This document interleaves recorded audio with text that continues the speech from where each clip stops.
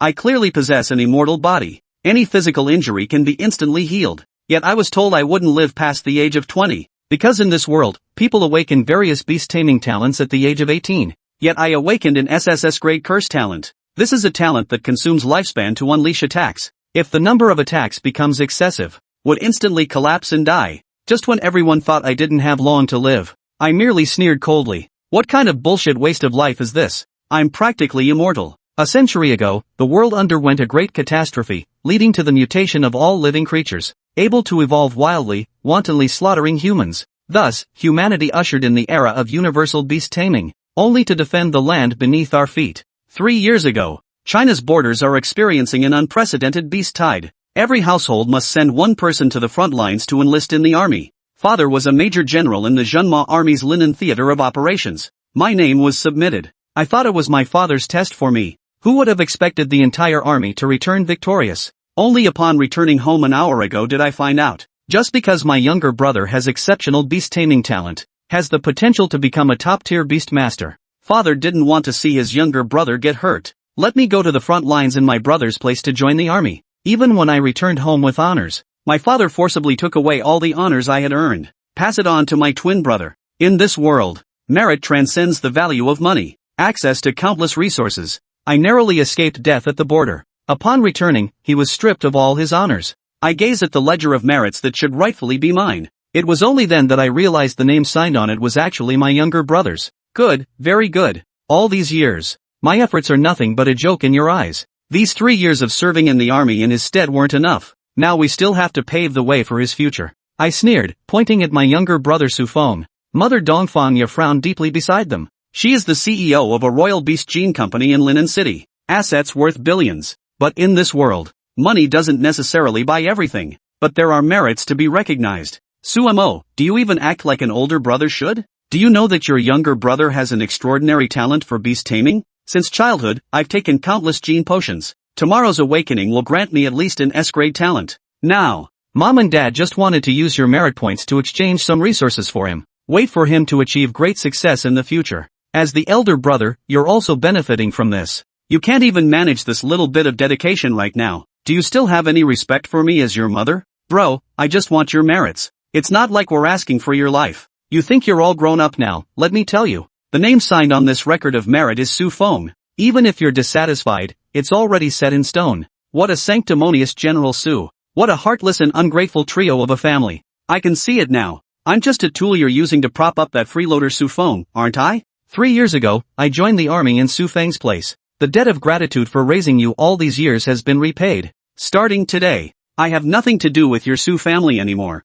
Outrageous. Sumo, you're my son. How dare you speak to me like that? Get back to your room and think about what you've done. Go back to your room and reflect on your actions? Ridiculous. Under the astonished gazes of everyone, I angrily took my still unpacked luggage with me. Left home. I know, given my father Su Chuxing's status as a major general, changing the record of merits is as easy as turning over one's hand. Moreover, Xu Feng bore a resemblance to himself. 3 years ago, I joined the army in his place. It also bears his own name. It's just that over these past 3 years, my military exploits on the northern frontier. Does Xu Feng dare to take it up? I will reclaim my honors sooner or later. The most important thing now is to awaken extraordinary talents at tomorrow's Beast Awakening ceremony. This world, everyone can awaken their beast-taming talent at the age of 18. Awakening a beast-taming talent above S rank is 1 in 10,000 nationwide. Awakening SS grade or above beast master talent, even rarer than hen's teeth. To be the pillar of national defense is the light of humanity. A casually summoned beast companion can unleash the force to split mountains and crack the earth,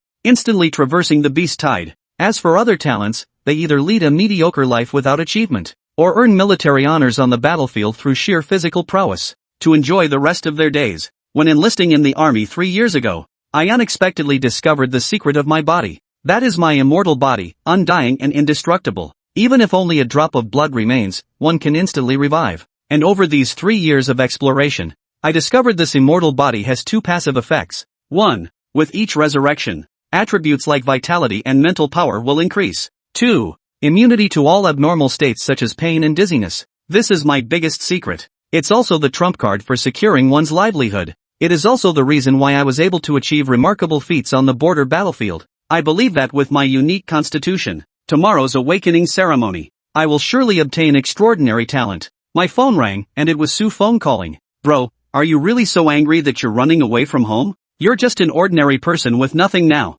How do you survive when you're wandering outside? Are you planning to awaken tomorrow and soar to great heights? I have been taking genetic potions for over a decade. My future will undoubtedly stand atop the pinnacle of the world. Mom and Dad also said, if you come back now, they will forgive you. One day when I become a senior beastmaster, maybe it can even give you a good life. As long as you obediently be my dog. Idiot. Since all of you believe Xu Feng will awaken an impressive talent, outshining me, the mere tool, I'm determined to make you regret it. All students participating in the awakening ceremony. Everyone, line up according to the arrangement. In front of the school playground, after 3 years apart, stands the awakening stage. Principal Tang Wei was shouted with full vigor. On its shoulder stood a squirrel, chirping and looking around. I blend into the crowd, scanning my surroundings. Today is my chance to change myself. Hey there, bro, didn't sleep well last night? You look so haggard. As a younger brother, I know how to cherish and care for you. Behind me, Xu Feng's tone dripped with sarcasm. I turned to look at him. What is it, brother? Have you missed your younger brother fighting abroad these past years? Does it hurt? Around, a crowd was buzzing with discussion. Look quickly, that's Xu Feng. I heard he served in the military at the border for the past 3 years, now covered in honors and achievements. Yeah, Xu Feng was practically the god of war among ordinary people on the border. Killed over 1,000 juvenile ferocious beasts. Thousands of juvenile beasts, such a battle record. You must be drowning in merit points by now, right? Is there even a question? And I heard that Xu Feng awakened his innate talent today. I'll be heading to the military strategy pavilion later to exchange for a high-grade imperial beast. It's going to take off soon. Ah, that Xu Mo is also sick leave for 3 years without attending school. Today's visit is probably just a formality. You say if 3 years ago Xu Mo had chosen the path of joining the army, what would the outcome be now? What's the outcome? You're sending a sickly person to participate? Isn't that just delivering fresh meat to the beast? The voice was piercingly harsh, each word stabbing straight to the heart. So that's how it was.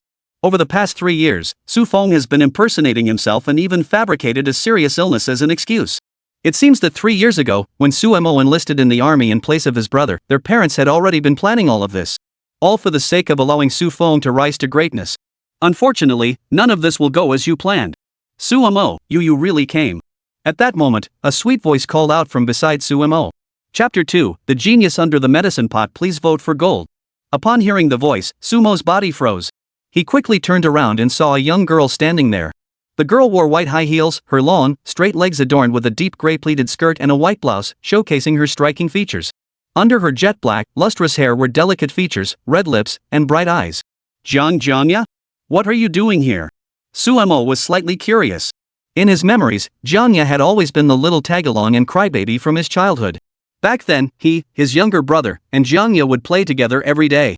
However, after graduating from middle school, Jiang Ya's parents moved away from Lin City due to work, and since then, Xu Mo had not seen her again.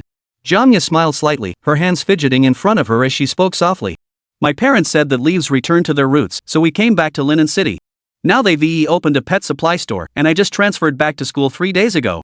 That's good, Xu Mo nodded. By the way, Xu Mo, Jiang Ya looked up. I heard that you've been sick at home for the past 3 years and never came to school. How are you feeling now? Her eyes were filled with concern.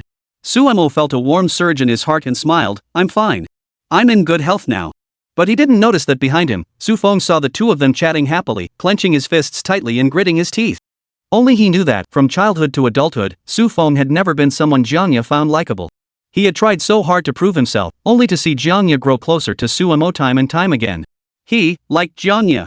Jiang Ya, why did you come back? Why did you have to get so close to Xu Mo? Just wait and see.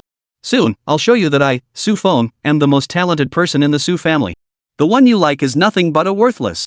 Next, students whose names are called, come forward to awaken your talents. First, Zhang San.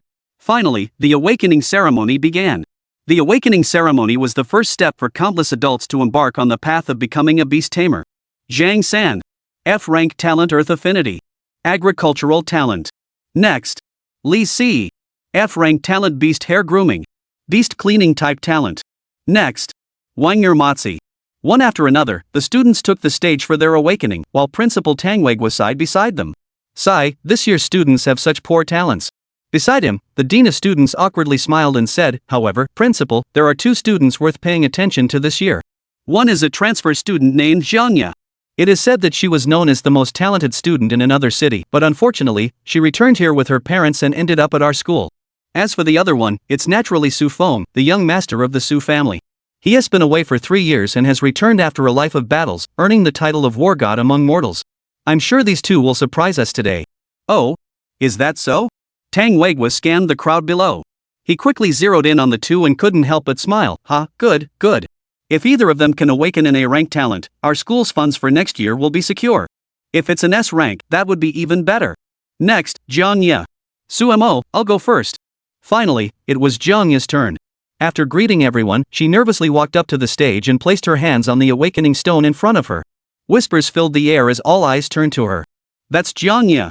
She's known as a genius prodigy in the neighboring city. I never expected her to end up at our school. The principal must be so proud. Polite? But Jiang Ya is truly beautiful. She has exactly the image of my ideal goddess. Mom! I think I'm in love, but who is the person next to Jiang Ya just now? I've never seen them before.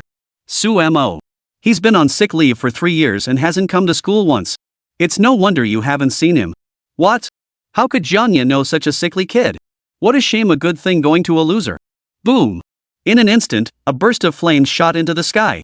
Everyone looked up to see Jiang Ya surrounded by flames, the intense heat causing the students to step back. If it weren't for the defensive Beastmaster intervening to block everything, everyone would have been roasted to a crisp. After a moment, Jiang Ya finally descended from the sky, and her teacher spoke. Jiang Ya. SS rank talent Scarlet Flame Holy Light.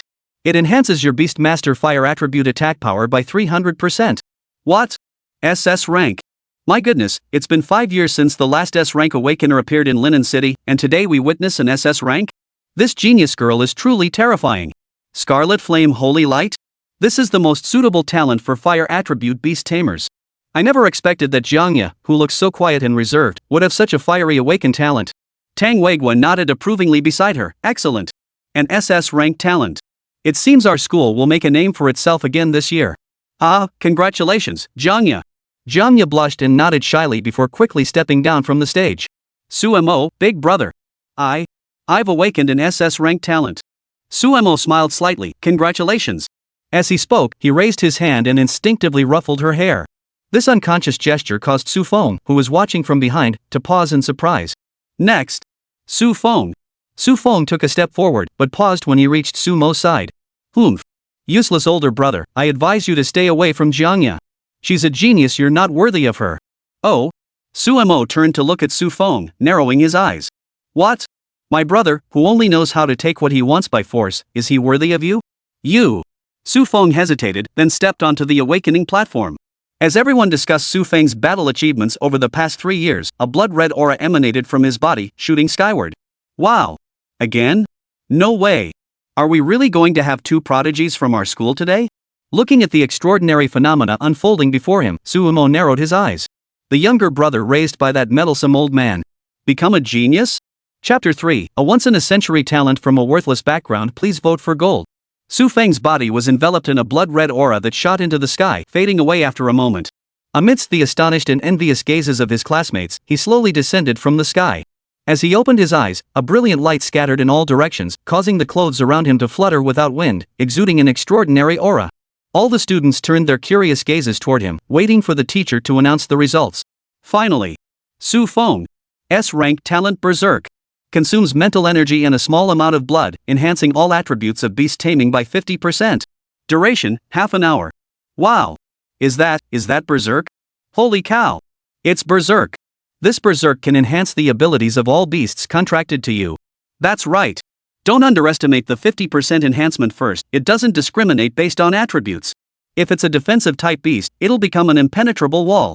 Second, the duration is a full half hour, and the cost to the beast tamer is relatively low. This is the ultimate ability for long-term battles. That's right. Among the 10 great masters of our nation, there is one who possesses the Berserk talent, known as the Beastmaster War God, Wang Tai. This Xu Feng is definitely following in his footsteps. Not only that, but how did senior Wang Tai rise to prominence years ago? Now, Xu Feng has a general in his family, and with his outstanding achievements over the past 3 years, his future prospects are truly limitless. I agree. Isn't Xu Feng planning to exchange for a high-tier beast at the Military Affairs Hall? If he manages to obtain a legendary tier beast, he'll surpass senior Wang. It seems like this year, our Linen City will produce 2 geniuses who will be admitted to the 4 great academies. They might even become the cream of the crop nationwide. As more and more people discussed the matter, everyone was amazed by Jiang Ya and Xu Feng's talent. Su Mo, however, furrowed his brows. Just as my mother said, Xu Feng has been taking gene-enhancing potions since he was a child. Today, he has finally awakened his S-rank talent berserk mode. Everyone was discussing Linen No. 2 High School. It was about to become famous. A family producing 2 prodigies, such a phenomenon is rare in recent years, and even a once-in-a-century occurrence. Everyone envied Xu Feng's talent, the future prodigy who could rely on his own achievements to obtain higher-ranked beasts and rise to fame overnight. But what was stolen must eventually be returned. Next, Xu Mo. Upon hearing the voice from the stage, Xu Mo's expression grew serious. Xu Mo, you can do it. You've got this. Watching Jiang Ya cheer him on, Xu Mo smiled slightly before stepping forward. As he pondered, Xu Mo placed his hand on the awakening stone. Boom! In an instant, Xu Mo felt an unknown force erupt within him, and black smoke surged from his body, shooting into the sky. What? The entire crowd was stunned. Black. This is a hidden talent. A hidden talent surpassing even SSS-ranked beings. No way. Since the founding of the nation 100 years ago, aside from the heaven-splitting squad, no one has ever possessed a hidden talent. Could Xu Mo be a once-in-a-century genius? But he's been sick at home for the past 3 years. How could he possibly have such talent? Xu Feng also furrowed his brows and clenched his fists. Damn it! Xu Mo, how could you possibly awaken a hidden talent? This is absolutely impossible. I, Xu Feng, am the chosen one of heaven. The black aura dissipated. Xu Mo, with his brows furrowed, collapsed to the ground. The teacher beside him hesitated for a moment before sighing. Sigh. Xu Mo, hidden SSS rank, curse talent. Qi blood reincarnation. Beast masters use blood as a medium, merging into a blood array to nourish their beasts. Depending on the amount of Qi blood infused, the beast's rank increases. Silence. Then came an uproar. What? A cursed talent? That's the so-called useless talent, the one with an empty name that no one wants to awaken? What kind of luck does Xu Mo have? Among the currently recorded hidden talents, the only cursed talent, and he just happened to get it? Ha ha ha ha. This is hilarious. I thought Xu Mo was so powerful, but it turns out he has a cursed talent? And it's the hidden Qi blood reincarnation type. I bet Xu Mo won't live past 20. Within 2 years, he'll definitely die from blood deficiency. On the awakening platform, Principal Tang Weigua, who had started with anticipation, turned to excitement and enthusiasm, and finally turned into the regret he felt now. Sigh. Cursed talent. Heaven, why are you mocking Linen's second high school like this? Among all the hidden talents in the world, the only one that's mocked by everyone has come to our school. This is absurd, utterly absurd. The cursed talent is absolutely the talent that all beast tamers dread awakening the most. Because the cursed talent inevitably brings curses. For example, the one Xu Mo had awakened now, though it seemed pretty powerful, could enhance beast tamers and accelerate their cultivation progress. But it has a huge drawback. That is the sacrifice of vital energy.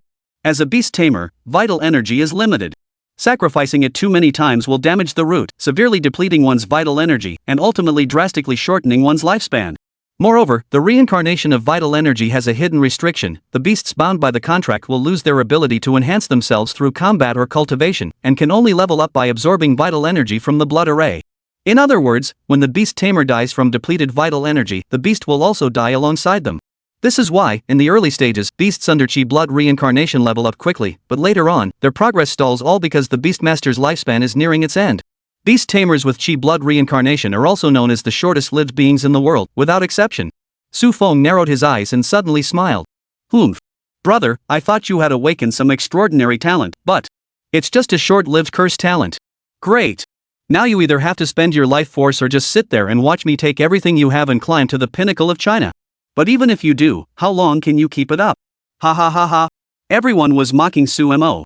Everyone had given up on Xu Mo. Only Xu Mo kept his head down, almost laughing out loud. A cursed talent that costs lives? What does that have to do with my immortal body? Chapter 4, Worthless Beast Tamer? Promoted 3 ranks, please vote for gold. Sigh. Well, Xu Mo, don't worry. With proper use of Qi blood reincarnation, combined with gene potions to extend lifespan and enhance Qi blood, you still have a future ahead of you. Listening to the principal's consoling words, Xu Mo forced himself to suppress the laughter in his heart and nodded sadly. On the way down, the surrounding students mocked him continuously. Xu Mo quickly returned to Jiang Ya's side. Before Jiang Ya could say anything, Xu Feng beside him couldn't help but speak up. TSK, brother, what have you been doing at home these past 3 years? You've really disappointed me. I've been risking my life on the front lines for the glory of the Xu family, and you? You've been nothing but a sickly weakling, and now you've even awakened a short-lived talent? If our father finds out, he'll be so angry he'll die. I'm ashamed for our parents. Xu Mo remained silent. Jiang Ya puffed out her cheeks angrily. You! Xu Feng, how dare you speak to him like that? He is your own brother. Seeing Jiang Ya stand up for Xu Mo, Xu Feng looked displeased, but out of consideration for their relationship, he didn't argue back. He just snorted coldly and walked away. The awakening ceremony ended with Xu Mo's cursed talent, leaving everyone sighing in disbelief. Xu Mo, my parents are here to pick me up. Let me drive you home too? Facing Jiang Ya's invitation, Xu Mo hesitated, then shook his head. No, I have something else to do. You go ahead. Oh, okay. Jiang Ya didn't ask further and walked away.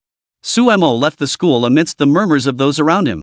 Originally, Xu Mo believed he had awakened a remarkable talent. But it turned out to be a cursed talent that everyone despised and avoided, the only hidden curse. No one held any hope for him, but Xu Mo knew the truth. When combined with his hidden abilities, this talent was utterly broken. But he couldn't reveal his secret. Moreover, he must first find a beast companion whose abilities complement his own. Only by growing stronger quickly would he have the qualifications to reconnect with the higher-ups of the Huaxia demon-subduing army. Only then will he be able to reclaim everything. Beast tamers. Freshly hatched. Rare grade beasts, only 50,000 Huaxia coins.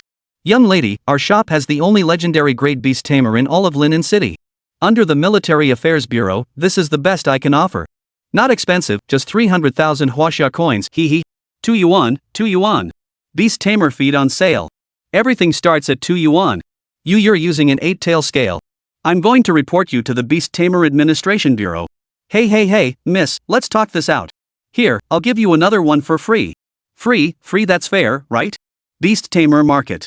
The most bustling area of every city. Here, you can find anything and everything.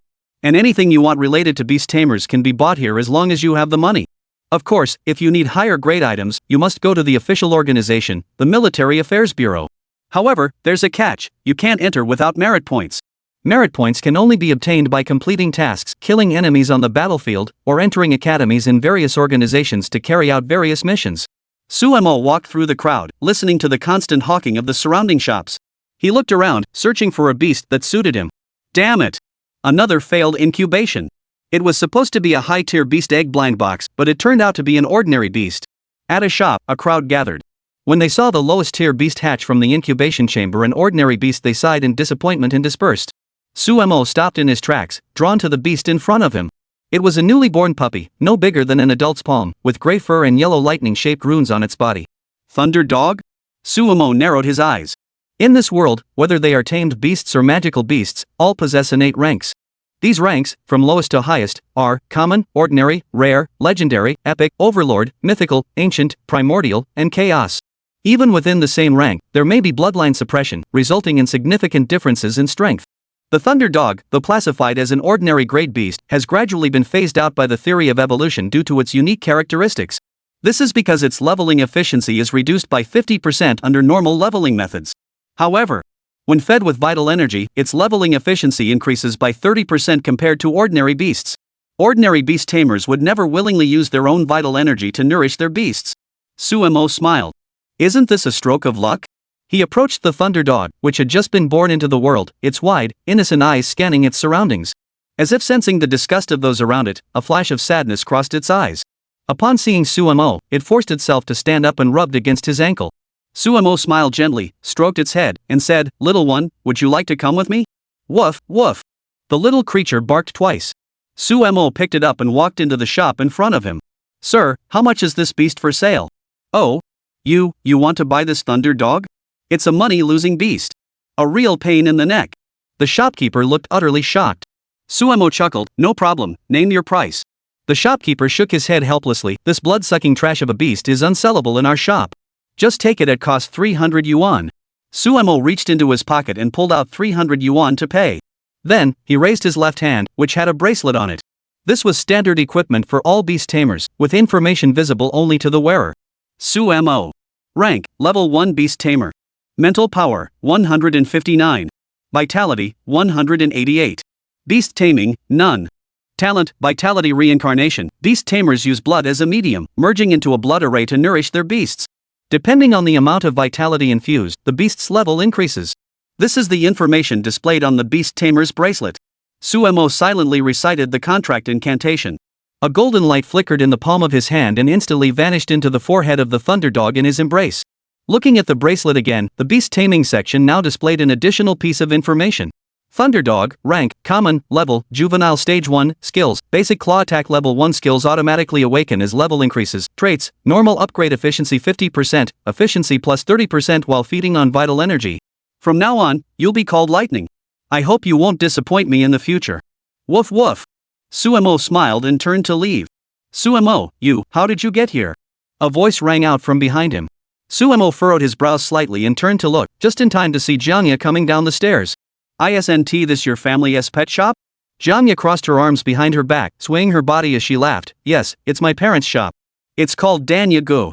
Suemo, The little girl noticed the Thunderdog in Sumo's arms and couldn't help but be surprised. How did you contract a Thunderdog? You know, beast tamers can only contract one beast every 10 levels. You contracted it, doesn't that mean? Oh right, Suemo, your talent. Jiang Ya didn't say anything else. Suemo chuckled, that's right. It perfectly matches my talent. It's the perfect match. But?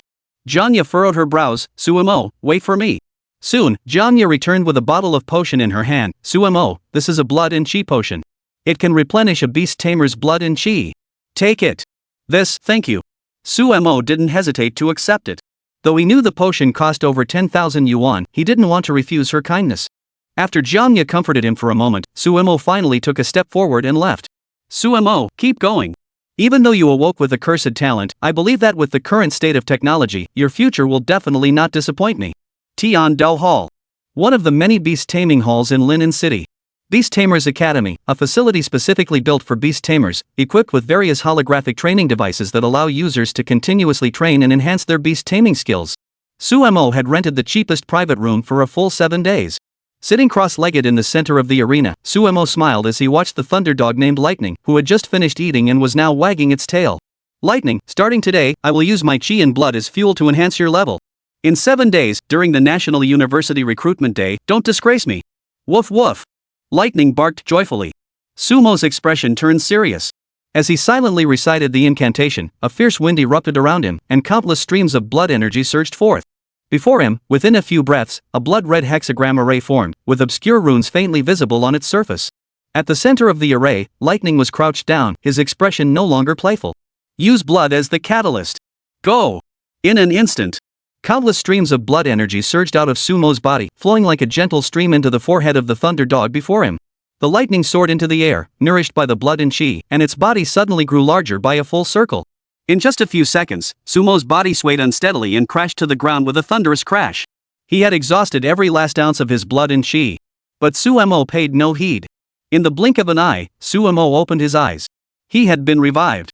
Mental energy, 170. Vitality, 193. Looking at the bracelet on his wrist, he saw that both his mental strength and vitality had increased. Suemo smiled. Immortal and indestructible, each resurrection strengthened his body. He thought to himself, who in this world could possibly stand in his way on the path to godhood?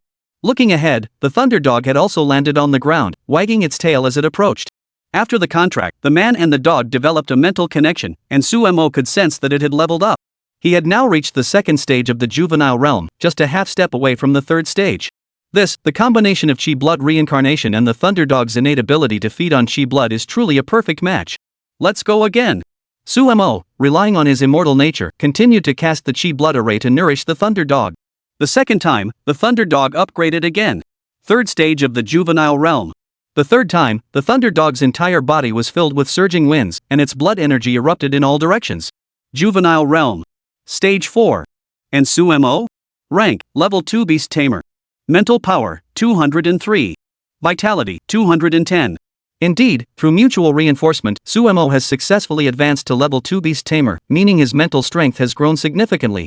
Additionally, he possesses vitality that is difficult for other beast masters to enhance, now reaching more than twice that of an ordinary beast master. Lightning, let's go again. Hoof. Lightning opened its mouth, spewing a cloud of blood mist, its lazy eyes fixed on Suemo. It seemed as though it was telling him, I can't eat anymore. I really can't eat anymore. Suemo scratched his head. Bushkaman? You can't eat anymore? Dogs don't know when to stop? Thunder Dog, do you think I'm going to respond to you? JPG. Buzz. Just then, Sumo's phone rang. He picked it up and saw a message from someone named Su Jeja. My dear brother, I heard you've awakened your hidden talent. I'm at the Shuri bar. Come over for a drink? Chapter 5, Enemies Always Meet. Please vote for gold. Giggle giggle, my dear brother, you finally arrived. Shuri bar. Before Suemo stood a tall, slender woman with jet black hair and lips painted a deep crimson. Her eyes and brows exuded an air of irresistible charm. The woman swayed her waist as she approached Suemo, grabbed his wrist, and led him to a booth inside. Glancing at the small dog named Lightning perched on Sumo's shoulder, the woman hesitated, as if she had something to say. The woman's name was Su Jeja. She was the daughter of Sumo's eldest uncle and was referred to as his cousin. His father was the second son in the family, and his uncle was named Su Yunsung. Looking at Su Jeja, Suemo chuckled. Cousin, why are you so idle lately? Isn't the national recruitment about to begin? As a recruitment mentor for the Fuyao Academy, drinking in public is unbecoming of your position, isn't it? So what? I'm human too, you know. Su Jeja ordered 2 glasses of wine and quickly brought them over. After pushing a glass to Suemo, Su Jeja took a sip and laughed. My dear brother, what's going on with you? How did you awaken the cursed talent? And you even contracted a thunder dog? Though the thunder dog does complement your cursed talent, but do you know the cost of chi blood reincarnation? Suemo chuckled. Of course I know. Don't worry, I've got it under control. He Woon Ti revealed the truth about his immortality. Su Jeja furrowed her brows. And what's been going on with you in the past 3 years? I heard you took sick leave and have been staying home all year, looking weak and frail. So I've been coming to visit you with gifts, but every time, your parents have refused to let me in, not even allowing me to see you once.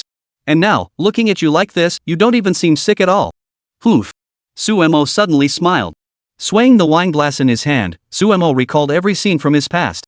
Snap. The wine glass was crushed in his hand, but not a single shard touched his palm. This was the powerful transformation brought about by the enhancement of his chi and blood. Sigma. Su Jeja was startled. She hurriedly grabbed a towel, but found that Sumo's palm was completely unharmed. Your hand? Suemo ordered another drink and looked up at his older cousin. From childhood onward, if anyone had been kindest to Suemo, it was this older sister who was several years his senior. When he was young, if Suemo wanted something and his family wouldn't buy it for him, it was always Su Jeja who bought it for him. When he was wronged, Su Jeja would go to great lengths to stand up for him, even once getting her arm broken in a fight and not caring at all. Suemo and she became close friends who could talk about anything. Later, Su Jeja entered the top of the 4 great academies Fuyao Academy thanks to her S-rank talent, Thunderstorm Disaster. Over the past 3 years, although Suemo had been stationed at the frontier, he knew that last year, Su Jeja had become a mentor at the admissions office.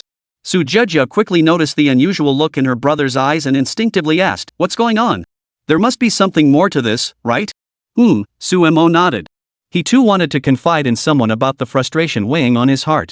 So, he recounted everything that had happened over the past few years in detail. After a moment. What? Bang! Crack! In a fit of anger, Su Jeja smashed the coffee table in front of her with a slap, drawing the disapproving glances of those around her. Hey! What are you doing? This is a bar, not a place to cause trouble. Hey, you look pretty and mature, but you're acting like a little girl. Need me to help you cool off? Ha ha ha. Su Jeja's eyes narrowed. If any of you dare to talk back to me, I'll blow up your precious belongings. Zzz. In an instant, a bird with wings spread wide, its body emanating terrifying blue-purple lightning, flew out from behind Su Jeja, flapping its wings and letting out a loud cry. Thunder Falcon, Epic Tier Beast Master. No one dared to speak a word. Su Jeja paid for the tea table and took Suemo to another place. This time, she managed to control her temper, but her expression remained displeased. I never expected Uncle Su Songxing to do such a hypocritical thing behind our backs. Brother, let's go. Today, I will seek justice for you. Hey! Suemo hurriedly grabbed his sister's arm and shook his head with a wry smile. Su Jeja had always treated Suemo like her own brother, standing up for him no matter what. However, this time, Suemo stopped her. Sister, I know you want to stand up for me, but first, you're only a 32nd level beast tamer and just a teacher at the Fuyao Academy. My father is a 51st rank lieutenant general of the Linen Demon Subduing Army. The gap in our strength and status is clear. You won't get anything out of this, and besides, it might even draw my uncle's scolding. Aren't you just causing trouble within the family? It won't look good if word gets out. Taking a sip of wine, Suemo forced a bitter smile. I don't care about my parents' reputation. Since they've already completely treated me like a tool, I don't care about tearing off the mask. But sister, I do care about your reputation. Su Jeja felt a warm surge in her heart, but she still couldn't help but speak up. Are you just going to let them treat you like this?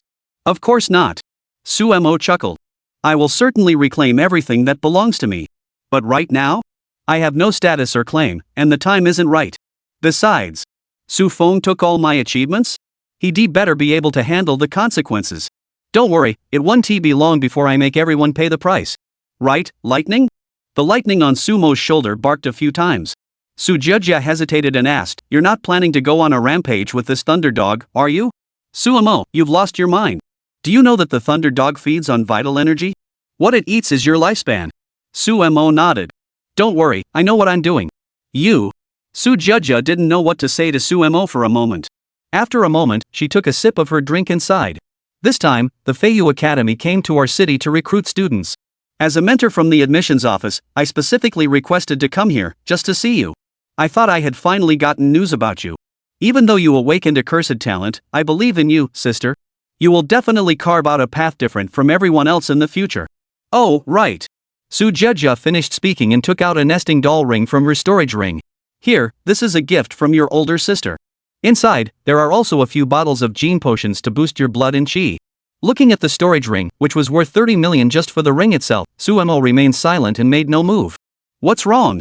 Do you think the gift your older sister gave you is too cheap? Su Jia asked in return. Sumo shook his head hurriedly. No, it's just... Sister, this is too valuable. Then what's the problem? You're my favorite little brother. Su Jia said nonchalantly. Sumo, do you know why I've always liked you and not Xu Feng? Seeing Sumo shake his head, Su Jia laughed, because from childhood to now, you've always been the most honest. You're not like Xu Feng, who's smooth-talking and has ulterior motives.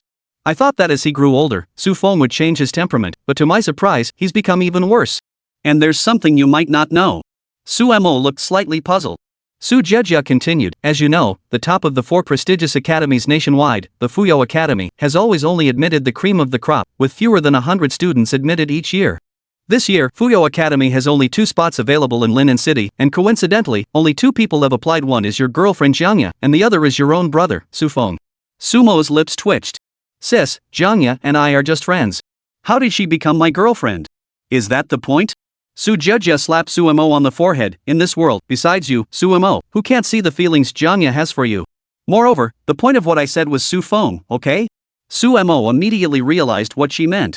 Xu Feng had also applied to the Fuyou Academy? This was somewhat unexpected. But upon further thought, it made sense. With Xu Feng's S-rank talent and the merits he had forcibly acquired, if he truly obtained a good beast companion, he would undoubtedly excel in the entrance exams and enter the Fuyou Academy. But, sis, I'm also planning to apply to the Fuyou Academy. Should I go through the process myself, or should you help me sign up? Are you crazy? Su Jia growled softly. Sumo.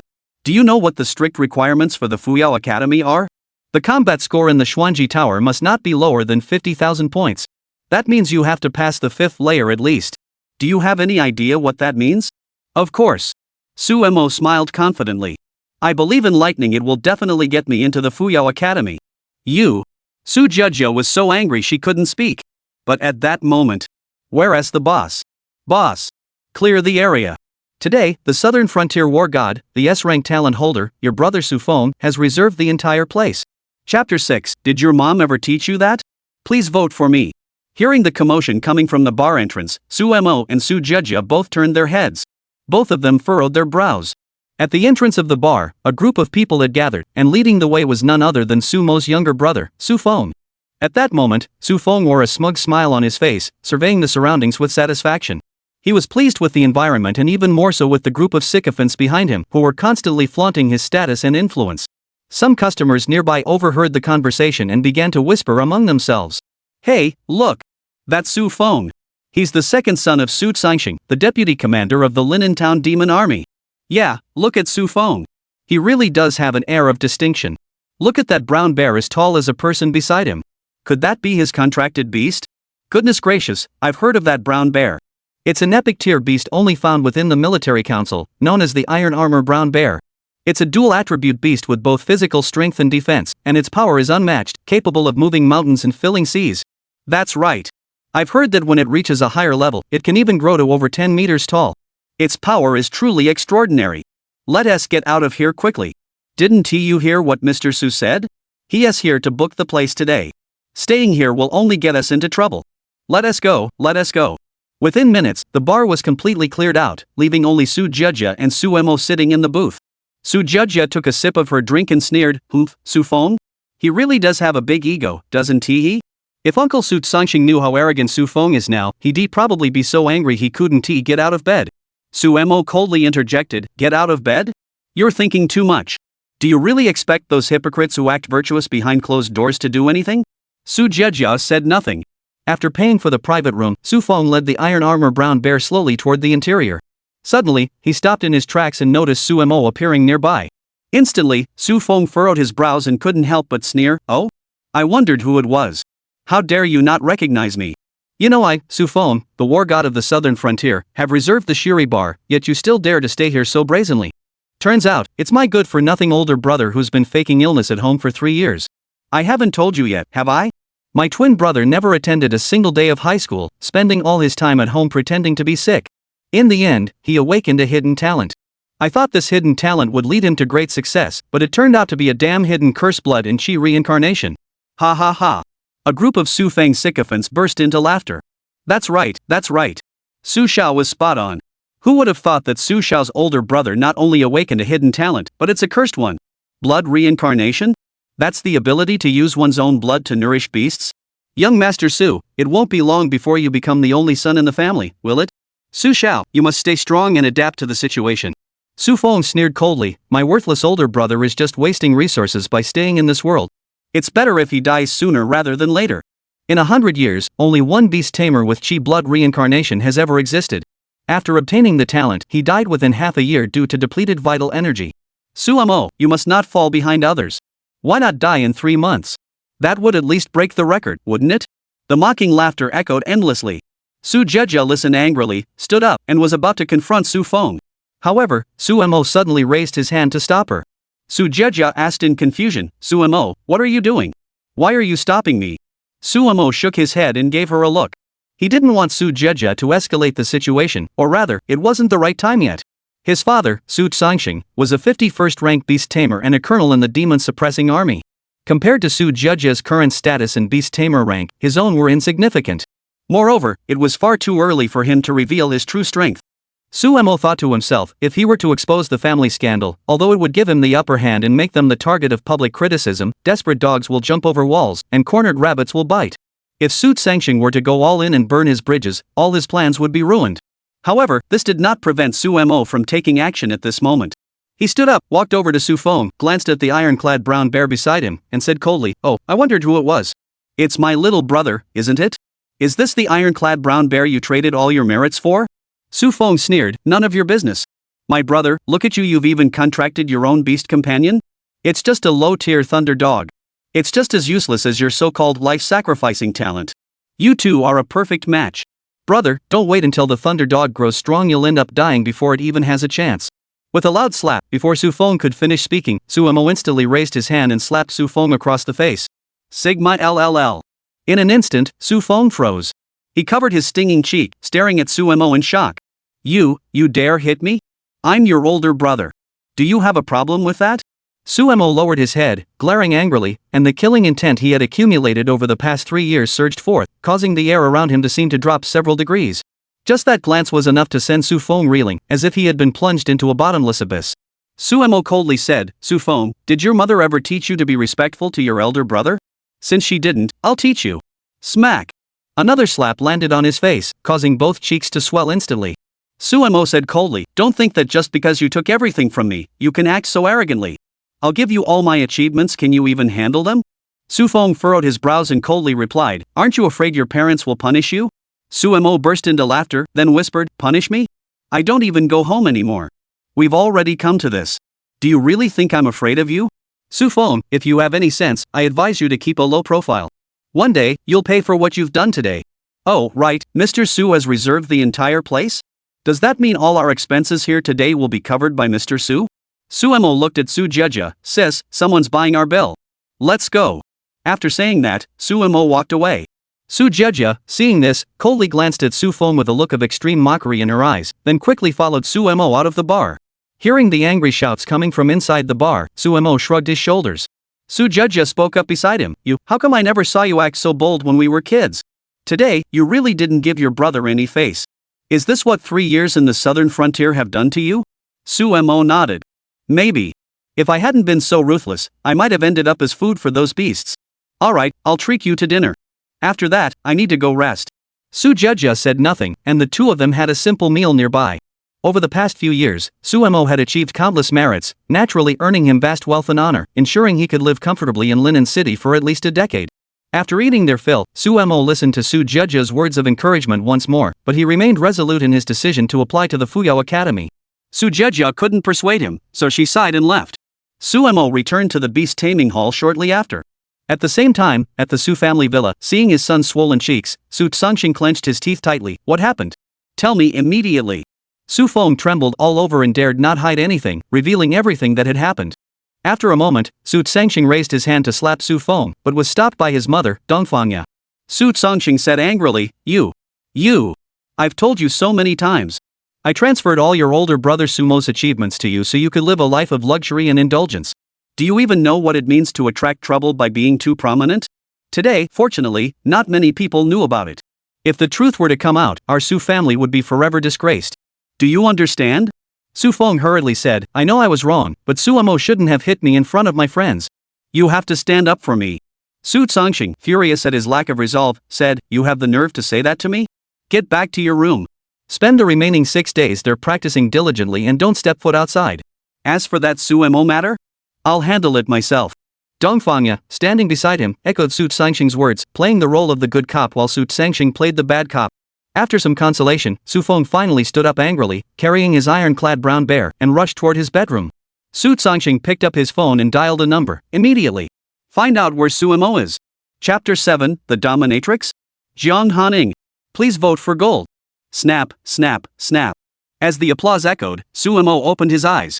By now, Su Mo had been living here for 5 days. Today, he had broken through and reached the 6th rank beast tamer.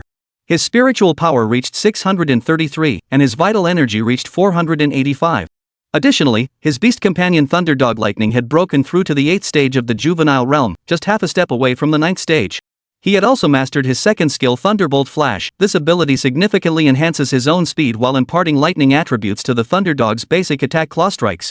The basic Claw Strike attack has also been successfully upgraded to level 3, greatly enhancing the Thunderdog's combat capabilities.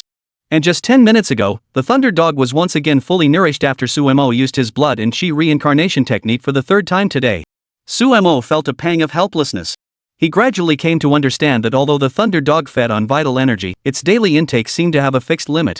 As its level continued to rise, it consumed more and more, but unfortunately, Su Mo's vital energy was also constantly increasing.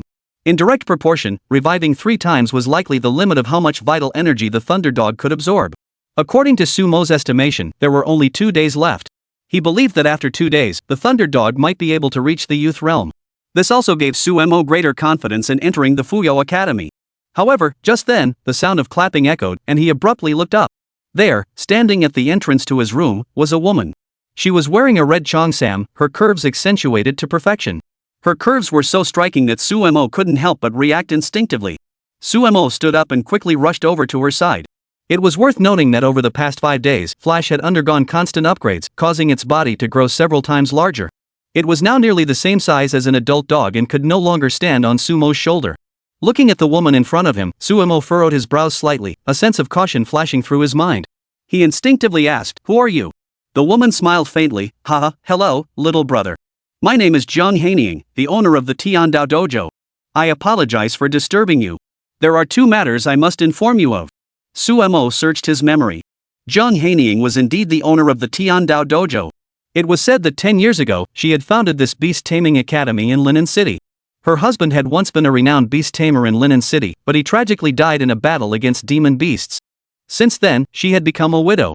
However, Su Mo was now somewhat puzzled. Rumors outside claimed that Jiang Hanying had no real strength or background. What methods had she used to establish herself in Linen City for so many years?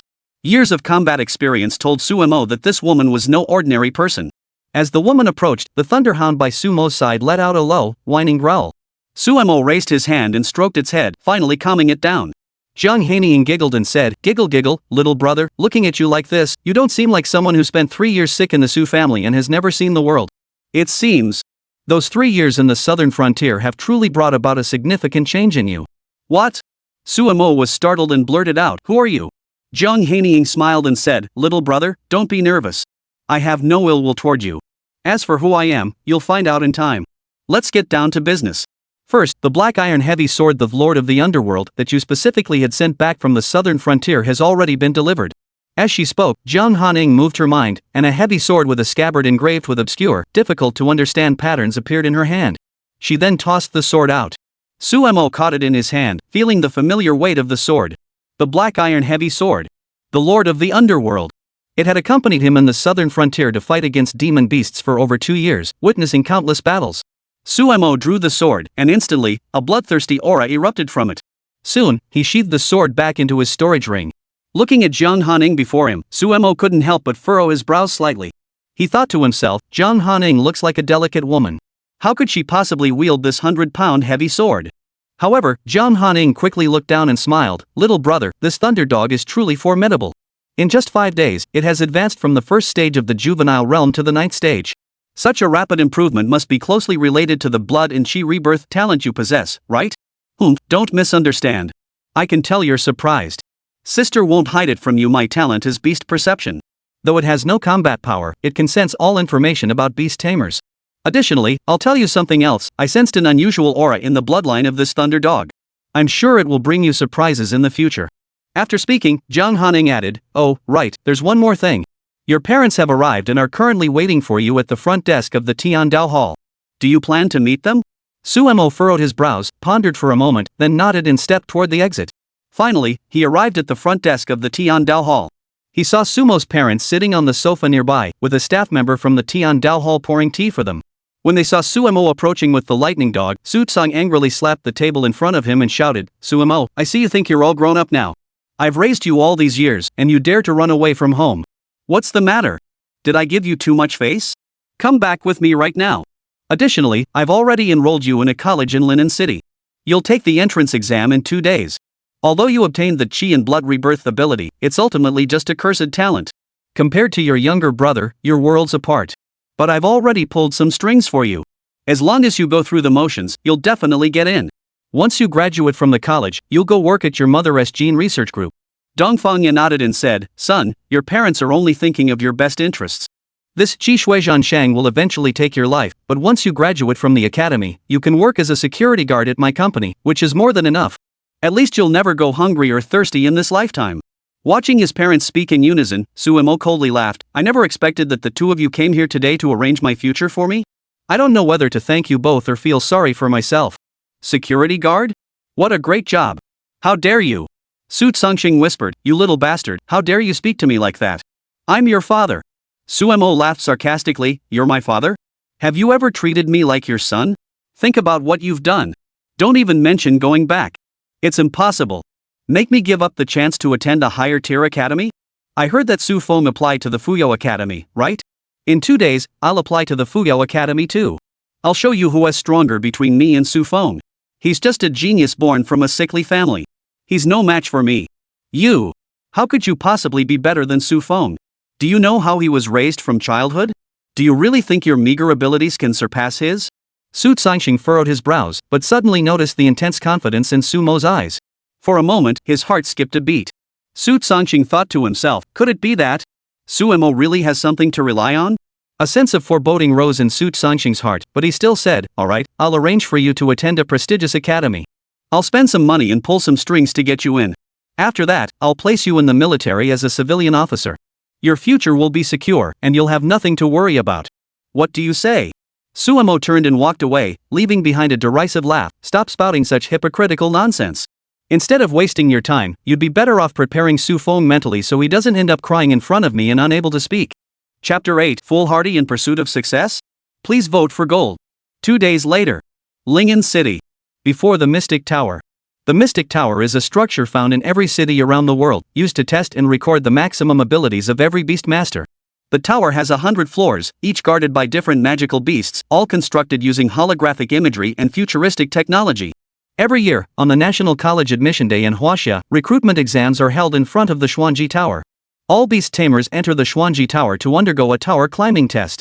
Based on their performance, they receive different combat scores, which determine whether they can enter various academies. At this time, before the Mystic Tower, the four major academies, the Fuyao Academy, the Taishu Academy, the Tianqing Academy, and the Prashao Academy, are present. The admissions offices of these four academies are deserted, with only a handful of people lingering around the tables, chatting idly. In contrast, the entrances to other higher-tier academies, and even those of lower-tier academies, were bustling with people. Soon, someone shouted out. Outside the crowd, Xu Feng was leading a young ironclad brown bear, which had grown to the second stage of the juvenile realm, walking slowly toward them. Upon reaching the admissions office of the Fuyao Academy, Xu Feng smiled at his older cousin Su Jieja and said, "Sis, I'm here to take the exam." "Do I really need to take the exam? My iron armor brown bear has already reached the second stage of the juvenile realm and cleared the first 5 layers. It's more than enough. Why don't you just pass me today? It's already a done deal, and I'm eager to go home and play games." Su Jieja snorted coldly, "Don't call me sister, Xu Feng. This is the new student assessment. Everything must follow the rules. Here's your pass to enter the Mystic Tower. Go ahead, I'll be waiting for your good news." The words good news were emphasized heavily by Su Jieja. Xu Feng paid no heed, laughing heartily, all right. Today, I'll show you all how Xu Feng handles the mysterious tower with ease." As Xu Feng's words fell, one voice after another rang out beside him, all praising Xu Feng and anticipating his upcoming performance. Xu Feng felt a surge of pride and hurried toward the entrance of the mysterious tower. However, a voice rang out behind him. "Hello? I'm applying to Fuyao Academy." Xu Feng suddenly turned around and saw Su Jieja standing in front of him. Suemo was leading his thunderhound, smiling confidently. Everyone was stunned, not just Xu Feng. My goodness, did I hear that correctly? Suemo, he actually applied to the Fuyao Academy? My goodness, the Fuyao Academy is the hardest academy to get into among the 4 great academies of Huaxia. You need at least 50,000 combat points in the Mystic Tower, which means you have to reach at least the 6th layer. Suemo has lost his mind. Even though he obtained the cursed talent Blood and Qi Rebirth, the beast he contracted is only of an ordinary bloodline. What qualifies him to apply to the Fuyao Academy? Exactly. Even if he spends 7 days continuously cultivating the Thunder Dog, it'll only reach the 3rd stage of the juvenile realm at best. And that leaves Suemo with depleted Qi and blood, half dead. I really can't understand how he has any right to survive in the Mystic Tower. He's truly courting death. Sumo's younger brother became a war god in the Borderlands in just 3 years, earning the Iron Armor Brown Bear with his unparalleled military achievements. That was his destiny. Entering the Fuyao Academy is a foregone conclusion. What qualifications does Suemo have? Exactly. This year, the only ones likely to enter the Fuyao Academy are probably Xu Feng and the genius girl Jiang Ya. Suemo? He is probably just here to make up the numbers. Ha ha ha. If he fails the exam, Suemo will lose his eligibility to enter other academies. Then, let us see what he does. As the surrounding crowd continued to mock him, Xu Feng turned around and rushed towards Suemo. Over at the Fuyao Academy side, Su Jieja stood up, furrowing her brows as she looked at her cousin. Suemo, I've told you so many times, the Fuyao Academy isn't something you can just get into easily. 5,000. Do you know what 5,000 combat points mean to you? Suemo chuckled, extending his left hand to touch the bracelet on Su Jieja's wrist. Instantly, Su Jieja's pupils contracted sharply. How did you do that? Suemo shook his head slightly, saying nothing more, and continued calmly, may I ask if I am now eligible to apply for the Fuyao Academy? Thinking back to the information she had just sensed, Su Jieja felt as though her heart was being tossed by a raging storm. After a moment, she sighed, you're crazy. 3 years on the frontier, and that's all you learned? Suemo did not respond. Su Jieja sighed and reluctantly recorded Sumo's information, omitting his rank and other attributes. After all, she didn't want to reveal everything too soon. The principle of the bigger the tree, the more the wind it attracts was something Su Jieja understood better than anyone else. Little did she know that Suemo was now exceptionally confident. Over the past 7 days, he had successfully increased his mental strength and vitality through repeated resurrections, becoming a level 7 beast tamer. His mental strength had reached 785 points, and his vitality had reached 550 points. In terms of attributes alone, Suemo had become the strongest among all the newcomers, and even the top-tier first place. His Thunder Dog, despite its ordinary bloodline, has already reached the 1st stage of the youth realm. Among his skills, his basic attack Claw Strike has reached level 4 and now carries a lightning attribute. Thunder Flash has also been significantly enhanced due to the level increase. Su Jieja rolled her eyes at him disdainfully. Here's your pass card. Take it. You, be careful not to show off, okay? Suemo felt a warm glow in his heart and reached out to take the pass. Just then, Xu Feng arrived beside him, accompanied by an ironclad brown bear. Oh, I wondered who it was. It's my good-for-nothing older brother. What's the matter? Did you awaken your cursed talent and feel miserable inside? You haven't returned home for 7 days. Are you planning to make a grand entrance today? Brother, do you even know what kind of grades are required to apply to the Fuyao Academy? Do you really think you can make a name for yourself with that trashy thunder dog? Chapter 9, Sweeping the Field. Top rank. Please vote for gold. The crowd buzzed with speculation, marveling at how Sumo had been away for 7 days. Many began analyzing what he might have gone through. Just then, a cheerful voice rang out from the distance. Hey, Sumo, are you also applying to the Feiyu Academy? What a coincidence! Are we going to end up in the same academy? Everyone turned to look, and there, in the distance, was Jiang Ya, the genius girl from the Jiang family, skipping and jumping toward them. Above her head, a small, adorable eagle with feathers entirely red was flying. Jiang Ya approached Sumo with a mischievous smile. Sumo, is that your spirit beast? Sumo nodded. Jiang Ya laughed. Sumo, this is my beast companion, a rare great fire eagle. I named it Shouhong. Isn't it cute? Even Jiang Ya's fire eagle, Shouhong, flew in front of Sumo. Sumo raised his hand to stroke its smooth feathers, causing the fire eagle to chirp twice in response. Beside them, Xu Feng saw this and snorted coldly. He was displeased by the intimate behavior between Jiang Ya and Sumo. Sumo, you really don't know your place. How dare you even think of applying to the Fuyao Academy? Do you know that the Fuyao Academy only has 2 fixed enrollment spots in Linen City this year? If you fail the exam and get rejected, no other academy will admit you. Unless our father intervenes and uses his connections to get you into a lower-tier academy, you'll never be able to advance any further in your life. You really have no brain at all. Sumo chuckled. My dear brother, have you ever considered what you'd do if you were rejected? How would you beg our father to arrange for you to be admitted to another academy? Xu Feng froze. You mean I'll be eliminated? Ha ha ha. He burst into laughter. Brother, I've heard the biggest joke in the world. Me, Xu Feng, get eliminated? You must have lost your mind. Anyone who has spent 3 years in school won't say such a thing. Sumo replied, alright, since you think so, I'll prove it to you and show you just how big the gap between us really is. Alright. I'll wait for you to eat your words. After saying that, Xu Feng, accompanied by the iron-armored brown bear, rushed toward the teleportation channel at the entrance of the mysterious tower once more. Jiang Ya witnessed this scene and couldn't help but furrow her brows, instinctively asking, Sumo, what about Xu Feng? Sumo shook his head. Don't bother with him. Those who do wrong will eventually reap what they sow. Just wait and see. It won't be long before he pays the price. Xiaoya, today's Mystic Tower exam, you must give it your all and defeat Xu Feng. Although Jiang Ya didn't understand why Sumo was saying this, she nodded anyway. Don't worry, Sumo. My little red has already reached the 3rd stage of the juvenile realm. I'm confident I can clear the first 5 layers without any issues. As they spoke, Jiang Ya took the access card handed to her by Su Jejia. The two of them, accompanied by their 2 spirit beasts, set off toward the Mystic Tower. Amidst the whispers of countless onlookers, the two nodded to each other and entered the Mystic Tower one after the other. Teleportation portal. Some beast tamers who were still watching couldn't help but discuss among themselves. The mysterious tower was divided into 100 floors. Among them, the 1st to 5th floors housed 1 to 5 young beasts of the 1st to 5th stages of the Blood Moon Wolf, a type of demon beast. Their skills were simple, consisting solely of the Blood Moon Bite, which inflicted bleeding on beast tamers, gradually depleting their vital energy until they perished.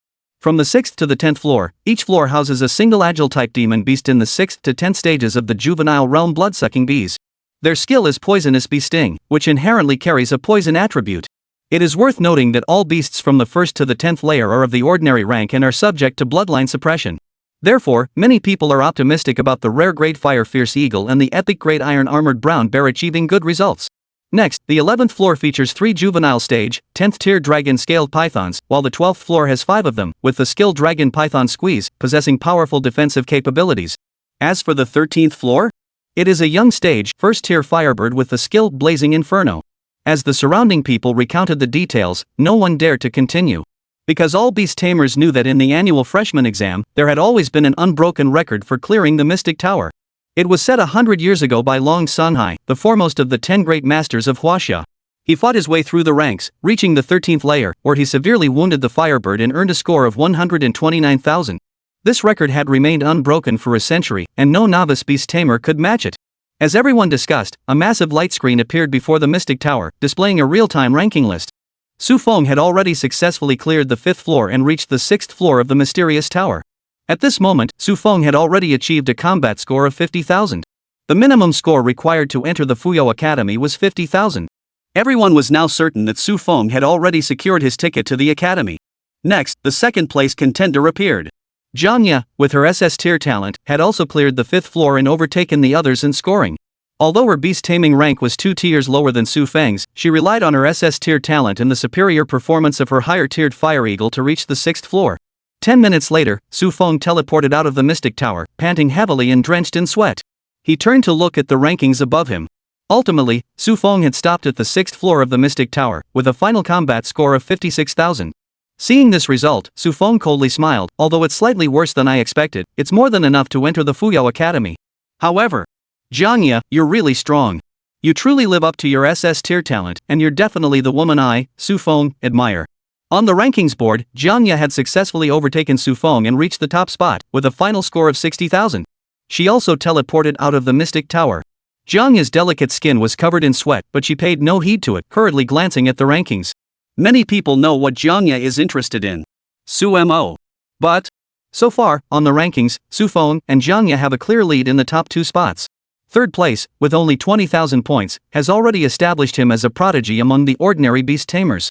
However, up until now, no one has seen Sumo's name appear. Xu Feng stood beside Jiang Ya and sneered coldly. Jiang Ya, you don't still think your Sumo brother can achieve anything good, do you? Don't be so delusional. Sumo, with his worthless talent, what kind of good results could he possibly achieve?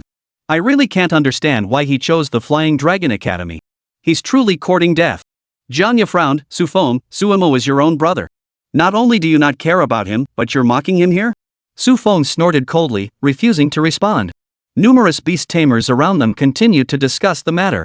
Sigh, that Sumo probably hasn't even started the first layer yet, has he? With his ordinary bloodline, how can he possibly fight the Blood Moon Wolves of the first layer? That's right. Sumo probably won't be able to enter the Fuyao Academy. Not only will he fail to enter the Fuyao Academy, but if Sumo manages to score 10,000 points today, I'll stand on my head and wash my hair. What does Sumo have? With his cursed talent, he dares to think of entering the Fuyao Academy? It's laughable. Exactly. He has truly no match for his younger brother Xu Feng, who spent 3 years fighting on the frontiers, becoming a war god among ordinary people, and earned an epic tier Iron Armor Brown Bear through his unparalleled military achievements. In the future, when he enters the Fuyao Academy, don't look at his current scores being slightly lower than Jiang Ya's. Remember, this is a gap in talent. Believe in the future Xu Feng will definitely surpass Wang Tai, one of our 10 great masters. I never expected that the Xu family's twin prodigies would have such a huge gap. It's truly sigh. What? Look quickly. In an instant, the entire arena erupted. Just as everyone was talking, before their eyes, on the rankings board, a name suddenly shot to the top of the rankings. 10, 100, 1,000, 10,000, 10,000 points. It's Sumo. Chapter 10, My son is no good? A waste of space. Please vote for me. Shock, unprecedented shock. Silence, so quiet you could hear a pin drop. At that moment, in front of the Mystic Tower, all the beast tamers were speechless, staring in disbelief, like the calm before a storm. Just a few seconds later, the scene erupted into chaos. How is this possible? 100,000? It's actually 100,000 combat points. My goodness, how many years has it been? In all the years since the founding of Lin City, no one has ever achieved 100,000 combat points in the new student exam. Is this even possible for humans? A 100,000 score in the academy selection? The last time I saw something like this was the last time. Who exactly is this Sumo? You don't know? Sumo is a student from Lin No. 2 High School. Since the first day of his freshman year, he has taken 3 years off and hasn't shown up at school once. A week ago, during the awakening ceremony, he appeared for the first time. I never expected that such a sickly person could achieve such remarkable results. Sumo? Could it be the Sumo who recently awakened the cursed talent Blood and Chi reincarnation at Lin No. 2 High School? That's exactly him. At the time, Sumo, who obtained this cursed talent, was mocked by so many people. Who would have thought that today, he would shock us all like this? Oh my god, did Sumo sacrifice his own chi and blood to boost his beast taming level and achieve such results? Does he even care about his life? Who cares if he's risking his life? The results on the Mystic Tower are real. As far as I recall, in the past 2 or 3 decades, no one across the country has ever achieved a combat score of 100,000 in the Mystic Tower. But, why is Sumo's younger brother, Xu Feng, performing so poorly today? Everyone was discussing it non-stop, with all eyes on Xu Feng. Many of them were familiar with Xu Feng's achievements. Among the many high school graduates, Xu Feng was quite famous, and everyone discussed him, sharing their opinions. Hey, did you see that? That's Xu Feng, known as the war god of the southern frontier. They say he slaughtered countless young demon beasts in the southern frontier, returning with honors and exchanging his merits for an ironclad brown bear. How come his performance today is so much worse than his brother's? Who knows? Maybe Xu Feng is just giving his brother some face. Ah, come on, it can't be that bad, right? Xu Feng applied to the Fuyao Academy, and now his older brother has also applied to the same academy. His performance is far superior to his brother's. If that happens, Xu Feng might lose his chance to enter the academy. Worse still, if he fails the entrance exam, he'll lose his eligibility to apply to other academies as well. Xu Feng must be well aware of all this. Listening to the senior high school graduates discussing this, Xu Feng clenched his teeth in anger, his fists tightly balled. He wanted to grind his teeth to dust and find a crack in the ground to crawl into. Why? Xu Feng's eyes were bloodshot as he stared at the list on the light screen in front of the Mystic Tower. His heart was filled with anger, and his face was twisted with resentment. Why? Why? Who can tell me? Why did Su Mo get 100,000 points and outperform me? Clearly, I was the one everyone had pinned their hopes on since childhood, nurtured with countless gene-enhancing potions. Clearly, the top spot on the list should have been mine. Xu Feng couldn't accept it. He believed he should be the one in first place, but now, Jiang Ya, the girl he liked, not only surpassed him, but even his own brother, whom he had always looked down upon as a worthless, had also outshone him and taken the top spot on the list. Impossible. Finally, Xu Feng couldn't hold back anymore and shouted loudly, Su Mo must have cheated, he must have.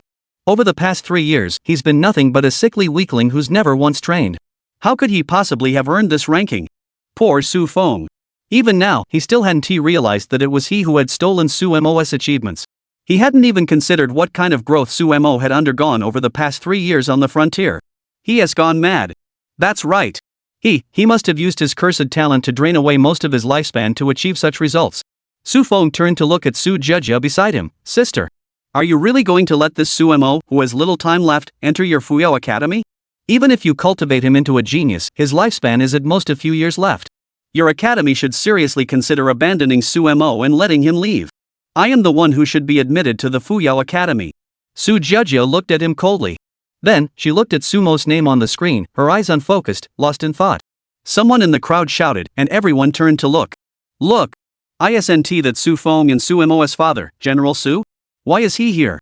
And the men around him seemed to be the generals of the Zhenma army from the Linen Front. At the end of the street, a group of middle-aged men dressed in demon-subduing army uniforms were walking over, chatting and laughing. It seems they've come to witness Su Mo and Su Feng's glory today. Glory? Now that I think about it, maybe not. As everyone discussed, Su Tsangxing walked at the front, and the officers around him couldn't help but chuckle. Ha, Colonel Su, today is a great day for the Su family. Indeed, indeed. Your second son, Xu Feng, has returned from the frontiers with military honors. Not only has he awakened an S-rank talent, but he's also obtained an epic tier beast companion. Today's Mystic Tower examination is sure to yield outstanding results. Oh, by the way, which academy has your young master applied to? Listening to the flattery around him, Su Tsangxing laughed heartily. My son is not very talented, he applied to the Fuyao Academy. Moreover, whether he can get in is still uncertain. Please don't flatter me here. If my son doesn't get into the Fuyao Academy, and it ends up embarrassing me, you'll all be the ones feeling awkward, won't you? Ha ha ha. Everyone burst into laughter. General Su, you're being too humble. With your son's merits and strength, having achieved countless honors, he alone could slay thousands of young demon beasts with his bare hands. How could this tiny mystic tower possibly stand a chance against him? That's right. General Su, your young master will surely have a brilliant future. If you rise to great heights in the future, don't forget about us, your brothers under your command. Su Tsangxing felt a surge of pride and hurriedly waved his hands in assurance. All right. Since you all hold me in such high regard, I naturally won't forget you either. All right, let's hurry over there. I'm sure my young son has already achieved great results and is on his way out. Those around him chuckled. By the way, General Su, how is your eldest son, Su Mo, doing these days? Su Tsangxing sighed. Ah, Su Mo, this child. Since he awakened his cursed talent recently, he's been feeling down and hasn't come home in a long time. As his father, I'm also heartbroken. But I've told him that even if he has a cursed talent, his mother and I will never give up on his future. At least we'll make sure he has enough to eat and wear. Fortunately, he has his younger brother, who can help out a bit in the future. Everyone nodded in agreement and continued to praise him. It's no wonder he's the second young master of the Su family.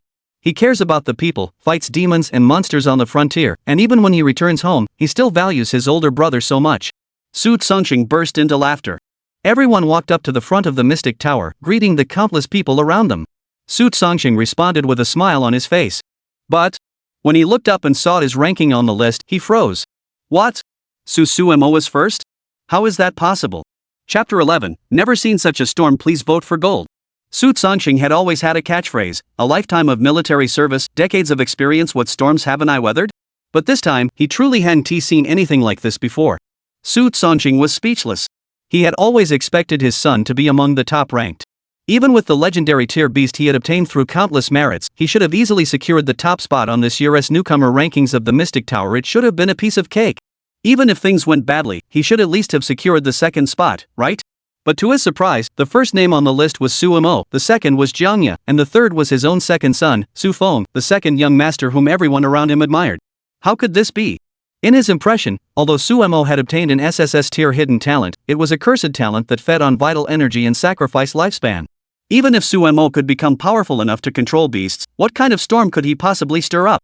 After all, human chi and blood are depleted, and recovery takes time. How could he compare to beasts cultivated with gene-enhancing potions? Moreover, Xu Feng even possessed a talent. But now, Su Mo had taken the lead, suppressing Su Feng's performance and dominating the top spot, leaving Su Songqing speechless. Around him, other officers couldn't help but furrow their brows and mutter under their breath. What's going on here? How did the eldest son of the Su family become the top-ranked, while the second son, Xu Feng, is now third? Yeah, isn't the cursed talent's blood reincarnation supposed to be at the cost of one's blood? It's only been 7 days since he awakened. Even if Su Mo used the bloodline rebirth twice, his body would still need time to recover, right? How could he have strengthened his beast control to such an extent and achieved such a high combat rating? And doesn't this mean that Xu Feng has been eliminated by the Fuyao Academy? Goodness! General Su, are your two children not communicating properly? That's right. According to the information on the screen, young Master Su Mo also applied to the Fuyao Academy. If he achieved this score, doesn't that mean he pushed his own younger brother out? Su Songqing's face turned an ugly shade of liver, and he felt incredibly uncomfortable. Seeing the crowd approaching, Xu Feng rushed forward like a madman. He looked at his father and shouted, "Dad, what's going on? Didn't you already tell Su Mo not to come and take my spot at the Fuyao Academy? Why? Why is Su Mo now ranked first? And his chi blood reincarnation technique, doesn't it require recovery time? Even if he's as powerful as he claims, even if he can use chi blood reincarnation 3 times, he's still just an ordinary tier beast tamer. At best, he could reach the 4th stage of the juvenile realm. How did he manage to climb all the way to the 10th floor? Is it you? Did you help him cheat? Shut up! Su Songqing roared, raising his hand to slap him across the face. How dare you speak to me like that? I'm your father. Would I betray you to help Su Mo? Su Songqing whispered. The slap snapped Xu Feng back to his senses. From childhood, Xu Feng had always been the prodigy in his parents' eyes, nurtured by them. Even when the nation called for volunteers to fight at the frontiers, Xu Feng was stopped by his parents, who secretly arranged for Su Mo to enlist in his place, earning countless honors on the battlefield. Upon returning, all the military merits were transferred to Xu Feng. How could Xu Feng, who had been pampered and protected his entire life, be betrayed by his own father in such a way? But Xu Feng's eyes welled up with tears, nearly spilling over. He spoke with a sense of injustice, but why? Why can Su Mo, a worthless person with a cursed talent, climb up to the 10th floor now? Su Songqing furrowed his brows. Who should I ask? Xu Feng, behave yourself. Today, all your uncles are here. Don't disgrace me. Xu Feng trembled all over, standing there obediently with his fists clenched, continuing to stare at the rankings ahead. Look, Sumo's combat score is rising again. Someone shouted, and everyone noticed that Sumo's combat score had risen again on the screen in front of them. Inside the Mystic Tower. The Mystic Tower had a total of 100 floors. Each floor is guarded by demons of different ranks or numbers, ranging from the early stages of the youth realm to the highest level, the cosmic realm, representing the top demons in this world. All of these were created by the Xuanji Tower using its advanced future technology. Every beast tamer can enter here, relying on their own strength to gradually defeat demons and monsters, ascending higher and higher. Each floor represents 10,000 points, and the combat score reflects the performance of the beast masters who have entered this place. Su Mo entered the Mystic Tower and entered his own space. As he looked around, he saw a young blood moon wolf lying in the center of the first floor. Su Mo didn't even glance at it, instead leading his thunderdog lightning toward the staircase directly opposite them. The blood moon wolf noticed their arrival, stood up, and sprinted toward them on all fours, chasing after them relentlessly. Su Mo rushed up to the 2nd floor. Similarly, 2 young blood moon wolves at the 2nd stage appeared on the 2nd floor. Su Mo followed the same strategy, continuing to ascend step by step. Soon he reached the 6th floor. Within the first 5 floors, there were a total of 15 blood moon wolves of various levels, relentlessly pursuing from behind. On the ground of the 6th floor, the blood moon wolves' charges caused the ground to tremble. The crimson aura and the howls of the blood moon wolves were constantly felt by Su Mo. But Sumo curled the corner of his mouth. He had entered later than Xu Feng, and he had always been worried that Xu Feng might achieve a higher score, so he had decided to act quickly. He had also heard that some geniuses would gather the monsters from the earlier layers of the Mystic Tower and bring them to higher layers before eliminating them all at once. Sumo planned to do the same. Thus, Sumo continued to charge upward, finally reaching the 10th floor of the Mystic Tower. 15 blood moon wolves, ranging from the 1st to the 5th stage of the juvenile realm. There were also 5 more, all agile-type magical beasts from the 6th to the 10th stage of the juvenile realm blood-sucking bees all appearing before Sumo. 1 man and 1 dog stood at the center of the battlefield. Looking at the 20 beasts before him, Sumo chuckled and turned to the thunder dog beside him. Lightning, these beasts are yours to slay. Woof woof. Lightning barked twice, its eyes betraying a hint of disdain. Sumo burst into laughter. Alright, since you're so confident, go ahead and eliminate all 20 of these magical beasts. Despite the 20 magical beasts before him. But the gap between the juvenile and young adult stages was like the difference between heaven and earth. Therefore, Lightning dispatching these beasts was a breeze. Blue-purple light flickered and danced around his body. In an instant, Lightning vanished from the spot. When Sumo looked up, he saw that among the 20 demon beasts, blue-purple lightning continued to flash. After just a few seconds, the lightning returned to Sumo's side. After barking twice, Sumo chuckled. Soon after, the sound of crackling filled the air. Before him, all 20 magical beasts exploded instantly. Black smoke billowed from their bodies as they collapsed to the ground. Within a few breaths, they vanished from Sumo's sight. At the same time, a voice echoed in his mind. Congratulations, Beast Tamer Sumo. You have cleared the 10th floor of the Mystic Tower. Current battle score. 100,000 points. Current Academy Recruitment Assessment ranking, 1st place. Please choose to complete the assessment or proceed to the next floor. Chapter 12, Breaking a Century-Old Record? Please vote for gold. Upon hearing the mechanical voice from within the Mystic Tower, Sumo paused for a moment, scratching his head. Soon, a light screen appeared before him. This was the information the Mystic Tower displayed to every beast tamer who entered its depths. Looking at the scores of Xu Feng and Jiang Ya on the screen, there was a special note stating that both had completed the assessment. Sumo awkwardly scoffed, "No way? My good brother, you're that weak? I thought you could at least make it to the 10th or 11th floor, which is why I went crazy trying to break through. But, you didn't even make it past the 6th floor? Oof." Sumo snorted coldly. Is this the younger brother who has been nurtured as a genius by our father all these years? He truly disappoints his older brother. Sumo had always thought this way, which is why he had gone mad over the past 7 days, constantly upgrading the Thunderdog's level. He knew that, in terms of rank, the Thunderhound could never match the ironclad brown bear. Therefore, he had hoped to overwhelm the opponent with level alone, at the very least ensuring a stalemate that would have been the best outcome. Little did he expect that Xu Feng was so weak. He couldn't even beat Jiang Ya. Is that it? Is that all? Sumo simply couldn't understand where his father had gotten the confidence to strip him of all his merits and transfer them to Xu Feng. Isn't this just ruining someone's future? After rolling his eyes, Sumo looked ahead. However, there was one thing that reassured Sumo. There was no live stream inside the Mystic Tower, so outsiders could only see the battle scores and nothing else. Then, Sumo looked ahead at the staircase leading to the 11th floor of the Mystic Tower, his expression growing serious as he pondered whether he should continue upward. Now, Sumo had already gained entry into the Fuyo Academy, but he felt it wasn't enough. Sumo had another task to accomplish, to establish his reputation. He had to let more people witness his formidable strength.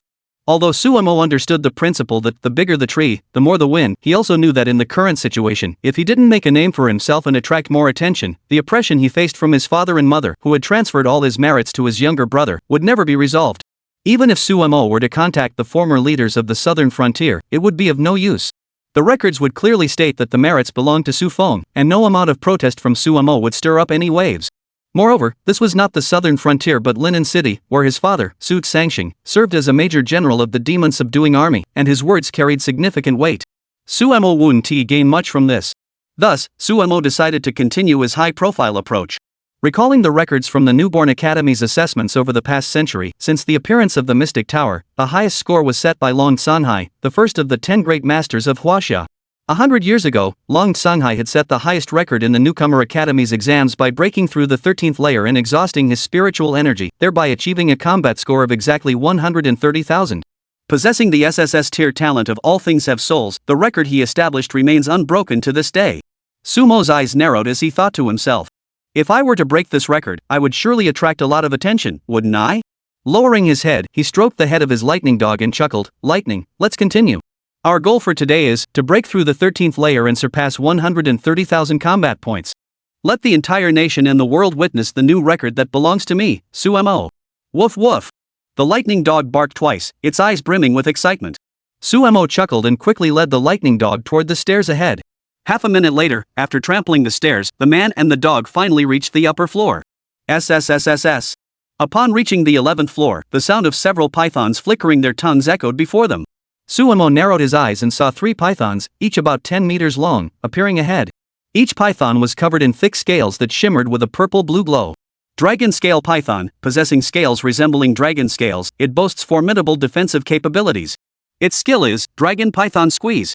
Under the Dragon Python stranglehold, all enemies are wrapped by the Dragon Python's body, constantly squeezed with immense force.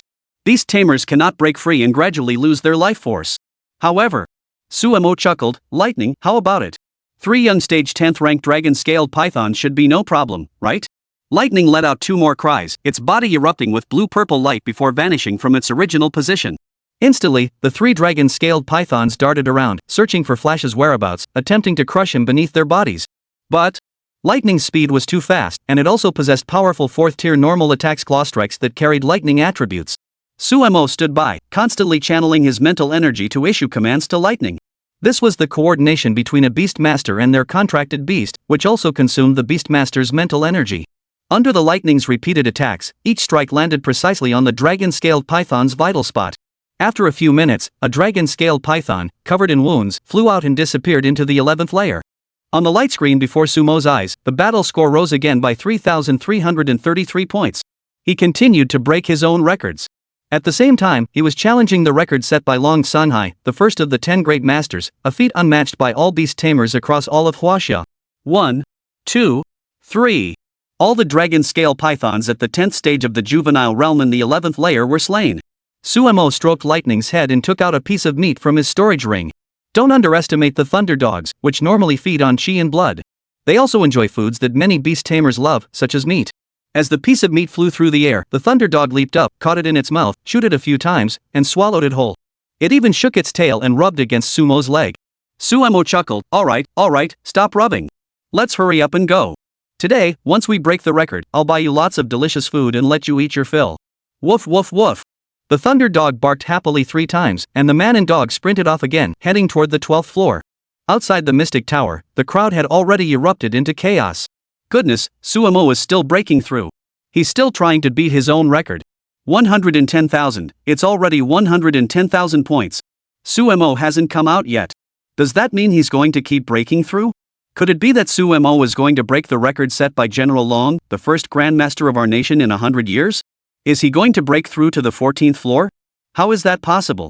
General Long is an SSS-tier talent, all things have spirit. He can harness the power of all things in the world, simultaneously enhancing the combat power of all his contracted beasts by 300%. The power never ceases, the enhancement never stops. Sumo may also be SSS-tier, but his talent is cursed. How could he possibly break the record with a cursed talent? Just wait and see. I'm putting my money where my mouth is. Sumo won't break this record today. Oh? You're really confident in Sumo. I'll make a bet too. If Sumo breaks the record, I'll stand on my head and wash my hair. In the past 100 years of China, how many geniuses have emerged? Which one isn't stronger than Sumo? Sumo, this weakling, how could he possibly break General Long's record? Around them, countless beast tamers were discussing the matter. Some believed in Sumo, while others did not. Everyone had their own opinions, and it was these discussions that made Xu Feng feel embarrassed. In his eyes, he should be the one receiving such honor, admired and discussed by others. But he never imagined that now. Sumo had stolen all the spotlight. Chapter 13, The Unsharpened Sword Cuts Through the Earth's Fire. Please vote for gold. Xu Feng couldn't hold back any longer. He suddenly turned to look at his father with a look of resentment. Dad, what should we do? Now that Sumo has secured the top spot and also applied to the Fuyao Academy, doesn't that mean I'll be replaced by him? Doesn't that mean I can't enter the academy and continue my growth? You and Mom said it yourselves. You both said that you've already paved the way for my future. Is this the path you've paved for me now? Hearing his son's questioning words, Su Sanxing's expression darkened. He raised his hand, intending to slap Xu Feng again, but he restrained himself. He frowned and said, "Shut up.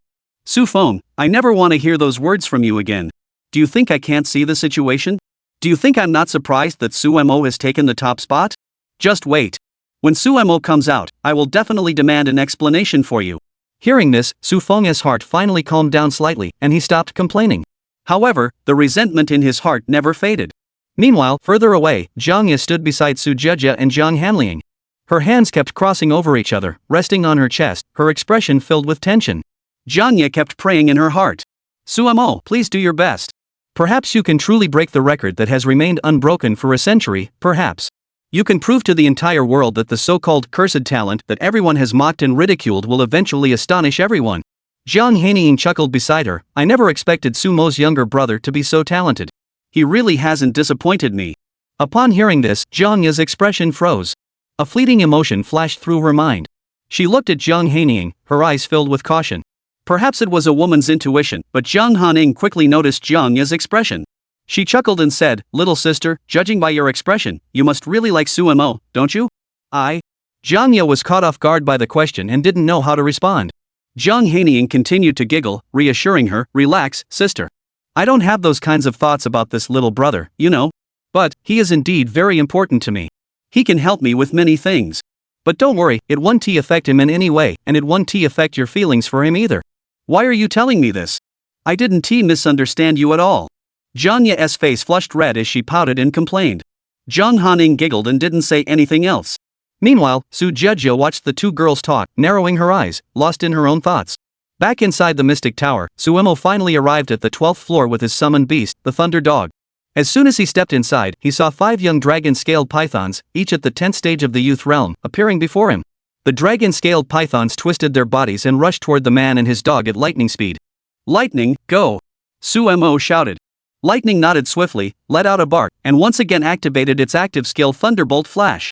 Its form vanished from its original position, entangling itself with the 5 young stage 10th ranked dragon-scale pythons in front of it. Although the Thunder Dog was 1 rank higher than them, facing 5 dragon-scale snakes, the battle lasted a full 3 minutes before it finally ended. Suemo also noticed the numerous wounds on the Thunder Dog's body and couldn't help but feel a pang of sympathy.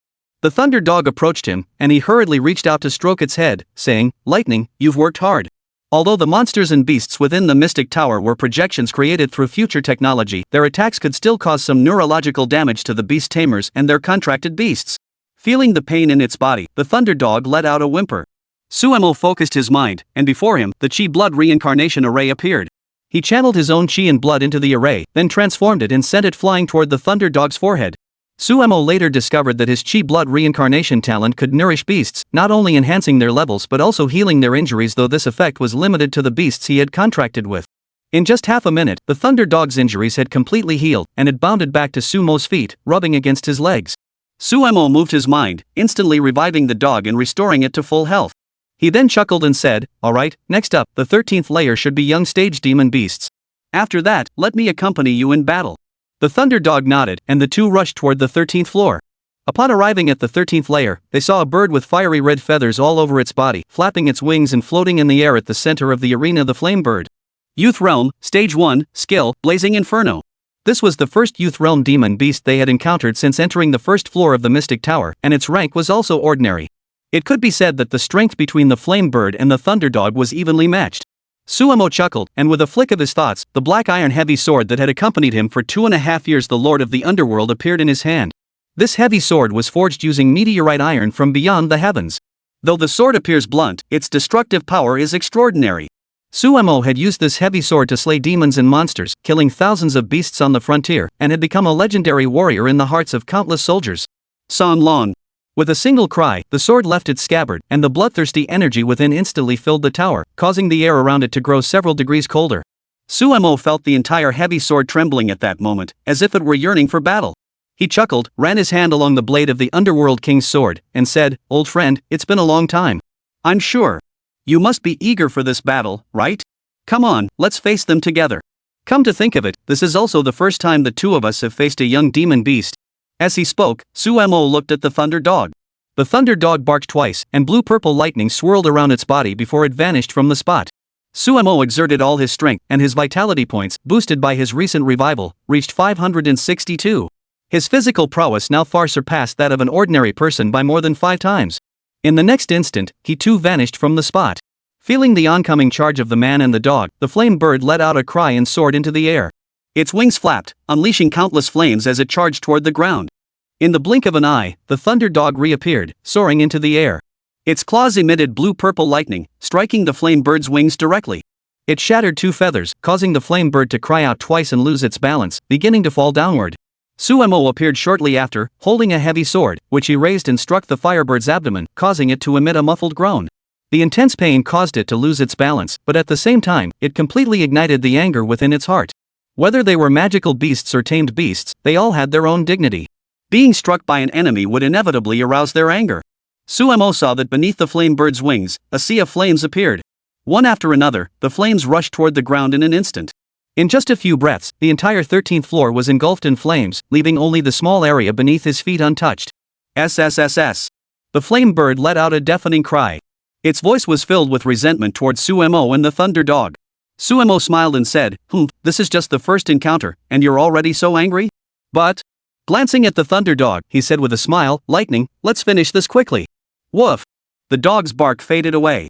Suemo let out a loud shout, and his heavy sword once again swept upward. Though the sword had no edge, its momentum was powerful and heavy. It stirred up a whirlwind, forcefully blowing a path through the flames before him. Today, you will die without a doubt. I, Suemo, have no reason to lose. Take this. Chapter 14, Jealousy Distorts One's True Self. Please vote for gold. A sea of flames was instantly blown away by Suemo. Before him, a path untouched by flames slowly emerged. Looking ahead at the flaming birds soaring through the sky, Suemo curled his lips, planted his feet firmly on the ground, and launched himself into the air like a cannonball. Some might think that Suemo is just a sickly student who took a 3-year leave of absence. The Su family had never acknowledged the achievements Suemo had attained. They had always believed that these accomplishments were merely collective honors earned alongside the army, but no one knew. Suemo was the war god of the southern frontier, a true warrior among mortals.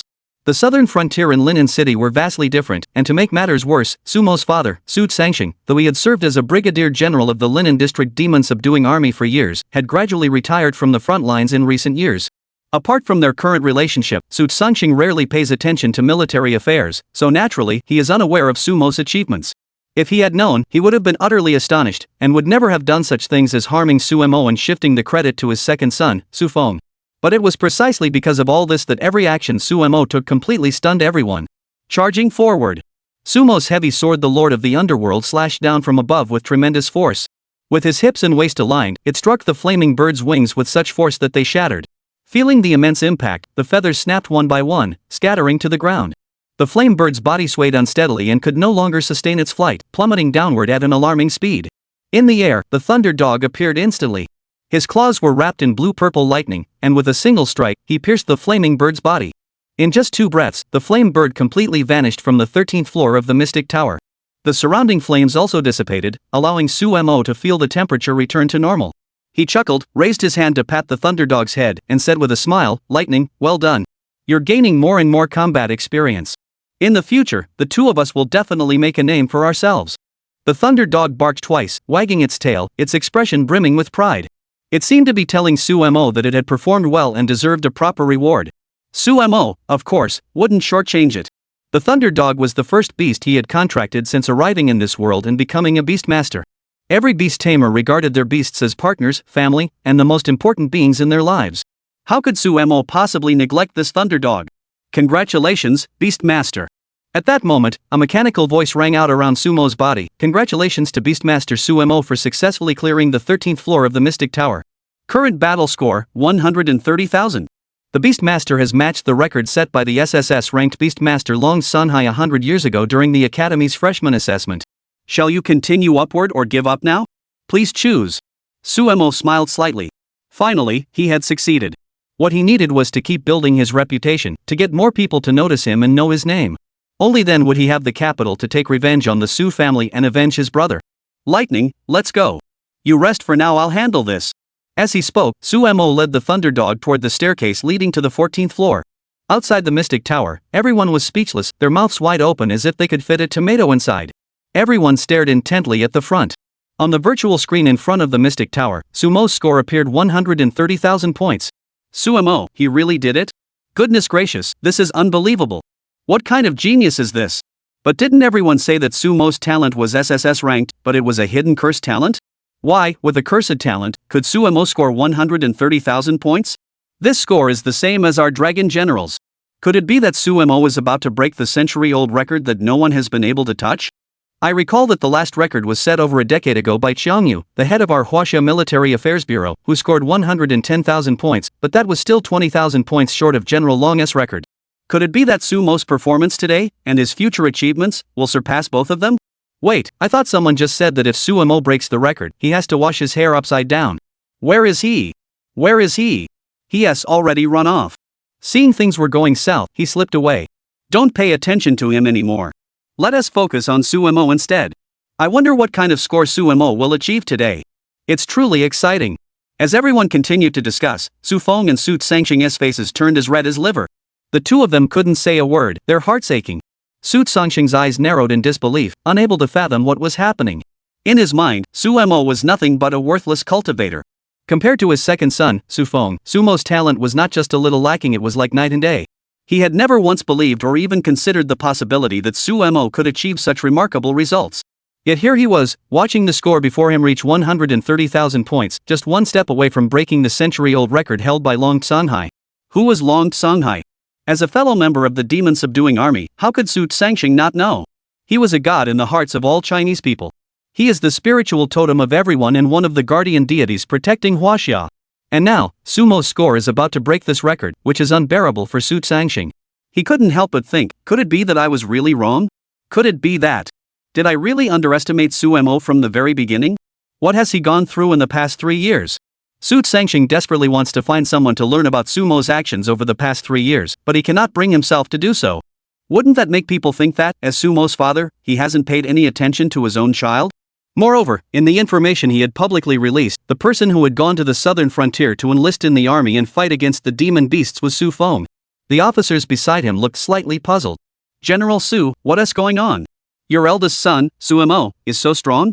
Isn't he supposed to have been cursed with a talent? How could he perform so exceptionally?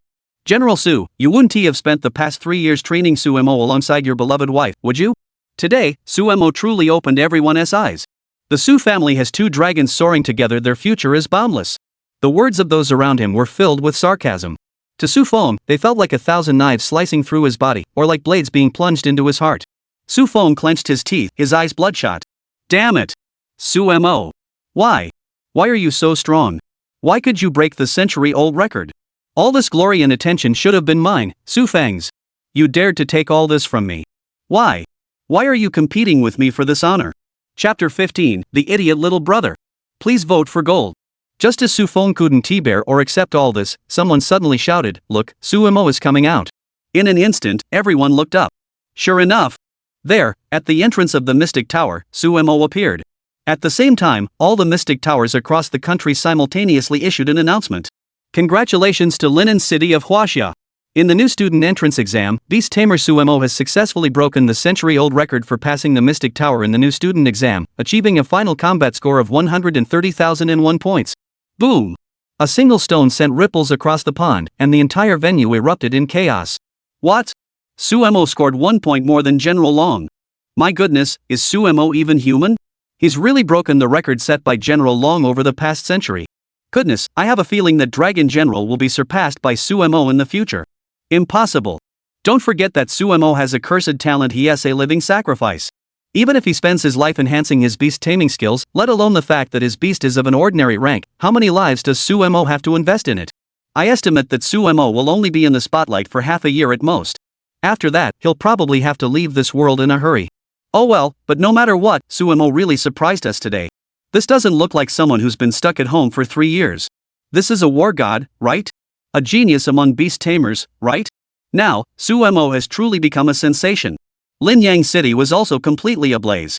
As the surrounding crowd continued to gossip, a urgent voice came from outside, "Make way! Make way! Everyone step aside!"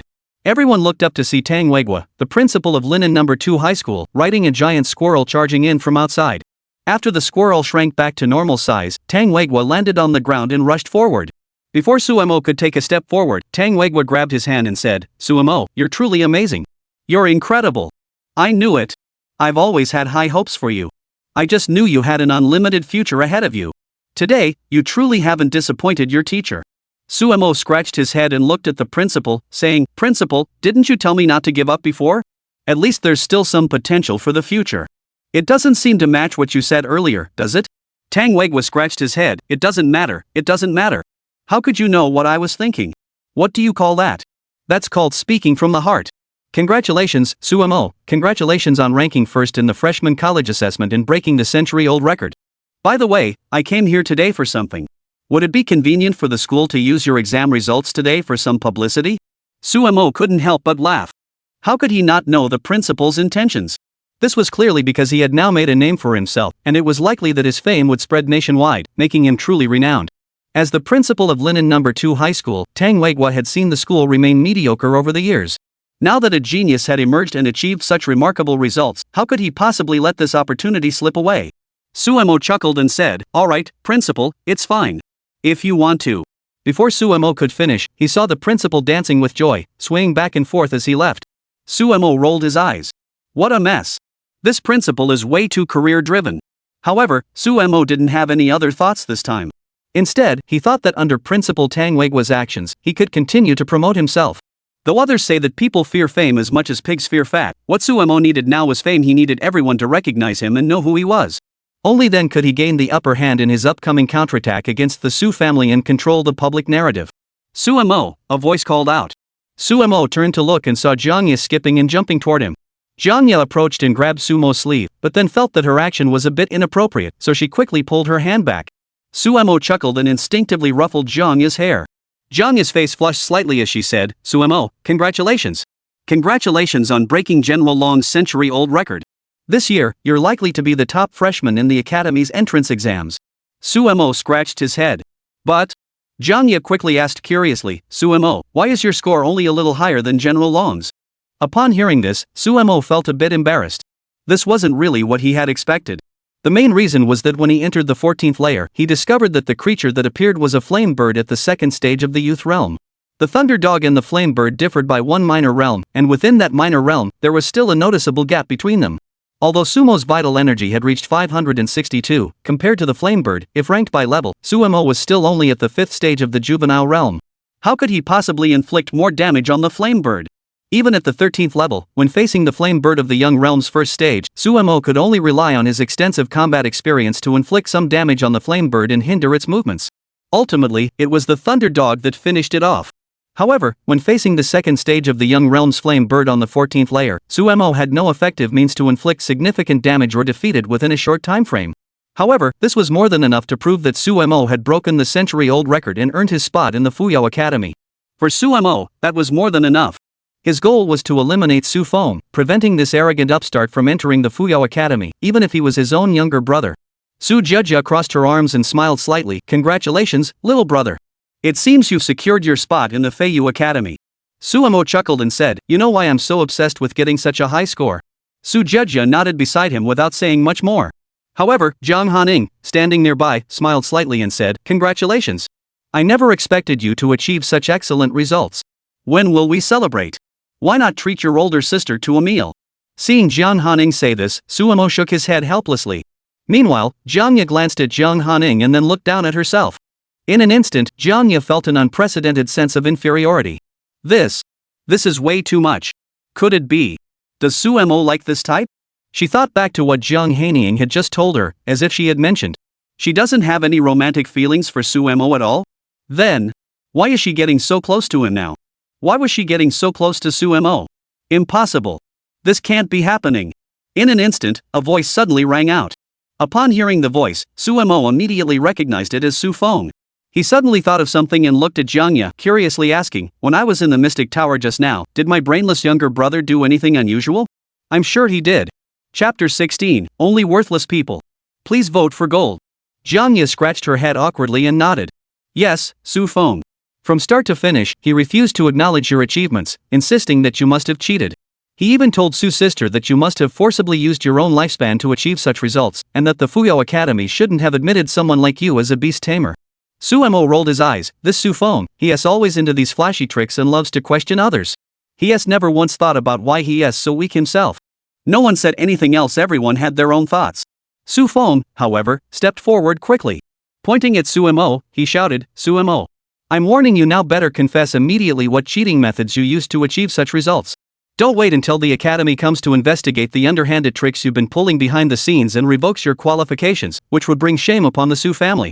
Su Mo laughed. Oh, isn't this my good-for-nothing younger brother who applied to the Fuyao Academy but got rejected? What's the matter? Can't you stand seeing your older brother succeed? What do you mean I cheated? What little tricks did I use? You only scored 56,000 points and got eliminated, and now you're here making excuses? Is this how you behave every day? Su Mo, you're pushing it too far. As Xu Feng shouted, the ironclad brown bear beside him suddenly burst into white light, the distinctive glow of a physical beast tamer. Everyone watched as the ironclad brown bear's muscles tensed, and it raised its broad palm, ready to smash down on Su Mo. Su Mo narrowed his eyes, thinking that if that palm strike landed, he might sustain some injuries. However, Su Mo did not dodge, for he knew someone would not allow Xu Feng to do this. Enough! As expected. A loud shout rang out, and behind him, Su Sangxing rushed forward, quickly closing the distance. A beast he controlled flew out from beside him, directly blowing away the ironclad brown bear in front of him. Dad, what are you doing? He blocked me from entering the Fuyao Academy, ruining my future, and you're still here defending him? Before Su Sangxing could say anything, Su Mo slapped his younger brother across the face right in front of him. Covering his face, Xu Feng stared in shock at his older brother, who spoke coldly. Xu Feng, after 3 years, you haven't changed a bit. 3 years ago, you were the kind of person who, once you set your mind on something, would never care about the reasons behind it. No matter what others said or did, you would always claim it as your own. What's the matter? Did your pampered upbringing at home give you too much leeway? Did it make you forget that there are always people better than you in skies beyond the skies? Xu Feng clenched his teeth in anger. Su Mo continued to sneer. Why did I get a combat score of 130,000? Why did I become the one to break the Dragon General's record? It's because I'm stronger than you. Do you think that being raised from childhood by a bunch of quacks makes you a true genius? Do you think that without experiencing the hardships of life, you can achieve anything? Xu Feng, what isn't yours will never be yours. I'll kill you someday. Xu Feng growled softly. Their conversation could only be heard by the 3 members of their family. As Xu Feng was about to strike again, Su Sangxing finally grabbed him and whispered, Xu Feng, do you think you've shamed me enough today? Get out of here and go stand in the back. Seeing his father's displeased expression and the murderous intent radiating from him, Xu Feng was startled.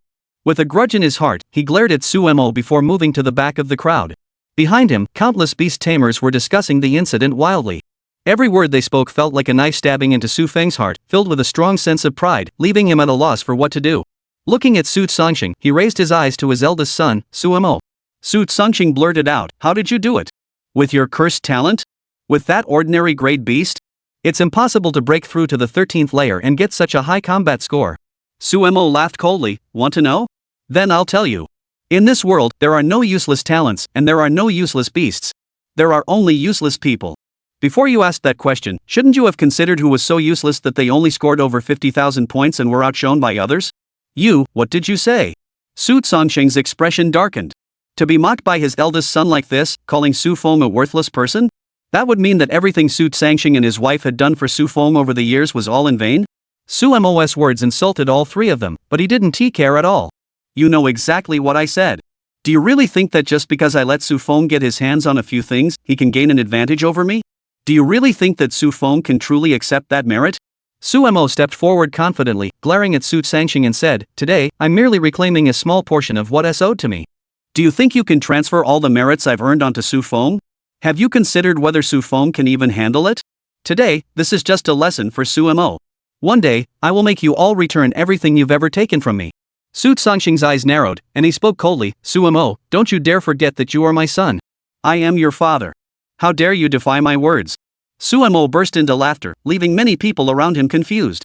After all, the 2 had been speaking in whispers, and no one knew what they were saying. Then Su Mo looked at Su Sangxing and smiled sarcastically. 3 years ago, when you submitted my name and forced me to enlist under Su Feng's name to fight in the war, did you ever think about the fact that I am your son?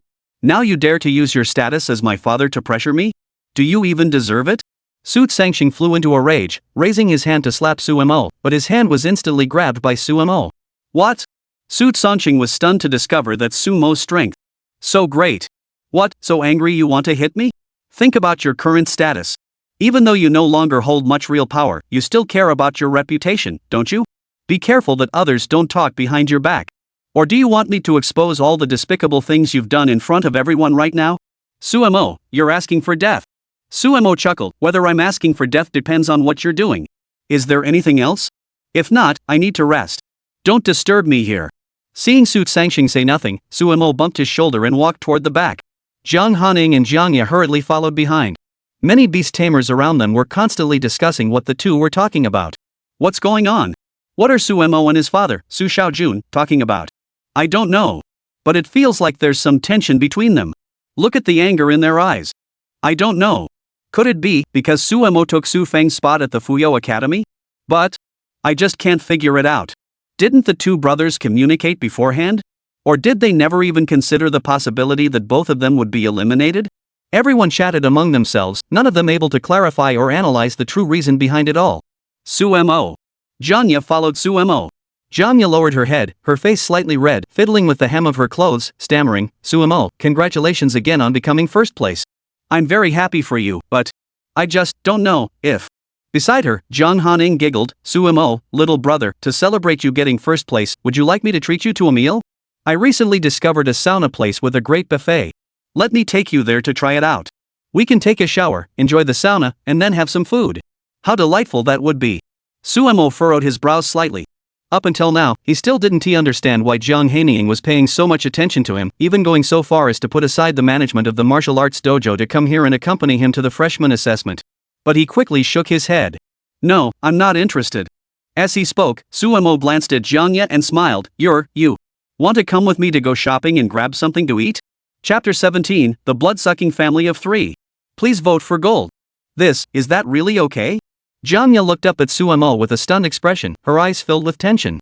Suemo chuckled and said, of course it's okay. Let's go, then? After that, Suemo politely declined Jiang Hanying and let her go back alone. Suemo truly had no idea who Jiang Hanying was or what his background was. Up until now, Suemo still had no idea about Jiang Hanying's identity or background. However, Jiang Hanying had always appeared by Suemo's side, even going so far as to repeatedly try to pry into Suemo's story. All of this had made Suemo remain vigilant. At this point, without being able to fully trust the other person, Suemo didn't want to develop too close a relationship with Jiang Hanying. So, he ended up taking Jiang Ya for a casual stroll around the nearby pedestrian street. The two of them ate snacks from street vendors. Jiang Ya had a smile on her face the entire time, occasionally glancing at Suemo before giggling to herself. Suemo noticed this and chuckled, ruffling her hair before asking, silly girl, what are you smiling about? Jiang Ya's face turned red, and she shook her head hurriedly, saying, nothing. I just think Suemo is so amazing today. Hee, I'm happy for you too. Suemo didn't say much and didn't think much of it either. Then, Jiang Ya asked curiously, by the way, Suemo, what's going on between you and Xu Feng? I feel like Xu Feng has a deep grudge against you. Aren't you twin brothers? How did such a big conflict arise between you two? Suemo paused for a moment, hesitated, then sighed and said, this is something I can't explain to you right now. You don't need to speculate. When the time is right, I'll tell you myself. Jiang Ya wasn't the type to pry into others' business. After hearing Sumo's words, she nodded, which saved Suemo a lot of trouble. Regardless of what happened today, it was a relatively happy day for Suemo, so he treated her to a feast, buying her many delicious treats. Take your time. Come over for a meal sometime. Inside the Su family's villa, Su Sangxing saw off the military officers from the linen front. With a loud slam, he stormed back into the living room. In the living room, Xu Feng was sitting on the sofa, with his mother Dongfang Ya comforting him beside him. For Xu Feng, entering the Fuyou Academy was a foregone conclusion. There was no way anyone could interfere and affect his future. Little did he know that Suemo had suddenly intervened, like a bandit on the road, completely ruining his future. Even now, Xu Feng was still trembling with anger. Dongfang Ya was constantly comforting her son, but when Su Sangxing approached, he suddenly shouted, why are you comforting him? What does he deserve? As he spoke, Su Sangxing stepped forward and slapped Xu Feng across the face, saying, didn't I tell you that the Xuanji Tower assessment requires giving it your all? Even if you have to fight until your last drop of blood, you must strive for the highest score. What's inside is just virtual, it only affects your neural responses. It won't actually hurt you. But why, when I heard you came out of the Mystic Tower, you didn't look so battered? Did you back out early? Xu Feng hurriedly explained, what did I do wrong? I almost got stung by a magic snowbee on the 6th floor of the Mystic Tower. If I had been stung, I would have been poisoned. Although I would recover after leaving, it would still be very painful. Are you going to just stand by and watch me get hurt? Smack! Su Sangxing slapped him again. Do you know that it's because of your cowardice that you lost your chance to enter the Fuyou Academy in the end? Do you have any idea how many connections I had to cut off for you? Su Feng's chest rose and fell with anger. You're my father. How dare you say that to me? Why don't you blame Suemo? It was Suemo who appeared at the Academy's entrance exam, it was Suemo who stole my admission spot, it was all his fault. What right do you have to blame me for everything now? Xu Feng glared angrily at Su Zongxing, unable to believe what he was hearing. He said pitifully, "You said it yourself. You said I was your favorite son. You said I was the most talented of your 2 sons. You said I was destined to become a beast tamer genius and the best in all of China. Now you're questioning me, accusing me? Am I really no better than Su Mo, that worthless brother with accursed talent?" As Su Feng grew more and more agitated, Dongfang Ya hurriedly stood up and grabbed his hand, but Su Feng pushed her away forcefully. "Don't touch me. I see it now. All of you favor Su Mo. All of you think he is stronger than me. Only he deserves to enter the Fuyao Academy, right? I get it now. You shifted all of Sumo's achievements onto me just to compensate me for failing the exam today. So that's it. None of you care about me." Dongfang Ya rubbed her aching shoulders and said anxiously, "Xiao Feng, what are you talking about? When have your father and I ever not cared about you? If we didn't care about you, why would we have given you all our resources over the years?" Su Feng said, "Enough. I don't want to hear this. Su Feng. You ungrateful son. From now on, go back to your room immediately. Without my permission, you are not allowed to step out of the room." Su Zangxing sighed, "The fact that you failed the entrance exam for Fuyao Academy is already set in stone. No matter how much power I have, I can't go against the Academy's rules. However, I've already arranged things for you. In Fuyao City, there is another prestigious academy called Sungtian Academy. I've already arranged everything for you. In a month's time, you'll officially enroll at Sungtian Academy. Though it's not as prestigious as the Fuyao Academy, the 2 schools are closely connected, so the resources won't be too bad, and it will still be enough for you to have a good future." Su Feng wanted to say more, but he felt his father's authority and couldn't breathe. He angrily snorted and kicked over a chair before rushing upstairs to his bedroom. At that moment, Su Feng looked more like a powerless, angry fool.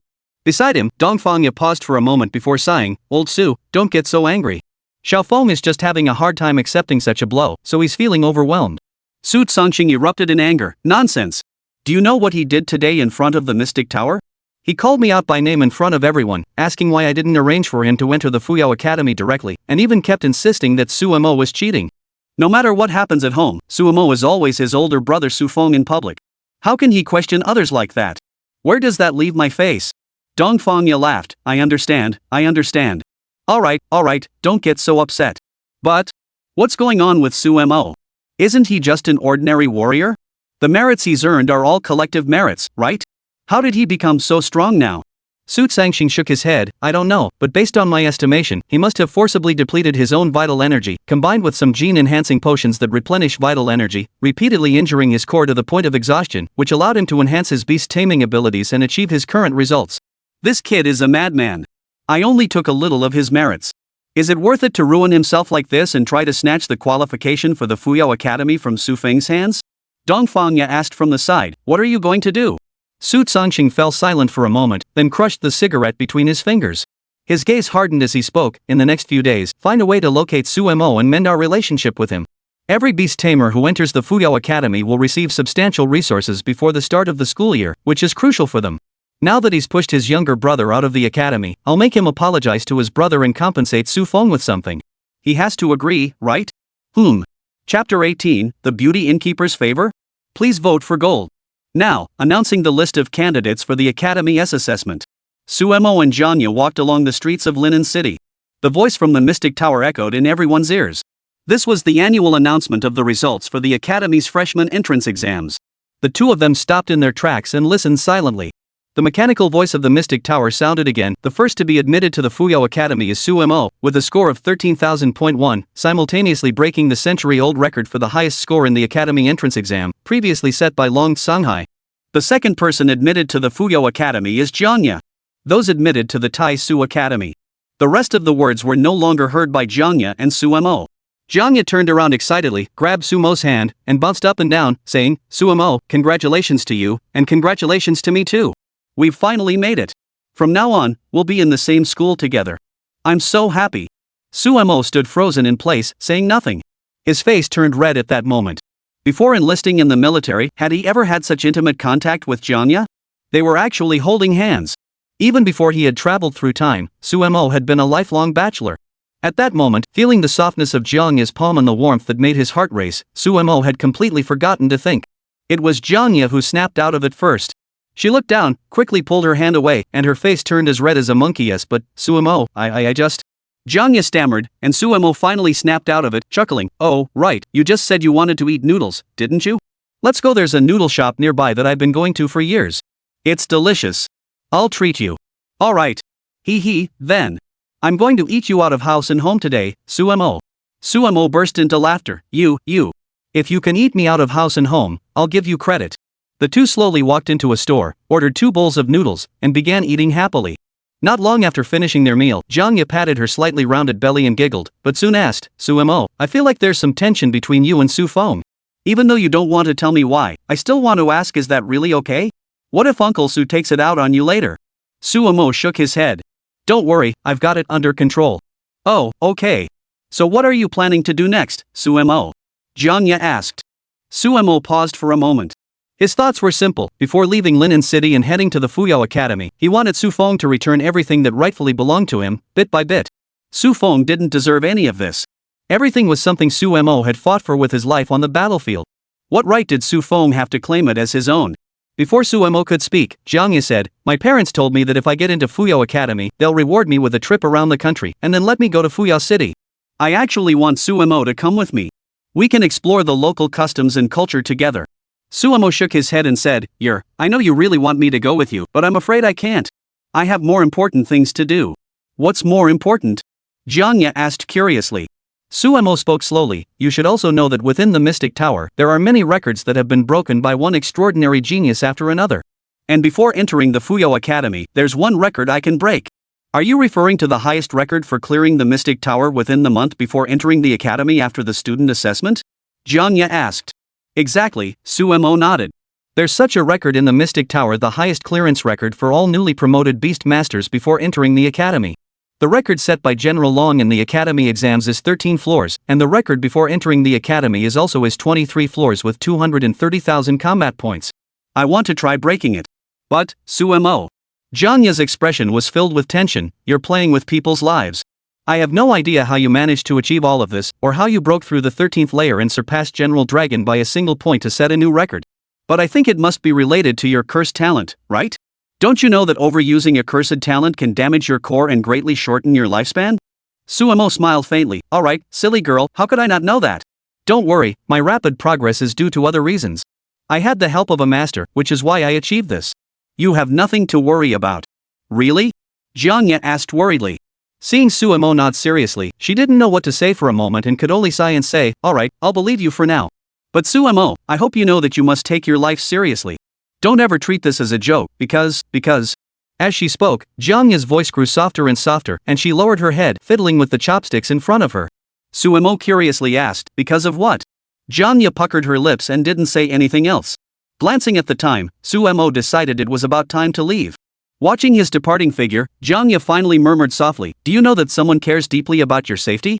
Today was a happy day for Suemo. All the way home, he whistled and sang songs, his mood couldn't have been happier. Soon, he finally returned to the Tiandao dojo. However, he was informed at the front desk that Suemo had become a lifetime member of the Tiandao Hall. From now on, he would no longer have to spend a single penny to train or use any facilities within the hall. Suemo furrowed his brows and asked, why? Who is doing this for me? The front desk attendant smiled slightly and said, of course it's the boss's wife. Mr. Su, please don't ask any more questions. I'm just an ordinary employee.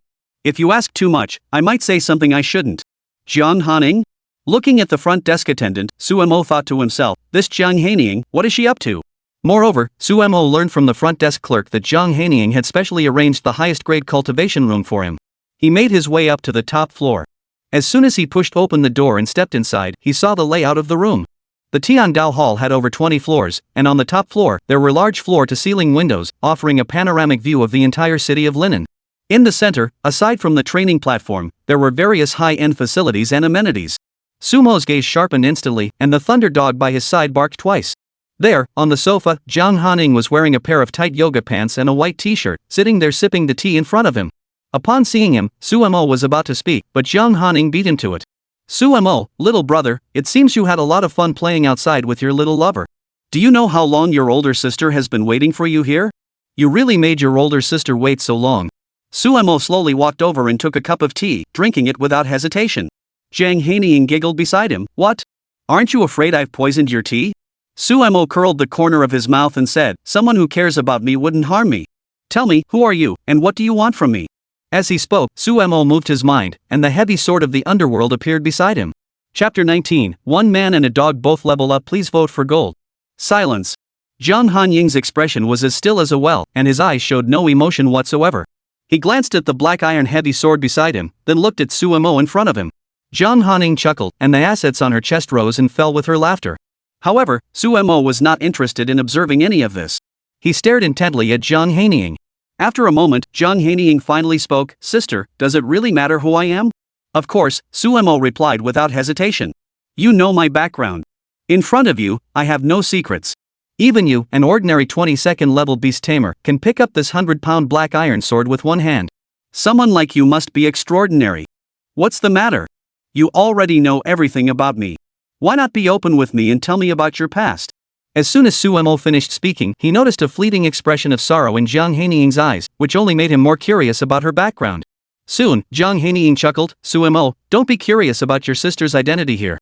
It's not time for you to know all of this yet. Your sister can't tell you now, it's all for your own good. All you need to know is that your sister has no ill will toward you. Why push me so hard? Look, you've even made me nervous." Seeing Jiang Hanying's affected manner, Suemo curled the corner of his mouth. Jiang Hanying smiled seductively, "Alright, I won't say anything else to you. I'm sure you already know that you've become a lifetime member of the Tian Dao Academy. From now on, you can enter any of the training rooms here at any time. Alright, now that you're back, I can rest easy. I was worried that you might be taken away by someone with ulterior motives tonight. If you don't return to the Tian Dao Academy tonight, I'll have to report you missing to the police." After speaking, Jiang Hanying stood up. Wait a moment. Omega. Jiang Hanying, wearing yoga pants, had her toned muscles and curves on full display at that moment. Instantly, Suemo felt a surge of warmth in his throat and quickly lowered his head to look at the teacup in front of him, daring not to look any further. But he didn't expect Jiang Hanying to have been watching him the entire time. She giggled and swayed her hips as she walked out of the room. When he heard the footsteps growing fainter, Suemo finally raised his head, staring at the closed door, and muttered to himself, "Jiang Hanying. Who are you? What are your true intentions?" At that moment, Suemo felt as though a thick fog slowly gathering. The capital city. Within the headquarters camp of the demon subduing army. A man was seated in his office. The man looked exceptionally burly, with a square face and thick beard that accentuated his maturity. At that moment, the man was holding a cigarette in his mouth, tapping his leg, and playing a game on his phone. Soon, the door opened, and a female officer walked in, placing the documents she was holding on his desk. The man spoke lazily, "Alright, I got it. Leave it there. I'll take a look when I have time. If there's nothing else, you can go now." Upon hearing this, the female officer paused for a moment, then blurted out, "General Long, it's about something else." The man looked up at her, his eyes slightly curious. "What do you mean? What could be more important than me playing a game?" The female officer hesitated for a moment before finally speaking. "The record of clearing the Mystery Tower in the Newborn Academy's entrance exam, which you established 100 years ago, has been broken." The man's hand paused for a moment, and even the game stopped playing at that moment. He looked up at the female officer in front of him and asked curiously, "Who is it? How could someone break the record I left behind after a century?" The female officer pushed the documents forward, and the man looked at them, furrowing his brows. "Suemo? Surname Su? Is he related to Xu Feng, the man from the southern frontier who was hailed as the war god of mortals recently?" The female officer shook her head. "I don't know that yet." The man nodded. "I understand. You may go now." As the female officer left, the man chuckled, narrowed his eyes, and tapped his fingers on the table. "Suemo? Interesting. It's been ages since I've come across someone who could surprise me. Breaking my record? You're truly extraordinary, young man. Unfortunately, Qi Shuishan Shang? You ultimately don't have that much time left. I, Long Sunhai, really wish I could meet you in person." Inside the Tian Dao Hall, Suemo was seated in meditation within the Heaven-tier cultivation room. Once again, he had successfully fed the Thunder Dog using his own Qi and reincarnation talent. Seeing the Thunder Dog reach its limit once again today, Suemo couldn't help but sigh, thinking to himself, feeding it like this every day, the Thunder Dog always gets full after eating a little. I wonder when it will finally reach the level I desire. Suemo had always been thinking about how to catch the attention of the higher-ups. Once someone capable of overpowering Su Sangxing came along, as long as they understood the relationship between him and Su Sangxing, they would believe everything he said and learn about his past. At that point, everything he wanted to do would go smoothly. However, Suemo never imagined that he would end up in Long Sanghai's line of sight. Later, Suemo recalled this incident. At the time, his thoughts were simple: if he could surpass Long Sanhai by even a fraction, it would inevitably catch his attention. However, at that moment, Long Sanhai did not give Suemo much thought. After all, those who had undergone the Qi Shuizhen Sheng transformation were not known for living long lives. Days passed one after another, and before long, 7 days had gone by. During these days, Suemo had successfully broken through his spiritual power again, rising from 797 points to 890 points.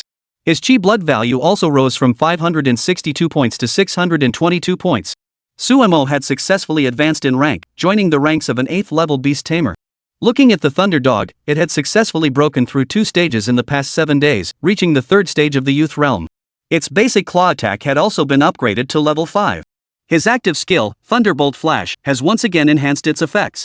At the same time, Suemo has a persistent feeling that there is a soul-level resonance between him and the Thunderbolt Dog. He senses that the Thunderbolt Dog is about to acquire another skill. Today's Qi Blood Reincarnation Revival has been completed 3 times. The Thunder Dog let out a satisfied belch, lay on the ground, and lazily wagged its tail. Suemo chuckled, "Lightning, rest here. I'll go for a stroll." Lightning whined twice, sounding unusually lazy.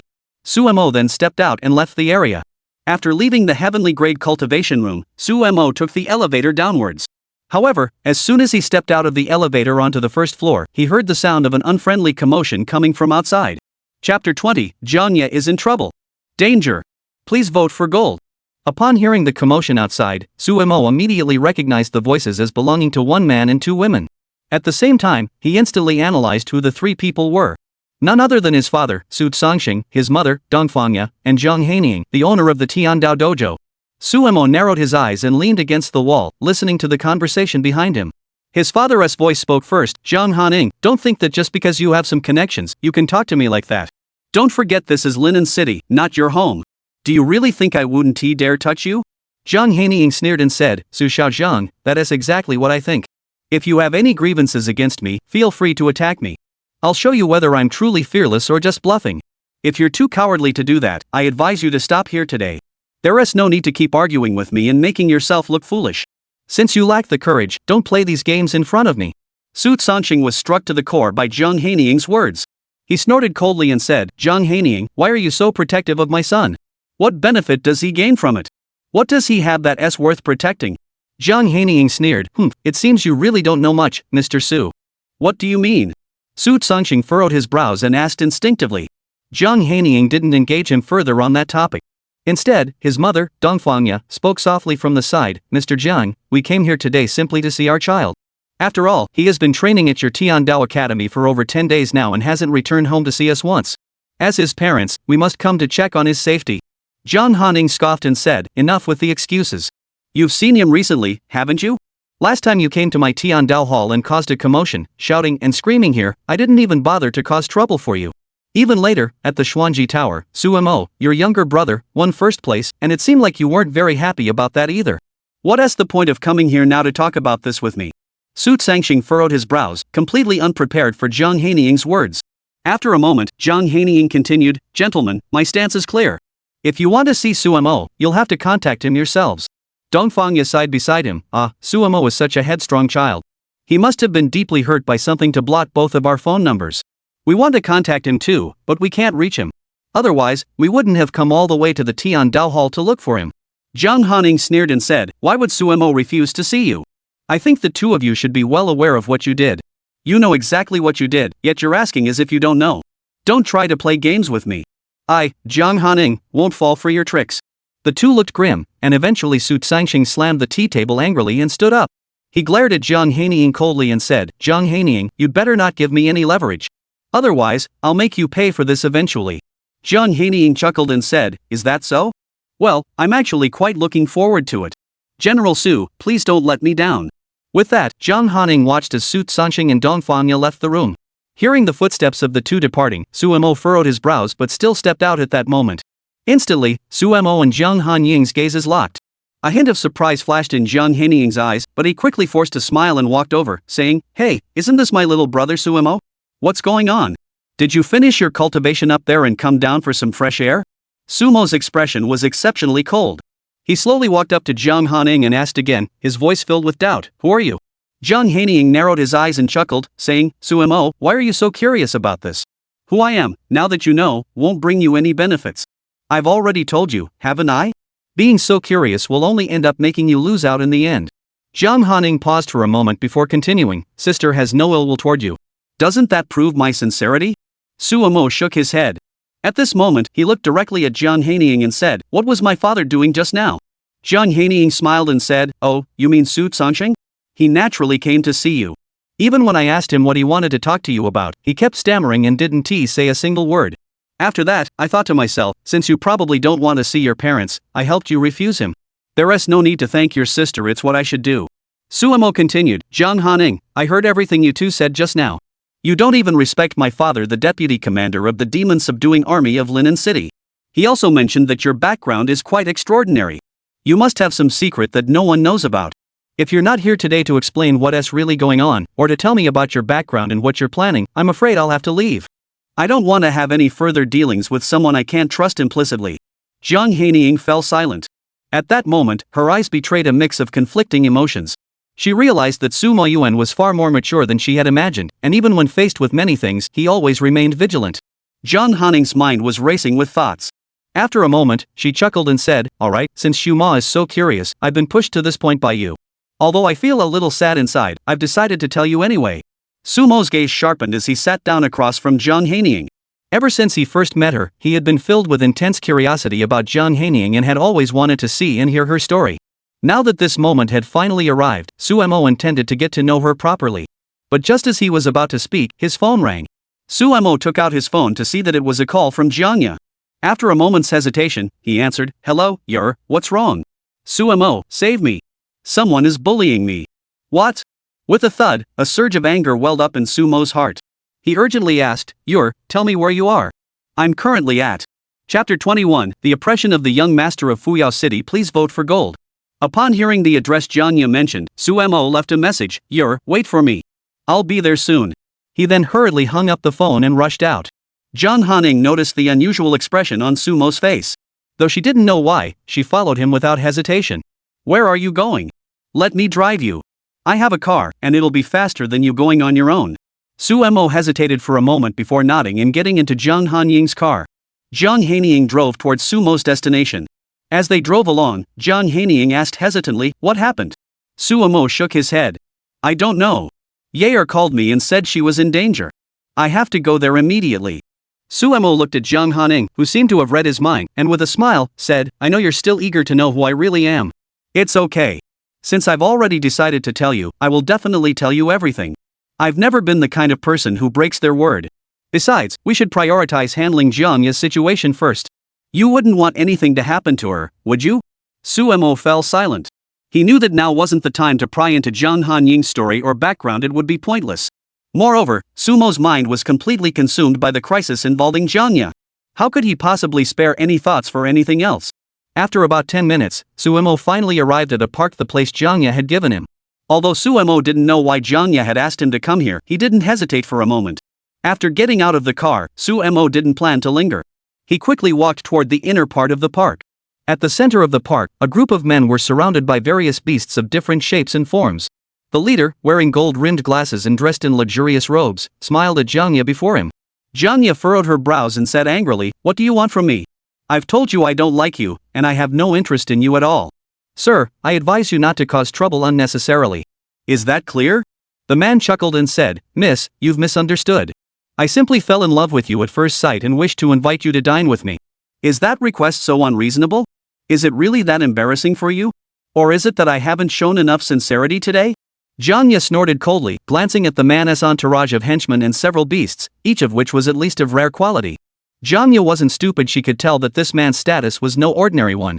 But this was not a reason for Jiang Ya to submit. She would never allow herself to be intimidated by him. She straightened her back, stood up, and began to walk toward the exit, coldly responding, step aside. I'm leaving. As Jiang Ya was about to leave, the man hurriedly reached out his hand and chuckled, Miss, I, Lin Fe, have never encountered anyone who could refuse my invitation. I advise you to reconsider, don't make things difficult for yourself. Jiang Ya snorted coldly, this is Linen City. I've never heard of a family named Lin Fe. You're probably just a nobody. A man beside Lin Fe said, young lady, you've never even heard of Lin Fe, the second young master of the Lin family group in Fuyao City? Our young master is not someone you can insult. Jiang Ya furrowed her brows. Lin Fe. Just then, a cold voice rang out, people from Fuyao City? When did you ever need to come to our linen city to lord it over us? How arrogant! Everyone turned to look, and Jiang Ya, as if she had found a lifeline, glanced over. Sure enough, it was Suemo who had appeared there. Before leaving the Tian Dao dojo, Suemo had summoned the Tian Pai Lei dog through his mental power. At that moment, the thunder dog was by his side. The man and the dog charged toward them.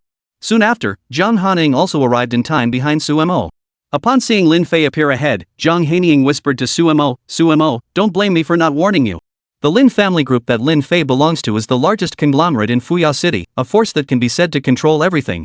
Apart from the demon-subduing army and the academy faction, the Lin group is the third major power that can stand on equal footing with them. After you and Jiang Ya join the Fuyao Academy, you will inevitably come into contact with the Lin family group. Today, I advise you to talk to them calmly and try to reach a mutual understanding. Otherwise, it might not end well for you." Suemo sneered coldly, glancing at Jiang Hanying with disdain, and said, Jiang Hanying, are you afraid?" Jiang Hanying shook his head and laughed. "Afraid? There's nothing in this world that I, Jiang Hanying, am afraid of." Suemo narrowed his eyes and said, "Funny, me neither. The one word I can't write is surrender." As he spoke, Suemo stepped forward, hurriedly grabbing Jiang Ya's hand. In that moment, he didn't care about anything else. He looked her up and down, then anxiously asked, how are you?" Jiang Ya exhaled and smiled. At that moment, she felt a sense of peace she had never experienced before. She shook her head and said, "Suemo, I'm fine. Don't worry about me." Suemo finally relaxed and asked, "What happened?" Jiang Ya sighed and said, "After I finished dinner today, I came here to take a walk and encountered this man who claimed to be Lin Fe. He kept insisting on inviting me to continue dinner and spend some romantic time together." As she spoke, a flash of displeasure crossed Jiang Ya's eyes.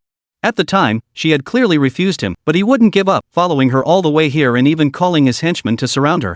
She was desperate and had no other choice, so she decided to contact Suemo. "It's all my fault." Suemo shook his head and said, "Silly girl, how could I blame you? You thought of me first when you were in danger." "I'm thrilled." "Hey, kid, who are you?" Before Suemo could say anything else, Lin Fe across from him grew displeased. He sneered, glancing at Suemo and then at the thunderhound beside him, and coldly snorted, "What? You're here with a beast of ordinary rank, thinking you can show off? Listen, buddy, if you want to show off, you should know when to back down. Can't you see that even the lowest ranked beast master among us has a rare grade beast? You're just an ordinary beast master, and you think you can come here and play the hero?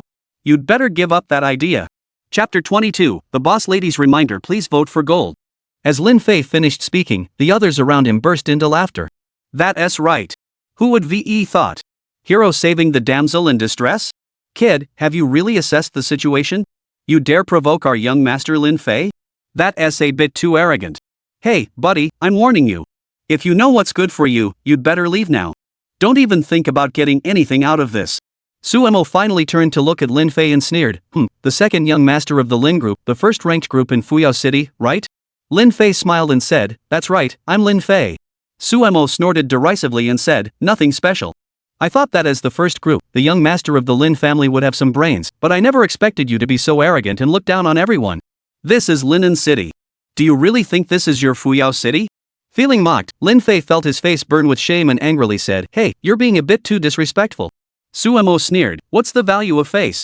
All I know is that some people are ignorant and arrogant, acting so brazenly here. Our family's Yair has already clearly rejected you. Are you really that stupid, or are you deaf? Can't you hear her?" Before Lin Fe could say anything, one of his henchmen stepped forward angrily, raised his hand, and swung it toward Suemo. However, Suemo raised his hand and blocked the blow with a loud crack, causing the man to scream in pain. Suemo was that decisive. Anyone who dared to bully him or provoke him would never be spared, no matter who they were. At the same time, Suemo felt a bit helpless. Since he had returned from the southern frontier, he had been constantly encountering one foolish person after another trying to provoke him. Lin Fe narrowed his eyes, watching his subordinate writhing in pain on the ground, clutching his broken wrist, his brows furrowed. Suemo sneered, "Is that all you've got? You dare to provoke me? You're not even worthy. Bro, even when you beat a dog, you should look at its master first." Lin Fe narrowed his eyes and said, "Give me your name." "I don't bully nameless fools." Suemo narrowed his eyes and said, "I think you don't deserve to know my name, but what's the harm in letting you know? I don't change my name when I walk, and I don't change my surname when I sit." Suemo. What?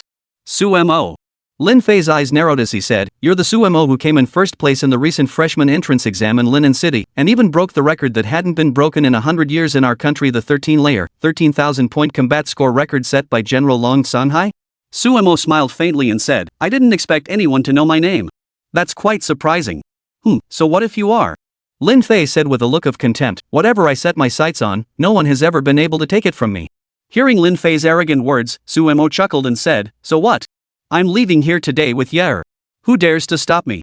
Don't forget, there are rules in Huaxia. Beast battles are not allowed in public areas. Do you dare to defy this rule?" As he spoke, Sumo led Jiang Ya and prepared to leave. However, Lin Fe snorted coldly and said, "Hey, you just leave like that? That's a bit disrespectful, isn't it?" Sumo responded without hesitation, "How much is your face worth?" Lin Fe's eyes narrowed, his expression filled with anger, but he forced himself to calm down and said, "Alright, let us make a bet then. It's clear you care about this girl. I also have a special fondness for her and would like to get closer to her. Why don't the two of us head to the arena and settle this once and for all? Let's see who's stronger, and then we'll decide who gets the girl. What do you say?" Sumo narrowed his eyes, looked at Lin Fe, and said slowly, "Using a woman as a bet? Is that the kind of lesson the Lin group taught you?" Lin Fe remained silent. Having grown up in such a family, he had never been insulted or abused like this before. Yet today, he was being bullied by Sumo.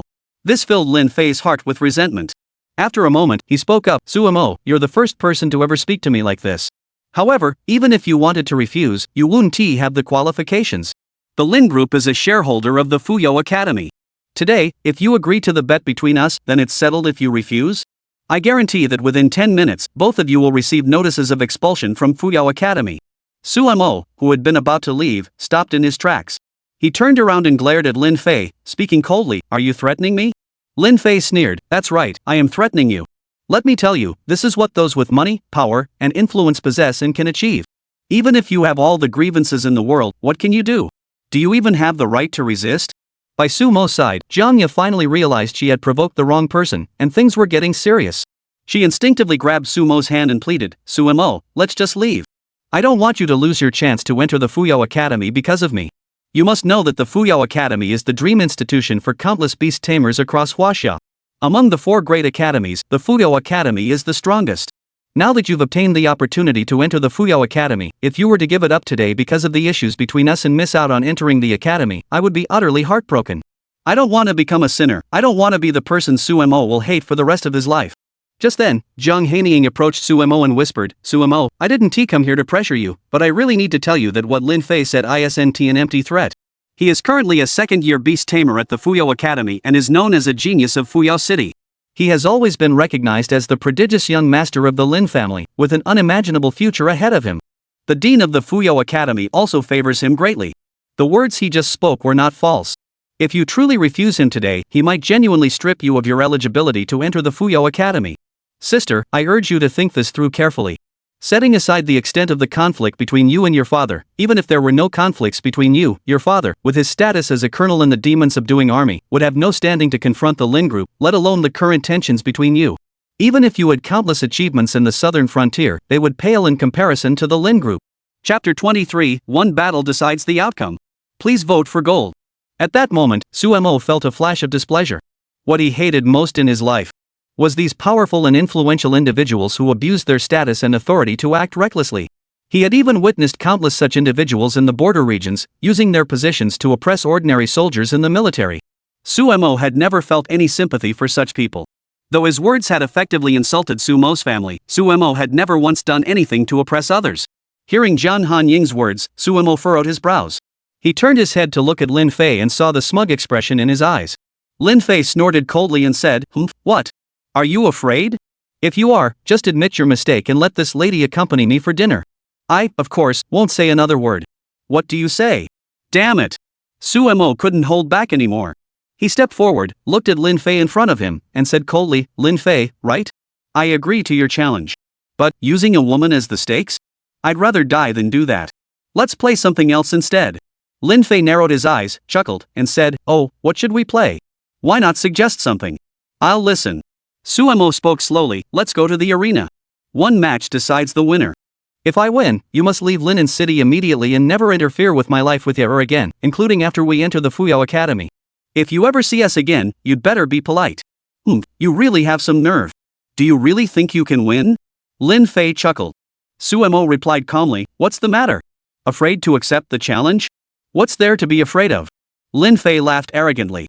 Though I don't know your beast taming rank, you've only just awakened as a beast tamer, and it's only been 2 weeks since then. How strong could you possibly be? The beast I have is a Dominator level Young Realm 6th rank beast, the Ice Tiger. Suemo, what do you have to challenge me with? Since you insist on making a bet with me, I'll oblige. Lin Fe's eyes were filled with mockery, and he finally said coldly, if you win, I, Lin Fe, will agree to your earlier bet. From now on, I will no longer bother you or this young lady. Whenever I see the two of you, I will treat you with the utmost respect. But, if I win, you must give up your spot in the Fuyao Academy. Dare you? What is there to be afraid of? Lin Fe agreed without hesitation. Beside him, Jiang Ya's expression suddenly changed drastically as she exclaimed, Suemo, how could you agree to that? He's a beast master of the highest rank. If you lose, you'll have to withdraw from the Fuyao Academy on your own. That's the school you've always wanted to attend. How could you just give up your chance to enter the Fuyao Academy like this? Jiang Ya simply couldn't understand. For all beast tamers, entering the Fuyao Academy was the greatest wish of their lives. And now, seeing Suemo about to agree, Jiang Ya couldn't bear to watch. How could she bear to see Suemo give up his future for her sake? Suemo chuckled, sensing the care and concern Jiang Ya felt for him. He raised his hand to stroke her head and smiled, saying, silly girl, I know you're worried. Trust me, I've got it under control. Jiang Ya didn't know why, but she always heard Suemo say those words and saw the confidence in his eyes. Yet, time and again, she couldn't help but worry about him because of his actions. Little did she know that Suemo wasn't a blockhead. How could he not feel it? Jiang Ya's concern for him, though Suemo had come from another time 3 years ago, he had inherited the memories of his previous life, including the feelings he had for Jiang Ya. From childhood to adulthood, Jiang Ya had always been by Suemo's side, like a shadow, receiving his care. Now, seeing Jiang Ya being bullied, how could Suemo possibly let the other party continue? Suemo's beast companion the Thunderdog had already reached the 3rd stage of the youth realm. This was always his ultimate move, his trump card that he had always relied on. In such a situation, how could Suemo possibly choose to back down? He glanced at the Thunderdog beside him, which barked twice, its eyes betraying a hint of dissatisfaction. It seemed to be empathizing with Suemo's emotions. Suemo smiled confidently, looked up at Lin Fe in front of him, and said, since the agreement is made, let's head to the nearest arena. One match will decide the winner and the future. Alright. That's the spirit. I, Lin Fe, admire those who are straightforward like you. If it weren't for the current conflict between us, I'd actually quite like being friends with you. Suemo sneered, become my friend? You don't even deserve it. Lin Fe narrowed his eyes. He hadn't expected to be mocked like this by Suemo, but he didn't say anything else at that moment. The nearest coliseum was about a 10-minute walk away. Suemo and Jiang Ya sat in Jiang Hanying's car, heading toward the arena. While driving, Jiang Hanying leaned over and said, Suemo, it's not that I look down on you or want to crush your confidence. Although I know your beast-taming Thunderdog is quite powerful now, Lin Fe is famously known as the narrow-minded one in Fuyao City. He might just pull some underhanded tricks on you later. Although he might leave Linen City today, which would make things easier for you later. But Fuyao City is his territory, where he holds a tripartite power structure with the military and the academy. You haven't even managed to enroll at Fuyao Academy yet, and you're already making enemies for yourself. This isn't a good start at all. Suemo scoffed and said, so what? Am I supposed to just stand by and watch him bully you? Today, I will make Lin Fe pay for this. Besides, there are still 3 weeks left before we go to Fuyao City. Nothing is set in stone yet. How dare you claim that once I arrive in Fuyao City, I'll definitely be outmatched by Lin Fe? Jiang Hanying narrowed his eyes, glanced at Suemo through the rearview mirror, and chuckled, not bad, not bad. You're truly the little brother your older sister chose. You've really surprised me. Good. Well, I'll start looking forward to your next move. Beside him, Jiang Ya was completely focused on figuring out what to do next, paying no attention to, or even noticing, the conversation between Suemo and Jiang Hanying. Soon, they finally arrived at an arena. Across the entire Huaxia region, there was a strict rule: no beast battles were allowed in bustling city centers. This rule was established to prevent harm from spreading to innocent bystanders. However, this naturally led to conflicts among beast tamers, and thus, the beast arena was established. The purpose of the arena was to resolve these conflicts. Participants entered the arena to engage in fair combat, and ultimately, judges and spectators would witness the outcome, determining which side emerged victorious. Chapter 24, A Crowded Arena and the Focus of Attention. Please vote for gold. The Beast Arena. It resembled a massive arena, with countless stands surrounding it, already packed with people. For many beast tamers, coming here every day to watch one beast tamer after another battle can actually provide some insight. Many of them enjoy coming here to watch these battles and absorb the key principles of beast taming combat, hoping to improve their skills. As everyone looked around at the crowd, Jiang Ya's face betrayed a hint of worry. She clutched Suemo's sleeve tightly, her expression filled with concern, and said softly, "Suemo, are you really going to fight Lin Fe? This won't benefit you at all. Besides, Lin Fe only wanted me to accompany him for a meal. I can just go with him. Suemo, I really don't want to see you like this. If something happens to you, I'll feel terrible, and it might even cost you your chance to enter the Fuyao Academy." Jiang Ya's emotions grew more intense as she spoke, and tears finally began to flow from the corners of her eyes. This scene touched Suemo deeply, and for the first time, he truly felt the care Jiang Ya had for him. Who could resist being so cared for by such a delicate young woman? Suemo chuckled, raised his hand to stroke her head, and spoke slowly, "All right, don't worry about anything. You should have confidence in me." Jiang Ya's eyes betrayed a hint of helplessness as she hurriedly said, "Suemo, it's not the time for jokes. Earlier, Mr. Jiang already said that Lin Fe is a second-year senior at the Flying Dragon Academy. After a year of training, he now has his beast companion at the 6th stage of the juvenile realm, and that's a beast companion of the overlord level rank. What can you possibly do against him?" Suemo chuckled and said, "Don't worry, you'll see my performance soon." Seeing Sumo's confident expression, Jiang Ya was at a loss for words. Despite Sumo's repeated displays of confidence, he couldn't help but feel anxious when the moment finally arrived. Jiang Hanying, standing beside him, didn't have his usual playful expression. He asked seriously, "Suemo, have you really prepared yourself? I don't want to dampen your confidence, but I must remind you again that today's match will be extremely difficult for you. Even with your Chi blood reincarnation, which allows you to nourish your beast taming thunder dog time and again to restore its health, your Yuan Chi will inevitably suffer severe damage. By then, who knows how long it will take you to recover, and it might even affect your future cultivation. Are you really sure you want to do this?" Suemo smiled confidently and said, "Why not? This is my own path of cultivation. All of you are worried about the price I might pay for this, but have you ever considered that if I were to lose today, if I were to back down, how would I ever improve my mental state? For a beast tamer, cultivating one's mental state is of utmost importance." Jiang Hanying heard this and sighed silently. Some of the spectators who had come to the stands couldn't help but discuss it among themselves. "Hey, look! Isn't that Suemo, the hidden talent recipient from Linen City? Oh, it really is him. Speaking of which, after obtaining the hidden talent of Chi blood reincarnation, I wonder what he's become now. And what's going on today? Is he in a dispute with someone? Look at the person across from Suemo. That's Lin Fe, the second young master of the Lin family group from Fuyao City. What's he doing here? You guys didn't know?" Apparently, Lin Fe heard about the SS-rank genius girl who appeared in our Linen City, which is why he came here. Despite his family's opposition, he insisted on coming to Linen City to meet her, and today he finally did. The genius girl Jiang Ya? Isn't she right next to Suemo? What's the relationship between Jiang Ya and Suemo? I can't help but notice that the two of them seem very close. And look at the expression on Jiang Ya's face, she seems really worried about Suemo. Who knows? But seeing how things are between them now, I can't help but feel that something major is about to happen. Oh, don't underestimate Suemo just because he's the eldest son of General Su. He's messed with Lin Fe, the young master of the Lin group. He won't come out on top in this.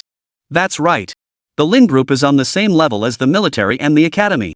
In Fuyao City, they're one of the three major powers. Compared to the Lin family, the Su family really doesn't hold much weight. Does that mean Suemo is in big trouble now? On the stands, countless onlookers were buzzing with speculation. Everyone's eyes were filled with mockery, clearly no one was rooting for Suemo. At the same time, a figure appeared in the farthest corner of the stands. This person was wearing a mask, dressed all in black, sitting there with a focused expression. If Suemo were here, he would undoubtedly recognize him as his own father, Su Tsangxing. As he watched the struggle between Suemo and Lin Fe about to begin, Su Tsangxing narrowed his eyes and sneered inwardly. Suemo, you really don't know when to give up.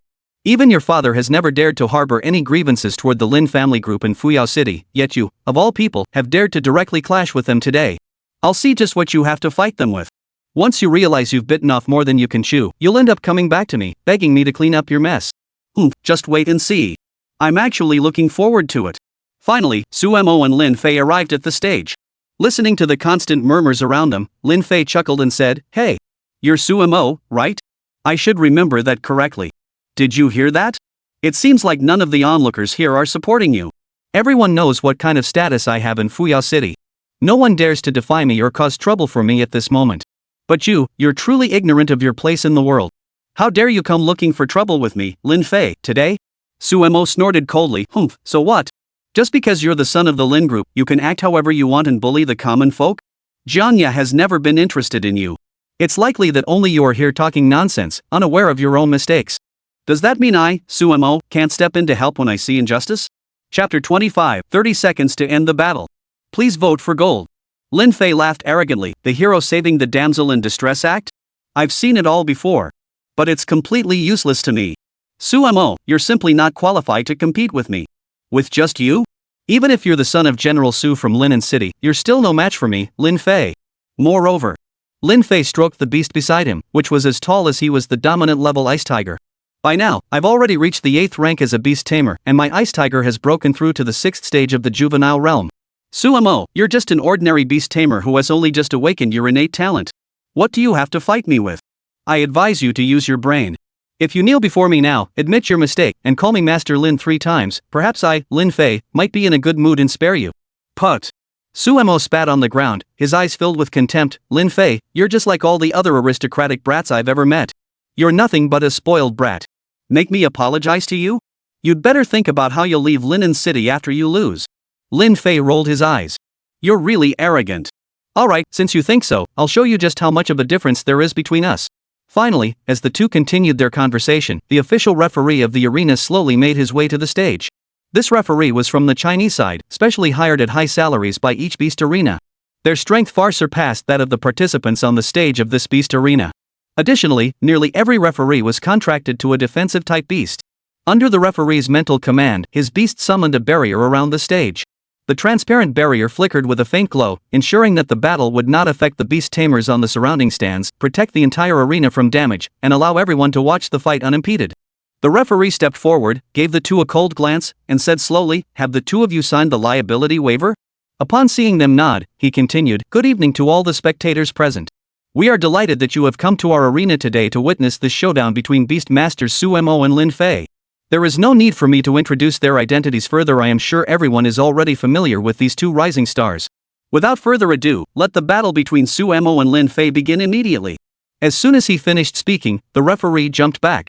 Following that, the dominant level beast master Lin Fe's beast, the ice tiger, let out a roar.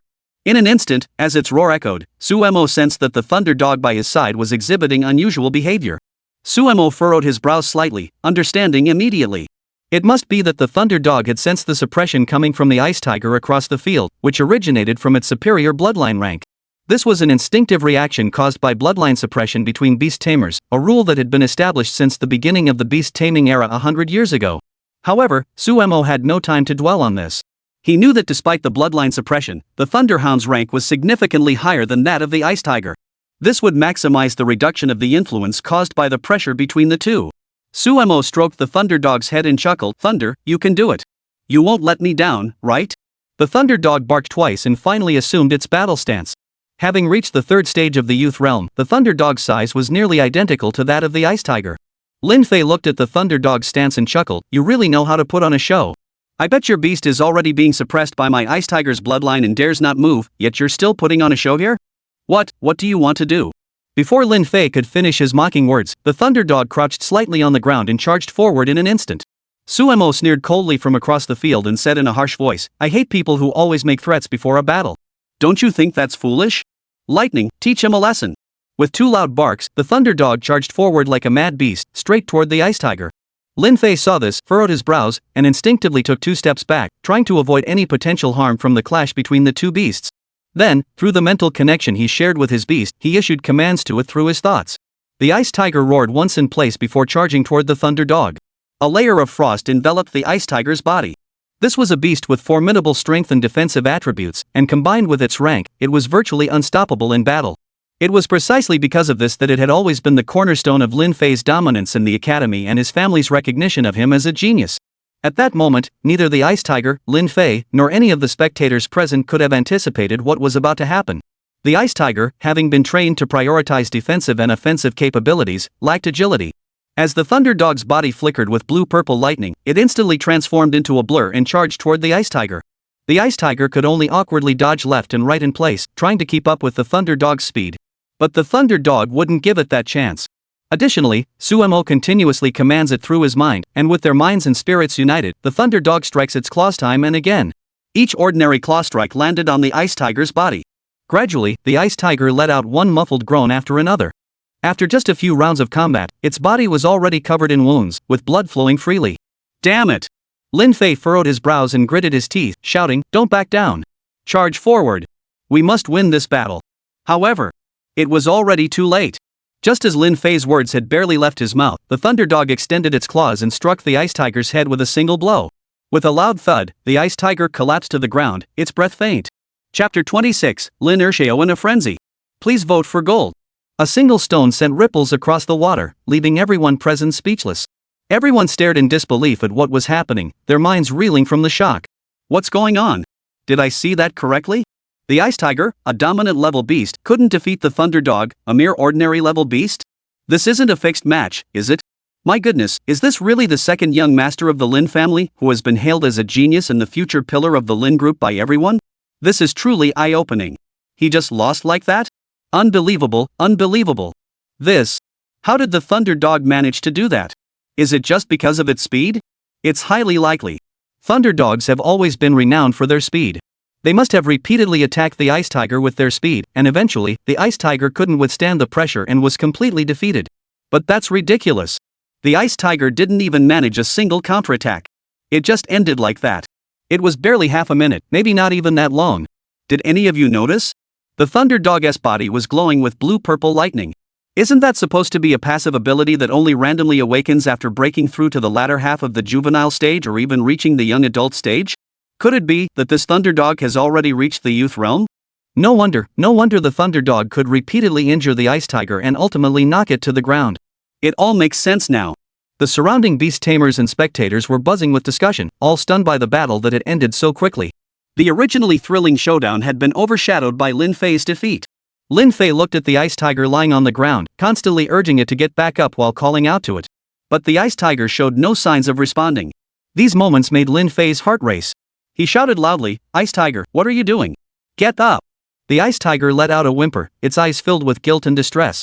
How could it not want to get up? Its body was covered in wounds, and it was too weak to continue fighting. On the other side, Suemo chuckled and said, "Lin Fe, do you really expect your Ice Tiger to get up? Don't even think about it. It can't get up anymore. Your defeat is already certain. I advise you to surrender. The bet between us is simply for you to leave Linen City immediately and treat me with respect from now on. It won't cost you a single bone, and you won't have to compensate me in any way. What's the matter? Such a small bet, and the second young master of the Lin group dares not admit it?" Lin Fe was furious. When had he ever experienced such a thing since he first appeared in the Lin group? Had he ever been insulted like this by anyone else? But today, Suemo, leading a group of ordinary ranked beast tamers, had soundly defeated him, a beast tamer of the dominant tier. This stark contrast made Lin Fe think that not only would he have to leave Linen City, but within moments, the entire Fuyao City would be abuzz with the news that Lin Fe, a prodigy of the heavens, had been defeated by a lowly beast tamer in Linen City and fled in disgrace. Thinking about this, Lin Fe felt his face completely lost. Behind him, outside the arena, the young followers who had been following Lin Fe were also buzzing with excitement. Did I see that correctly? Lin Fe actually lost? Goodness, that was an Ice Tiger. An Ice Tiger of the Overlord tier. How could Lin Fe lose to an ordinary tier Thunderdog? That's impossible. Goodness, what kind of existence is Suemo? Today has truly broadened my horizons. It wasn't just them, even Jiang Ya and Jiang Hanying, who were standing behind Suemo, were equally stunned. It was so fast the battle was settled in less than half a minute, leaving the two of them utterly stunned. Jiang Hanying shouted excitedly, jumping up and down, "Suemo, you did it! You finally won this duel! I'm so proud of you! Keep it up, you can do it!" Jiang Hanying, standing beside him, heard these words, narrowed her eyes, and shifted her gaze back to Suemo. She watched Sumo's determined back, her mind racing. Interesting, truly interesting. "Suemo, little brother, I've realized once again that I've underestimated your strength. You always manage to surprise me with your unexpected performances. It seems that placing all my future hopes on you was indeed the right choice. Today, I wonder what kind of unexpected performance you'll bring me. Impossible. How could that be?" Lin Fe stood across from Suemo, his mind racing wildly, muttering to himself under his breath. He suddenly looked up at Suemo and shouted, You must have used some trick. This is a dominant level beast I'm controlling. How could it possibly lose to your ordinary grade beast? Tell me, what did you do? I truly feel sorry for you. Using such underhanded tricks, don't you feel ashamed or disgraced?" Suemo chuckled and said, "Oh, Lin family's second young master, what's the matter?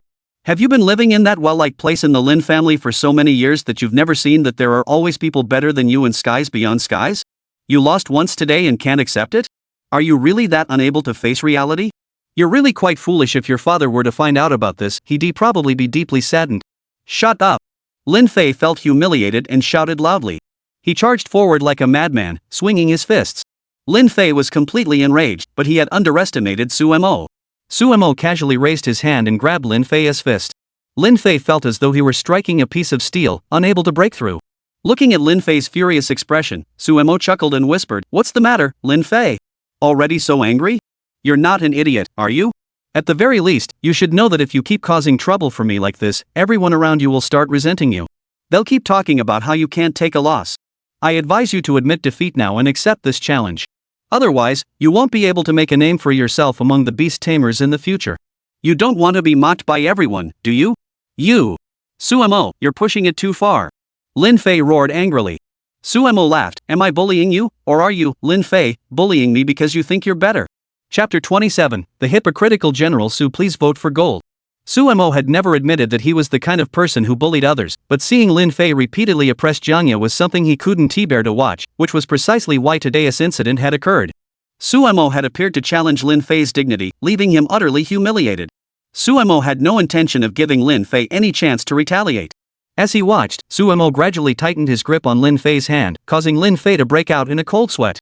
He stared wide-eyed at Sumo in disbelief, utterly shocked. He couldn't fathom how someone who looked so ordinary could possess such immense strength. Though it was true that in this world, besides beast tamers, there were also those who strengthened their bodies or cultivated martial arts. But those were ultimately inferior choices, and he could never believe that Sumo would choose to cultivate martial arts. But why was Sumo now displaying such overwhelming strength? Lin Fe furrowed his brows and instinctively tried to pull his hand away, only to find that Sumo's palm was like a pair of pliers, clamping down on his fist with unwavering force. "What are you trying to do?" Lin Fe ground out through clenched teeth. Sumo chuckled, "What am I doing? Lin Xiao, shouldn't you be thinking about what you should do? Who made the bet with me? Who failed to honor the agreement?" Lin Fe gritted his teeth. "Sumo, killing someone is no big deal, but are you really going to take this so far?" Sumo burst into laughter. "Oh really? Killing someone is no big deal? Was it me who kept pushing you, or is it you, Mr. Lin, who refuses to repent and keeps bullying my friends time and again? Who is right and who is wrong here? You should know better than me, Lin Xiao. Or do you want me to expose this to everyone and let them judge for themselves?" Lin Fe hesitated, unable to speak. He had been completely overwhelmed by Sumo. Finally, he collapsed like a deflated balloon and shouted, "I give up." As Lin Fe's words fell, Sumo finally let go of him. All the onlookers around them erupted into chaos. In their minds, although Lin Fe wasn't from Linen City, the Lin Group's reputation was well known in other cities. Naturally, everyone had heard of him. No one had expected Lin Fe to actually lose. Sumo shrugged at Lin Fe and said, "Alright, Mr. Lin, since you've admitted defeat, there's no need to continue this match today. I hope you remember our bet. Goodbye." After speaking, Sumo quickly left the stage with his lightning dog. Jiang Ya came over, and he nodded before heading toward the restroom of the arena. Upon entering the restroom, Sumo closed the door and sat cross-legged on the ground. Before him, the Qi Shuizhen Sheng array appeared. The Thunderdog finally staggered and collapsed in the center of the array. As Sumo transferred nearly half of his own Qi and blood into the Thunderdog, it finally regained its physical condition.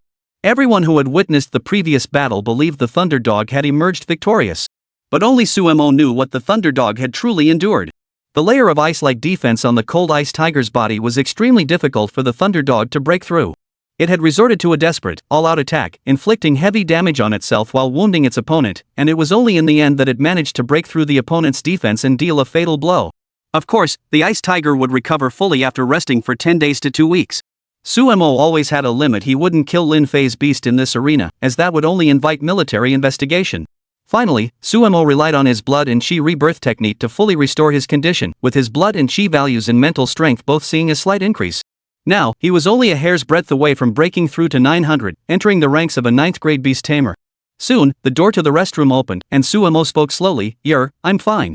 Don't worry about me. Ha, I finally didn't let you down. I finally won this match.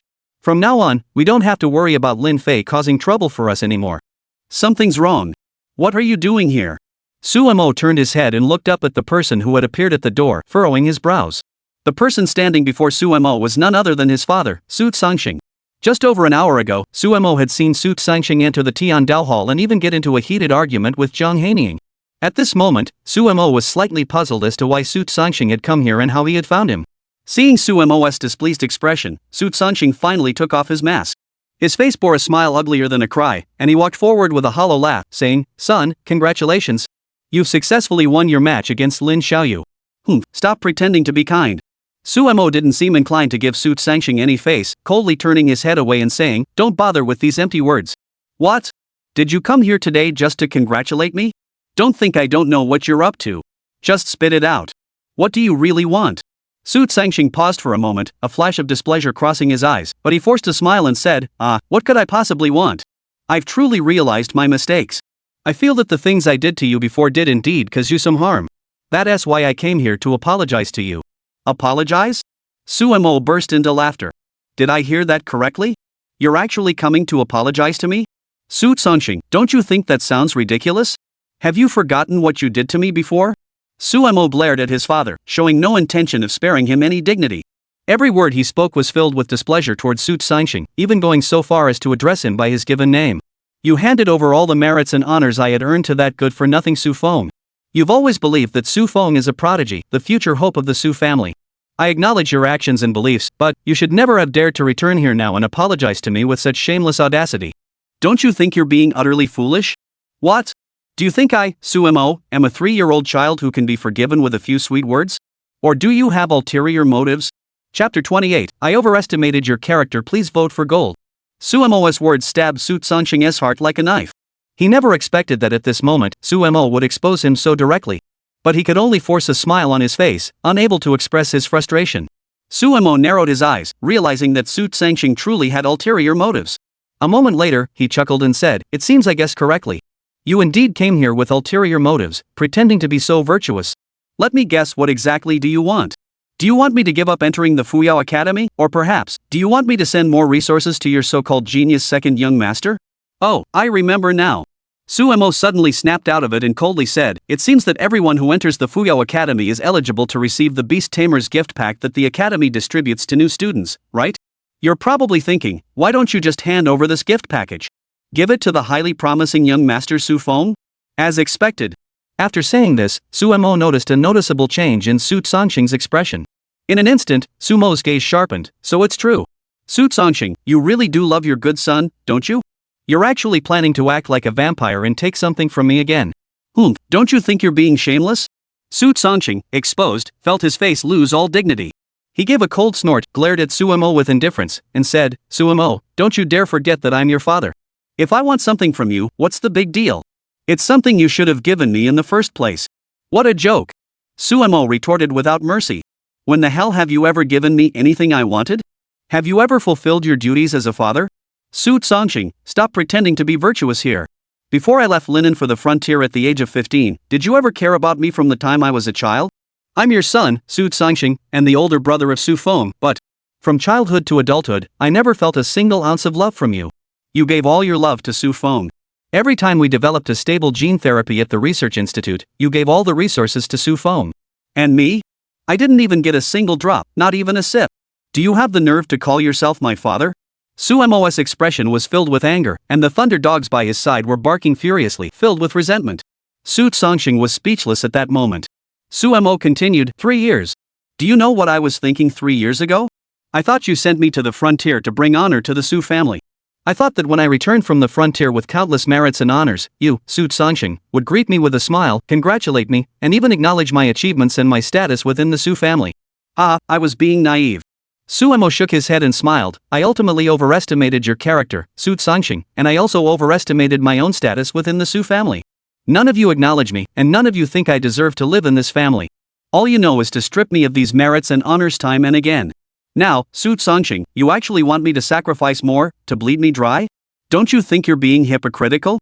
How dare you? Su Sanxing stormed forward, raising his hand to slap Su Mo. But suddenly, Su Mo casually stopped him. Though Su Sanxing was a colonel in the demon-subduing army, his physical prowess was already 2 or 3 times that of an ordinary person, no small feat. But Su Mo's physical prowess was already 5 or 6 times that of an ordinary person. How could he possibly be harmed by Su Sanxing? Thus, Su Mo casually blocked Su Sanxing's attack. However, Su Sanxing felt a sudden chill in his heart. He couldn't believe that Su Mo could possess such immense strength, not even he could shake him in the slightest. Su Sanxing couldn't help but wonder what Su Mo had gone through.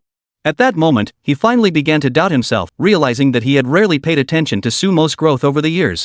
This realization gradually deepened his understanding of Sumo, leaving him somewhat surprised.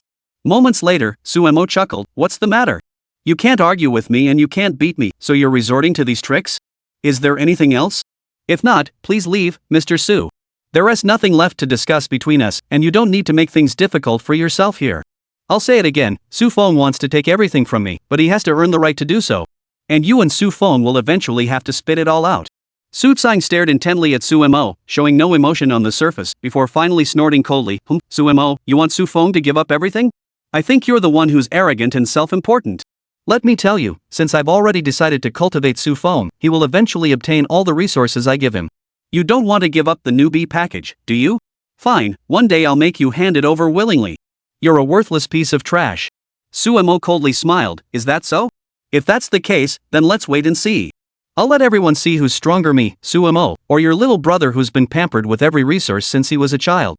Humph. Seeing Sumo release his hand, Su Tsangxing shook his fist, forcing down the discomfort in his fist, then coldly snorted and walked away. Opening the door, Su Tsangxing's figure disappeared. Moments later, Jiang Ya and Jiang Hanying finally appeared. The two had searched frantically for half an hour before finding this place, and they rushed forward without hesitation. Jiang Ya grabbed Sumo's hand and asked anxiously, Sumo, are you okay? You rushed back here so urgently. Did something happen? Don't scare me. Feeling Jiang Ya's concern, Sumo smiled and ruffled her hair, saying, it's okay, don't worry. I just had a stomachache and rushed back to use the restroom. Really? Seeing Sumo nod with a sincere expression, Jiang Ya finally relaxed and smiled, oh, I see. Oh, by the way, why was Uncle Su here just now? Did he have something to tell you? Sumo didn't say anything. Jiang Hanying, who was beside him, was about to say something, but upon realizing that Sumo was deliberately avoiding the topic, she swallowed her words. Chapter 29, The Invitation from the Dominant Boss Lady. Please vote for gold. Regardless of how it happened, the conflict between Jiang Ya and Lin Fe had finally been resolved today. Jiang Hanying added from the side, Lin Fe has already left in a car for the airport, preparing to depart from Linen City. He has indeed fulfilled the agreement between you two and doesn't plan to stay here any longer. Sumo nodded, yes, these are things Lin Fe should do. Even if he hadn't fulfilled his promise, I would have made sure the whole world knew about it. Then people would naturally mock him and judge who was right and who was wrong between us. Jiang Hanying furrowed his brows, but if you do that, the conflict between you and Lin Fe will eventually become irreconcilable. Sumo smiled, do you really think that after today's actions and the bet between the two of us, our relationship could possibly be reconciled? Absolutely not. Lin Fe has been thoroughly defeated by me, defeated by an ordinary person like me, defeated by someone with such mediocre talent that no one ever believed in. He must be unable to bear it. It's all too obvious. It's nothing. I had already anticipated this outcome. Beside him, Jiang Ya spoke with a guilty expression, Sumo, I'm truly sorry. I never expected to cause you such trouble. Sumo ruffled her hair. It's nothing. I know why Lin Fe came here. It's because you're too outstanding and exceptional. That's why he wanted to come here to see your brilliance. This actually proves how outstanding you are. You should be proud of it. Jiang Ya didn't expect Sumo to twist the truth like that. She forced a bitter smile, not knowing what to say. Sumo continued, all right, don't be sad. It's about time for you to go back and rest. Otherwise, Uncle Jiang might get angry later. Upon hearing these words, Jiang Ya finally snapped out of it. After chatting briefly with Sumo, she nodded and prepared to leave. However, before leaving, Jiang Ya looked at Sumo with a serious expression and said, Sumo, I plan to spend the remaining 3 weeks or so here. During these 3 weeks, I won't go anywhere. I just want to stay home and train diligently, striving to improve my Beastmaster rank and the rank of the beasts I've contracted. Today's incident with Lin Fe made me realize that there are always people more powerful than us, and there are always challenges ahead. Only by becoming stronger can I have the qualifications and ability to protect myself and everyone around me, just like you did today, Sumo. Over the next 3 weeks, I will work tirelessly to improve myself, so that in the future, more and more people will recognize and fear me. Sumo never expected Jiang Ya to have such thoughts, but he still smiled and nodded, good girl, I'm glad you have such thoughts. I also believe you can make everyone fear you, respect you, and obey you. Keep it up. I'll be waiting for you when you emerge in 3 weeks. Jiang Ya nodded firmly before taking her leave. After seeing Jiang Ya off, Sumo sighed deeply. Moments later, he looked at Jiang Hanying and said slowly, thanks. Regardless of how it turned out, you didn't choose to stab me in the back today, and you didn't do anything else either. I'm actually hungry. I was planning to go out for a meal. Want to join me? Jiang Hanying hesitated for a moment before finally smiling, sure. My younger brother is inviting me to dinner. I couldn't ask for more. After dinner, the two of them, accompanied by a dog, returned to the Tiandao dojo. Inside the Tiandao hall, Suemo poured a cup of tea for Jiang Hanying and finally smiled slowly. Alright, Mr. Jiang, now should we be open and honest and talk frankly about what your true intentions are? Jiang Hanying's eyes flashed with a hint of helplessness. After the earlier sorrow had faded, he forced a bitter smile and said, Actually, I never thought I'd be able to reveal all this to you so soon. However, Suemo, I still want to remind you, are you truly prepared to hear the story I am about to tell you? Suemo scoffed, enough with the nonsense. I, Suemo, have never been the type to cowardly flee from any crisis. You'd better not hide anything from me. Jiang Hanying nodded seriously, but before I tell you this story, I have something I hope you can help me with. What do you mean? Suemo furrowed his brows. He had no idea what Jiang Hanying was up to. Jiang Hanying chuckled, it's nothing, just a simple matter. But you see, I don't have much combat ability, and I don't have many connections with the beast masters in Linen City. So, I don't have anyone I can rely on right now, which is why I thought of asking you, Suemo, to help me. All you need to do is accompany me to a certain place, retrieve an item, and once you have it in your possession, I promise I will tell you everything. Additionally, I will give you 500,000 yuan as a reward and agree to 3 of your requests, as long as they don't violate morality. I will do my utmost to fulfill them, even if it means going through fire and water. Suemo fell silent, staring intently at Jiang Hanying in front of him. He had no idea what her true intentions were. Suemo felt that Jiang Hanying must have something else on her mind that he didn't know about. Moreover, why had Jiang Hanying suddenly chosen this moment to ask Suemo to help her? After hesitating for a moment, Suemo finally asked, Where are we going? Jiang Hanying spoke slowly, the demon beast abyss. What? Suemo raised his eyebrows, a look of confusion flashing in his eyes. The demon beast abyss? Isn't that the region created 100 years ago during the battle between human beast tamers and demon beasts? 100 years ago, the heavens and earth trembled there, and countless battles raged for days and nights, ultimately causing that region to be forcibly split open, forming the abyss. What are you going there for? The demon beast abyss has been abandoned for centuries since it was formed 100 years ago, and even some low-level demon beasts occasionally appear there. While it may not pose much danger to high-ranking beast tamers, there is definitely nothing there worth your affection, right? Jiang Hanying chuckled, That's none of your concern, Suemo. I only need your answer, will you accompany me or not? If you refuse, I'll still tell you my story, but the 500,000 reward in those 3 demands will be null and void. Chapter 30, Breakthrough Again. 9th rank. Please vote for gold. Suemo's gaze sharpened. Under his indifferent expression, he looked at Jiang Hanying calmly. He had no idea what Jiang Hanying was planning. He tried to find any clues in Jiang Hanying's gaze, but Suemo failed. He still couldn't detect any emotional fluctuations in Jiang Hanying. This realization caused Suemo's brows to furrow, but before he could react, Jiang Hanying stood up and stretched lazily. Today, she was wearing a pair of tight-fitting jeans, her alluring curves visible beneath the fabric, enough to send Suemo's imagination running wild. He even caught a glimpse of the black lace trim peeking out from above the jeans and a small patch of flat abdomen beneath the hem of her shirt. A moment later, Jiang Hanying chuckled and said, Suemo, little brother, your older sister won't force you to give me an answer right away. I'll give you some time to think it over. I'll come find you again tomorrow. If you agree, we'll head straight to the demon beast abyss, and everything will be revealed to you then. You'll also receive your reward from your older sister. Such a good thing, I'm sure Suemo wouldn't refuse, right? After speaking, Jiang Hanying took a step and left the place.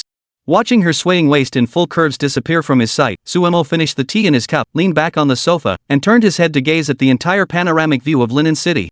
His eyes narrowed as he couldn't help but ponder. Jiang Hanying, I'm becoming more and more curious about you. You know my identity and background, you know my experiences. Now you're saying these things to me. What secrets do you have that no one else knows? And what exactly are you after? The demon beast abyss, though it's been abandoned for a century and still harbors some low-level winged demon beasts, it's not exactly a place I'd shy away from. As he spoke, Suemo glanced at the thunder dog lying asleep at his feet and chuckled, Lightning, why don't the 2 of us accompany her on this journey? Thus, Suemo and the thunder dog prepared to face the end of the day. At the same time, at the headquarters camp of the demon army in Jingqing town, a man in his 40s or 50s, with a square face and wearing a military uniform, walked into Long Sanghai's office. After knocking on the door for a moment, he heard Long Sanghai's response. The general entered the office. Long Sanghai looked at the man before him and smiled, You're here, old Zhao. General Long, what brings you here? The general's name was Zhao Yunfei, the chief of staff of the Huaxia demon-slaying army. Upon seeing him, Long Sanghai smiled lazily, put down his phone, tossed a cigarette onto the table, lit it with a practiced motion, and then spoke slowly, I called you here because there's something I need your help with. Do you remember the new recruit who recently broke my record from years ago in Linen City, Huaxia? Of course I remember. Such a prodigious talent naturally catches our attention. This kid, I hear, managed to break your record using an ordinary grade beast and his so-called cursed talent, which everyone calls a waste. Zhao Yunfei was slightly puzzled and asked, General Long, why are you bringing him up? Though his performance is decent and he has garnered attention, at the end of the day, he has just a worthless talent with a cursed ability. His future is doomed, and his lifespan is short. What's the point of paying attention to him? Long Songhai merely chuckled, but have you noticed anything about him in the past few days? This young man hasn't shown any signs of weakened vital energy in his daily life. On the contrary, he seems even more energetic. Look, these are photos taken by the brothers under my command over the past 2 days. Zhao Yunfei walked over curiously and examined the photos of Su Mo. He looked no different from usual, showing none of the weakness one would expect from someone with depleted vital energy. Zhao Yunfei was slightly puzzled and asked, General Long, what do you mean by that? Long Songhai chuckled, nothing much. I'm quite interested in this young man. So I plan to send you over first to have a chat with him, just to let him know that I, Long Songhai, am keeping an eye on him. Additionally, tell him to perform well in the future. Once he performs well, there will come a day when he will be noticed by our demon-subduing army. At that time, I will personally bring him to my side to cultivate him. General Long, are you sure? Asked Zhao Yunfei. Long Songhai nodded. Of course. What's there to be uncertain about? Seeing that Long Songhai had spoken so decisively, Zhao Yunfei could only nod in agreement. He saluted and took the documents, preparing to leave. Oh, right. Long Songhai called out to Zhao Yunfei. Zhao Yunfei stopped in his tracks. General Long, is there anything else you need me to do? The latter chuckled, close the door and don't disturb me while I'm playing games. Zhao Yunfei grimaced, unable to say anything, and could only obey his orders. Before long, the next morning arrived. Su Mo got up early and immediately activated the Qi Blood Reincarnation Array. After 3 rounds of Qi Blood Reincarnation, the Thunder Dog successfully elevated its cultivation level to the 4th stage of the Youth Realm, greatly enhancing its strength. As for Su Mo, due to his ability gained from his transmigration, his spiritual energy and Qi Blood surged significantly. His spiritual energy reached 935 points, allowing Su Mo to break through and become a level 9 beast tamer, already standing out among his peers. Meanwhile, his Qi and blood value reached 695 points, just 5 points short of achieving physical prowess 7 times that of an ordinary person. Su Mo opened his eyes, and a piercing light shot out from his gaze. In an instant, he felt invigorated. Su Mo chuckled, patting the Thunder Dog on the head, lightning, today is another day of growth. I believe that in the future, the two of us will become even stronger. The Thunder Dog barked twice, its expression brimming with joy. However, just then, the door to the Heaven-tier cultivation room where Su Mo was located was pushed open. Looking up, he saw Jiang Hanying enter, holding several breakfast items in her hands. Today, Jiang Hanying was wearing a short skirt, her alluring curves perfectly accentuated, and her long, straight legs caught Su Mo's eye. As Jiang Hanying moved, he could even catch glimpses of some alluring scenery. Su Mo thought to himself. Jiang Hanying is truly a temptress, luring him here time and again. I wonder if she treats others the same way on a regular basis. There's no denying that Jiang Hanying has the goods. Su Mo couldn't help but feel a bit uneasy just from glancing at her a couple of times. Jiang Hanying suddenly said, Congratulations, Su Mo, congratulations on your successful breakthrough. Not only have you become a level 9 beast tamer, but the Thunder Dog has also reached the 4th stage of the Youth Realm? What a double blessing! Su Mo furrowed his brows. Chapter 31, You're such a coward, please vote for me. Su Mo stared intently at Jiang Hanying with furrowed brows. Earlier, Jiang Hanying had confessed to him that her ability was called beast perception, allowing her to sense information about all beasts. Su Mo was already aware of this. But why?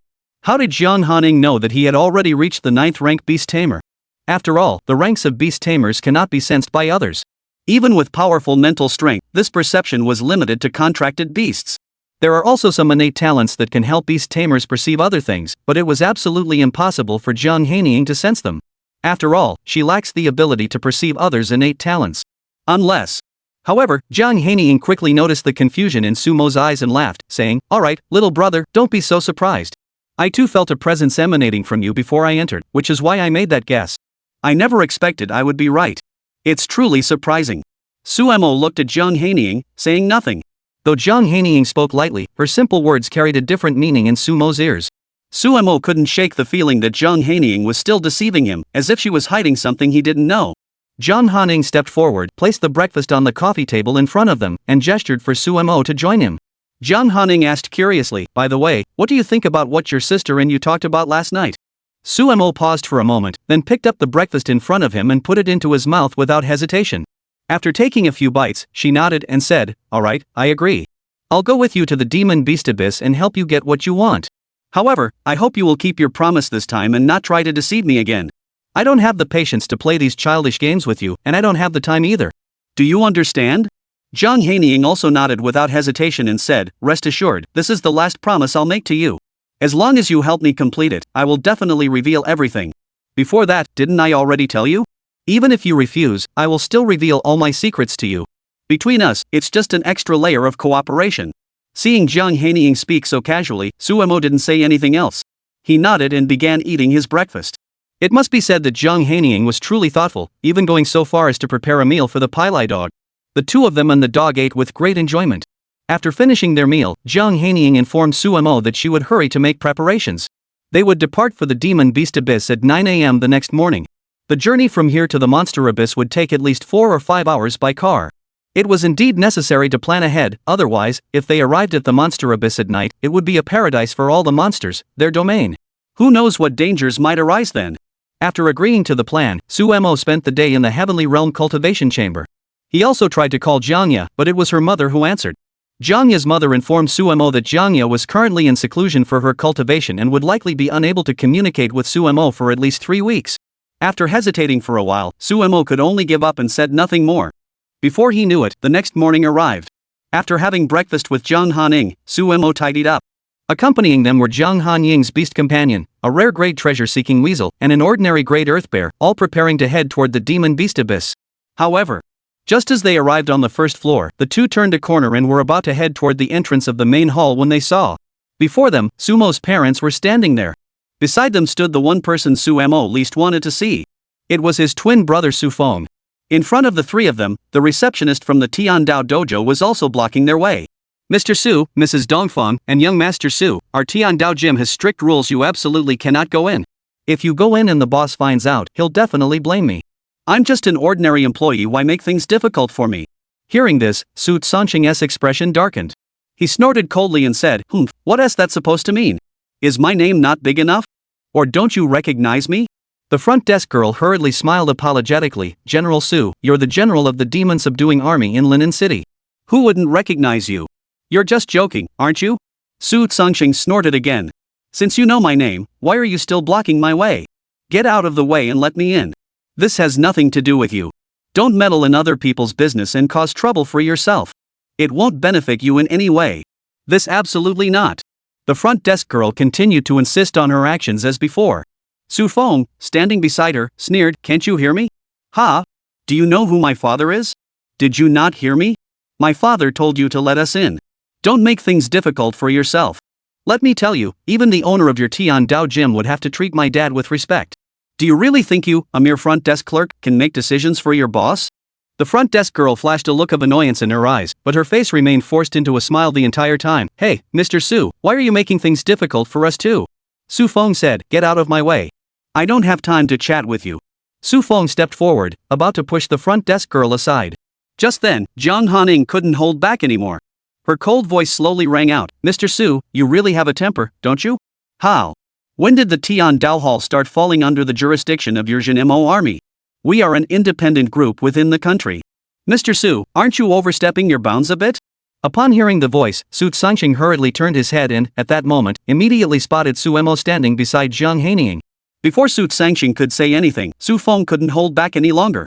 With a few quick steps, Su Feng approached Suemo and coldly said, "Suemo, you really do like playing the coward, don't you? Today, I finally caught you red-handed." Chapter 32, Promotion from Major to Captain? Please vote for gold. It might be because he's using his influence. Or maybe he has just looked down on Suemo from the bottom of his heart. At that moment, Lin Fe, with a mocking expression on his face and a cold gaze, slowly said, "Suemo, I heard from Dad that he told you to give me the newbie starter pack you'll receive upon entering the Fuyao Academy." "What? You won't even give me that? You're the older brother, can't you even do this much for your younger brother? You're truly selfish. Look at you, all you got was a worthless cursed talent. What else do you have?" Smack! Before Su Feng could finish speaking, Suemo, without hesitation, slapped Su Feng across the face in front of everyone present. Today, Su Sanqing had brought people here, causing quite a commotion and drawing a large crowd. Everyone who witnessed the scene couldn't help but freeze in shock. What's going on? They couldn't figure out what was happening at the scene. Why was Su Sanxing so insistent on going into the Tiandao Hall to find Su Mo? And now, when Su Mo appeared, Su Feng stepped forward with a sharp tongue, only to be slapped across the face by Su Mo, leaving everyone stunned. Oh my god, what's going on here? How did the eldest son and second son of General Su's family end up like this? I don't know. It feels like there's some kind of conflict between them. This shouldn't be happening. No matter what, they're still twin brothers, they shouldn't have any conflicts between them, right? Then how do you explain this now? Sai, what did Su Feng say to Su Mo just now? That's why he got slapped. Who knows? Even why Colonel Su brought young Master Su Feng here today we have no idea. The voices of countless people chatting around them echoed endlessly, naturally reaching Su Sanxing's ears. Su Sanxing furrowed his brows and hurriedly stepped forward with his wife by his side.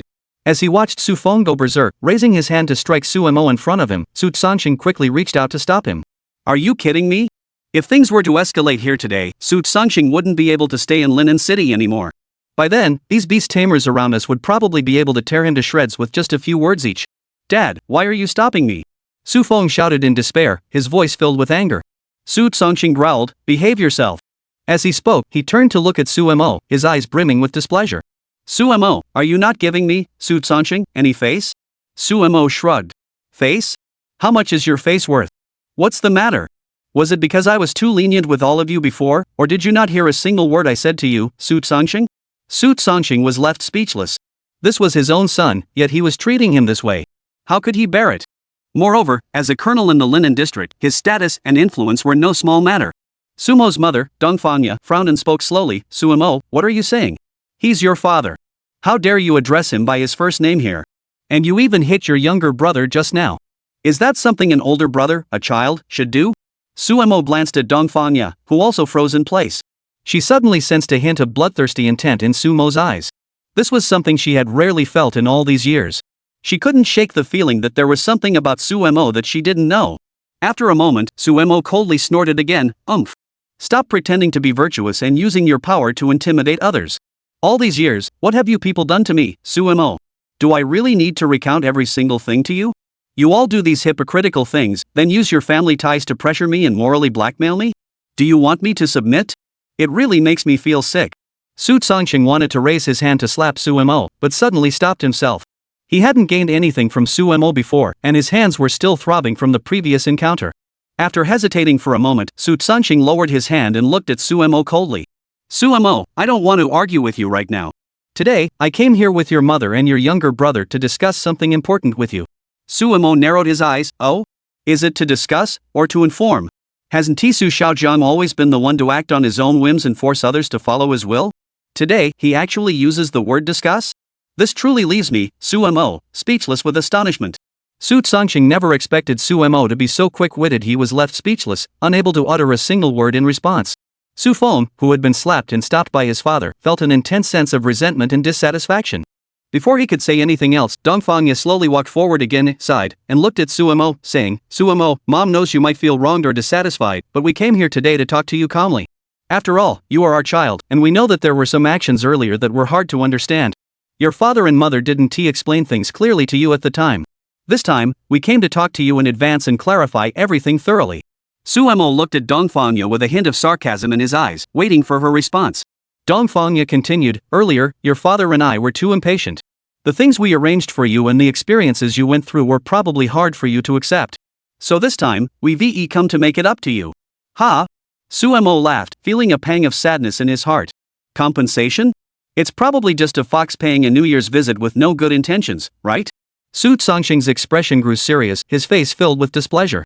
Dongfangya also gave a bitter smile and said, it's like this, your father knows you're very dissatisfied, so he's decided to transfer you to the demon-subduing military camp in Linen district. With your father's connections and reputation, you'll be promoted directly to captain. Then you won't have to keep striving to improve your status and position anymore. This is a direct path to success. Ha ha ha ha. Su Mo finally couldn't help but laugh out loud. He couldn't help but feel a pang of sadness in his heart. Captain? Su Sanxing and Dongfangya truly had no idea about everything Su Mo had gone through before. If they had known, they would never have offered such compensation. After all, Su Mo had been in the southern frontier. But he was a lieutenant colonel. He was a war god in the eyes and hearts of all ordinary soldiers. Now, they're using a captain to tempt him? Chapter 33, Cut ties with me? I'll grant your wish begging for votes. In the southern frontier, Su Mo holds the rank of major. Now they're actually going to promote him to captain? And from the way Dongfang Ya spoke, it sounded like she was telling Su Mo that this was a favor they were bestowing upon him, and he should be grateful and not refuse it. Moreover, Su Mo suddenly thought of another possibility. Su Sangxing is so eager to assign him to the demon-subduing army to obtain the rank of captain. Could it be that he would have to give up his chance to enter the Fuyao Academy? Then, Su Mo glanced at Dongfang Ya and chuckled, what a clever plan. Send me to the demon-subduing army to serve as a captain in the linen front, and from now on, I'll be a commissioned officer in the demon-subduing army. That would mean I'd have to give up joining the Fuyao Academy because of all the matters within the military region, wouldn't it? You've been thinking about making me give up the Fuyao Academy all this time. I'm afraid all of this is once again for the sake of my so-called genius younger brother, Su Feng. Su Feng's expression darkened instantly. He raised his hand and pointed at Su Mo, shouting, Su Mo, I advise you not to be ungrateful. Your parents have humbled themselves to come before you and bestow such a great favor upon you. You better know when to stop. Don't think that just because you've achieved a little success. Before Su Feng could finish speaking, Su Mo suddenly vanished from where he stood. Su Feng was speechless, staring wide-eyed at the scene before him as Su Mo charged toward him. In an instant, Su Feng froze instinctively, watching as Su Mo rushed forward and grabbed his collar. Su Mo gave Su Feng a cold glance, narrowed his eyes, and spoke slowly, Su Feng, let me make this clear. Don't think that just because I'm your older brother, you can act however you please and speak without restraint. I, Su Mo, hated when people act like trash, not even you are an exception. As Su Mo continued to tighten his grip, Su Feng felt his breathing grow increasingly difficult. In an instant, his face turned bright red from the pressure. Su Feng raised his hands and pushed Su Mo with all his strength, but found he couldn't budge him. Su Mo's strength was truly immense, and Su Feng had experienced it before.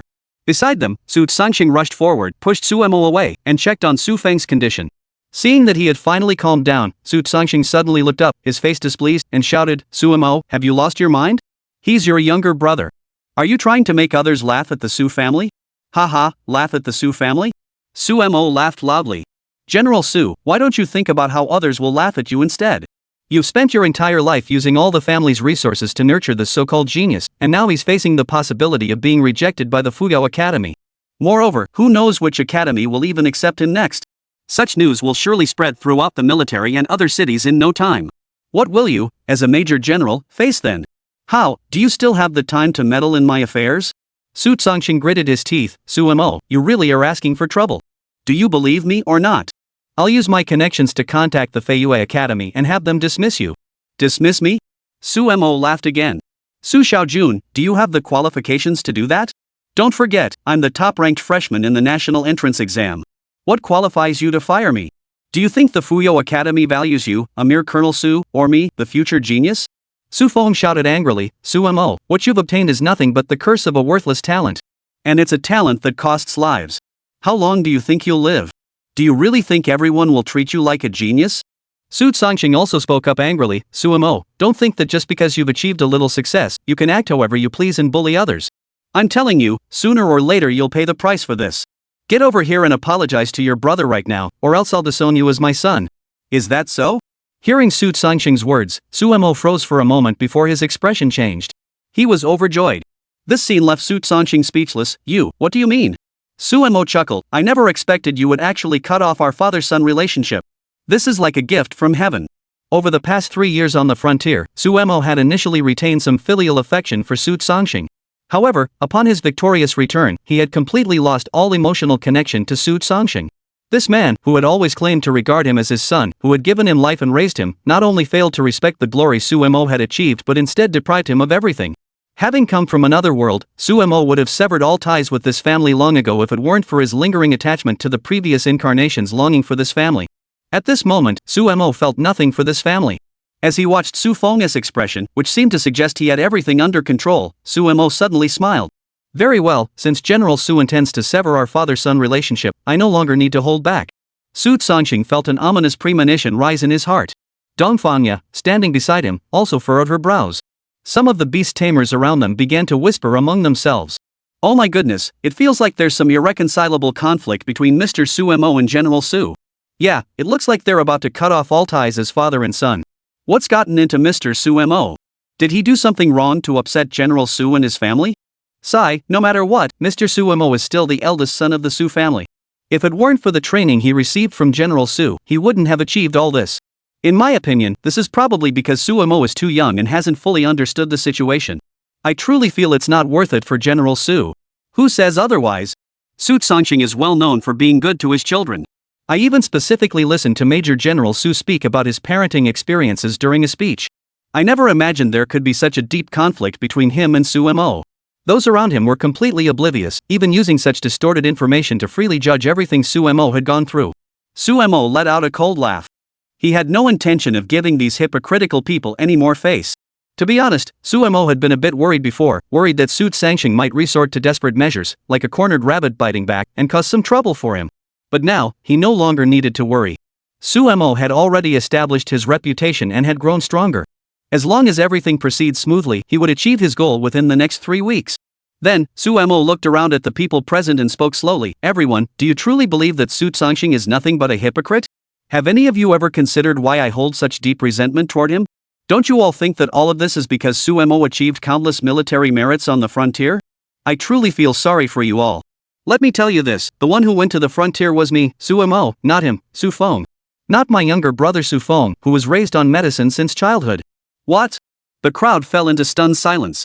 Chapter 34, Remember my words, Xu Feng, please vote for me. What? All the surrounding beast tamers were stunned at that moment.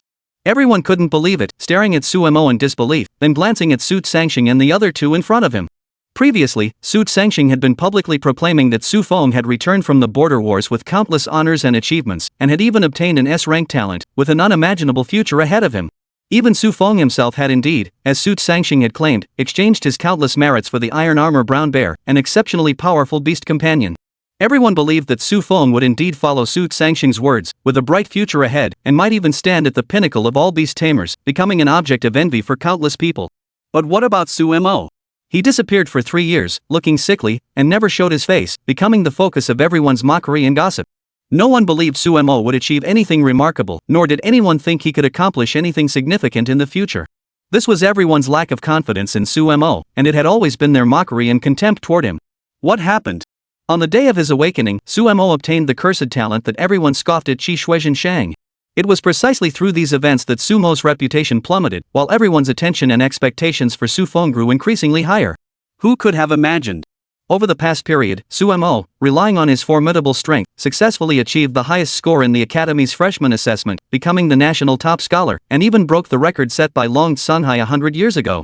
This turn of events left everyone in awe, while the failure of Xu Feng to pass the exam sparked even more intense speculation and criticism. As everyone speculated endlessly, Su Sangxing repeatedly clashed with Suemo, further fueling the rumors. Who could have imagined that such earth-shattering news would emerge today? The Xu Feng that Su Sangxing claimed had returned from the frontier with countless military merits was actually a fake? Was all of this done by Suemo on his behalf? But why? Some beast tamers began to discuss the matter. Goodness gracious, did I hear that correctly? Suemo, the young master, actually took Xu Feng's place to fight on the frontier and protect the safety of the people there? This is simply unbelievable.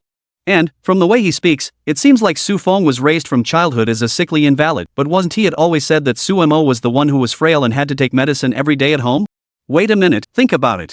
Could it be that Mr. Xu Feng, to avoid exposing everything, has been hiding at home since high school, after Mr. Suemo took his place in the army, just to avoid being suspected by us? You know what? That's actually possible. But why, after serving on the front lines for 3 years, did Mr. Suemo write his name instead of his brother S when he returned? Why did all the honors and achievements end up in Xu Feng's hands? More and more people began to harbor doubts.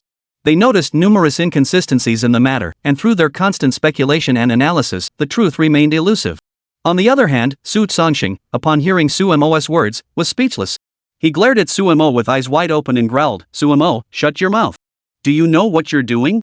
Are you trying to destroy our Su family and ruin my reputation?" Suemo, upon hearing this, sneered, "Humph. What? Now you're talking about the Su family in front of me? Now you're telling me that you, Su Sangxing, still care about your own reputation? Back then, when you did all those things, did you ever consider me, Suemo? Did you ever think that all of this would come to light one day? Did you ever think about whether I, Suemo, was your son? Did you ever consider how much resentment and bitterness I would feel after going through all of this? Su Sangxing, I'm afraid you never thought about any of this from the very beginning." Su Sangxing was left speechless. His mother, Dongfangya, hurried forward, looking at Suemo, and tried to stop him, saying, "Child, it's your father and mother made mistakes in the past, but you can't disgrace us here. You must know that your father is a colonel in the Lin District military region and your mother is the CEO of a company. If you say these things now, 1T everyone around us mock us? You're being too selfish. Suemo sneered, selfish? Ha ha ha. Suemo laughed loudly, his voice so piercing it rang in the ears of those around him. After laughing, Suemo lowered his head, his eyes filled with coldness, as if he were looking at the lifeless body of a defeated beast. Gradually, the air around them grew several degrees colder, causing countless beast tamers to feel a chill run through their bodies. A group of people sensed the aura emanating from Suemo and began to believe that he might indeed have gone to the frontier to join the army and returned. Such an aura was something ordinary people could never achieve. Continuing, Suemo said, "Now, what good is talking about face to me? Who was it just now who said they wanted to cut ties with me, Suemo? Now you're starting to care about these things? What were you thinking just now?" Suemo turned to look at everyone around him and spoke slowly. "I know many of you are confused and wondering why things have come to this. What I want to tell you is that all of this is probably just what Su Sanxing has been saying to others. Back then, 3 years ago when I enlisted in the army, I believed that I would finally receive the attention the Su family had never shown me since I was a child. I believed that I, Suemo, would finally have the opportunity to prove myself in the Su family and rise to great heights in the future. But little did I know that from the very day I enlisted, the name written on the enlistment roster was Su Feng's. And after 3 years of military service, when I returned with countless merits, the name written on my merit record was also Su Feng's.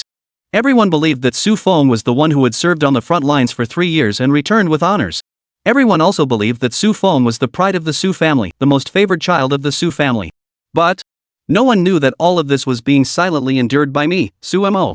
Sumo's words sent shockwaves through the crowd, leaving everyone stunned in disbelief. Everyone finally learned the truth. Su Sanxing raised his hand, trembling as he pointed at Suemo. After a moment, he stammered, unable to speak, then rolled his eyes upward and fainted.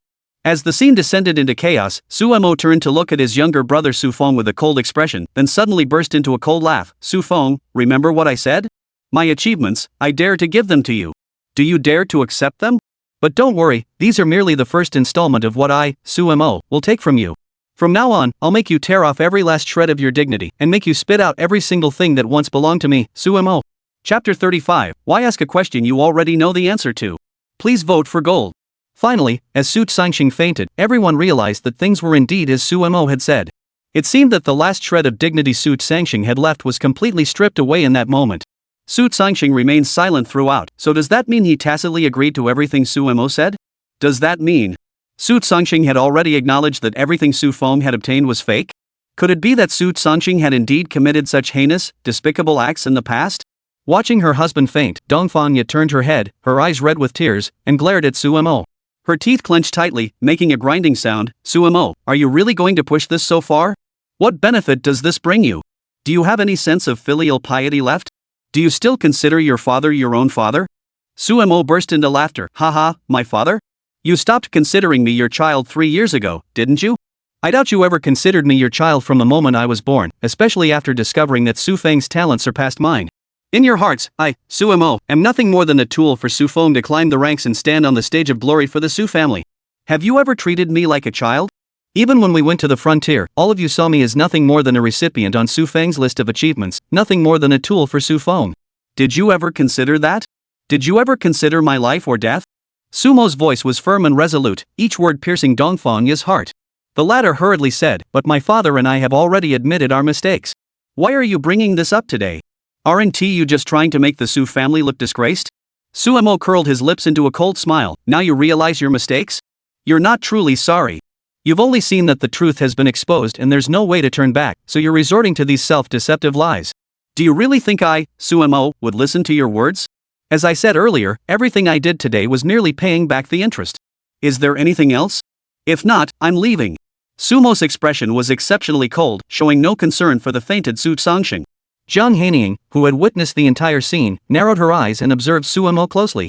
After a moment, she suddenly laughed. She thought to herself, "It seems things are turning out differently than I anticipated. Suemo, you seem far more ruthless and decisive than I had imagined. When faced with any situation, you will never give anyone a chance." Jiang Hanying couldn't help but smile inwardly. "Suemo, I never expected your character and depth to surpass my understanding. But that's for the best. A man like you will bring my older sister even more opportunities in the future." After thinking for a moment, Jiang Hanying turned to the front desk girl and said, "Arrange for someone to take Suemo and his family to the mansion.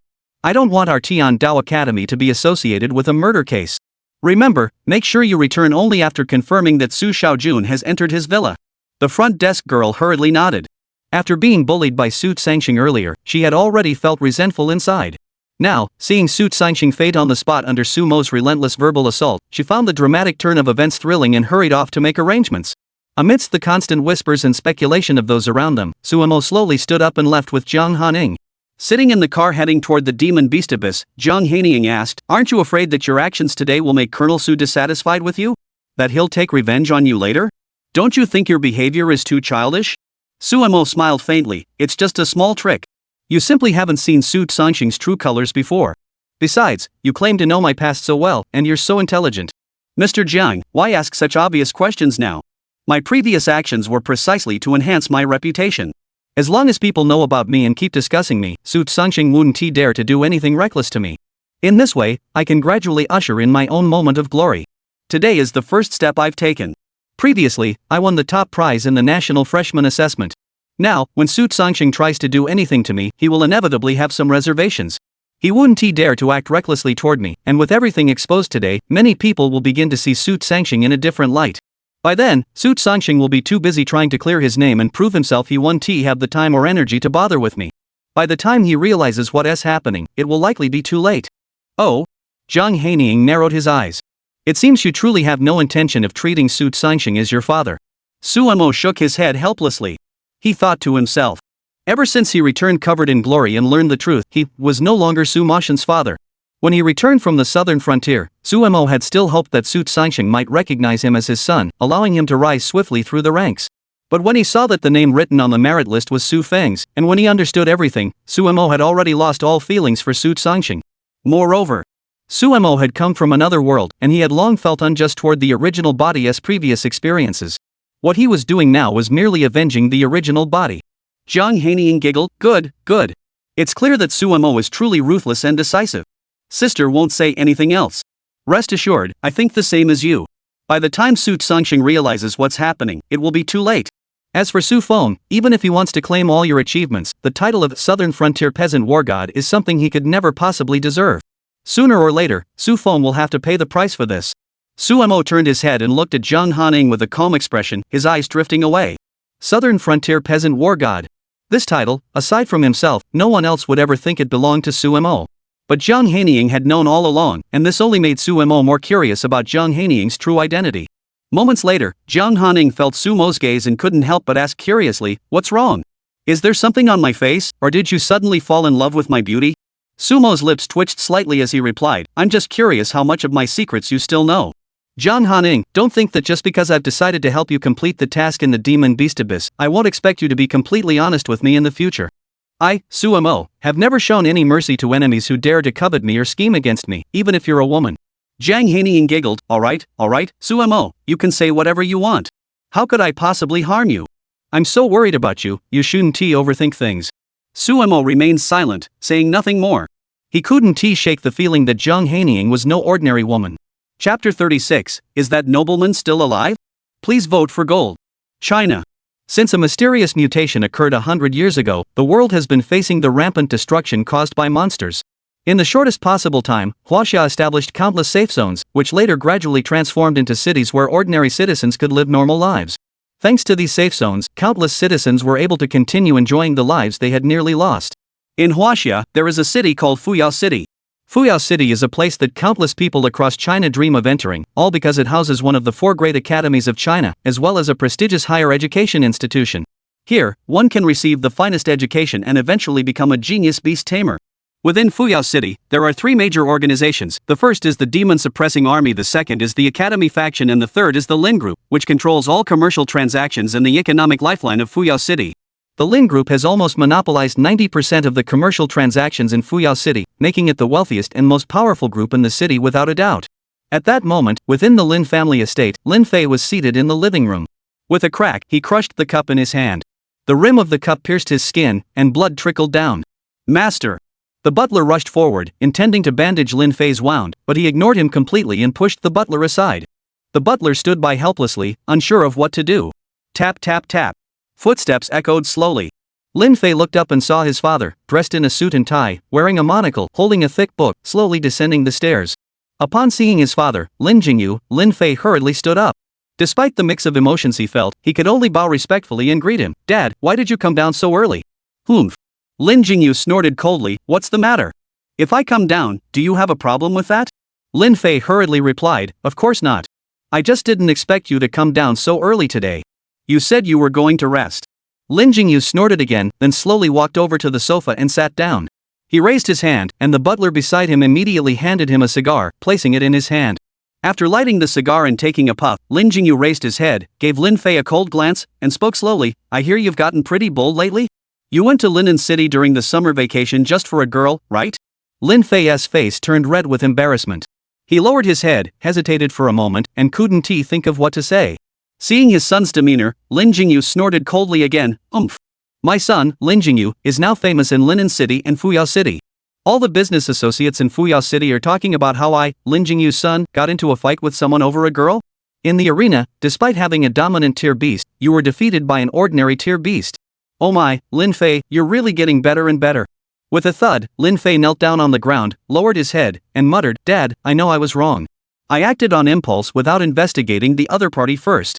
I just couldn't control myself and got into a fight with him. I never expected his beast to be so powerful. Enough, I don't want to hear anymore. Lin Jingyu waved his hand. Go bandage the young master's hand. The butler, hearing this, finally sighed in relief and hurriedly took the first aid kit, carefully treating Lin Fe's wounds. After bandaging him, seeing Lin Fe still kneeling on the ground, Lin Jingyu coldly said, Get up. Hearing this, Lin Fe stood up as if he had been granted a pardon. Then, Lin Jingyu coldly said, I don't care what you were thinking back then, and I don't care what you're thinking now. Now I'm telling you, don't try to cause trouble for Suemo anymore. Why? Lin Fe looked up in shock. Dad, why are you making me give up on my plans against Suemo? I was even planning to wait until Suemo arrives in Fuyao City and find a way to scheme against him at school to make him expel from Fuyao Academy. Dad, do you know how the students at Fuyao Academy are looking at me now? Many of them have started mocking me behind my back, and some are even spreading rumors that I, Lin Fe, the son of the Lin group, have brought shame upon my family. Don't you care about your reputation at all? Enough! Lin Jingyu barked, startling Lin Fe into silence. Then, he continued coldly, what's the matter? Don't you even listen to me anymore? Let me tell you, this matter has already reached the ears of that high-ranking official above. He is even considering coming down personally. I advise you to stop causing trouble for Suemo from now on. Otherwise, it will be a disaster for you, for me, and even for our entire Lin family. Lin Fe stared at his father in disbelief, his face filled with shock. Dad, who are you talking about? Which big shot? Could it be? Lin Fe dared not continue, his expression filled with shock. Seeing Lin Fe's reaction, Lin Jingyu couldn't help but flash a hint of sorrow in his eyes. That's exactly who you're thinking of. That person has emerged from seclusion, and so far, only a few people know about this. However, I hope you little brat, will remember this and not go spreading rumors about it. Otherwise, it won't end well for either of us. Lin Fe hurriedly nodded, then quickly moved closer to Lin Jingyu and asked in astonishment, Dad, why did he come out of seclusion? He disappeared years ago, didn't he? Even, everyone was wondering if he might be dead, is that it? Seeing Lin Fe nod, Lin Jingyu sighed, I'm no different from you. I've been wondering the same thing. But he has come out of seclusion.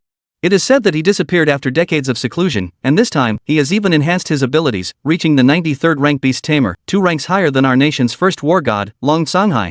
With his strength, no one will dare to underestimate him in the future. And the first thing that Great Figure did after emerging from seclusion was to inquire about Suemo, as if he is very interested in him. Regardless of what happened before, Suemo has now caught the attention of that powerful figure. Even Long Songhai has secretly arranged people to go to Linen City to track him down and keep an eye on him. You'd better not cause any more trouble for him. Upon hearing this, and thinking about the power behind that influential figure and everything he had done in the past, Lin Fe felt a chill run down his spine. He hurriedly nodded, responding like a chick pecking at grain, yes, I understand. You can rest assured I will never cause trouble for Suemo again. However, what he did earlier really tarnished our Lin family's reputation. Lin Fe didn't say anything else. Lin Jingyu nodded, I am well aware of his actions. So, once he's enrolled, any minor disputes between you two are none of my concern. But Lin Fe, I want you to remember this, don't bring this matter out into the open. If it escalates to the point where neither of us can save face, don't blame me for being ruthless. Upon hearing this, the lingering resentment in Lin Fe's eyes vanished completely. A sly gleam flashed in his eyes, and he snorted coldly in his heart, so my father called me here today just to warn me to be careful, not to stop me from doing what I want. With that thought, Lin Fe felt at ease once more. Suemo. It seems our fates are intertwined. Chapter 37, Arrival. Deep into the heart of the enemy. Please vote for gold. A century ago, humanity awoke to their latent abilities, becoming beast masters who commanded countless contracted beasts as allies.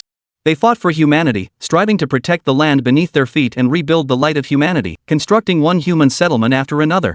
During that time, the wars were extremely brutal. The first war god of human civilization, Long Sanhai, led his team to face the strongest demon beasts. That battle was fierce and intense. In the end, it was only through Long Sanhai's breakthrough in his own rank at the brink of life and death, which also elevated his Beastmaster rank, that he was able to turn the tide of battle with his overwhelming combat power. That battle took place near Linen City, hundreds of kilometers away. There were even rumors that it was Long Sanhai's beast taming strike that shattered the ground with a single palm, creating a chasm several kilometers long and 100 meters deep. Others claimed it was a divine punishment from the heavens, protecting the people of China. Ultimately, the lightning struck the ground, safeguarding the peace and safety of countless Chinese citizens. Opinions vary, and no one knows who was right or wrong, but the existence of the demon beast abyss serves as a reminder of the efforts and perseverance humans made during that time to protect this land. At that moment, standing at the top of the demon beast abyss and looking down, Suemo couldn't help but feel a surge of pride. 100 years ago, it was from this battle that humanity began its rise to greatness, bringing hope to all beast tamers and the common people alike. This demon beast abyss, while often referred to as a miracle left behind by battle, is more accurately a spiritual totem that humanity left behind for the hope of the future. Gazing down into the abyss, where faint outlines could be seen, the biting cold wind howled. Even standing at the summit of the abyss, Suemo could hear the winds roar and sense a hint of danger. Fortunately, over the past century, the number of beasts within the abyss had dwindled significantly. The beasts within were of relatively low rank, making them a relatively easy challenge for Suemo, a beastmaster with a thunder dog at the 4th stage of the youth realm. On the other hand, Jiang Hanying's two beasts, a treasure-hunting weasel and a earth bear, were a defensive-type beast and a treasure-hunting support-type beast, respectively. Don't expect them to perform well in combat. This was likely the main reason Jiang Hanying had invited Suemo to assist her. Beside him, Jiang Hanying patted his shoulder and said, "Suemo, let's go. Sister, I know there's a shortcut nearby that leads directly to the bottom of the demon beast abyss." She looked up at the sky and said slowly, "It's getting late. If we go back and forth, entering the demon beast abyss and coming out again, we'll probably be there until 3 or 4 in the afternoon. Don't delay any further. If we wait until nightfall, some beasts lurking in the shadows, even if they're low level, could still pose a fatal threat to us. This night is the paradise of all beasts." Suemo nodded, feeling puzzled. Why was Jiang Hanying so familiar with the monster abyss? Could it be that she wasn't here for the first time? What exactly is in the monster abyss that has caught Jiang Hanying's attention? And who had accompanied Jiang Hanying here earlier? After much deliberation, Suemo could not come up with an answer. In the end, he could only follow Jiang Hanying, slowly making his way downwards. Following a mountain path, they finally reached the bottom of the demon beast abyss after more than an hour.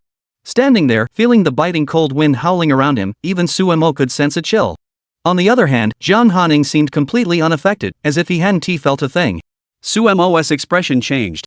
He hadn't expected Jiang Hanying to react this way. At the same time, Suemo took a deep breath and detected the strong smell of blood in the air, mixed with a faint odor of decay. He furrowed his brows and said slowly, "It seems that there are still many beasts fighting each other in the abyss of the beasts. The smell of blood is so strong." Jiang Hanying nodded, "But don't worry. The beasts here aren't very powerful. They should be no match for you, Suemo. This place is scarce in resources, so few high-tier beasts would come here. Suemo, don't worry. I called you here because I have full confidence in your abilities to protect me and ensure our safety." Suemo nodded, then rolled his eyes. "Enough with the small talk. Where exactly is what you're looking for? Let's find it quickly and leave immediately. We don't want any complications." Jiang Hanying shook her head helplessly. "Suemo, you really don't understand the situation. Never mind, I won't say anything more." Then, Jiang Hanying took out a detection device from her storage ring. The device activated and began scanning continuously, eventually pinpointing the location. The two of them began walking toward the front. As they walked, Suemo and the thunder dog by his side kept a watchful eye on their surroundings. The lightning dog occasionally let out a low growl.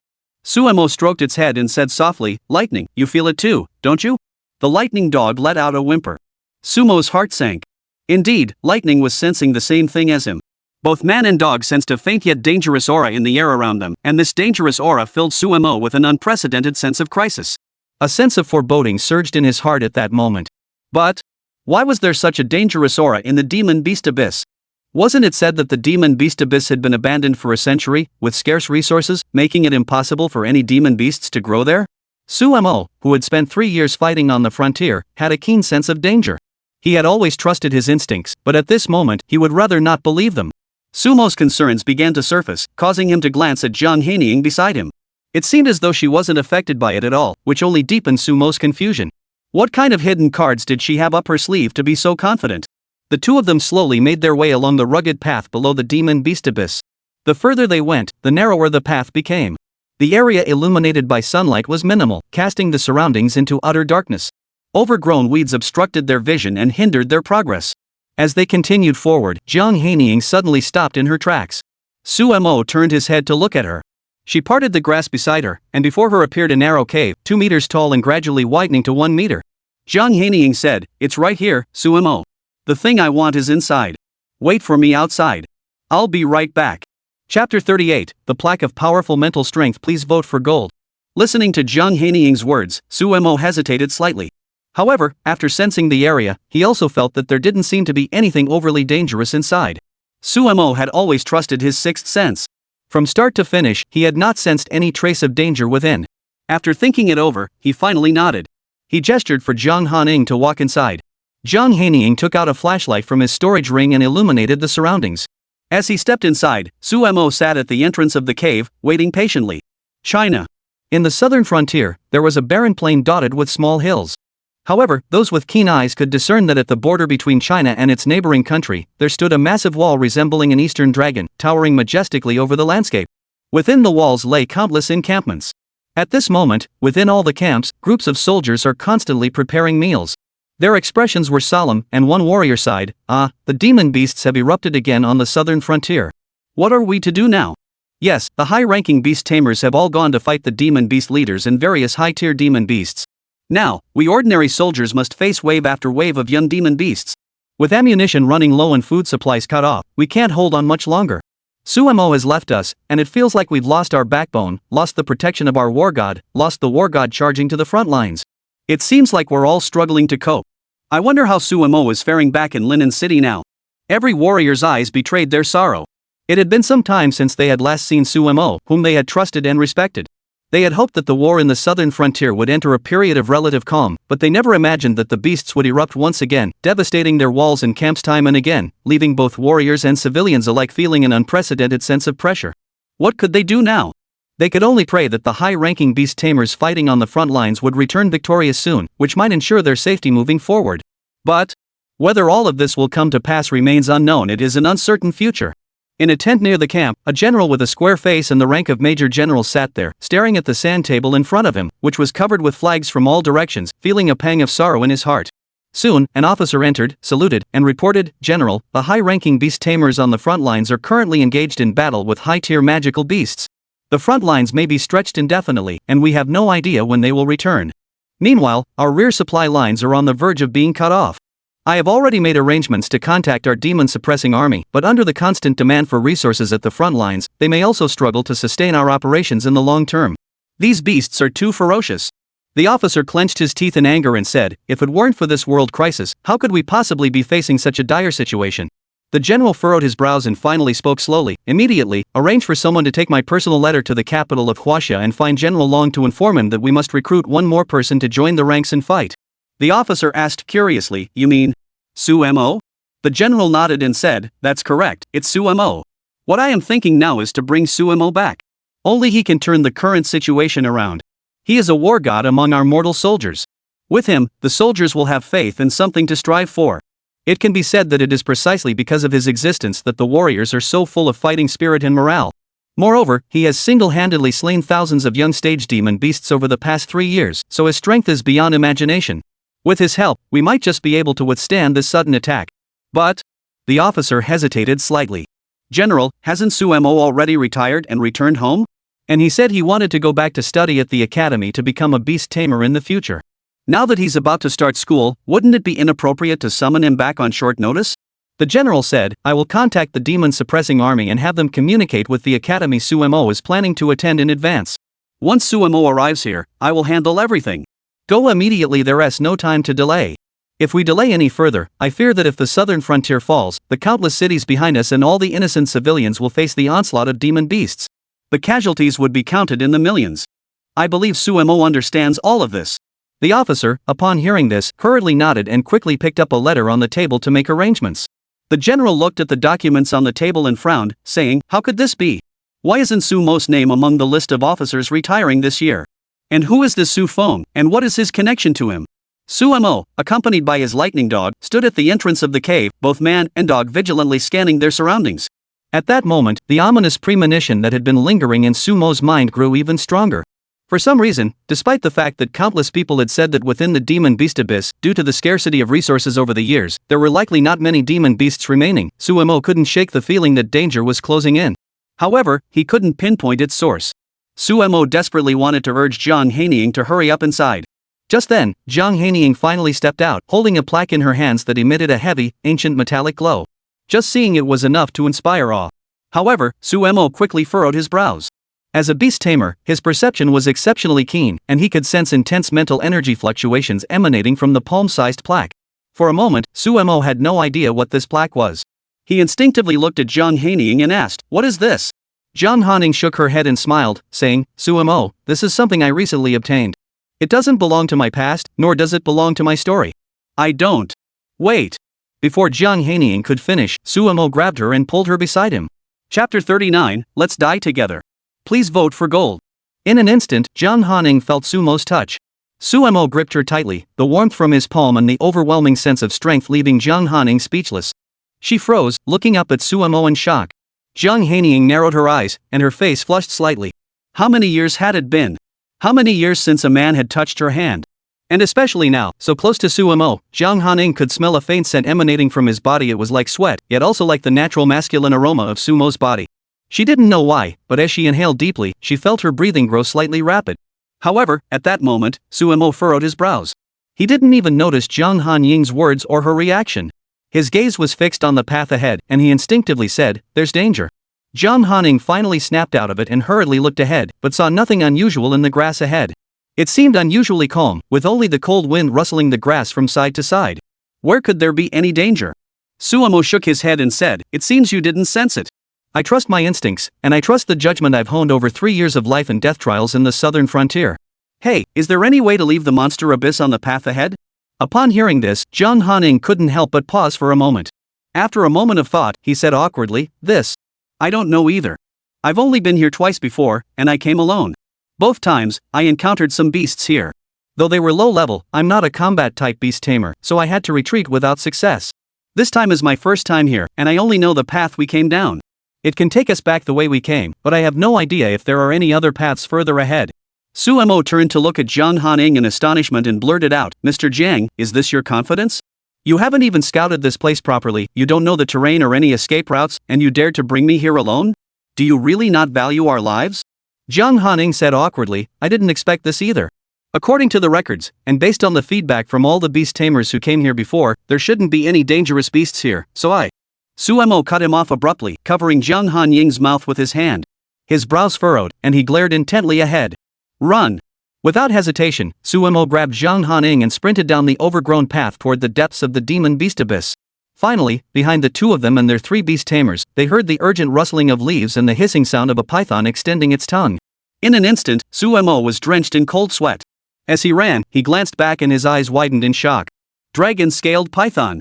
Jiang Hanying also turned to look, and with a flick of his thoughts, he activated his innate ability beast perception. In an instant, tiny droplets of sweat began to form on her forehead, but she did not slow down her pace. She spoke urgently, 3 of them 3 young dragon-scale snakes at the 5th stage of the young realm. How is that possible? The demon beast abyss is supposed to have no demon beasts above the young beast realm. Why are there 3 of them, and all at the 5th stage of the young beast realm? Sumo had no time to answer her, gripping Jiang Han's hand tightly as he sprinted forward. Jiang Hanying had a treasure-hunting weasel clinging to his body. Behind them, the thunder dog and the earth bear were also sprinting with all their might. Sumo said as he ran, "We don't have time to worry about that now. If there's no way out of the demon beast abyss ahead, we'll both die here." Jiang Hanying gave a bitter smile and said, "Dying together with your sister, don't you think that's sad? Wouldn't it be better for us to die together? What the hell are you doing, making jokes at a time like this?" Sumo rolled his eyes at her, both annoyed and amused. Suddenly, after running for an unknown amount of time, Jiang Hanying's hand slipped from Sumo's, followed by a shrill scream. Sumo stopped in his tracks and turned to look. He first saw 3 dragon-scaled pythons swiftly approaching from behind, now only about 20 to 30 meters away from the two of them. Looking down, he saw Jiang Hanying had fallen to the ground, her palm bleeding from being pierced, and her other hand was rubbing her ankle, clearly having twisted it. Despite being a 20th level beast tamer, Jiang Hanying's physical vitality was no different from that of an ordinary person. Only someone like Su Mo, who had gained his abilities through time travel and repeatedly revived himself to enhance his vitality, or other martial artists who had forcibly trained their bodies to improve their physical condition, could match her. As the 3 magical beasts closed in, Jiang Hanying urgently said, "Brother, you must escape." Don't worry about me." As she spoke, the Earth Bear stood between Jiang Hanying and the 3 magical beasts. The Earth Bear then slapped the ground, causing a layer of earthen walls to rise up. The sound of thudding echoed as the 3 dragon-scaled pythons continued to collide against the walls. Su Mo hesitated for only an instant before bending down without any further hesitation, lifting Jiang Hanying off the ground, and carrying her in a princess carry as he continued to run forward toward the narrower, unknown path ahead. Behind them, the Earth Bear released the earthen walls and continued to sprint, keeping pace with them at a decent speed. Since he no longer had to worry about Jiang Hanying's speed, Su Mo's speed increased significantly. However, after running only a few dozen meters, he heard the sound of the earthen walls behind him shattering instantly. Taking advantage of a turn, Su Mo glanced back and saw the 3 dragon-scaled pythons closing in rapidly. He couldn't help but mutter under his breath, "Damn it, how the hell did these 3 dragon-scaled pythons end up in the demon beast abyss? They're really a pain in the ass." However, Jiang Hanying didn't notice what Su Mo had said. At that moment, she felt Su Mo's chest rising and falling rapidly, felt his hot breath blowing against her cheeks, and even felt the hands holding her touch her body repeatedly. The real friction. Her face flushed so intensely it seemed as though water was dripping from it. Chapter 40, Trouble. Thunder Dog injured. Please vote for gold. Su Mo had no idea what Jiang Hanying was going through at that moment, and to be honest, he hadn't even noticed her emotional changes. At that moment, the only thing on his mind was to run, to keep running. If only. At the same time, he was silently cursing himself. If it had been just a young dragon-scale python at the 5th stage of the young dragon realm, he could have fought it to a standstill with his contracted thunder dog, which was also at the young dragon realm. With Su Mo's extensive combat experience, working together with his dog to slay the dragon-scale python wouldn't be too difficult. But now 3 had suddenly appeared out of nowhere. How could Su Mo possibly handle this? As he continued to run forward, the path grew narrower and narrower, and Su Mo's heart filled with panic. It seemed increasingly unlikely that he could keep running. He had no idea what lay ahead or what kind of unknown environment awaited him, but now he had no choice but to keep running forward. Not long after, Jiang Hanying emerged from his earlier days and emotional turmoil. Suddenly, his gaze sharpened, and he spoke up, "Su Mo, there's a cave on the right ahead. We can go inside." Su Mo looked toward the right side ahead and sure enough, there was a cave in the mountain wall that was just wide enough for one person to pass through. Glancing at the large bear beside him, he realized that getting through wouldn't be too difficult. Without hesitation, Su Mo nodded. Continuing to run aimlessly at this point had no meaning. He could only keep moving forward and find a place to hide. According to Su Mo's estimation, the entrance to the cave could probably only accommodate a single dragon-scaled python. At that point, he could use this advantage to bring the Thunder Dog into battle against the dragon-scaled python, taking them down one by one. Perhaps this crisis could be resolved. Without hesitation, he reached the cave entrance, tossed Jiang Hanying into the air, and strapped him to his back. With both hands supporting Jiang Hanying's hips, he sprinted inside. Behind him, the Thunder Dogs and the Earth Bears followed closely behind. Jiang Hanying let out a soft moan, her face flushing red. The sensation on her buttocks left her speechless, a tingling numbness spreading throughout her body. Suddenly, Su Mo stopped in his tracks. Jiang Hanying snapped out of her daze and asked curiously, "What's wrong?" Su Mo rolled his eyes at her and said, "What are you doing?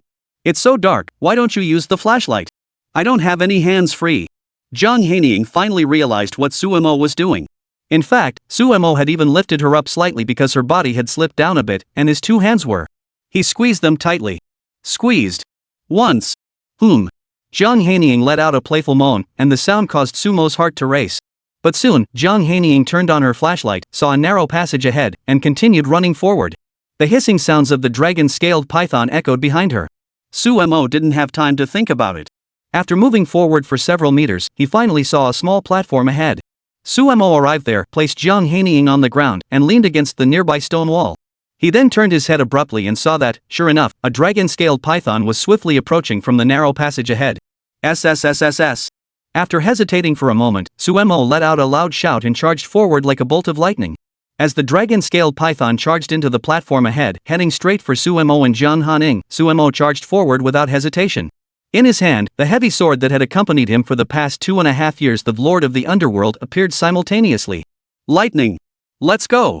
Following that, Suemo and the Thunderdog leaped into the air together. Suemo leaped high into the air. From above, the heavy sword struck the dragon-scaled python's head. Though the dragon-scaled python's head was exceptionally hard, it couldn't help but be knocked off balance by Sumo's immense strength. The Thunderdog swiftly darted toward the distance, its body flickering with blue-purple lightning, its claws striking the dragon-scaled python's vital point with unparalleled sharpness. With a loud screech, the dragon-scaled python let out a piercing cry, its body thrashing wildly in all directions, causing the entire cave to tremble violently. Suemo even saw rocks falling from the walls of the cave. Jiang Hanying, hurry to the open area in the middle. Be careful not to get hit by falling rocks. Suemo had no time to worry about Jiang Hanying's safety. He could only shout a warning before raising his heavy sword once more, delivering another powerful blow from above, striking the dragon-scaled python's head with brutal force. The dragon-scaled python's entire body had entered this small platform, occupying a third of the space. However, the dragon-scaled python paid no heed to this. It had finally locked onto Suemo and the Thunderdog, attacking its vital spot, letting out 2 hissing sounds. The dragon-scaled python's eyes were filled with red veins, resembling demons from hell, as if someone was staring at Suemo from the depths of a bottomless abyss, causing Suemo to feel uneasy and unsettled at that moment. What a terrifying gaze! This was the first time Suemo had faced a young-tier demon beast since joining the military, and in that moment, he truly felt the terrifying pressure emanating from the demon beast, as well as the overwhelming aura in its eyes. Fortunately, Suemo and the Thunderdog had undergone a trial in the Mystic Tower and had previously fought against a dragon scale python, so they were familiar with its signature move, the dragon python squeeze. Sure enough, as if sensing Sumo's emotions, the dragon scale python swiftly moved its body, intending to bind Suemo to its body. Without hesitation, Suemo issued an order to the Thunderdog. The two of them, one man and one dog, sprang into action, charging toward the vital point on the dragon-scaled python's body. Suemo leaped high into the air, swinging his heavy sword, the Lord of the Underworld, down with a thunderous crash, causing the earth to shake. Suemo exerted all his strength, knowing that if he didn't give it his all, the young dragon-scaled python would bind him, and death would be his only fate. Even with his current high vitality, he had little chance of standing against it. The heavy sword struck, and combined with the Thunderdog's attack, its claws, flashing with blue-purple lightning, pierced the dragon-scaled python. The python instantly felt intense pain, and its body began to shake violently once more. Bang! The dragon-scaled python's tail struck the Thunderhound's body, causing it to let out an agonizing scream as it collided with the rear stone wall, coughing up blood and its eyes growing glassy.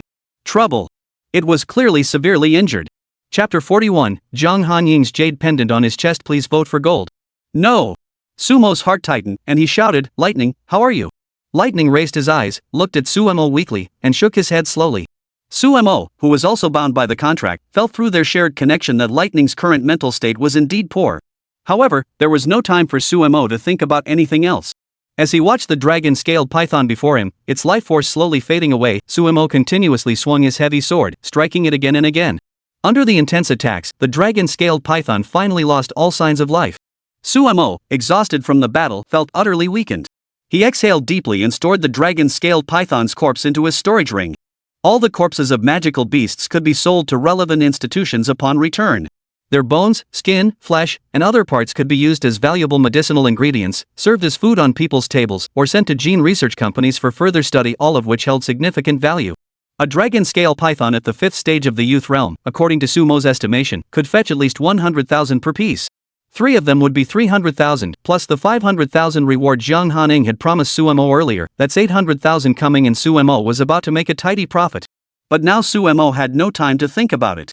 In the blink of an eye, he heard the hissing sounds and the rustling of dragon scales on the ground coming from outside the cave. Suemo lifted his head, grabbed the flashlight, and shone it forward, just in time to see another dragon-scaled python heading toward the cave. However, Sumo's heart sank. He was already weakened, and his contract beast, the Thunderdog, was severely injured. What could he do to help the Thunderdog recover? Suemo suddenly turned his head and glanced at Jiang Hanying, who had just moved to the center. After hesitating for a moment, Suemo walked over and asked, "Mr. Jiang, how are you?" Jiang Hanying struggled to stand up, shook her head, and said, "I'm fine. Don't worry about me." Before Jiang Hanying could finish speaking, Suemo raised his hand and delivered a swift blow to the back of her neck, knocking her unconscious. The treasure-hunting weasel and the earth bear beside him saw Sumo's actions and were about to attack. Suemo gave them a single glance, and the two beasts immediately calmed down. Suemo then sat cross-legged on the ground and summoned the Qishuizhen Shang'are. The Thunder Dogs immediately surrounded him without hesitation. Suemo channeled all the chi and blood in his body to restore the Thunder Dog's momentum.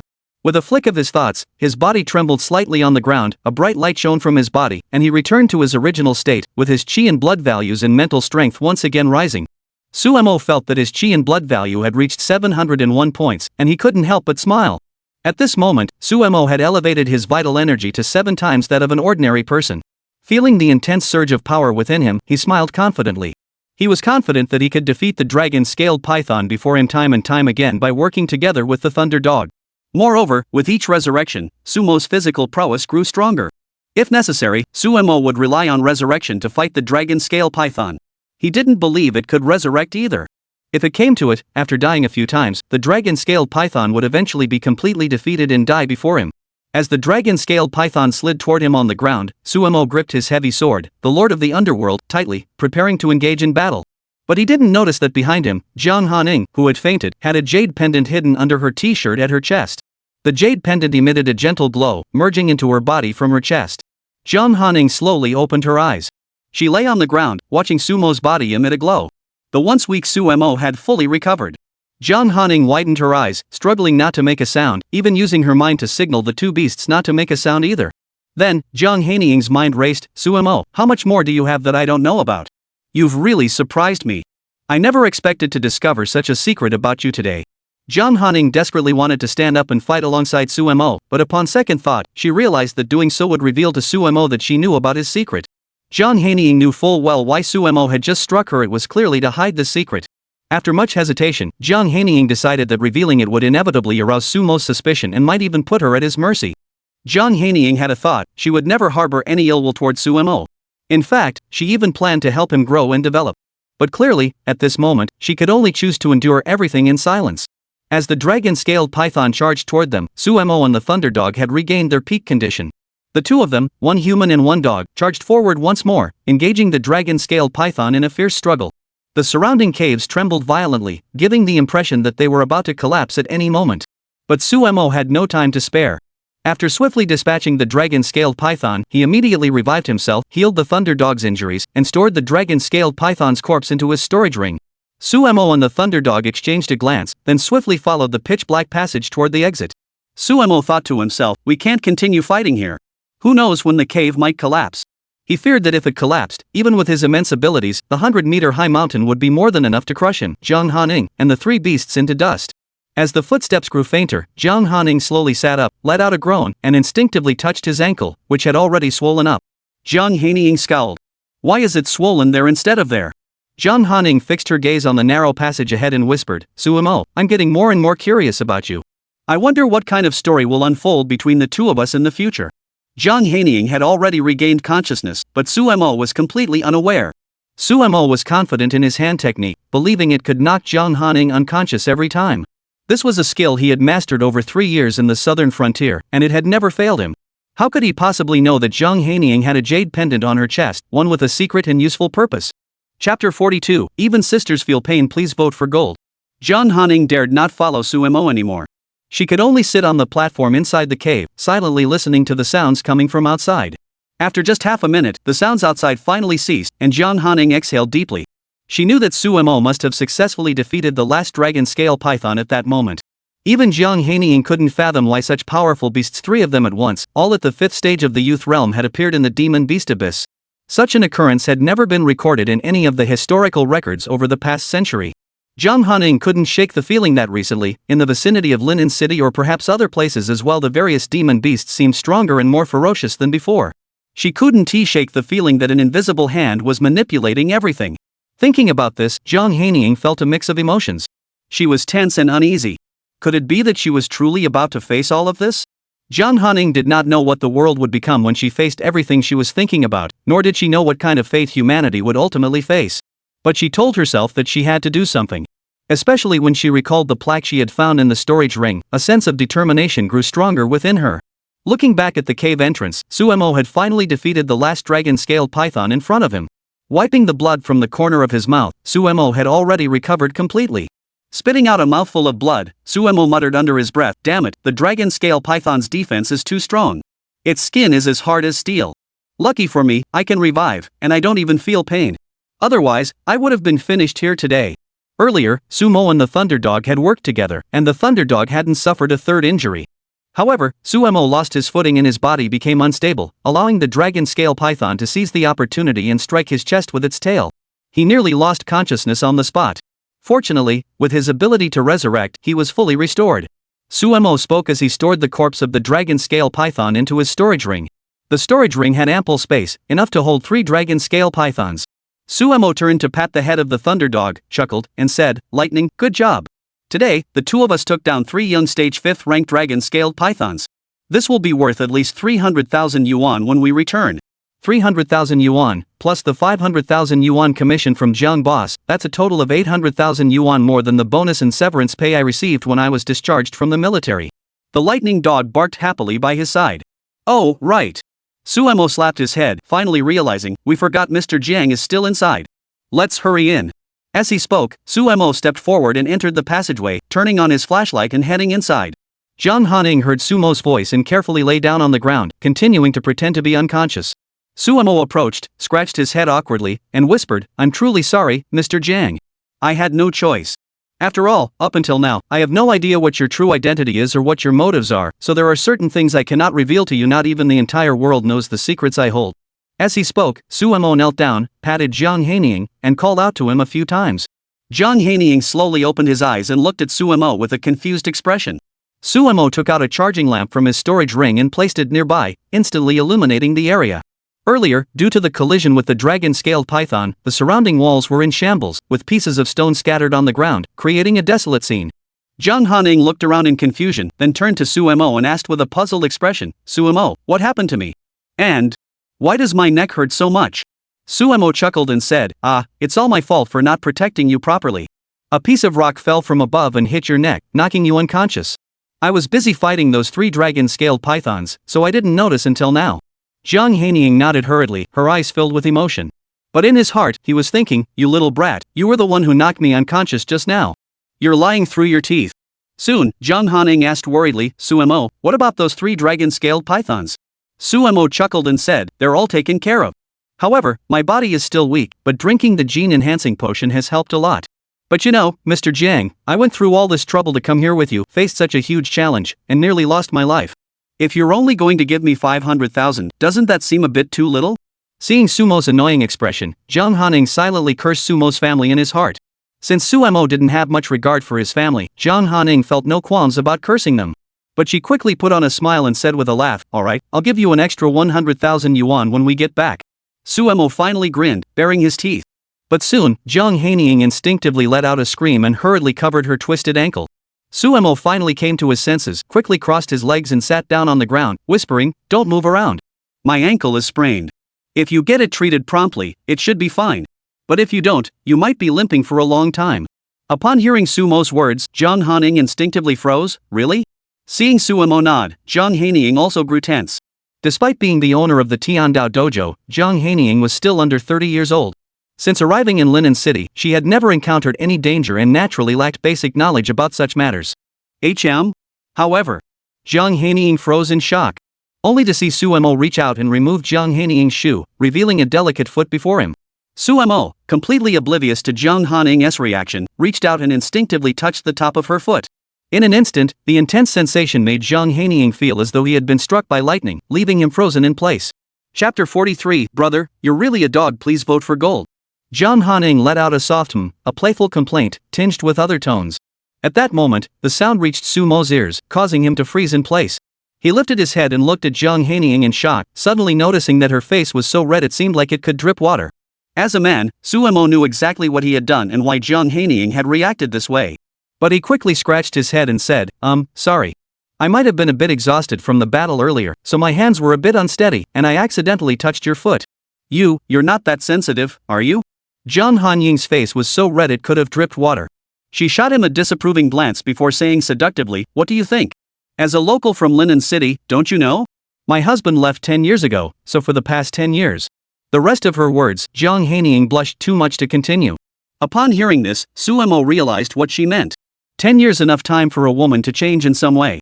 He also thought that over the past 10 years, among the various rumors circulating among the locals of Lin City, he hadn't heard any mention of Jiang Hanying having found a new man. It seemed that over the past 10 years, Jiang Hanying had been alone, running the Tiandao Hall. After thinking it through, Su Mo found it somewhat reasonable. But soon, he sighed helplessly, but there's nothing we can do about it. Your foot needs to be treated. I learned emergency treatment in the southern border regions. Why don't you try doing it yourself? Jiang Hanying hesitated for a moment before shaking her head and saying, forget it. I don't know what to do. What if I mess it up and it affects your recovery? Su Mo sighed, then took out some ointment and spray for bruises and sprains from his storage ring, along with a few pieces of wood and bandages. These were all items Su Mo had kept in his storage ring since obtaining it. Having lived in the southern border region for so many years, he knew how crucial emergency treatment supplies were, and it had become a habit of his. With that, Su Mo carefully began to treat the swelling on Jiang Hanying's ankle. Jiang Hanying sat on the ground, watching Su Mo's focused expression. A man like this was simply too handsome in such a situation, and Jiang Hanying couldn't help but stare in awe. Jiang Hanying was right. 10 years ago, her husband had died in a war against beasts, sacrificing his life to protect his country. Since then, she had become a widow. Since then, Jiang Hanying had never sought out another man, never had any intimate contact with anyone else. Today, Su Mo was the first man to take her hand from the very beginning, embrace her, even carry her on his back, touch her hips, and now, Jiang Hanying's delicate feet appeared before Su Mo. Su Mo was no different. This woman, not yet 30, exuded a quality that drove men mad, and Su Mo couldn't help but feel a surge of excitement within him. Su Mo kept telling himself that he was merely treating Jiang Hanying's injuries and not to let his thoughts wander. It was precisely in this emotional state that Su Mo finally finished treating Jiang Hanying's ankle, secured it with a wooden board, and then took out a cane from his storage ring. He handed it to Jiang Hanying and said, there you go. Your foot should be fine for now. Use this cane to get around for now. If you encounter any difficult terrain, Su Mo hesitated for a moment before forcing a bitter smile and saying, I'll carry you. Jiang Hanying blushed and nodded, her voice barely audible, all right. Su Mo was an 18-year-old young man full of vigor. Seeing Jiang Hanying like this, he secretly thought to himself, no way. Could Jiang Hanying have feelings for me? I'm still just a kid. Su Mo scratched his head awkwardly, quickly dismissing the thought from his mind, and said slowly, everything's been taken care of now, right? I also went outside to check and didn't sense any dangerous energy around us. Let's head back first. Jiang Hanying pondered for a moment before nodding and saying, alright, let's go back then. Despite the tender moments he shared with Su Mo today, Jiang Hanying felt an overwhelming sense of nostalgia and reluctance. Jiang Hanying really wanted to stay here with Su Mo for a little longer, but what excuse could he possibly come up with? None seemed reasonable. Thus, Jiang Hanying decided to leave with Su Mo as well. However, suddenly, a faint click sound came from behind them. Su Mo abruptly stopped in his tracks and turned to look behind him. There was clearly just a wall behind them. Where could the sound have come from? Jiang Hanying asked curiously from beside him, what's wrong? Su Mo replied, didn't you hear it? Just now, there was a click sound behind us, as if something small had appeared. Ha? Jiang Hanying scratched his head and said, no, I didn't hear anything. Su Mo, your ears, are they dog ears or something? Beside them, the thunder dog barked twice, as if responding to Jiang Hanying. Su Mo turned to look at the lightning dog and asked, lightning, did you hear that too? The lightning dog barked twice again, responding to Su Mo. It had heard it just like Su Mo. Jiang Hanying was dumbfounded beside him. It seems like you really do have dog ears, Su Mo. How could you hear that? Su Mo rolled his eyes at her and said, what are you talking about? What does dog ears mean? He didn't intend to explain anything to Jiang Hanying. After all, his heightened hearing was a result of his improved qi and blood energy, which had enhanced all his organs and abilities accordingly. Whether it was his sense of smell, hearing, or strength, these abilities were 7 times greater than those of an ordinary person, allowing him to hear many subtle sounds that others couldn't detect. In his hand, the heavy sword Mingwang reappeared. Su Mo slowly took a step forward, heading toward the source of the sound. The click sound had vanished, and the surroundings grew eerily quiet, save for the sound of Su Mo's footsteps. Finally reaching the edge of this small space, Su Mo reached out and touched the wall in front of him, feeling a slight difference in temperature. He tapped it again and finally heard the sound of an empty cavity ahead. Jiang Hanying limped forward with a cane, looking astonished. Goodness, could there be another hidden chamber inside this cave? She turned to Su Mo and said, Su Mo, should we go inside and take a look? Chapter 44, A Space Formed Over a Century? Please vote for gold. Upon hearing Jiang Hanying's words, Su Mo turned to look at her. After a moment of thought, she wondered what kind of world lay beyond the hollow stone wall. Was there a threat or an opportunity waiting there? What stood before Su Mo now was like a fork in the road, each path holding a 50% chance. After hesitating for a long time, Su Mo decided to go take a look. If something went wrong, he could always rely on his infinite revives to keep fighting. However, Su Mo turned his head to glance at Jiang Hanying. Upon seeing his gaze, Jiang Hanying couldn't help but shiver, blurting out, what are you doing? I'm telling you, I'm a good woman. You, don't you dare do anything inappropriate here. Watch out for me, I'll be angry with you. Jiang Hanying didn't know why she said those words, but deep down, she began to feel a hint of anticipation, only to quickly dismiss it as futile. Suemo was taken aback. What do you mean by inappropriate things? Knocking you unconscious is inappropriate? Shaking his head, Suemo spoke slowly, alright, step back 2 steps. I'll try to break through here. Jiang Hanying limped backward. Seeing that there was enough space, Suemo gathered all his strength and swung the heavy sword in his hand with all his might. Bang! As the heavy sword collided with the stone wall, the wall, which was about 20 centimeters thick, shattered into pieces and fell to the ground. Stepping over one stone after another, Suemo picked up his flashlight and shone it inside. Ahead, there was another narrow cave, and at the farthest end of the cave, a faint outline of another space could be seen. Drip, drip, drip. The sound of droplets hitting the stone surface echoed, creating ripples of water. Suemo listened intently for a moment before slowly saying, I don't hear any other magical beasts moving inside. All I hear is the sound of water droplets falling. Moreover, I could feel the air around me moving. It seemed that there was another world ahead, and I should be able to find a way out from there. I want to go in and take a look. Are you coming with me? Jiang Hanying pondered for a moment before nodding and saying, of course. If I don't go with you, what if something happens to you, or you go out and leave me here alone? Who would be responsible for my life? You're responsible for me. Suemo was taken aback and said, Mr. Jiang, what do you mean by that? What do you mean I have to take responsibility for you? Your foot was injured by your own doing. You fell and it swelled up. It has nothing to do with me, Suemo. I'm telling you, people have to take responsibility for their own words. If this gets out, who knows what others will say about me? Jiang Hanying stuck out her tongue, gave Suemo a flirtatious glance, and said, alright, I was just joking with you. Go inside first, I'll catch up later. Suemo looked at Jiang Hanying's foot, thought for a moment, then nodded. He thought to himself that it would be better to go in first and check things out. If there was any trouble, he could always come back and quickly take Jiang Hanying away, which would be much easier. Finally, Suemo, accompanied by his lightning dog, used the flashlight to illuminate the path as he cautiously made his way through the pitch-black narrow passage. With each step, as they drew closer, Suemo felt the airflow ahead grow slightly stronger, and the sound of dripping water grew more intense. Suemo furrowed his brows. This was the first time in his life he had set foot in such a mysterious area, and the first time he had discovered a place with such a hidden world. He had no idea what lay within. Thud, thud, thud. Sumo's footsteps echoed back and forth between the stone walls, breaking the silence with each step, like the relentless beat of a demon's drum. Finally, after passing through a narrow passageway dozens of meters long, Suemo saw a vast space ahead, approximately 100 meters wide. He looked up and saw a sloping passageway leading upward, its destination unknown. Suemo furrowed his brows, carefully observing his surroundings. This place did not appear to be naturally formed. It seemed as though some powerful magical beast had violently destroyed it, leaving the surrounding stone walls in ruins, pitted and jagged. Drop after drop of water slowly condensed from the top of the stone walls, falling onto the ground below. The stones beneath had been eroded by the water droplets, forming small pits about half a meter deep. Suemo made a swift judgment in his mind. This place must have been here for at least 100 years. Otherwise, how else could those water droplets have eroded such deep pits? Finally, Jiang Hanying slowly walked over to this side. She stood beside Suemo, looking around in admiration. This place seems to have been here for a century. What kind of place is this? How did such a space come to exist? Suemo shook his head and said nothing. Look! As Jiang Hanying shouted, followed by 2 loud barks from the thunder dogs, they immediately ran forward. Suemo also saw ahead, in a corner that was slightly dim, a large piece of dried grass mat illuminated by the flashlight. The mat was already dry, but on top of it was a gigantic. An egg? What kind of egg is that? Suemo blurted out instinctively, then took a step forward.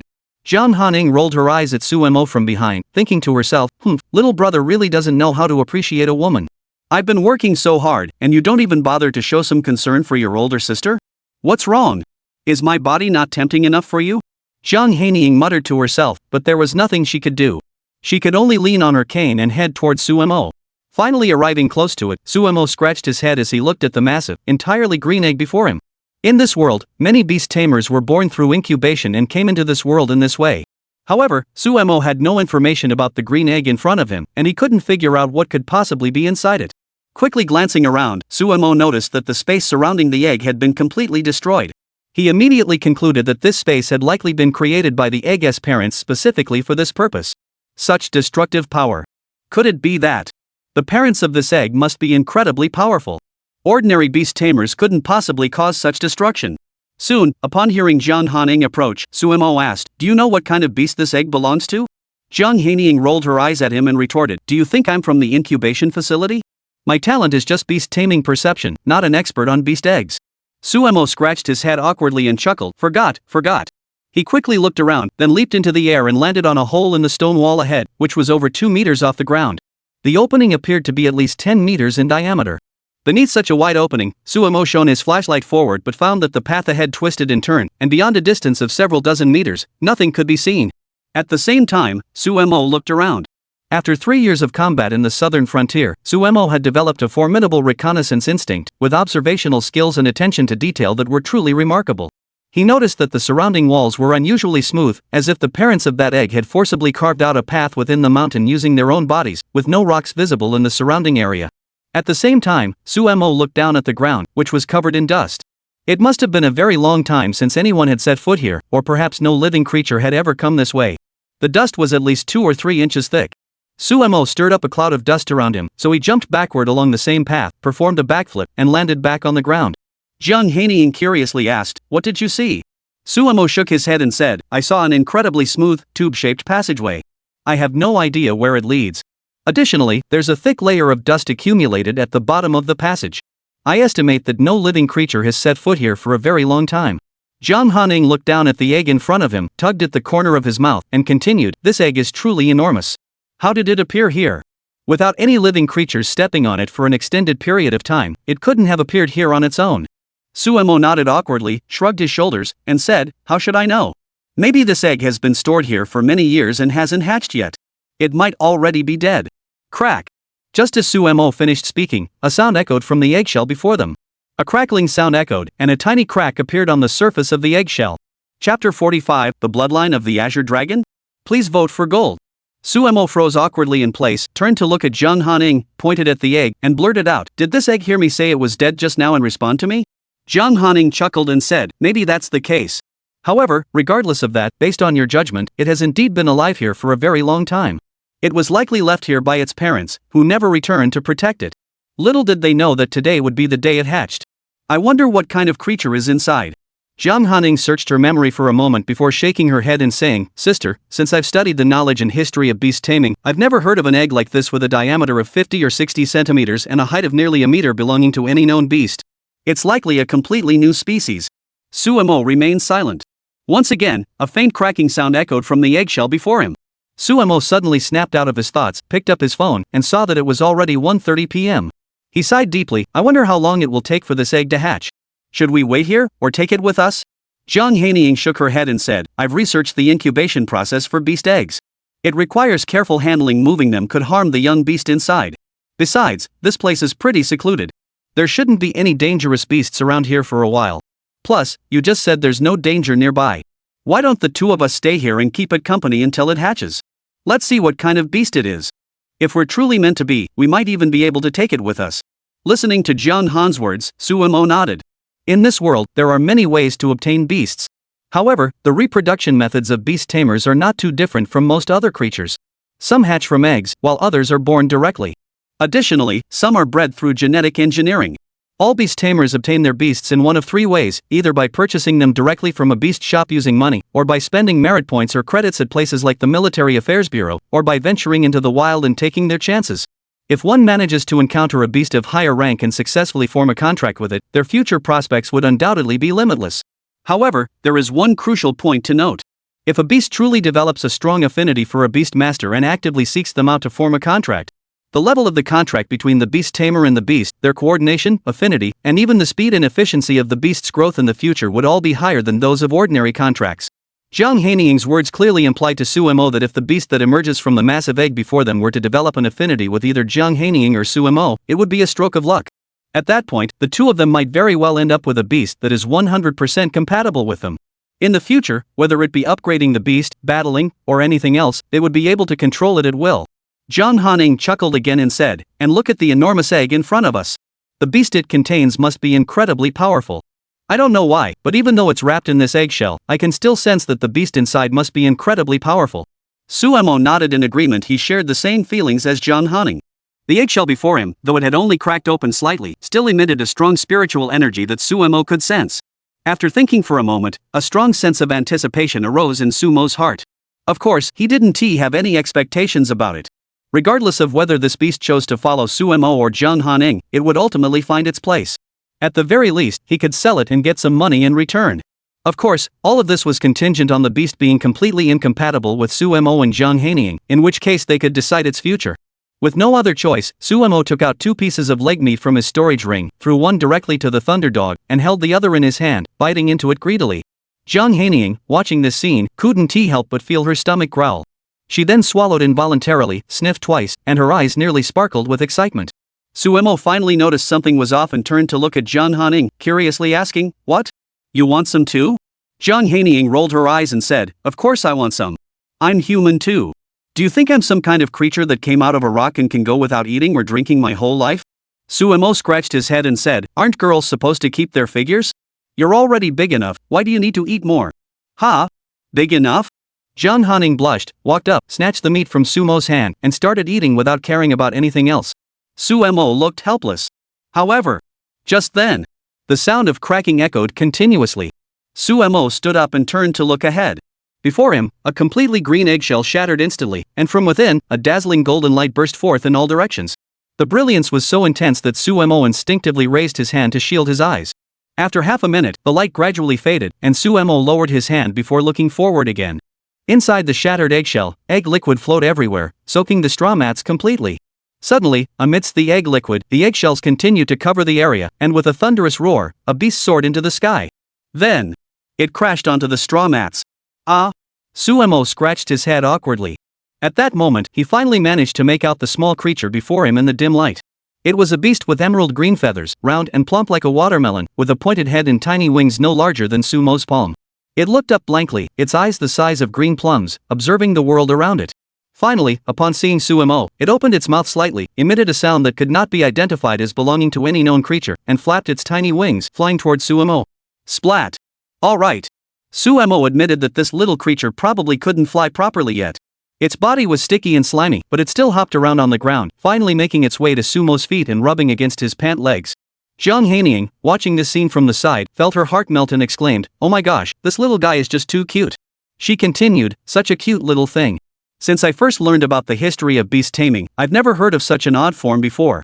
This little creature looks like a plump little bird, but I've never seen a bird with such a build.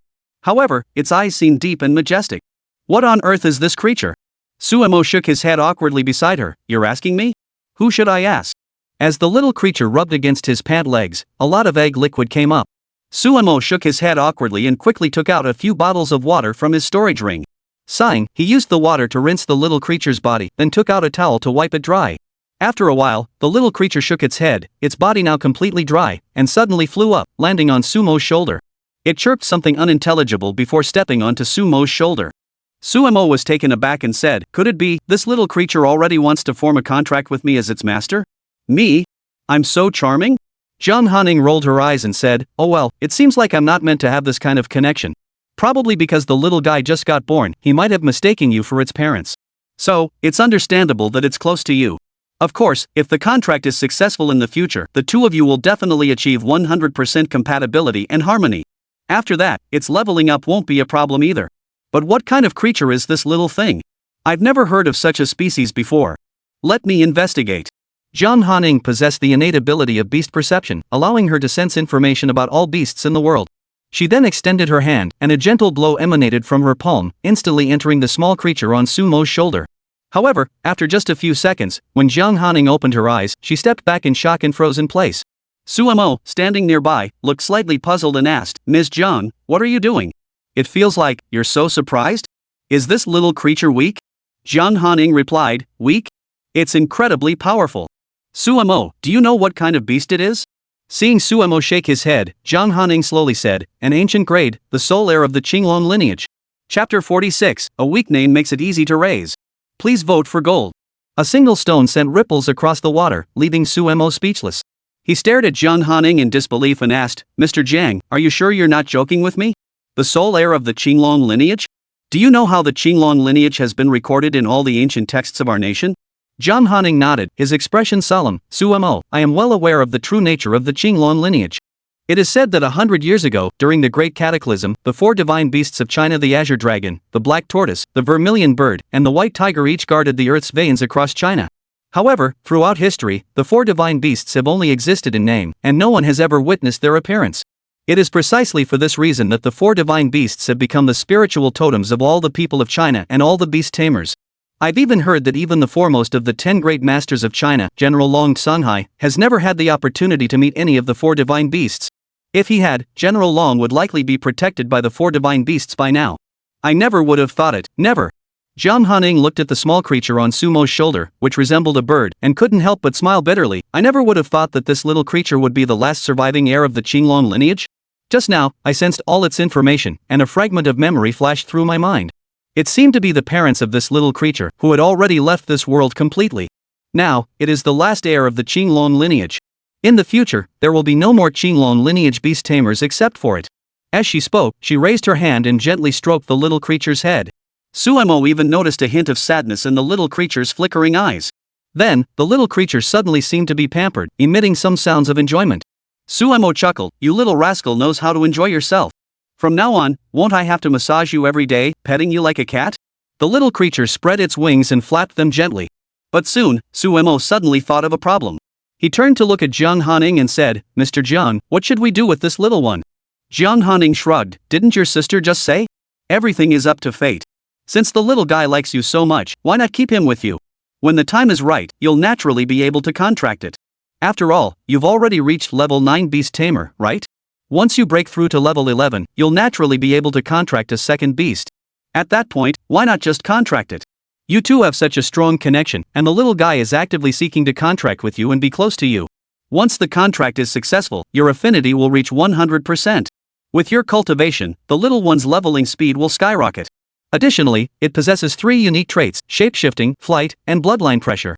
Once you contract it, you will naturally understand these abilities. This can't be possible." Upon hearing Jiang Han's words, Sumo urgently said, "Mr. Jiang, I did agree to you earlier, but I never imagined that this unremarkable, unfamiliar egg could contain an ancient-tiered beast, let alone a divine beast. If I were to claim it all for myself, how embarrassing would that be?" Jiang Hanying chuckled, his eyes filled with satisfaction towards Sumo. All right, Sumo, stop refusing. Sister knows that this divine beast, the azure dragon, is indeed too precious. But everything in this world is about fate. It likes you and wants to be with you. Why not just give in to it?"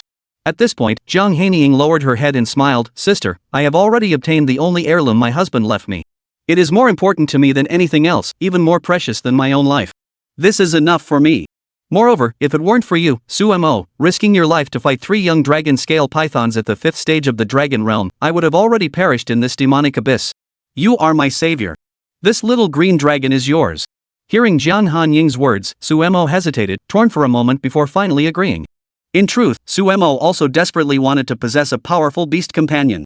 In his future life, it would undoubtedly be his greatest asset. But this is far too precious. Sumo now saw Jiang Hanying handing over the Qinglong to him in such a manner, and he didn't know what to say. A wave of emotion welled up in his heart, echoing repeatedly. At the same time, Sumo couldn't help but wonder what Jiang Hanying's true intentions were. Sumo absolutely did not believe that Jiang Hanying would truly be willing to part with the little Qinglong and give it to him.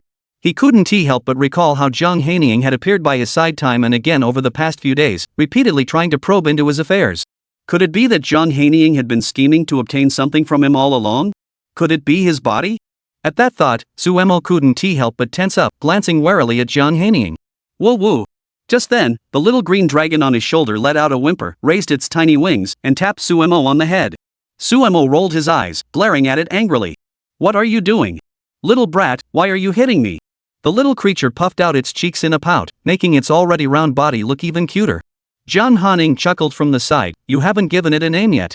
Though your current level isn't high enough to contract it yet, you should still give it a name." Sumo finally snapped out of it and said without hesitation, "Alright, let's call it Xiao Pang."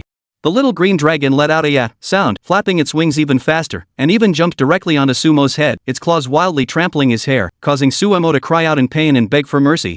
Sumo quickly grabbed it and placed it in front of him. Looking at the 2 strands of hair that had fallen, he couldn't help but feel a pang of sorrow. "Xiao Pang, do you know how much hair loss troubles young people nowadays?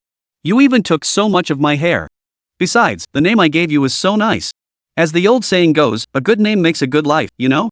I'm doing this for your own good. Xiao Qinglong wailed for a while, but he simply couldn't match Su Mo's strength. Finally, he sighed and seemed to accept the name Su Mo had given him. Jiang Hanying smiled helplessly from the side. You're really a genius at naming things. Who names a beast like that? This little fat one, what's the difference between it and Wang Kai? Su Mo chuckled, a bad name can still sound good. Little fat is easy to say, and look at it, it's plump and round. The name fits its appearance perfectly, doesn't it? Xiao Qinglong sighed again. Boom! In an instant, the surroundings trembled violently, and the ground shook violently. Chapter 47, The Dragon's Burial Ground. Please vote for gold. The intense tremors caused Su Mo and Jiang Hanying to sway unsteadily. Just as they were about to react, a thunderous crash echoed, followed by the sound of countless rocks crashing down. The two turned to look behind them, only to find that the path they had come from was completely blocked by debris. Jiang Hanying's heart tightened, and he hurriedly said, "It seems that the battle between you and the dragon scale python has damaged the surrounding mountains. Fortunately, we managed to escape in time. Otherwise, we would have been crushed into mincemeat by now, truly meeting our end together." Su Mo sighed and shook his head. However, he felt a bit relieved. He looked up at the 2-meter-high opening ahead and said, "Fortunately, there's another way out here. Since Xiaopeng's parents were able to bring him here, there must be a way in, and therefore a way out. Mr. Jiang, why don't we leave from here?" Jiang Hanying nodded. Following that, Su Mo jumped onto the cave entrance with a powerful leap. The earth bear lifted Jiang Hanying from behind, and Su Mo caught him, placing him beside himself. Soon, the earth bear and the thunder dog also leaped up and entered the cave opening. Su Mo held the rechargeable flashlight in his hand, following the winding path through the mountain cave, stopping and starting, until finally, after more than half an hour, at 4:30 p.m., the two successfully emerged from the winding cave passage. When they saw the scene before them, Su Mo and Jiang Hanying both froze in place. Before them lay a massive chasm that seemed to split the earth, with a crack barely wide enough for a person to fit through, letting in a faint glow of sunlight. And coincidentally, under the sunlight, they also saw a massive crater ahead about dozens of meters deep and over 100 meters in diameter. But what truly astonished Su Mo and the others was what appeared within the massive pit. A set of remains stretching hundreds of meters in length. Woo woo woo! A mournful cry emanated from Xiao Qinglong on Su Mo's shoulder. Without hesitation, it flapped its wings and flew forward, landing in the pit shortly after. There, on the remains, the little green dragon continued to weep. Su Mo furrowed his brows and said slowly, "It seems this skeleton must be its father or mother. It is likely the Qinglong divine beast, one of the 4 divine beasts, from 100 years ago." Su Mo soon noticed that the lower half of the remains was covered in countless fractures. He spoke slowly, "It must have been severely injured in a battle 100 years ago. Look at the bones in the rear half of its body, there are multiple fractures, and some are even crushed. It was likely due to these injuries that it was unable to continue fighting for an extended period, or perhaps it couldn't recover in time, or simply had to wait to die. Later, the Azure Dragon placed the egg of the young Azure Dragon in the previous vast space, but unexpectedly, we managed to obtain it." Jiang Hanying nodded and said, "Perhaps this is our destiny, or perhaps this is the fate meant for you, Su Mo. It seems that this little Qinglong is destined to be yours, Su Mo. Congratulations. However, I think you should find ways to quickly improve your own level and reach the 11th rank beast tamer so you can contract the little Qinglong to yourself as soon as possible. First, it will strengthen your future power. Second, once the contract is completed, the little green dragon will become your greatest ally and even be able to block those who covet it and try to take it away from you." Su Mo nodded. Ancient tier beast tamers are extremely rare in this world. Every ancient tier magical beast that descends into this world becomes the object of competition among countless beast tamers, groups, and even military and academic factions. Su Mo wasn't foolish if he hadn't contracted it in time, it could have caused him a lot of trouble in the future. On the contrary, after contracting it, relying on the mutual understanding and affinity between Xiao Qinglong and him, coupled with Xiao Qinglong's abilities, it would undoubtedly bring immense benefits to Su Mo. After some thought, Su Mo said, "Once we return, I will focus on cultivation and strive to break through to level 11 beast tamer as soon as possible, then bind Xiao Qinglong." Jiang Hanying nodded beside him.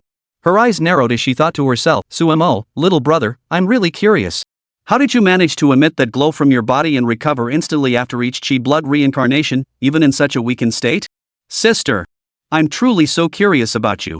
Su Mo and Jiang Hanying stood at the edge of the deep pit, silently watching. Though night was falling, the two knew that the little green dragon was unwilling to leave its father or mother and would likely stay for some time. After an unknown amount of time, the little green dragon flew up again and landed beside Su Mo. Seeing the little green dragon's red eyes, Su Mo raised his hand and stroked its head, saying, "Little one, don't be sad. Though we don't know if that was your father or mother, it brought you to that platform so that you could live safely, healthily, and happily in the future. Please also trust me. Since you have chosen to accept me and accompany me from this day forward, I will definitely take good care of you and never let you come to harm." The little green dragon finally let out a few whimpering cries. Then, Suemo turned his head, looked down at the giant bone remains in the deep pit below, bowed deeply, and said, "Elder, I don't know what you went through back then, or why you sent your child to that platform. But now that it has been born into this world and has even chosen me, I will definitely treat it well. Senior Qinglong, please rest assured. I will ensure it grows stronger time and again in the future and will never disappoint the high hopes you have placed in it." As Suemo finished speaking, a deep dragon's roar suddenly erupted from the heavens and earth, causing the entire world to tremble. Looking up again, the massive Qinglong remains before him had already been shattered into dust, drifting away with the wind. Chapter 48, Jiang Hanying's sincere request, please vote for gold. As this extraordinary phenomenon unfolded before them, a single tear fell from the corner of the young green dragon's eye, landing on Sumo's shoulder. Suemo couldn't help but feel a pang of sadness. He raised his hand to stroke the little green dragon's head, and the soft, furry sensation left a lingering sense of melancholy in his heart. Then, Suemo spoke as if making a promise, "Little Fat, don't worry. I will never treat you unfairly.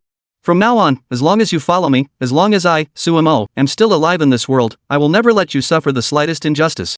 Let's follow the thunder dog and climb to the pinnacle of beast tamers together. Believe me, I will restore the glory of your parents' generation." Xiao Qinglong nodded firmly, then nuzzled against Sumo's head twice. Suemo smiled. Jiang Hanying watched this scene from the side and smiled knowingly, feeling satisfied. Sumo's bond with Xiao Qinglong moved him, and he was also touched that Xiao Qinglong had finally found a master who cared for it. He was certain it would never suffer any hardships in the future. "Alright," Jiang Hanying said. "Suemo, it's already 6 p.m. We need to hurry back. If we don't go back soon, the demon beast abyss might become our final resting place." Suemo nodded. It wasn't that the night would make the beasts go berserk, but rather that the night would serve as a natural barrier for them. They can move about undetected, posing an unprecedented threat to all beast tamers and even the common folk. Suemo and Jiang Hanying determined their direction, but returning the same way was no longer an option. Fortunately, there was a narrow crack nearby. It must be the path they came in through. If they continued down it, they should be able to reach this place. The two of them arrived at this spot and began to move forward cautiously, step by step. After walking for a short while, two young stage 7th rank magical beasts suddenly leaped out from ahead. In an instant, Sumo's heart skipped a beat. Two young stage 7th rank beasts? Earlier, when facing three young dragon-scaled pythons at the 5th stage of the young demon realm, Suemo had to defeat them one by one, and in each round of combat, he and the thunder dog were at least severely injured once. Now, two young stage 7th rank demon beasts appeared at once? How are he and Jiang Hanying supposed to handle this? Roar! Suddenly, a voice rang out beside Sumo's ear. The dragon's roar echoed in Sumo's ears, so deep and powerful that he could feel the ground trembling beneath his feet. Following that, Suemo and Jiang Hanying were startled to see that the two demon beasts in front of them had immediately dropped to the ground, trembling violently and dared not lift their heads. Upon witnessing this scene, Suemo realized what was happening. Jiang Hanying beside him chuckled, "It seems this little guy has innate bloodline suppression. Whether or not he's contracted with you, it can still manifest. Today, the two of us leaving this demon beast abyss won't be a problem." Suemo smiled as well, then recalled what he knew about the azure dragon. He then took a piece of roasted meat from his storage ring and tossed it directly in front of the little Qinglong. The little Qinglong opened its mouth and instantly sucked the grilled meat into its mouth, swallowing it whole. Watching its body show no change, and the piece of grilled meat was even larger than the little Qinglong's body. Suemo couldn't help but exclaim in astonishment, "You little rascal, you should really be called Little Fat. You sure can eat." The little green dragon shot him a disdainful glance. Then it leaned against his shoulder and fell asleep, snoring softly. Jiang Hanying chuckled and looked at Suemo, "Let it rest. That dragon's roar must have drained a lot of its energy.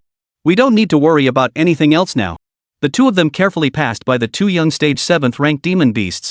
Suemo could still feel the sense of fear emanating from them. Jiang Hanying curiously remarked from the side, 7th tier young beast realm? If we were to slay them and bring them back, we could probably make a nice profit.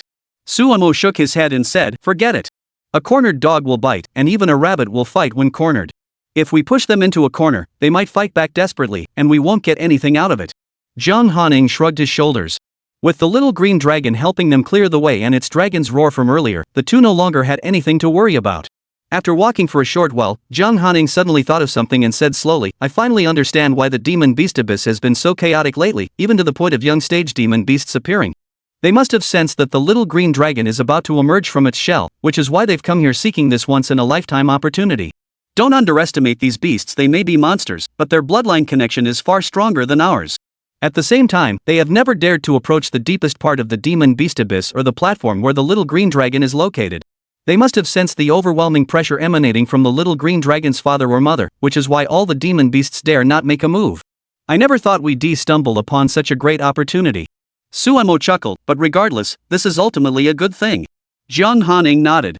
The two of them walked through the deepest layers of the demon beast abyss under the starry sky, facing little danger. Along the way, they did encounter some demon beasts of various ranks and levels, but all of them, upon seeing the little green dragon on Sumo's shoulder, immediately prostrated themselves on the ground, trembling and dared not lift their heads or make a sound. This saved Suemo and Jiang Hanying a great deal of trouble. Finally, at 8 p.m., the two made their way up to the outskirts of the demon beast abyss. Jiang Hanying drove the vehicle toward Lin City.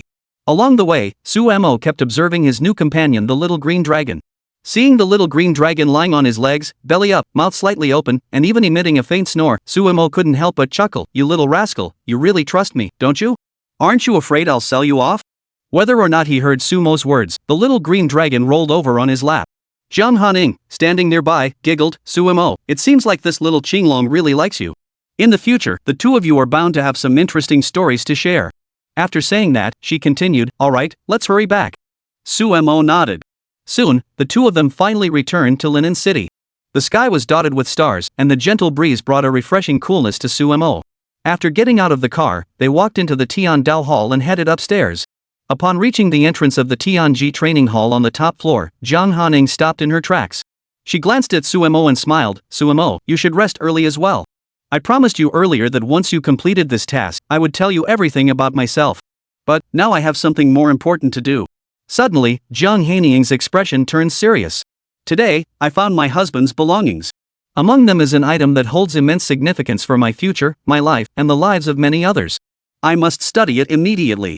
Suemo, I know it's wrong of me to keep teasing you like this, but I still hope you can forgive me. Can you give me some time? Once I've deciphered the secret within the belongings, I'll come find you immediately and tell you everything." Chapter 49, Taking Advantage and Not Admitting It? Please vote for gold. Suddenly hearing Jiang Hanying's words, and seeing her unusually serious expression, Suemo was momentarily at a loss for what to do. From start to finish, Suemo had always felt that Jiang Hanying was hiding too many things from him. She had many stories that Suemo couldn't fathom. Suemo really wanted to know what secrets Jiang Hanying was hiding and hoped to be able to be completely honest with her. However, today, from that ancient and heavy plaque, Suemo also sensed a powerful spiritual energy fluctuation. As Jiang Hanying had said, her husband had been a beast tamer, so it made sense that he could have left such an artifact behind. However, Suemo had no idea what kind of impact this relic might have on Jiang Hanying. Judging by Jiang Hanying's serious attitude, it was likely no small matter. Following this, Suemo recalled everything he had experienced with Jiang Hanying today, especially how she had decided to give the newly born Xiao Qinglong to him without hesitation. Suemo knew well that any ancient grade beast in this world was a rare existence, and any such beast placed in an auction house would fetch an astronomical price. Even if Suemo and his family were to sell everything they own, they might not be able to afford one. Even if Jiang Hanying were to sell the Tiandao Hall, it might not be enough to buy one. Yet now, Jiang Hanying had given it to him, handing it over willingly, with no intention of disputing the ownership of the little green dragon. This deepened Sumo's understanding of Jiang Hanying. He gradually sensed that she didn't harbor much ill will toward him. Perhaps she truly had something important to do. After thinking it over, Suemo nodded and said, "All right, Jiang boss, I choose to trust you this time.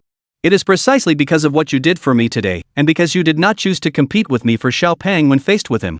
I feel that you value me and that you probably don't harbor ill will toward me. This time, I will choose to trust you once more, but this is the last time." Upon hearing this, Jiang Hanying suddenly smiled, her smile full of charm. All right, Suemo, little brother, I knew you were the best to me. Today you really helped your sister solve a big problem, but your sister also gave you two big gifts. Suemo furrowed his brows, glancing at the little green dragon already sound asleep in its nest beside him. He then curiously looked at Jiang Hanying and asked, "You only gave me one gift, which is this little green dragon, right? What is the other gift?"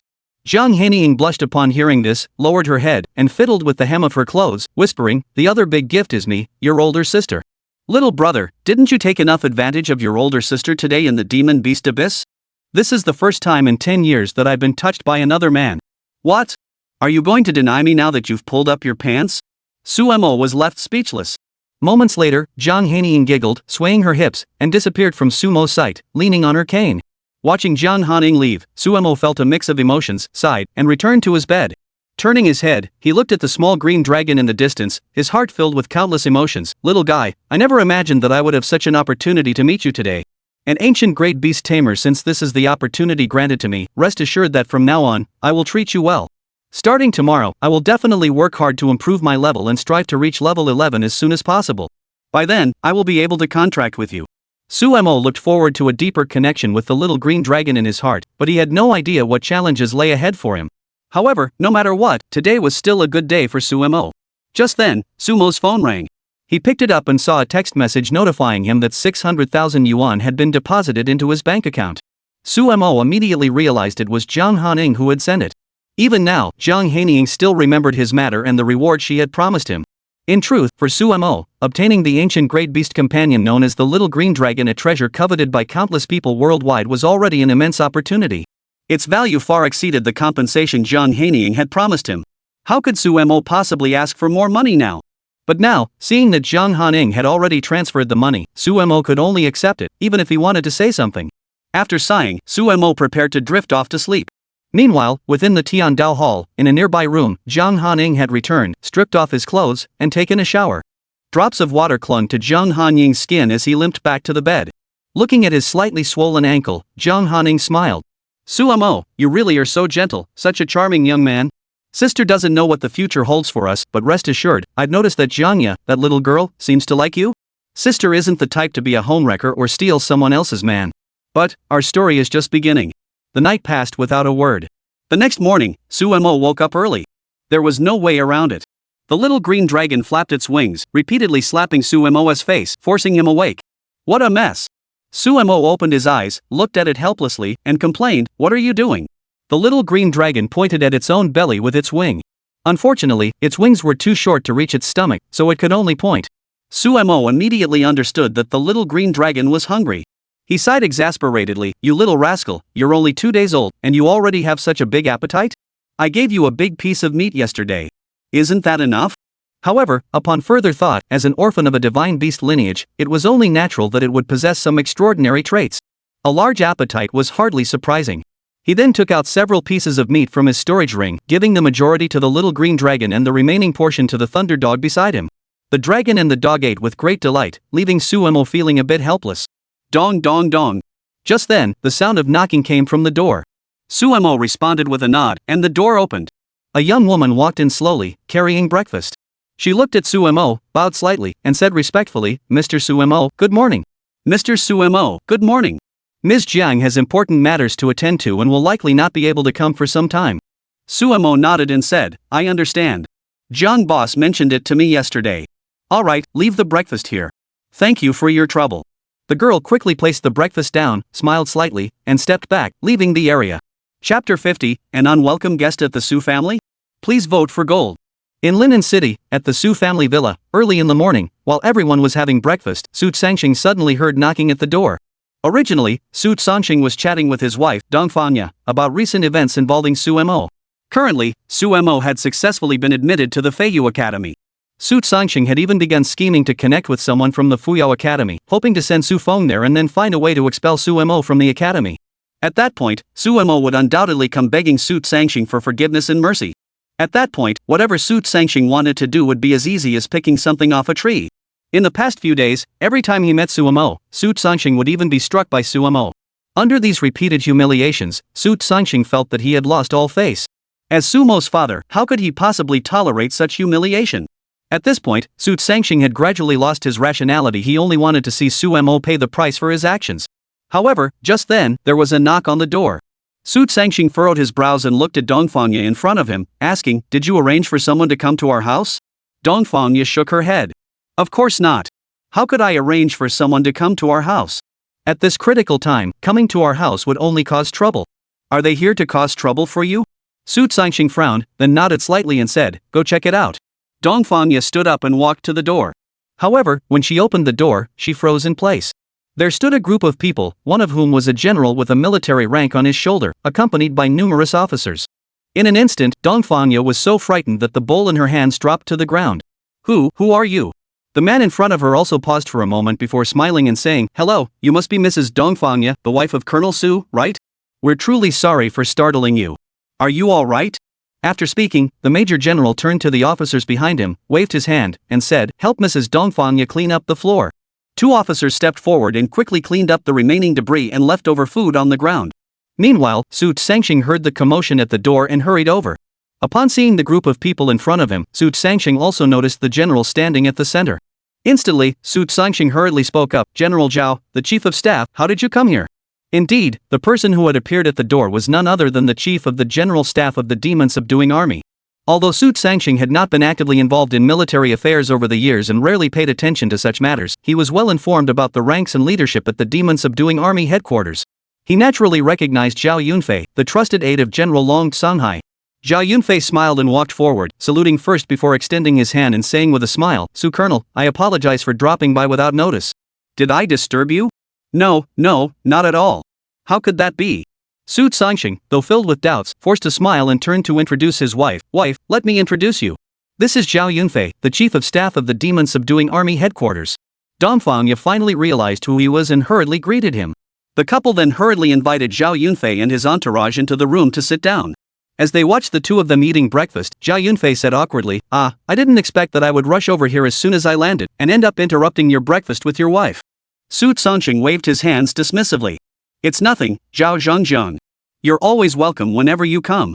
Even if you came knocking on the door in the middle of the night, I'd come right out to open the door for you, wouldn't I?" Su Sangxing kept flattering him. A man in his 40s or 50s flattering others sounded rather out of place. However, upstairs in the villa, Su Feng quietly opened the door to his bedroom and listened intently to the conversation outside. Su Sangxing looked at Zhao Yunfei in front of him and finally spoke, "General Zhao, what brings you here today? Could it be that there's been some misconduct in Linen, or does the military zone need personnel deployed urgently? Just give the order, and whatever I, Su Sangxing, can do, I will arrange immediately. For the sake of our nation, I will never allow any traitors to harm the people or our Jinma army. At the same time, I will spare no effort to ensure the peace and safety of our Chinese people." Su Sangxing's expression was serious, and he even patted his chest to emphasize his commitment. Zhao Yunfei chuckled and tapped the ash from his cigarette before saying, "General Su, don't worry. There's nothing to worry about. Currently, all the high-ranking officials within the demon-subduing army are dedicated to the people and the nation. You don't need to be concerned about such matters. However, I have come here today for another matter, and this matter is closely related to you, Colonel Su." Zhao Yunfei nodded at Su Sangxing and praised him. "Colonel Su, congratulations. From now on, you're going to rise through the ranks swiftly." Su Sangxing was taken aback, turning to look at his wife, who also had a puzzled expression. He was no less confused and hurriedly looked at Zhao Yunfei. Su Sangxing scratched his head and said, "General Zhao, what do you mean by that? As you can see, I'm already in my 40s or 50s. I've been serving as a colonel in the Linen Front for years. I haven't achieved much in my life. How could I possibly have the qualifications for rapid promotion?" "Ah, Colonel Su, you're speaking out of turn." Zhao Yunfei stepped forward, wrapped his arm around Su Sangxing's shoulder, and smiled broadly, saying, "Everyone knows what happened at your place recently. How can you still refuse to admit it? What do you mean by that?" Su Sangxing's heart skipped a beat, and he instinctively asked. For some reason, he couldn't shake the feeling that something was wrong. The latter continued with a smile, "Old Su, are you still trying to play dumb with me? Your eldest son, Su Mo, the young master, has not only topped the national rankings in the freshman assessments of numerous academies but also broken the national record set by our dragon general over a century ago. What is the matter, Major Su? I don't believe you've forgotten such an important matter, do you? You wouldn't be trying to deny it now, would you?" Chapter 51, Su Sangxing in a bind. Please vote for gold. In an instant, upon hearing these words, Su Sangxing's heart skipped a beat.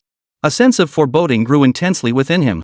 You see, ever since Su Mo exposed his affairs yesterday, Su Sangxing fainted on the spot at the Tiandao Hall and was later sent back by Jiang Hanying's men.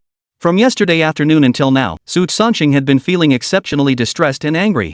He was furious that Su Mo had exposed everything he had done, and distressed by the prospect of facing endless criticism from others, which might even lead to some people harboring resentment toward him. Su Sangxing has always been a man who values his reputation above all else. What he fears most is having his dignity shattered in public. This would make it impossible for him to show his face in public in the future. Additionally, Su Sangxing had another concern. Su Mo was gradually gaining fame and would inevitably attract more attention in the future. If Su Mo continues to act in such a disrespectful manner and exposes everything, it could very well lead to Su Sangxing losing his rank as a colonel, and his official position may be at risk. On a smaller scale, this could be seen as a family dispute, a failure in parenting. On a larger scale, it could be interpreted as abuse of power, using his position to have his eldest son take someone else's place in the military, and even maliciously erasing that person's military achievements. And now, the very thing Su Sangxing feared most has finally happened: the appearance of Zhao Yunfei. Zhao Yunfei has come here, named names, and intends to meet Su Mo? Su Songqing's mind raced frantically, unsure of how to respond in the coming days. Just as he was lost in thought, Zhao Yunfei tapped him on the shoulder and said, "What's wrong, old Su? You look a bit reluctant. I'm telling you, this is a good thing. Your son, Su Mo, despite his cursed talent, has already gained the attention of General Long and has an unimaginable future ahead of him. In fact, the Dragon General even said that he plans to personally mentor your young master Su Mo in the future. You won't have to worry about how Su Mo will develop in the future. As long as your young master Su Mo performs well, he will surely rise through the ranks swiftly, and you, old Su, will benefit from his success as well. In a few years, you might even be promoted to Major General, or even General. This is good news. Why are you looking so gloomy?" Su Songqing forced a smile, unsure how to explain himself. Such a matter that could cost him his head or his position, how could he possibly speak of it? Just then, Zhao Yunfei stood up, looked around, and said, "Su Mo should be at home right now. Why don't you take me up to see him? Even if he's not up yet, he must be home at this hour. These days, young people stay up late and sleep in, skipping breakfast. Let me take a look up there. It'll also give me a chance to get a feel for Mr. Su Mo's living environment at home. We can discuss these matters with General Long when we return." After saying this, Zhao Yunfei headed toward the stairs. Su Songqing hurriedly clapped his hands and stood up, blocking his way. Zhao Yunfei paused, looking at Su Songqing curiously. "What's wrong, old Su? Why are you stopping me? Our young master Su Mo has achieved such success. Is it because he's so reclusive that he doesn't want to see anyone?" Zhao Yunfei patted Su Songqing on the shoulder and said, "Old Su, I came here on General Long's orders. From now on, you must remember to mention me to General Long. Who knows, maybe I'll get promoted again in the future, and my life will be complete. He, old Su, I'll be counting on you in the future." After saying that, Zhao Yunfei continued on his way, heading upward. "No way!" Su Songqing shouted impatiently. The loud shout startled Zhao Yunfei into pausing. Even a clay figure has some temper, and Zhao Yunfei furrowed his brows, looking at Su Songqing. "Old Su, what are you doing? Why won't you let me go check out Mr. Su Mo's current living quarters? Or are you not planning to let me meet Mr. Su Mo at all? I'm telling you, I'm here on General Long's orders. I must see young Master Su Mo, otherwise, I won't be able to report back." Upon hearing this, Su Songqing's heart sank instantly. Zhao Yunfei kept using Dragon General Long Xinghai's name to pressure him, leaving him no room to refuse. But how could Su Songqing possibly allow Zhao Yunfei to go up and inspect Su Mo's bedroom? After all, Su Mo's bedroom had long since been turned into a storage room. It was covered in dust, hadn't been cleaned in years, and even last time when Su Mo returned, he didn't go into his own bedroom, he just slammed the door and left. If Zhao Yunfei were to see this, who knew what trouble he might cause? Suddenly, Su Songqing had a brilliant idea. He hurriedly laughed awkwardly and said, "General Zhao, it's not that I'm refusing you. It's just that Su Mo has been in a weakened state ever since the newcomer academy assessment ended. Do you remember the competition with the second young master of the Lin family from Fuyao City last time? After that competition, he was so weak he could barely get out of bed, and his emotions seemed to have collapsed. Now, even his mother and I can't enter his room without being shouted at. I'm not stopping you from seeing him, I'm just worried that if my child were to scold you, how would you save face?" Zhao Yunfei was completely taken aback by Su Songqing's words. He exclaimed in shock, "Su Mo, is he sick?" Su Songqing nodded. Zhao Yunfei hurriedly asked, "What's going on here? What kind of illness? Has anyone seen him?" Su Songqing sighed, He doesn't want to see anyone right now. Every day, we bring him 3 meals, quickly place them on his bedside table, and then rush out. How could we possibly arrange for a doctor to examine him? This child is in such a state now, his mother and I are also very worried." Su Songqing continued, "General Zhao, it's not that I don't want you to go, and it's truly for his own good. I'm worried that if we make him too agitated, it might affect his condition further. What would we do then, as parents?"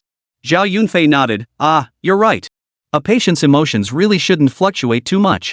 But I never expected young Master Su Mo to end up like this. Well, let's do this." Zhao Yunfei suddenly thought of something and hurriedly said, "Old Su, I happen to know a famous doctor in the capital who specializes in treating beast tamers like us. He's also a beast tamer himself. Let me contact him right away and have him come to Linen City as soon as possible. I'll bring him along, and we'll examine young Master Su Mo together. Perhaps young Master Su Mo suffered internal injuries, combined with psychological trauma. With that old physician's expertise, I'm sure he'll be able to restore young Master Su to his former self. But isn't that a bit inappropriate?" Su Songqing forced a smile. It wasn't that Su Mo was sick, these were all just his excuses. If Zhao Yunfei really calls the doctor and discovers that Su Mo isn't even there, and there's no illness at all, then he'd be in a real bind. Chapter 52, Xu Feng's Scheme. Please vote for gold. Finally, Zhao Yunfei made up his mind. He looked at Su Sangxing and said seriously, "Old Su, you must know that Su Mo is the strongest person among this year's new students in the national assessment. If something were to happen to him, wouldn't that become a laughingstock for others to talk about in the future?" Zhao Yunfei continued, "It's settled. I must return immediately to make arrangements. Now, I'll head back to the capital immediately to contact my divine physician in the demon-subduing army of our nation. If everything goes smoothly, I should be able to bring him back within a week. Rest assured, I will make sure young Master Su Mo recovers fully. I'll be going now. No need to see me off. I need to hurry back and make arrangements for this matter." With that, Zhao Yunfei acted swiftly, hurriedly taking steps and turning to leave. Watching Zhao Yunfei's departing figure, Su Sangxing raised his head, opened his mouth, and stood there speechless for a moment. He was stunned and panicked. He never imagined that the casual excuse he had given would attract such attention from Zhao Yunfei at this moment, and might even jeopardize his plans moving forward. He hurried to the door, peered out, and saw Zhao Yunfei and the others wave goodbye before getting into the car and driving away. Su Sangxing closed the door, and the smile on his face faded instantly. He quickly returned to the living room, lit a cigarette, and Su Sangxing had no appetite for breakfast either. At that moment, Dongfang came over to Su Sangxing, sat beside him, and asked, "What should we do?" "Old Su, how did things suddenly turn out like this?" Su Sangxing sighed as well. "Damn it, how the hell should I know? I just didn't want him to see Su Mo's room. After all, you know it's a storage room, and it's already covered in dust. If Zhao Yunfei sees that, our family will be completely disgraced. But at least Zhao Yunfei went straight to our house and didn't pass through the city. He doesn't know what's been happening at the Su household these past few days, or about the little issue between me and Su Mo. At least there's a solution to this matter. At least we can still figure out a way to handle it." Dongfang frowned deeply, then asked after a moment of thought, "Old Su, should we go find Su Mo, have a proper talk with the boy, apologize to him, and get him to come home immediately? Then find a way to cover this up? Otherwise, your position will be in jeopardy." Su Sangxing retorted to Dongfang, "You know what kind of person I am after all these years? Are you asking me to lower myself and go find Su Mo now? Moreover, don't you know what Su Mo did to me before? He has humiliated me time and time again. Now you want me to go find him? Where would my dignity go? Where would my face go?" Dongfang stood by, hesitating to speak. After a moment, she sighed and said, "But if we don't do this now, what else can we do? In a week, Zhao Yunfei will come with a doctor. Who will he examine then? A ghost? Examine thin air? By then, everything will be exposed. Are you really counting on continuing to threaten and bribe Su Mo? Do you think he'll listen to you?" Su Sangxing fell silent, sitting on the sofa in a daze, chain-smoking one cigarette after another. He knew deep down that Dongfang was right. If he didn't go apologize to Su Mo or offer him some benefits to make him forgive him, he was finished. In fact, Su Sangxing even thought that even if he apologized, Su Mo might not listen. Given that young man's temperament and everything he had gone through, who could possibly endure such treatment? Moreover, Su Sangxing simply couldn't bring himself to lower his dignity and go apologize. That would clearly be humiliating. Just then, footsteps echoed, and the couple looked up sharply. They saw Su Feng slowly descending the stairs from upstairs. Seeing Su Feng, Su Sangxing said angrily, "What the hell are you doing down here? Didn't I tell you not to leave the house? I told you to stay home and reflect on your mistakes. Do you not listen to me anymore?" Su Feng opened his mouth but didn't say a word. He walked over to stand in front of Su Sangxing, then sat down and spoke slowly. "I know I was wrong. Over the past few days, I've reflected a lot. It was indeed my fault for being too arrogant, and I did forget my roots. I was always trying to show off in front of others, and even went so far as to hurt my older brother time and time again. What I did before was indeed wrong." Su Sangxing, who had been about to continue berating Su Feng, forced himself to stop. Su Feng continued, "And the reason I came down here is because I believe there may still be a chance for the chief of staff of the demon-subduing army to find a way to resolve the matter involving Su Mo." Su Sangxing was startled and hurriedly asked, "What do you mean by that? Are you saying you have a way to help me get through this crisis?" "I'll tell you this, if you can help me get through this crisis, whatever you want, I'll give it to you. I'll do everything in my power to secure all the resources for you." Su Sangxing had finally grasped a lifeline. Thinking that his son might truly have a solution to the current dilemma, he felt overjoyed. Su Feng gave a bitter smile and said, "Forget it, Dad. What good are more resources? I've received so many resources since I was a child, yet I'm still no match for Su Mo. I'm still overshadowed by him." Dongfang sighed across from him and said, "Su Feng, that's because your older brother possesses the ability to rejuvenate his vital energy. He obtained these things through his own lifespan. It has nothing to do with you. You are already outstanding enough. You are a standout in many people's eyes. Your parents are already proud of you. There's no need to feel inferior because of this." Su Feng smiled and continued, "Let's not talk about that for now.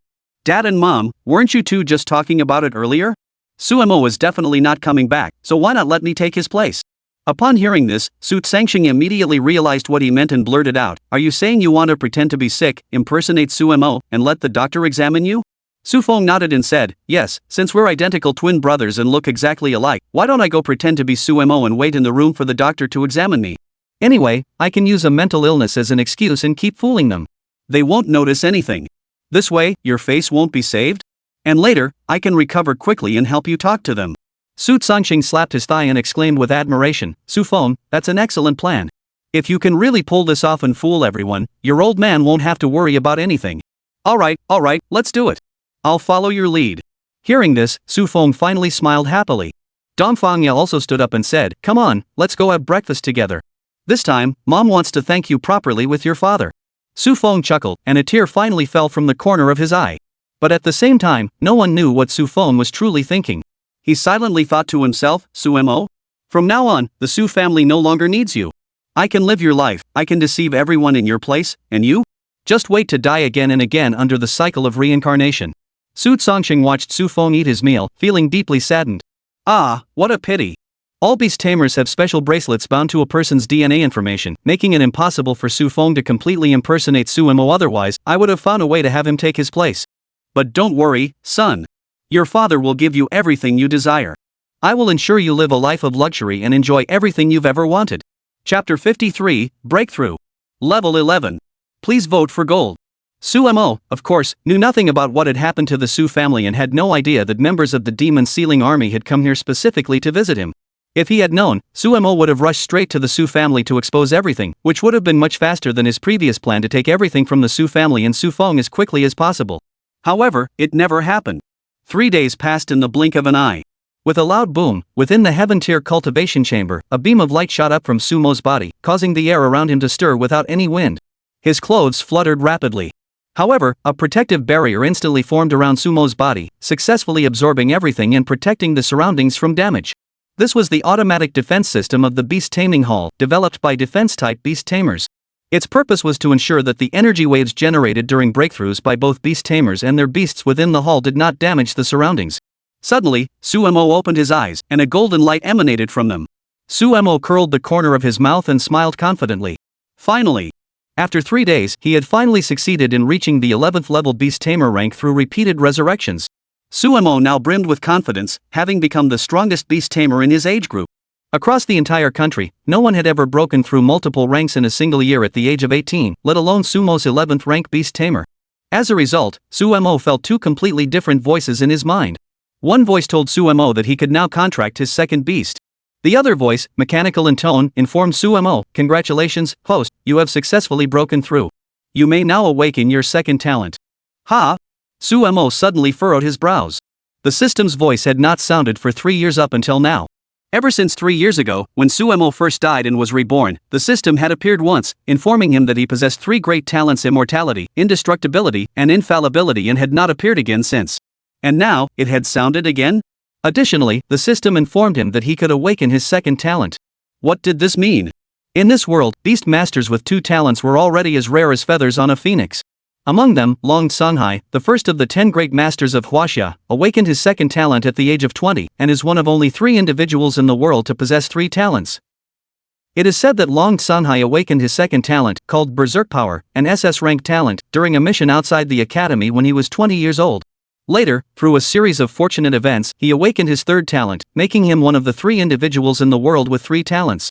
As for beast masters who have awakened 2 talents, while there are more than 3 in the world, the number is not significantly higher. Sumo's expression was filled with joy and astonishment. He thought to himself, why did the system prompt me to awaken my second talent just as I broke through to the 11th level beast tamer? Could it be that? Does this mean that every time he advances 10 levels and is able to contract with the next beast, be able to awaken the next talent simultaneously? That would mean he could break through the limitations of dual and triple talents, ultimately becoming the only person in the world with multiple talents? No, wait. In fact, the current Suemo has already. Woof woof woof. As Suemo was deep in thought, the thunder dog hurried over to his side, barked twice, and then began rubbing its head against Sumo's leg repeatedly. Meanwhile, a small green dragon, even rounder than before, flew onto Sumo's shoulder. Over the past 3 days, the little green dragon had either been sleeping or eating, and the food in Sumo's storage ring was almost completely depleted. Originally, Suemo had planned to go out and buy some supplies in the next few days, but he never expected that today, he would successfully break through to level 11 Beast Tamer. Alright, Lightning and Little Fat, you two step back. I might be about to awaken my second innate ability. The two beasts heard this and one looked confused while the other looked delighted, then stepped back. Suemo immediately crossed his legs and sat on the ground, carefully sensing the flow of chi and blood within his body. At this point, Suemo had successfully reached 910 points of vital energy and 1201 points of mental energy. He finally understood that after reaching level 10 as a beast tamer, one needed 200 points of spiritual energy to break through to the next level. However, this was no challenge for Suemo. With a loud boom, as Suemo sensed it, a surge of energy erupted from his body and surged outward once more. Immediately afterward, a ball of blood energy erupted from within Sumo's body, surrounding him and enveloping him in a blood-red light sphere. Suemo floated in the air, his brows tightly furrowed. He felt as though his body was undergoing a complete transformation. At the same time, Suemo thought to himself, if it weren't for his ability to feel no pain or dizziness, the immortal technique, he would have already been screaming in agony and vomiting blood by now. Even now, Suemo lowered his head to look at himself. His skin was already cracked inch by inch, and drops of blood were continuously flowing out. Sure enough, Suemo was just like Long Sanhai in the legends when he awakened his second talent back, then he nearly killed himself. However, after the talent awakening was complete, Long Sanhai fully recovered. Suemo also noticed that after his body had cracked open, it was now healing at a visible speed. Although he felt no pain, Suemo could sense an endless surge of power surging outward from within his body. With a loud boom, the force finally erupted, shattering the surrounding protective barrier before gradually subsiding. With a series of thuds, Suemo landed on the ground. Before he could say anything, a series of urgent knocks came from outside. Mr. Suemo, are you okay? We just received an alarm, the protective barrier in your room shattered instantly. Are you alright? Hearing this, Suemo scratched his head awkwardly and said, I'm fine. I accidentally broke through just now. I'm really sorry for disturbing you. Oh, I see. As long as you're okay, Mr. Suemo. After all, Mr. Jiang specifically instructed us not to let you come to any harm. We'll leave now. Mr. Suemo, the protective shield in your room should be fully repaired within about half an hour. Please be careful during that time. Alright, thank you. Finally hearing the footsteps outside gradually fade away, Suemo suddenly furrowed his brows. What had he just heard from the waiter? Jiang Hanying had specifically instructed them not to let him come to any harm? In an instant, a warm wave of emotion swept through Sumo's heart. He felt deeply moved by Jiang Hanying's special care for him. Suemo bitterly turned his lips downward. Jiang Hanying, what are you planning for me? And you keep telling others to protect my safety. I really don't know what to say. Chapter 54, Contracted Divine Beast. Xing Long. Please vote for gold. But soon, Suemo stopped dwelling on it and began examining the second talent he had obtained. In an instant, when Suemo felt his second talent, he couldn't help but be astonished. Blood and Chi Healing, Cursed Talent, SSS rank. A beast tamer consumes their own chi and blood to heal all creatures within the healing array, with the healing range increasing with the beast tamer's level. Even if a creature is on the brink of death, regardless of whether it is the beastmaster's own beast, all creatures, including humans, will be healed. The more vital energy channeled, the better the healing effect. Whoa! Suemo sucked in a sharp breath, his eyes wide with disbelief. He never imagined that among all the records in the world, among the SSS rank talents, there was only one cursed talent, Life Force Rebirth. And now, another SSS-tier cursed talent had appeared? Why hadn't any of the knowledge or literature he had previously encountered ever mentioned this? After a moment, Suemo reached a conclusion. There was only one possible explanation. He had become the first person to possess the cursed SSS-tier talent of Chi blood healing. Wow! Suemo suddenly smiled. Fortunately, he possessed immortality.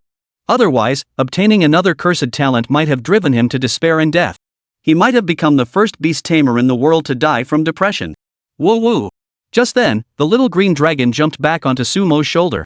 The little green dragon was slightly larger than when they first met, and it kept whimpering while flapping its wings and slapping its face. Little Fat, are you hungry again? Xiaopang shook his head and hurriedly pointed at the thunder dog, then pointed at himself.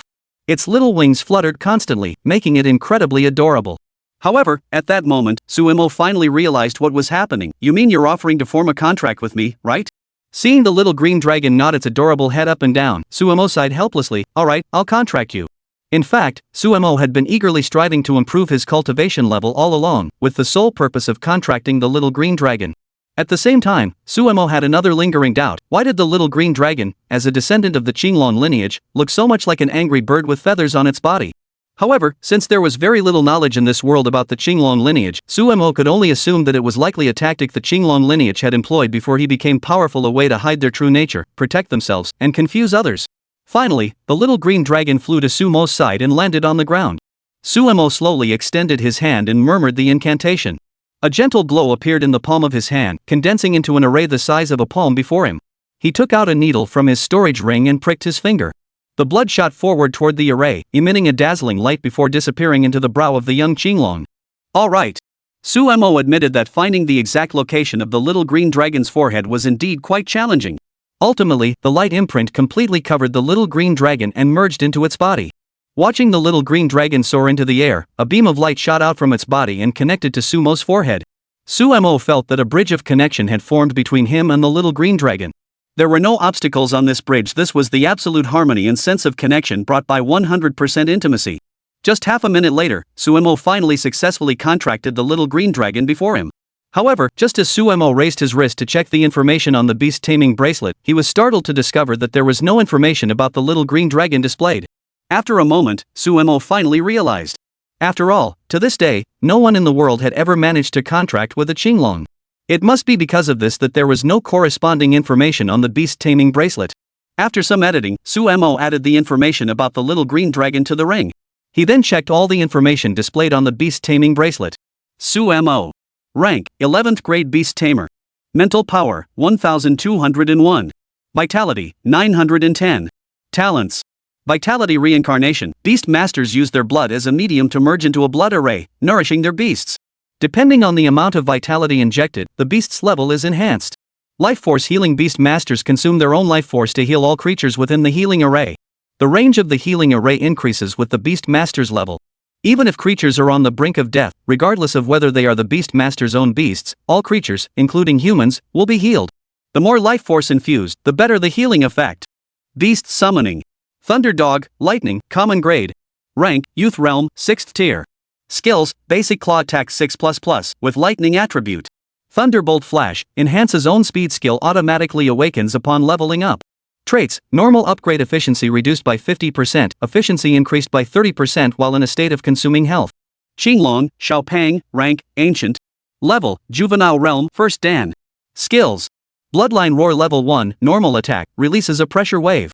Dragon Breath. 10,000 miles. Level 1, within a 100-meter radius in front, freely release the Qinglong's breath to scorch everything. Ability, Shapeshifting, can transform into a blue dragon, enhancing all attributes while unleashing skills like Dragon Breath that spans thousands of miles. Flight, after transforming into a Qinglong, it can carry passengers and cargo while flying. Travel thousands of kilometers in an instant.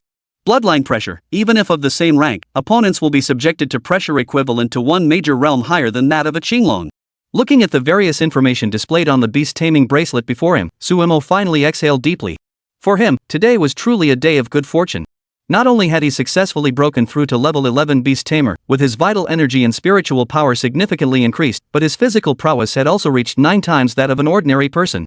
Additionally, he had successfully awakened his second innate ability, Blood Vitality Healing. This SSS-ranked curse talent would likely drive any beast tamer to the brink of madness if possessed by anyone else.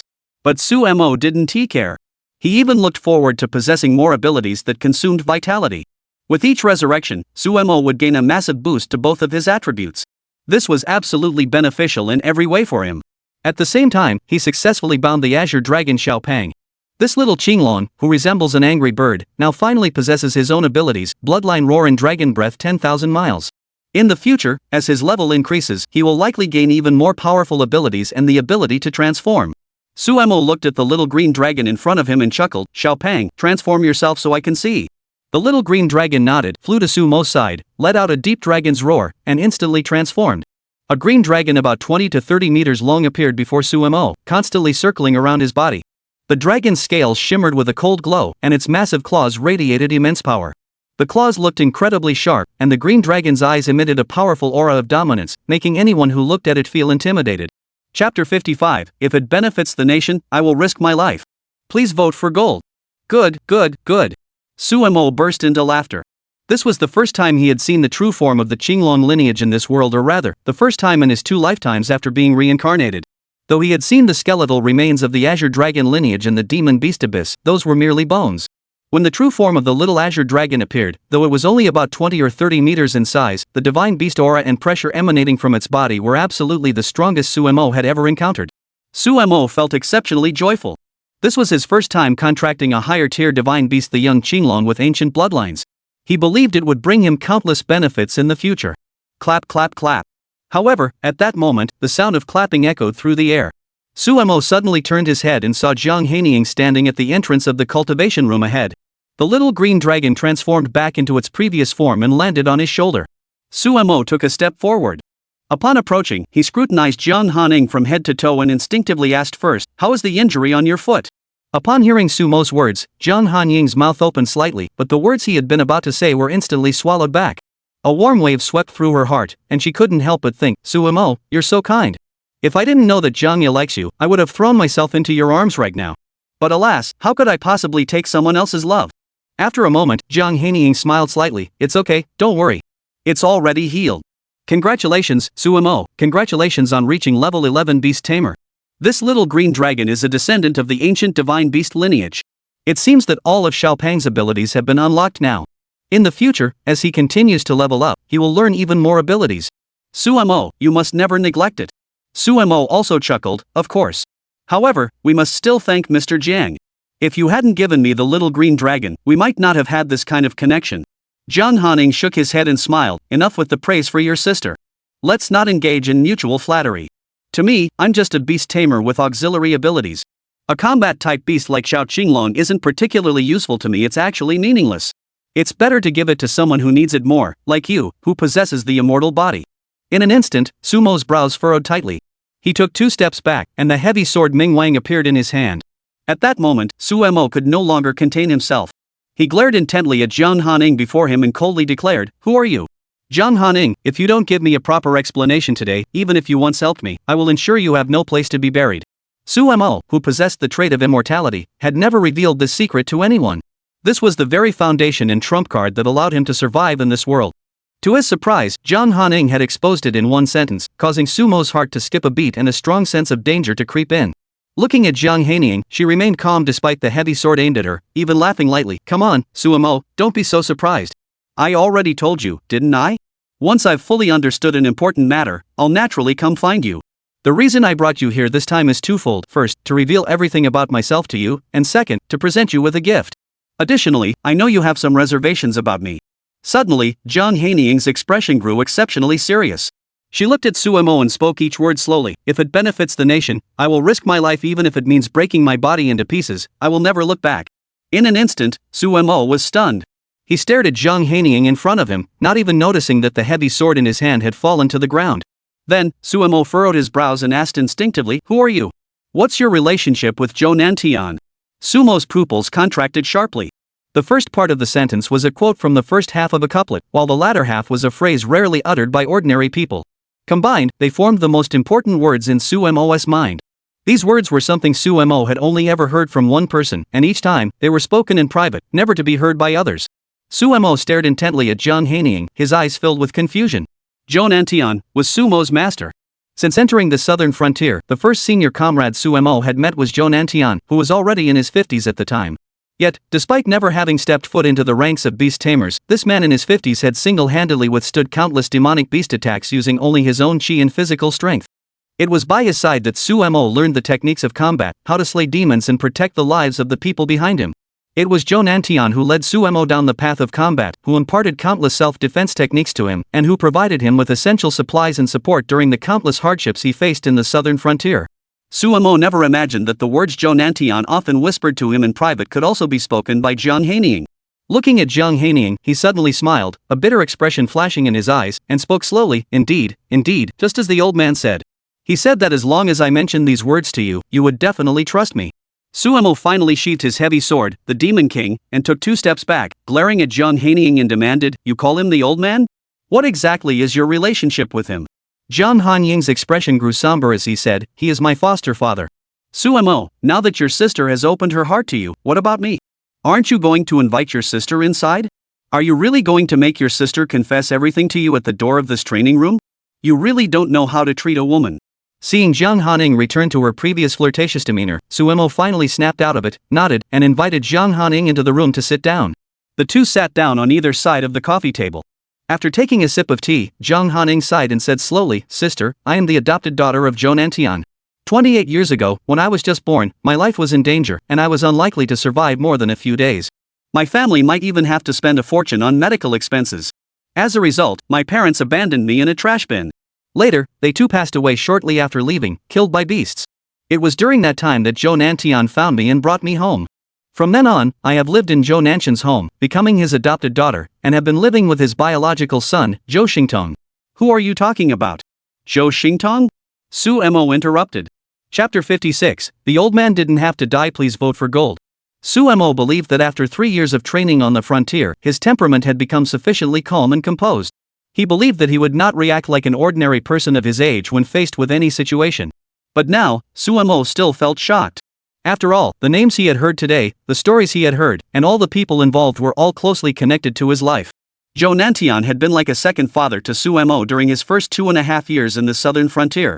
Without Zhou Nantian, Suemo would never have been able to live so comfortably in the southern frontier, and he would have died many more times than he has now. Even if it means that the more times he dies, the stronger Suemo becomes, this alone is enough to show that Zhou Nantian has sacrificed everything for Suemo. Zhou Nantian once said that he had almost passed on all his lifetime's knowledge and every single technique he knew to Suemo.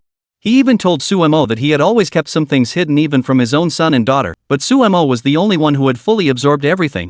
From that point onward, Suemo felt deep gratitude toward Zhou Nantian. However, an incident did occur later that left Suemo deeply saddened for a very long time. Even now, every time he thinks about it, his heart aches deeply. But soon, Suemo did not dwell on it further. Instead, he looked at Jiang Hanying in front of him and said, "Are you saying that Zhou Xingtong is your brother?" Jiang Hanying chuckled, "Yes, he is indeed my brother, though we have no blood relation. But that doesn't affect the feelings I have for him in the slightest. Ever since Zhou Nantian, that old man, took me into his home to raise me, ever since I could remember and began to understand the world, Zhou Xingtong has always treated me as his own sister, caring for me with unwavering devotion. It's been 28 years now, and he has been gone from this world for 3 years." Suemo spoke with a sorrowful expression, "I'm sorry. Please take care of yourself. I didn't mean to bring this up." Jiang Hanying shook his head, "It's nothing. I've already gotten used to it." Suemo remained silent across from her, but in his mind, he recalled Zhou Xingtong's legendary life. From the moment he was born, Zhou Xingtong had awakened a unique innate ability, the eye of all things. His eyes were a pair of heterochromatic eyes, each with pupils of a different color. Additionally, Zhou Xingtong could project his mental energy to observe everything in the world. Nothing in the world could block his gaze. It was said that Zhou Xingtong could discern the rank and abilities of any person, any tamed beast, or any demon beast. It was precisely because of his eyes that he was recruited by the demon-subduing army at a very young age. From then on, Zhou Xingtong accompanied the demon-subduing army on various missions. In every battle, Zhou Xingtong was invincible, becoming the eyes of everyone in the demon-subduing army. It was precisely because of his eyes that he provided pre-battle strategies and ensured safety for an increasing number of people. However, 3 years ago, at the age of 25, Zhou Xingtong died in a mysterious accident in a remote wilderness. If it weren't for a passing group that discovered his body, he would have been devoured by demonic beasts within days. From that day onward, no one in the world knew the cause of his death. Thinking of such a legendary figure, someone who once possessed dual talents in Huaxia, Suemo couldn't help but feel a sense of regret.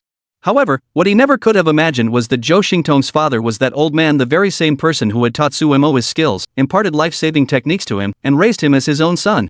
Jiang Hanying continued, "Ever since my brother died 3 years ago, I've been investigating alongside the old man. The two of us have uncovered some information. One piece of information is that Zhou Xingtong had appeared in the southern frontier before, and shortly after returning, he died. The old man suspects that Zhou Xingtong's death is connected to the demon beast defense lines in the southern frontier. Therefore, he resolutely chose to enlist in the army and go to the southern frontier, where he met you. The old man often wrote letters back to me, saying that he really had high hopes for you. He said you seem to possess extraordinary abilities. If fate permits, and if you manage to survive and return from the southern frontier, he hopes I will keep a close eye on you. Coincidentally, my business is in Linen City, so I could have a proper conversation with you. The old man also told me your name, described your appearance, and even sent back a photo of the two of you together." As he spoke, Jiang Hanying took out a photo from his storage ring and handed it to Suemo. Suemo trembled as he took it, staring at the photo of himself in military uniform standing beside the old man Zhou Nantian. Suemo kept running his fingers over the photo, and soon tears began to fall. Suemo sighed bitterly. Old man, I never expected, you've been gone for half a year, yet you set up such an elaborate plan, even letting your adopted daughter meet me alone? After a moment, Suemo returned the photo to Jiang Hanying and continued, so, it was because the old man gave you this photo that you started paying attention to me, right? That's right, Jiang Hanying nodded. That's exactly why I've been watching you all this time. Moreover, shortly after you were discharged from the military, I discovered that you had single-handedly fought thousands of demon beasts in the military, earning unimaginable honors and glory. However, all the records of your achievements list your younger brother Xu Feng's name. If it weren't for the old man sending me a message, I probably wouldn't have noticed anything. But the old man made it clear in every word that your name is Suemo, yet the records list you as Xu Feng. This is what led me to investigate your family further and eventually uncover the truth. The old man told me that, from childhood, neither my brother nor I possessed the innate talent for combat-oriented beast taming, so he never considered teaching us the combat techniques. And that is precisely why the two of us now face such different fates. My brother relied on his own abilities and eventually died, while I relied on my beast taming talent to open this beast taming academy. Do you know why the old man died? Suemo nodded seriously across from him. Of course it was that damned beast tide. Suemo's mind drifted back in time. Half a year ago, it was the largest beast tide outbreak. Hundreds of young demon beasts charged at the walls of the southern border of China. That night, Suemo and the old man led countless warriors into the battlefield, engaging in fierce combat. However, the old man had stood behind Suemo to protect him from a beast's attack, sacrificing himself to block the blow. It was precisely because of that blow that he died. Suemo pounded the coffee table in front of him with all his strength, shattering it into pieces with a loud crash. Jiang Hanying watched from across the room, saying nothing. Suemo clenched his teeth and said, "It's my fault, it's my fault. It's all my damn fault. If I hadn't hesitated back then, the old man wouldn't have died. If I had been faster, stronger, the old man might have lived to see you. It was precisely because of this that I resolved to carry on his legacy and achieved countless merits. But when I returned to Linen City, I discovered that all those merits had been transferred by that old man Su Sangxing to that good-for-nothing Xu Feng. Those were given to me by the old man with his life. Xu Feng doesn't deserve them. I will eventually make Xu Feng pay for this and spit out everything he has taken. That day won't be too far off." Chapter 57, Damn it all. Please vote for me. This is what Suemo experienced in the southern frontier.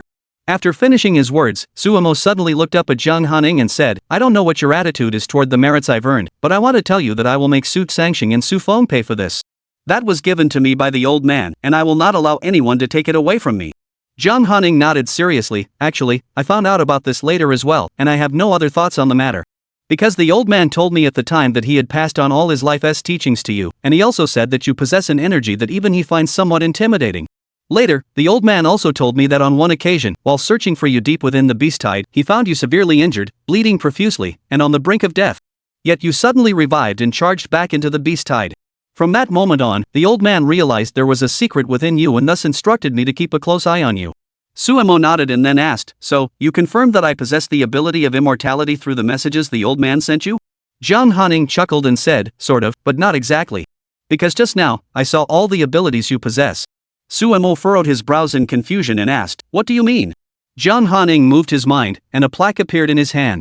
This was the very same plaque he had found in the demon beast abyss earlier. Looking at the plaque, Jiang Hanying pushed it directly towards Suemo and said slowly, "Do you remember this plaque we retrieved together from the demon beast abyss earlier?" Suemo nodded. He naturally remembered. It was precisely because of this tablet that Suemo and Jiang Hanying had experienced so many adventures, with Jiang Hanying taking advantage of him time and again, and even now. The sensation on Sumo's hands was still vividly present. He. It was precisely because of this sign that he obtained the little green dragon and bound it to himself. Jiang Hanying continued, "This sign was the last clue my older brother left me before he died. Before he died, my brother left me a letter, saying that I should only open it after he had left this world. I didn't know why he left the letter at the time, but after hearing the news of his death, I did everything I could to reach the demon beast abyss, but unfortunately, I kept delaying it until now. Over the past 3 days, I finally discovered the truth behind my brother's death from this wooden plaque. As for the truth of this matter, my brother Zhou Xingtong died in such a mysterious and unjust manner, dying without any value." Suemo frowned slightly across from him and blurted out, "Why did he die?" Jiang Hanying shook her head, looked at Suemo, and spoke slowly, "I can't tell you, sister. Or rather, you're not worthy of knowing yet. Do you remember what I just told you? Some things are better left unknown, including the fact that the old man died the same way as my brother. They both died the same way, for the same reason." Suemo hurriedly stood up, looking at Jiang Hanying, and said urgently, "Are you saying the old man's death wasn't to protect me, but because he was framed?" Jiang Hanying nodded and said, "Yes. The old man, a week before his death, wrote me a letter. He said he had been poisoned, his body was growing increasingly weak, and he could barely muster the strength to move. He feared his days were numbered. In the end, the old man likely died from exhaustion during that battle, and it just so happened that he used the opportunity to protect you before leaving this world. For him, it was a death well earned, wasn't it? Suemo felt as though a bomb had exploded in his mind, leaving him stunned. He stared at Jiang Hanying in disbelief. Sumo's hands trembled, and his eyes were bloodshot. No one knew how important the old man Zhou Nantian was to Suemo. And now, Suemo finally understood that the old man's death back then had its own hidden circumstances. Without hesitation, he said seriously, Mr. Jiang, I hope you can tell me everything that happened. Who was it? Who framed your brother? And who framed my master? What was their purpose? Jiang Hanying shook his head firmly and said, No, calm down. I know you really want to know why your master died back then, but I hope you can understand that I have my own reasons. Over the past 3 days, after discovering the secrets from my brother's belongings, I've been even more tormented than you. Do you know how I feel? I would do anything to find those people and tear them to pieces. But I can't. The people behind the plot to frame my brother and my foster father your master are too powerful. Even Long Sunhai of the demon-subduing army would have to think twice before taking them on.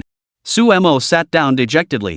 He pulled out a cigarette from his pocket, lit it, and after smoking 3 cigarettes, he spat angrily, Damn it, don't let me find out who they are. Otherwise, I'll make them pay with their lives. Jiang Hanying nodded across from him and spoke slowly, I understand how you feel.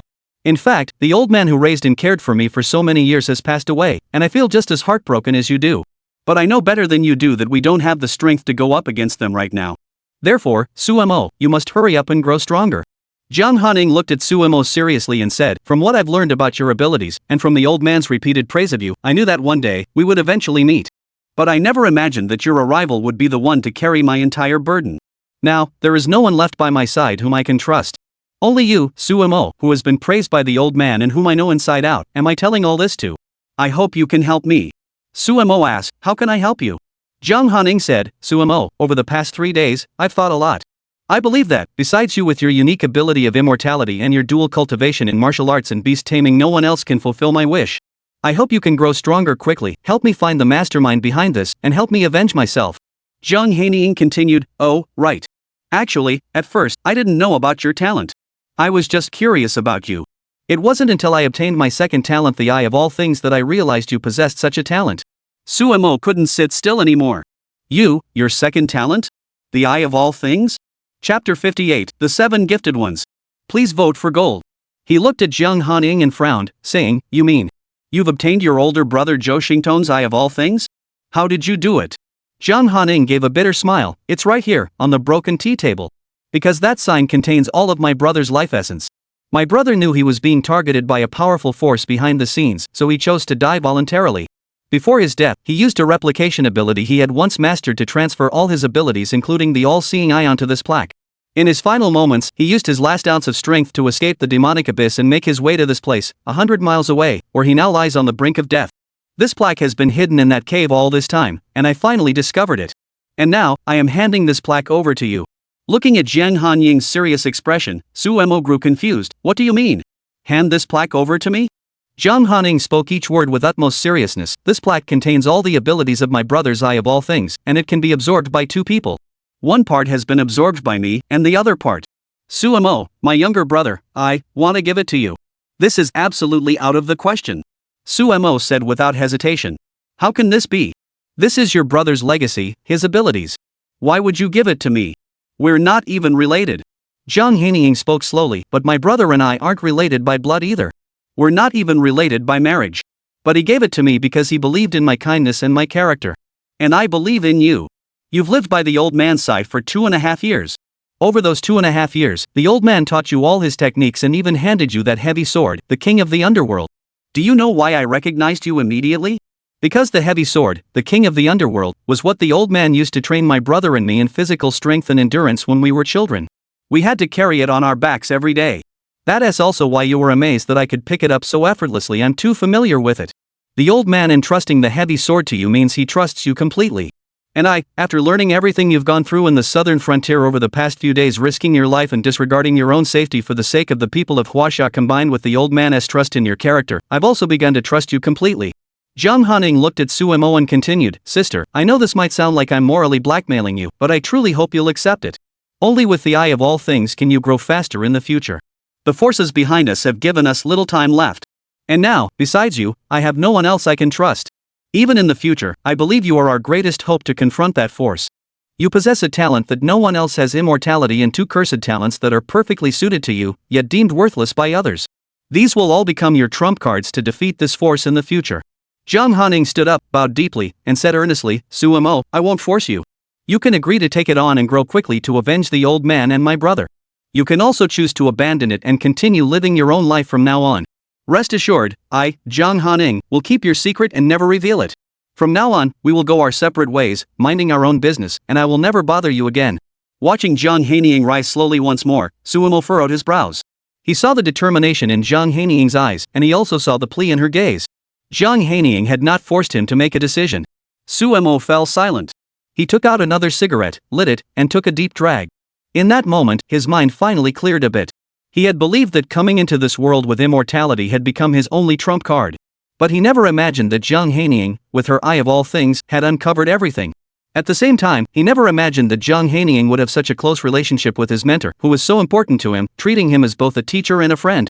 Sumo felt truly heartbroken, especially after learning that the old man's death had been orchestrated by others.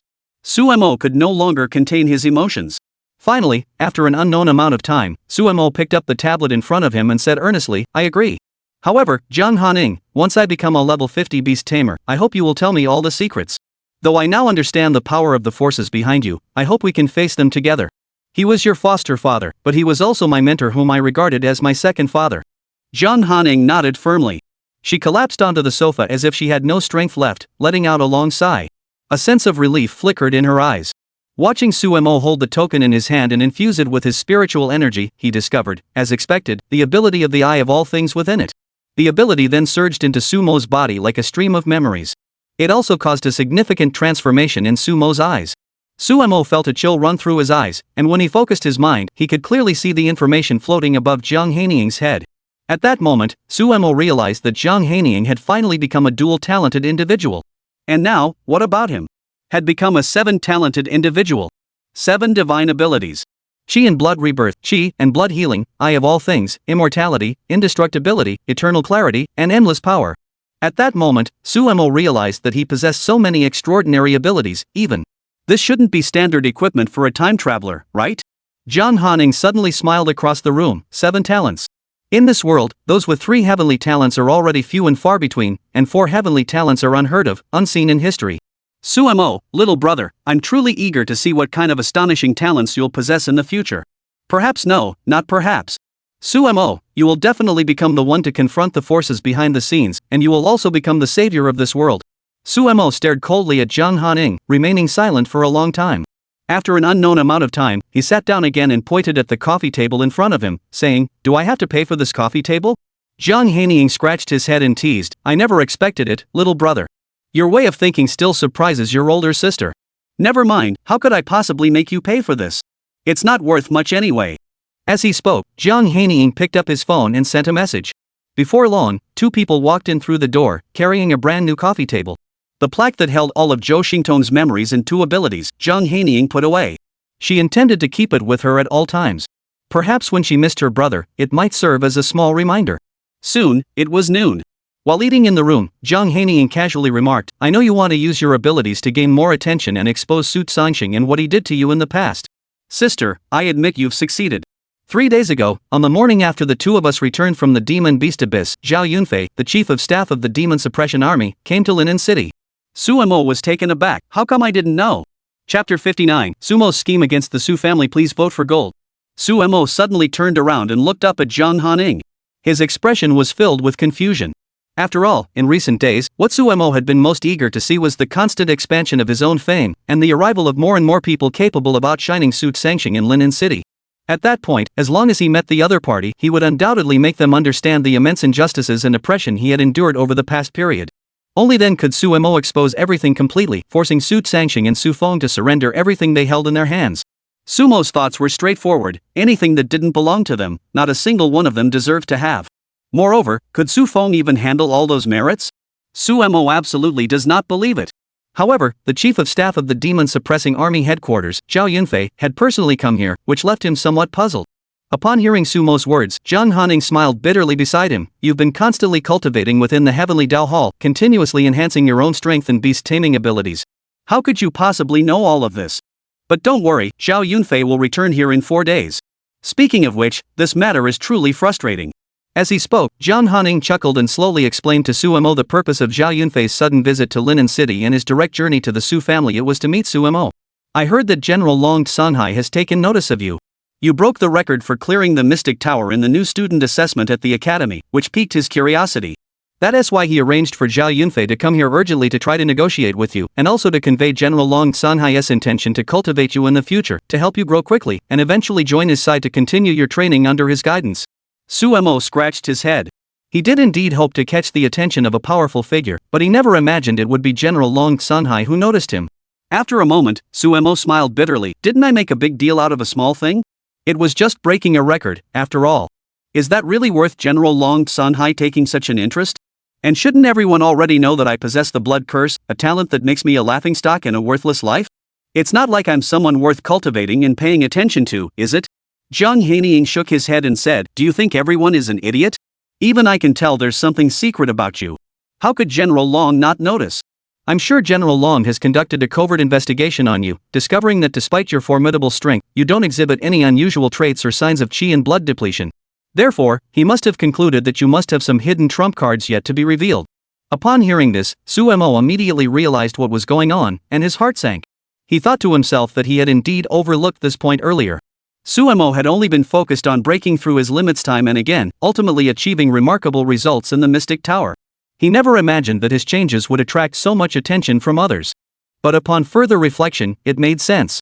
Up until now, Sumo had always appeared energetic and full of vitality on the outside, which must be vastly different from the aftereffects of a blood and qi curse like his.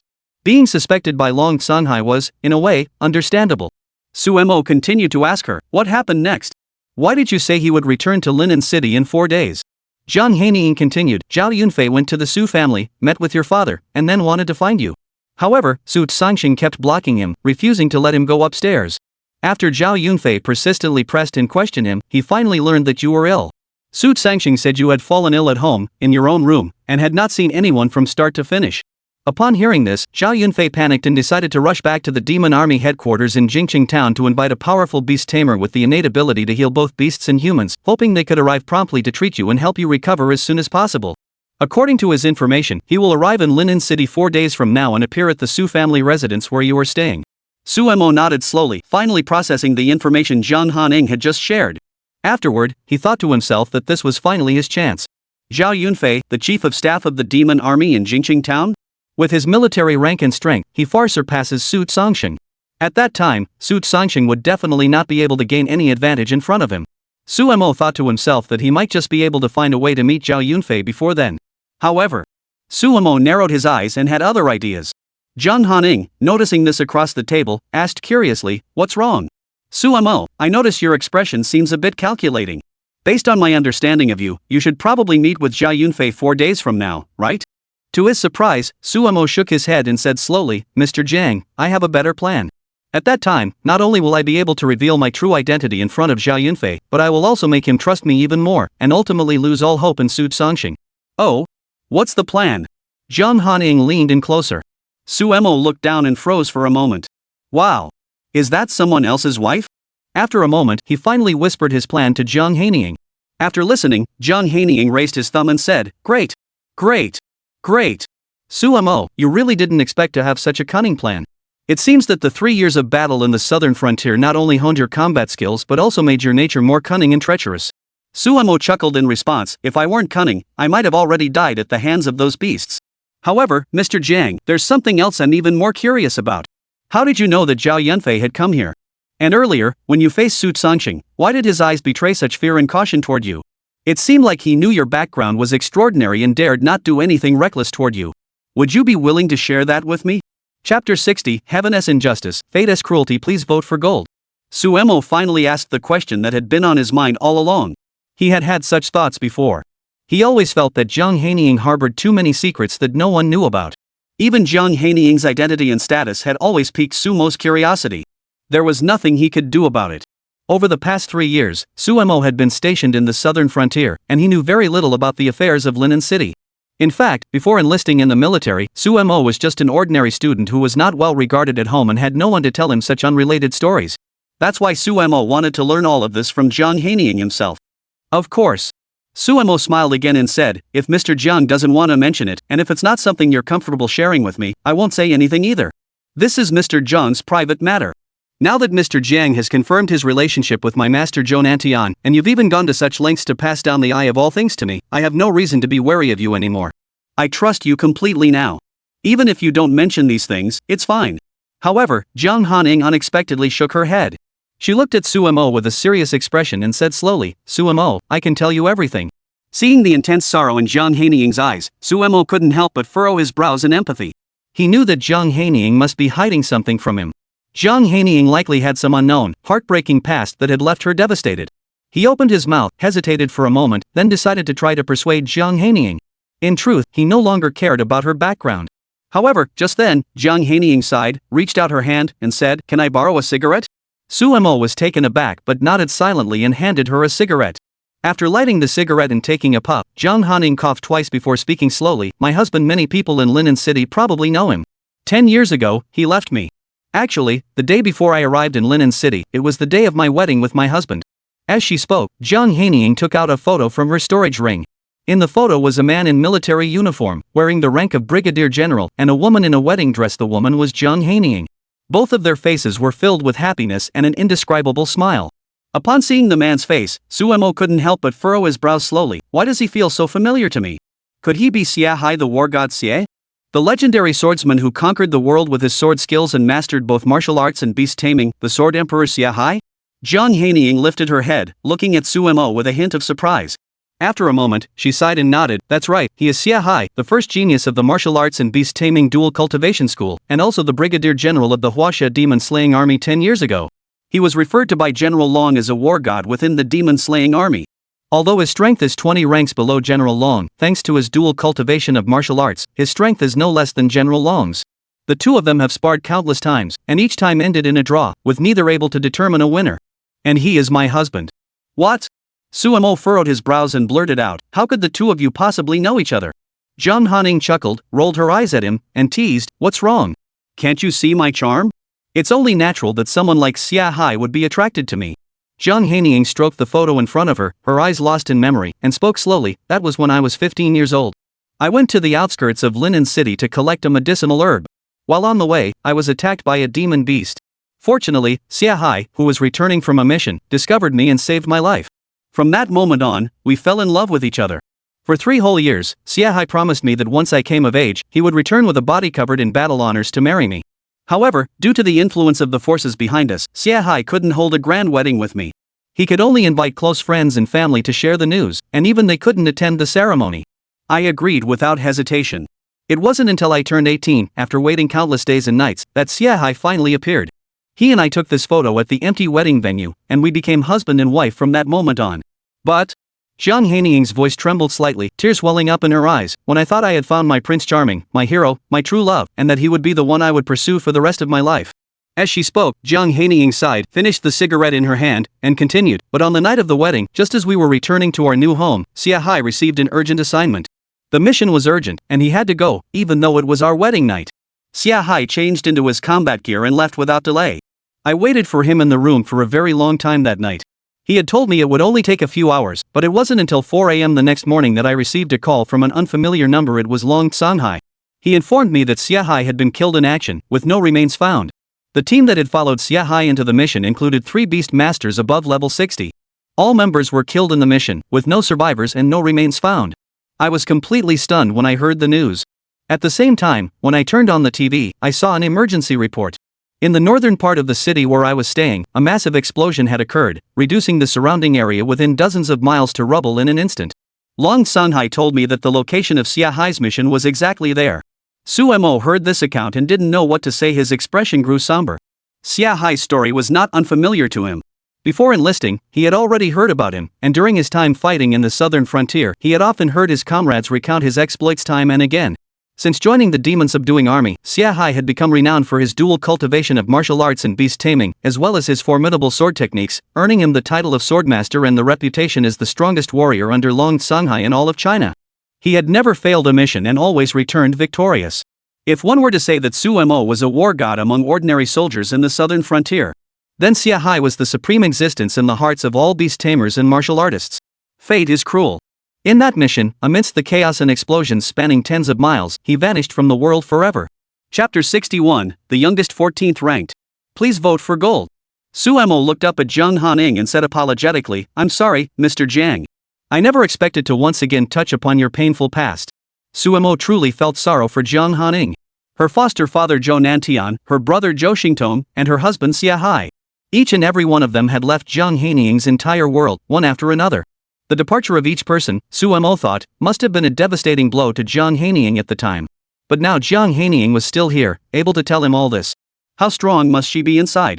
Actually, over the years, I've experienced so much life and death, so I've grown accustomed to it, Jiang Hanying said with a bitter smile, shaking her head before continuing. Su Mo, you don't need to comfort me like this. I can truly endure it. Su Mo remained silent. Jiang Hanying continued, after that day, I left that city and came to Linen City, returning to the side of my foster father and older brother. I have no one left who deserves my trust or my affection. So we settled down in Linen City. Later, Long Songhai called me and said my talent was unique, so he arranged for me to become a member of the General Staff Department at the headquarters of the demon-subduing army. He hoped I could help him recruit more talent within Linen City. It was precisely because of this position, and because of my husband, that I was able to establish myself firmly in Linen City. As for your father, he naturally knew my identity, so when he faced me that day, he could only vent his anger without daring to act out. That's why I know so many things, including your performance, Su Mo. I reported it all to Long Songhai. Su Mo finally understood, and today he even learned about Jiang Hanying's shocking identity. Su Mo finally understood why he had been noticed so quickly. It was all because Jiang Hanying had passed his information to Long Songhai. No wonder you opened this beast taming academy. All the beast tamers training here have to register their information with you. You really know how to keep the good stuff for yourself. Su Mo laughed. I should thank you, Mr. Jiang. Thank you for informing Long Songhai about my situation. Otherwise, I wouldn't know how long I'd have to wait to move forward with my plans. No. Jiang Hanying shook his head. Su Mo, even if I hadn't told General Long about you, he would have found out soon enough. All the mystic towers in every city across the country will announce this matter. He will naturally understand that before he can act on his curiosity and investigations, these matters are already set in stone. I'm just going with the flow and doing you a favor. However, you've helped your sister so much, even agreeing to my request. This kind of favor, I'll never be able to repay you in this lifetime. Su Mo shook his head and smiled bitterly. Mr. Jiang, please don't say that. I also want to do something for my master. Moreover, you have given me two great opportunities, one is Shao Qinglong and Shao Pang, and the other is the eye of all things. Such opportunities, how could I possibly repay them? Isn't that 3 opportunities? What? Su Mo, you're not going to admit that you took such a big advantage of your sister back then? And sister still feels a tingling sensation on her buttocks, as if you pinched them back, then it's still vivid in my memory. Jiang Hanying hadn't finished speaking when Su Mo hurriedly covered her mouth. Jiang Hanying looked at Su Mo's face, which was as red as a monkey's but as if it were about to drip with water. After a moment, she finally managed to dodge his hand and giggled. Then, she said seriously, alright, I won't tease you anymore. Su Mo, little brother, I'll say it again, I hope you can grow up quickly. The time left for us, for the demon-subduing army, and for the people of Huaxia is growing short. I truly hope you can turn this situation around. By the way, I really enjoyed that day. Jiang Hanying said the last playful words, then swayed her hips and left. For a moment, no one spoke, and no one knew how much time had passed. Suddenly, Su Mo let out a mocking laugh. Regardless, today had revealed too much to Su Mo, and he now had some new plans for what lay ahead. Su Mo knew he had to become stronger. Before him stood not only Su Changxing, but also Su Feng and his family of 3, who had completely treated him as a tool to seize everything from him. All of this required Su Mo to seek revenge, but there were also one mystery after another, the death of his master, including the death of Jiang Hanying's older brother. All of this needed to be slowly investigated by Su Mo. Su Mo didn't want to get involved in this mess, but he considered himself a man who always repaid debts of gratitude. Although Jiang Hanying had previously taken advantage of him to some extent, she had no malicious intentions. She even entrusted him with the sole heir of the Qinglong lineage, the only Qinglong divine beast, and gifted him the talent known as the Eye of all things, which is now possessed by only 2 people in the world. Out of gratitude, Su Mo must do something for Jiang Hanying. Moreover, with his immortal nature, what is there to fear? Just then, a whimper sounded beside him.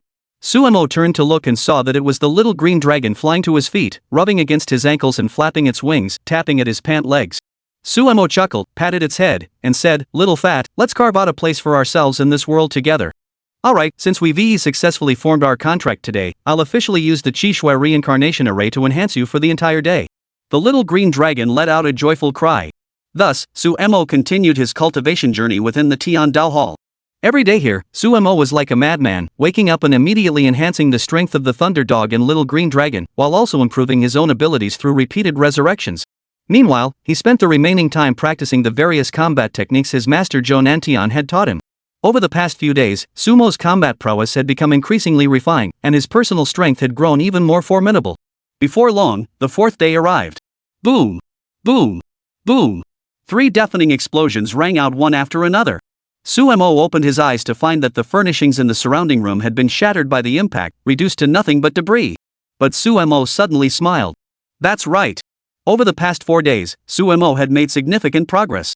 The Thunder Dog's level had reached the 7th stage of the Youth Realm, its basic claw attack had reached level 7, and its Thunder Flash ability had been enhanced once again. As for Qinglong Xiaopang, his level had reached the 8th stage of the Juvenile Realm, his Bloodline Roar skill had been upgraded to level 3, and his Dragon Breath 10,000 miles ability had been enhanced to level 2. Speaking of Suemo, his mental energy has reached 1,980 points, and his vitality has reached 1,230 points. Within 4 days, Suemo has successfully broken through to level 14 Beast Tamer with the help of his 2 beasts and by absorbing their vitality. How far is he from level 15? Just a single thought. Chapter 62, Jiang Hanying becomes even more demon-like. Please vote for gold. Feeling the overwhelming power surging within him, and sensing the equally formidable strength emanating from the 2 beasts by his side, Suemo couldn't help but smile. At that moment, Suemo felt that he had finally grown stronger, and at the same time, he knew that he would finally be able to put his plans into action. Suemo lowered his head and looked at the Thunder Dog beside him, which had grown to nearly chest height. It stood on all fours, its height likely around 1.5 meters. Suemo smiled. In this world, the Thunder Dog was a common great beast, and due to its unique characteristics, almost no beast tamers would choose to contract it. However, by a stroke of fate, it had perfectly matched Sumo's traits of immortality and blood regeneration. It was precisely because of these traits that Suemo and the Thunder Dog before him had formed a mysterious connection. Thanks to the improvements he had made over the past period, Suemo suddenly gained some insights, just as Jiang Hanying had told him earlier. Jiang Hanying sensed something unusual within the Thunder Dog's body, and Suemo felt it too. He felt that something within the Thunder Dog's bloodline seemed on the verge of awakening, and this sensation grew increasingly intense.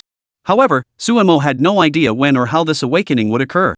As he turned his head, Suemo glanced at the little green dragon on his shoulder. At first, the little Qinglong ate constantly every day, growing significantly in size. However, as Suemo continued to improve over time, the little Qinglong's size gradually stabilized. It simply rested on Sumo's shoulder, looking incredibly adorable. But only Suemo knew that once the little green dragon transformed into its true form as the Qinglong Divine Beast, its dragon body would eventually reach a length of 50 meters. In the future, Suemo even looked forward to the day when the little blue dragon grew to thousands of meters in length and appeared before all the magical beasts, wondering what that scene would be like. Clap, clap, clap. At that moment, a round of applause erupted. Suemo looked up and saw Jiang Hanying appear here. Behind her, 2 servants carried breakfast and quickly placed it on the coffee table before bowing and retreating. Jiang Hanying was wearing a form-fitting cheongsam today. As she swayed her hips toward Suemo, he caught a glimpse of her snow-white legs, which were tantalizingly visible through the high slit in the dress. Suemo, being a young man in the prime of his life, couldn't help but show a slight reaction. Jiang Hanying, however, smiled and walked over, sitting down across from Suemo. Amidst the tantalizing scenery, Jiang Hanying didn't even notice these details. She spoke up, "Suemo, congratulations. Congratulations on successfully breaking through to level 14 Beastmaster today. You're just 1 step away from level 15 Beastmaster. Congratulations also to Qinglong Xiaopang and Pilai Dog for their promotions. But don't worry, you don't have to compensate for the damage you caused around here. Your older sister will take care of it."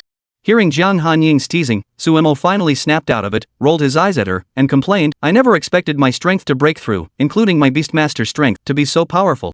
Especially Xiaopang, its bloodline power is too high. At the same time, thanks to my repeated revivals, its body and strength have been constantly improving, and the energy it requires is growing increasingly more. Sigh, I wonder how far it will be able to grow alongside me in the future." Suemo was also relieved that each time he revived, his vital energy would increase, reaching over 1,212 times that of an ordinary person. Now Suemo can confidently say that he can leap dozens of meters into the air with a single jump, and his strength has reached over 1,000 pounds. However, even with his increased vitality, the Thunder Dog Lightning could still drain him completely in just 2 resurrections, while the Qinglong Xiaopang required 4 to 5 resurrections. Suemo thought to himself that if it weren't for his own continuous growth, the little Qinglong might not even need that many revives to be fully fed. However, he didn't think much of it, as each death and resurrection was a great benefit to Suemo. Jiang Hanying heard this and chuckled, saying, "Enough, enough. How can someone with such a natural talent still act so arrogant? I came here to tell you that Zhao Yunfei will be landing in Linen City in half an hour." After landing, he'll head straight to the Su family. "Is your plan also about to begin?" Suemo pondered for a moment before nodding and saying, "Let us eat first. After we've had our fill, we'll act quickly." Jiang Hanying said nothing, watching the two of them eat their fill. As Suemo stood up, Jiang Hanying suddenly remembered something and said, "Oh, right. I have 2 special gifts for you this time." As soon as she finished speaking, Suemo saw that Jiang Hanying had taken 2 books out of her storage ring. Suemo furrowed his brows and asked, "What are these?" Jiang Hanying explained, "This one is the heavy sword techniques my foster father Zhou Nantian mastered over the past 6 or 7 decades. It's called the Great Union Heavy Sword Technique. He mentioned it in the last letter he sent me before he passed away, saying that what he had taught you was only 1/3 of the Great Union Heavy Sword Technique, and the rest is all in this book. This was written in his own handwriting and is the only copy in the world. The old man said he hoped you would one day unlock all the secrets of the Great Union Heavy Sword Technique. I only recently sent someone to other cities and finally found the Dehichong Jianju I had hidden away, hoping to return it to you." Upon hearing this, Sumo's expression changed drastically. He never imagined that the heavy sword techniques Zhou Nantian had taught him were already so powerful, yet they were merely 1/3 of the total? What he never could have imagined was that Zhou Nantian, even at this moment with his body on the brink of death and facing other schemes, was still thinking about him, still wanting to do something for him. Suemo was so moved that tears welled up in his eyes. He reached out and took the book from in front of him. Then, Suemo spoke solemnly, "Master, your disciple is unworthy. I have never truly understood you.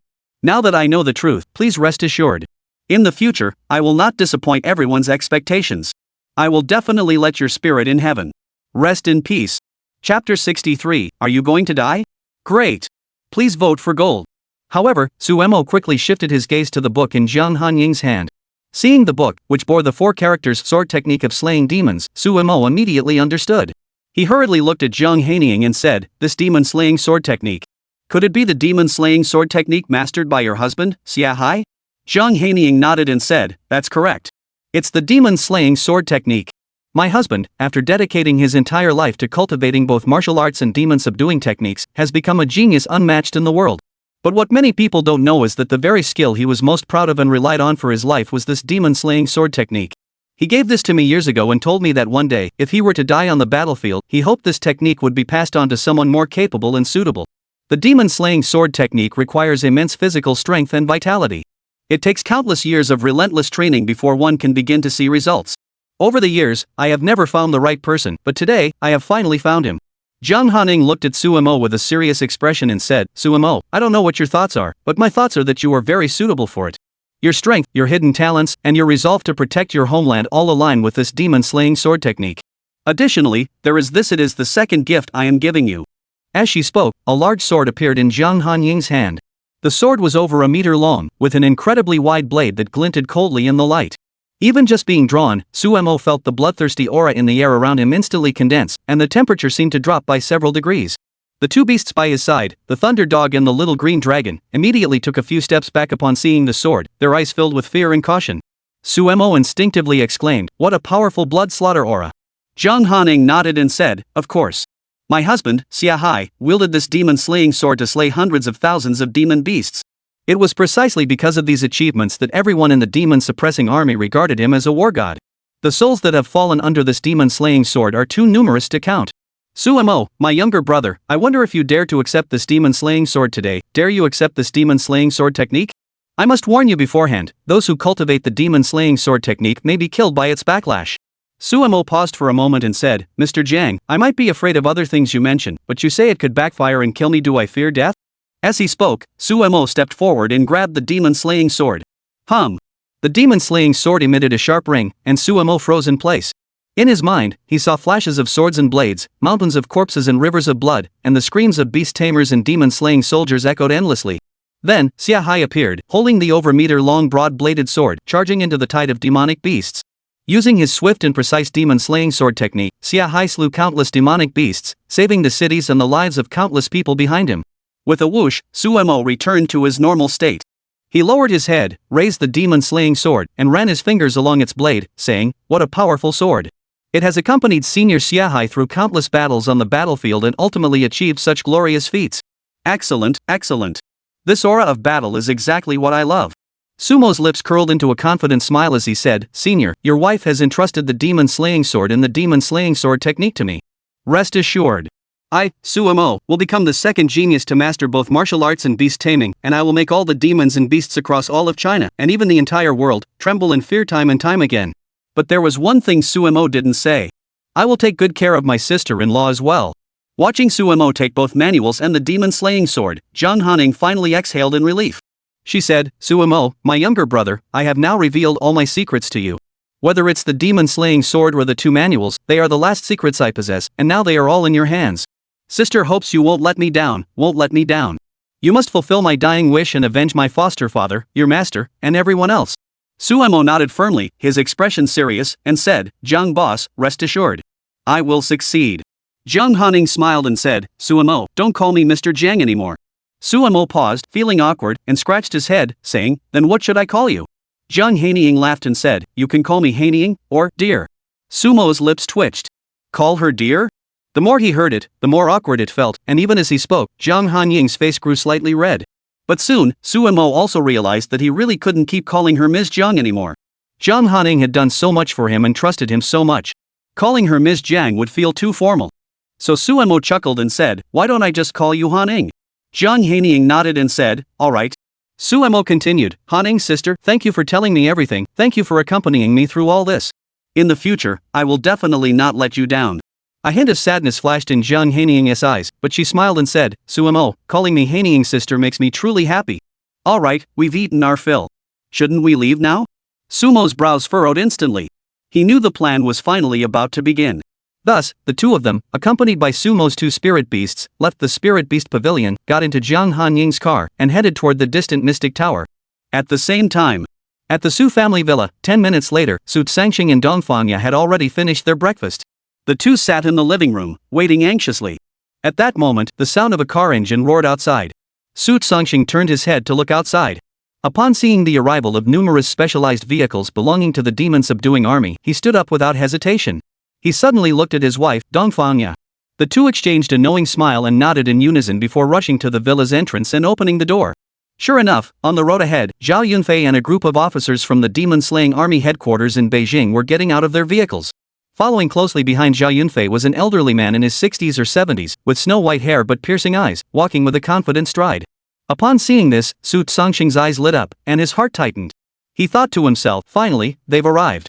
The outcome of this matter, whether I live or die, depends on today."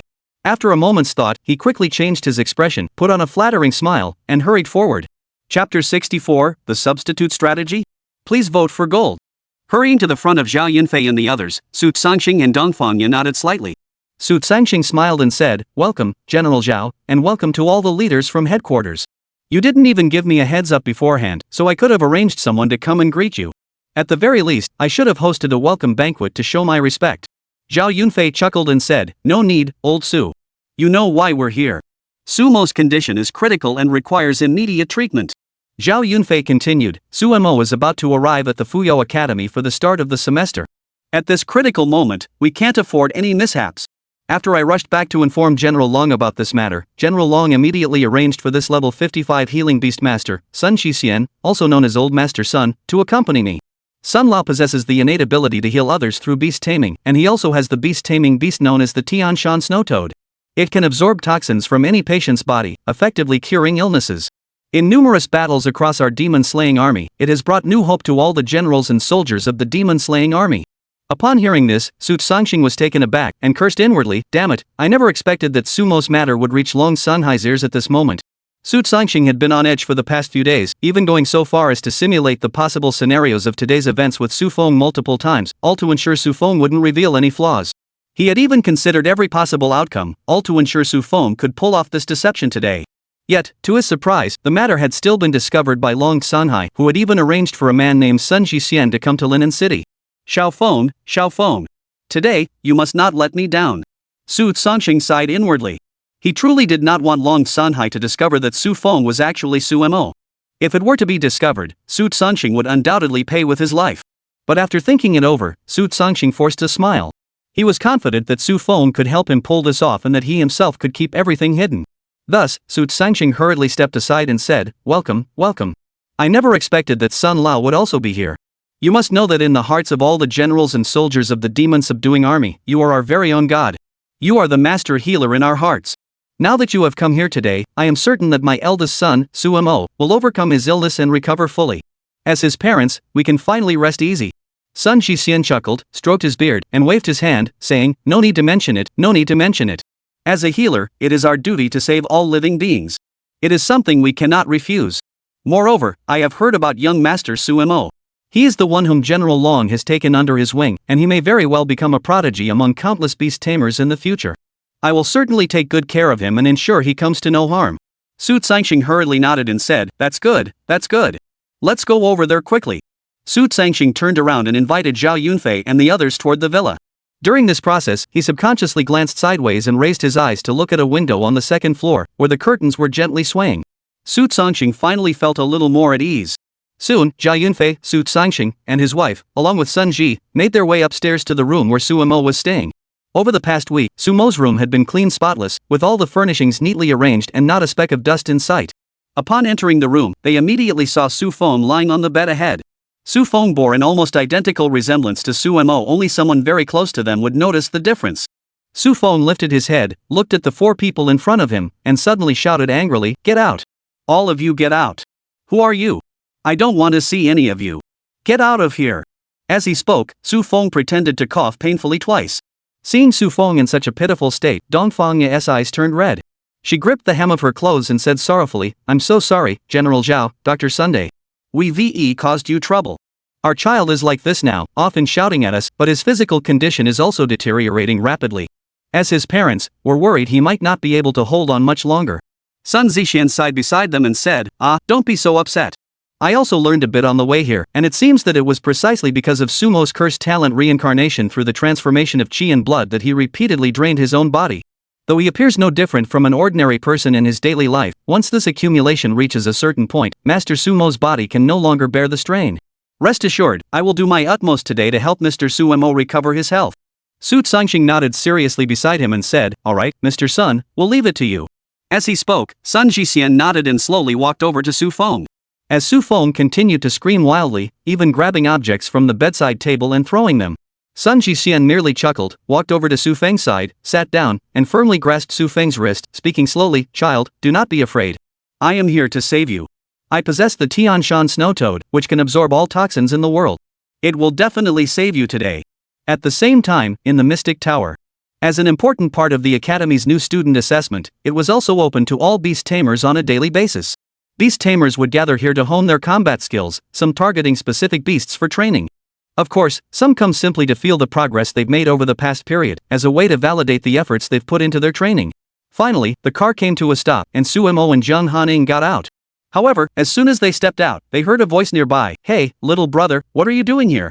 Chapter 65, Two Women Meet and Sparks Fly. Please vote for gold. Upon hearing the voice, Sumo's heart skipped a beat. The voice was all too familiar, how could he not recognize it? He turned his head and, as expected, saw Su Jiejia slowly walking toward them from a distance. Today, Su Jiejia was dressed in a particularly revealing outfit, looking like a rebellious teenager, swaying her hips provocatively. Upon approaching, she glanced at Su Mo, then cast a sideways look at Jiang Hanying beside him, and said, "Mr. Jiang, what brings you here?" Jiang Hanying smiled slightly and didn't say much. Su Mo asked from the side, "Su Jiejia, why are you here?" Jiang Hanying chimed in, "I'm here with Su Mo to take him to the Mystic Tower for climbing." "Why are you here?" Su Jiejia said angrily, "Is that not allowed?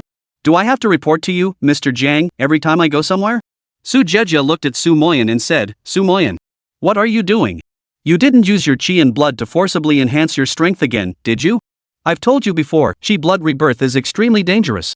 Without absolute experience and without some gene potions to maintain your vital signs and replenish your chi blood, every time you use chi blood rebirth to forcibly enhance your beast taming abilities, you're essentially throwing your own life away. Do you want to die?" Despite Su Jiejia's harsh words, Su Mo could clearly sense the concern in her tone. Suemo smiled slightly and said, "Alright, older sister, stop scolding your younger brother here. I know what I'm doing, and besides, Hanying has helped me a lot. During my recent cultivation, she gave me a lot of resources to ensure my body didn't have any issues. Look at me now, I'm fine, aren't I?" Suemo couldn't possibly tell Su Jia about the secret he was keeping. As for how Jiang Hanying found out about it, that was purely by chance. As for others, Suemo didn't want to reveal too much. One must always be vigilant against others, but never harbor malicious intent toward them. Even if it's his own older sister, there is no telling what might be overheard. Suemo's concerns were very real. Su Jia turned to look at Jiang Hanying and blurted out, "Ms. Jiang, my good brother actually calls you Sister Hanying? I'd like to ask you, what exactly do you have in mind for my brother? I, Su Jia, have always believed that there is no such thing as a free lunch, and I've never believed you do these things for my brother for nothing." Suemo heard this and felt a pang of anxiety. He hadn't expected his offhand remark to provoke such a reaction from Su Jia. As he watched Jiang Hanying chuckle, she said, "You've misunderstood, Mr. Su. I treat every member of our Beast Taming Academy equally. Sumo's younger brother has secured the use of our Beast Taming Academy's top-tier training room on a long-term basis. With such status and wealth, if I don't seize this opportunity, how else will I make money in the future? Do you really think my Beast Taming Academy is a charity?" Suemo silently gave Jiang Hanying a thumbs up, impressed by his quick thinking. Su Jia heard this and found it somewhat reasonable, but still snorted coldly and said, "I don't care what your motives are, Mr. Jiang. I'll give you one piece of advice, from now on, don't even think about harming my brother, Su Jia. If you dare to harm him, even a single hair, I, Su Jia, will come find you to settle the score. He is the brother I've cared about most since I was a child. I won't allow him to be harmed in any way." Watching these two women, who were both very important to him, confronting each other so fiercely at that moment, Suemo stood by, completely confused. Normally, he wouldn't even bother to intervene, but this time was different. Suemo had a lot on his plate and didn't want to unnecessarily stir up trouble. As the two continued to approach each other, with their hands about to touch, Suemo quickly reached out and pushed them apart. After looking left and right, Suemo sighed and said, "Both of you, just behave yourselves, okay? Also, Su Jia, Hanying has helped me a lot lately. There are some things I can't say openly, but rest assured, she has no ill will toward me." Suemo then turned to Jiang Hanying and said, "Su Jia is my cousin. Her family has always treated me like their own child since I was a child, and they have no connection to my family's affairs. Including the recent events my family has gone through, Su Jia is fully aware of them. She even stood by my side and joined me in berating Su Sangxing and Su Feng. So please don't harbor any ill feelings toward her." The two of them, one in front and one behind, heard Sumo's explanation and finally exhaled in relief. Then, Su Jia asked, "Suemo, are you really feeling okay physically?" Seeing Suemo nod seriously, Su Jia continued, "Then why did you come to this mysterious tower?" Suemo countered, "What are you here for?"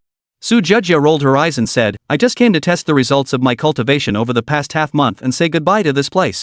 I'm about to return to Fuyao City. After all, the new semester is about to begin, and I have a lot of things to do then." Suemo finally nodded and said, "I came here to test my own progress as well. If you're not in a hurry, you could stay and take a look around." Su Jia shrugged without hesitation, "Of course I'm not in a hurry. I won't be leaving Linen City until this afternoon. Since you're here, I'll stay and keep you company for a while." Suemo felt a bit touched. Just now, he had seen how rushed Su Jia had been, and she must have had something important to do, but she had still chosen to stay and accompany him. Suemo knew she wanted to stay and test Jiang Hanying, to see what he was up to, or perhaps to check on his situation. Such an older cousin, who had always treated him like a precious treasure and cared for him so meticulously from childhood, made Suemo feel warm inside. After thinking it over, Suemo took a step forward and approached the entrance to the Mystic Tower. He extended his beast control bracelet, and the Mystic Tower automatically scanned Sumo's information. Of course, it only read his name, nothing else. This was a rule across the entire continent, aimed at preventing the storage of excessive information about beast masters, thereby safeguarding their identities from being disclosed. This was actually a form of protection for beast masters. Chapter 66, Instant Kill. 15th floor. Please vote for gold. Suemo had just stepped into the passageway and teleported into the Mystic Tower.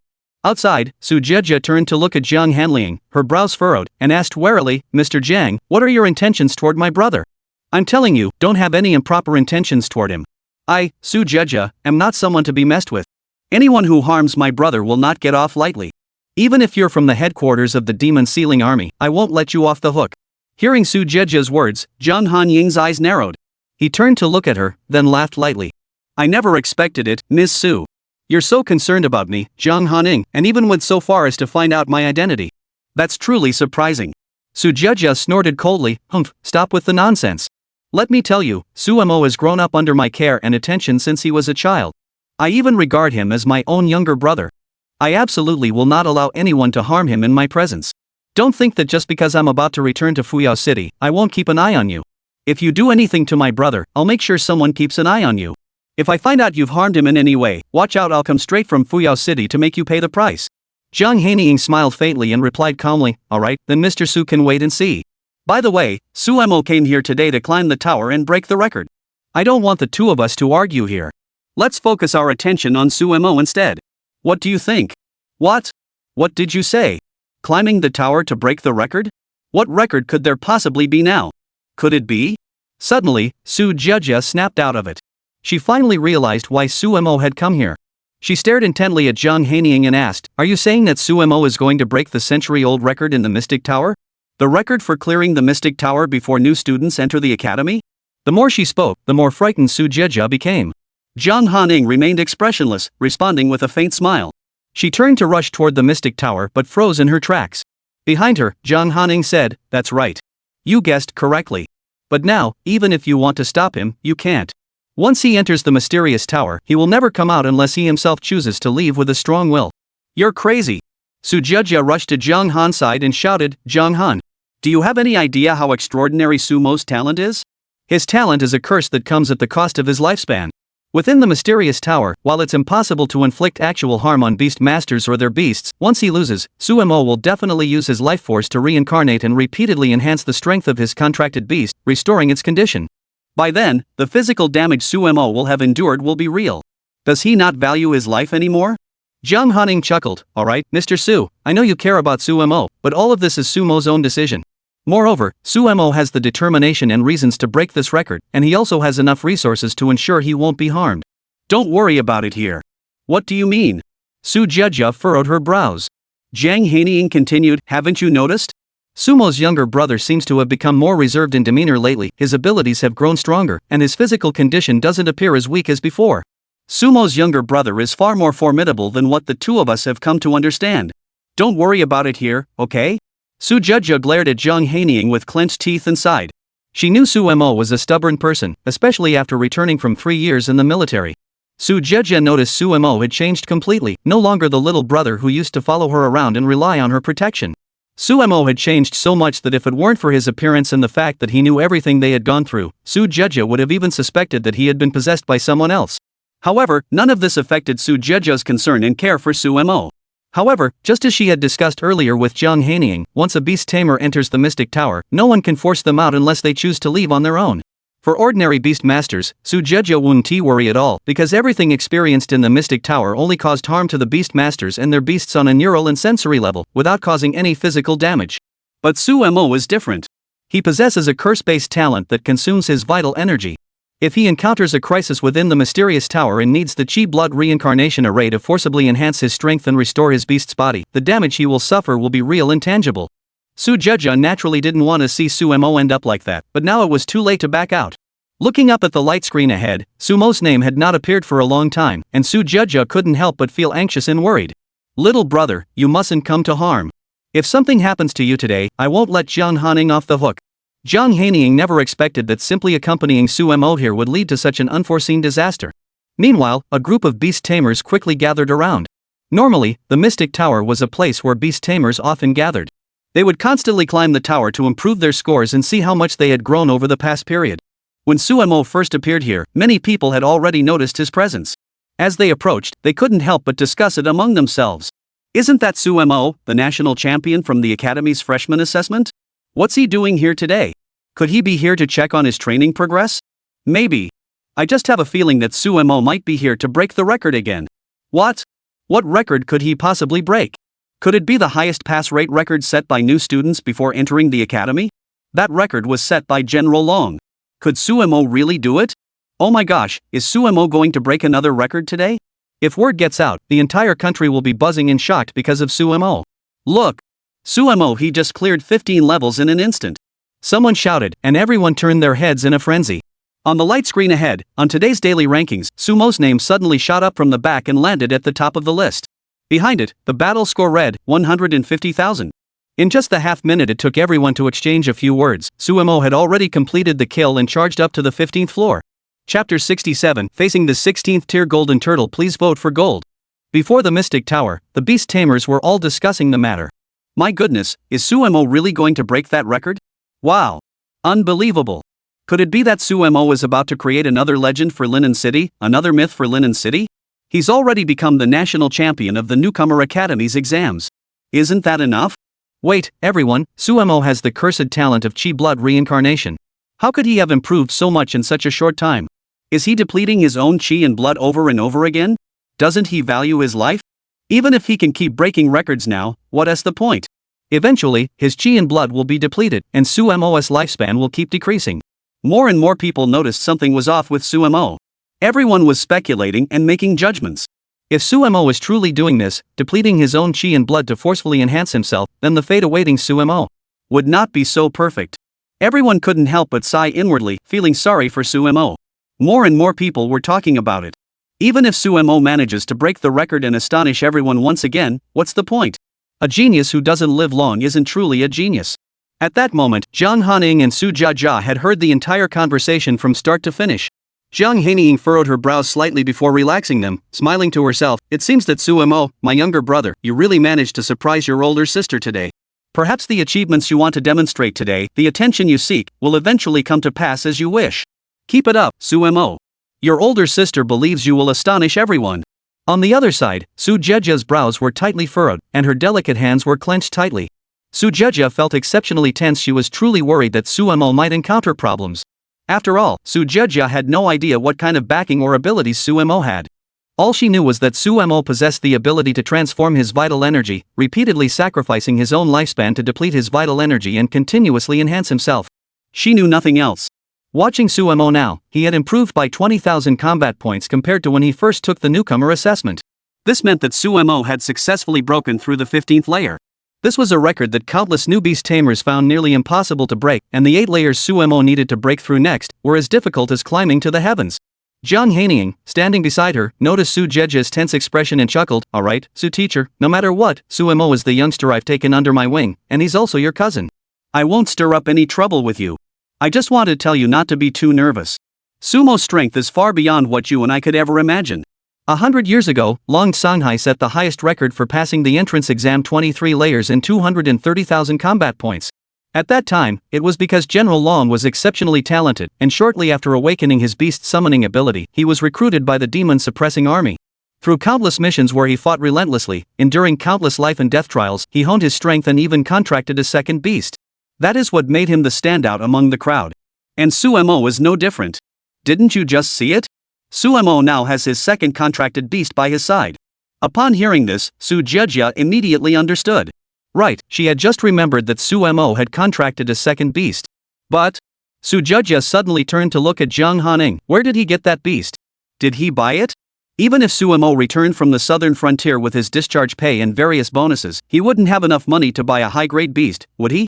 Jiang Hanying chuckled and leaned in close to whisper in Su Jia's ear. That's a beast he obtained by chance while accompanying me in the demon beast abyss. It's an ancient grade. What? Su Jia stumbled back in shock, her pupils dilating as she stared at Jiang Hanying. She instinctively opened her mouth to speak, but Jiang Hanying raised his hand to stop her. Ms. Su, some things are best left unsaid. I only told you because I saw the close relationship between you and Suemo, and I could tell how much you care about his younger brother. Su Jia hurriedly nodded, dared not say another word.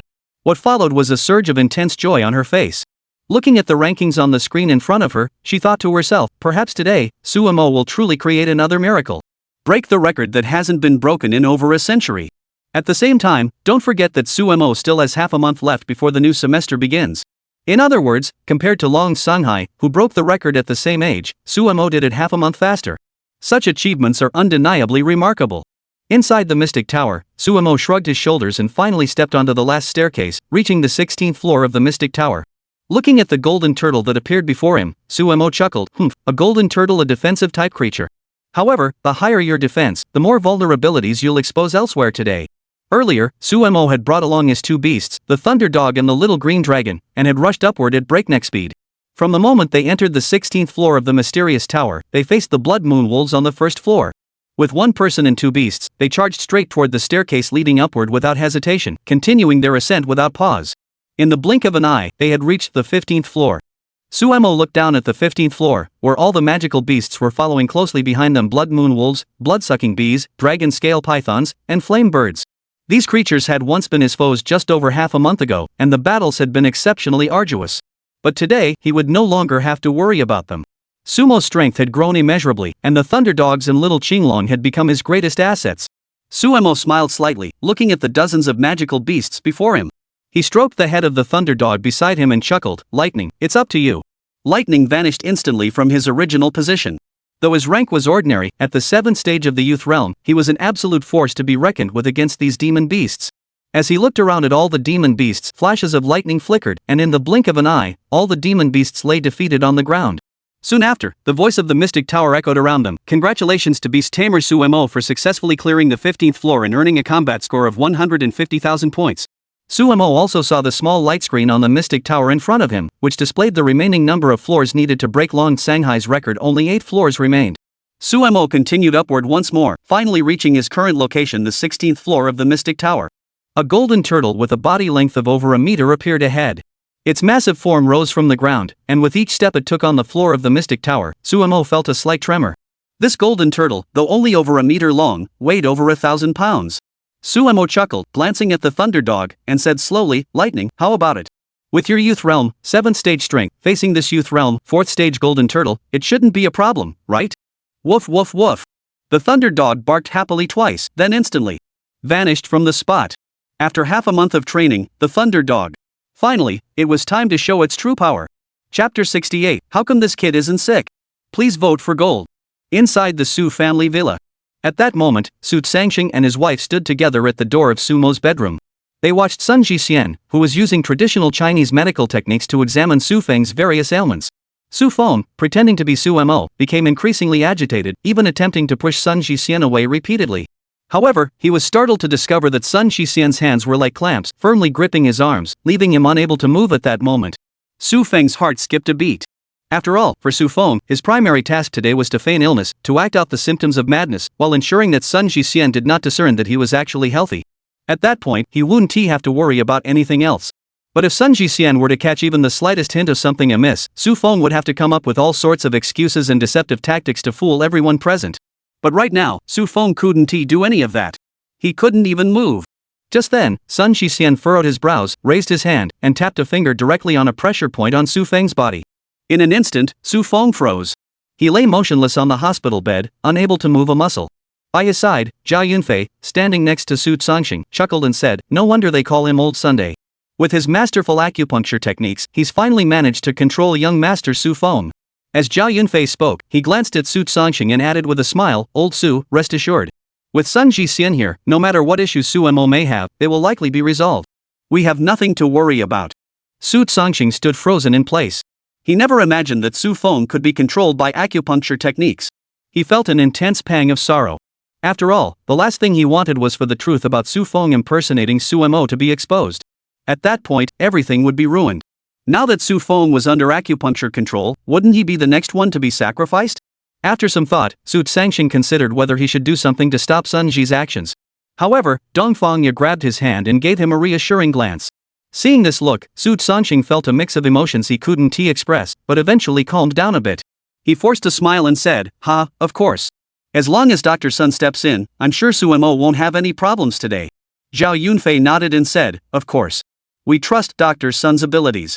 Moreover, we are here on orders today. We must ensure that Suemo recovers his health. Otherwise, we won't be able to account for our actions later. We don't want to bear the responsibility of Suemo not being able to be treated or enter the Fuyao Academy. In the future, General Long still plans to personally cultivate Suemo. Moreover, this time he even brought some gifts for Mr. Suemo. Once young Master Suemo recovers, I will personally hand them over to him." Su Sangxing's face lit up. Upon hearing about the gifts, especially those from Long Sanghai, he couldn't help but feel overjoyed. Recently, Su Sangxing had been struggling with how to transfer all the new student packages that Suemo could have obtained before entering the Fuyao Academy to Su Feng, so that Su Feng could gain more resources. He had always done this since they were children, even transferring all the merits and achievements Suemo had earned in battles in the southern frontier to Su Feng. Now that there was an opportunity to further enhance the resources available to Su Mo and Xu Feng, how could he possibly refuse? However, not long after, Sun Ji's brows furrowed slightly, and he let out a soft hum. Everyone present froze for a moment and looked up. Sun Jixian scratched his head and said, I never expected that the illness of this young master Su Mo couldn't be diagnosed to pinpoint the root cause. Could it be that this is what one must face after undergoing Qi Shuizhen Shang? Su Tsangxing hurriedly interjected, Master Sun, could it be that Su Mo has other underlying conditions, or perhaps something you've never heard of or seen before? Sun Jixian nodded and said, it's possible, but I suspect it's more likely that there's some hidden toxin in his body. Everyone, don't worry. Sun Jixian smiled confidently. Then, with a flick of his wrist, a completely white toad crawled out of his pocket. The toad extended its tongue, eagerly staring at Xu Feng in front of it. Sun Jixian smiled slightly and said, this is my summoned beast, the Tianshan Snow Toad. I have contracted with the Tianshan Snow Toad 3 times in my lifetime, and I still have 2 contract opportunities remaining. With it by your side, no matter what toxins are in your body, they will be neutralized. With that, Sun Jixian focused his mind and began to mentally guide the Tianshan Snow Toad towards Xu Feng's head. The Tianshan Snow Toad landed directly on Xu Feng's forehead without him moving, then extended its tongue and stuck it to Xu Feng's forehead, beginning to suck relentlessly. Su Tsangxing and Dongfang Ya watched from the side, their hands tightly clenched, deeply concerned that Xu Feng might reveal any weaknesses. Zhao Yunfei, standing nearby, saw this and chuckled, mistakenly thinking that the couple was overly concerned about their child's condition.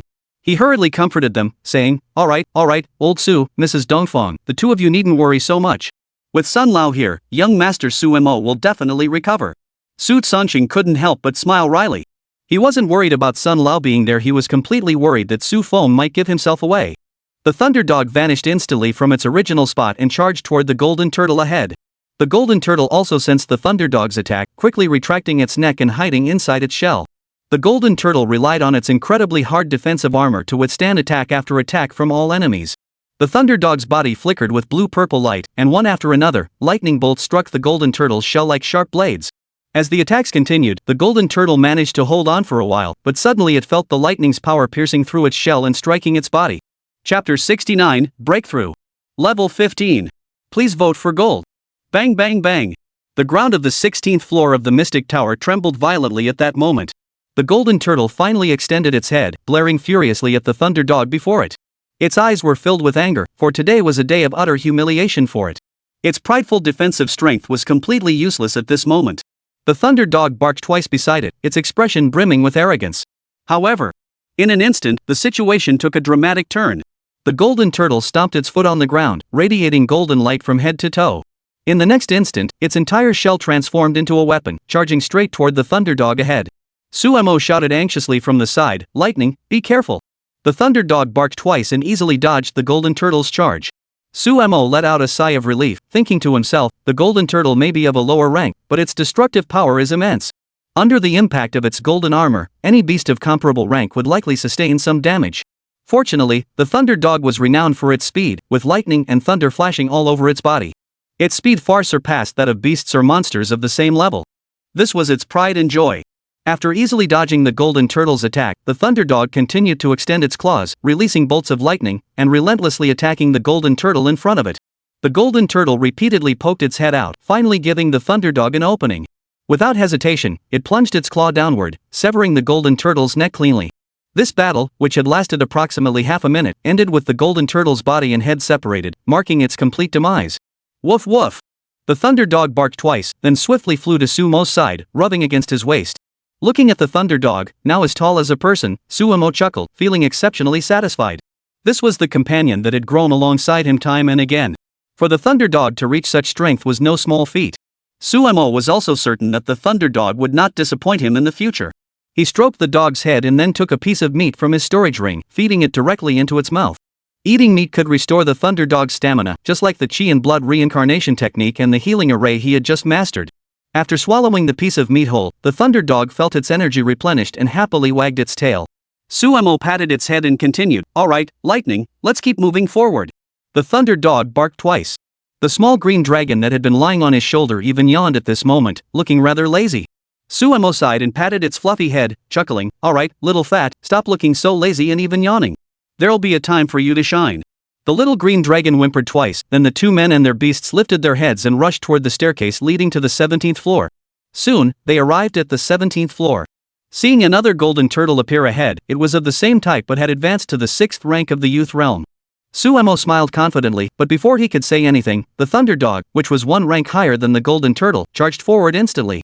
Under the relentless attacks of the thunder dog, the golden turtle finally fell after over 40 seconds.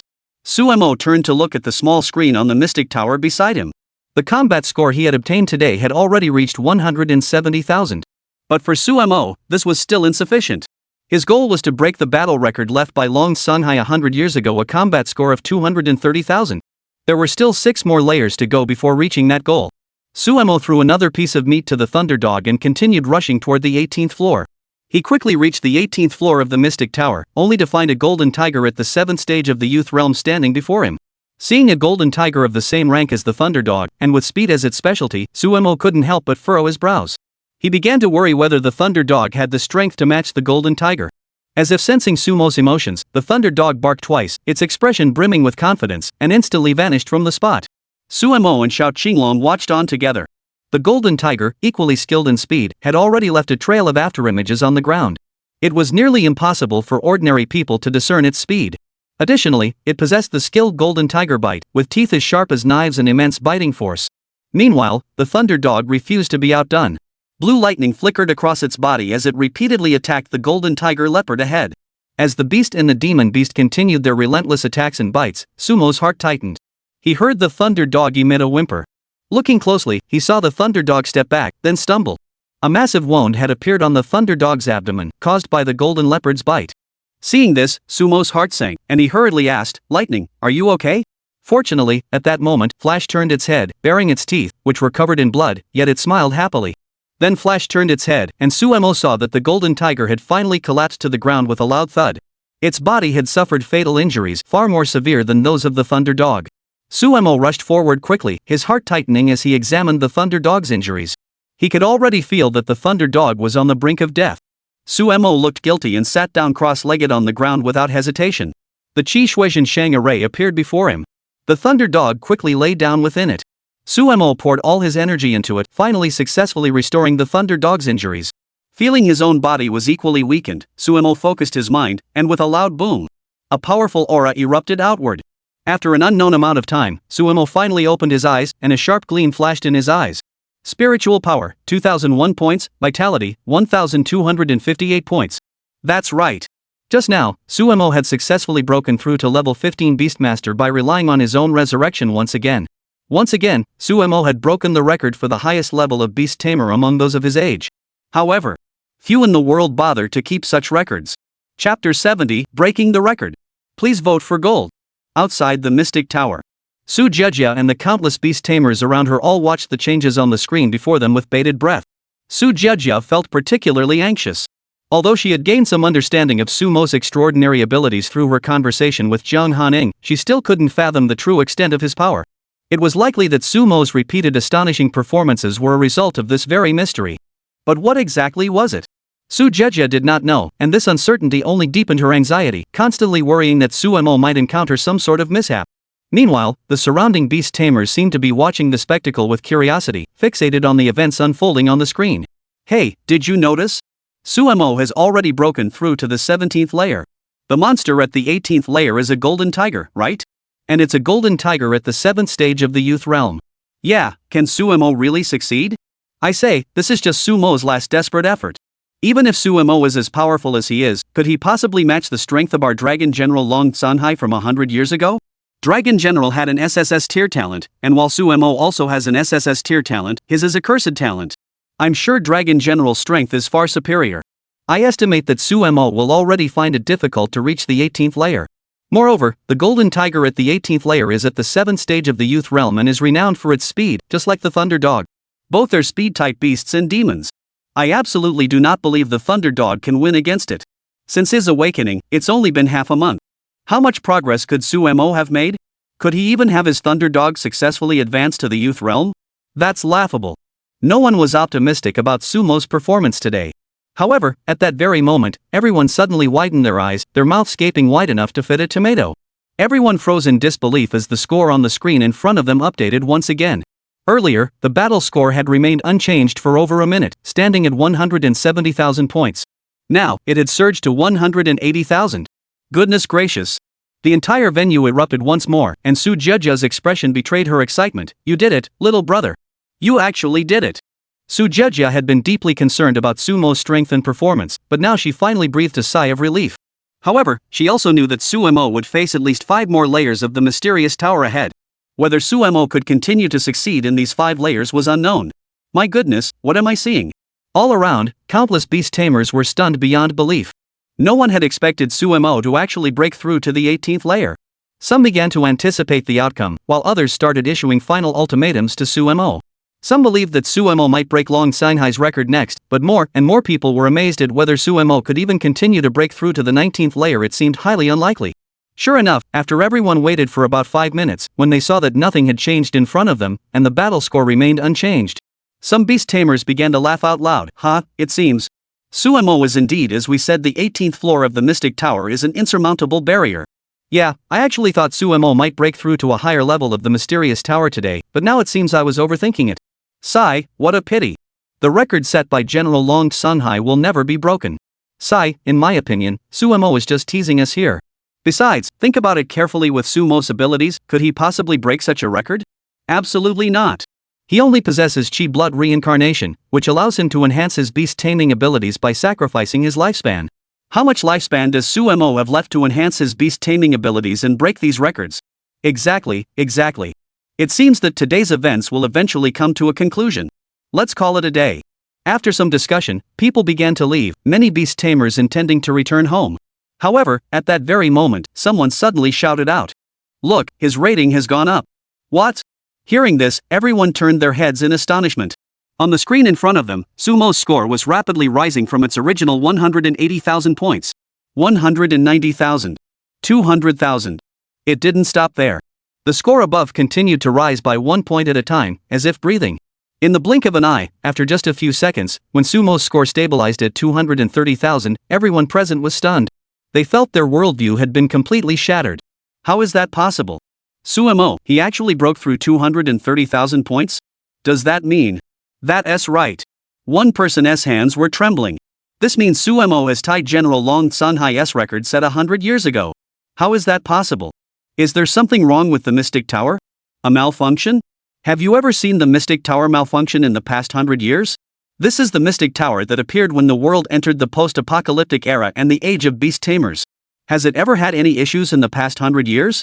At the same time, as everyone was stunned, a voice echoed from the Mystic Tower ahead. Attention all of China.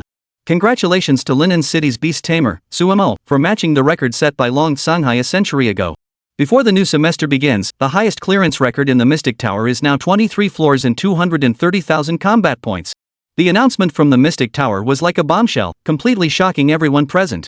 Even if they didn't want to believe it, the authoritative announcement from the Mystic Tower left them no choice but to accept it. Meanwhile, Su Jiajia and Jiang Hanying let out a sigh of relief. Jiang Hanying crossed her arms confidently and smiled, as expected. Sumo, you've never disappointed your older sister. Su Jiajia chuckled beside her. Good job, little brother. You've tied the Dragon General's record. Now it's up to you to break it. However, as long as you can reach the 24th floor, as long as you can launch a full power attack on the demon beast that appears on the 24th floor, and as long as you can obtain at least 1 combat score, this record will belong to you.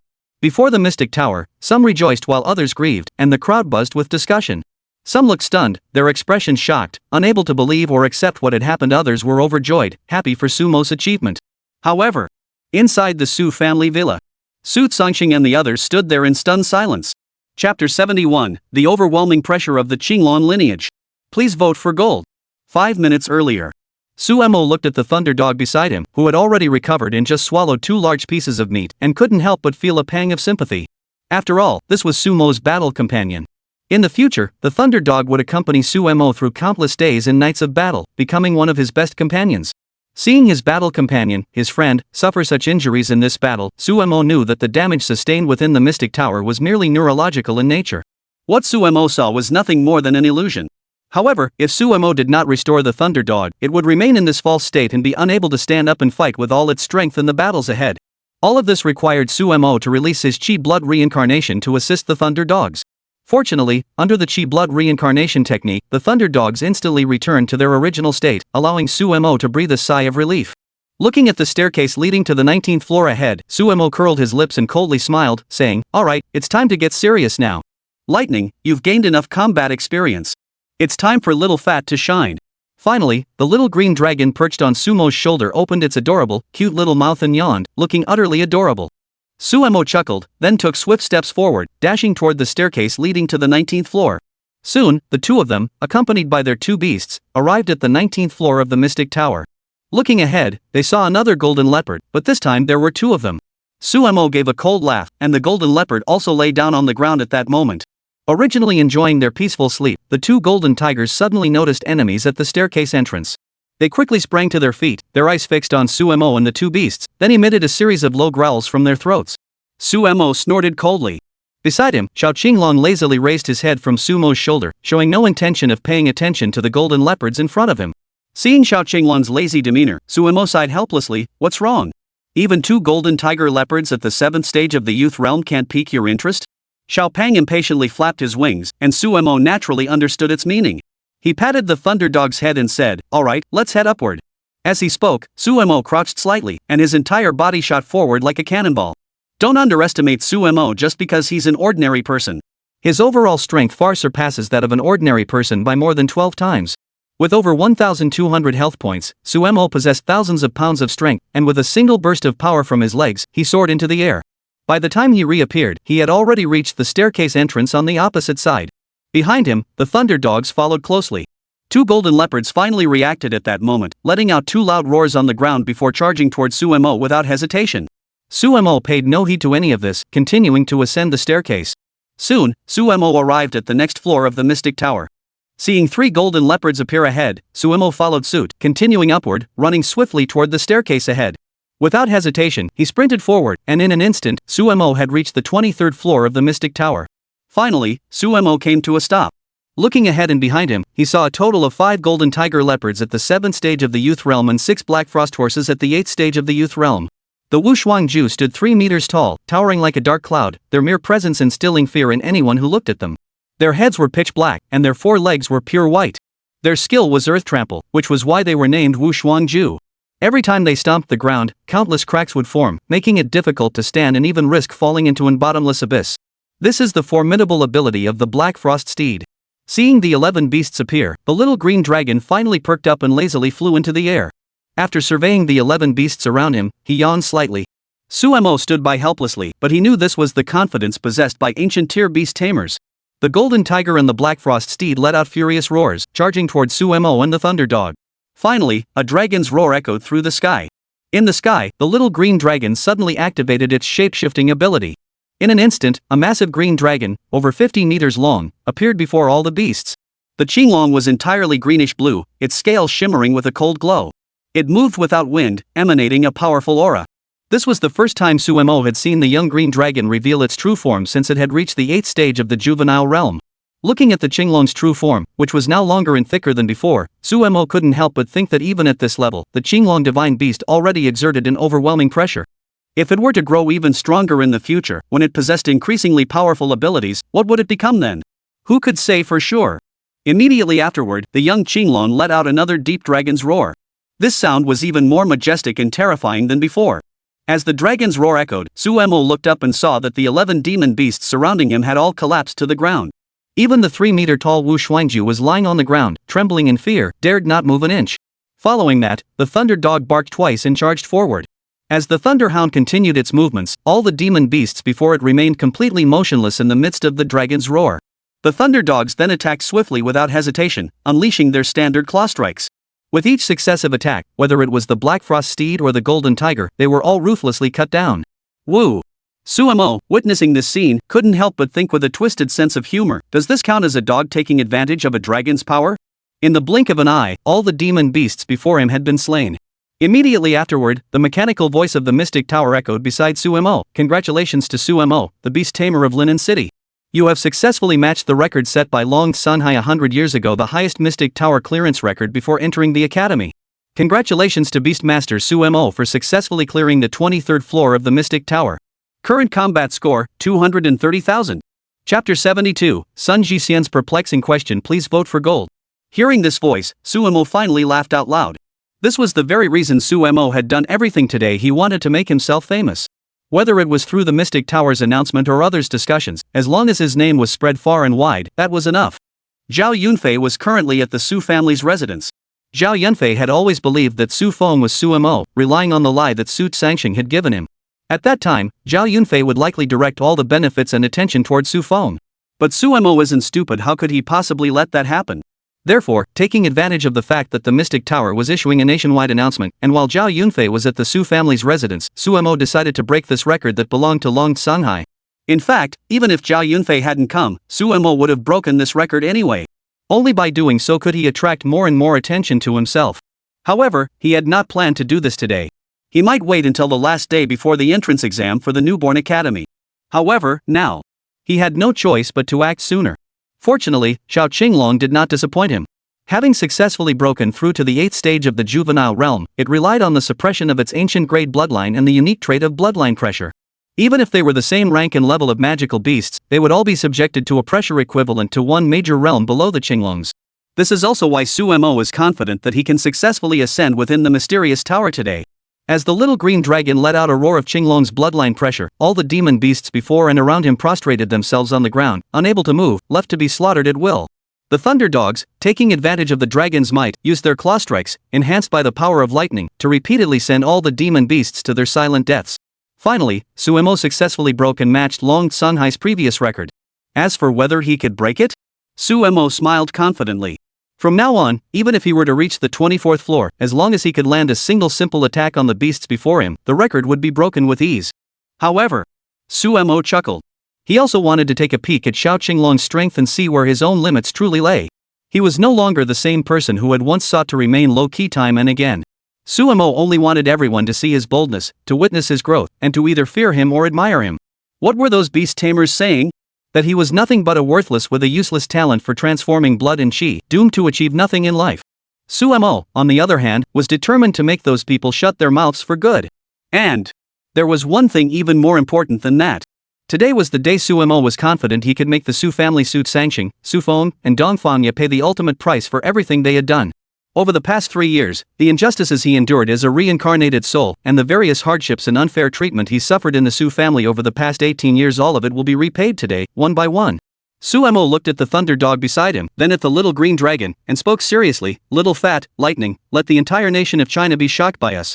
Let everyone focus their attention on me, Sumo." Xiao Qinglong finally perked up and excitedly barked twice. The thunder dog also barked happily. Then, the man and his 2 beasts continued to march forward toward the staircase entrance with determination. At the same time, at the Su residence. 5 minutes earlier, Sun Ji had been using his beast taming ability to heal Su Feng with the Tianshan snow toad. After establishing a connection between its forehead and Su Feng's, the Tianshan snow toad swiftly absorbed the toxins from Su Feng's body. However, after a full 5 minutes had passed, Sun Shixian couldn't help but furrow his brows. Under his sensing, he discovered that the Tianshan snow toad had not absorbed any toxins that threatened Su Feng's life.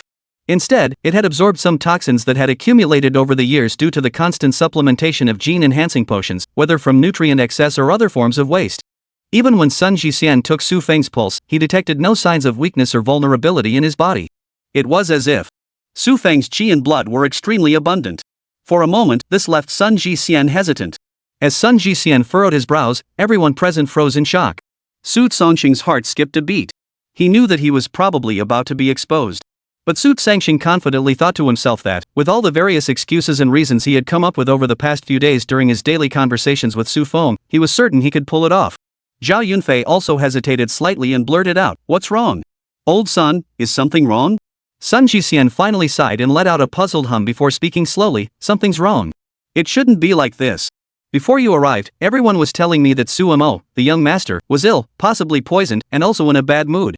But why haven't I felt any of that now? Not even the slightest change in his pulse caused by emotional instability. On the contrary, the toxins that have accumulated in Mr. Sumo's body over the years were all caused by various gene-based medications and supplements he took previously. I haven't sensed any other toxins at all." Zhao Yunfei hesitated and looked at Sun Jixian, who continued, "Moreover, I sense that Mr. Sumo's body seems psi. It seems like over the past 3 years, I've sensed that Mr. Sumo has been taking gene-enhancing potions every day to boost his bodily metrics. Taking too much of these gene-enhancing potions actually has no benefits and can even backfire, but..." Sun Jishan glanced at Zhao Yunfei, then at Su Songxing, and said, Su Mo has been fighting on the frontiers for the past 3 years.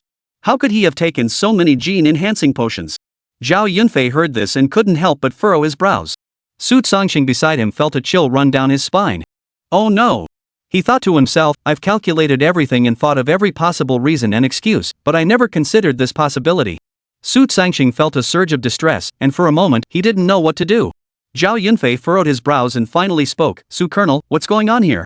Could it be that, over the years, you've been using your position to secretly give gene-enhancing serum to young Master Su Mo? Do you know that, in our Jinma army, giving gene-enhancing potions to Su Mo out of the blue and forcibly enhancing his abilities is a serious violation of military discipline? Upon hearing this, Su Songxing grew visibly flustered. He fidgeted with his hands before forcing a smile, unsure of how to explain himself. However, at that very moment, around everyone's bodies and outside the Su family villa, the announcement from the Mystic Tower suddenly rang out. Chapter 73, Do you think I'm your little darling? Please vote for gold. Congratulations to Linen City's beast tamer Su Mo. You have successfully matched the record set by Long Sunhai 100 years ago, the highest Xuanji Tower clearance record before entering the academy. Congratulations to Beastmaster Su Mo for successfully clearing the 23rd floor of the Mystic Tower, with a current combat score of 230,000. What? Upon hearing this, Zhao Yunfei froze for a moment. He furrowed his brows, glancing at Su Feng lying on the hospital bed, then at Su Songxing beside him. He then blurted out, Su Mo? Isn't Su Mo currently lying in the hospital bed? Why did the Mystic Tower just announce that he tied the record set by General Long 100 years ago? Su Songxing froze, his heart skipping a beat. He remained speechless for a moment. Meanwhile, Su Feng, lying on the hospital bed, felt a storm raging within him. Su Feng stared in disbelief, his eyes wide open, but since he had been paralyzed by acupuncture, he couldn't move a muscle. Su Songxing shouted inwardly, What? Su Mo? Su Mo again? Su Songxing couldn't believe what he was hearing. Why? Why Su Mo again? Why has Su Mo once again shocked everyone? Why has he once again drawn everyone's attention to himself? And, has he lost his mind? Forcing himself to expend his vital energy to enhance his beast-taming abilities, all just to match Long Sunhai's record? And why did it have to happen at such a crucial moment? In Su Songxing's mind, even if Su Mo had waited 2 more days, as long as Zhao Yunfei wasn't around, everything would be fine. Then, even if he managed to clear the 100th floor of the Mystic Tower and shock everyone, what would it matter? At that point, all the fame and attention would inevitably fall on Su Feng's head. Wouldn't all of this become Su Feng's glory? However, everything that had happened now had completely humiliated Su Songxing. Noticing the conflict and hesitation in Su Songxing's expression, Zhao Yunfei asked again, General Su, what's going on? I hope you can give me an explanation. Su Songxing finally snapped out of it, his eyes darting around. Moments later, a thought struck Su Songxing, and he hurriedly said, General Zhao, haha, you're talking about Su Mo? You saw him lying in bed, didn't you? There are plenty of people with the same name across the country. That person probably has no connection to the real Su Mo. However, this Su Mo is quite formidable, having matched General Long's record. He is indeed worth the demon-suppressing army's attention. Is that so? Zhao Yunfei showed no intention of giving Su Songxing any face. He coldly remarked from the side, but I did some research before coming here, and I found that there are indeed many people named Su Mo across the country. As mentioned in the report from the Mystic Tower, the Su Mo in question is the beast tamer from Linen City. I happen to know that there are over a dozen people named Su Mo in Linen City, but among them, aside from the Su Mo young master from your family, none possess extraordinary talent. The remaining dozen or so people named Su Mo are all ordinary F-rank talents. You say they, relying on their F-rank talent, managed to match General Long's record? Do you think I'm some kind of pushover? Su Songxing hadn't expected Zhao Yunfei to call him out so directly, leaving him speechless at that moment, unsure of how to explain himself.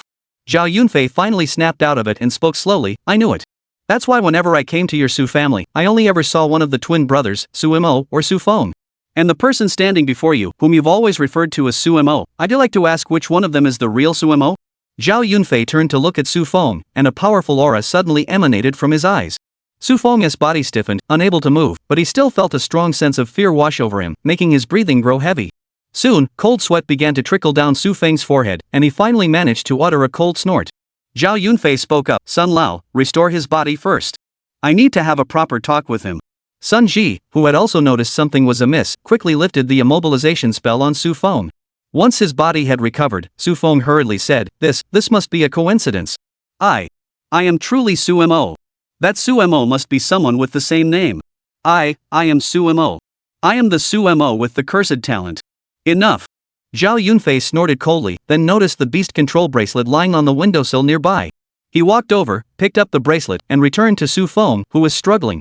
As Xu Feng tried to escape, he directly placed the bracelet on Xu Feng's wrist. Zhao Yunfei then looked at the beast tamer's bracelet. The name displayed was Xu Feng. In that moment, he finally understood everything. Turning to look at Su Tsangxing beside him, he coldly snorted, "So that's it, General Su. I finally understand why. I finally understand the entire story behind this. I never expected that you would have Xu Feng impersonate Su Mo to endure all the special treatment from our demon-subduing army headquarters. What were you trying to achieve?" Su Tsangxing stood by, unsure of how to respond or explain. As someone who valued his reputation above all else, could he possibly tell Zhao Yunfei that it was because of an irreconcilable conflict between him and Su Mo, one that had even led to the breakdown of their relationship? Sun Ji, who had just realized what was happening, instinctively asked, "General Zhao, what should we do next?" Zhao Yunfei pondered for a moment, then roared, "Bring them in." A group of soldiers rushed in from outside. Zhao Yunfei coldly snorted, "Seize everyone and take them to the Mystic Tower. I want to see for myself who this Su Mo is who obtained the record of clearing the tower today. And the man who claims to be Su Mo but is actually Xu Feng, what kind of secret is he hiding?" The soldiers swiftly subdued Su Tsangxing and his family of 3, not a single one daring to resist. After all, the person before them was the chief of staff of the demon-subduing army. A 60th level beast tamer. With Su Tsangxing's 51st level abilities, he was no match for Zhao Yunfei. Thus, the warriors escorted Su Tsangxing and his family out of the villa and headed toward the Mystic Tower. As they drove along the road, Zhao Yunfei's phone rang. He picked it up and saw it was a call from Long Sunhai, so he hurriedly answered, speaking with utmost respect, "General Long, it's Zhao Yunfei." Long Sunhai spoke coldly on the other end, "Zhao Yunfei, what's going on? You said that the boy named Su Mo was seriously ill and bedridden at home. How did this happen so quickly? According to my estimates, you should have just arrived at the Su residence not long ago. How could he have recovered so quickly, and even broken the record I left behind 100 years ago inside the Mystic Tower? Interesting, interesting. This little brat Su Mo is truly fascinating." Hearing Long Sunhai's words, Zhao Yunfei felt incredibly embarrassed, with a few beads of sweat forming on his forehead. He hesitated for a moment, unsure of what to say. Long Sunhai sensed the unusual emotion in his voice and asked curiously, "What's wrong? Why are you hesitating? Is there something you're hiding from me?" Zhao Yunfei finally spoke up, "General Long, it's like this, we've been deceived." "What do you mean?" Long Sunhai's tone carried a hint of displeasure. Zhao Yunfei hurriedly explained, "It's like this, the person we had always believed to be the sickly young master Su Mo, who was bedridden at home, is actually Su Tsangxing's twin younger son, Su Feng. The real Su Mo doesn't even look sick at all, and he even managed to match the record you set in the Mystic Tower after 100 years. "What?" Long Sunhai's voice was filled with doubt. Chapter 74, The Truth Begins to Unfold. Please vote for gold. Shock. At that moment, Long Sunhai, who was at the demon army headquarters in Jingqing town, exclaimed in astonishment. He couldn't believe what he had heard. After all, just 2 days ago, he had received news from Zhao Yunfei that Su Mo was seriously ill and bedridden, with a temper so volatile that it might disrupt his future plans. Long Sunhai felt utterly distressed. He immediately arranged for Zhao Yunfei to handle the matter and even summoned Sun Ji, the most skilled doctor in the demon-suppressing army, back to the headquarters, all with the aim of ensuring Su Mo's timely recovery. But who could have imagined? Now he was hearing that the seriously ill and bedridden Su Mo was a fake? Moments later, Long Sunhai furrowed his brows and spoke slowly, "What's going on? Explain this to me clearly." Zhao Yunfei sighed, already sensing the dissatisfaction in Long Sunhai's tone. Thinking about Long Sunhai's usual behavior, he felt panic rising within him. He feared that Long Sunhai's anger might eventually fall upon him, and then he would be finished. So, he recounted the entire incident in detail. After a moment, Long Sunhai spoke slowly, "How is that possible? Think about it yourself, does that make any sense?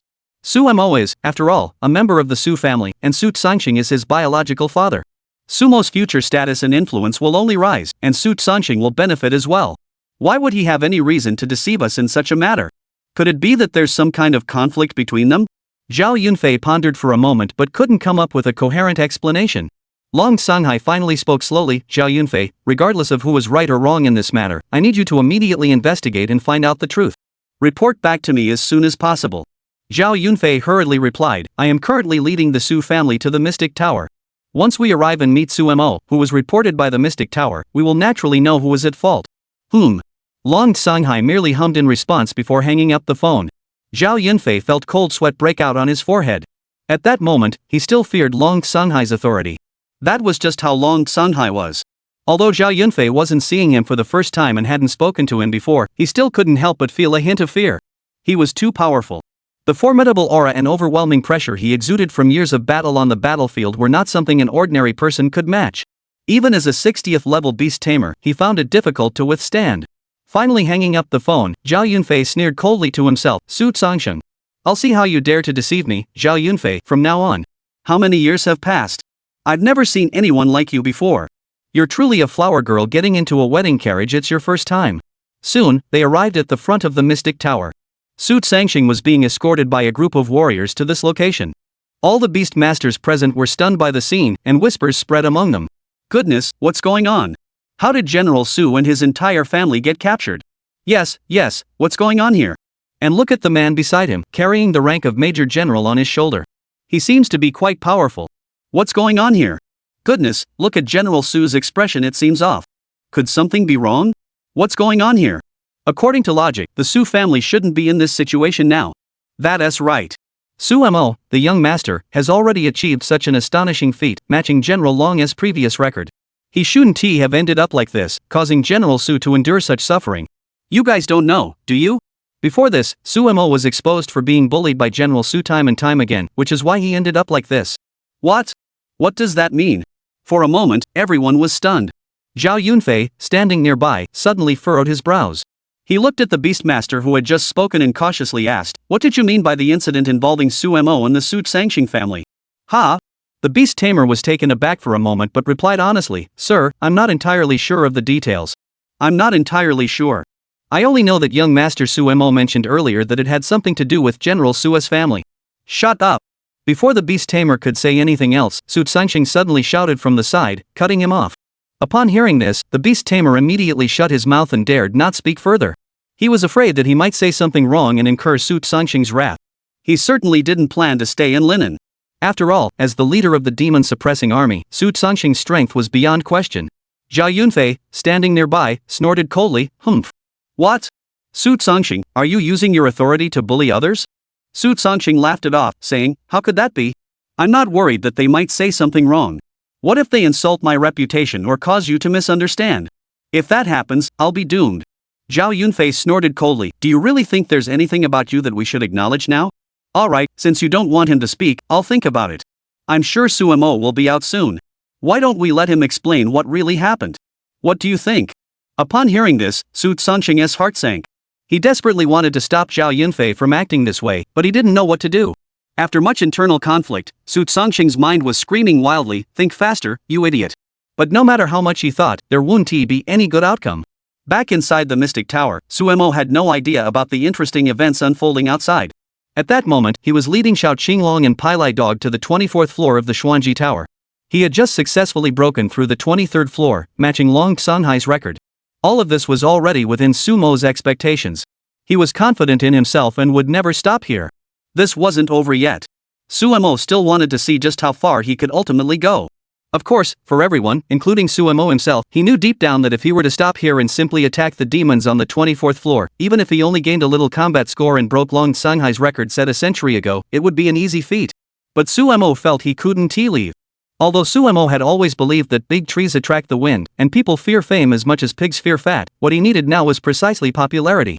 Su Mo also firmly believed that his recent achievement of matching Long Xanhai's record would be reported nationwide, and Zhao Yunfei at the Su family villa would certainly hear about it.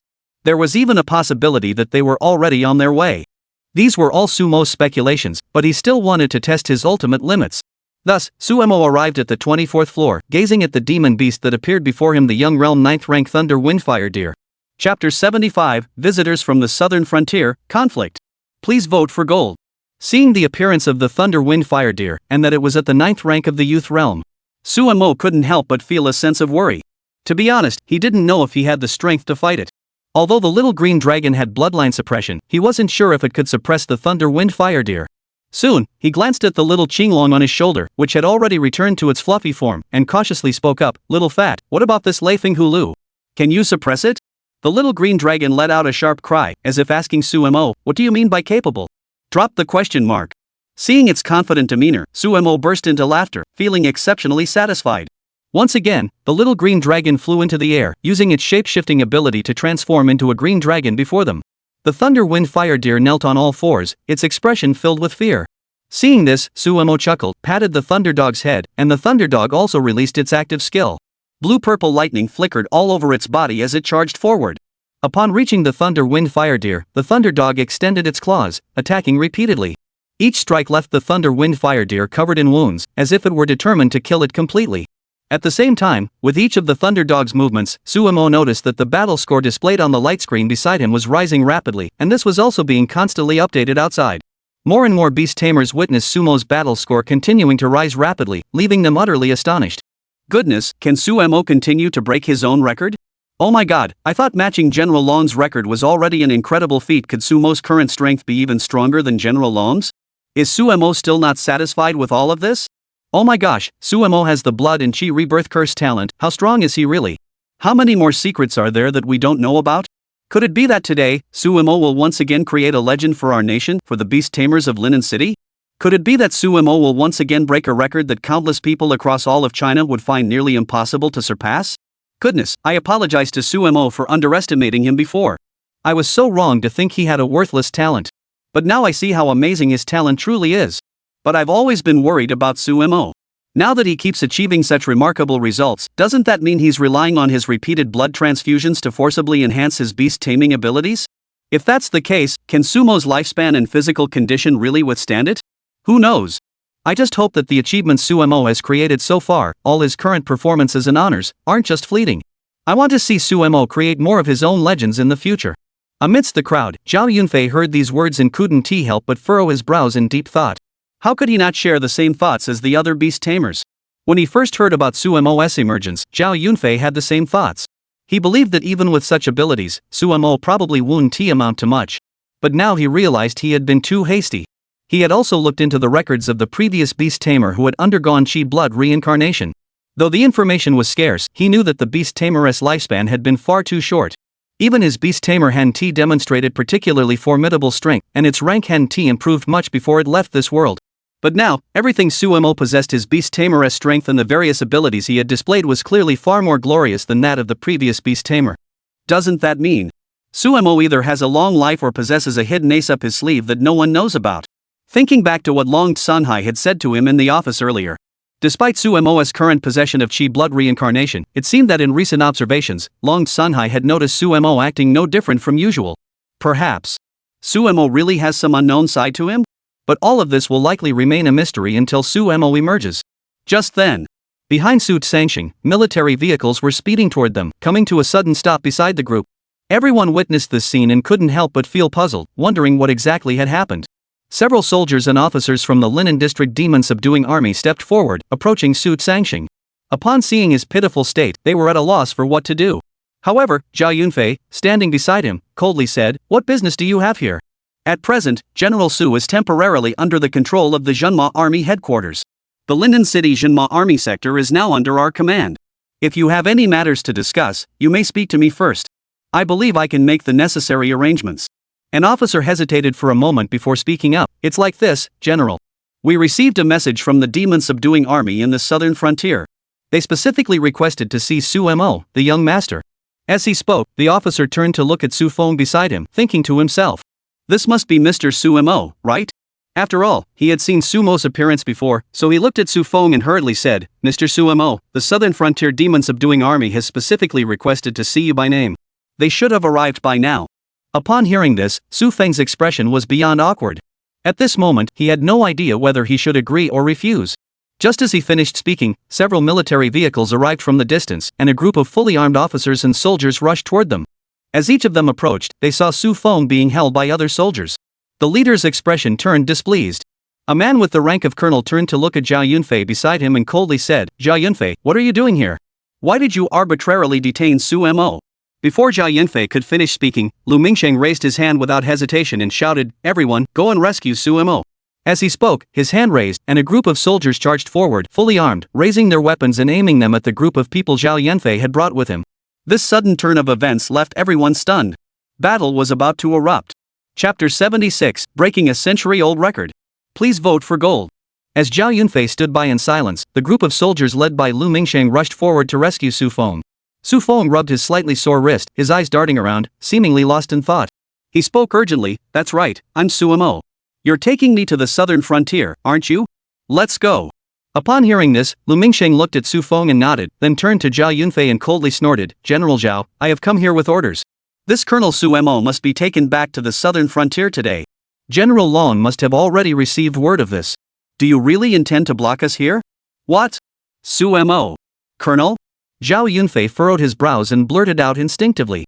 To be honest, Zhao Yunfei was also completely confused. He had no idea that Su Mo had done such things in the southern frontier. All he knew was Xu Feng, so who was this Su Mo? Meanwhile, Su Zongsheng, who had overheard the conversation, felt a chill run down his spine.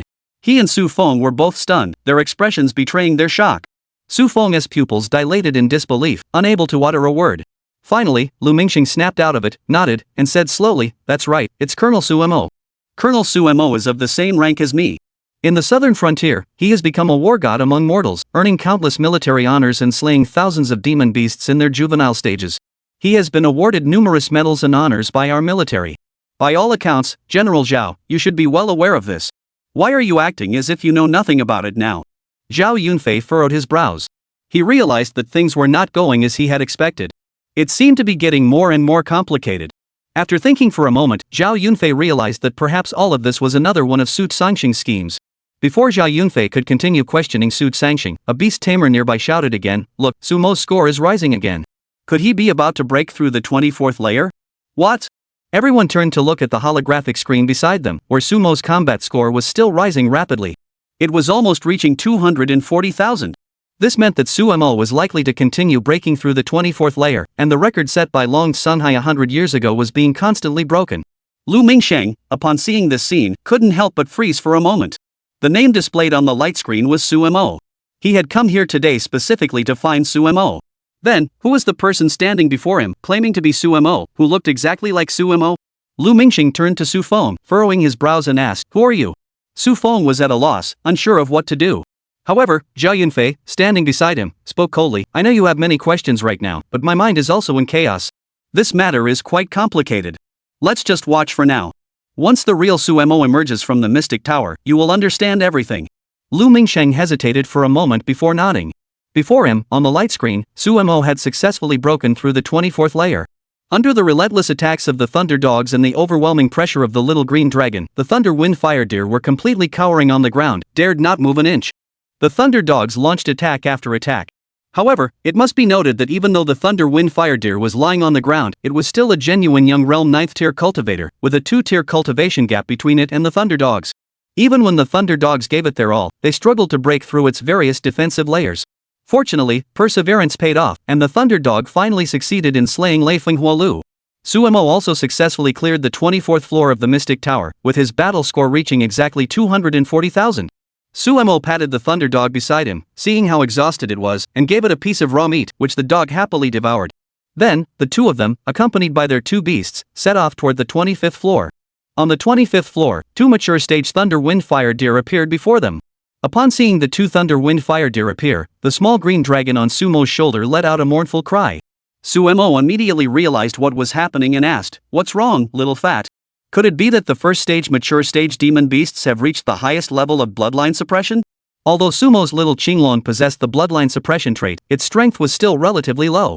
Additionally, under the suppression of rank and level differences, it was already extremely difficult for it to suppress beasts below the mature realm. The little green dragon nodded and chirped for a while. Su Mo sensed that it was trying to tell him that it could only suppress mature stage or lower Thunder Wind Fire Deer for now, and anything more than that was likely beyond its capabilities. Having sensed all this, Su Mo nodded. For him, this was already sufficient. Following this, under Su Mo's mental guidance, the little green dragon once again soared through the air. Then, without hesitation, it restored its true form as a green dragon, releasing the bloodline power of the divine beast. Under the overwhelming pressure from the little green dragon, the Thunder, Wind, and Fire Deer's movements clearly slowed down slightly, but it did not show much else. Its speed remained fast. The Thunder Wind Fire Deer was an extremely rare magical beast among ordinary great beasts. It was one of the few ordinary great beasts with 3 attributes, possessing the abilities of thunder, wind, and fire. Though its skill, named Thunder Wind Fire Slaughter, was simple, its power was undeniably formidable. As the two Thunder Wind Fire Deer, which had been suppressed to the 8th rank of the youth realm, released their skill Thunder Wind Fire Slaughter simultaneously. In an instant, both deer raised their front hooves, and before their bodies, 2 tornadoes of blue-purple, white, and red swirled. Suemo Guang felt the overwhelming killing intent here and thought to himself that if they were facing a mature stage first-rank Lei Fenghua Lu, the three of them would likely meet their end here. Fortunately, the bloodline suppression possessed by the little green dragon had suppressed the strength of the two Thunder Windfire Deer to the 8th stage of the youth realm. The Thunder Dog's strength was at the 7th stage of the youth realm. Suemo was confident that with one man, one dog, and the little green dragon providing support from the air, they still had the ability to inflict some damage on the two Thunder Windfire Deer. Thus, Suemo manipulated the Thunder Dog with his mental energy and acted swiftly, disappearing from his original position in an instant. The Thunder Wind Fire Twister that the two Thunder Wind Fire Deer had released was heading straight towards Suemo, but suddenly, they saw Suemo disappear from his original position, and the Thunder Dog had also vanished. The two Thunder Wind Fire Deer, unable to locate their target, struggled to find it and attempted to counterattack. However, at that moment, the Thunder Dogs closed in, reaching the side of one of the Thunder Wind Fire Deer. They unleashed their ordinary attacks, continuously using their incredibly sharp claws to inflict damage on the demon beast before them. Suemo arrived simultaneously. After so many days of living and fighting together, the man and the dog had developed a high level of coordination. Additionally, Suemo himself had already gained extensive combat experience during his battles in the southern frontier. Working together in perfect coordination, the man and dog managed to take down one Thunder Wind Fire Deer in just 20 seconds. After taking down one, Suemo immediately felt the pressure ease. When facing the second Thunder Wind Fire Deer, he no longer felt as much difficulty. Another 20 seconds later, Suemo and the Thunder Dog worked together to take down the last Thunder Wind Fire Deer. However, as it lay dying, the Thunder Wind Fire Deer made a desperate counterattack, colliding with both the Thunder Dog and Suemo. Even though it had been suppressed to the 8th rank of the youth realm, the impact of its collision was no joke. Suemo felt as though his body had been shattered, and he spat out a mouthful of blood. Looking at the light screen that appeared beside him, indicating that he had successfully broken through the 25th layer, Suemo gave a bitter smile and said, "It seems that with our current strength, breaking through the 25th layer and obtaining 250,000 combat points is already our limit. What a pity, what a pity. I had planned to train for a while longer, until the three of us were stronger, and then come back here to tackle the tower. But alas, Zhao Yunfei had already arrived here first, leaving me no choice but to rush in unprepared. However, the 25th floor is already quite good for me. Let's go out." In the air, the little green dragon transformed back to its original form and landed on Sumo's shoulder. The Thunder Dog barked twice and returned to Sumo's feet, sitting there and wagging its tail. Suemo moved his mind, and a flash of white light appeared before him, instantly disappearing into the mystic tower. When he opened his eyes again, he saw that countless people had gathered in front of the mysterious tower. Everyone's gaze was fixed on him. Seeing this scene, Suemo froze. What was going on? At the same time, a voice from the mysterious tower echoed throughout Linen City and resonated across all cities nationwide. "Congratulations to Linen City's beast tamer Suemo. You have successfully broken the record set by Long Sunhai 100 years ago. Current highest tower climbing record before the new student entrance exam, 25 floors. Battle score: 250,000. Chapter 77, When Women Fight, Men Suffer. Please vote for gold." The original Suemo was in a very good mood. After all, he had successfully cleared the 25th floor and earned 250,000 combat points. This not only broke the record set by Long Sunhai over the past century. It was also a source of pride for Suemo and his two beast companions. For Suemo, this was the record that all beast tamers aspired to break or achieve. Who wouldn't want to be the center of attention in everything they do? Who wouldn't want their achievements to be admired by others? Suemo was no exception. Therefore, after achieving such an outstanding result, Suemo was still in high spirits. He even couldn't help but hum a little tune. Hee. But then, no more giggling. As soon as he stepped out, he saw countless beast tamers standing ahead. Everyone's mouths were wide open, as if they could fit a light bulb inside, staring at him in disbelief. This scene made Suemo want to laugh. He loved this kind of entrance effect the most. But soon, he noticed that something was off about the atmosphere. Curious, Suemo finally asked, "Everyone, what are you all doing here? Wait a moment." But as soon as he finished speaking, Suemo froze. His eyes narrowed as he looked ahead, where his parents and his younger brother Su Feng were being surrounded by the two opposing forces. Suemo furrowed his brows, unable to help but think to himself, what's going on? What's happened to Su Songshen? Then, Suemo noticed a man standing nearby, shouldering the rank of a general. His heart tightened slightly as he analyzed the man. Perhaps he was the person Jiang Hanying had mentioned, named Zhao Yunfei. Soon, Suemo noticed another group on Su Songshen's other side. A group of soldiers wearing Southern Frontier combat uniforms stood there, with a colonel standing beside them. Upon seeing this man, Sumo's expression grew solemn. He never expected to encounter an acquaintance here. However, Suemo quickly grew concerned. Lu Mingsheng, the chief of staff of the Southern Frontier Operations Division of the Demon Subduing Army, with the rank of colonel. Why was he here? Could it be because I broke the record? Absolutely not. There is no mystic tower in the southern frontier, and besides, I just broke the record today. Traveling from the southern frontier to here would require crossing mountains and rivers. Due to the presence of flying beasts in the sky, aerial transportation is extremely unsafe. Generally speaking, in this era, few people would choose to travel by air. In other words, Lu Ming and his group must have departed from the southern frontier at least a week in advance to arrive here. Sumo's heart sank. Damn it, what's going on? Could something dangerous have happened in the southern frontier? But Sumo couldn't help but think that when he left the southern frontier, there didn't seem to be any major changes there. The beast tide had gradually subsided, and there were so many high-level beast tamers nearby to protect them it shouldn't have been that problematic. Little brother. Sumo. Just as Sumo was deep in thought, he happened to notice Su Jejia and Jiang Hanying walking over from the side. Su Jejia walked up, grabbed Sumo's hand, and examined it carefully from top to bottom. Her brows furrowed, and she asked anxiously, "Are you okay?" Sumo chuckled, "I'm fine. Don't worry. With these two most trustworthy companions by my side, how could anything go wrong?" As he spoke, Sumo patted the little green dragon on his shoulder and then patted the thunder dog at his feet. The two beasts, one in front and one behind, let out two barks, their expressions betraying their excitement. They felt deeply honored and confident, knowing how much Sumo valued them. Su Jejia, however, remained uncertain and asked again, "Are you really sure everything's okay? I'm telling you, this isn't something to joke about. You have to be completely honest with me. If there's really anything wrong, I'll take you to the Beastmaster Hospital right away." Sumo chuckled, all right, my dear sister, just relax. What's the matter? You just can't stand seeing your younger brother doing well, can you? What could possibly happen to me? Look at me now, I'm as lively as ever, and there's nothing wrong with my beast taming. Isn't that great? You saw the 250,000 combat score I got, and I still have enough energy to keep fighting on the 26th floor. I just didn't do it because I wanted to rest and recover, to avoid getting injured. Hearing Sumo speak with such confidence, Su Jejia finally exhaled deeply. She then said slowly, "As long as you're okay, that's all that matters. You have no idea how scared I was when Jiang Boss told me you were going to break the record set by Dragon General over a century ago. Have you lost your mind? Do you have any idea how much effort it takes to break that record? Have you even researched how ferocious the beasts beyond the 23rd floor are? I heard that the beasts on the 25th floor are already in their mature stage. Do you really think you can fight them?" Sumo chuckled, feeling deeply moved. How could he not feel the concern Su Jejia had for him? At the same time, Sumo had indeed never gone into battle unprepared. 3 years of combat in the southern frontier had instilled a good habit in him. Before any battle, he would always conduct thorough research beforehand. It was precisely because he had prior knowledge of the Mystic Tower and understood every characteristic of the beasts within it. Sumo dared to enter the Mystic Tower with such confidence today, and he was also confident that he could achieve an excellent result. Looking at the reproachful gaze in Su Jejia's eyes, Sumo felt not the slightest hint of resentment. Instead, he felt an endless sense of gratitude. Whether it was Su Jejia or his uncle's family, everyone cared deeply about Sumo. This made Sumo feel a rare sense of family warmth and the mutual care between elders. Thinking of this, Sumo couldn't help but feel a bit sad. Saddened by the fact that he had never felt this way in his own family. Everyone treated Sumo as a tool, as a sacrificial pawn for his biological twin brother Xu Feng. Su Changqing and his wife were willing to do countless things that went against morality and professional ethics.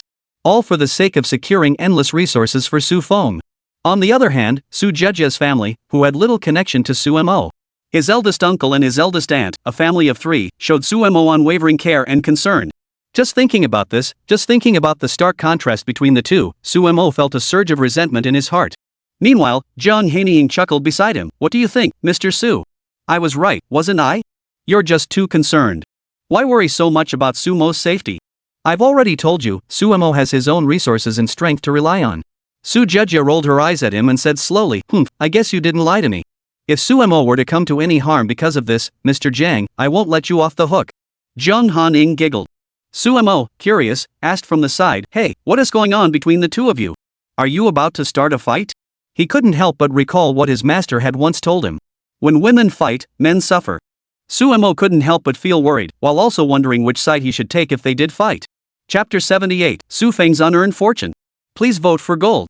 Beside him, Jiang Hanying seemed to notice Sumo's change in expression and chuckled. "Sumo, what are you daydreaming about again? I always feel like you're misunderstanding me." She shook her head slowly and continued. "Alright, don't worry about it. There's nothing inappropriate between me and your sister. She's just concerned about you." "Oh, right, it seems that today, it wasn't just Lin Fe who came to find you. People from the southern frontier of the demon-subduing army have also arrived. Upon hearing Jiang Hanying's words, Suemo finally snapped out of it. He felt a little annoyed with himself for having been so preoccupied with spending time with Su Jiejia and Jiang Hanying that he had forgotten something more important. He hurriedly turned around and looked behind him, just in time to meet the gazes of Zhao Yunfei and Lu Mingsheng. He first approached Zhao Yunfei and immediately raised his hand to salute. Zhao Yunfei, standing beside him, chuckled and exchanged the salute with Suemo. He chuckled and said, "I suppose you must be the real Suemo, right?" Suemo nodded firmly, "That's correct, General Zhao. It's a pleasure to meet you." Upon seeing his nod, Suemo continued, "I'm truly sorry for causing you some embarrassment today. I'm sure General Zhao must be quite displeased by the deception." Zhao Yunfei laughed heartily, "Ha, you young man are truly unexpected. You're so clever. Indeed, if you hadn't achieved such a good result today, I might have been kept in the dark and truly felt dissatisfied. However, I'm truly curious now. Why did things turn out this way? Would Mr. Suemo be willing to share your thoughts with me?"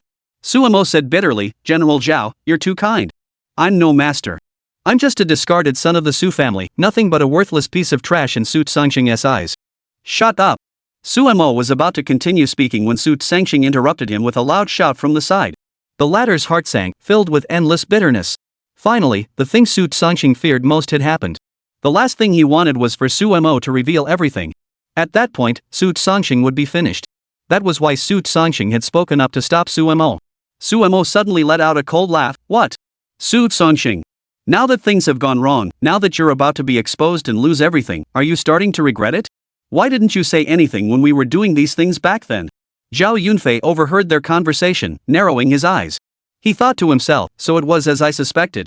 Earlier, Zhao Yunfei had already harbored such doubts. He had always suspected that Sumo's involvement in this matter was not as simple as it seemed, and now it was confirmed. Looking at Su Tsangxing, who was now speechless and struggling, Suemo spoke slowly. "It seems like you're not doing too well now, Su Tsangxing. I absolutely love your life. Do you have any idea how long I've been waiting for this day?" At this moment, Suemo no longer intended to hide anything. He turned to Zhao Yunfei beside him and said, "General Zhao, I am a member of the Su family. The soldiers I arranged to be sent to the southern frontier were also the eldest sons of the Su family. I apologize, but the record-breaking incident that occurred today in the Mystic Tower was entirely my own plan." Zhao Yunfei, curious, hurriedly asked, "What do you mean? Are you saying you deliberately lured me here?" Suemo chuckled and nodded, "Yes, but I didn't expect General Zhao to arrive so early. That was indeed unexpected. However, there is no denying that all of this was indeed part of my plan from the very beginning. I hoped to attract more attention, as only then could more people learn about the injustices I have suffered within the Su family." The more Suemo spoke, the more pain and sorrow Su Tsangxing felt.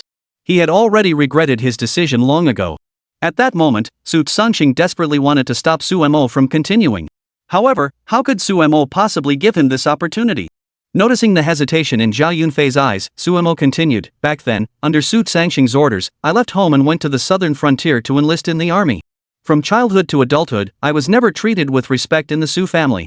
The Su family never regarded me as a normal, legitimate child of their own. In their eyes, I was nothing more than a substitute, a stepping stone for Su Feng to climb higher. I grew up in such an environment. Later, one day, Su Tsangxing called me and said he wanted me to go to the southern frontier to join the army and fight, wanting me to make a name for myself there. At that moment, I was overjoyed. I felt that Su Tsangxing had finally begun to acknowledge me, finally wanted me to do something for the Su family, to bring honor to the Su family." At this point, Suemo clenched his fists tightly. These were secrets he had buried deep within his heart for years. Suemo had wanted to share this story countless times before. However, at that time, he had no fame and didn't know whom to tell. That was why Sumo had worked so hard to grow to his current position to let more and more people know about everything he had gone through, so that someone would come to speak up for him. Finally, this opportunity had come, and Sumo was not about to let it slip away. Many beast tamers had gathered around. Upon hearing Sumo's account, everyone was stunned. "Goodness, so the young master Suemo actually went through such things back then. Yes, I thought it was Su Feng who went to war, but it turns out it was Suemo. What on earth happened? What was General Su thinking at the time? Why did he send young master Suemo to join the army alone? Why did he let him go through all this?" More and more people were discussing it. Zhao Yunfei stood nearby with a furrowed brow. He turned his head and met Su Tsangxing's pained expression. Zhao Yunfei understood that Suemo was probably right this time. All of this must be the doing of Su Tsangxing. He continued, "What happened afterward? How did it all turn out?" Suemo gave a bitter smile. "What happened afterward, I'm sure many people already know. I rose to prominence in the southern frontier through my own efforts, and through my relentless hard work, I eventually earned countless honors. I had thought that by returning home, I would finally feel Su Sangxing's recognition and appreciation for me. But what happened? Su Sangxing was so shameless. He transferred all the honors I had earned to Su Feng. As Su Mo spoke, his anger grew, and his teeth began to grind. Su Sangxing interrupted abruptly. You're lying. How could that be possible? You're making things up. You're slandering and spreading rumors. Su Mo burst into laughter. Su Sangxing, even now, you still have the nerve to accuse me of spreading rumors? Then let me ask you this, if, as you claim, it was Su Feng who went to the southern frontier to fight, does Su Feng know how much bloodshed and danger he faced there? Does he know how many honors and achievements he earned? As he spoke these words, Su Mo turned to look at Su Feng, his eyes burning with confidence that Su Feng would never be able to answer that question. Sure enough, Su Feng paused for a moment, unsure of how to respond. Su Mo snorted coldly. He has no idea. Su Feng. He's just a petty thief who knows nothing but to reap rewards without effort. What does he know? Chapter 79, Did I give you permission to speak? Please vote for the gold selection. Silence. Shock. A myriad of emotions swirled in everyone's hearts at that moment. Everyone was stunned by the scene unfolding before them. No one had time to react, and none of them had anticipated that the situation was far more complicated than they could have imagined. Su Mo looked at Su Sangxing and smiled coldly, saying, It seems you have no answer. Su Sangxing, do you have anything else to say? Do you remember what I told Su Feng back then? Su Mo turned to Su Feng and said, Su Feng, I told you back then that I could give you the merits, but can you accept them? I took your name and spent 3 whole years on the front lines in the borderlands. Over those 3 years, I endured unimaginable suffering and hardships, earned countless honors and merits, and gained the admiration of countless soldiers. You know nothing of this. You have no idea what I've been through. You can't bear such honor. Having said that, Su Mo turned to look at Lin Fe and said, General Zhao, in the eyes of many, as the eldest son of the Su family, I shouldn't be saying this, and few would believe me. But it is the truth. The injustices I endured and the grievances I bore within the Su family, I have now revealed them all. My purpose is to make Su Sangxing pay the price for this. A single stone can stir up 1,000 waves. After Su Mo spoke these words, everyone around him was stunned. Whispers filled the air, and expressions of disbelief were evident on everyone's faces. Goodness, so that's why Su Mo was always taking sick days from school back then? My goodness, who could have imagined that Su Mo went through so much back then? I thought he was just a sickly kid. So Su Mo went through all that. Sigh, General Su really has a heart of stone. How could he bear to send his eldest son alone to the frontier to endure endless suffering, all for the sake of letting his second son gain all those honors and glory? General Su, how could you be so heartless to make such a decision?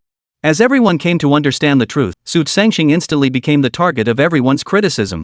On the other hand, Su Jiang and Jiang Hanying remained silent by Su Mo's side. They both knew the truth, which is why they had supported Su Mo's actions all this time. They had even secretly helped Su Mo secure numerous lucrative benefits. Meanwhile, Zhao Yunfei finally understood everything. His brows furrowed, and he spoke with a cold snort, General Su, you truly are a fine general of the Jinma army, and a fine father to Su Mo. Su Sangxing gritted his teeth as he looked at Su Mo. After a moment, he finally spoke, Su Mo, I am still your father. I merely asked you to help your younger brother with some matters. How could you be so heartless and selfish? Do you even deserve to be called a good brother? Su Mo suddenly burst into laughter, poking his ears and sneering, did I hear that correctly? Su Sangxing, what are you saying to me now? You dare to call yourself my father? When you chose to send me to the southern frontier to survive among the beasts, did you ever consider that you were my father? From childhood to adulthood, you did one thing after another to me, never acknowledging me as your son. Did you ever think about being my father? Now you're telling me this? Don't you find that utterly ridiculous? Su Sangxing blurted out, what's in it for you? Do you insist on seeing me pay the price, ruin my reputation, and even lose the title I hold? Su Mo sneered and said, what? Now that you've done something and have to pay the price, you're starting to use moral blackmail on me? Smack! As soon as Su Mo finished speaking, he raised his hand and slapped Su Sangxing across the face. Countless soldiers around him aimed their weapons at Su Sangxing, leaving him frozen in place, unable to move. Su Mo glared at him coldly and said, Su Sangxing, you have the nerve to say this to me? I admit you are my biological father, and there will always be a blood bond between us. But do you deserve to be called a father? From childhood to adulthood, I, Su Mo, have always been nothing more than a tool in your eyes and those of Dongfang. After Su Feng and I were born, the two of you conducted tests on our talents and discovered the gap between us. Once you realized Su Feng was superior to me, you abandoned me completely. From childhood to adulthood, whenever there was any gene-enhancing potion or anything of value, you never shared it with me. All of you gave every benefit to Su Feng alone. In your eyes, I was nothing but a trash can, forced to taste those side effect-ridden gene-enhancing potions. The snacks Su Feng ate, even the last bite of meat, you threw in front of me like you were feeding a dog. Even when we went out to play, you always let Xu Feng walk in front, letting him enjoy everything, while I could only stand beside all of you, watching everything that should have been shared between him and me turn into Xu Feng's possessions. Xu Feng enjoys your care, enjoys everything you give him, while I can only beg like a dog behind him, hoping he'll spare me a crumb of what he is enjoying. Did any of you ever consider my feelings or think about how I felt when you did all of this? Slap. Su Mo grew increasingly enraged and slapped him again. After Su Mo finished speaking, the scene fell into complete silence. All the beast tamers, including the warriors from the demon-suppressing army, were stunned. Everyone looked at Su Mo in astonishment, never imagining that he had endured so much injustice and suffering in the past. They never imagined that Su Mo's childhood, as well as his subsequent growth, had been so arduous. Su Mo glared at the three people in front of him, then sneered inwardly, Su Changxing, Xu Feng, and Dongfang Ya. Have you ever thought that this day would come? Originally, Su Mo could have easily ignored all of this. After all, he was just a time traveler, and everything that had happened was merely the experiences of his previous life. But since he had already come to this world, since he had taken on the role of his predecessor to continue his life, and since he was carrying out his predecessor's wishes, Su Mo also felt dissatisfied with everything he had experienced in the past. It was time to avenge his predecessor and settle the score. However, suddenly Xu Feng shouted out from the side, Su Mo, what right do you have to say these things? What right do you have to complain about all this? I, Xu Feng, am clearly better than you. I should be enjoying all of this. I'm just enjoying the treatment a genius deserves. What gives you the right to think this is unfair? What qualifies you to say that? Slap. Go to hell. Bang. Before Xu Feng could finish speaking, Su Mo suddenly raised his hand and slapped him across the face. Then another kick sent Xu Feng flying several meters away. The slap was delivered with such force that Xu Feng's face swelled up instantly. The kick sent Xu Feng clutching his stomach in agonizing pain. Su Mo coldly stared at him and said slowly, Did I give you permission to speak? Chapter 80, If only I had known, then please vote for gold. Silence. At that moment, Xu Feng remained silent. He stared at Su Mo with wide eyes, glaring at him as if he wanted to tear him apart with his own hands. For Xu Feng, his hatred for Su Mo had reached its peak. His self-respect was being ruthlessly trampled upon. Especially now, as Su Mo was receiving increasing help and care from others, Xu Feng felt an even greater sense of inferiority, which further trampled on his self-respect. Such behavior was becoming unbearable for Xu Feng. Two soldiers were holding Xu Feng in place, and he couldn't move. In this situation, he raised his head and glared at Su Mo, coldly saying, Su Mo, how dare you hit me? Su Mo shrugged and said slowly, What's wrong with hitting you? Do you have a problem with that? Xu Feng, let me tell you, you don't deserve any of this, and you'll never be a qualified beast tamer. I don't know if you were the one who orchestrated this beforehand, nor do I know what your true intentions toward me are. But I can confirm that you, Xu Feng, knew everything from the beginning and were involved in every step of the way. Su Mo looked at Xu Feng's gaze, which seemed like he wanted to kill him, and coldly smiled, saying, Xu Feng, do you want to kill me? Do you have the strength to do so? Do you really think that just because you obtained an S-rank talent, you can do whatever you want? Do you really think that in your current state, you can bully anyone else? You're not worthy. Xu Feng gritted his teeth, staring at Su Mo. At that moment, he was filled with regret. It was hard for him to accept the current situation, the stark contrast in their statuses. He simply refused to accept it. Xu Feng struggled to charge forward. He raised his hand again and slapped Xu Feng across the face, then coldly said, Xu Feng, do you remember the iron armor brown bear you obtained? If I recall correctly, you traded all your merits for it, and even went to the bar to show it off repeatedly afterward. Rest assured, it won't be long before you lose everything. What belongs to me will eventually be taken back. At this moment, Su Mo had no intention of giving Xu Feng any more chances. Everything Xu Feng had taken from him would be taken back piece by piece today. Finally, countless beast tamers reacted, and everyone finally understood the cause and effect of the situation. A group of people began discussing it. Goodness, finally I understand the whole story. It turns out it was all a scheme by the Su Changxing family against Su Mo. Yes, it's truly shocking when you think about it. After all, Su Mo is the son of General Su, their own flesh and blood, the pride and joy of their family. Yet, in the end, Su Mo has become a tool for Xu Feng to climb higher. All these years, Su Mo has endured so much injustice. Now, at last, he has been vindicated. I wonder what Su Mo is feeling right now. What kind of feelings? I'm sure he's either extremely angry or extremely happy. After all, the injustices he has endured over the years have finally been exposed to everyone.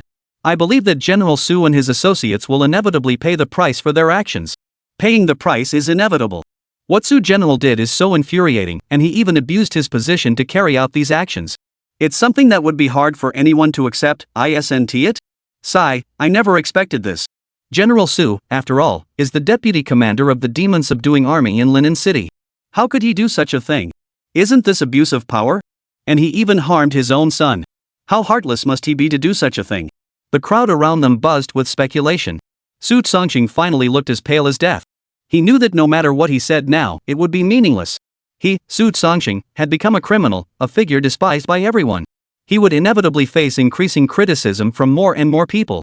Zhao Yanfei turned his head and looked at Su Songqing, sneering mockingly, "I told you so.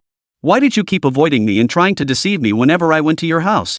When I actively sought to meet Suemo, you kept evading me, using all sorts of excuses to keep me from seeing him.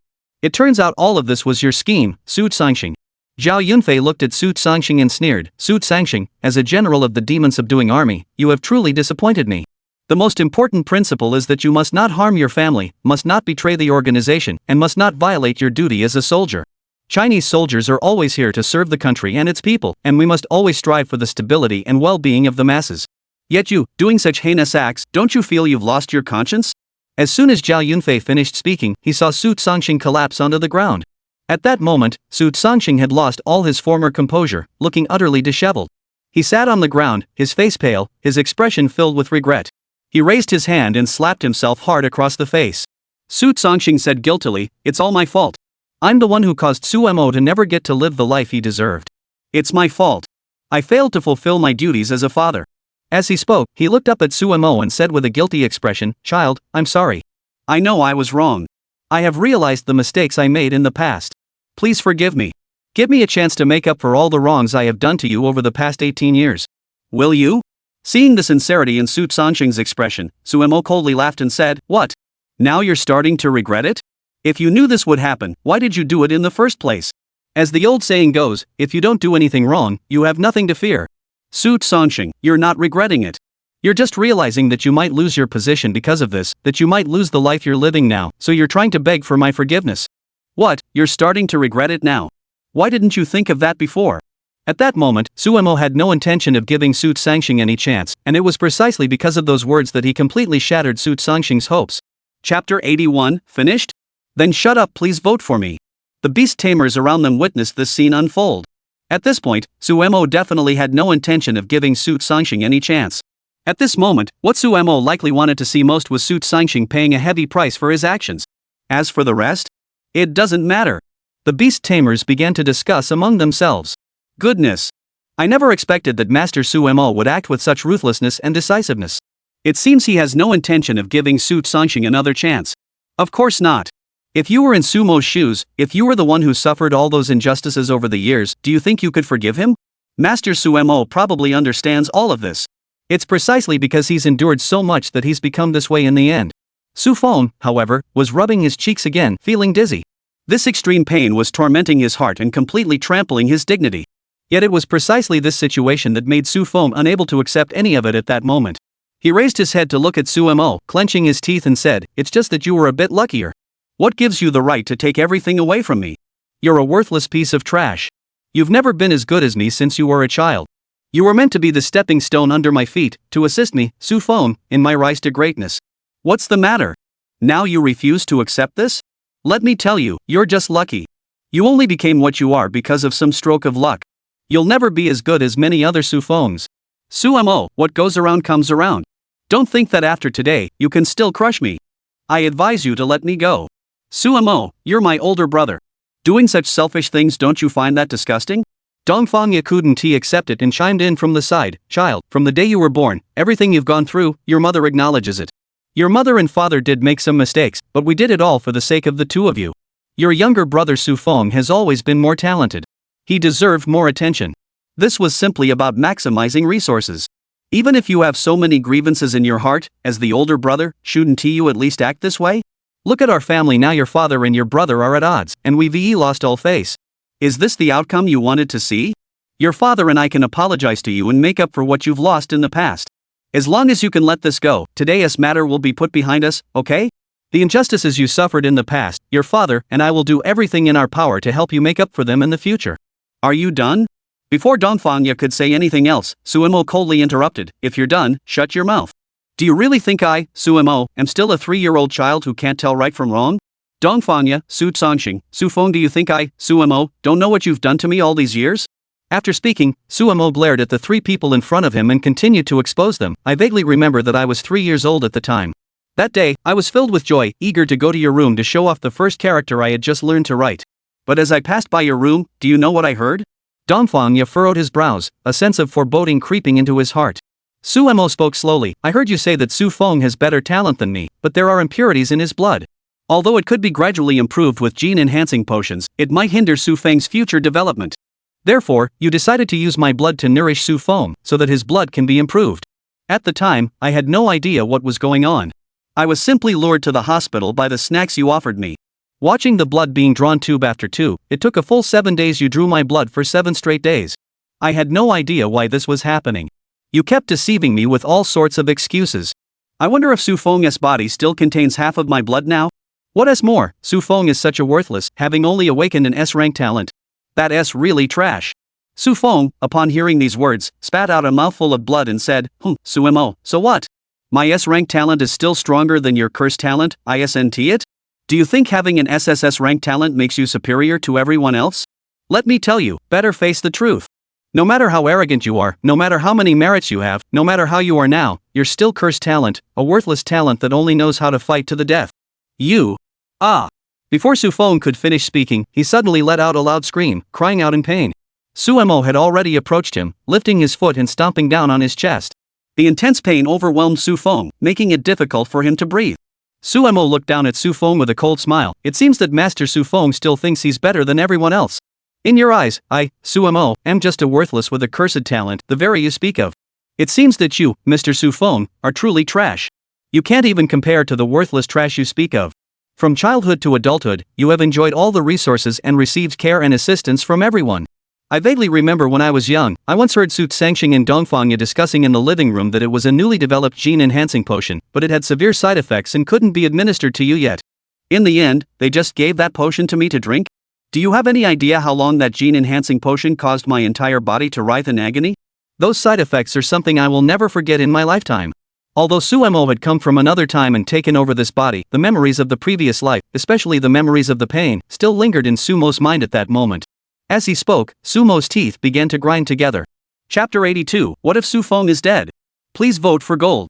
For Suemo, it was an agony he would never forget in his lifetime. After drinking that bottle of medicine, his entire body felt like it was being sliced into 1,000 pieces, making even his breathing feel scorching and painful. It seemed like opening his eyes to look at the world had become a luxury. That memory remains etched in Sumo's mind to this day, and the agony lasted for several days. Later, Suemo fainted. When he opened his eyes, he found himself in a hospital room, completely alone. Soon, a nurse arrived and informed him that he had indeed regained consciousness. Suemo glared coldly at the three people in front of him, his legs tensing once more. With a single stomp, Xu Feng let out a scream of agony. Suemo then smiled coldly and said, Do you remember when I was lying in the hospital bed? Why didn't you two come to the hospital room back then? I only found out later that Xu Feng was crying and demanding to go to the amusement park, so the two of you took him there without hesitation. Did you ever think about what Xu Feng was doing at the amusement park, shouting and laughing happily, enjoying his childhood while I, as his older brother, was going through this? I lay alone in the hospital bed, staring at the white ceiling, smelling the pungent smell of medicine, and feeling the pain in my body. The joys and sorrows of humanity are not the same. At that moment, I finally understood the true meaning of those words. That's who I am. From childhood to adulthood, no one liked me, and no one was willing to invest even the slightest resource in me. And it was precisely in such an environment that I eventually grew up. Suemo gave a self-deprecating smile, looking at Su Sangxing and said coldly, Su Sangxing, do you know what I've been thinking all these years? I've been longing for, hoping that one day you would understand, that you would feel the injustices I've endured, that one day you would change your mind. I have always longed for the day when I could once again feel a hint of happiness and warmth from you, and experience the emotions that should be enjoyed in this family. Su Sangxing urgently said, Son, your father has already realized his mistakes. I beg for your forgiveness. Isn't that enough? Suemo coldly laughed, You don't truly know you're wrong. I'll say it again, you only realized everything was irreversible, so you're pretending to regret it.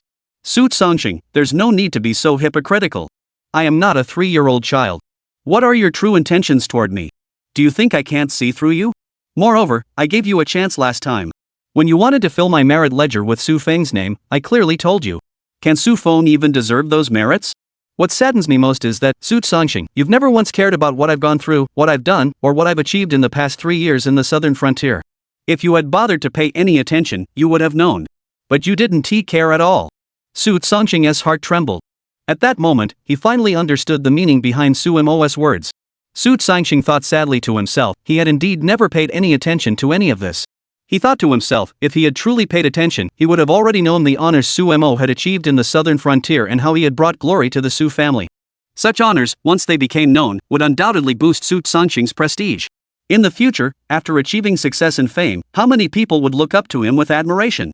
Su Songqing felt even more foolish for having willingly given up all of this. Su Feng was still writhing in agony beneath his feet.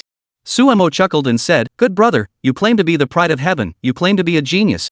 How can you not endure such a little pain? Do you know how insignificant this pain is compared to what I endured as a child?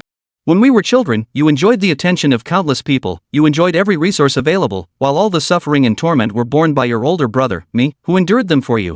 My dear younger brother, don't you want to thank me? You've received so much credit from me, yet you've never once thanked me. Instead, you mock me every time, calling me a good-for-nothing. If I'm a good-for-nothing, what are you then?" Snap. With a loud crack, Su Mo grew increasingly agitated. As his words fell, Su Feng, who was at his feet, suddenly emitted a crisp cracking sound. Everyone looked over and couldn't help but frown. They saw that Su Feng's chest had 2 ribs cracked, with a slight indentation. Su Feng let out an agonizing scream, his voice piercingly shrill. Su Mo paid no heed. Compared to the suffering he had endured as a child and the torment he had faced after discovering he had been betrayed by Su Songqing, this was nothing. "Brother, stop." Finally, a voice rang out. Su Mo turned to look and saw Su Jia standing nearby with a furrowed brow. Su Mo said, "Good sister, are you feeling sorry for Su Feng?" Su Jia shook her head helplessly and said, "How could I possibly feel sorry for them? I'm just afraid you'll kill him. After all, there are laws in the country and rules in the family. Beast tamers are strictly forbidden from fighting among themselves, and commoners are also forbidden from fighting among themselves. Little brother, if you end up taking someone's life, your older sister won't be able to protect you." Su Mo sneered and said, "Sacrifice a life? I don't care. The souls that have died by my hand are countless. Do you really think I'd be afraid of this little dog's life?" As he spoke, Su Mo glared at Su Feng, who was being beaten mercilessly, his body writhing in agony, his screams growing fainter until he could barely utter a sound. Suddenly, a soft cry came from the small green dragon on Su Mo's shoulder. This cry caused Su Mo to calm down. He sensed that the little green dragon had felt his loss of control and was reminding him not to act impulsively. Su Mo felt a mix of frustration and relief, but his emotions had settled somewhat. However, the surrounding beast tamers, upon seeing the little green dragon on Su Mo's shoulder, couldn't help but feel puzzled. The beast on Su Mo's shoulder is so plump and bird-like, resembling an angry bird. What kind of beast is that? Could it be that young Master Su Mo relied on this beast to defeat all comers and set a new record? Just how many secrets does young Master Su Mo have that we don't know about? Sigh, but thinking about it, young Master Su Mo has endured so much hardship since childhood, and yet he's achieved such success. It's truly astonishing. You're right. Young Master Su Mo really had it tough. This is the perfect feel-good story, a rags-to-riches plot. Sigh, but Mr. Su Mo must be feeling pretty down, right? Even with all these achievements now, even with such power, what can he do? What he has ultimately gained is a talent cursed by relentless struggle. I truly worry that Mr. Su Mo's future may not be sustainable. I truly hope that Mr. Su Mo isn't just a fleeting genius. Chapter 83, Don't mention human rights to me? Please vote for me. Looking around at the growing crowd and listening to their conversations, Su Mo shook his head and smiled. He no longer wanted to discuss these matters. Everything Su Mo had done, all the hidden cards he held, were unknown to others, and he didn't want to reveal them to anyone. Soon, Su Mo lowered his head to look at Su Feng at his feet. At this moment, Su Feng's breathing had become slow, and his condition appeared exceptionally painful. Su Mo chuckled and said, "Su Feng, you're such a useless piece of trash. Is this the so-called genius that Su Songqing and Dongfang have nurtured time and again? It doesn't seem that impressive after all." Su Songqing and Dongfang stood by in silence, at a loss for words. Then, Su Mo lifted his foot and kicked Su Feng aside with a loud thud, sending him crashing into the wall. Su Feng nearly fainted on the spot. Su Mo turned his head and laughed, "Everyone, I apologize for making you witness this. I never expected that everything the Su family has gone through would finally be exposed today, making everyone laugh at us." Everyone was at a loss for words, and Zhao Yunfei sighed beside them. "Su Mo, today I finally understand that, both in terms of reason and the rules of the demon-subduing army, everything Su Songqing has done is more than enough to warrant a severe punishment. Regardless, you are ultimately the victim, and the demon-subduing army will eventually give you an explanation for everything you have endured." Looking at Zhao Yunfei, Su Mo nodded slowly. The former continued, "May I take this matter into my own hands? Rest assured, I will handle it with the utmost care." Su Songqing will ultimately pay the price for his actions, and I will ensure he faces justice. Additionally, regarding all the merits that Xu Feng forcibly took from you, we will make him return every single one. What is rightfully yours will eventually be yours. However, after thinking for a moment, Zhao Yunfei stepped forward and whispered, Sumo, I still need to make this clear to you. I'm afraid you won't agree, but I hope you can understand that not everything can go as you wish. Su Songqing and Xu Feng have done all of this, and they can only pay this price for it. The injustices you have endured since childhood, we fear we cannot help you resolve. I hope you can understand. Sumo nodded and said, General Zhao, there's no need for you to say that. I naturally understand that this is indeed very difficult to resolve. After all, it's a family matter, and there's no solid evidence to prove that Su Songqing and the others did anything wrong. Besides, I can accept it to some extent. At least seeing Su Songqing pay the price and Xu Feng reveal everything makes me feel somewhat relieved. After thinking for a moment, Sumo smiled wryly and said, General Zhao, I believe you will remain impartial. I am confident that you will not let me down. Zhao Yunfei nodded, but inwardly he felt a deep sense of sorrow, thinking to himself, how could I possibly let Sumo down? After all, Zhao Yunfei had also been deceived this time. Originally, Zhao Yunfei had come to Linen City with orders to provide some assistance to Sumo and bring him some information. But instead, he was deceived by the Su family, which severely wounded his sense of self-respect. Especially after learning about everything Sumo had endured at the hands of the Su family, and realizing that Su Songqing had betrayed his duties as a general and as a member of the demon-subduing army, abusing his power to harm others, and even his own son Zhao Yunfei's anger could no longer be contained. He turned to Su Songqing and said, Su Songqing, your rank as a junior general of the demon-subduing army in the Linen military region is hereby suspended pending investigation. I will arrange for someone to temporarily take charge of all matters related to the demon-subduing army in Linen City. A group of soldiers nodded in agreement and proceeded to restrain Su Songqing. Xu Feng, who was standing nearby, was also not spared. However, Dongfang Ya hurriedly interjected, you can't do this. Xu Feng is still injured. Are you really going to take him away without any reason? Don't you have any regard for human rights? Zhao Yunfei sneered, Madam Dongfang Ya, when you did all those things to young Master Sumo when he was a child, did you ever consider human rights? Now you're bringing up human rights with me? Furthermore, you've been feeding Mr. Xu Feng all those gene-enhancing potions since he was a child. His physical recovery abilities are incredibly strong. How could there possibly be any issues? Additionally, Mrs. Dongfang Ya, I hope you will not interfere with our work. Although Mr. Sumo has had his achievements stripped away, and you may not have abused your power directly, I believe you must bear some emotional responsibility as his mother. If you interfere with official duties here, I won't hesitate to take action. Dongfang Ya hesitated, unsure of what to say. She desperately wanted to stop this, after all, no matter what, they were her husband and son. But now that everything had happened, she had no idea what to do. But no matter what, the situation could not be changed. Finally, Su Songqing and Xu Feng had been taken away by the demon-suppressing army headquarters. What awaited them now was an immediate and relentless investigation. As for the outcome of the investigation, Sumo was certain it would not disappoint him. He trusted Zhao Yunfei's character and believed that most of the demon-slaying army were good people. Of course, if there are a few who acted recklessly, that can be understood. The surrounding beast tamers watched as Su Songqing and his son were taken away, and they couldn't help but sigh. Who would have thought that Su Songqing would end up like this? This is the price his family must pay for their mistakes. What a General Su. He'll probably just be Su Songqing from now on. He doesn't deserve the title of general anymore. Sigh, who would have thought that Su Xiaojun, the respected and powerful figure in Linen City, would be such a hypocrite behind closed doors, doing things that make people feel disgusted. But regardless, today he has finally paid the price for his actions. It's just a pity about what Sumo has gone through all these years. He's been wronged. Watching Su Songqing and Xu Feng being taken away, Zhao Yunfei turned to Sumo and said, Sumo, this is the absolute limit of what I can do within the rules. As for the outcome, I will inform you immediately. I hope you can understand. Chapter 84, Mixed Reviews. Please vote for gold. Sumo nodded, not making a scene. He knew this was the best Zhao Yunfei could do.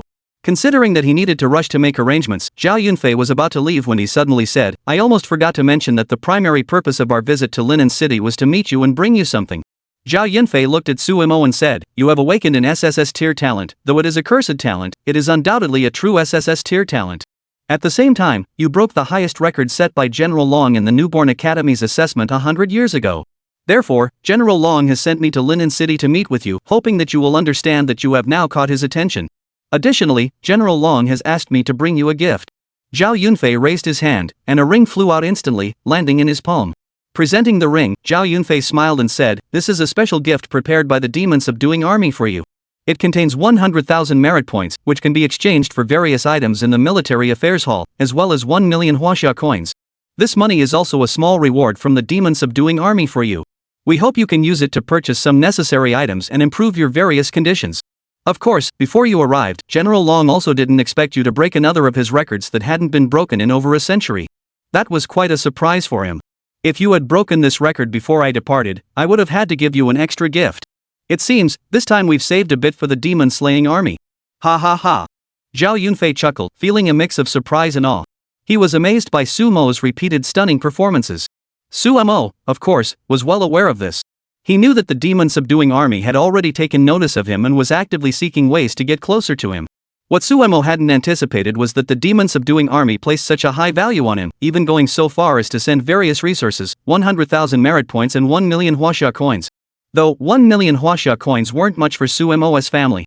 The gene company founded by Dongfang Ya generates annual revenue of hundreds of billions, but Su Mo doesn't have that much money. He didn't have much left either. Su Mo had originally considered selling the bodies of the 3 dragon-scaled pythons he had previously slain to raise funds for his future needs. For a beast tamer, this was extremely expensive. Purchasing various foods and resources required for beast taming, as well as some gene potions to enhance their physical condition, all required a significant amount of money. Of course, this was completely unnecessary for Su Mo, but it didn't affect his need for money in the slightest. However, this was for the best. Since he could obtain money, it was clearly a good thing money doesn't grow on trees. The demon-subduing army is a powerful organization, alongside the Academy faction, dominating the 2 major factions in China. Such a small amount of money is likely insignificant to them. With a flick of his thoughts, Su Mo picked up the ring and placed it on his beast tamer's bracelet. The beast taming bracelet serves as a beast tamer's identification document and can also store various resources such as merit points and Chinese currency, making it highly convenient. Soon, Su Mo had stored all 100,000 merit points and 1 million huaxia coins into the bracelet. Then, Su Mo looked at Zhao Yunfei without saying a word. The latter seemed to have understood Su Mo's intentions.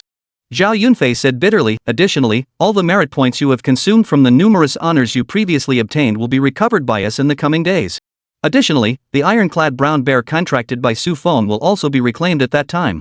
Furthermore, Xu Feng will also have to pay a price that was originally his due. We will not let him off lightly, and we will not allow such a person to live a carefree life. Su Mo finally gave a wry smile, and Zhao Yunfei continued, there is one final matter I must convey to you. General Long has said that he hopes you will cultivate diligently, grow quickly, and astonish the world.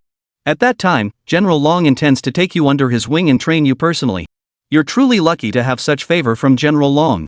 I'm even a bit envious. As Zhao Yunfei finished speaking, his words sent shockwaves through the crowd. All the beast tamers around them were stunned. Everyone began to discuss the matter. Goodness! Unbelievable! Young Master Su Mo has caught the attention of General Long? Oh my goodness, doesn't this mean that Su Mo will have a deep connection with General Long in the future? And judging by what General Zhao said, it's likely that General Long will become young Master Su Mo's mentor in the future. That means, whether it's status or future prospects, it'll be something we can only look up to. Of course. Throughout history, only a handful of people have ever been favored by General Long. General Long possesses 3 divine talents, unmatched by anyone in the world. With General Long's help, Mr. Su Mo's future prospects are truly limitless. To be honest, I never expected young Master Su Mo's life to be so fortunate. I don't even know what to say to him now. That's right. Think about it. Young Master Su Mo is currently receiving so much attention, but at the end of the day, he's just someone with a cursed talent. Who knows what the future holds for him? With this cursed talent, what kind of future can young Master Su Mo possibly have? Who knows? A cursed talent is something everyone wants to avoid at all costs, and now young Master Su Mo has obtained a cursed talent that is so life-threatening. You know, there have been others who obtained the cursed talent before, but at least they could still live. But among the SSS-tier talents, the cursed talent is the only one that has a life-wasting existence. Who would want to obtain it? I'm truly worried about Su Mo's future. I hope he doesn't end up with a short life. If that happens, he'll probably find it hard to accept everything that has happened. There's no need to say more. He has such talent and achievements, and even caught the attention of General Long. If he manages to gain General Long's favor in the future, his status will undoubtedly rise. Unfortunately, it's a cursed talent. Chapter 85, Su Mo's Incredible Fate. Please vote for gold. More and more people were discussing this, and Su Mo listened from the side, feeling a bit helpless. How could he not understand their pity for him? After all, he possessed a cursed talent ranked among the SSS-tier, a talent so dreaded that everyone would shun it. No one wanted it, and Su Mo himself had no control over what talent he would receive. However, There was another crucial point: Sumo had obtained the cursed talent among the 2 SSS-tier talents. Everyone knew that among SSS-tier talents, there was only one cursed talent called Blood Reincarnation. However, no one knew that there was another cursed talent within the SSS-tier talents, called Blood Healing. By consuming chi and blood, it generates a healing array that can indiscriminately heal all living beings and beasts within its range. This is absolutely formidable for a beast tamer. Range healing beasts are extremely rare, and beast tamers are equally rare. The combination of the two makes them even more extraordinary, 1 in 10,000. After some thought, Sumo believed that he could certainly achieve great results and showcase his abilities with these 2 cursed talents. As for what had happened today, he had thought that simply catching the attention of Long Sanhai, Zhao Yanfei, and the others would already be a great fortune. Sumo only wanted these people to notice him so that they could learn about what he had gone through, feel his grievances, and make Su Sanxing and his family pay the price for it. That would be enough. From start to finish, Sumo had never harbored any goodwill toward any of them, especially after his rebirth. He had longed for them to pay a terrible price, and now that the time had come, no matter what happened, Sumo felt a sense of satisfaction deep within him. There were also many beast tamers around, and they all reacted quickly. Hey, have you ever thought about it? Now that Sumo has caught the attention of the Dragon General, his future career is bound to rise. Anyone who has any connection with Sumo will likely receive his blessings, live a life of ease, and have everything handed to them on a silver platter. But it seems like things aren't going as smoothly as we thought. As the person finished speaking, others quickly caught on. That's right. Now that there's such a huge conflict between Sumo and Su Sanxing, and he also has such deep hatred for his younger brother, everything Sumo gains in the future won't have anything to do with him. Maybe this is the fate that General Su and Su Feng must eventually face. Sumo chuckled. That's right. These beast tamers were right. Once Su Sanxing and Su Feng had done these things, no matter how Sumo developed in the future, it would have nothing to do with them. Now, Su Sanxing and his son have been taken away. Zhao Yunfei stepped forward, patted Sumo on the shoulder, and said, Sumo, I won't call you young master anymore. I only hope you can adjust your mindset in time. After all, one was your father and mother, and the other was your younger brother. I never imagined things would end up like this. I hope you can understand. Sumo shrugged indifferently and said, there's no need to say that to me. I've been eager to see Su Sanxing and the others pay the price. Otherwise, I wouldn't have worked so hard to improve myself, trying to break the record and have the announcement from the Mystic Tower resonate across the country. My goal is to make you all appear, discover everything I've done, and ultimately learn of the injustices I've suffered. Zhao Yunfei chuckled beside him. You actually have such thoughts? I always thought you were the one who acted so boldly, even General Long was like that. I never imagined that both General Long and I were outmaneuvered by you. Sumo hurriedly interjected, if this causes any misunderstanding between General Zhao and General Long, I can only apologize again. Once there's a scheme, someone will inevitably find out about it. Sumo had already considered all of this. At that time, it would indeed be highly likely to provoke dissatisfaction among many people. However, Sumo had already considered this in advance. He was confident that once he made all these matters public, there would be those who would choose to believe him and forgive him, and no one would harbor any other grievances as a result. Sumo, my younger brother. Soon, Jiang Hanying walked over to Sumo's side. Looking around, the commotion had gradually subsided, and more people had come to understand the truth of the matter. However, Jiang Hanying suddenly thought of something else. After hesitating for a moment, she finally spoke up, Sumo, I think now is not the time for you to catch up with old friends or celebrate. The people from the southern frontier have arrived. I hope you can talk to them properly. I heard it's the southern frontier things have changed. In an instant, Sumo finally snapped back to reality. He had been so preoccupied with matters concerning Su Sanxing that he had almost forgotten about Lu Mingxing from the southern frontier. The purpose of their arrival was that something had gone wrong in the southern frontier? Sumo had considered this possibility before, but he simply couldn't bring himself to accept such a grim possibility, so he hadn't given it much thought. Little did he know that it had actually come to pass. Sumo turned to look at Lu Mingxing beside him, stepped forward, and blurted out urgently, Old Lu, what's going on? Has something happened in the southern frontier? Lu Mingxing frowned and looked at Sumo, saying, yes, but, are you really Sumo? Upon hearing this, Sumo immediately understood. With a flick of his mind, he pulled out the heavy sword, the king of the underworld, that his master had given him from his storage ring. This heavy sword was quite famous in the southern frontier region. It was with this sword that he and his master had previously fought alongside each other, slaying countless demon beasts and thwarting countless crises. It was precisely because of this sword that Sumo had survived countless times, with countless souls having met their end at its blade. Upon seeing the sword, Ming Wang, Lu Mingxing finally realized what was happening and hurried forward to look at Sumo, saluting him.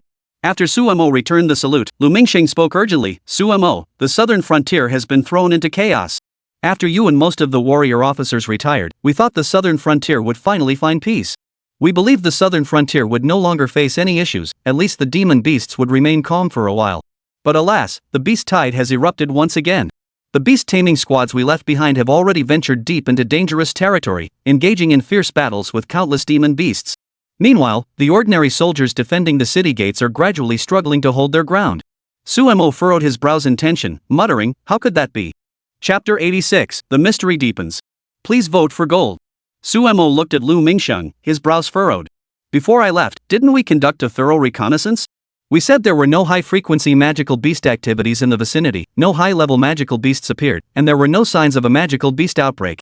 Lu Mingsheng sighed and said, "How would I know? But now, regardless of the circumstances, this is what has happened. Currently, our southern frontier is already struggling to hold on. Commander Chao General has ordered me to summon you back. Suemo, let me be blunt, before this, you were a war god among countless ordinary soldiers, the very embodiment of their faith. It was because of your presence that more and more people gained hope for life, and under your protection and in your battles, everyone was able to unite as one. You are absolutely crucial to countless warriors. Therefore, like General Chao, I urge you to return to the southern frontier without delay. Of course, I never imagined that you would become a beast tamer.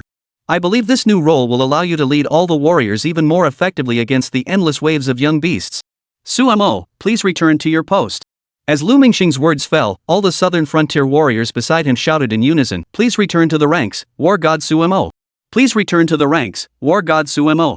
Save the southern frontier."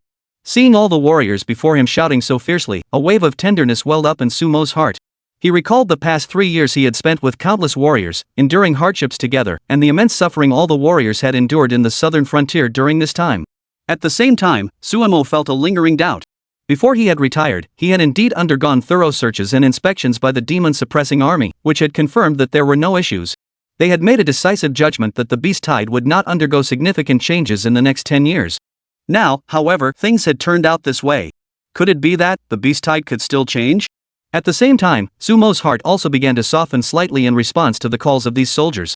How could he not wish to return to the southern frontier to resolve this crisis? Around him, countless beast tamers witnessed this scene and were all taken aback. Soon, various wild speculations began to circulate.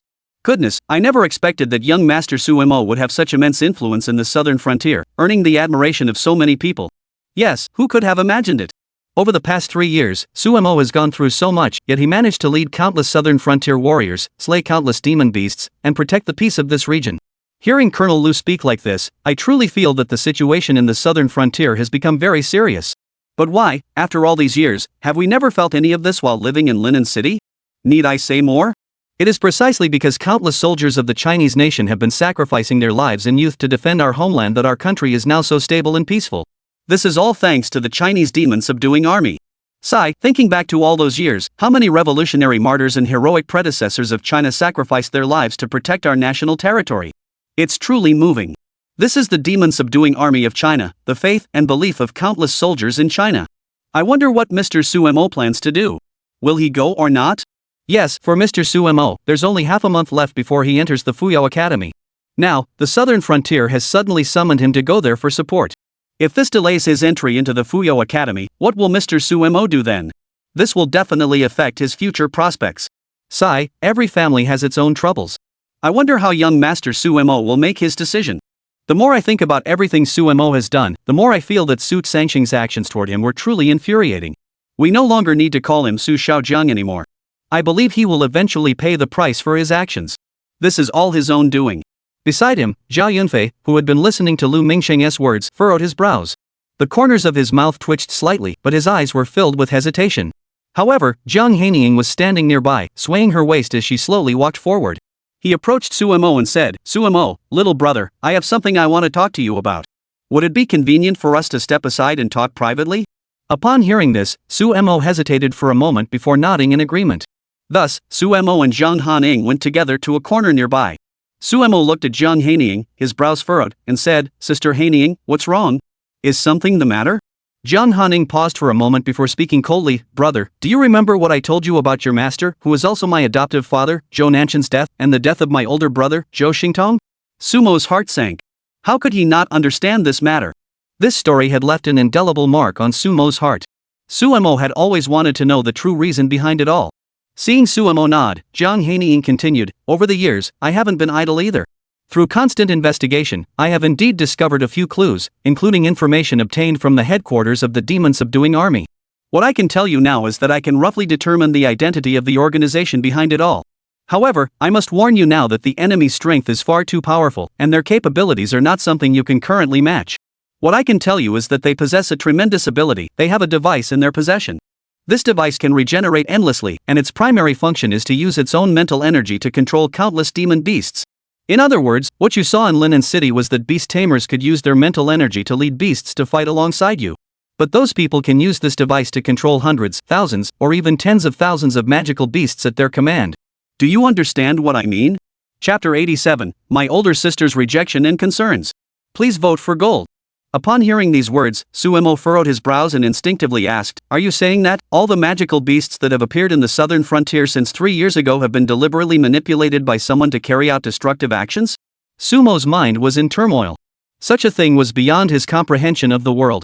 Since arriving in this world 3 years ago, Suemo had never encountered any organization capable of attempting to control magical beasts. How had things come to this? Moreover, combining everything he had experienced over the past 3 years with Jiang Hanying's words, Suemo felt as though something significant was about to happen. Jiang Hanying pondered for a moment before shaking his head and saying, I know what happened 3 years ago. 3 years ago, why so many magical beasts rampaged across the southern border battlefield and attacked the gates of our nation? For now, I don't know the answer, and I can't explain it to you. But what I want to say is that this time, a group of demon beasts have returned to attack the southern frontier. This is highly likely connected to that organization. And this organization is the mastermind behind the betrayal of your master, the betrayal of my foster father Zhou Nantian, and the betrayal of my brother Zhou Xingtong. As for whether my husband Xiahai's death is also connected to this organization, I currently have no information on that. Jiang Hanying looked at Suemo with a serious expression and said slowly, Suemo, this is all I can tell you right now. The reason I am telling you this is to make you understand that the organization you will be facing is likely far more powerful than you can imagine. I hope you can remain diligent, face everything with caution, and above all, avoid any harm coming your way. I don't want to see you get into trouble, and I don't want to see you in danger. Do you understand what I mean? A wave of warmth washed over Sumo's heart. He could feel Jiang Hanying's concern and care for him, otherwise, she wouldn't have told him about this. After thinking for a moment, Suemo smiled and said, All right, Sister Jiang Hanying, I understand. I know you don't want to tell me everything. I also clearly understand that there are likely bigger secrets and greater threats behind you. Everything you've done is just to protect me. Rest assured, I'll handle everything that comes next with caution. Jiang Hanying finally smiled, her eyes filled with relief. Suemo, you understand what I've told you, and that makes me feel at ease. From now on, I hope you'll handle this matter properly and never let yourself be framed by certain organizations. As for the southern frontier, I truly believe you must go. You should be able to understand that, as a war god among ordinary people, you are a source of immense faith for those soldiers. It is precisely because of your existence that many warriors are filled with fighting spirit and hope. Moreover, according to the information I've received, the monsters we're facing on the border are all young ones. With the Thunder Dogs in Shaoqinglong, there will be no issues.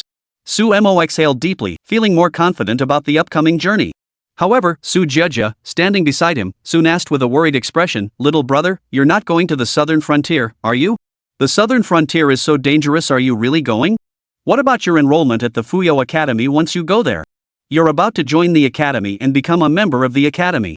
If you end up delaying your enrollment because of this, there might be serious problems later on. What if the school no longer allows you to enter the academy? Your future and your prospects would be ruined. Listening to Su Jia's words, Suemo shook his head and smiled bitterly, saying, Sis, I know you're worried about my safety and don't want me to go on such a dangerous mission. Do you know what I've gone through in the past 3 years in the southern frontier? I've seen countless magical beasts trampling everything in their path, and countless warriors fighting against them, enduring all sorts of hardships and injuries. How could I possibly want to see these beasts continue to trample our homeland with impunity? But it's really dangerous there, Su Jia said worriedly. Suemo laughed and said, Sis, whether it's dangerous or not, what does it matter to me? Everything I've experienced over the past 3 years wasn't dangerous? Everything I've done in the southern frontier over the past 3 years wasn't dangerous? Are you telling me to just stand by and watch those warriors suffer? Sis, just trust me. Hanying told me that the beasts in the southern frontier are all in their juvenile stage. With my strength, dealing with those beasts is a piece of cake. I don't even need to worry about anything. Su Jia heard this and turned to look at Jiang Hanying. After a moment of hesitation, she spoke slowly, Jiang Hanying, who exactly are you? I'm getting more and more curious.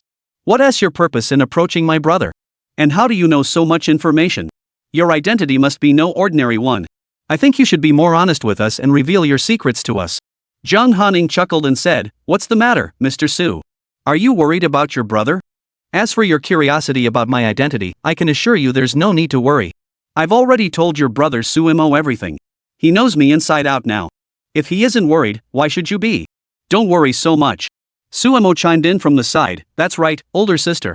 Hanying has already told me her true identity and shared many of her stories with me. I choose to believe her." "Little brother, how can you just blindly trust someone like that?" Su Jiajia said. "I trust Jiang Hanying completely," Suemo said. "From the very beginning until now, Jiang Hanying has brought countless things to him. Whether it was the little green dragon she willingly handed over without competing with him, or the stories she shared about everything that happened to her, or the countless treasures she gave him in the end, including the heavy sword technique, the sword techniques, and even the demon-slaying sword that belonged to her husband. Every single one of these things was the most important existence in Jiang Hanying's life, and for her to give them to Suemo, wasn't it precisely because of the extraordinary trust he had in him? Chapter 88, Mystery 1, The Shadow? Please vote for gold." In the distance, Zhao Yunfei and Lu Mingsheng stood together. Lu Mingsheng watched as Suemo and the two women continued their conversation. He furrowed his brows and asked, "What's going on? How did Jiang Hanying end up with Suemo?" "You know, she." Lu Mingsheng trailed off. Zhao Yunfei sighed beside him and said, "What, are you trying to say that Jiang Hanying is old Zhou's adopted daughter, Zhou Xingtong's younger sister, and the wife of Xia Hai, right?" Lu Mingsheng hurriedly nodded. Zhao Yunfei sighed again and said, "I never expected them to end up together. Perhaps this is fate." General Long also said to let Jiang Hanying go her own way. Besides, Jiang Hanying and Suemo being together might not be a bad thing. "Oh, right, I finally have time to ask you. You've been talking about the turmoil in the southern frontier. Now, more and more demon beasts are invading, and it seems like the southern frontier is in danger. Could it be the work of the shadow?" Lu Mingxing paused for a moment, then sighed slowly and said, "The shadow? I have no idea. I've speculated time and again whether it could be the shadow's doing. But over the past 3 years, we've never found a single clue. If this isn't the shadow's doing, who else could it be?" However, even when the frontline beast tamers were battling the high-ranking beasts, they never detected any traces of the shadow. Over the past 3 years, up until now, have headquarters uncovered any leads? Jia Yunfei couldn't help but sigh, shake his head, and say, if we could really uncover any results, we probably wouldn't be so headache-inducing right now. General Long has been giving his all, investing countless resources in trying to find any trace of the shadows, but in the end, there has been no result. Let us hope that the recent turmoil in the southern frontier is the result of the beasts acting on their own and has nothing to do with the shadow. At that moment, Suemo walked back and looked at Lu Mingxing in front of him. Suemo spoke up, "Old Lu, when is the next beast tide attack expected in the southern frontier?" Lu Mingxing pondered for a moment before answering, "It will likely be in 3 days." But just then, Lu Mingxing's phone rang. He picked it up and saw that it was a call from General Qiao Yunfeng, the commander of the southern frontier. He quickly answered the call and spoke urgently, "General, what's the matter?" Qiao Yunfeng spoke urgently on the other end of the line, "Lu Mingxing, have you found Suemo yet? The frontline report states that another wave of beasts is approaching, numbering over 100. By the time they reach our southern frontier, we will have only 12 hours left. I order you to bring Suemo here by any means necessary. The southern frontier desperately needs him." In an instant, Lu Mingxing furrowed his brows and hurriedly nodded in agreement, saying, "All right, General, I understand. I'm already with Suemo. I'll relay the message to him immediately." After hanging up the phone, Lu Mingxing turned to look at Suemo and said urgently, "Suemo, the general just called. There's a problem in the southern frontier. Currently, there are hundreds of magical beasts forming a tidal wave, heading toward the southern border. They are expected to arrive in 12 hours. We don't have time to waste, we must depart immediately. The journey will take 3 or 4 days, so you must come with me." Suemo nodded seriously, his expression solemn. "Don't worry, old Lu. I've decided that no matter what, I must go to the border to fight. Regardless of my abilities or my status among the warriors, even if I'm just an ordinary soldier, for the warriors of the southern frontier, for the countless civilians within our borders, and for the lights of every home, I, Suemo, will do whatever it takes." Behind him, Su Jiajia finally heard Sumo's decision, feeling a surge of helplessness. She opened her mouth to say something but couldn't find the words. Instead, Zhao Yunfei stepped forward, patted Suemo on the shoulder, and said slowly, "All right, go with confidence. I know you're deeply attached to the southern frontier, and making such a difficult decision is indeed hard on you. However, please rest assured that I will immediately inform General Long of this matter upon my return. At that time, I will coordinate with General Long to contact the Fuyao Academy. You may remain in the southern frontier and fight with peace of mind. The matter with the Fuyao Academy can wait a little longer." This is a special favor General Long is doing for you." Upon hearing this, Suemo chuckled, feeling deeply satisfied. He never expected that both General Long and Zhao Yunfei would go to such lengths for him, lowering themselves in this way. This left him both flattered and a bit overwhelmed. At the same time, Suemo wondered if Long Sanhai and Zhao Yunfei knew about his trump card. If they didn't know what his trump card was, yet still went out of their way to care for and look out for him, it was truly something that moved him deeply. 12 hours? Suemo muttered to himself, then glanced at the little green dragon beside him. The little green dragon let out a soft cry, as if to tell Suemo that it was completely fine. Suemo finally exhaled deeply, turned to Jiang Hanying and Su Jeja, and said slowly, "Sister Hanying, older sister, I must go on this trip to the southern frontier. I know you're worried about me, but please put your concerns aside. I must go to the southern frontier to stand with those soldiers and face everything together. If it benefits the nation, I will risk my life. Since the southern frontier is in trouble, the nation needs me, and the people need me. I, Suemo, cannot back down." Additionally, Suemo looked at Jiang Hanying and whispered, "Hanying, I don't know if I'll be able to return in 15 days. I don't know if I'll be able to go to the Fuyao Academy with Jiang Ya. But if I don't make it back, please tell Jiang Ya for me to go ahead without me. Assure her that I will be fine and will appear before her without a single issue." Jiang Hanying nodded. Lu Mingsheng hurried over and said, "Alright, let's go then. I've already arranged the fastest train." Suemo shook his head. "It's too late. 12 hours? Traveling by train would take at least 3 or 4 days. We have to fly." "Are you crazy?" Lu Mingsheng exclaimed urgently. "Fly there? The flying vehicles in the world today aren't that safe. If flying beasts appear in groups, we'll only face the consequences of a crashed plane and loss of life, unless there are flying-type beasts that can be controlled." Suemo nodded. Coincidentally, he did. He actually did. Just then, the little green dragon on his shoulder suddenly flew up, flapping its adorable wings and soaring into the sky.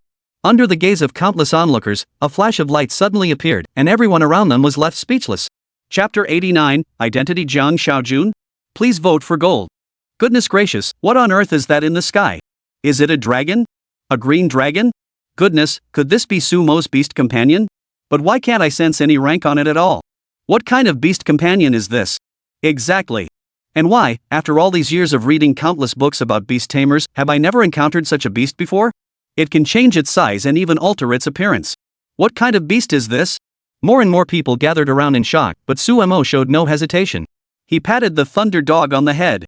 Man and dog leaped into the air. He and the thunder dog landed directly on the back of the azure dragon. Suemo then spoke slowly, "Old Lu, I'll head to the southern frontier first. You figure out a way to return on your own. The situation in the southern frontier has become critical, there is no time to delay. I must depart immediately." Suemo patted the Qinglong's back, and the 50-meter-long dragon instantly soared into the sky. Under everyone's watchful eyes, it vanished in an instant. This, so fast, so incredibly fast. Faster than I can move in bed. This. What kind of beast is that? Although over the years, there have been some dragon-shaped beasts in Huaxia, I've never seen such patterns, colors, or size before. That speed is incredible. It's faster than any flying vehicle I've ever seen. Even among the countless flying beasts I've encountered, none have ever matched that speed.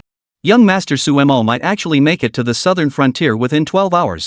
These people, all the warriors of the Huaxia demon-suppressing army, have sacrificed so much for Huaxia. I hope young Master Suemo doesn't encounter any problems.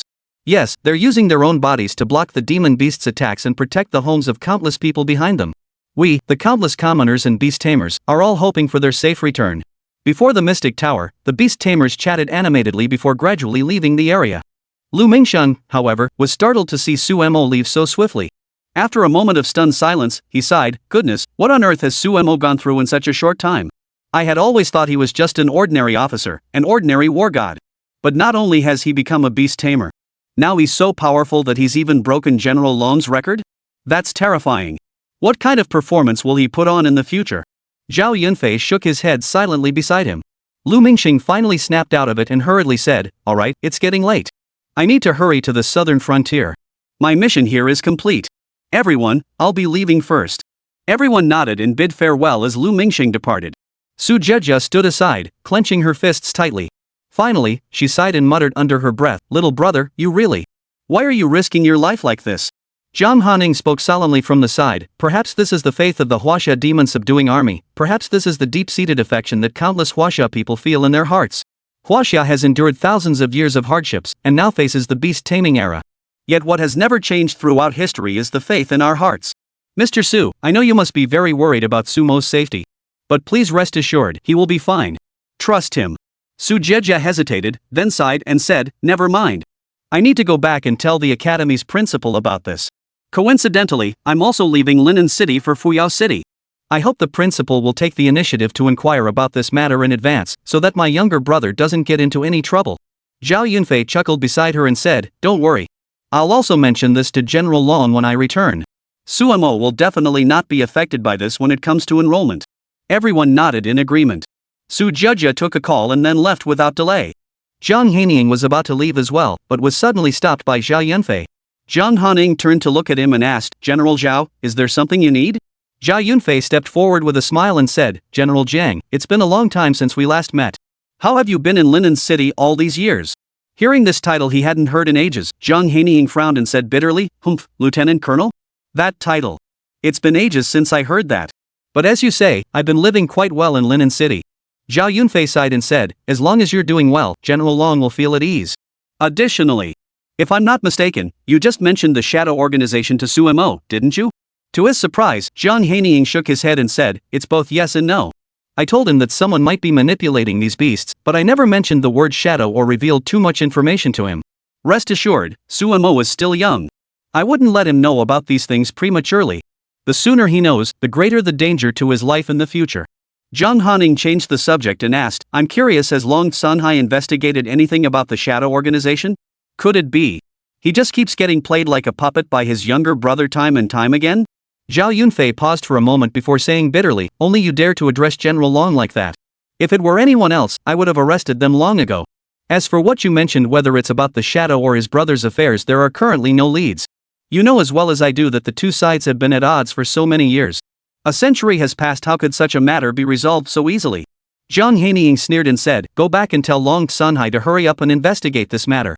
My foster father, my brother, and my husband shouldn't have died so unjustly. I want to avenge them. Zhao Yunfei nodded seriously and said, I've taken note of what you said, Jiang Shaojiang. I'll make sure to pass it on to him. Oh, right, I wonder if General Jiang knows why Suemo, despite having awakened his cursed talent, was able to enhance his beast-taming abilities to such a formidable level, yet his body shows no signs of any abnormalities?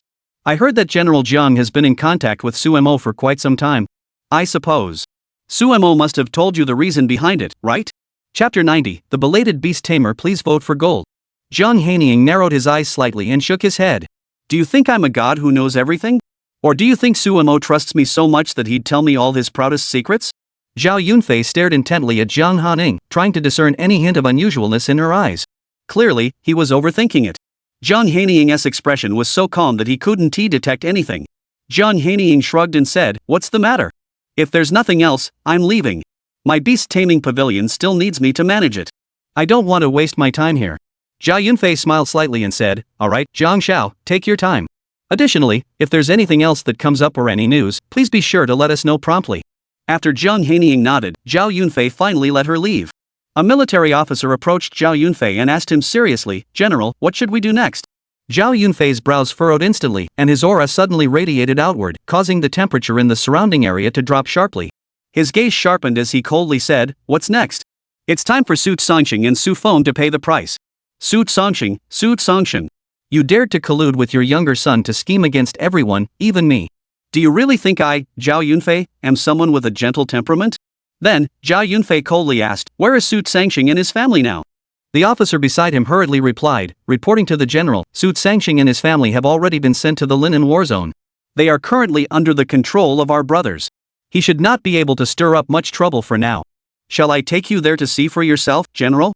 Zhao Yunfei nodded and said, of course, I must go and see for myself. The Su Songxing family has done something despicable, violating the basic principles of humanity and the standards we set for our troops. Such scum cannot be allowed to continue. They must pay the price for their actions. Let's go and take a look. I want to let Su Songxing taste the consequences of his actions. I'll see just how he dares to try to deceive me again. In all my years as Zhao Yunfei, I have never encountered anyone daring to deceive me. This matter must be resolved properly, no matter what. Those responsible must pay the price they deserve. Hearing Zhao Yunfei's words, the officer beside him nodded. How could he not feel the anger in Zhao Yunfei's heart? With a sweeping gesture, Zhao Yunfei climbed into a military vehicle in the distance, kicking up a cloud of dust as he sped away. Around him, some beast tamers remained, still waiting to see the commotion. Everyone was discussing the matter. Sigh, no matter how you look at it, we finally saw Su Sangxing's family pay the price for their actions. It all feels like a dream. Yes, who could have imagined that Su Sangxing and his family would do such a thing to their own son? It's heartbreaking to think about it, and it's so unexpected. That man is truly heartless. That's right. I never imagined it would end up like this. But at least there's a resolution now. I'm sure Suemo must feel a lot better inside. Of course. Suemo must be feeling incredibly relieved now. After all, the matter has been resolved, and some people have paid the price for it. This is the best possible outcome for him. Wait, did you guys notice something? Suddenly, someone snapped out of it. A beast tamer turned to the others and said in astonishment, just now, we were all amazed by the powerful beast that Mr. Suemo possesses. But even now, we still don't understand or feel what kind of existence this beast truly is. In all the records of China throughout history, there seems to be no description of this beast. In other words, this beast has never appeared before, right? Some beast tamers nodded in agreement. They had already noticed that no historical records mentioned a beast capable of changing its form, let alone transforming into a dragon. Before its transformation, it had looked like an ordinary little bird, round and plump, making it difficult to analyze. This confusion only deepened everyone's perplexity. However, someone realized that this might not be the crux of the matter. A beast tamer glanced at him and hurriedly asked, "What are you trying to say? Don't keep us in suspense." Exactly, what are you trying to say? Why not just say it quickly? Keeping everyone in suspense isn't a good thing. Under everyone's puzzled gazes, the beast tamer finally spoke up, "Everyone, think carefully. What does this represent? What does it mean? As we all know, Suemo, the young master, possesses a thunder dog as his beast. And just now, he was able to control a second beast. Doesn't that mean he's already become an 11th level or even higher beast tamer?" With a loud bang, as the words fell, a ripple effect spread out. Everyone around them finally realized the truth. Yes, for countless beast masters, there was an inescapable rule: only those who reached level 11 or above could contract a second beast. From level 1 onwards, every 10 levels gained allows one to contract another beast.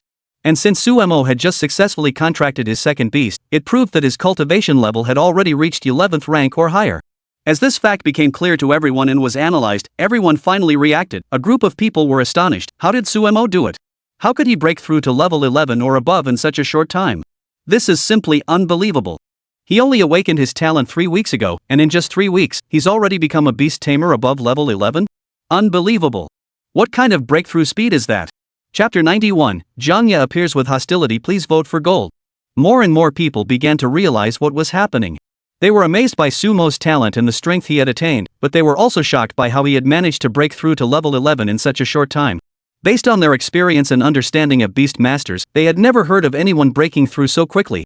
Some even urgently said, if I recall correctly, when General Long Songhai broke the record 100 years ago, he also relied on his powerful and swift breakthrough speed. However, according to records in General Long's own account, from the moment he awoke until he established the new era, the fastest record he achieved took 5 weeks. It was only after those 5 weeks that General Long became an 11th level beastmaster. Setting aside what level Suemo, the young master, actually is, he might be at level 11 or slightly above. But young master Suemo achieved all of this in just 3 weeks. How did he manage to do that?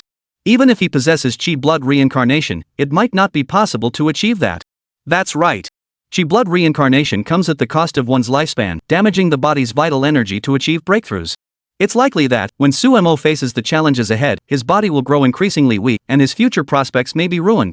But he doesn't seem to show any signs of that. Who can tell me how he did it? Could it be that he has some other advantage? Unbelievable. More and more people began to marvel at Sumo's strength, amazed by his rapid improvement. They also wondered what other hidden cards he had up his sleeve and what unknown secrets he might be harboring, leaving more and more people filled with curiosity, anticipation, and analysis. All of this, of course, Suemo was unaware of. In the distance, Jiang Hanying sat in the car, silently watching the mystic tower gradually grow quieter from its earlier bustling chaos. The members of the demon-subduing army had left, and some beast tamers, seeing that there was nothing exciting happening today, discussed among themselves, expressed their astonishment, and then departed one after another. There was nothing else for Jiang Hanying to focus on, but she couldn't help but feel a hint of worry in her heart. Jiang Hanying couldn't help but mutter to herself, "Suemo, my younger brother, I wonder what dangers you will face next. Please don't let your sister worry. I hope you remember that in this world, in Lin City, there are countless people who care about your safety. You carry the beliefs and hopes of so many people. Jiang Hanying didn't know whether it was right or wrong to entrust her future fate entirely to Sumo, but after much consideration, she felt that perhaps this was the only way to allow the current Sumo to fulfill her aspirations. Sumo had a deep connection with his adoptive father, and the deep-seated hatred he carried within him was not much different from Jiang Hanying's own. Jiang Hanying thought that perhaps entrusting all this to Sumo might not be the most appropriate choice, but it was the most helpless decision she could make. At the same time, Jiang Hanying was also worried about Sumo's journey to the southern frontier, fearing that he might encounter danger. Though she has always been confident in Sumo's abilities and believes he can handle everything perfectly, after all, the southern frontier is a dangerous place, a place of turmoil.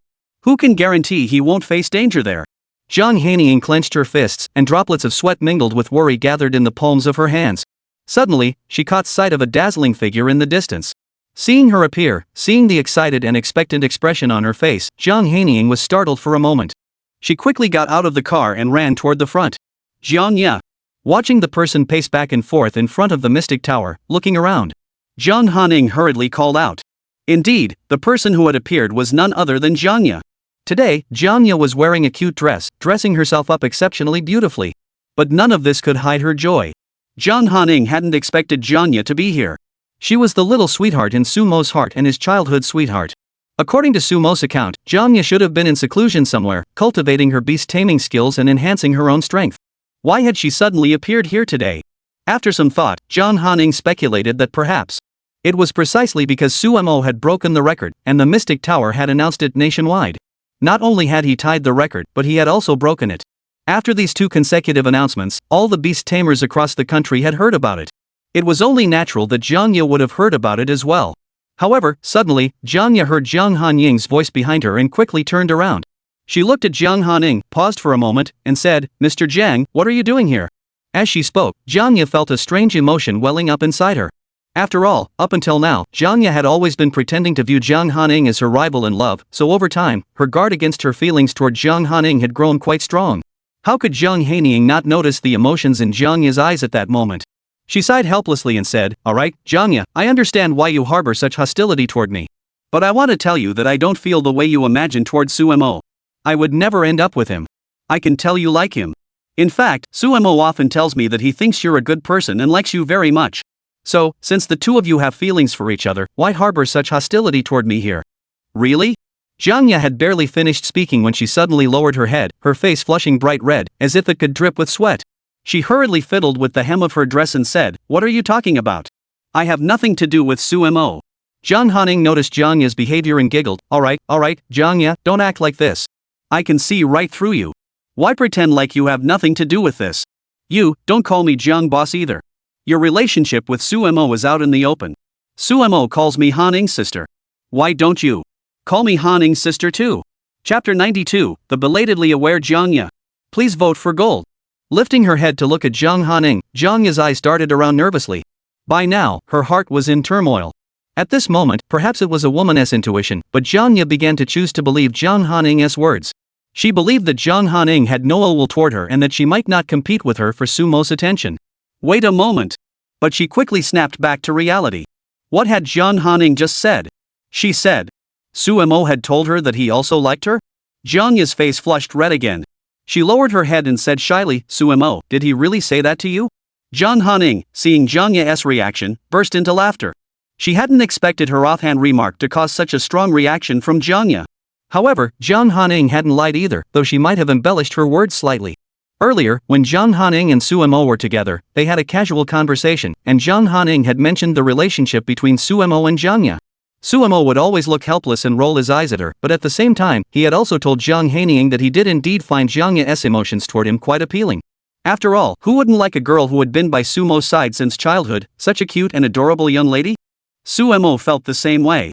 Although Sumo had come from another time, the story between him and Jiang Ya, and the various memories they shared, had always lingered in his mind. Sumo naturally carried these feelings into his own heart, and the emotions between the two were particularly intense. Jiang Hanying raised his hand to touch Jiang Ya's head, smiled, and said, "Alright, Jiang Ya, don't think too much about it. Sumo has always had feelings for you. However, Sumo currently has many things to do. Previously, due to family matters, he faced many difficulties and had many things to take care of. The hatred and sense of responsibility he carries are too heavy, so he is unable to reveal his true feelings to you or have the energy to take care of you. Don't feel upset because of this. After all, these are matters concerning Sumo's family. Jiang Ya asked instinctively, Hanying, what do you mean by that? What's going on between Sumo and his family? At that moment, Jiang Ya unconsciously referred to Jiang Hanying as Hanying's sister. Seeing the young girl's change in how she addressed her, Jiang Hanying smiled softly, feeling particularly happy inside. She continued, it seems Sumo didn't tell you about this before. As his older sister, I should respect Sumo's wishes and not tell you these things. But since you care so much about Sumo, I'll tell you anyway. As she spoke, Jiang Hanying proceeded to recount everything Sumo had gone through to Jiang Ya. After hearing everything, Jiang Ya was stunned. Oh my goodness, so Sumo had gone through so much hardship at home, and his parents had treated him so cruelly. No wonder I always felt something was off about him emotionally when I saw him before. But at least everything has been resolved now. Jiang Ya had already learned about the price Su Sangxing and Xu Feng had paid, but she suddenly thought of something else and urgently asked, where is Sumo now? Jiang Hanying hesitated upon hearing this, pondered for a moment, and decided he should tell Jiang Ya the truth. Besides, Sumo had asked him to pass on a message to her. So Jiang Hanying sighed and said, Sumo received news from the southern frontier that countless demon beasts have once again invaded our territory, causing a major crisis in the southern frontier. As a former civilian warrior and a legendary hero among the soldiers in the southern border region, Sumo is a symbol of hope for countless warriors. He has been assigned to return to the southern border once again. Jiang Ya's expression changed drastically. What? What are they doing? Sumo has already been fighting in the southern frontier for 3 years. Why are they forcing him to go back? The southern frontier is dangerous, and I haven't had any news about him for the past 3 years. Just hearing you describe it now, I can already feel the hardships he's endured. And now he has to go through all of that again? Must they really force him into such a dangerous situation? Where is Sumo now? I must go find him and stop him. I don't want him to go to the southern frontier. It's too dangerous. As Jiang Ya was about to leave, Jiang Hanying hurriedly reached out and grabbed her arm. Jiang Ya turned to look at Jiang Hanying, her eyes filled with disbelief as she asked, Hanying, what are you doing?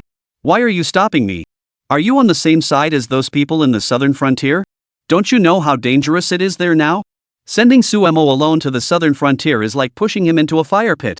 You keep talking about Sumo, but don't you care about him at all? Feeling Jiang Ya's movements growing heavier, Jiang Hanying snapped, Jiang Ya, calm down. Startled by the sudden shout, Jiang Ya froze in place, her eyes brimming with tears as she stared intently at Jiang Hanying. A hint of resentment toward Jiang Hanying began to surface in her heart, and the fleeting goodwill she had felt earlier vanished instantly. Jiang Hanying spoke slowly, I know how you feel. I know you don't want to see Sumo go through this, but all of this is his own decision. What? Jiang Ya felt as though a bomb had exploded in her mind, causing her head to ring with a deafening roar. She never would have imagined that all of this was Sumo's own decision. Without thinking, Jiang Ya asked, why? Has Sumo lost his mind? Chapter 93, Determination? Extinguished in an instant, please vote for gold. Noticing the excitement in Jiang Ya's emotions, Jiang Hanying could only sigh helplessly and said slowly, Jiang Ya, I've only known Sumo for a couple of weeks, but you've known him since you were children. As for Sumo, his personality, don't you know him better than I do?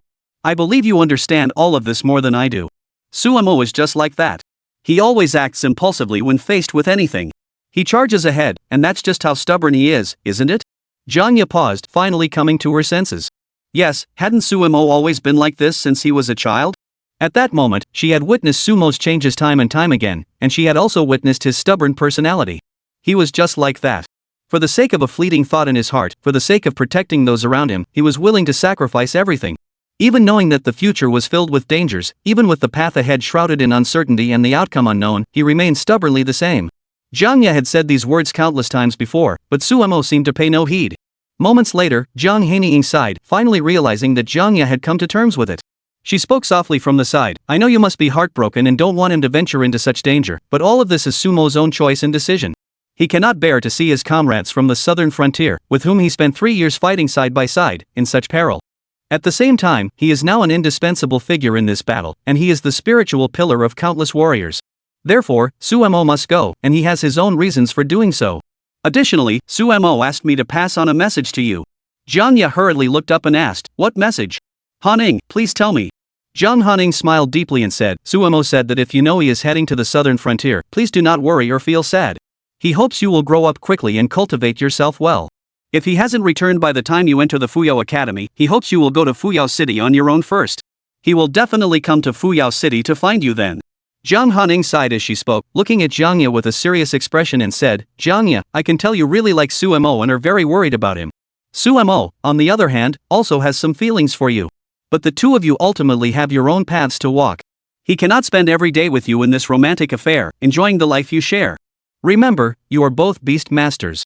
In this era where magical beasts rampage, humanity faces constant danger, and survival is precarious, beast masters bear a mission, honor, and responsibility. Only beast tamers can become guardians of peace in a region and protect everyone. Beast tamers must grow strong to protect our human territory, you must know that. Therefore, I hope you can understand him.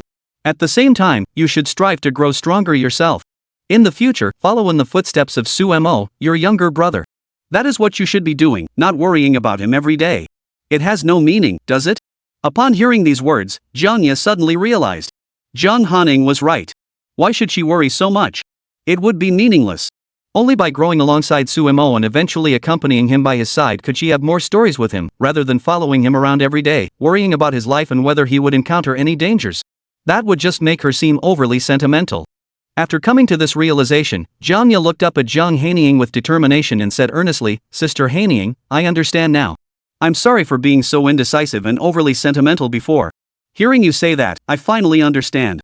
Perhaps the only way is for me to grow up quickly, to grow strong enough to stand by Su Mo's side, and walk alongside him toward the future. That would be the best companionship for him. Jiang Hanying chuckled, that's the right attitude. It's best that you've come to this realization. Jiang Ya asked again, oh, right, what's Su Mo's current strength? Jiang Hanying thought for a moment, scratched his head, and said, all I can say is that Su Mo has contracted 2 beasts. Jiang Ya froze, the resolve and determination that had just begun to emerge suddenly extinguished like a flame being snuffed out, leaving her speechless. After standing there in shock for a full moment, Jiang Ya forced a bitter smile. Su Mo, he's really a psychopath.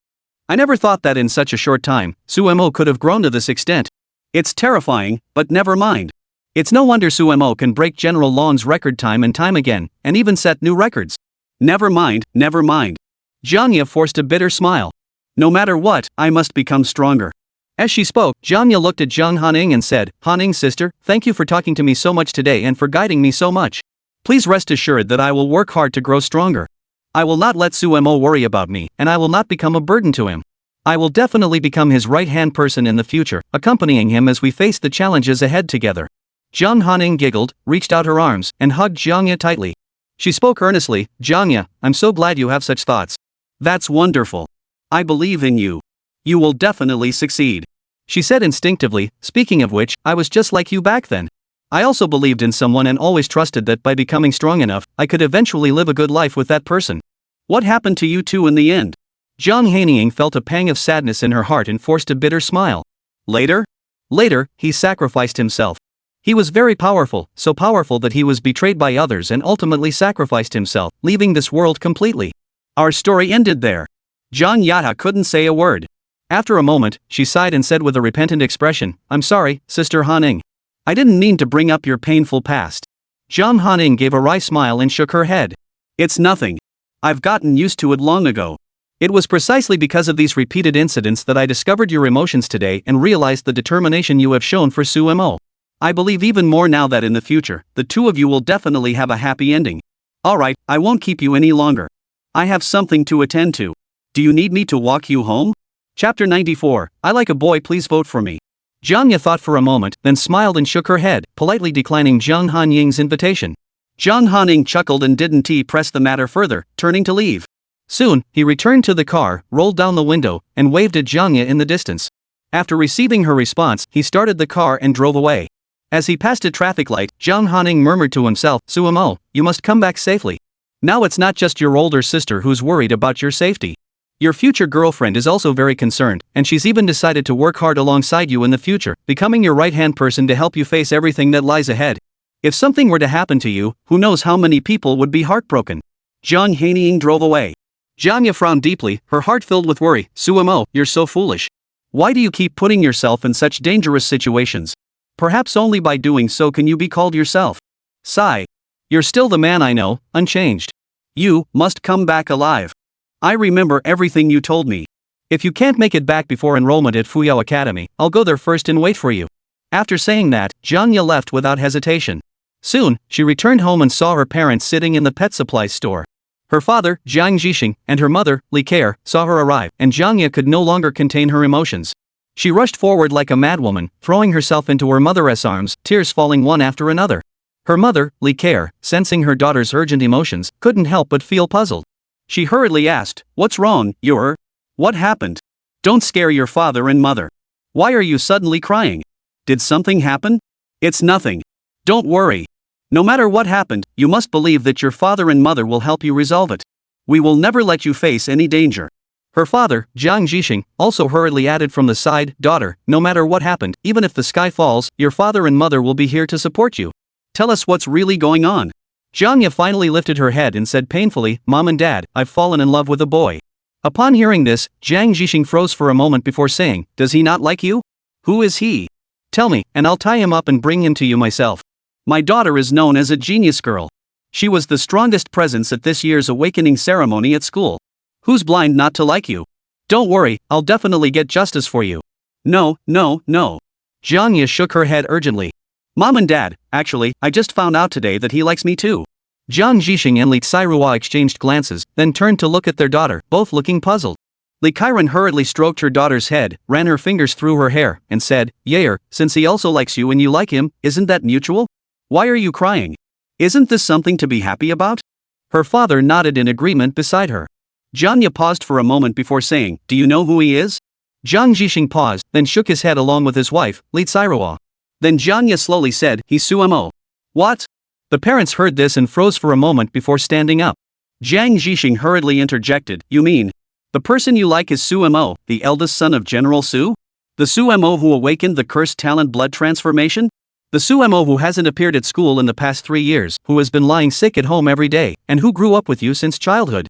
Hearing one prefix after another, all confirming that it was indeed Sumo himself. But none of these prefixes were good. Jiang Ya sighed and nodded. "Mom and Dad, it's this Sumo. I know you must have a lot of doubts and probably don't have a good impression of Sumo, but I want to tell you that Sumo is innocent. These are all misunderstandings." Li Ke interrupted urgently, "What do you mean? Tell Dad and Mom in detail." "Oh, right, I remember that half an hour ago, the Mystic Tower reported that Sumo from Linen City had tied General Long's record and even set a new one. That's Sumo. Could it be? Could it really be him?" Jiang Hanying hesitated for a moment. "No way? I was just thinking it might be a coincidence. Could it really be that kid Sumo?" Jiang Ya nodded and began telling them about the one record after another that Sumo had set, while also recounting the many injustices he had endured over the past period. After a moment, the two looked at each other in disbelief. Jiang Hanying slammed his fist on the table in anger and exclaimed, "I never expected that Sumo had to endure such injustice in the Su family. That Su Sanxing is truly despicable. How dare he scheme against his own flesh and blood? Is he even human?" Li Ke chimed in from the side, "Yes, I never would have thought that Su Sanxing, as the deputy general of Linen City and in charge of the city's demon-subduing army, would do such a hypocritical thing. However, it's fortunate that this incident has come to light, and there's a resolution. Su Sanxing and Su Feng have paid the price for their actions. I'm sure Sumo must feel a little relieved now." Then, Jiang Hanying thought of something else and spoke urgently, "But, daughter, if you put it that way, Sumo achieved such remarkable results. It seems that the active talent of Qi blood rebirth didn't have much of an effect on him? It seems like this young man has some unknown secret or trump card. These are likely the main reasons he can be so carefree. Earlier, we were worried that this child, having obtained a cursed talent, might not have much time left. But now, it seems we underestimated him. However, this is a good thing. Why are you still so upset?" Jiang Ya sighed and finally said, "Because I just left the beast taming hall and went to the Mystic Tower, but suddenly received news that Sumo had been ordered to leave Linen City and head to the southern frontier." Chapter 95, Dare to be so arrogant, Su Feng? Please vote for gold. Her father, Jiang Hanying, frowned and asked instinctively, "To the southern frontier? Why?" Jiang Ya once again recounted the events in the southern frontier to the two of them. Jiang Hanying sighed after a moment and said, "I have heard some rumors. It is said that over the past 3 years, demon beasts have been constantly attacking our country's border territories. The people behind the walls of the southern frontier have only been able to live in peace and safety because of the countless warriors and beast tamers who have sacrificed their lives. I never imagined that the statement released by the Southern Frontier New District earlier, claiming that the demon beast invasions on the border had gradually stabilized and all the people could live in peace, was false. But who would have thought, it has come again." Motherly Chiron held Jiang Ya's hand and patted it, saying, I know you must be very worried about Sumo, but I think you should be even clearer about this. This is Sumo's belief, and it is his life. Sumo has chosen to sacrifice everything for the countless civilians and the countless families he represents. Though the path ahead is perilous, you should trust Sumo. He will not let you down, and he will certainly protect himself. Just as you said, he loves you deeply, and he will definitely return safely to your side to express his feelings for you. Jiang Ya nodded seriously, then spoke firmly, Mom and Dad, I understand. I was just worried for a moment and couldn't accept this. But after hearing you say that, I feel much better. I want to say more now. I've decided to devote the remaining 15 days to fully immersing myself in my cultivation. I will make sure my beast companion, Xiaohong, grows quickly, and I will also ensure my own cultivation reaches new heights. When Suemo returns from the southern frontier, I will present him with a completely new version of myself. At this point, Jiang Ya still felt a bitter taste in her heart. You see, when she heard the announcement from the Mystic Tower today, when she heard about Suemo's remarkable achievements that had caught the world's attention, Jiang Ya had been eager to leave the mountain to congratulate Suemo and also tell him about her own growth over the past period. After this period of cultivation, Jiang Ya had already become a level 4 beast tamer, standing out among her peers as an outstanding figure. Little did she expect that she would end up experiencing such a thing. Shortly after leaving home, Jiang Ya arrived at the beast taming hall. Her family had reserved an entire month of a top-tier training room for her there. Sitting in the training room, Jiang Ya murmured to herself with a determined gaze, Suemo, wait and see. I will never hold you back in the future. Since I have chosen to love you, I will definitely face everything with you in the future. I will grow up quickly and never bring shame upon you. By then, I will prove myself to you and stand by your side to help you tackle the challenges of the future. You like me, and I like you too. Linen City. Jinma Army War Zone, within the camp. Soon, Zhao Yunfei drove to this place. However, upon reaching the camp entrance, just as the vehicle was about to proceed forward, a woman stepped forward to block its path. Zhao Yunfei looked at Dongfangya, who had appeared in front of him, his brows furrowing tightly. He lowered the car window and looked at Dongfangya, who had come over, speaking coldly, Madam Dongfangya, what's the matter? What brings you here? Our Jinma army doesn't seem to have any recent collaborations with your Jin group. General Zhao Yunfei, why ask such a question when you already know the answer? Dongfangya replied. Zhao Yunfei chuckled, oh? What does that mean, Mrs. Dongfang? Old Zhao is not the sharpest tool in the shed, perhaps you could be more direct. What is the real reason for your visit? Dongfangya hesitated for a moment before speaking, General Zhao, you know very well why I'm here. I just wanted to see how old Su and my son Su Feng are doing. Zhao Yunfei replied coldly, they've both been arrested for breaking the law. I think, you don't need to worry about them anymore. They won't end up well, and they'll have to pay the price for their actions. What? You don't really think that someone of their status and background could change anything with what they've done, do you? Dongfangya hurriedly shook her head and said, no, I understand what you mean, but I was just wondering if they might have been temporarily blinded by their actions. Could you give them a chance? A chance? Zhao Yunfei spoke coldly, give them a chance? Who will compensate Suemo for the wrongs he suffered? Dongfangya pleaded urgently, I can make it up to him. Whatever Suemo wants, I can give him. I can talk to Suemo myself. I just beg you to spare old Su and Xiaofeng. Zhao Yunfei laughed sarcastically, Ms. Dongfang, are you saying that you can give money to make Suemo forgive you? But I want to ask, can all the hardships Suemo has endured since childhood be compensated with money? Dongfangya hesitated, unsure how to respond. After a moment, Zhao Yunfei finally said, Mr. Dongfang, please leave. Whether it's Su Sangxing or Su Feng, both of them will have to pay the price according to the rules. After hesitating for a moment, Dongfangya decided to give up and coldly replied, but according to the laws of our country, Su Sangxing did something wrong and must pay the price for it. But Su Feng doesn't have to. I demand that you release Su Feng immediately. Noticing Dongfangya's sudden shift to a more assertive tone, Zhao Yunfei chuckled, Mr. Dongfang, are you planning to go all out? Alright, you want me to release Su Feng? Then stay here and wait. Within 24 hours, once the investigation into him is concluded, I will release him myself. With that, Zhao Yunfei waved his hand, and the driver drove the car inside. Zhao Yunfei no longer intended to pay any attention to Dongfangya. All he wanted now was to resolve the matter between Su Feng and Su Sangxing as soon as possible. Soon, he finally arrived at the interrogation room within the camp. Zhao Yunfei entered the interrogation room where Su Feng was being held. As soon as he stepped inside, he heard Su Feng's angry shout from the other side, what are you doing? Zhao Yunfei, don't you dare think that just because you're a major general of the demon-subduing army, you can arbitrarily detain me. What have I done wrong? Let me tell you, my mother is the owner of the largest gene research group in Linen City. If you arrest me, the demon-subduing army will regret it. Smack! With a loud sound, Zhao Yunfei vanished from his original spot. When he reappeared, he had already slapped Su Feng hard across the face.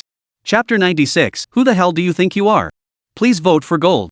Zhao Yunfei wasn't someone to be messed with. With his hot temper, he had no intention of giving Su Feng any chance.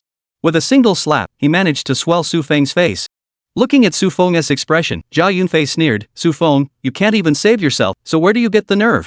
Where do you get the courage to be so arrogant with me? Your father is locked up next door, and your mother is at the door. You're too scared to speak to me like this. What kind of person do you think you are? Xu Feng was rendered speechless by Zhao Yunfei's words. He felt his self-respect being trampled upon. He gritted his teeth and glared at Zhao Yunfei, thinking bitterly to himself that today was the most humiliating day of his life. First, he witnessed Su Mo achieving one success after another, shocking all the beast tamers. Then he watched Su Mo ultimately expose his own shame, revealing everything he and his father had done in the past, completely ruining his reputation. Xu Feng couldn't accept any of this. From a young age, he had always had a strong sense of self-respect. From a young age, he had been raised as the family's heir apparent, nurtured to become a future genius. Who would have thought that he would end up facing such a fate, even being imprisoned here, or even the person in front of him could treat him with such contempt, and even the few soldiers who had just brought him here showed him no respect. As the second young master, he had always lived a life of luxury, never having to lift a finger for himself. How could he ever have endured such humiliation? Xu Feng gritted his teeth and glared at Zhao Yunfei, saying coldly, Zhao Yunfei, I remember what you did to me today. I will repay you in full someday. Zhao Yunfei laughed mockingly, alright, Mr. Xu Feng, you really have a temper. Fine, I'll wait for you. I'll wait to see when you come to repay me. After speaking, Zhao Yunfei finally sat down across from Xu Feng. After carefully reviewing the documents handed to him by his subordinates, he spoke again, Xu Feng, the charges against you stealing others' merits, oppressing the demon-subduing army, and plotting to frame a senior officer of the demon-subduing army are sufficient to make you pay a price. From now on, all the merits you have obtained will be stripped and confiscated, and you will be deprived of the right to obtain any merits in the future. We will also confiscate the iron armor brown bear you possess. Once the 24-hour period has passed, you will be released. Until then, you will remain here obediently. Xu Feng could not accept this outcome and shouted loudly, why are you taking away my iron armor brown bear? Why take away my ability to earn merits? Zhao Yunfei slammed the table angrily and shouted, because you're just a freeloader who doesn't work for anything, and because you only know how to steal your brother's things. In this world, even ordinary beast tamers can earn merit points. If one were to describe what merit points are, they could be likened to a currency used to purchase and trade various items within the military affairs hall. Whether you're in a civilian organization or an official one, you earn merit points by completing various tasks. These merit points can be used to obtain various supplies within the Military Affairs Bureau, and even high-tier beast tamers, which are almost exclusively available there. Alternatively, one might have the luck to explore on their own, but how many people possess such formidable strength? Therefore, for many beast tamers, the primary way to obtain merit points is to complete various tasks, accumulate them, and then use them to acquire supplies within the military council. The military council is closely intertwined with the demon-subduing army. Although the military council, the demon-subduing army, and the academy are collectively known as the three major official organizations of Huaxia, any disciplinary actions taken by the demon-subduing army will also impact the military council. This is something many people would rather avoid. This is why Xu Feng was so agitated after losing his eligibility to earn merit points. Xu Feng could accept returning the iron-armored brown bear and all the merit points and honors he had spent to Su Mo, but he couldn't accept losing his ability to earn merit points. Zhao Yunfei coldly laughed and said, Xu Feng, what face do you have to say those things to me just now? From childhood to adulthood, how many abilities have you stripped from Su Mo? How many rights and qualifications that belonged to him have you taken away? Do you know how much suffering and torment Su Mo has endured? Now you dare to ask me why? Because Su Mo is the war god of the southern frontier? Because Su Mo has spent the past 3 years risking his life to protect the lives of countless civilians and the homes of their families? Is that reason good enough? Xu Feng stared blankly at Zhao Yunfei, his expression bitter beyond words. He hated Su Mo for taking everything away from him. However, in Su Feng's eyes, all of this should have belonged to him. It was what he was supposed to obtain. What right did Su Mo have to take all this away from him? What right did he have to make him pay this price? Zhao Yunfei paid no heed to any of this. Soon, an officer approached and informed Zhao Yunfei that Su Feng's mother, Dong Ya, had left, likely due to matters at the company. After all, given what had happened today, the company under Dong Ya's control was likely in complete chaos. Today's events would undoubtedly cause her headaches for some time. After thinking it over, Zhao Yunfei chuckled and said, alright, since that is the case, let Su Feng go. The various punishments for Su Feng had already been carried out. Zhao Yunfei also believed that Su Feng wouldn't cause any major trouble in the future, so it was better to let him go. With that, Zhao Yunfei stood up and left, intending to go to Su Sangxing's place to take a look. However, before going, Zhao Yunfei planned to first gather some information about the various matters Su Sangxing had been involved in recently. Little did he know. 5 minutes later, Su Feng left the camp of the Jinma army's linen front and got into a taxi by the roadside, heading toward his home. But after driving for a while, the car came to a stop by the side of the road. Looking around at the desolate surroundings with no one in sight, Su Feng furrowed his brows and coldly said to the driver, "What are you doing? I already told you to take me to the Su family villa. Why did you stop here? Let's go. But the driver remained calm, even chuckling as he turned to look at Xu Feng and said, Mr. Xu Feng. It's an honor to meet you here today. Chapter 97, Those who recognize the times are the wise? Please vote for gold. What? In an instant, Xu Feng froze.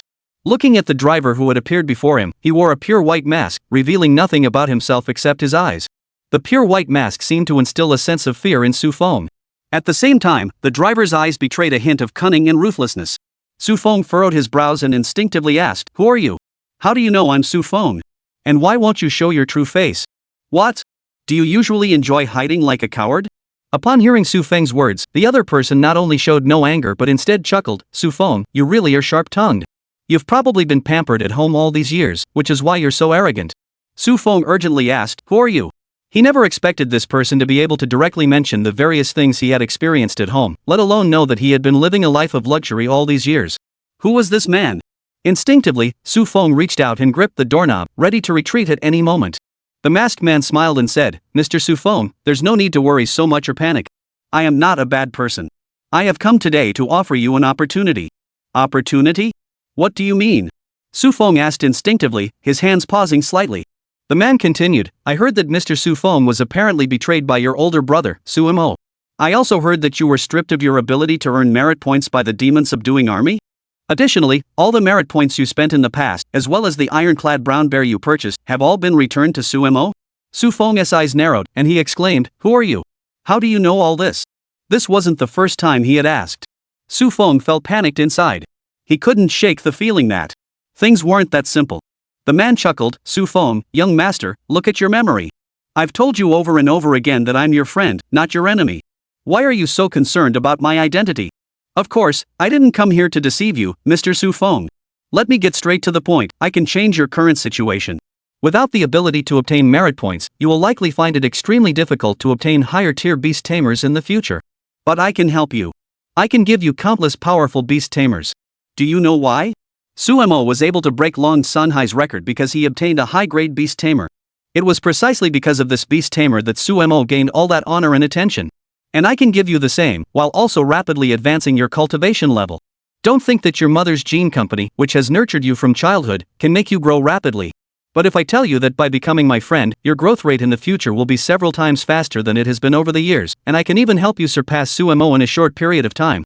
By then, everything Xu Mo has done to you, every injustice you've endured, I will make him pay back every last bit of it. Oh, and I heard that Lin Fe slapped you a few times, right? Believe me, it won't be long before everything happens as you wish, and I'll make sure you get everything back. Upon hearing this, Xu Feng had no doubts whatsoever and even eagerly asked, Really? All the suffering he had endured over the years, he no longer felt the need to remain cautious as he had before. In fact, from childhood to adulthood, Xu Feng had never been the type to think things through. Whenever someone bullied him, all he wanted was for them to pay the price. Now was no different. Xu Feng could see that his parents were unlikely to help him anymore. From now on, he would have to rely solely on his own abilities to make everyone pay for what they had done, bit by bit. That was the only way. Noticing the urgency in Xu Feng's emotions, the man chuckled and said, Young Master Xu Feng is truly in a hurry. However, the more eager you are, the more I will ensure you won't be disappointed. Rest assured. Xu Feng nodded and asked, What do you need me to do?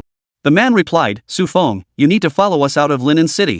Given that you have lost your father's protection and your mother is now in trouble as well, you shouldn't even think about going to Fuyao City to join some academy. Your future is already doomed to have no good outcome, but if you follow us, I can absolutely ensure you continue to enjoy everything you have. I have a plan that will definitely make your future shine once again. Xu Feng asked again, Where are we going? The man shook his head again and said, Young Master Xu Feng, this is not something you need to consider. All you need to do is make a decision, follow or not. Additionally, I must inform you that your father is also one of us. However, I currently have no way to rescue him. But rest assured, my superiors have already been informed of this matter. For those loyal to us, we will never allow them to suffer any injustice. When the time is right, your father will definitely be rescued by us. Xu Feng was utterly shocked. He never imagined that his father was part of the same organization as the man before him. But wasn't he his father part of the demon-subduing army? Who was this person from the organization? And what exactly was this organization? Xu Feng continued to ponder, unaware of how much time had passed. The man showed no signs of impatience. He lowered the car window and continued to smoke, waiting silently. After an unknown amount of time, Xu Feng clenched his teeth, looked up, and said seriously, All right, I agree. I will join your organization. Very good. The man chuckled. Xu Feng, you truly know when to adapt to the times. There's an old saying in China, those who recognize the times are the wise. I believe that Mr. Xu Feng will one day attain all the glory you deserve. Now, Mr. Xu Feng, I can give you one last chance. You can send a message to your mother, informing her that you are leaving Linen to train alone. As for the future? You likely won't return here for a very long time. Xu Feng instinctively asked, can you guarantee that? Guarantee that I will avenge today's humiliation? The man shook his head and said, I cannot make you any guarantees, but I can tell you this, when you return, it will be the time of your success and fame. But when exactly that will be, and how far you will have grown by then, all of that depends on your own willpower. Xu Feng hesitated for a moment before nodding, but he decided not to send a message to his mother. His mother was already in a state of chaos, and Xu Feng didn't want to cause her any more trouble. The man chuckled, snatched the phone from Xu Feng's hand, and with a firm grip, crushed it into pieces. He tossed the phone onto the grass beside him, turned to look at Xu Feng, and smiled faintly.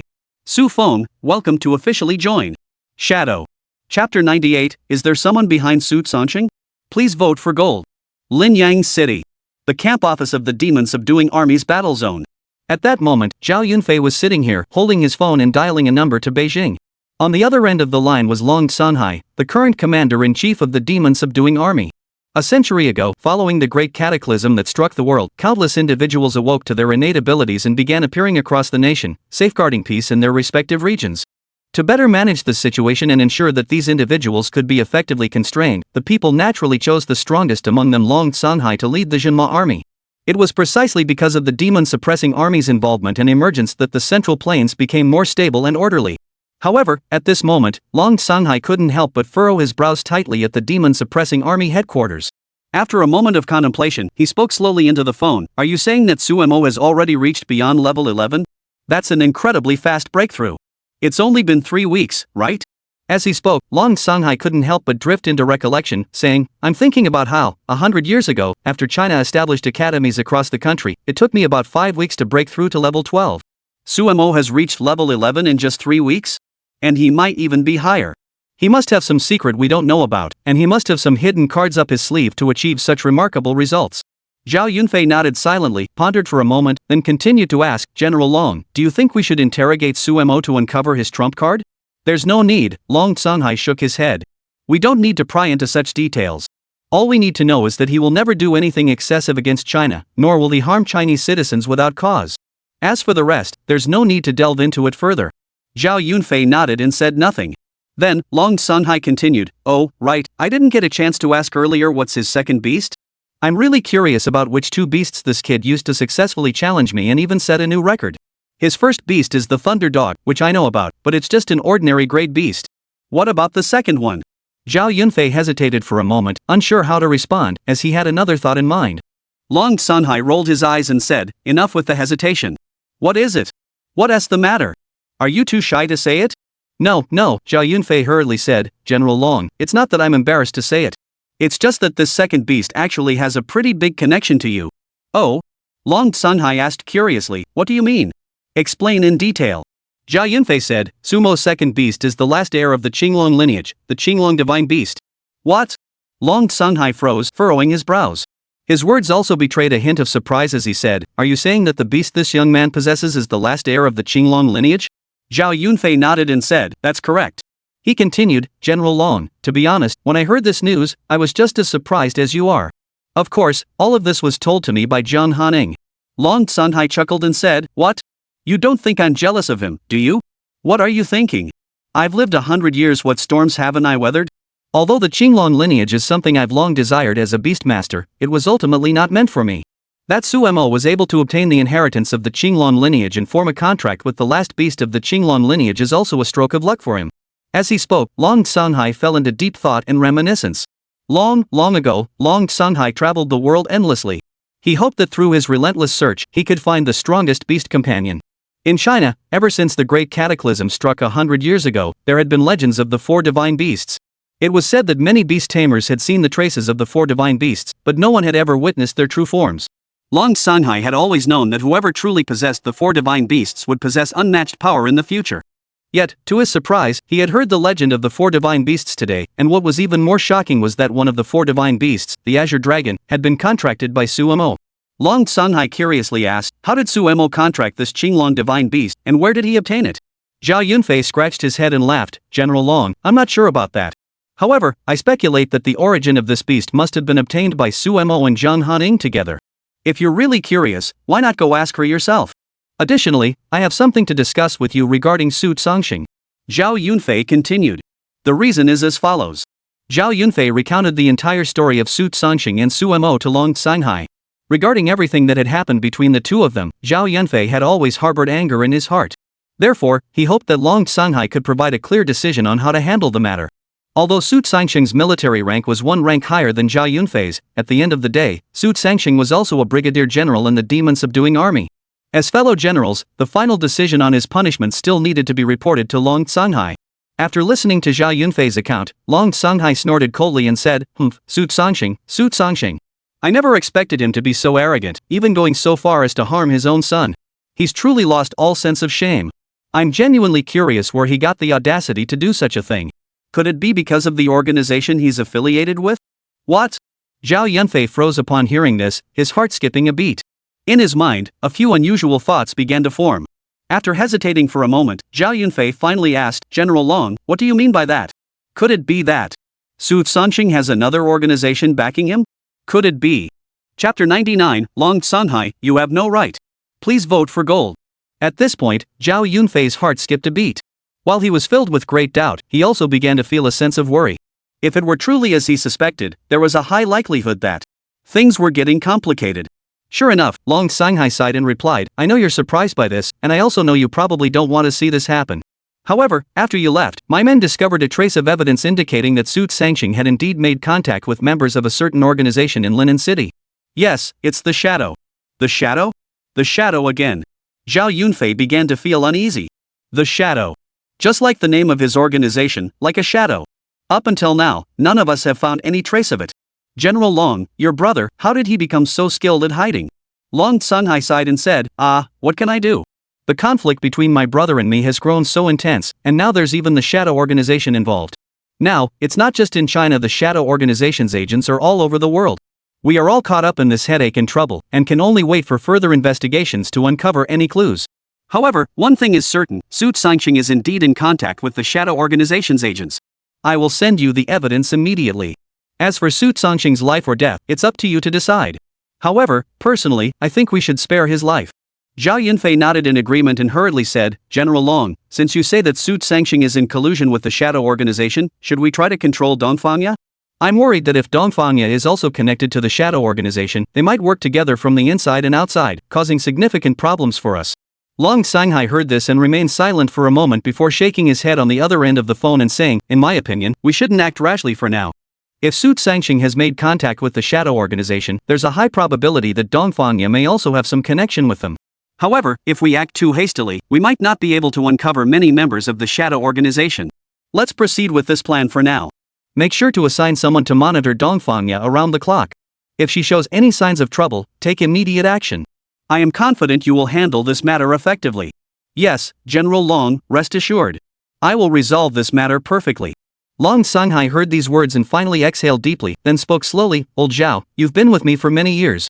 You know my temperament, and you know what happened between me and my younger brother. Additionally, regarding the Shadow Organization and its current influence and status in the world, I believe you are even more aware of these matters. This time, I hope you will take this seriously.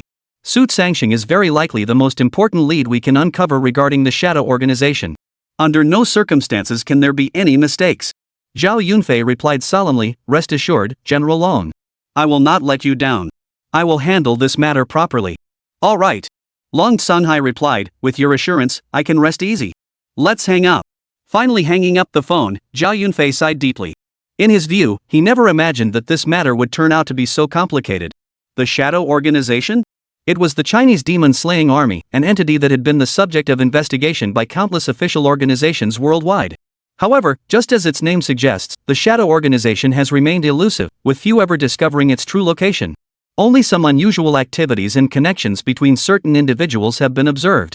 Yet, in the end, all such information always vanished without a trace.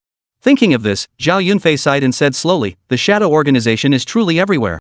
I wonder when we'll ever be able to catch them completely. Never mind, let's not dwell on it. At least we have some leads now we can start investigating for now. Let's start with Su Cangxing. Soon, Zhao Yunfei received some evidence from Long Sanhai on his phone regarding Su Tsongxing's collusion with the Shadow Organization. Looking at the photos and the corresponding evidence of secret communications between various accounts belonging to Long Sanhai, Zhao Yunfei snorted coldly, "Humph, Su Tsongxing? I never thought you'd been in contact with the Shadow Organization for so long. You've caused us so much trouble. But so what? You will eventually pay the price for this." As he spoke, Zhao Yunfei began to carefully review the information he had gathered, intending to have a thorough discussion with Su Tsongxing in the near future. Shortly thereafter, Jiang Hanying finally returned to her beast taming pavilion. She chatted with the staff for a while, inquired about today's revenue and other matters, and gave a few instructions before returning to her private lounge on the top floor. After taking a shower, Jiang Hanying donned a silk nightgown, looking exceptionally alluring. She sat by the floor-to-ceiling window, admiring the scenery of Linen City, and gently swirled a glass of red wine in her hand. Jiang Hanying furrowed her brows slightly, her gaze intense, then whispered softly, "Suimo, I wonder where you are now and if you'll make it in time." Sigh. Those soldiers in the southern frontier are all unfortunate souls. I wonder if they'll survive this ordeal. As she spoke, Jiang Hanying sighed, her expression growing serious. She said slowly, "You relentless shadows, where are you now?" Just then, Jiang Hanying's phone rang rapidly. He set down his wineglass, picked up his phone, and saw the contact information displayed on the screen. Jiang Hanying's brows immediately furrowed. Long Sanhai? Why is he calling me again? Could it be about Sumo's younger brother? After hesitating for a moment, Jiang Hanying finally answered the call, but her tone was far from cheerful. She snorted coldly and said, "What's the matter, General Long? Do you actually have time to call this humble woman? It truly honors me greatly. Should I burn incense, bathe, and wait in anticipation for your arrival?" On the other end of the line, Long Sanhai remained silent for a full minute before finally sighing and saying, "Ah, little sister-in-law, don't call me sister-in-law." Jiang Hanying snorted coldly, cutting off Long Sanhai's words, then said coldly, "Long Sanhai, you have no right to call me sister-in-law. I've told you countless times, I have a name. Do you understand?" Long Sanhai hurriedly nodded, all right, I understand. Jiang Hanying, Ms. Jan? Is that acceptable now? Chapter 100, what? He is still alive? Please vote for gold. The capital city. Headquarters of the demon-subduing army. Long Sanhai was currently sitting at his desk, staring at the phone he had just dialed for Jiang Hanying.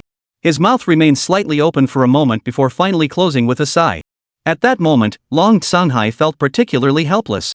Jiang Hanying was not wrong, she was indeed his younger sister-in-law. Back in the day, during his journey to defend the Central Plains, Long Sanhai had indeed encountered many outstanding individuals, one of whom was Jiang Hanying's husband Xia Hai, also known as the Swordmaster. His sword techniques were masterful and awe-inspiring. With his dual cultivation of martial arts and spiritual cultivation, he was renowned throughout the demon-slaying army, having slain countless demonic beasts and brought great peace and prosperity to the people of Huaxia. However, fate intervened, and Xia Hai met his end in a mission. The conflict between him and Jiang Hanying arose as a result. When Long Sanhai found Jiang Hanying, she was in a state of emotional collapse, screaming wildly and demanding that he uncover the truth behind everything. But the entire area within several miles was reduced to rubble. How could there be any clues left to investigate? Long Sanhai regarded Xia Hai as his own brother, and Jiang Hanying as his own sister-in-law. But from that day onward, Jiang Hanying completely severed ties with Long Sanhai. They hadn't spoken a single word to each other for years, but this did nothing to diminish Long Sanhai's sense of guilt toward her. Thinking of this, Long Sanhai sighed and whispered, "Jiang Hanying, what happened back then is already done. We can't change it now. You should move on. Why keep tormenting yourself like this? What meaning does it hold for you?" Jiang Hanying scoffed and said, "Long Sanhai, what gives you the nerve to say such things to me? Years ago, didn't I tell you that I must have an explanation for Xia Hai's death? Yet you? All these years, you haven't made any progress in the investigation. Now, what face do you have to bring this up with me? Do you know that Xia Hai was the entirety of my life? I dedicated my entire life to him. In the end, we are now separated by life and death. Long Sanhai, do you want me to be nicer to you? Fine, give me back Xia Hai. I promise that tomorrow, I'll have you carried on a palanquin to the headquarters of your demon-subduing army to thank you and present you with a banner. Do you want that?" Long Sanhai fell silent once more. He truly didn't know how to broach this topic with Jiang Hanying. Xia Hai was someone he had treated like a younger brother. His death had left a deep wound in Long Sanhai's heart. He also wanted to investigate the truth behind Xia Hai's death, but things rarely went as one wished. Sighing, Long Sanhai said, "Enough about the past. It was indeed my fault. Up to now, I still have doubts about whether the Shadow Organization is involved in Xia Hai's death, but I have no concrete evidence. I know you harbor deep resentment toward me and don't want to talk to me again, but the matter we discussed today is indeed quite important. First, I want to ask you about Sumo. What rank of beast tamer is he now? What does that have to do with you? Jiang Hanying retorted harshly, what? Long Sunhai, are you so eager to pry into other people's private affairs? Beast masters themselves have no greater personal strength than ordinary people, which is why, over the years, they have never revealed their ranks to others to prevent internal conflicts among beast masters. Why are you suddenly asking about Sumo's cultivation level now? Long Sunhai sighed and said, alright, Jiang Hanying, can we stop acting like children now? Even though we have our differences, you don't have to be so hostile, do you? Let me put it this way, this matter is quite complicated, and I truly want to know his current situation. Additionally, I heard from Lin Fe that Sumo has already contracted his second beast tamer? And it's from the Qinglong lineage? I'm not trying to compete with Sumo for the beast he possesses. I'm not that kind of person. I just want to say that Sumo has been assigned to the southern frontier and is probably already on his way there. As for why I'm asking you about Sumo's strength, it's because my master has emerged from seclusion. He has even already set off for the southern frontier. What? Jiang Hanying jumped up abruptly upon hearing this. Her hands holding the phone were trembling uncontrollably. Just a few seconds later, Jiang Hanying's eyes were already brimming with tears. She struggled to hold the phone in her hands and hurriedly asked, Long Sunhai, you're not lying to me, are you? You mean he's still alive? But you told me he was dead, didn't you? You told me years ago that he was already dead. Why is he still alive now? Long Sunhai froze for a moment before speaking solemnly, Jiang Hanying, I did tell you he was dead back then, but that was indeed the information I had at the time, and I even conducted an investigation. At the time, you were with me the whole time, and you know that all the evidence pointed to his death. Why he has reappeared recently, I have no idea. All I know is that a while back, he found me, and we talked for a very long time. It was only then that I confirmed he was still alive. Jiang Hanying asked mechanically, but why didn't you tell me back then? Why did you wait until you had seen him for several days before telling me about this? Long Sunhai sighed and said, it was the teacher's idea. The teacher told me to keep this a secret, saying he wanted to give you a surprise later. I simply couldn't help it. Sumo's situation is too special, and I had to tell you about this as soon as possible to gain your trust. This matter, I hope you can keep it to yourself and not spread it around. My teacher must have wanted to surprise you later. Just give him that chance. This time, it was Jiang Hanying's turn to fall silent. She remained silent for a long time, tears welling up in her eyes. After a while, her breathing became rapid, and her body began to tremble. Long Sunhai, on the other end of the phone, remained silent, simply waiting in silence. He knew that all he could do now was wait. Finally, after an unknown amount of time, Jiang Hanying exhaled deeply and spoke slowly, if you have anything you want to ask, go ahead. Chapter 101, that person wants to take him as a disciple? Please vote for gold. Hearing Jiang Hanying's words, Long Sunhai couldn't help but recall everything he had experienced with his master in the past. Everyone knew that Long Sunhai was the strongest warrior in China, but few knew that behind him there was indeed a mentor none other than Long Sunhai's master. His master had accompanied Long Sunhai through countless years, imparting various combat techniques to him. Long Sunhai's current achievements are inseparable from his master's teachings. However, fate is cruel, and certain events that occurred in the past have caused both Long Sunhai and Jiang Hanying to suffer immense injustice and torment. For both of them, these were indeed things they never wanted to see happen. But, even so, what can be done? Life is just like that, it doesn't always go as planned. Fortunately, now that he finally heard Jiang Hanying's words, Long Sunhai finally let out a sigh of relief and said, as long as you can accept this in your heart, I can rest easy. Now, can you tell me about that young man, Sumo?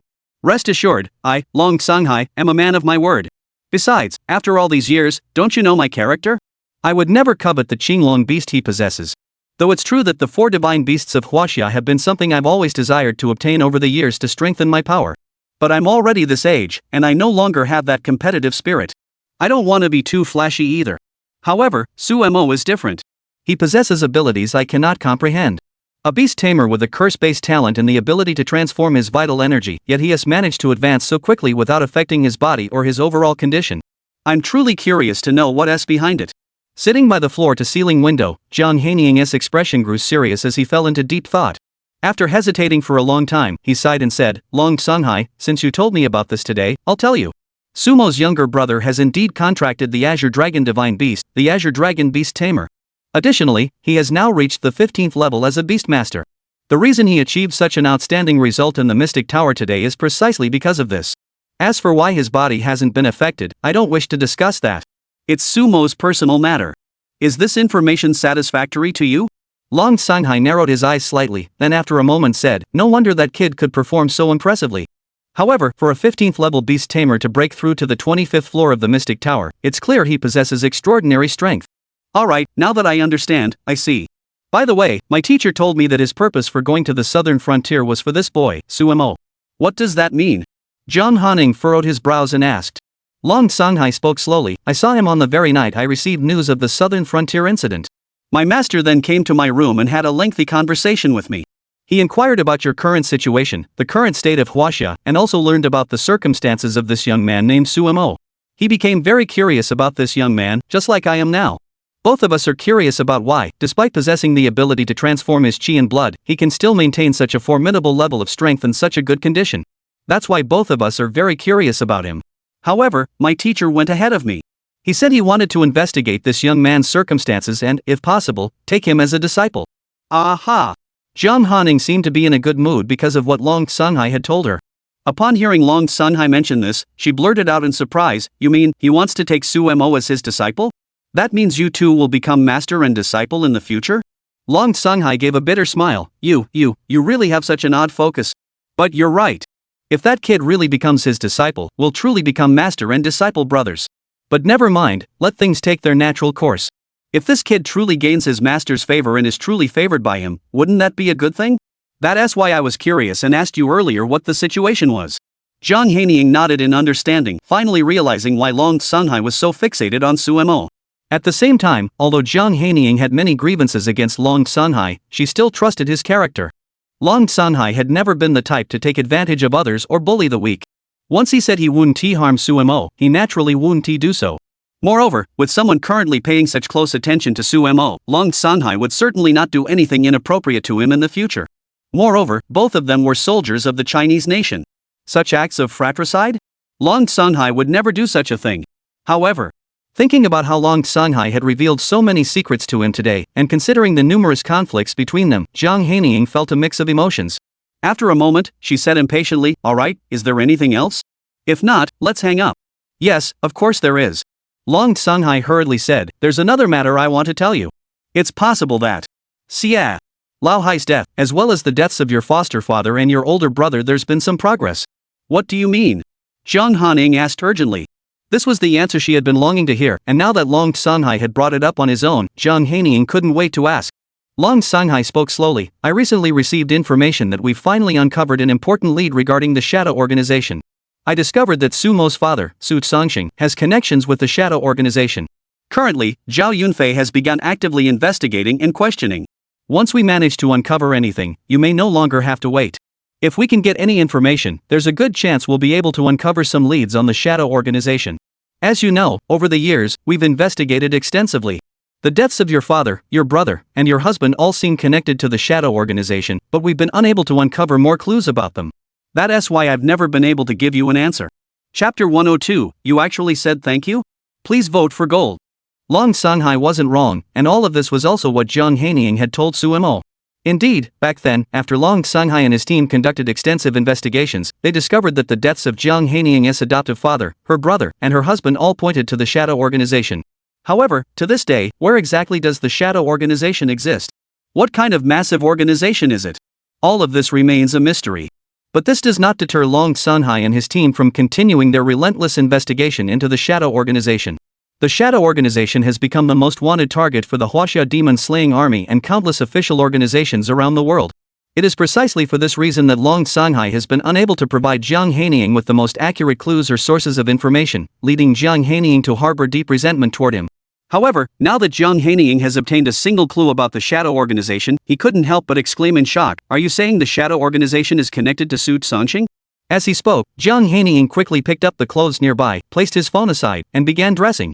Long Songhai, hearing the commotion, hurriedly said, "Jiang Hanying, are you going over there?" Jiang Hanying replied without hesitation, "Nonsense. Finally, I found out who killed my foster father, my brother, and my husband. Do you think I can just let this go?" Long Songhai pleaded urgently, "Jiang Hanying, calm down. I knew you'd try to investigate once you found out the truth or any clues. Have you ever considered why I told you about this? I didn't want you to investigate, I just wanted you to feel a little better. I just wanted you to understand that I, Long Songhai, have been investigating this matter all these years and have never given up. I didn't want you to act impulsively now and alert the enemy." Jiang Hanying's movements suddenly stopped. She froze in place, tears welling up in her eyes once more, falling one by one. Finally, she couldn't hold back any longer and knelt down on the ground, sobbing uncontrollably. Then what should I do? I've finally found an opportunity to avenge them. Am I supposed to just stand by and watch them continue to evade justice? Long Songhai sighed and said, I know you've probably found it very hard to accept this. You've been desperate to resolve it and investigate. But Jiang Hanying, I hope you can give me some time. Can you trust me? You want to avenge them so badly, and so do I. The pressure I've endured over the years, the things I face every day, aren't they just as severe as yours? I'm asking you to calm down and give me some time. Trust me, it won't be long before I uncover the truth behind this matter. I will not let the murderer continue to evade justice. Even if I have to face him myself. Upon hearing these words, Jiang Hanying calmed down. Especially when Long Songhai said, even if I have to face him, Jiang Hanying knew all too well the difficulties Long Songhai was facing. After a moment, she sighed and said slowly, alright, I understand. Is there anything else? If not, let us hang up. Long Songhai hesitated for a moment before saying, oh, right. The teacher has two purposes for going to Nanjing. First, the teacher has his own informants in the south, and he discovered that there might be traces of the shadow in the southern border region. Second, he went to check on that young man, Su Mo, as a way of protecting him. The teacher told me that this young man might very well become the key figure to save China in the future. Moreover, based on my investigations, I now have reason to suspect that the repeated beast waves that have struck the southern frontier over the years may also be connected to the Shadow Organization. Although beasts naturally exhibit pack behavior, a 3-year-long battle is highly unusual. With the teacher intervening this time, I believe the issues in the southern frontier will be resolved soon. At the same time, if things really get out of hand in the end, I will be the first to head to the southern frontier to resolve the matter. I can tell you care deeply about that young man, Su Mo. Rest assured, the teacher will ensure his safety, and I will do everything in my power to protect him as well. Jiang Hanying softly agreed and nodded.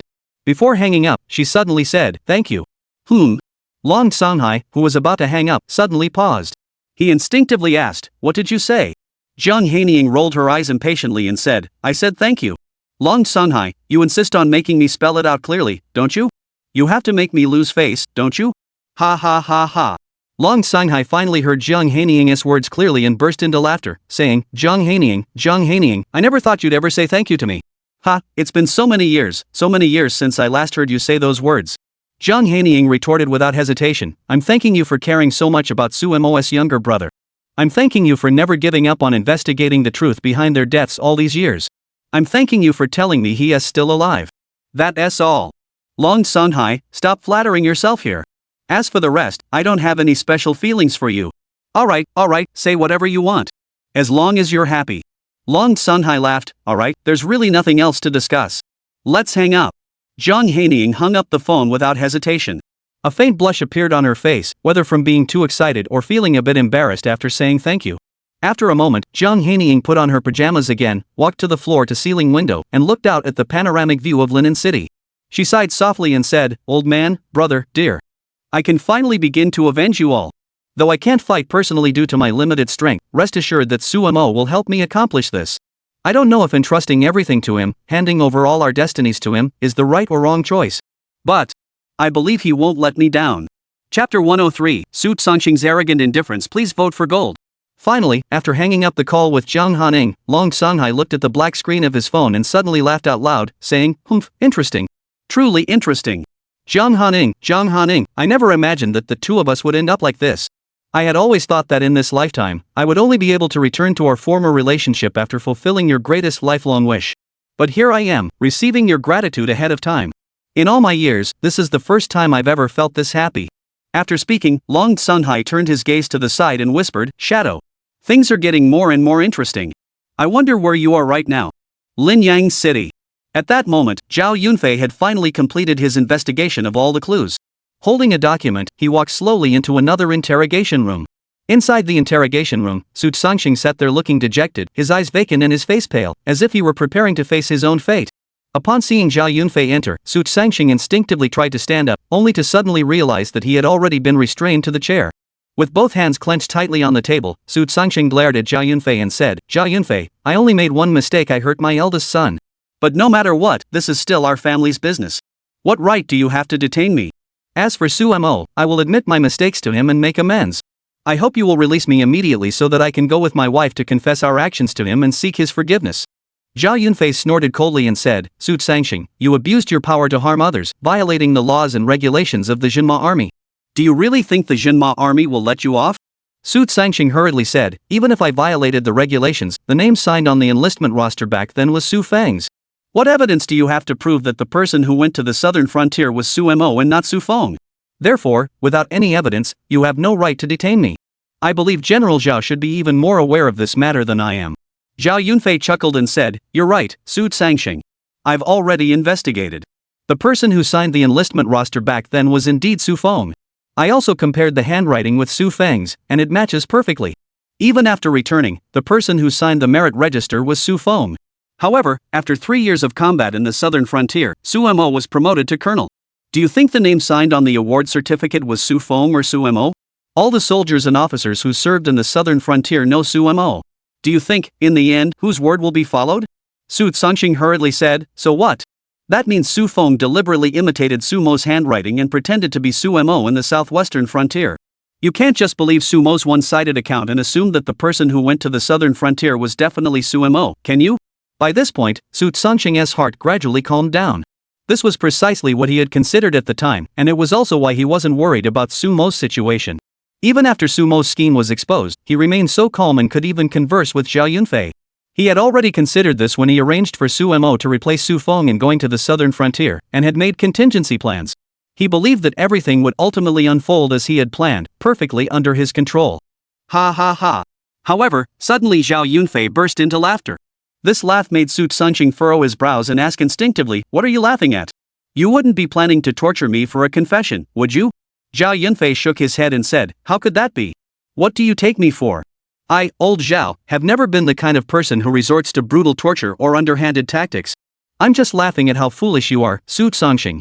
Do you really think everything you've done is flawless and no one will discover it? Do you really think everything you've done will go exactly as you planned? Su Sangxing felt a chill run down his spine, and an ominous began to linger in his heart. Healy asked, what do you mean? Zhao Yunfei finally threw all the evidence he had been holding onto Su Sangxing's desk. With a flick of his wrist, a bird flew out from behind Zhao Yunfei, flapping its wings to lift the documents on the table, revealing various photographs. Watching Su Sangxing's shocked expression, Zhao Yunfei spoke slowly, Su Sangxing, even the most meticulous plan has its flaws, doesn't it? Over the years, despite your caution, there was always a day when you would be exposed. General Long has already uncovered the long-standing communication between you and the informant of the Shadow Organization. Additionally, you used your wife Dongfang's company to forge someone's identity, collaborate with the company, and engage in constant transactions with the Shadow Organization. Dongfang's company seems to have sent a large amount of genetic agents to the Shadow Organization, doesn't it? Furthermore, we have discovered an overseas account belonging to you that has received numerous transfers from the Shadow Organization. You even used this money to secretly purchase multiple properties and acquire countless resources. Su Sangxing, the former Colonel Su, how do you explain all of this? Su Sangxing's face turned pale in an instant. He hurriedly said, how could you possibly investigate all of this? All these years, I've always acted in secret, and the funds have been transferred multiple times. There's no way anyone could have discovered this. Moreover, those properties and resources are not registered under my name. How could you possibly know about them? Zhao Yunfei laughed heartily at Su Sangxing, enjoying his embarrassment. Zhao Yunfei said, Su Sangxing, let me tell you, in this world, there's nothing we can't investigate. Do you really think you've covered all your bases? What a joke. All the evidence up there, I'm sure you're well acquainted with it yourself. I don't need to explain it to you in such detail, do I? Zhao Yunfei waved his hand, and the bird flying in front of him returned the notebook to his hands. Su Sangxing collapsed into his chair, lifting his head to look at Zhao Yunfei. After a moment, he suddenly burst into laughter. Chapter 104, Better Late Than Never. Please vote for gold. Oh? Seeing Su Sangxing suddenly smile, Zhao Yunfei narrowed his eyes and asked curiously, what's so funny, Colonel Su? Su Sangxing gave a cold laugh and said slowly, I'm laughing, because it took you all these years to discover this. I think you discovered it too late. I, Su Sangxing, have been enjoying it for so long. How should I put it? Su Sangxing lowered his head, fiddling with his fingers, then chuckled, I've had my fill. I don't care anymore. Besides, you dare not do anything to me. Zhao Yunfei asked curiously again, why are you so confident that I won't do anything to you? Su Sangxing chuckled, because over the years, every single member of the demon subduing army has been desperately trying to find the Shadow's existence, yet you've had no success. The Shadow is elusive and unpredictable. If it weren't for my own carelessness, I would never have believed you could find the Shadow Organization, let alone discover my various movements. Otherwise, why would you only come looking for me after all these years? Therefore, I can confidently assert that your next move will be to use me as bait, then use every means at your disposal to investigate the shadow's whereabouts, and eventually piece together the clues to take action against the shadow. Since that's the case, you certainly won't dare to do anything reckless to me. At this point, Su Songqing's mood improved. He crossed his legs, looked at Zhao Yunfei in front of him, and smiled. That's enough, General Zhao. There's no need to say any more. There's no need for us to test each other. I can assure you that you wouldn't dare to do anything to me. Since that's the case, what else do I have to worry about? Zhao Yunfei heard this and burst into laughter as well, clapping his hands and giving Su Songqing a thumbs up in admiration. Not bad, not bad. You truly live up to your reputation as Su Colonel. You analyze things so logically and systematically, it's truly your style. Su Shaojiang has relied on this for all these years, being meticulous and cautious, which is why he's managed to survive under the strict scrutiny of the demon-suppressing army without being discovered by us. However, Zhao Yunfei looked at Su Songqing, his eyes burning with intensity, speaking calmly, one word at a time. General Su, do you think your wife is the same as you? Working together with the shadows? If that's the case, then your wife will likely face the same fate as you, being detained by the demon-slaying army along with you. Oh, and your young son, Su Feng, will also have to undergo an investigation. As for Su Mo, he need not worry. Su Mo has always led a clean life from childhood to adulthood. During the 3 years you were in frequent contact with the Shadow Organization, Su Mo was in the southern frontier the entire time and has no reason to worry about our investigation. But the other 3 might not be so lucky. What are you planning to do? Su Songqing had been relatively calm up until now, but after Zhao Yunfei finished speaking, he immediately panicked. He hurriedly said, Zhao Yunfei, what are you doing? Don't you know that misfortune doesn't extend to one's family? I, Su Songqing, may have ties to the Shadow Organization, but my wife and children have never been involved. What exactly do you want to do? Zhao Yunfei laughed coldly. I just made it clear, and you analyzed it yourself.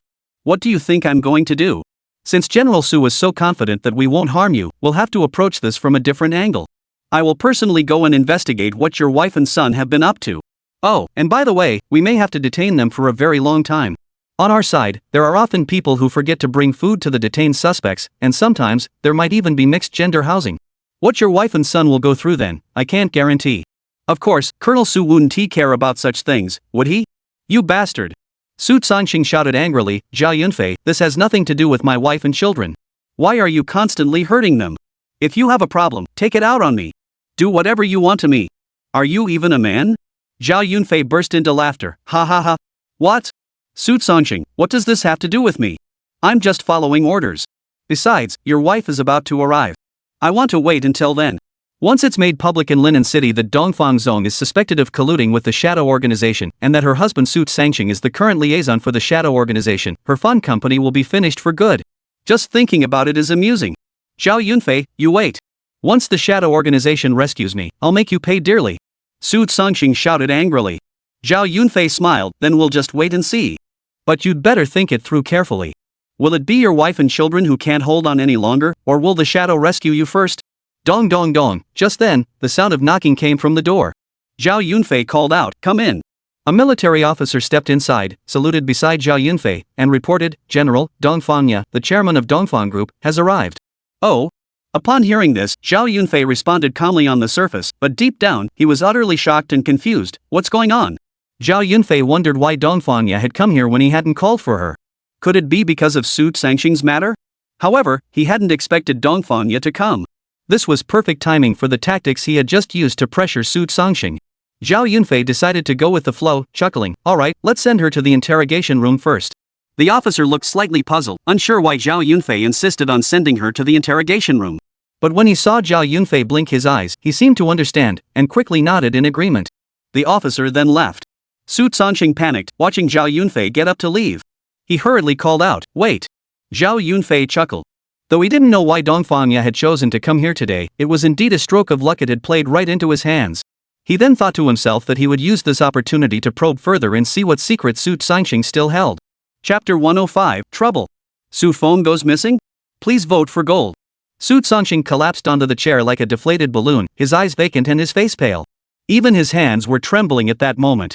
Su Songqing sighed deeply and said, just as well, Zhao Yunfei. I have information about several individuals connected to the Shadow Organization. They are all business owners in Linen City and influential figures in various industries. I will give you all their names, but... Su Songqing looked at Zhao Yunfei and, in a desperate attempt, said, Zhao Yunfei, I can tell you everything, but you must release my wife and children. I swear they are innocent and have never been involved with the shadow organization. I hope you will not let the innocents suffer and avoid bringing these matters upon them unnecessarily. Su Sangxing had completely given up on his future, his eyes filled with resignation as he said, by telling you this, I have already made it clear that I no longer need the shadow organization to save me. It also means I have abandoned any plans for future collaboration with the shadow organization. Does this guarantee my honesty? Zhao Yunfei thought for a moment and said, is that so? We'll see about that later. It depends on your behavior. As he spoke, he called out, someone come in. As soon as Zhao Yunfei spoke, an officer walked in from outside. He approached Zhao Yunfei and asked, General, what are your orders? Zhao Yunfei waved his hand. Get some paper and a pen. Have our Colonel Su write something down. After saying this, Zhao Yunfei glanced at Su Sangxing. Su Sangxing, I advise you not to play any tricks. Otherwise, I might do something reckless. With that, Zhao Yunfei left the interrogation room.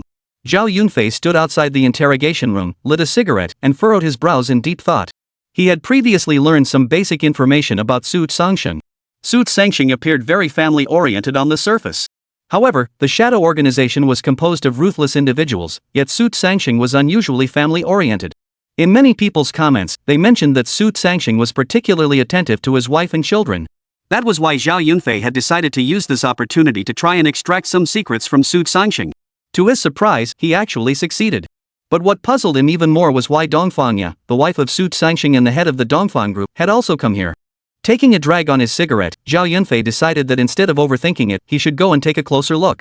After inquiring around, he headed toward the nearby interrogation room. As he approached the door of the interrogation room, he happened to see Dongfang Ya walking toward him from the opposite direction. Dongfang Ya's brows were furrowed as she looked at Zhao Yunfei and coldly said, General Zhao, why did you bring me here? I didn't come here as a suspect, did I? What Su Sangxing did had nothing to do with me. I also have a cooperative relationship with the demon-suppressing army.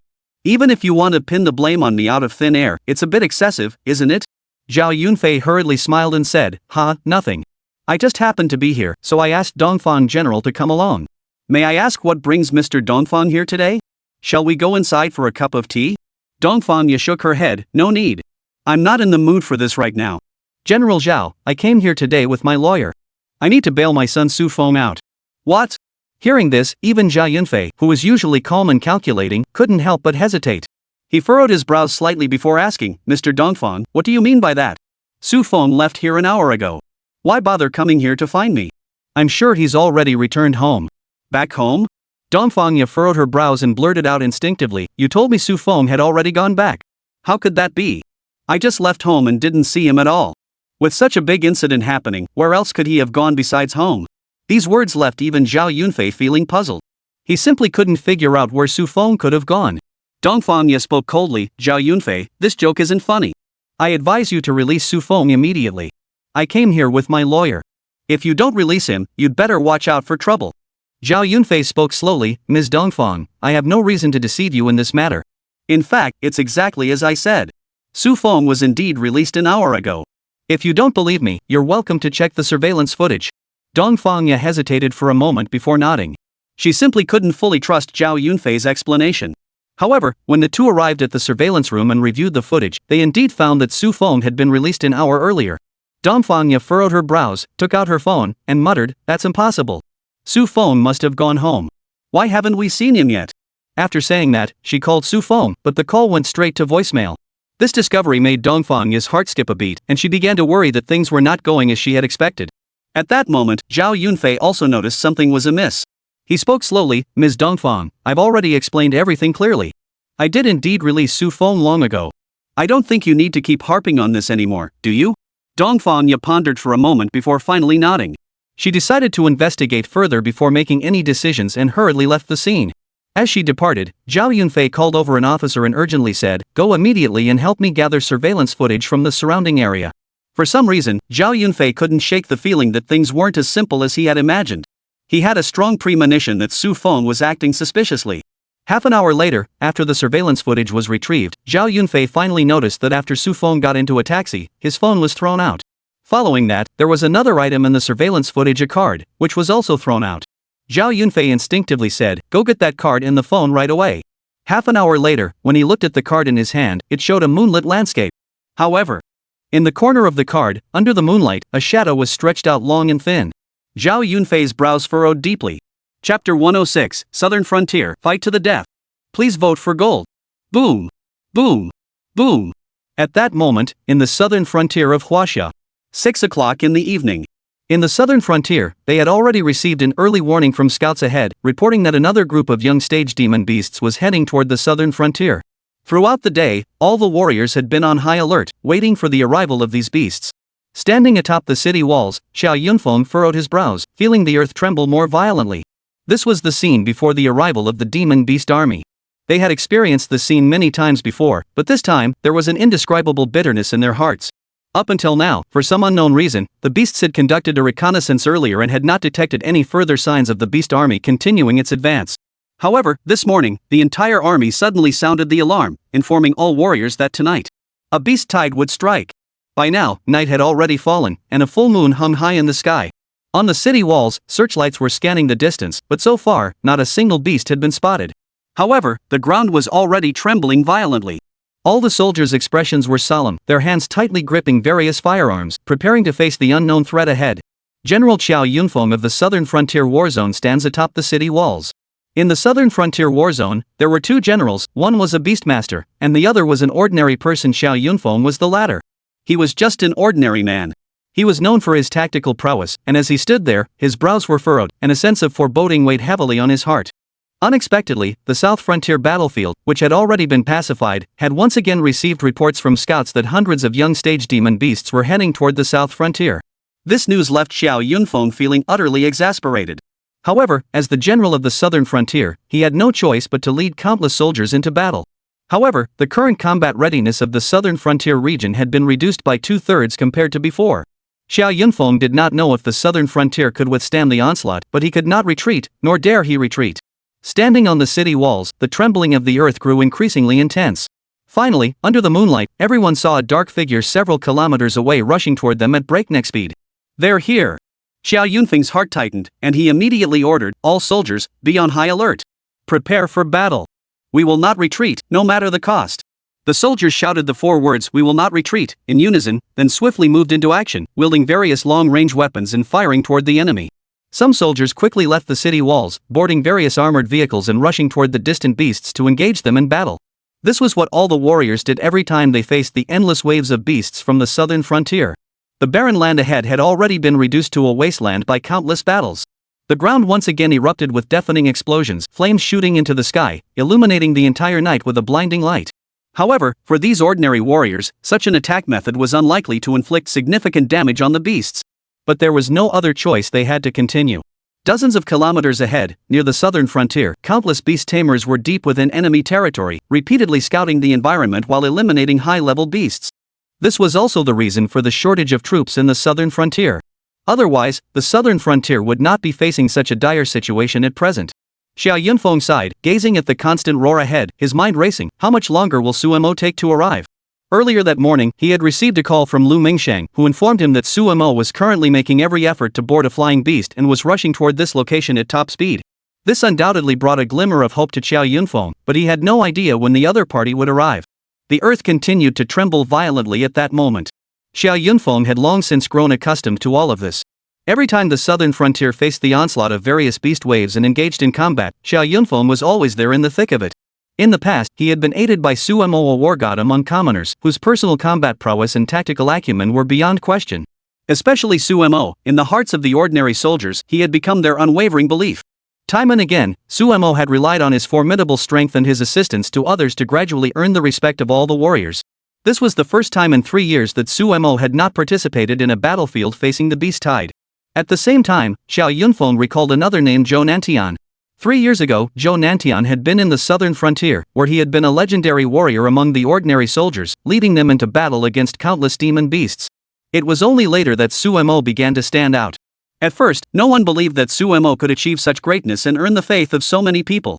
But he was like that time and again, he relied on his own formidable strength to ultimately attain his current status and position. Thinking of this, Xiao Yunfeng couldn't help but recall the events of half a year ago, when Zhou Nantian lost his life.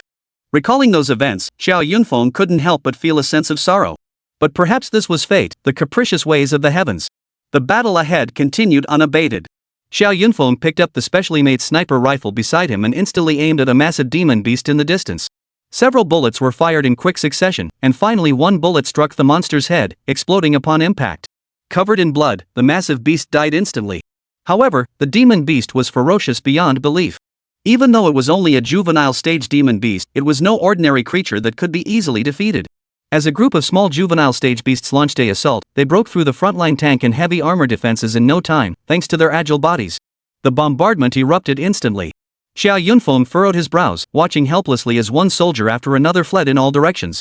However, the beasts showed no mercy, attacking any living creature in sight with relentless fury. Within just a few minutes, the information reaching Xiao Yunfeng indicated that at least hundreds of warriors had already fallen on the battlefield ahead.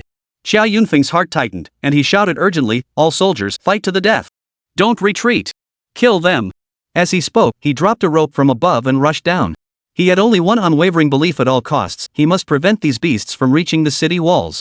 If they were to arrive, Xiao Yunfeng and the others would be met with the collapse of the city walls. By then, the consequences they would face would be far more severe than anything they were currently enduring. 100 miles behind the city walls lay a city where tens of thousands of residents were living. How could Xiao Yunfeng possibly allow these civilians to be trapped in such a dangerous area? Even if it meant sacrificing his own life, he would defend the homes and lives of those behind him. Chapter 107, that's the hope of survival. Please vote for gold. Roar! Roar! Roar! The deafening roars of countless beasts echoed across the entire sky, hundreds of meters away from the city walls.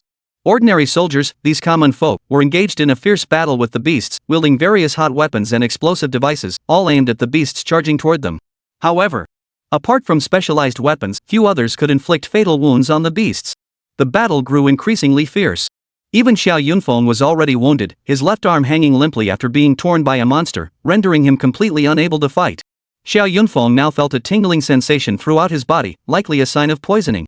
He refused to retreat, seeing countless warriors around him who had been injured in the past half hour of battle, many lying on the ground with severe injuries, barely clinging to life, their eyes vacant, as if they had already given up hope for their own survival. Nearly a month earlier, in the southern frontier, after conducting some reconnaissance and confirming that no large-scale demon beast attacks were imminent, Xiao Yunfeng had ordered the countless soldiers and officers who had enlisted over the past 3 years to leave the area. However, little did they expect that today, they would once again be faced with a demon beast attack. Although the scale of the attack was not as massive as any of the previous 3 years, it was by no means something that could be withstood with only a third of the original force remaining. The southern frontier now has only a few thousand soldiers, and most of them have already been killed or wounded. Xiao Yunfeng's heart tightened, and he couldn't help but think with sorrow, could it be that? Is the southern frontier doomed to fall today? Endless feelings of resentment surged within him. Damn it! Brothers, we must not retreat. Behind us are the people of China, the lights of countless homes. If we retreat now, at least millions of people will die in this battle, killed by these demonic beasts. We must hold on. Xiao Yunfeng felt deeply distressed. Earlier, large numbers of beast tamers had also departed in large groups, leaving only a few small teams behind. They had ventured deep into the enemy territory to eliminate the remaining high-ranking beasts, as reconnaissance had revealed that within a 100-mile radius, there were still many beasts of relatively high rank. Another general was the overall commander leading these beastmaster squads. Xiao Yunfeng thought sadly to himself that this time, it was indeed a strategic mistake in command between him and the other general. If they had left behind a beastmaster squad, they might not have faced such a dire outcome today. Those who had ventured deep into the heartland had already lost all contact with them. Even if Xiao Yunfeng desperately wanted to find them and inform them to hurry back, it would be extremely difficult. All the warriors around him couldn't help but feel sorrowful at that moment. How could they not understand the bitterness in Xiao Yunfeng's heart? How could they not understand that if they were defeated today, once the city walls fell, the countless civilians behind them would inevitably suffer? For centuries, even generations before, the soldiers of Huaxia had always been willing to sacrifice themselves. How could they possibly bear to see countless Chinese civilians suffer harm, or be attacked by various monsters and die a tragic death? Brothers, charge! Today, we'll die if we must. I'll give my life to make sure these beasts die in the southern frontier. That's right. My wife and daughter are still living in the cities behind us. How could I possibly allow these beasts to endanger their safety? Today, even if I die, I will make them pay for this. The Chinese demon-slaying army will fight to the death. Fight to the death. Countless demon-slaying army soldiers shouted in unison, chanting one slogan after another. That emotion spread through everyone's hearts, and for some reason, the warriors' resolve was reignited. Everyone grabbed their weapons and charged forward madly, facing the demons ahead. Roar! But it was the roar of a dragon that echoed through the air, causing all the warriors, including Xiao Yunfeng, to freeze in place. Everyone looked up, gazing toward the distant sky. It was already past 8 o'clock at night, and the sky was dark, but faintly, under the bright moonlight, they could see a black dot flying swiftly toward them from several miles away. Upon hearing the dragon's roar that had just echoed through the air, everyone felt a sense of fear welling up within them, a suppression of their bloodline. Even ordinary humans were overwhelmed by the overwhelming aura, struggling to breathe. What is that? A warrior reacted first and spoke up. Countless warriors looked up simultaneously, only to discover that all the beasts ahead had suddenly dropped to the ground, trembling violently. None dared to lift their heads to gaze at the distant sky. The warriors were suddenly stunned, and a chaotic murmur erupted among them. What's going on? What is that? Could it be a new type of magical beast? What kind of monster could possess such overwhelming power, causing the monsters we're currently facing to prostrate themselves on the ground and dare not move? This must mean it's at least the leader of this group of beasts, their boss. Oh no! We can't even fight these young beasts. How can we possibly face such high-ranking beasts? What should we do? Is the southern frontier doomed to fall today? Damn it! Are the people of Huaxia destined to be trampled under these beasts, to suffer their attacks? Why? We surveyed the area a month ago and confirmed there shouldn't be this many beasts. Why have they all gathered here today? Mother! Your son is unworthy. I can't go back to fulfill my filial duty. I hope you and father can live well from now on. I'm sorry. The family line will end with you. No! But suddenly, as all the warriors had lost all hope for survival, one warrior reacted. He shouted to those around him, "Everyone, did you notice? That direction isn't that China? He came from China. Could it be that he's a beast tamer from China? A beast tamer? What?" All the warriors snapped out of their daze, their expressions filled with shock. They suddenly realized that what had arrived was not a demon beast, but hope for survival. Chapter 108, Suemo arrives. The demon beasts submit. Please vote for gold. Sitting atop the back of the azure dragon, Suemo furrowed his brows, his heart filled with worry. Ever since he received news of the southern frontier incident this morning, Suemo had been constantly worried about the situation there, fearing that the southern frontier might be in danger. Especially the countless warriors who had once fought alongside him. Suemo cared deeply for them. These were his comrades in arms, brothers who had shared life and death with him. Suemo fully understood the efforts they had made to protect the safety of countless families. Over the past 3 years, he had shared all of this with these warriors. Now, with the beast tide approaching, how could Suemo possibly want to see everyone get hurt again? If Suemo hadn't awakened his Beastmaster talent earlier, he might have genuinely worried that even if he managed to get here, he might not be able to save many people. But the current Suemo no longer needed to worry about such things. As a beast tamer, he is incredibly powerful and possesses 2 innate abilities, Chi Blood Reincarnation and Chi Blood Healing. Suemo is confident that he will definitely save countless lives today. However, as he sat atop the Qinglong's back, he also felt the numerous conveniences that the Qinglong, as a flying-type beast tamer, provided him. The little Qinglong is truly powerful. As a member of the Qinglong divine beast lineage, one of the 4 divine beasts, its flying speed is unmatched. In the blink of an eye, it had covered thousands of kilometers in less than 10 hours, arriving at the southern border of China. At the same time, Suemo also felt many flying beasts in the wilds of China attempting to attack him from the sky. However, these flying beasts were not particularly powerful. Those stronger ones had already been eliminated by countless beast tamers from China during various missions over the years. This made things a bit easier for Suemo. Additionally, these low-level flying beasts were all driven away by a single dragon's roar from Xiao Qinglong, fleeing swiftly and daring not to linger for even a moment. Suemo finally felt the overwhelming pressure emanating from the Qinglong bloodline. At present, the little Qinglong is only at the 8th stage of the juvenile realm, but any magical beast that has not reached the mature realm dares not even lift its head in its presence. Earlier, when Suemo flew closer, he suddenly saw the situation in the forest ahead and several miles away. He witnessed the scene unfolding beyond the southern border city walls. As he watched the roaring battles and countless demon beasts viciously attacking all the southern frontier warriors, Suemo clenched his teeth, his heart tightening. He had an ominous, roughly judging that his comrades in arms, those he had fought alongside and lived with through life and death, were now facing a dire threat. Without hesitation, Suemo focused his mind and commanded Xiao Qinglong to release a dragon's roar. The dragon's roar had immense penetrating power, instantly causing countless demonic beasts to crawl to the ground. This relieved Suemo slightly, finally allowing him to relax a little, but he was far from completely at ease. Suemo could already imagine that many warriors were likely injured at this moment. For the Qi and Blood Healing Array, Suemo was powerless to save those who had already died. However, for the wounded warriors still clinging to life, Suemo was determined to spare no effort to revive them. Suemo acknowledged that he was not a saintly person and should not blindly sacrifice himself to save everyone. However, he must not forget that he possessed infinite resurrection, and as an immortal being, he had no need to worry about the effects of the Qi Blood Healing Array on his body. Moreover, it is precisely because of their sacrifices, their selflessness and bravery, and their willingness to give everything they have, that the current peace and prosperity of China are possible. How could Suemo possibly bear to see these people die here? Finally, with a flick of his thoughts, the little green dragon soared to the highest point above all the demon beasts. Suemo moved his thoughts, and through his mental power, he controlled the little green dragon to let out another roar. The roar of the little green dragon instantly forced back the hundreds of young demon beasts in front of it. Countless young demon beasts scrambled to their feet and fled the area in a panic, daring not to linger and cause further harm.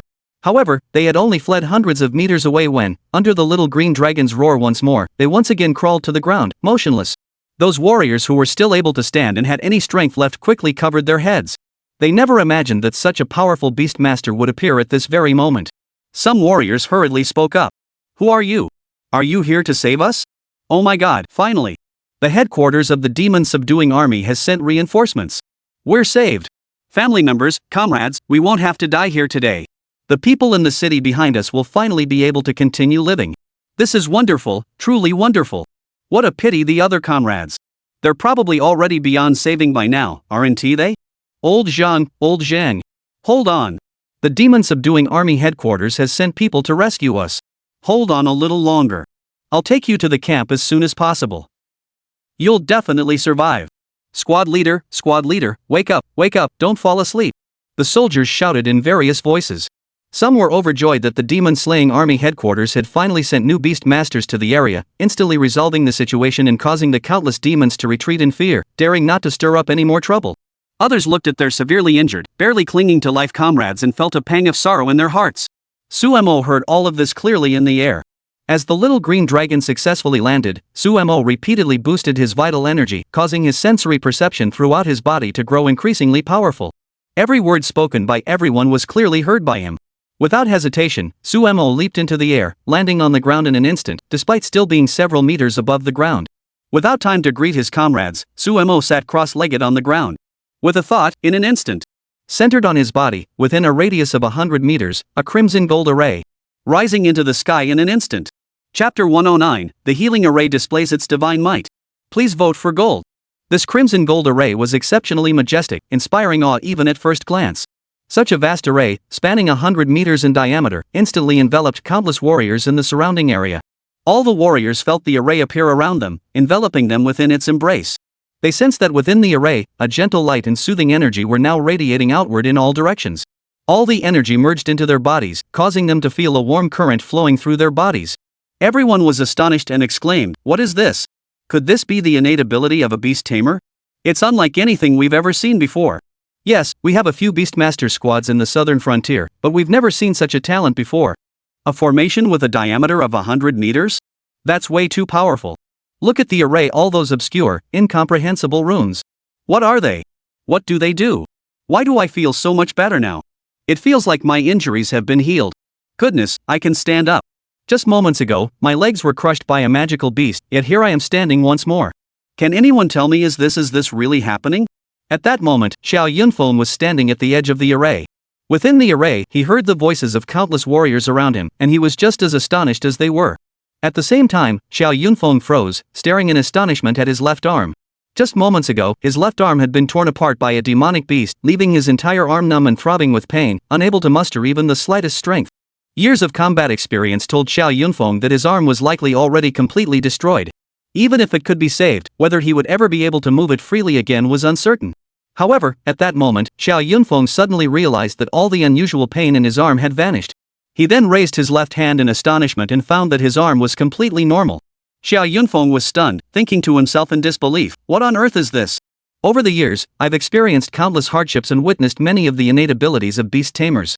I've even seen many healing-type beast tamers, but I've never seen such a powerful array, let alone a large-scale healing array like this. Who is this person? Could he be Suemo?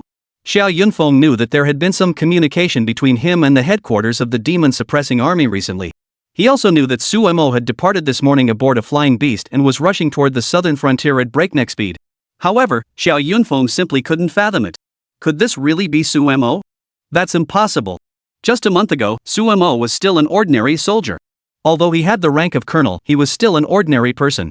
How could he have become so powerful in less than a month? Although he had learned from Lu Mingsheng that Suemo had become a beast tamer, it couldn't be that strong, could it? Xiao Yunfeng peered cautiously, trying to catch a glimpse of who was at the center of the large formation ahead. However, he couldn't see anything clearly now. There were too many people. Thousands of warriors had gathered here. In the sea of people, how could he possibly see who had appeared in front of him? Looking back at Suemo, he had activated the Qi Blood Healing Array, and could freely adjust the array's overall range based on his intent and Qi Blood levels. Suemo had already clearly seen the situation on the ground when he was about to reach this side. In the initial battle zone in the distance, countless warriors had already fallen, while some wounded warriors, supported by their comrades, were rushing swiftly toward the main camp. That's why Suemo chose the very center of all the warriors and released the Qi Blood Healing Array. This was the first time he had ever released such a large-scale healing array. At the same time, he felt his own Qi and blood values depleting rapidly. In the blink of an eye, half a minute had passed, and Sumo's Qi and blood reserves were completely depleted. Gritting his teeth, Suemo exhausted all his Qi and blood, and with a thunderous roar, he activated the Qi and blood healing array once more. In agony, the crimson gold array shot into the sky once more, splitting forcefully into 2 layers, enveloping everyone within. Gentle energy surged into the bodies of the countless injured warriors. Suemo could sense the physical condition of every person within the array. At the same time, he discovered that the healing array could perform individual treatments. In other words, Suemo could now heal humans, beast tamers, or demon beasts at will. However, as the healing continued, Sumo's body grew increasingly weak. He then summoned the small green dragon that had just descended from the sky and wrapped himself in its true form. Under the dragon's protection, all the warriors outside could no longer see Sumo's condition. The reason Suemo did this was precisely to prevent his innate ability of immortality from being exposed to others.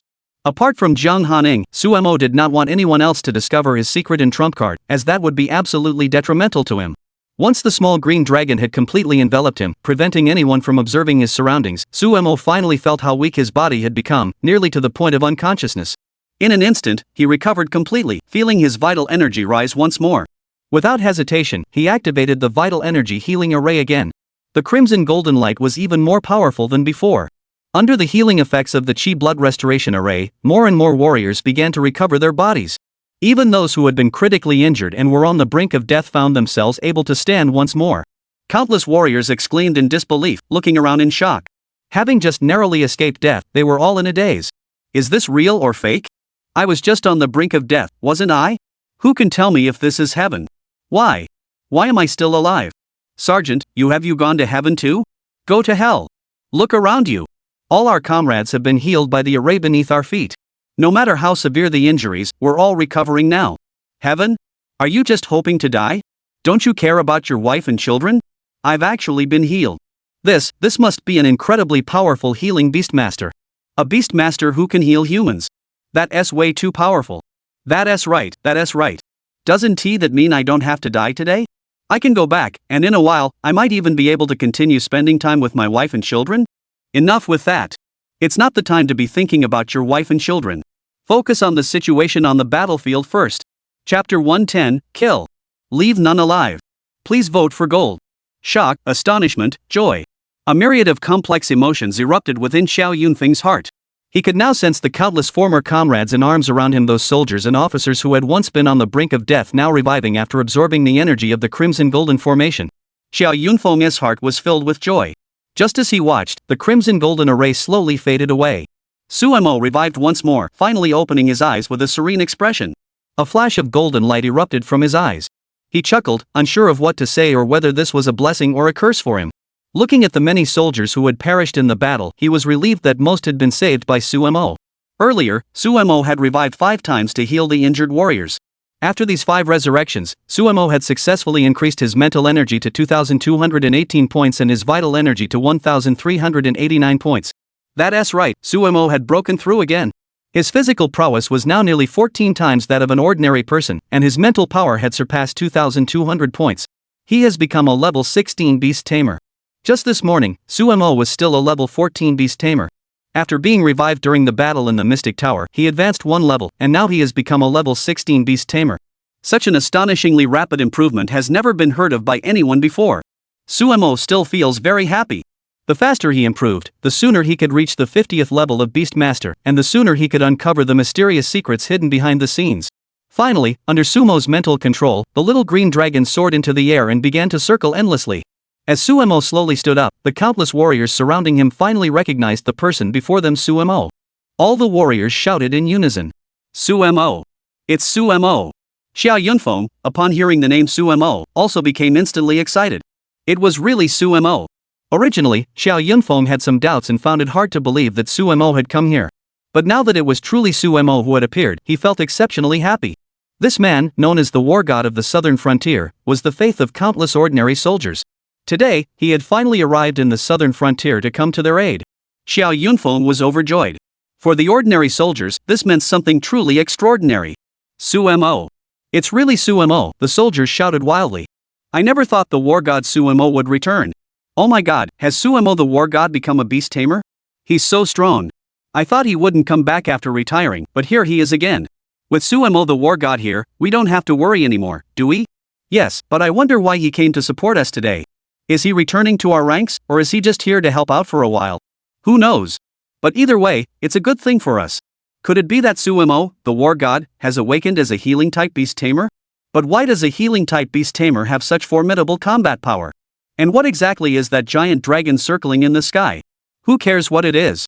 We're finally going to win this battle against the demon beast invasion. Isn't that more worth celebrating than anything else? At the same time, some warriors reacted and stood at attention, saluting on the spot before shouting out with a serious expression. Welcome the war god Sumo to reinforce the southern frontier. With each shout, more and more warriors joined in, all bellowing the 4 words welcome the war god in unison, their voices echoing across the heavens. One familiar face after another appeared, and Sumo smiled as he felt the familiarity and warmth of his former comrades. Although he had been away from the southern frontier for less than a month, the time he had spent with these comrades, the hardships, the struggles, and the bitter experiences had never been forgotten. Sumo felt an overwhelming sense of nostalgia and joy. Finally, from the crowd, Xiao Yunfeng stepped forward. Upon seeing Xiao Yunfeng, Sumo hurriedly saluted and said, General, it's been a long time. Xiao Yunfeng chuckled, returned the salute, then walked up, patted Sumo on the shoulder, and after giving him a once-over, said, You kid, you've changed a lot in just a month. I feel like you're stronger now. This must be the power you've gained since becoming a beast tamer, right? That's impressive. But thank you. Sumo laughed heartily and said, General, why are you saying that? I, Sumo, am a soldier for life. For the people of China, for all our comrades in arms, isn't this what we should be doing? There's no need for you to say more. Oh, right, give me some time. As he spoke, Sumo turned his head toward the south, and the soldiers beside him instinctively made way for him. As the path opened up, Sumo saw hundreds of quiet magical beasts crawling on the ground in the distance. Not a single one of these beasts had dared to move. This was all due to the bloodline pressure exerted by Sumo's beast controlling little Qinglong. Seeing the beasts lying on the ground, Sumo sneered and said, a bunch of insignificant beasts dare to invade my southern frontier. Dare to invade my Chinese homeland. Today, you will pay the price. With a loud shout, Sumo soared into the air, followed by the thunder dogs, who appeared alongside him on the back of the azure dragon. Sumo spoke slowly, Little Fat, let's go. These demon beasts, not a single one shall be spared today. The little green dragon hesitated not a moment, let out a dragon's roar, and charged forward. In the blink of an eye, they had covered 100 meters, and the young Qinglong had already reached a distance of about 20 meters above all the demon beasts. Sumo patted the thunder dog beside him, chuckled, and said, Lightning, the rest is up to you. The thunder dog barked twice, and the lightning energy on its body flickered for an instant. Then, its form vanished from the dragon's back. Chapter 111, Farewell to the Martyrs, Rest in Peace, Please Vote for Gold. Sumo not only relied on the enhanced physical attributes granted by his rising vital energy, but also observed the battle trajectory of the Thunderhound with his own eyes, capturing every detail of the fight. He could also share the visual perception of the Thunder Dogs through his mental connection with them, thereby experiencing the entire battle scene. This was the immense power granted by the dual cultivation of beast taming and martial arts. The Thunder Dogs were currently amidst countless demon beasts, their bodies flickering with lightning, leaving only afterimages behind them. These movements were too fast for ordinary people to keep up with. The countless warriors around them, including officers and generals like Xiao Yunfeng, were all utterly shocked, exclaiming, Goodness, is this what true strength looks like? How did Sumo become so powerful in just a month? Yes, who could have imagined that Sumo has now become a beast tamer? But wasn't the ability he just demonstrated his healing power? Why is his combat ability so strong? Oh my god, I think I saw a glimpse of that beast. Wasn't that a thunder dog? But it was just a common grade thunder dog, right? How could it suddenly possess such powerful combat strength? And what kind of dragon is the dragon-shaped beast Sumo is riding now? More and more people were left in awe, everyone was hesitant and astonished by the combat prowess Sumo had displayed. Regardless, though everyone was shocked, they were also secretly delighted, for they knew that today they had finally defended the southern frontier and no longer had to worry about its fall endangering the countless civilians behind them. They were particularly delighted. Just a few minutes later, the hundreds of demon beasts and magical beasts before them all fell to the ground, lifeless. The thunder dogs were far too powerful.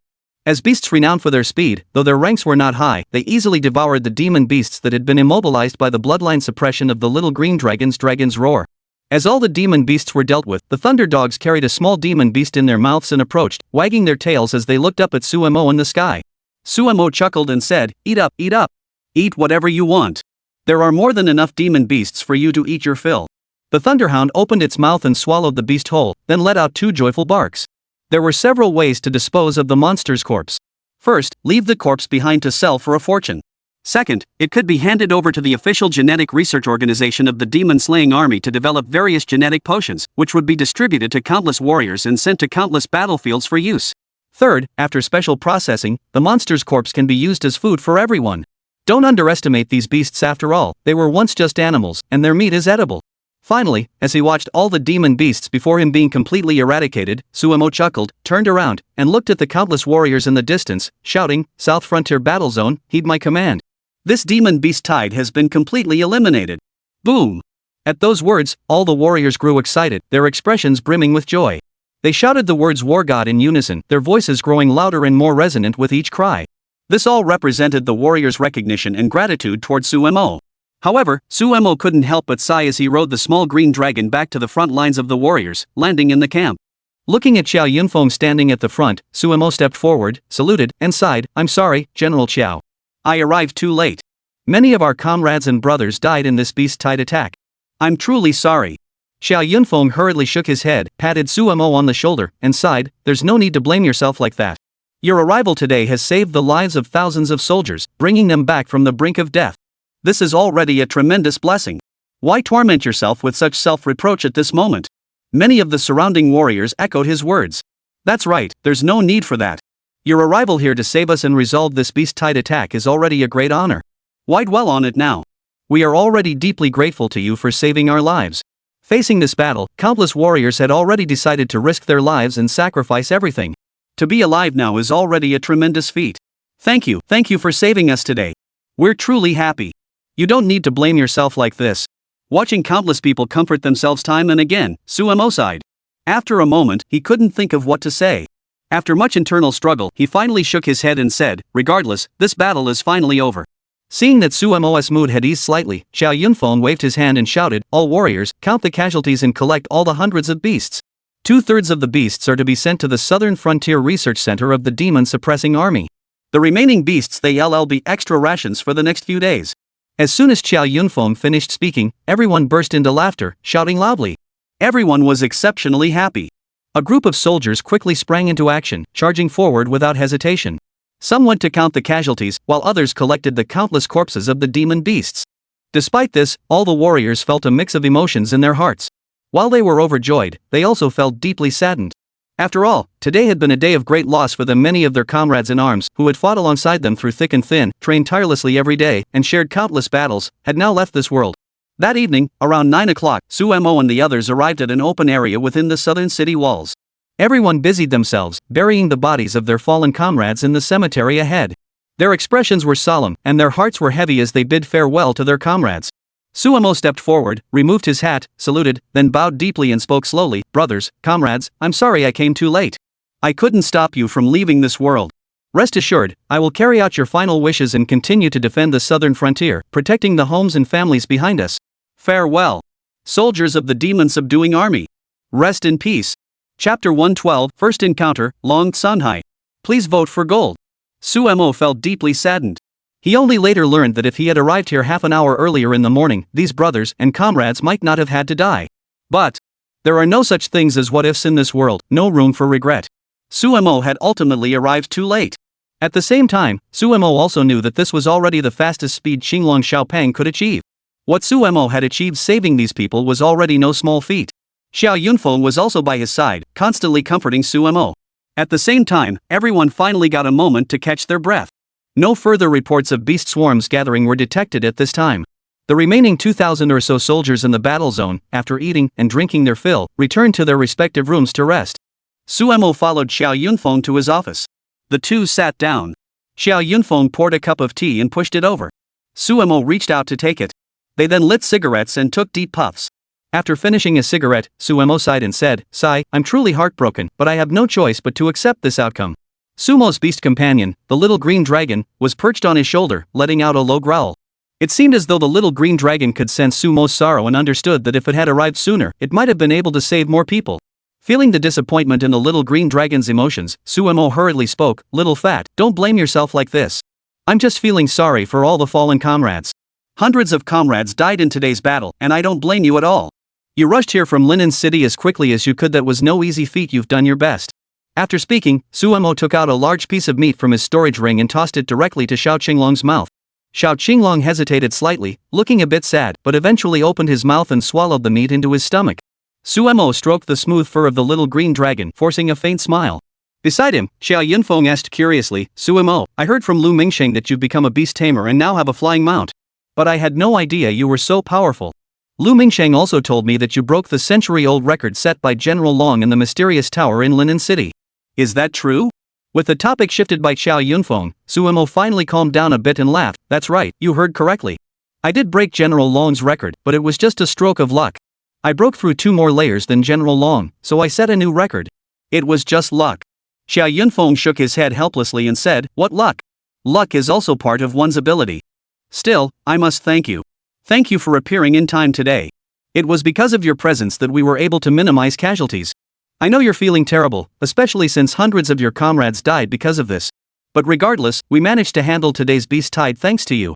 If you hadn't been there, the casualties would have been even greater, and it might have led to the fall of the southern frontier, endangering the lives of countless civilians behind us. Therefore, you deserve all the credit for today. I have already reported your actions to the demon-slaying army headquarters after the battle. General Long is now aware of your situation." Just as he finished speaking, Xiao Yunfeng's phone rang. He picked up the phone, stood up hurriedly, glanced at Suemo, and smiled, saying, "Speak of the devil, it's General Long's call." Suemo also stood up and stood beside Xiao Yunfeng. After answering the video call, Suemo immediately saw Long Sanhai on the screen. Long Sanhai was younger than he had imagined. Despite having lived for a century, Suemo had assumed Long Sanhai would be an old man with white hair, but now he realized he had overthought it. Long Sanhai had the appearance of a typical middle-aged man, with a serious expression. Even through the video call, Suemo could sense the aura of authority emanating from him. Suemo clearly understood that this was undoubtedly the aura cultivated by Long Sanhai through years of battle. It must be said that Long Sanhai truly deserves admiration. Having protected the Chinese land from invasion for a century, safeguarding the homes and lives of countless people, Long Sanhai deserves such respect. Suemo and Xiao Yunfeng hurriedly saluted and shouted in unison, "General Long." In the scene, Long Sanhai returned the salute with a smile and said, "No need to be so formal. You must be Suemo, right? To be honest, over the past 3 years, I have already heard of your abilities, your reputation, and your experiences, but I have never had the opportunity to meet you in person. To meet you today, you truly live up to your reputation." Suemo smiled modestly and said, "General Long, you're too kind. I'm just an ordinary young man. There's nothing about me that deserves such praise. It actually makes me feel a bit embarrassed." "An ordinary young man?" Long Sanhai waved his hand. "I've never heard of a beast tamer with dual talents calling himself ordinary. Why are you being so humble in front of me, Long Sanhai?" After a moment of silence, Sumo's expression grew serious. He hadn't expected Long Sanhai to have figured out his dual talents. But then again, he had instantly activated the Qi blood healing array upon arriving here today, so Long Sanhai must have noticed. Then, Suemo scratched his head awkwardly and laughed, "General Long, I didn't mean to hide anything or be humble. Compared to your 3 talents, my dual talents are nothing." Long Sanhai waved his hand and said, "Enough with the modesty. I'm actually quite curious about what your second natural talent is and how you awakened it. Why don't you tell me about it? General Xiao Yunfeng told me about it, but I haven't been able to analyze it, nor have I found any records about this talent in any documents." Suemo hesitated slightly, turned his head, and glanced sideways at Xiao Yunfeng beside him. Before Xiao Yunfeng could speak, Long Sanhai interjected with a smile, "Enough with the evasions and hesitations. Xiao Yunfeng has been with me for so many years. He is the most trustworthy person. Otherwise, I wouldn't have entrusted him with such an important mission in the southern frontier, or he is responsible for guiding such a crucial region." Indeed, Suemo had been a bit concerned earlier that revealing too much might arouse excessive suspicion from Xiao Yunfeng's side. After all, for a beast tamer, protecting one's privacy is of utmost importance.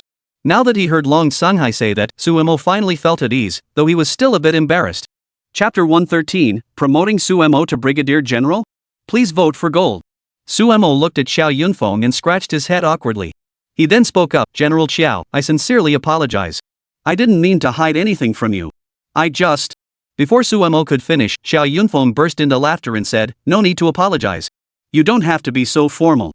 After all, for you beast masters, keeping your abilities a secret is something you must do. However, you really don't need to worry so much. Besides, I've been with General Long for all these years, and nothing has ever gone wrong. Just rest assured my lips are tighter than a lock. Suemo chuckled and realized he had indeed been a bit impulsive. He hurriedly said, it was my fault for being so rash. Please don't take it to heart, General Qiao. Then, Suemo finally looked ahead and said slowly, General Long, the second talent I awakened is called Qi Blood Healing. Oh? Qi Blood Healing? What is that? General Long Sanhai asked curiously. Suemo explained in detail, it's an ability. When activated, it consumes one's own qi and blood to heal all designated creatures within the healing array. The range of the healing array increases with the rank of the beast master and their qi and blood value. Even if the creatures within are on the brink of death, whether they are the beast master's beasts or humans, they will be healed. Additionally, the more qi and blood infused, the more powerful the healing effect becomes. Today, I used this ability to heal all my comrades who were lightly or severely injured. Upon hearing this, Long Sanhai remained silent, but Xiao Yunfeng was utterly shocked. He looked at Suemo in astonishment, his pupils suddenly contracting. After a moment, he finally spoke, using your own vital energy, using your own life to heal them? Aren't you treating your own life as if it were worthless? Suemo chuckled and said, their lives are also important.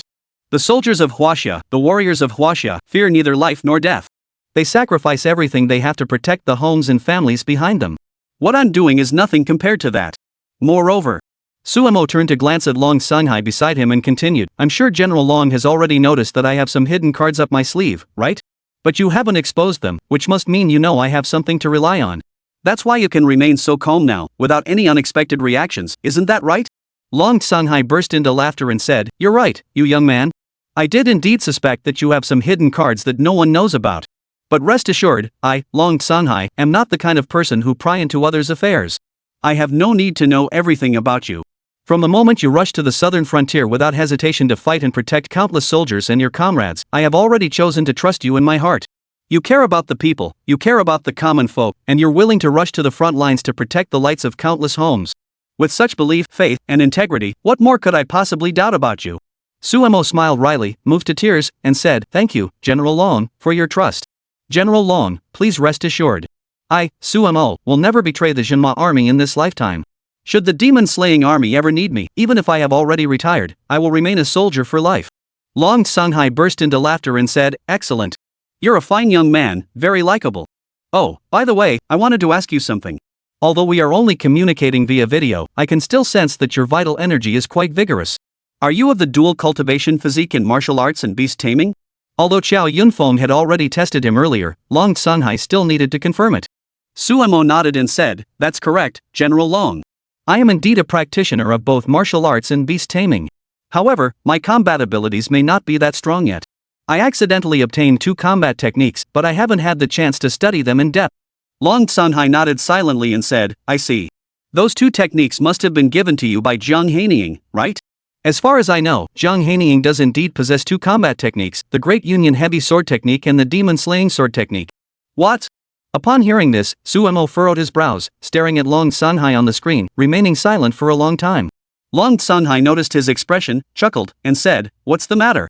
Are you surprised that I'm familiar with Jiang Hanying and know so much about her? Suemo shook his head and said, it's not that surprising. I heard from Sister Hanying about her position in the demon-subduing army. Given her rank, it's no surprise she has connections with General Long. I just didn't expect General Long and Sister Jiang to be so close. But everything is within my expectations. Long Sanhai burst into laughter and said, good. You really are a surprise. Never mind. Since Jiang Hanying has already told you, I won't say more. Some things are better explained by her directly. Additionally, the reason I called this time was twofold. First, to commend you for rushing to the southern frontier. I, Long Sanhai, am deeply grateful to you for arriving in time to save countless soldiers' lives and protect the homes of countless families. There's also another matter. I've just made a decision, and this decision is directly related to you. Upon hearing this, Suemo grew puzzled and asked, General Long, what could possibly be related to me? Long Sanhai chuckled and finally prepared to speak. The second matter is something I wish to inform you of. Given your actions over the past 3 years in the southern frontier of Huaxia, and the admiration you have earned from countless soldiers. Furthermore, today, thanks to your presence, thousands of soldiers were saved. You also protected the homes and families behind you. All of this is your achievement, and you deserve all the credit. For our demon-subduing army, this is an occasion worthy of our utmost praise and encouragement. Therefore, I have decided to promote you, Sumo, to the rank of colonel in the demon-slaying army. From now on, you will be the youngest lieutenant general in the demon-slaying army and a source of awe for all the warriors in our ranks. You will also serve as a model for their growth. Sumo, I hope you will accept this promotion. Tomorrow, Yunfeng will conduct the promotion ceremony for you. After Long Songhai finished speaking, Sumo was momentarily startled, then hurriedly spoke, his emotions slightly stirred. He waved his hands hurriedly and said, General Long, this is a bit too hasty. To be honest, I am only 18 years old this year. Becoming an officer is already no easy feat. If you suddenly promote me to colonel, it might be hard for others to accept, right? Chapter 114, Su Songqing will show no mercy. Please vote for gold. This was Sumo's concern. Sumo was indeed very worried. Could such an incident lead to him being unable to gain the respect of others in the future? Could it result in him being gossiped about throughout the entire military? Sumo himself felt that all of this was simply too surreal. In the military, where is there such a young general? If he were to be talked about by others in the future, Sumo would also feel a bit embarrassed. On the other hand, Long Songhai chuckled and said, You young man, why worry so much? You should understand that in the demon-subduing army, strength is the only thing that matters. In such an environment where demon beasts rampage, the world has always been a place where the strong reign supreme. I know you probably feel embarrassed, but do you understand that your future strength will determine whether you deserve this? Xiao Yunfeng, standing beside him, patted his shoulder and chuckled, Xiao Zhuang, stop making excuses. You must know that in our army, all the warriors look up to you and see you as the person they aspire to become. Every ordinary soldier dreams of possessing such skills to defend their homeland, not only to protect the homes of countless families but also to safeguard their own safety. So all of this is what you deserve. I'm sure all the soldiers feel the same way. We're all eagerly awaiting and fully supporting your growth to this level. Sumo listened, scratched his head awkwardly, and sighed before speaking slowly. I never imagined that General Long and General Qiao would elevate me to such a position. What have I done to deserve this? I only wish to grow stronger and protect more people. That's all. General Long Songhai chuckled, alright, it's settled. I have already signed the relevant promotion regulations beforehand. Tomorrow, Yunfeng, gather all the troops. The soldiers currently stationed at the camp will hold a medal ceremony for Sumo. Xiao Yunfeng nodded seriously beside him, then turned to look at Sumo and smiled. Sumo, from now on, you are also a general in our demon-subduing army. I believe you will lead a good life in the future and will be loved and supported by everyone. Sumo shook his head helplessly and eventually accepted Long Songhai's promotion. Just as Long Songhai was about to hang up, Sumo suddenly spoke up, Wait, General Long. Long Songhai looked at the screen curiously and spoke slowly, What's the matter? Sumo said, You know my situation. I want to ask about my family back home. After all. Long Songhai smiled slightly, but couldn't hide the displeasure in his expression. He said, I never expected this either. Your father, mother, and your younger brother have all conspired against you. Moreover, your father, Su Sangxing, has violated the conduct standards expected of a soldier and an officer in the demon-subduing army, even harming the meritorious officials of the demon-subduing army in the southern frontier. I can never forgive him. They have already been taken under Zhao Yunfei's control, and an investigation has been launched. What awaits him next will be the various punishments of the demon-subduing army. What? Are you thinking of coming here to plead for him? Sumo shook his head and said, General Long, what are you saying? How could I possibly plead for that old man? From the moment I was born and first set eyes on this world, he has harmed me time and time again. He made me pay an unimaginable price. Even after fighting on the front lines for 3 years, risking my life, when I returned home, everything I had achieved had been taken away from me. I, Sumo, am no saint, nor do I possess endless patience. How could I possibly tolerate Su Songqing continuing to evade justice? Therefore, General Long, your actions have left me very satisfied, and I must also thank you for helping me with these matters. Long Songhai shook his head and smiled, Enough, you youngster, stop flattering me here. To be honest, I can feel the anger in your heart. I feel the same way. Now that we've finally resolved this matter, you'll at least be able to breathe easier now, but... Long Songhai hesitated, and Sumo asked curiously, What's wrong, General Long? Is there some kind of twist in this? General Long Songhai chuckled and said, Nothing. This has nothing to do with you. You don't need to worry about it. Alright, you two should rest now. It's getting late, it's almost midnight. You should go to bed early. Additionally, the southern frontier has been unstable recently. Though we haven't detected any demon beasts or beast waves yet, based on my estimation, there should be at least one more beast wave attempting to invade our southern frontier within the next few days, entering our territory from the south and causing harm to countless civilians. You are currently the only beast master within the southern frontier city. I hope you can protect the city in the coming days. Once the Beastmaster team sent to explore deeper into the southern frontier return, your work should become much easier, and you will be able to return then. Additionally, I have already informed the principal of the Fuyao Academy. You need not worry that this trip to the southern border will affect your upcoming school enrollment. Rest assured, I have made arrangements with them. You can stay in the southern frontier with peace of mind. Remember to prioritize your safety.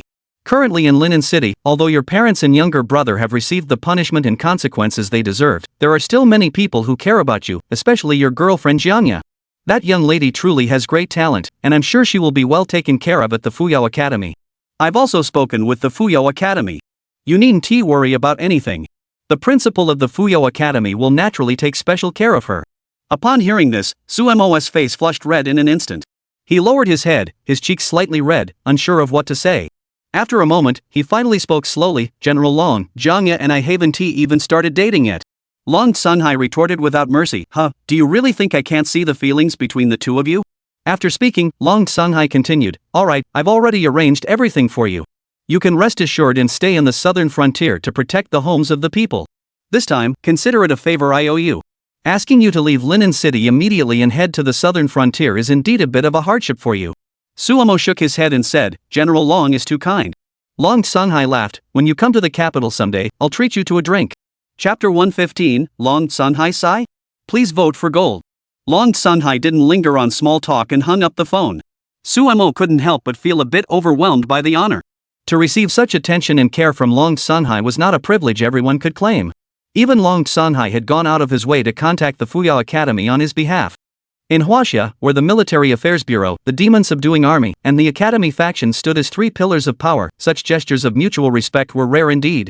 And for a freshman who had just awakened his abilities and hadn't even entered the academy yet, Long Sunhai went to such lengths. How could Suemo not feel overwhelmed by the favor? But Suemo was well aware that all of this was because of his dual talents, because he had repeatedly broken the records that Long Sunhai had once set. Suemo had already become a figure of national attention among all beast tamers. Such treatment from Long Sunhai could be considered understandable under the circumstances. After hanging up the phone, Xiao Yunfeng, standing beside him, patted Suemo on the shoulder and chuckled, we should congratulate Suemo in advance. Tomorrow morning at 9 a.m., I will arrange the award ceremony for you. At that time, all the soldiers still stationed at the camp will witness your moment of glory. I know you might find it hard to accept, or feel unworthy of such a rank, but rest assured, the soldiers in the military have been watching you closely, and their evaluations of you speak for themselves. In the hearts of all the soldiers, you have already become a figure akin to a general. Everyone regards you as a war god, a symbol of faith among ordinary people. In the future, you will undoubtedly become the goal they all strive to emulate and grow toward. Suemo heard this and felt a moment of awkwardness. There was no choice in the end, he could only accept Long Sunhai's promotion of his military rank. After chatting with Xiao Yunfeng for a few more minutes, Suemo finally set off toward his quarters. In the southern frontier war zone, the soldiers' living quarters were nothing more than ordinary houses. Suemo didn't request a better place to stay either. He was randomly assigned to a single room, where he washed up and lay down on the bed. Staring at the ceiling, he recalled everything he had experienced over the years, the countless honors he had earned, and how he had nearly had them all snatched away by Su Songxing. Had it not been for Suemo, who had traveled back in time 3 years ago and possessed various abilities, becoming immortal and growing stronger time and again until reaching his current state, he would likely have ended up suffering in silence. This world has never lacked its dark side, but what it lacks are those who choose to stand up in the darkness.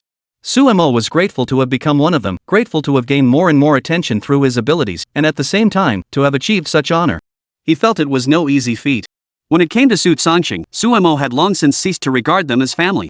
Ever since he was reborn 3 years ago and learned from the original body's memories about the schemes they had plotted against him, Sumo's heart has been filled with anger. He also wanted Su Songxing to pay the price for his actions. Now, his wish has finally been fulfilled. Suemo snorted coldly and said, Su Songxing, I never thought you'd end up like this. I, Suemo, have made you pay a terrible price time and again. And Su Feng, do you remember what I said back then? Can you really accept such honor? Now it seems you can't. But this is for the best. I never wanted things to come to this, but you all schemed against me and hurt me. All of this is merely the price you must pay for your actions. But, as he thought about it, Suemo couldn't help but furrow his brows slightly. He was deep in thought. Suemo felt that the words Long Sunhai had spoken earlier seemed to carry a hidden meaning. For some reason, Suemo felt that Su Songxing was hiding something from him. But what exactly it was, he had no idea. After a moment, Suemo could only sigh and think to himself that perhaps once he had truly grown to a certain level and learned more, the truth would gradually unfold. After pondering for a while, Suemo soon drifted off into sleep. At the headquarters of the Huaxia demon-subduing army, Long Sanghai had finally finished his day's work.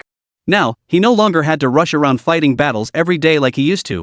Since becoming the commander-in-chief of the demon-subduing army, Long Sanghai's life had undergone a complete transformation. Yet for some reason, Long Sanghai couldn't help but sigh repeatedly. Suddenly, he realized that what he truly desired deep down was the life he once led, constantly battling and fighting. But ultimately, things couldn't always go as he wished, and the past couldn't be changed. Sighing, he soon left the place, returned home, washed up, and lay on the bed, unable to help but sigh. Suemo, old man, I don't know whether all this I've told you is good or bad for you. I also don't know if it was right or wrong to hide all of this from you.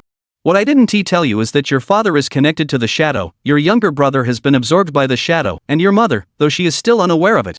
But in the end, no one knows what will become of them. However, I only hope that Suemo can grow up successfully. The Huaxia Demon Sealing Army, along with official organizations around the world, are currently facing the threat of the shadows. Under their constant infiltration, no one can predict whether the future will be good or bad, nor do we know what we will ultimately face. I only hope you won't let us down. After thinking it over, Long Sanghai sighed, feeling a sense of helplessness in his heart. At present, various matters weigh heavily upon him, causing Long Sanghai some headaches. Especially when he thought about what Zhao Yanfei had said today about his younger brother and the shadow. This put immense pressure on Long Sanghai. But in the end, what could he do? He could only proceed with the investigation step by step. Once he discovered any clues, Long Sanghai was confident that he would make the other party pay the price. Chapter 116, For the sake of China, I will risk my life. Please vote for gold.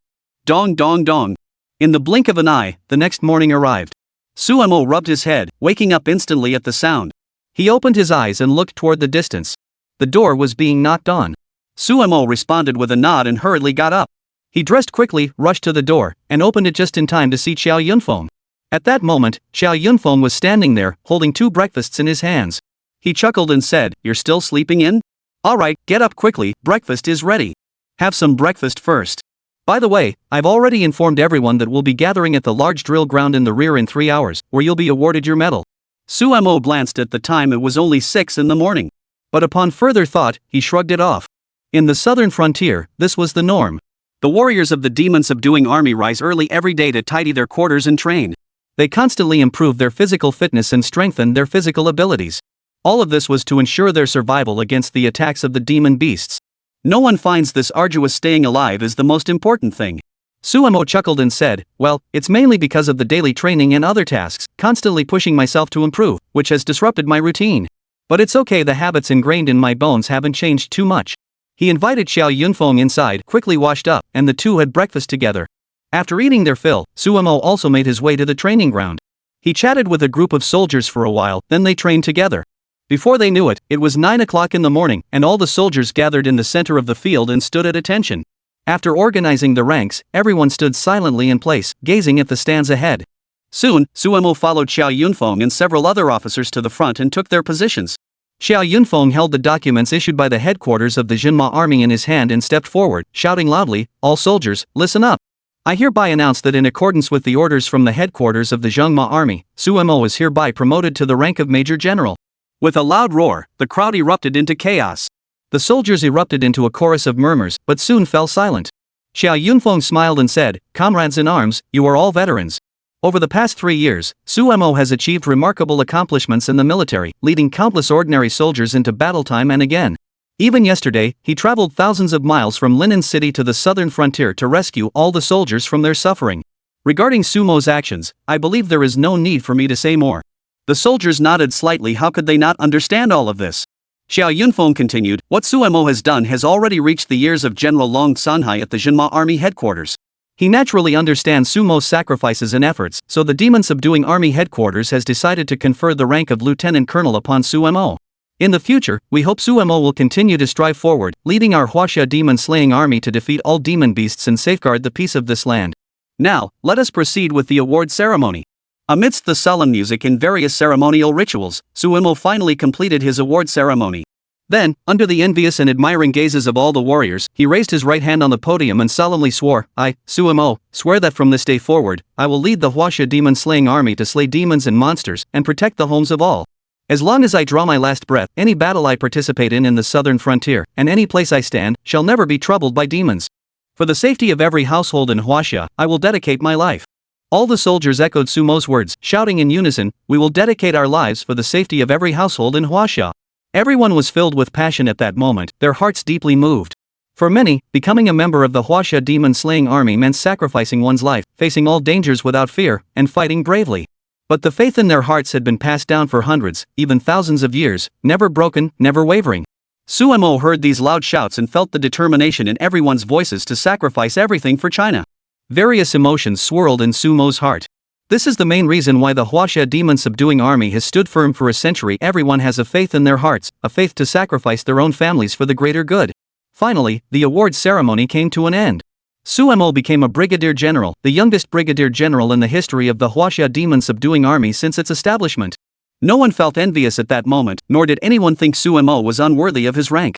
Over the years, everything Sumo had done was more than enough to earn him such honors and accolades. Finally, Xiao Yunfeng looked at Sumo, who had already been awarded his medal, patted him on the shoulder, and smiled, saying, "Congratulations, Su Major General. From now on, you are a general in the demon-slaying army. I hope you will charge forward bravely, remember your mission and responsibilities, and achieve great things in the future. You've already caught the eye of General Long, and I'm sure you won't let anyone down." Sumo chuckled. The sudden title and rank bestowed upon him were indeed unexpected. However, now that he was in a position of authority, his mindset had changed. In the future, he must strive forward with determination. For the soldiers, this was merely a minor incident, but it did nothing to diminish their heartfelt congratulations and genuine feelings toward Sumo. On the way back to camp, as he greeted each soldier, Sumo could feel the change in his status. But more than anything, he could sense the recognition each person held for him. Sumo chuckled and soon arrived at Xiao Yunfeng's office. The two sat down, and Xiao Yunfeng poured Sumo a cup of tea. Xiao Yunfeng furrowed his brows and said, "Based on our current estimates, it will be roughly another 10 days or so before all the beast tamers deployed on the front lines return to the camp. However, before that, you will need to remain here to guard the base. I know this will be tough for you, but at this point, we have neither the opportunity nor the time to request reinforcements from headquarters. I hope you can hold on." Sumo replied, "Rest assured, General Qiao. This is something I can handle. Since I have already decided to come to the southern frontier at all costs, it is only natural that I should protect all the warriors and ensure the safety of the homes and families of the people behind us. However, during this time, if there's nothing else, I'll probably spend most of my time in the training room, constantly training and improving myself." Chapter 117, The Beautiful Boss Lady Calls. Please vote for gold. Xiao Yunfeng nodded without hesitation. After chatting for a while longer, the two had a meal, and Sumo then made his way back to his residence. He sat cross-legged on the bed. Sumo finally moved his mind and took out the two sets of techniques that Jiang Hanying had given him from his storage ring, the Great Union of Heavy Swords and the Demon-Slaying Sword technique. Looking at the two manuals, Sumo couldn't help but reminisce. He recalled everything he had experienced with Jiang Hanying back then. To be honest, Sumo truly felt that all of this seemed like a dream. He never even imagined that he could end up here. But after thinking about it, perhaps this was simply his destiny. What he never could have imagined was that Su Sangxing and his family would commit such heinous, morally reprehensible acts against him. Fortunately, through his relentless efforts, he finally made them pay for their actions. And he finally regained everything he had once possessed. As for what would become of Su Sangxing and the others in the future, Sumo didn't care. At the same time, Sumo couldn't help but think of Jiang Hanying. Since he had arrived in this world, he had experienced countless stories with Jiang Hanying. When he first met her, Sumo had thought Jiang Hanying harbored ill intentions toward him. But upon reflection, Jiang Hanying likely just had certain feelings toward him. She likely needed his help to accomplish certain things. Under normal circumstances, such a situation would likely leave anyone feeling dissatisfied. Or perhaps one would choose to distance oneself from Jiang Hanying. But Sumo and Jiang Hanying are now deeply intertwined. Her foster father, Zhou Nantian, had lived with her for 2.5 years before she was adopted. Zhou Nantian had practically given everything he had, imparting all his combat instincts and techniques to Sumo without holding back. However, in the end, he left this world, betrayed by others. At the time, Sumo believed that everything was his fault, that it was because of him that Zhou Nantian had become this way. But he never imagined that there were so many stories behind all of this. Originally, Sumo had no need to help Jiang Hanying go through all of this. But Zhou Nantian was too important to him. After living together for so long, they had developed a bond as close as father and son. Seeing Zhou Nantian facing all these issues and leaving behind so many unresolved mysteries, Sumo also wanted to do something for Zhou Nantian. How could Suemo possibly allow his master, who had saved his life, to continue facing such threats and schemes? Suemo narrowed his eyes, looking at the two manuals that had appeared before him, and felt a pang of sorrow. He spoke slowly, "Old man, rest assured. Now I finally know everything you've been through.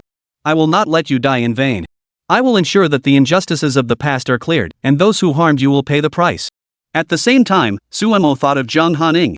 For his own growth, Jiang Hanying had sacrificed a great deal, especially the great combined sword technique and demon-slaying sword method she had given him. Suemo felt a deep sense of gratitude toward her. The fact that Jiang Hanying had given him all of this clearly demonstrated how much she valued and recognized him. Suemo would definitely do everything in his power to grow quickly, so as not to disappoint her and not to let others be harmed because of it. Moreover, Suemo now possessed another talent she had bestowed upon him, the eye of all things. Many people, including Long Sanghai, believed that Suemo was merely an ordinary dual talent possessor.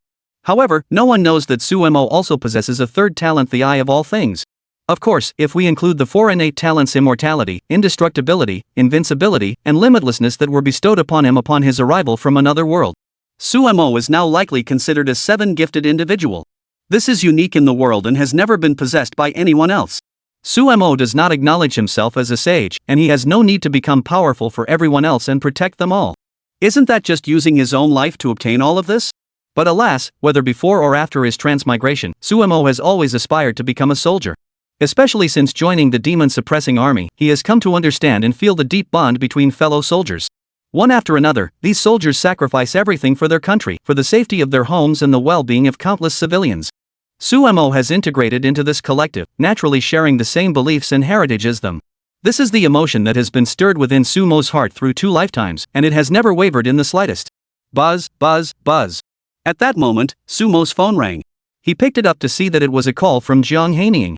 Out of curiosity, Suemo answered it. The video call connected, and Suemo saw the sexy Jiang Hanying on the screen. He couldn't help but complain to himself. Jiang Hanying, from head to toe, exuded an irresistible charm. Suemo thought to himself, if it weren't for the feelings he had developed for Jiang Ya over the years, perhaps Jiang Hanying would have been a great choice. Giggle, giggle, what's wrong? Suemo, what are you doing? What's wrong? The look in your eyes seems a bit off. Just as Suemo was deep in thought, Jiang Hanying giggled, teasing him with her words. Suemo shook his head and smiled wryly, saying, "Enough, you're really teasing me here. Is there something you need? I was just about to go practice. Practicing the Great Union Sword Technique and the Demon-Slaying Sword Method?" At this, Suemo paused for a moment before laughing. "You really can't hide anything from you." "Yes, I'm going to practice these 2 techniques. You know that these 2 techniques will inevitably become the main direction of my future progress and the means to protect my life. How could I possibly let them go?" "What's wrong, Sister Hanying? Is there something you need?" Jiang Hanying chuckled and said, "Nothing major. I just heard about your situation from Long Sanghai. Congratulations, you managed to make it in time. Though there were some casualties, I know this is the best you could do. There's no need to feel down about it." Chapter 118, The Beautiful Boss Lady's Confession. Please vote for gold. Upon hearing Jiang Hanying's words, Suemo hesitated for a moment before sighing. "Sigh. How could I not know all this? It's just that my heart can't help but feel a little sad." "Never mind. The past is the past. Thinking about it now doesn't make much sense." Jiang Hanying nodded slightly and continued, "By the way, Long Sanghai also told me that you've been promoted to colonel. From now on, we'll be equals." Upon hearing Jiang Hanying's words, Suemo narrowed his eyes slightly and asked curiously, "Sister Hanying, are you also a brigadier general in the military?" Jiang Hanying smiled and said, "Thanks to my husband. If it weren't for him, I wouldn't have qualified to join the demon-slaying army. Let alone become a brigadier general in the demon-slaying army. Sigh, if only he were still alive, I would rather not have this outcome. It's all that evil shadow organization's fault." Suemo furrowed his brows slightly and asked curiously, "Hanying, when I left in a hurry back then, you only told me there was an organization behind you, and that they had indeed influenced everything that happened across our country. But what exactly is this organization? Could you please explain it to me in detail now? I understand that you said my current strength isn't enough to confront them, but at least let me know something beforehand." Jiang Hanying pondered for a moment before sighing slowly. Suemo, I didn't mean to hide anything from you, but the truth is probably not what you hope to hear. The organization I can tell you about now is called the Shadow. They are highly skilled, moving freely around the world, with agents in countless countries in every corner of the globe. They are like the dark corners where sunlight cannot reach. Their presence is everywhere. Over the years, the Shadow organization has committed countless heinous acts. It can only be said that our ideals are incompatible. The Shadow organization's goals and ideals are those of the beasts. Suemo asked curiously, what do you mean? Jiang Hanying remained silent for a moment before finally speaking slowly. Let me put it this way, the Shadow Organization's goal is to eliminate all humans who refuse to submit to them, while allowing the beasts to conquer the entire world, thereby ensuring their twisted desires are fulfilled. Suemo blurted out instinctively, are you saying, the primary purpose of the Shadow Organization is to conquer the world, rule over the beasts, and have them live together with the beasts to achieve their goals? Jiang Hanying sighed, yes. I know you must think this is crazy, right? Seeing Suemo nod, she continued, when I first learned about the Shadow Organization, I thought the same as you do now. They're truly mad. The Shadow Organization holds this belief. They aim to rule the world and bring it under their control. Perhaps only then can they fulfill the Shadow's twisted desires. Of course, I understand that it's hard for you to accept this, but that is how it is. Jiang Hanying paused for a moment before continuing. Do you remember why I've always refused to mention these things to you before? It was because, through my relentless investigations, I discovered that the old man and my older brother had some connection with the Shadow Organization in the past. Though the clues were unclear, these events were indeed real. My foster father, Zhou Nantian, was a master in the martial arts, and before he went to the southern frontier, he had trained countless outstanding martial artists. These martial artists, after growing stronger, carried Zhou Nantian's name and repeatedly caused great trouble for countless demon beasts and the Shadow Organization. Ultimately, the Shadow Organization decided to capture the king first, and from that point onward, they began plotting against him. It was precisely because of this that Zhou Nantian ended up in his current state. My older brother was similarly destined. With his ability known as the Eye of All Things, he discovered countless individuals and provided significant assistance to the demon-subduing army. The Shadow Organization recognized his abilities and regarded him as a thorn in their side. As for me, his sister? Although I have some connection to Zhou Nantian and my brother, in their eyes, I am no more than an ant. They wouldn't even bother to glance at me. Suemo remained frowning the entire time. He never imagined that all of this was because of the Shadow Organization. Moreover, Suemo never expected that the Shadow Organization's ideology and goals were to harm the entire world. How utterly evil. No wonder Jiang Hanying had tried so hard to protect me before. If I had known the truth back then, I might have actually gone to investigate the Shadow Organization. At that point, he would inevitably be discovered by the Shadow Organization, and the Shadow Organization would inevitably take action against him. Suemo pondered for a moment, then looked up at Jiang Hanying and asked, then why did you tell me all this now? Jiang Hanying chuckled and said, it's actually a matter of multiple considerations. First, Sumo's younger brother is already too famous. When I found out you were planning to break Long Sunhai's record, I was already considering whether to tell you about this. Because fame brings trouble, and once you become truly powerful, you will inevitably attract the attention of the Shadow Organization. I was genuinely worried about all of this, but at the time, I thought that if you were to travel from Linan City to Fuyao City, nothing unexpected might happen along the way. Once you enter the Fuyao Academy in Fuyao City, there will be even less to worry about. As long as you can grow and become stronger quickly, these threats won't affect you much. But later, I realized I was wrong, because you received a notice from the southern frontier. At that moment, I finally understood that you could never be confined to such a small world.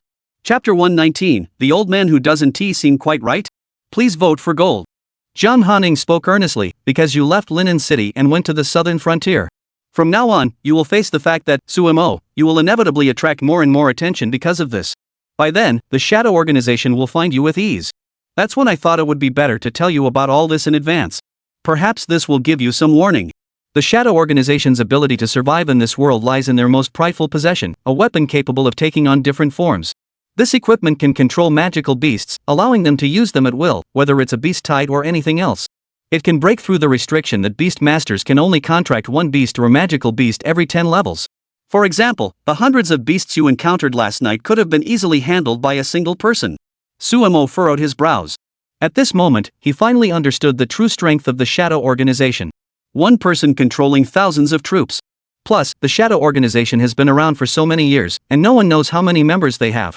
If all members of the Shadow Organization were to act together, and if the number of magical beasts continued to grow, how powerful would the Shadow Organization truly be? Then, Jiang Hanying continued, of course, Suemo, I'm telling you all this now, not because I want you to continue investigating the Shadow Organization.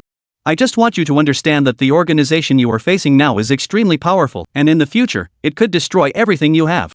However, precisely because of this, Suemo, you must become stronger. Only by becoming stronger can you protect yourself and fulfill all the ideas and plans in your heart. The death of the old man, the death of my brother, and all the other events, all of this requires you to keep striving. At the same time, I hope you will be cautious of anyone suspicious around you. Be extremely cautious, as there is a high likelihood that one of them may be a member of the Shadow Organization. Be careful they don't harm you, there won't even be a place to cry if they do. Suemo nodded seriously. Don't worry, Hanying's sister. Since you've told me this, I believe you've already weighed the pros and cons. I naturally won't let you down. Rest assured, I will handle everything I encounter with the utmost caution from now on. Good. Jiang Hanying chuckled. You're truly the Suemo I admire. You make your older sister feel at ease.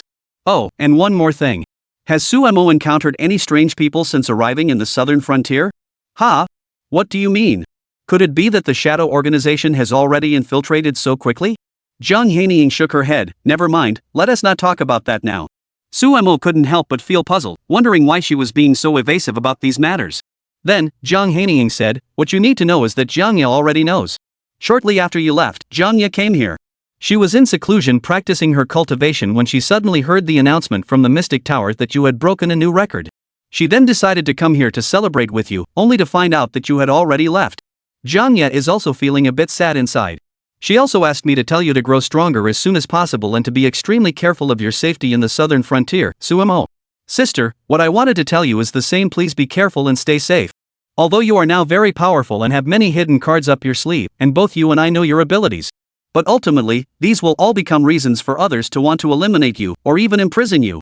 So you must never let anything go wrong.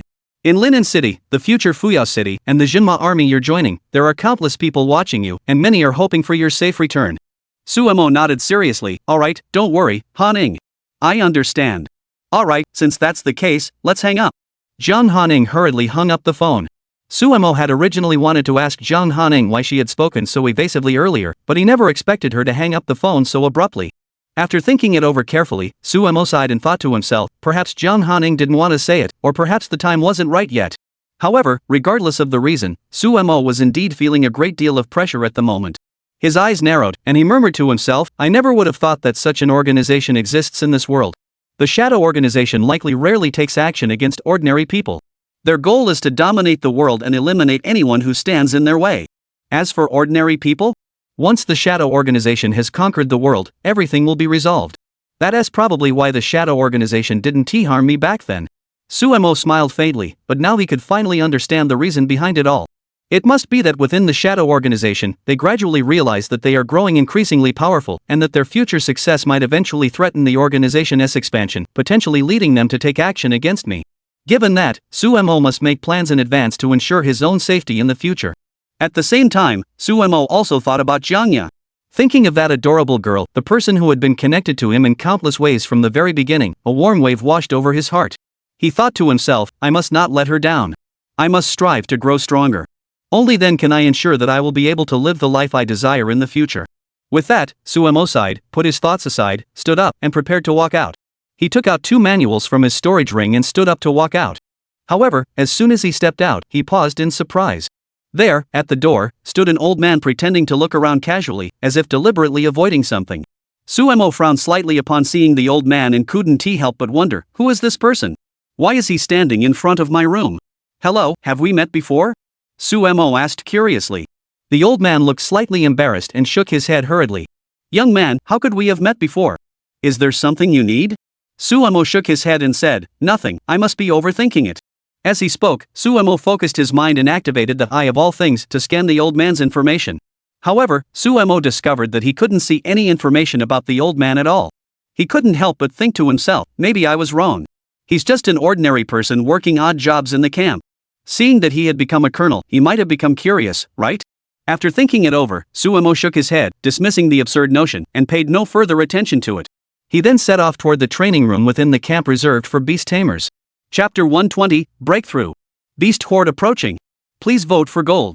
Back at the Tian Dao Hall of the Beast Tamers Guild in Linen City. At that moment, Jiang Hanying had just hung up the phone, sitting on the sofa and repeatedly patting his chest. She couldn't help but ponder, muttering to herself, Suemo probably didn't notice anything just now, did he?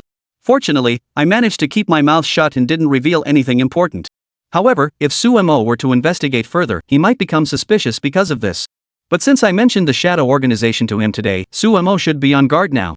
Sigh, Suemo, I hope you don't disappoint your older sister and that you don't get into any more danger. But how is that possible?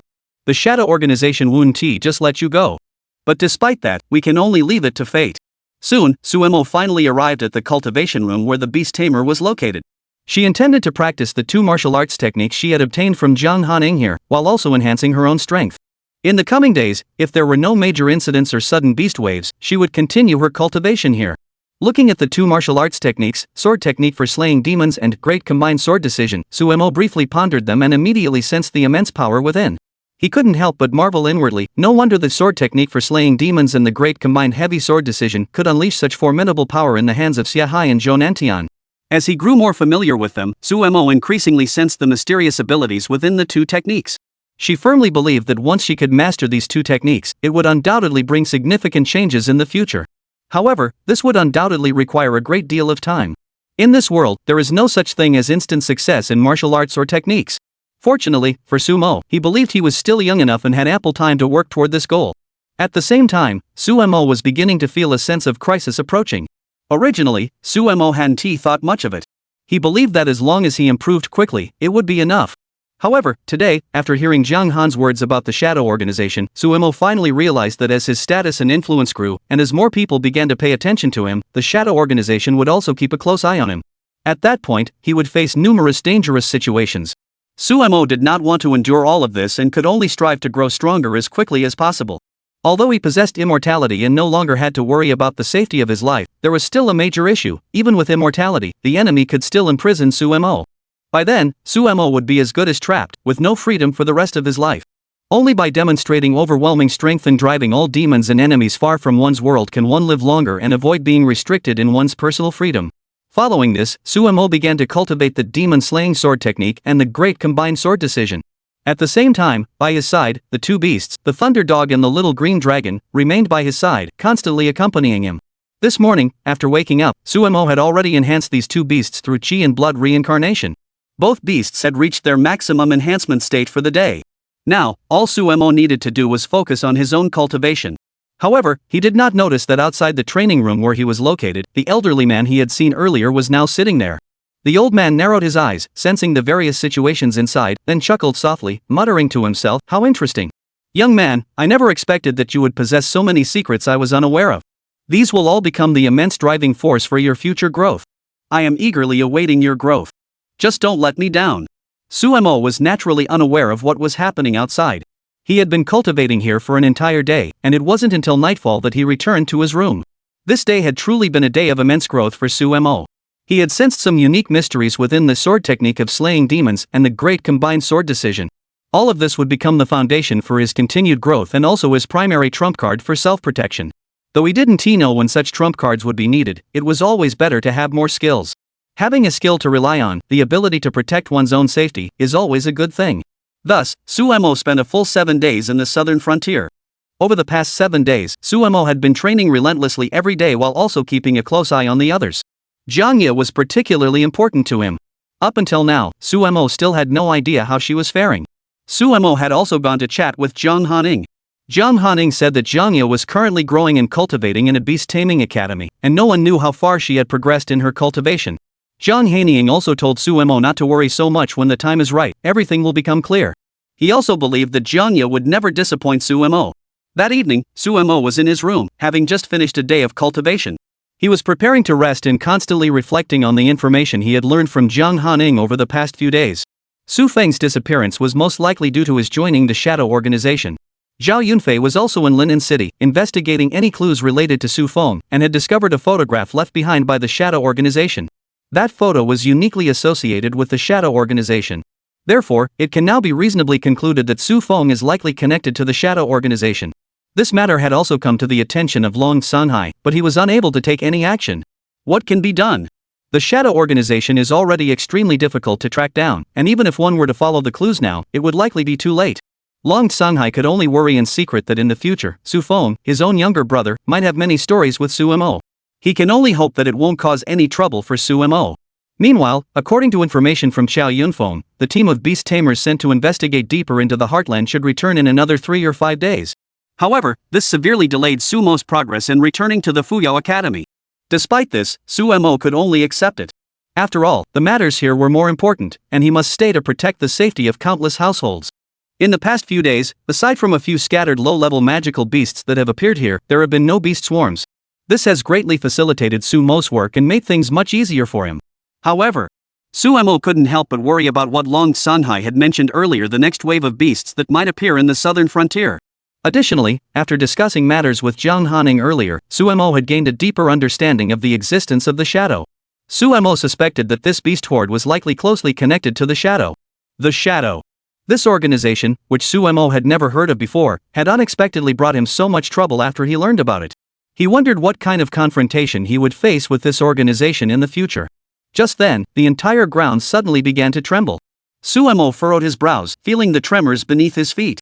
Years of experience had always told Sumo the beast tide was coming. Sumo snorted coldly, "Humph, I never expected this. Just what I needed. It must be another beast tide orchestrated by the Shadow Organization. Alright, today I'll face you all head on. Since they're called the Shadow Organization, capable of controlling magical beasts, there must be a manipulator among them, right? I wonder if I'll get to meet you today. If any of your people come across me, I'll make sure to have a proper chat with you." It's worth noting that over the past 7 days, Sumo has improved time and time again. Currently, Sumo has reached 3019 points of mental power, becoming a level 20 beast tamer. With his spiritual power growing increasingly formidable, his communication and connection with the Thunder Dog and the Little Green Dragon will become even more harmonious and effortless. Additionally, Sumo's vital energy has reached 1780 points, nearly 18 times that of an ordinary person. With a single punch capable of exerting thousands of pounds of force, Sumo could easily handle even young stage or even youth stage magical beasts on his own. It is worth noting that the Thunder Dog has now reached the first stage of the mature realm, while Xiao Qinglong and Xiao Pang have followed closely behind, reaching the first stage of the young realm. Though these two beasts are separated by a major realm, Xiao Qinglong still possesses the innate ability of bloodline pressure. Additionally, having inherited the lineage of divine beasts, its attack power and other attributes are on par with the Thunder Dog. Additionally, Xiao Qinglong can now transform into its true form, reaching a length of over 100 meters, a sight that is truly awe-inspiring. And all of this will all become the absolute power that Sumo will possess in the future when facing the beast tide that will soon appear in the southern frontier.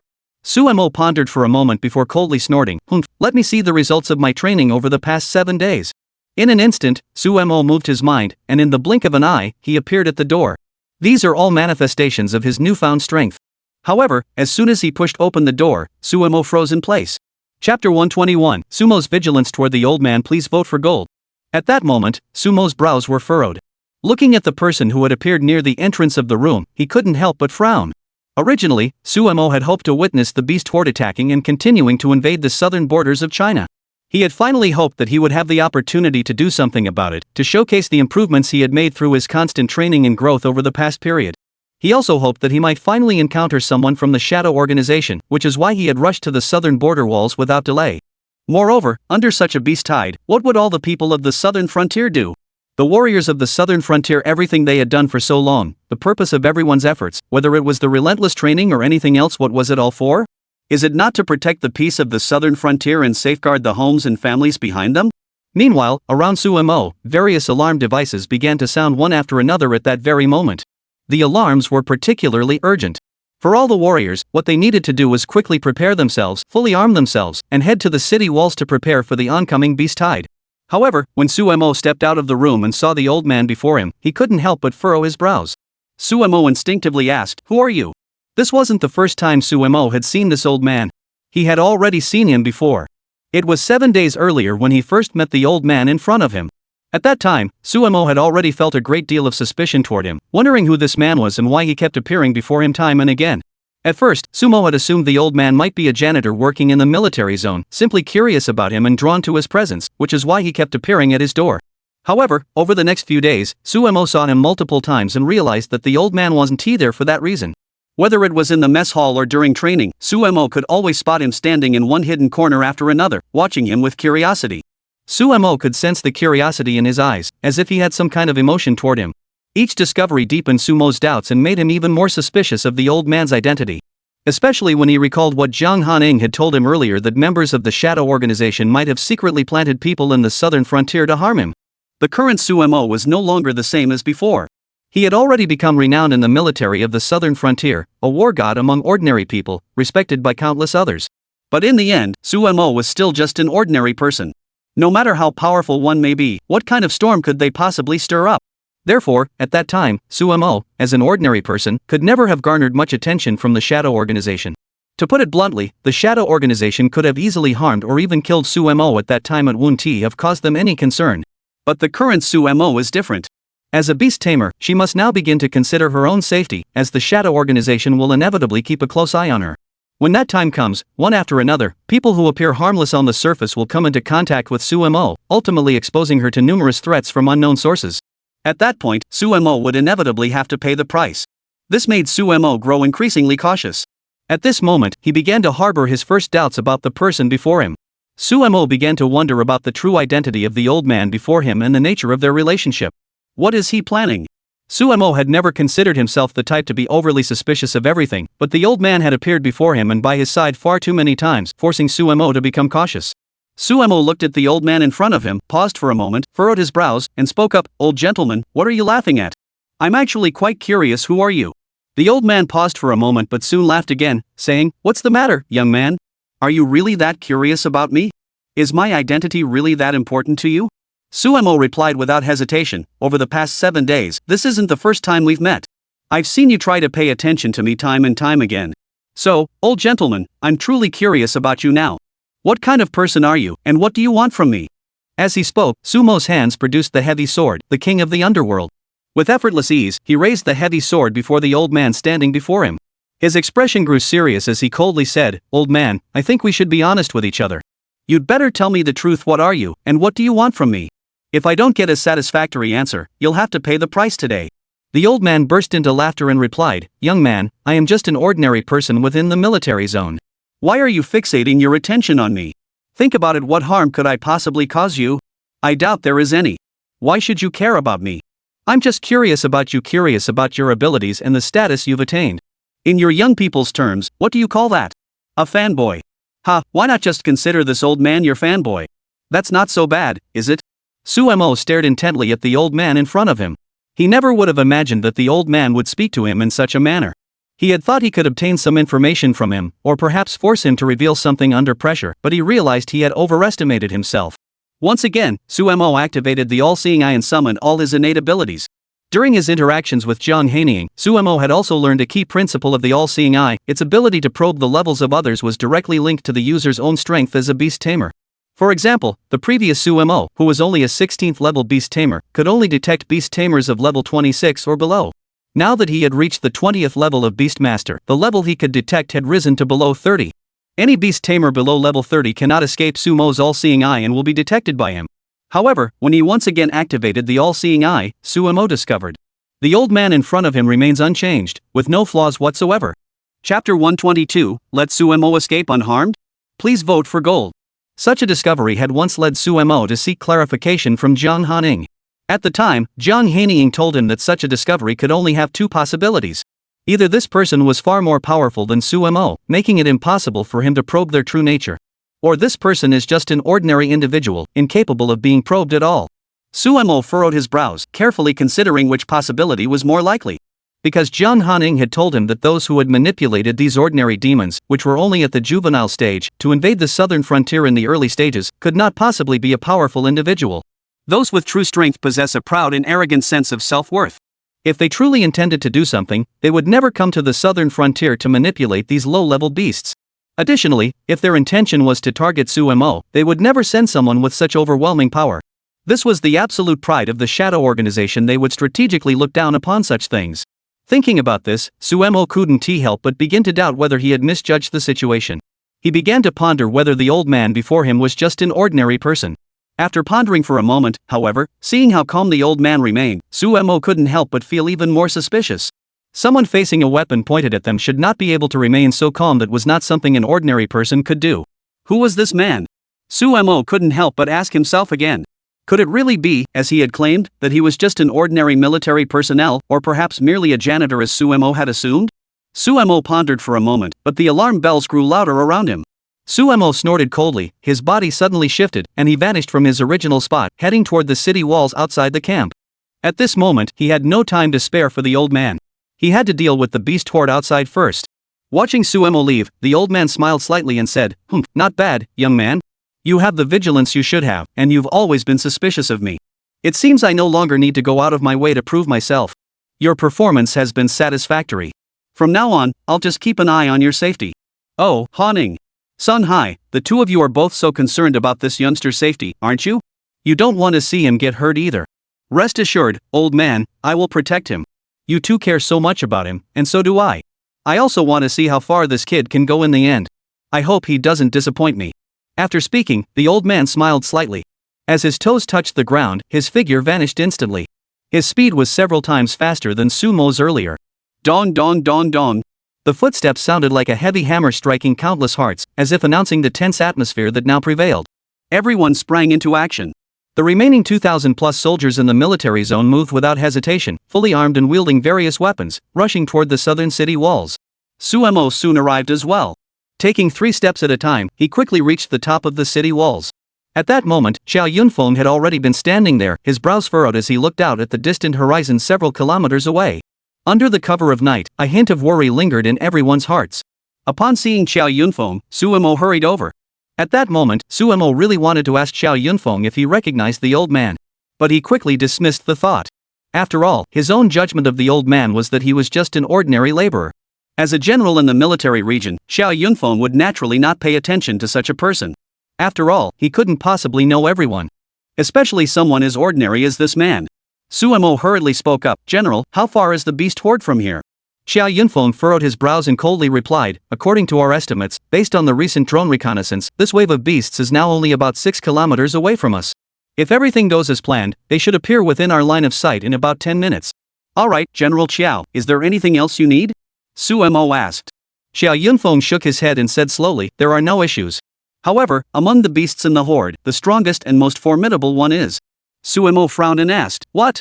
Upon hearing this, Xiao Yunfeng sighed and said, "This is precisely what I was worried about. Based on our various equipment scans, this wave of beasts suddenly crossed through the dimensional gate at the same time, with a total count exceeding 400. Among them, there is even 1 mature stage demon beast and 2 young stage demon beasts." At this point, Xiao Yunfeng fixed his gaze on Sumo and spoke seriously, "Sumo, our relationship doesn't need further explanation. What I want to ask you now is, facing these 3 magical beasts that have surpassed the juvenile stage, do you have 100% confidence that you can handle them? If not, I urge you to leave this area immediately. I will contact every beast taming squad in the nearby cities without delay, whether they are civilian organizations or otherwise, and I will arrange for all of them to come here to jointly defend against this horde of over 400 magical beasts." Sumo furrowed his brows and asked instinctively, "General Xiao, you want me to leave?" Xiao Yunfeng hurriedly explained, "General Long holds you in very high regard. He is deeply concerned about whether you can withstand the onslaught of these beasts. He does not want to see you harmed in any way. I've been discussing this privately as well. Dragon General has always regarded you as the future hope of the demon-subduing army. He has always believed that as you continue to grow, you will eventually become capable of protecting countless people and countless civilians. Therefore, you cannot die here." Upon hearing this, Sumo was slightly startled, but he quickly said, "General Xiao, if you say that, I, Sumo, have even less reason to retreat. As a member of the Zhangma army of Huaxia and as a soldier, my duty is to protect my country and its people. Now, you're telling me to desert my post in the face of battle? What's the difference between that and being a deserter? Even if I were to survive, what meaning would my life hold? I would spend the rest of my life in regret, constantly thinking about what I did today. By then, I might never be able to find peace again." Xiao Yunfeng hurriedly said, "Do you know that, with your current strength, General Long once told you that you possess a hidden trump card he doesn't know about, which is why he allowed you to continue living safely despite having these 2 cursed talents. Though I don't know what lies behind all this, I don't want to see you threatened because of it. You must survive and grow stronger. Only then can you save more people in the future." Sumo smiled faintly and said, "Don't worry. You don't really think I can't beat him, do you?" Chapter 123, What? Important news, please vote for gold. Noticing the confidence in Sumo's expression, Xiao Yunfeng's eyebrows twitched slightly. He blurted out, "What do you mean by that?" I just wanted to tell you that I will never feel the slightest bit of hesitation or doubt because of this. Rest assured, my strength, along with that of my 2 beast companions, is more than sufficient to handle these demons before us with ease," Sumo said. "Really?" Xiao Yunfeng asked urgently. This was precisely what Xiao Yunfeng truly believed in his heart. He had indeed come to understand the importance of Sumo through his constant conversations with Long Songhai. Additionally, Long Songhai had explicitly instructed him to prioritize Sumo's safety above all else. At the time, Xiao Yunfeng had wondered if it was because of the city of Linen where the demon-suppressing army, where so many people were watching Sumo, that Long Songhai was so concerned about him. However, in the subsequent conversation, Long Songhai told Xiao Yunfeng that it was not the case. It was precisely because Sumo himself was too important. Although he, Xiao Yunfeng, was not a beast tamer, he had a deep understanding of various matters related to beast tamers. He then told Xiao Yunfeng that a person with a cursed talent, who had narrowly escaped death countless times, and whom everyone believed would never amount to anything, had managed to grow and even remain unharmed to this day. Such a person must have an unknown ace up his sleeve. It was precisely because of this hidden strength that Long Sanhai paid special attention to him. Xiao Yunfeng understood that in the future, Su Mo would astonish everyone and achieve great accomplishments. Moreover, he might even lead the demon-slaying army to new heights, with his importance potentially surpassing that of Long Sanhai himself. That is why Long Sanhai instructed Xiao Yunfeng to keep a close eye on Su Mo and ensure his safety. All of this conversation made Xiao Yunfeng fully understand Su Mo's importance. The sudden appearance of the interdimensional gate today, which led to the invasion of countless demon beasts, also caused Xiao Yunfeng's heart to skip a beat. As the drones dispatched by Xiao Yunfeng used various reconnaissance devices to investigate, they discovered 2 demon beasts at the 7th stage of the youth realm and 1 at the 1st stage of the mature realm. Xiao Yunfeng didn't know if Su Mo could handle them. He thought to himself that if anything happened to Su Mo because of this, he would become a scapegoat. He did not want to bear the blame and be scolded by Long Sanhai. He also understood that if Su Mo survived today, it would likely be a favorable outcome for the entire demon-subduing army, for countless warriors, for the southern frontier, and for various factions and individuals. That was why he had made such a decision. At the same time, Su Mo also understood the gravity of the situation. In this world, the emergence of all demon beasts occurs in 2 ways. The first is due to environmental influences, perhaps infection by something, or genetic mutations, causing many animals to undergo drastic changes and become demon beasts. The second is that all demon beasts traverse through the gates of another world, coming from an unknown realm to descend upon this world. Once all the magical beasts have arrived, these portals to other worlds disappear. This is precisely why the entire Chinese Empire, as well as countless nations and official organizations around the world, find magical beasts so troublesome. Currently, in various countries and organizations around the world, people have developed methods to detect the energy of magical beasts and track their movements. However, the appearance of the interdimensional gates is completely unpredictable, leaving many people anxious and worried that they might be caught off guard and unable to make decisions or take action in the face of a sudden attack. Fortunately, this time the portal appeared in the southern frontier, and Su Mo was there. Su Mo glanced at Xiao Yunfeng and chuckled, "General Xiao, don't worry. Do you really think I'm a pushover? If I dared to come here alone to try to save the situation in the southern frontier, it proves that I have the ability to deal with them. So rest assured. Even if it's a mature stage demon beast, you might not know the opponents I faced on the 25th floor of the Mystic Tower. But even 2 mature stage demon beasts, I could destroy them in one fell swoop without losing a single soldier. And now, there is only 1 mature stage demon beast. Moreover, during this time, I haven't been idle. Do you really think I've been doing nothing, with no progress in my cultivation? My current strength is something you need not worry about." Upon hearing this, Xiao Yunfeng asked, "Is that true?" As he spoke, his eyes sparkled with intense excitement. He thought to himself, Su Mo was right. Though he wasn't particularly familiar with the Mystic Tower, hearing Su Mo's explanation, he could understand the true nature of the beasts within it. If Su Mo wasn't deceiving him, then didn't that mean he truly had the strength to handle the mature stage demon beast that was about to appear? At this thought, Xiao Yunfeng finally let out a hearty laugh, his mood greatly improved. He spoke slowly, "Alright, since you've said that, I can rest assured. I no longer have to worry about more warriors being injured, nor about the countless lives of the people in the city behind us." Su Mo smiled slightly, patting Xiao Yunfeng on the shoulder, "Rest assured, I've got this covered. If the data is correct, then the next wave of over 400 beasts should be easily dealt with." Su Mo asked curiously, "Old Xiao, over the past 3 years, I have indeed learned some things in the military and naturally understand that the appearance of the interdimensional gate is completely unpredictable. Of course, I'm still curious. Has no one, including the researchers from the other major organizations, detected even the slightest sign of an interdimensional gate's arrival before it happened? Is all of this truly unpredictable and without any discernible pattern?" Xiao Yunfeng sighed, "It's not quite like that. I understand your concerns and your thoughts. In fact, for the Huaxia demon sealing army, if we could have anticipated the patterns or signs of the gates to other worlds appearing in this world, perhaps we wouldn't be facing such headaches now. But, in the beginning, there were actually patterns to follow." "What did you say?" Su Mo froze upon hearing this. He urgently asked, "Are you saying that long ago, we actually discovered the patterns of the gates to the other world appearing in this world?" Chapter 124, Brace for the Return of the Beast Horde. Please vote for gold. Xiao Yufeng nodded seriously. "Yes, we did indeed uncover certain patterns earlier, but for some reason, these patterns don't seem as predictable as we initially thought. Let me put it this way, before the interdimensional gate first appeared, there would be significant fluctuations in air temperature, unpredictable weather patterns, and changes in magnetic fields. These are some of the patterns and manifestations of the interdimensional gate's arrival in this world. We initially used these patterns to predict where the gate would appear. We even developed specialized survey equipment nationwide and deployed it across the country to try to maintain control over the portals. However, we gradually discovered that the appearance of the gate to the other world was completely unpredictable, which caused us a great deal of frustration. Therefore, we no longer placed more emphasis or preparation on those surveying devices. Suemo listened intently, furrowing his brows and nodding slightly, finally gaining some understanding of the portals to the other world. He didn't know why, but at that moment, he had a strong premonition that the appearance of the interdimensional gate wasn't as simple as Xiao Yunfeng had described, but for the time being, he couldn't think of any other possibilities. Dong dong dong. The sounds of countless beasts trampling the ground echoed in succession, like demons summoning the soul, causing a sense of tension in everyone's hearts. All the ordinary soldiers around them felt a sense of worry, even panic, in their hearts at that moment. No one wanted to face this disaster, for it meant war, death, brutal battles, and the loss of lives. For all the warriors, weren't they all someone's children, someone's parents?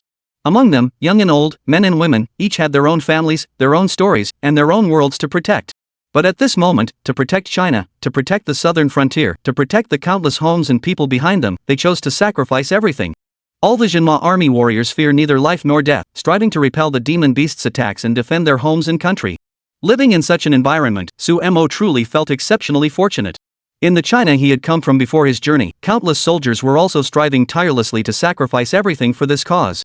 As long as they could see China continue to enjoy a time of peace and prosperity, with the nation thriving and its people living in harmony, they did not consider these sacrifices to be anything special. Their hearts were filled with unwavering faith. This was the faith passed down by all the heroes and martyrs of China's 5,000-year civilization. And even now, despite having traveled through time to the present, Suemo could still feel this emotion. He truly believes that being born on the land of China and becoming a descendant of the Yellow Emperor is the happiest thing in his life. Thus, Suemo also made up his mind, no matter what, he would protect these beloved Chinese warriors today. The previous Suemo had come here precisely because he was worried about the safety of the southern frontier and all the warriors, choosing to protect this place at all costs. Now, with the beast tide approaching once again, how could Suemo possibly abandon everything? Although he still had some doubts about the sudden appearance of the beast tide today, feeling that he had missed something crucial, he could only focus all his attention on the impending beast tide. At that moment, standing on the city walls, as the beast horde continued to move, the chaos caused by the over 400 magical beasts charging wildly was immense. Suemo could feel it too. Even standing on the city walls, the ground beneath his feet was trembling violently. Xiao Yunfeng beside him couldn't help but sigh and said slowly, "It seems that the magical beasts that have arrived this time are of enormous size. This commotion is far more intense than before. Unfortunately, our detection equipment was destroyed by these beasts before it could transmit any specific images. There must be countless flying beasts among them. Suemo, stop wasting time. Make sure you stay safe. Don't act impulsively or try to prove yourself. All soldiers of the Huaxia demon-suppressing army fear neither life nor death, but no one wants to see you pay the ultimate price. As long as you survive, there will always be hope for the future," Xiao Yunfeng said. Suemo shook his head and smiled confidently. "Old Xiao, don't tell me these helpless things here. I don't know what you think of this, nor do I know how you perceive my performance or my abilities, but I hope you can rest assured and wait to see what I do next." As Sumo's words fell, some of the surrounding soldiers couldn't help but fully arm themselves, standing at the ready. After a moment of hesitation, they began to whisper among themselves. "Did you feel that? The commotion, the aura, it feels like the beasts arriving today are even more powerful." "Yeah, and I just heard the company commander say that some of the beasts that arrived this time are young or even mature beasts. I wonder if Major Suemo will be able to hold them off. I don't know. But besides pinning all our hopes on Colonel Su, what else can we do? Right now, in the southern front of the demon-suppressing army, the only beastmaster we have is Colonel Su. There's not much else we can do. Damn it, I don't care anymore. Screw those damn beasts. Even if I die here, so what? As long as I can kill one beast with my life, it's worth it. As long as I can protect these people and let them live happily, I'll die with no regrets." The soldiers had all sorts of thoughts. Everyone was willing to risk their lives at this moment, even facing unknown dangers and unknown demon beasts, even without knowing what hardships lay ahead. No one chose to give up. However, even Suemo didn't notice that in a dark corner of the city wall, the old man he had been watching all along, the one he had always suspected, was standing there with his hands behind his back. His gaze was intense, as if he could see what was happening in the distance. He then gave a cold laugh. "Humph. It seems I was right after all. The shadow organization has become increasingly sophisticated. However, even if I am still here, you wouldn't stand a chance against Suemo, that child. I'm quite looking forward to seeing how you'll fare in this situation. Even if that child, Suemo, were to face danger, I would never allow him to be harmed by you." Finally, someone in the army shouted loudly, "Look! The beast horde is appearing." Chapter 125, Sharing Life and Death with the General. Please vote for gold. As a soldier shouted, all the surrounding soldiers began to stir. Everyone turned their gaze forward, their eyes filled with intense worry. Suemo and Xiao Yunfeng were no exception, staring nervously at the beast horde approaching from the front. Their expressions grew serious. At a distance of about 3 kilometers from the southern city walls, the farthest point they could see under the moonlight, the area appeared pitch black, evoking a strong sense of tension in anyone who looked at it. Such a vast, dark mass eventually instilled a sense of panic in everyone. Suemo quickly grabbed a night vision telescope from the side and looked into the distance. Finally, he saw the scene 3 kilometers away. His brows furrowed, and he couldn't help but sigh before speaking slowly. As expected, there are dozens of flying magical beasts among them. No wonder all our aerial detection devices were successfully suppressed and destroyed by this group of magical beasts. Moreover, the size of these beasts is far larger than the beast tide that arrived 7 days ago. Suemo was startled. Damn it! Venomous scorpions, charming rabbits, colorful scaled crocodiles, flame bulls, thunder frogs. So many of these beasts, which are already elite among ordinary tier beasts, have all appeared. Suemo glanced at Xiao Yunfeng and asked instinctively, "Old Xiao, have there been so many high-level, high-damage skill monsters of ordinary rank in previous beast waves?" For Suemo, while magical beasts and beast tamers both have ranks, there are also differences in strength among them. All of this is reflected in the skills each magical beast possesses, which are also part of their unique characteristics. This was why, earlier, when Suemo obtained the Thunder Dog, so many people mocked him and didn't hold much hope for it.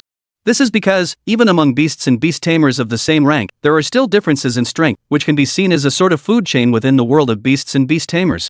For example, the Thunder Dog, due to its innate trait of feeding on vital energy, is rarely favored by anyone. Additionally, for beasts, their various skills, destructive power, and damage output all serve as criteria for other beasts to judge their strength and attributes.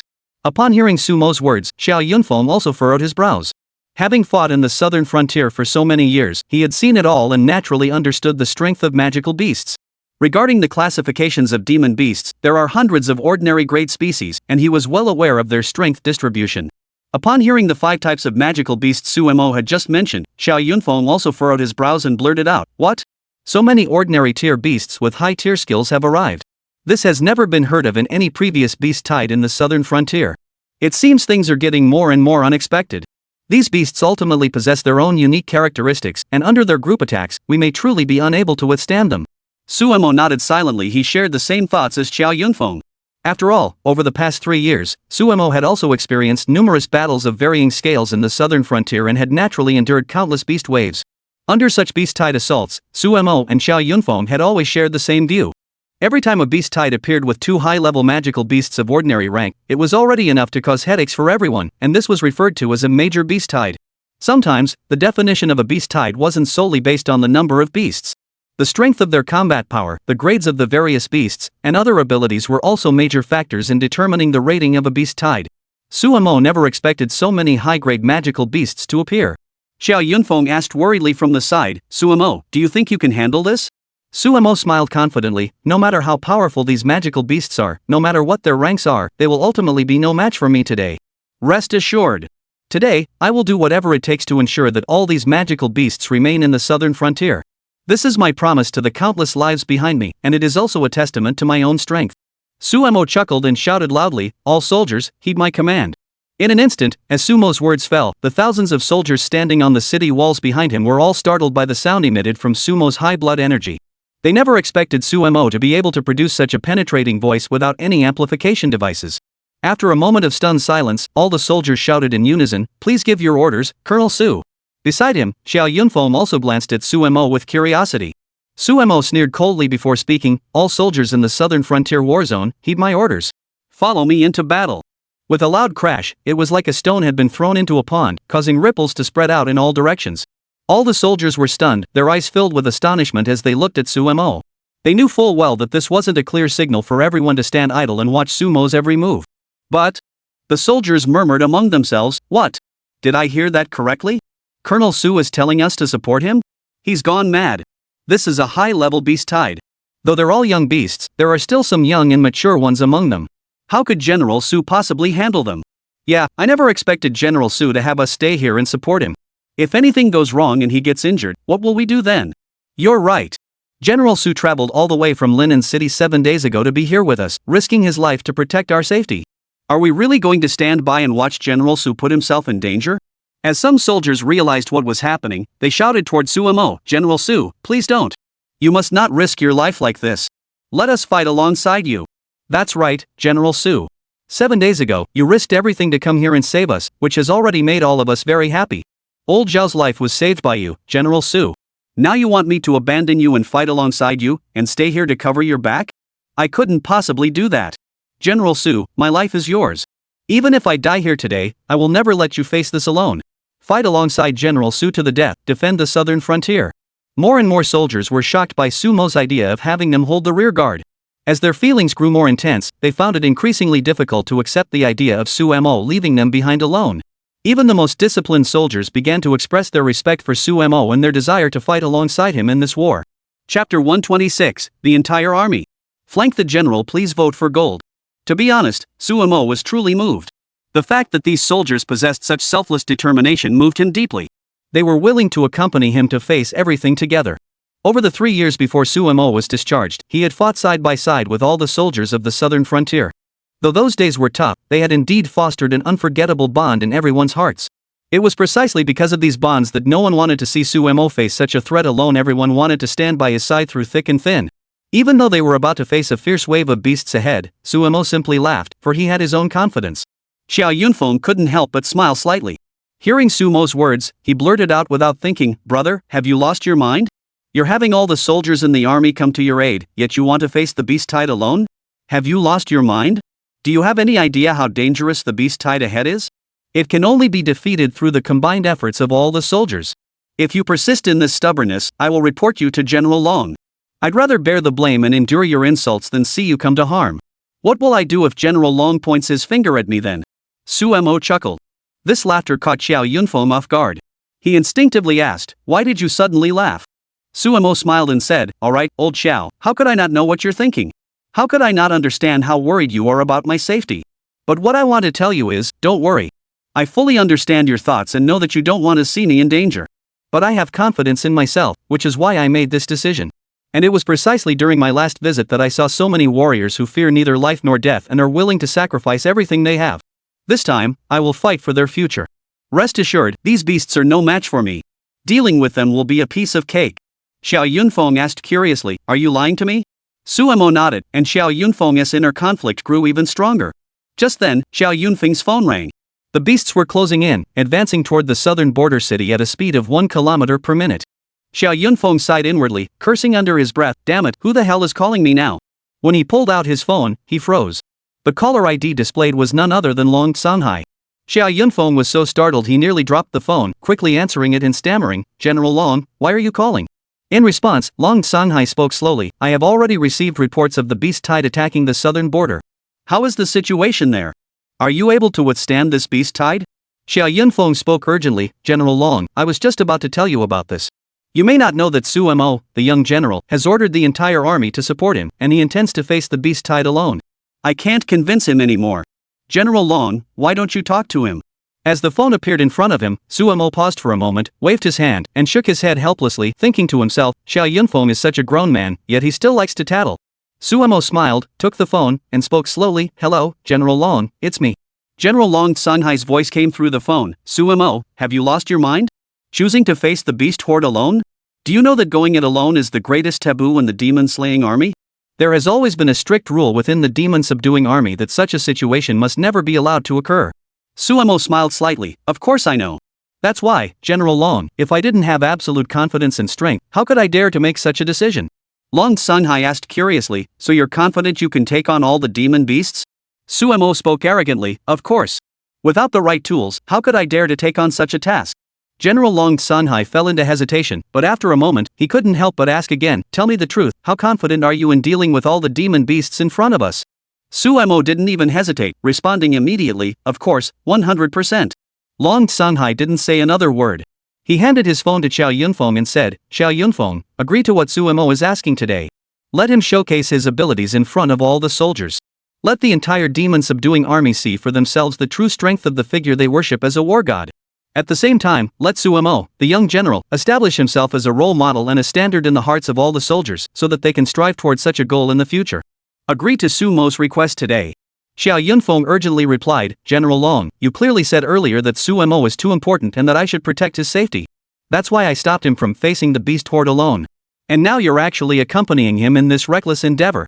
General Long Sunhai laughed heartily. So what? I've lived this long, and I've rarely acted so recklessly. Enough said. Let's agree to his request today. Before Xiao Yunfeng could say another word, Long Sunhai hung up the phone. Xiao Yunfeng turned to look at Suemo, then sighed after a moment. Suemo, I really don't know what to say to you. Should I call you crazy, or just say you have no sense of responsibility? Alright. Xiao Yunfeng smiled, turned to pick up the nearby loudspeaker, glanced around, and shouted loudly, all soldiers of the Southern Frontier War Zone, listen up. All the soldiers shouted in unison. Xiao Yunfeng hesitated for a few seconds before finally speaking. All soldiers, form a protective perimeter for Major General Suemo. With a loud crash, the news spread like wildfire. Despite their shock, hesitation, and concerns, at that moment, everyone was stunned by Xiao Yunfeng's words. Now, they understood that all they could do was follow Xiao Yunfeng's orders. Some soldiers couldn't help but think to themselves, goodness, what is General Xiao doing? Is he also going to join General Su in this? Has he lost his mind? One General Su alone, trying to take on all the beasts in front of him, is already crazy enough. Why is General Xiao getting involved too? Countless soldiers and officers, each with their own thoughts, were all deeply concerned. But Suemo merely chuckled. He was simply eager to experience the various results he had achieved through his recent training. As for whether it was exaggeration or arrogance, there was none of that. Suemo was confident that with the help of his two beasts, the little green dragon and the thunder dog, he could easily defeat the army of over 400 demon beasts before him. Chapter 127, Dragon's Breath sweeps across 10,000 miles, revealing divine might. Please vote for gold. Though his words were somewhat exaggerated, they were precisely what Suemo truly believed in his heart at that moment. Seeing the worried expressions on the faces of all the warriors around him, Suemo smiled slightly and said, there's no need to worry so much. I will lead the Southern Frontier Army to victory today. After speaking, Suemo patted the thunder dog standing beside him and glanced at the little green dragon on his shoulder, saying slowly, little fat, lightning, this group of monsters shouldn't be too difficult for the two of you, right? The two beasts, Xiao Qinglong and Pailai Dog, responded joyfully. The little green dragon instantly transformed into its true form in the air. Around them, the soldiers and officers were all stunned when they saw the 100-meter-long dragon appear in the sky. Goodness, what is that? Such a huge dragon. Is this the result of General Su's training over the past 7 days? Goodness gracious, I distinctly remember that just a week ago, General Su's Qinglong was only around 50 meters long. How could it possibly be 100 meters long now? That's terrifying. Just looking at this colossal dragon blocking out the sky, I can already feel an overwhelming sense of pressure. Is this the confidence that Major Su has brought with him? No wonder General Su is so confident that he can face the beast horde alone today. It's all because of this. Great, now I finally don't have to worry about anything. Though I wonder how long this battle will take for Colonel Su to finish?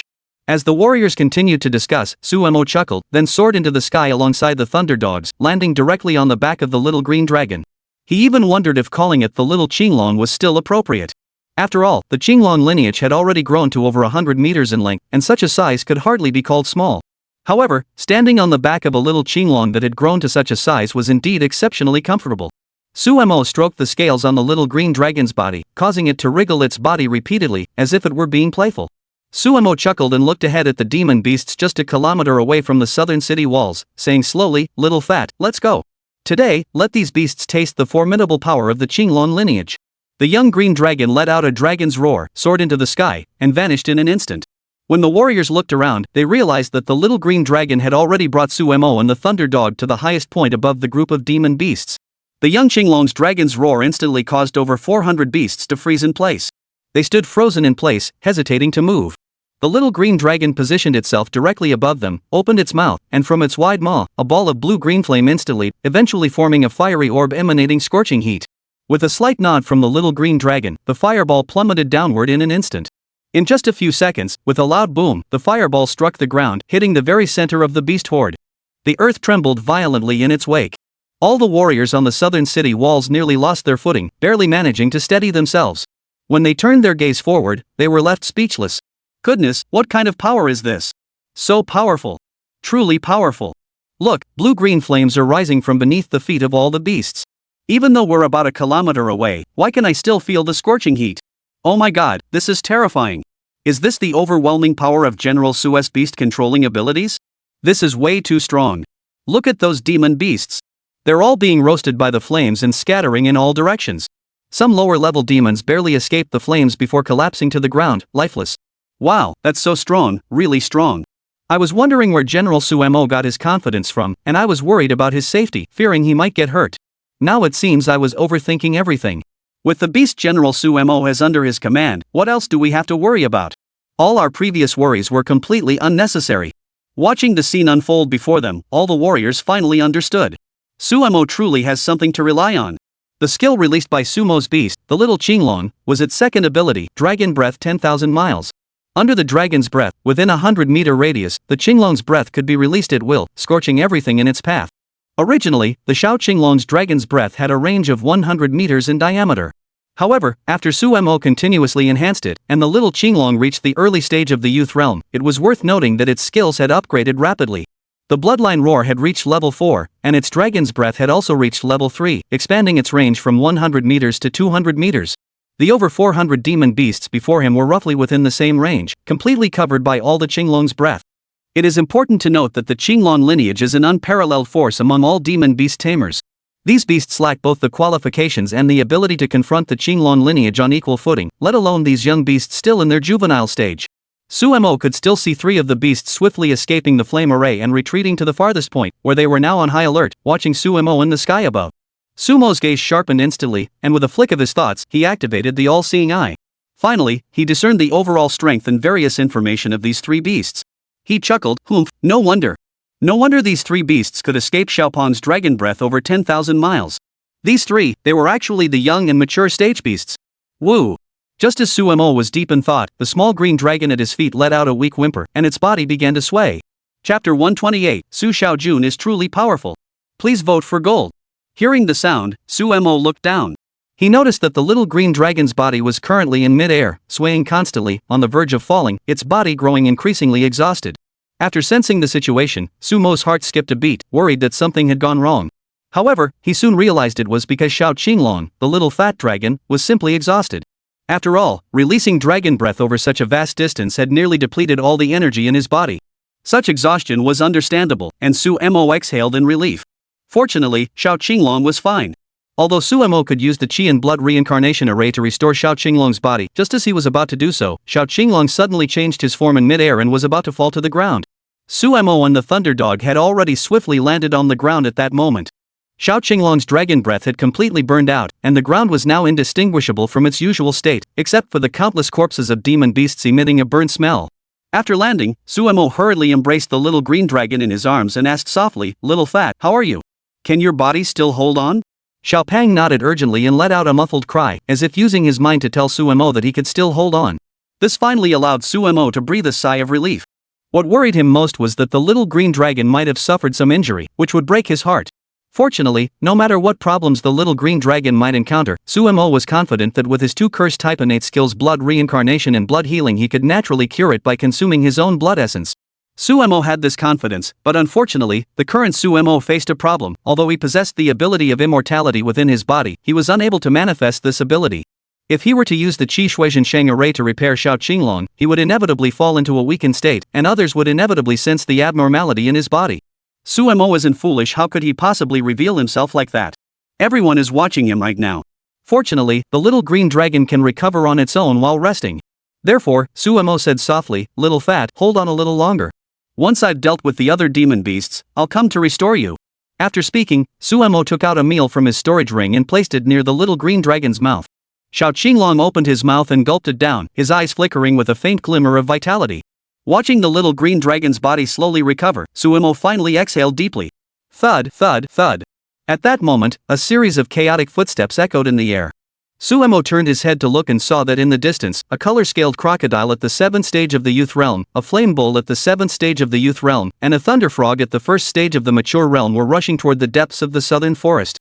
In an instant, Su Mo's brows furrowed, and his gaze sharpened like a sword as he fixed his eyes on the direction the 3 beasts were fleeing. At the same time, he was thinking to himself, based on his previous combat experience, under the bloodline suppression of the little Qinglong, a mature realm level 1 beast tamer, or even a young realm beast tamer, would be utterly unable to withstand the pressure of the little Qinglong's bloodline. Even when the little green dragon was merely at the 7th stage of the juvenile realm, within the mystic tower, facing those virtual beasts, all of them either bowed in submission and dared not touch it, or had their cultivation levels suppressed. However, what puzzled Su Mo now was why the 3 demon beasts before him were unharmed, as if they couldn't feel the little Qinglong's pressure at all. This caused Su Mo's brows to furrow deeply, and a different thought began to form in his mind. But now, he had no time to dwell on it. Looking at the little Qinglong, who was currently sitting on the ground, having transformed back into a small bird, Suemo said, "Little Fat, stay here and rest. The remaining 3 magical beasts are up to me and lightning. The 2 of us can definitely handle them." The little green dragon let out a whimpering cry, its eyes filled with a hint of frustration, as if it were upset that it hadn't been able to fight alongside Suemo until the end. Suemo didn't think much of it. The little green dragon had already done enough. Could he really expect it to keep fighting from start to finish? As a beast tamer, every 10 levels allowed one to recontract a beast, but this required seamless teamwork and coordination between the tamer and their beast companions. This world was never a paradise for lone wolves, and it certainly didn't allow any beastmaster to pin all their hopes on a single beast. That would be a desecration of battle and a disregard for one's own life. Old Joe. Keep an eye on little Qinglong. I'll be right back. As he watched the 3 beasts escape and disappear from sight, Suemo coldly snorted. He was determined to uncover the secrets these beasts held. Upon hearing this, Xiao Yunfeng on the city walls hurriedly nodded. "All right, don't worry. Colonel Suemo, I'll handle it." Suemo nodded slightly and turned to look at the thunder dog beside him. The man and the dog nodded to each other, and in an instant, both vanished from their original positions. On the city walls, all the ordinary soldiers and officers were stunned by Sumo's actions. "That's terrifying. Is that really Major General Su? I never expected that Suemo, who possesses both martial arts and beast taming abilities, could be so powerful. Yes, I always thought that Sumo's greatest strength was his beast control and the dragon he possessed. But now, Sumo's own strength is also so formidable, and that thunder dog, judging by its appearance, has also been trained by Suemo and is no slouch either. Yeah, though we don't know the true strength of Major General Su and that thunder dog, I think we don't have to worry about anything today." "Of course not. Look, over 400 demon beasts have already been killed or wounded, with only 3 left fleeing in disarray. This is a huge victory for the southern frontier and the most successful victory for all our warriors." Listening to the discussions of countless soldiers and officers around him, Xiao Yunfeng's lips curled into a slight smile, his heart filled with endless satisfaction. He was highly satisfied with the achievements Suemo had brought about. To be honest, Suemo had successfully established himself as a role model in the hearts of all the warriors and had become someone they deeply admired. Xiao Yunfeng shouted loudly, "Comrades in arms, we must never forget from this day forward how we came to possess everything we have today. Since Suemo, the young general, joined our ranks 3 years ago, he has led us into battle against the beasts, saving countless lives and ensuring that we all could continue living just 7 days ago. I hope everyone will forever remember this day. Suemo is the goal we should all strive to become in the future.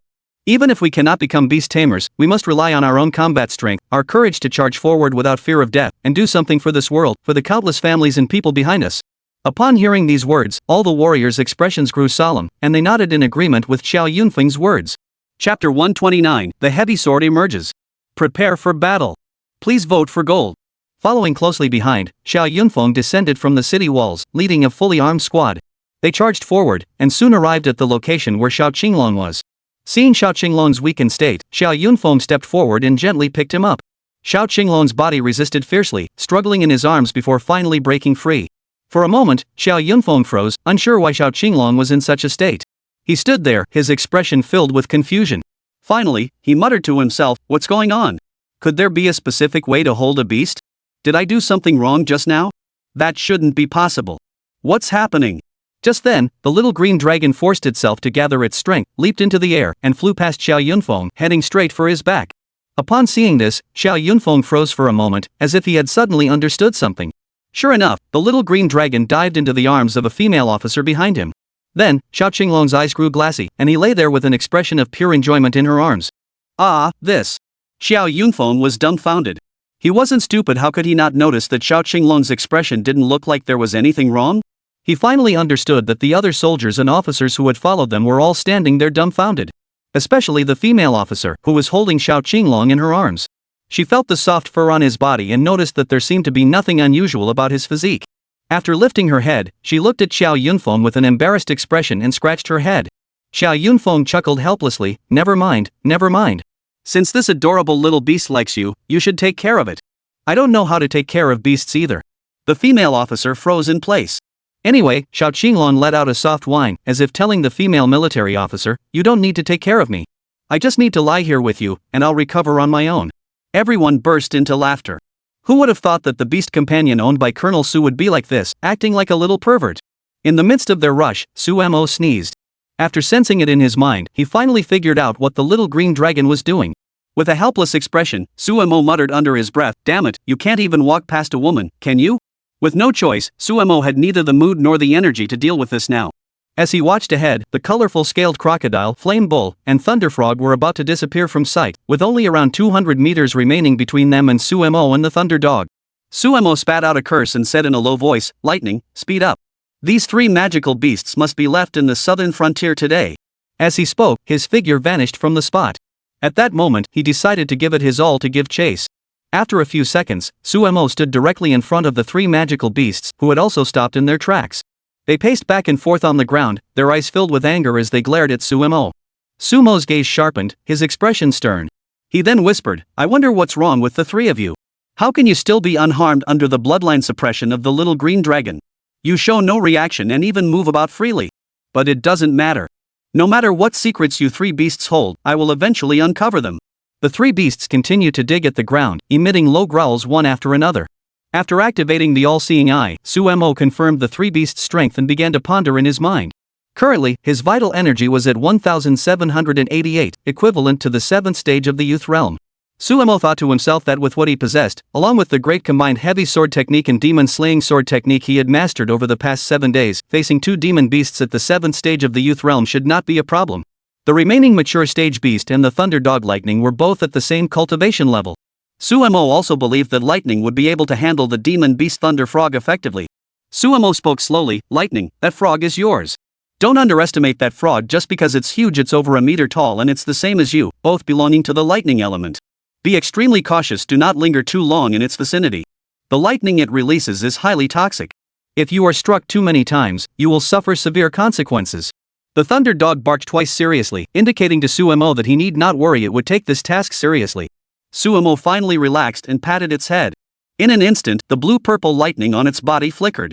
After successfully breaking through over the past 7 days, the thunder dog's strength had become quite formidable.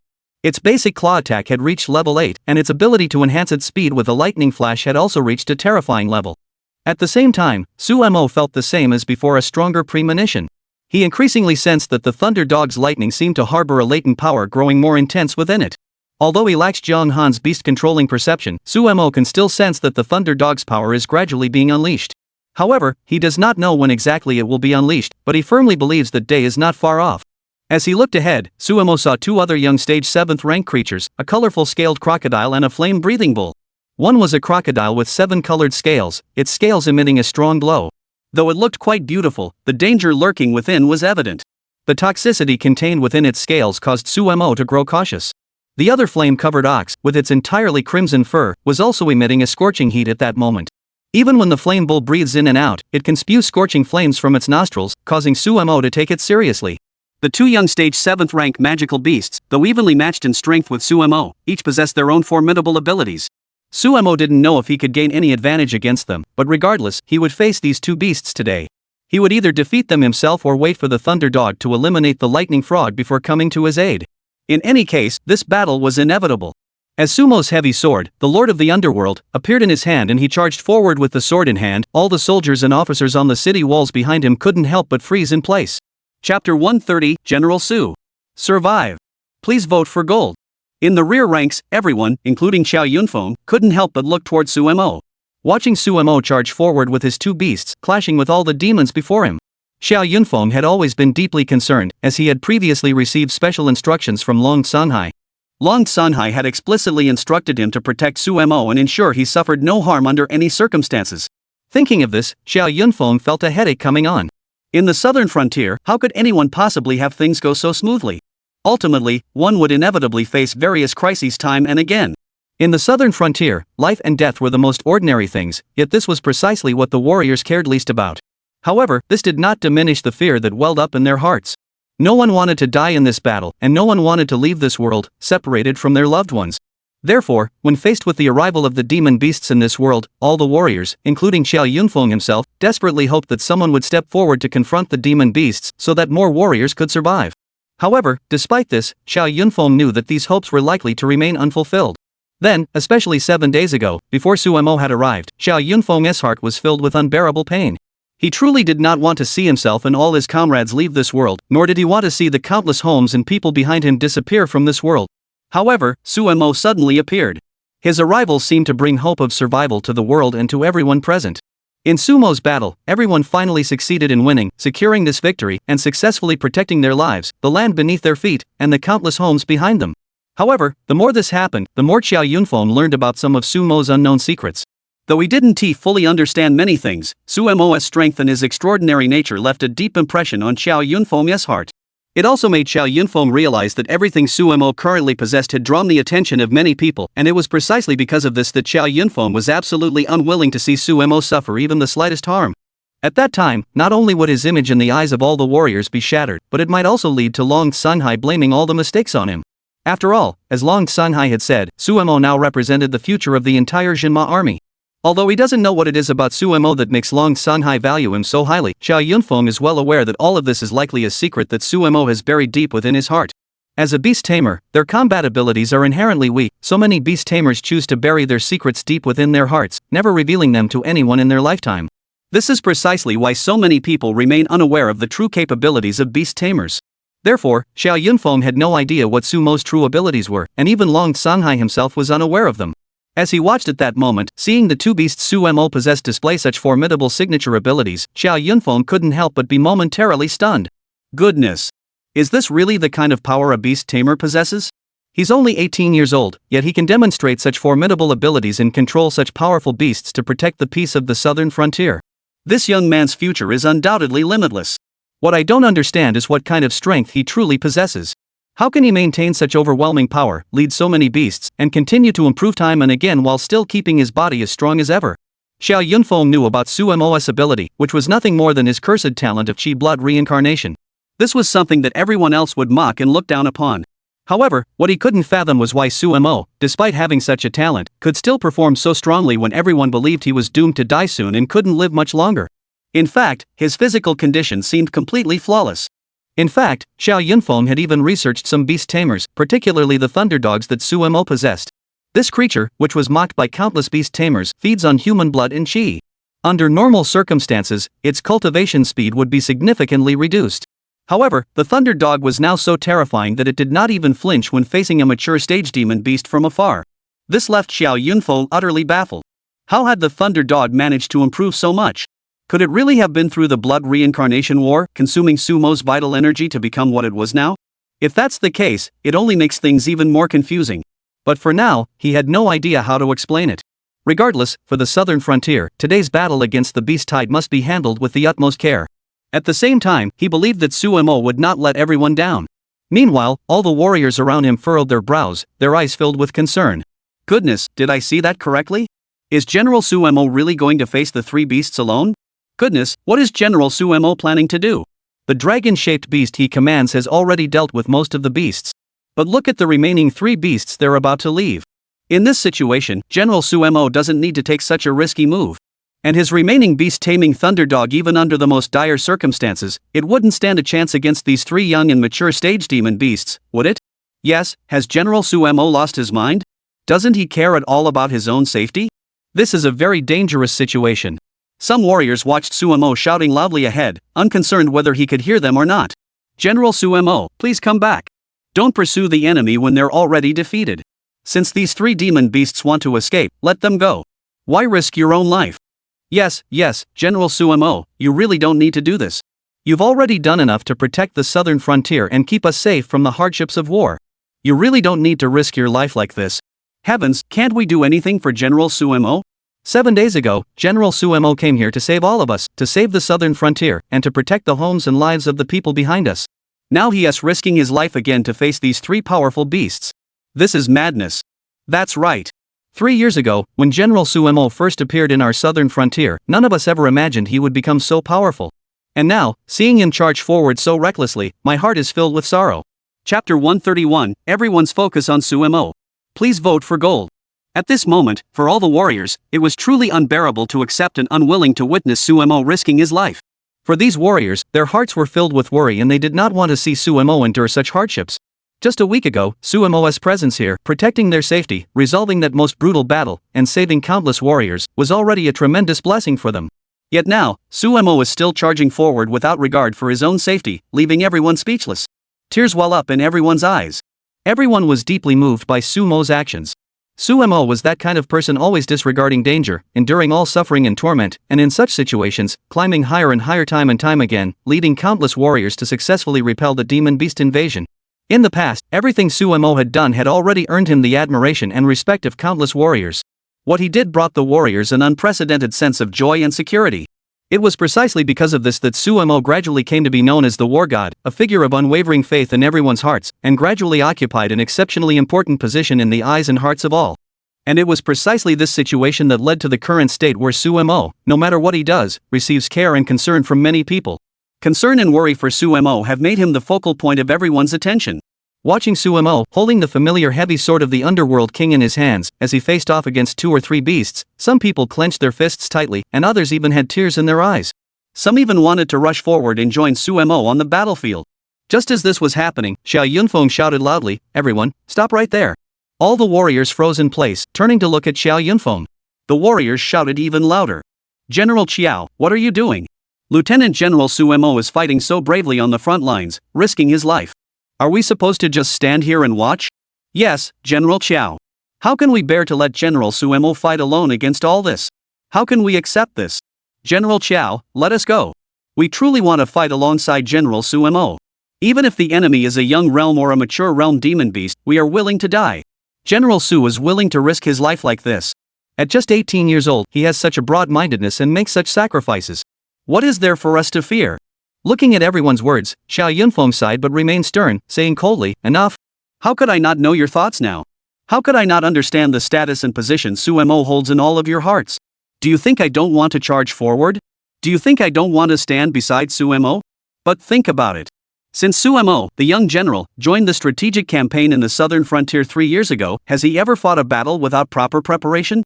What has always been admirable about Sumo, the young general, is his formidable command abilities, his strategic mind, and his ability to anticipate the course of war. It is precisely because of his strength that we have avoided so much suffering and hardship. Now that Sumo has decided to face these demon beasts alone with his 2 beasts, it proves he has absolute confidence in himself. What would we gain by rushing in blindly?" Seeing that all the warriors were confused, Xiao Yunfeng coldly said, "We would only be causing him trouble. If Sumo were to be injured because he was concerned about us, could you bear the consequences?" Finally, with Xiao Yunfeng's words, all the warriors came to their senses. Yes, they realized at that moment that they had indeed been too hasty. Out of concern, they had indeed been worried about what might happen to Sumo. But they had forgotten the most important point. That was, if they had actually gotten involved in the battle, and if they had been injured or caused Sumo to pay more attention to them, there was a real possibility, a high probability that Sumo would end up focusing his attention and assistance on them. If something were to go wrong at that point, and Sumo were to be injured again because of it, they would undoubtedly feel terrible. Upon realizing this, all the soldiers finally came to their senses. They lowered their heads, their eyes filled with intense embarrassment. Some even looked at Xiao Yunfeng and said, "General Qiao, we're sorry. You're right. We were wrong, and we misunderstood General Sumo. If we had rushed forward and been injured, General Sumo might have been harmed as a result." Seeing everyone's reaction, Xiao Yunfeng finally exhaled deeply. To be honest, he was also deeply concerned about what Sumo was currently going through and couldn't help but worry about his safety. But often, things don't go as one might expect. Xiao Yunfeng was also worried, but even if he was worried, what could he do? At this moment, the only thing he could do was wait here in silence. Lifting his head to look at Sumo, who was 1 kilometer ahead, Xiao Yunfeng could clearly see the extraordinary resilience and fearless determination in Sumo's silhouette. Xiao Yunfeng furrowed his brows, his mind racing. Sumo, you must not let anything go wrong. If something does happen, I don't know how I'll explain it to all the soldiers, or how I'll explain it to Long Songhai. Even in other parts of Linen City, to all those who care about you and worry about you, I don't know how I'll explain it. You must survive at all costs." Looking at Sumo, he saw the colorful scaled crocodile and the flame-breathing bull relentlessly digging at the ground before him. For a moment, he couldn't help but sneer inwardly. For these 2 young stage 7th rank demon beasts, even a typical beastmaster would likely have to rely on their own beasts to fight alongside them against these 2 creatures. Beast tamers generally lack combat abilities. When facing these 2 beasts, if their tamed beasts couldn't match them, they'd have no choice but to accept their fate. However, in this world, there was an exception: those who cultivated both martial arts and beast taming, and Sumo was one of them. Chapter 132, Mental Manipulation of One's Own Body? Please vote for gold. In this world, the dual cultivation of martial arts and beast taming is no longer a secret.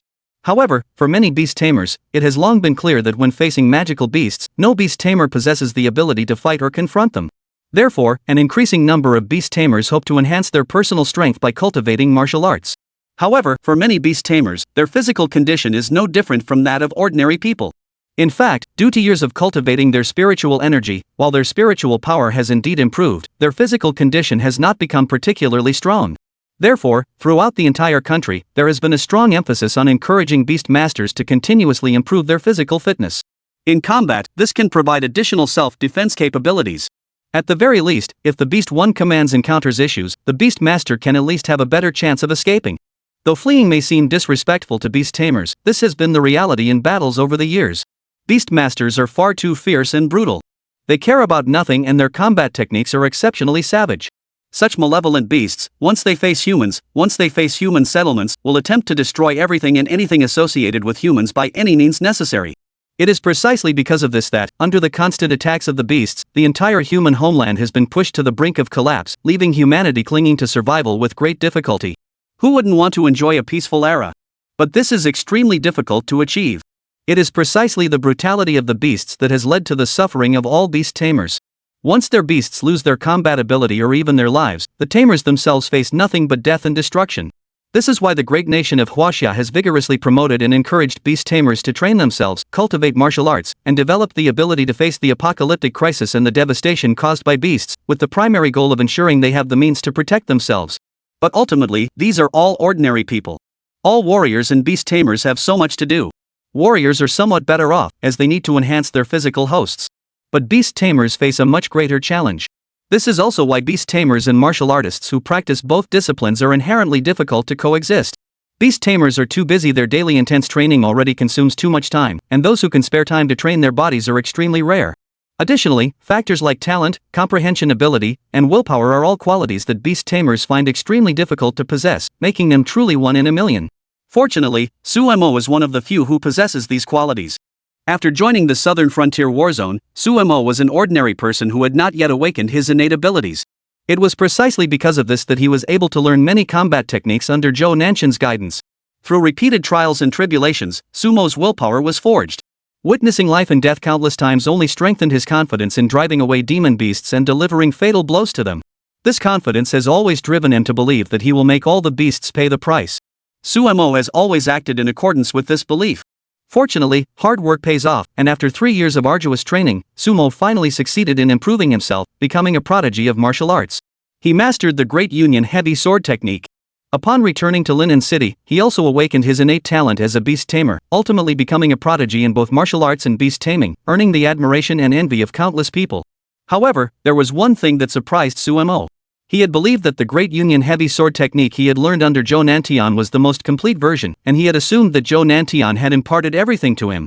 But to his surprise, Zhou Nantian had still held back a crucial technique. The version of the Great Union heavy sword technique that Xu Mo had previously mastered was merely 1/3 of the original. To be honest, even after obtaining the complete version of the Great Union heavy sword technique from Jiang Hanying, Xu Mo still felt some dissatisfaction or regret. He was wondering if Zhou Nantian, that old man, had really passed on all his skills to him, or why he had only taught him 30% of the techniques. However, when he finally grasped the various techniques within the Great Union heavy sword technique and fully understood what it truly entailed, Xu Mo finally realized that the remaining 70% of the technique was primarily tied to mental energy. At that moment, Xu Mo finally opened the door to a new world, discovering that a beast tamer's spiritual energy was not only capable of controlling beasts but could also be applied to oneself, using spiritual energy to drive one's own body and thereby enhance one's overall strength. In other words, spiritual energy could enhance the strength of beasts, unlock their potential, and ignite their combat instincts. At the same time, it could also enhance the beast master's own strength. However, there was a crucial prerequisite for all of this: the practitioner of the Great Union heavy sword technique must be a dual cultivator of martial arts and beast taming, possessing formidable physical prowess. Otherwise, under the mental energy's purifying and overwhelming assault, an ordinary person would struggle to endure such mental torment. This is why Zhou Nantian did not entrust all of this to Xu Mo at the time. And it was precisely because of this that Xu Mo has always harbored such doubts in his heart. However, Xu Mo now has a firm resolve in his heart. He is deeply grateful to Zhou Nantian. He is truly grateful to Zhou Nantian for imparting these teachings to him, enhancing his physical prowess, and enabling him to achieve martial enlightenment. He is also grateful that Zhou Nantian later left him such a precious gift.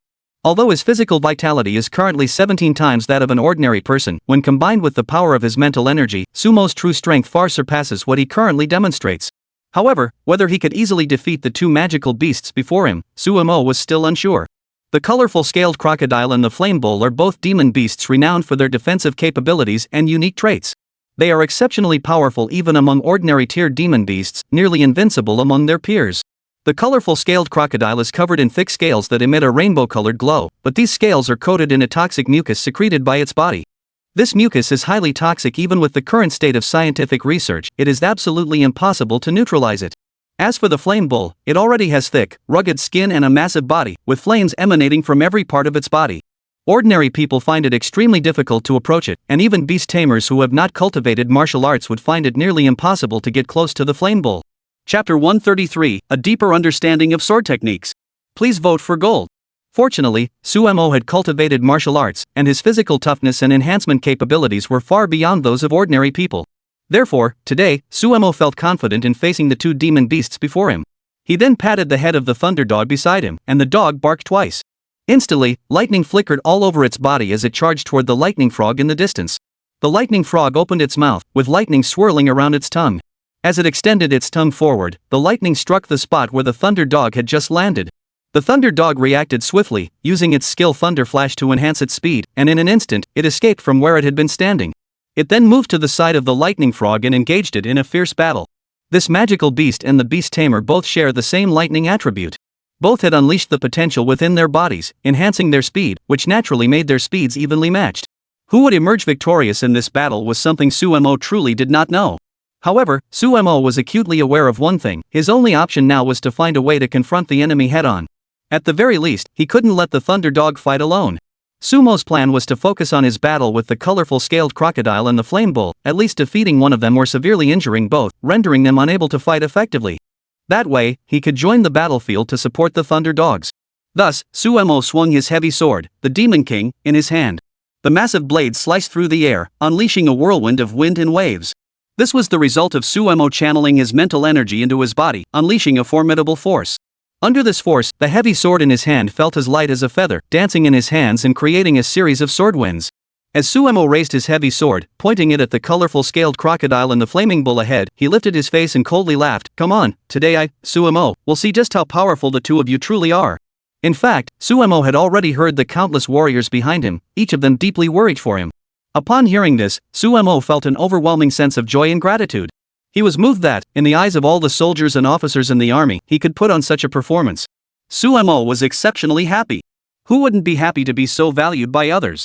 At the same time, Sumo's resolve grew even stronger. No matter what, he had to prove himself even more formidable now. He must not let anyone down, he must make them feel his enhanced strength.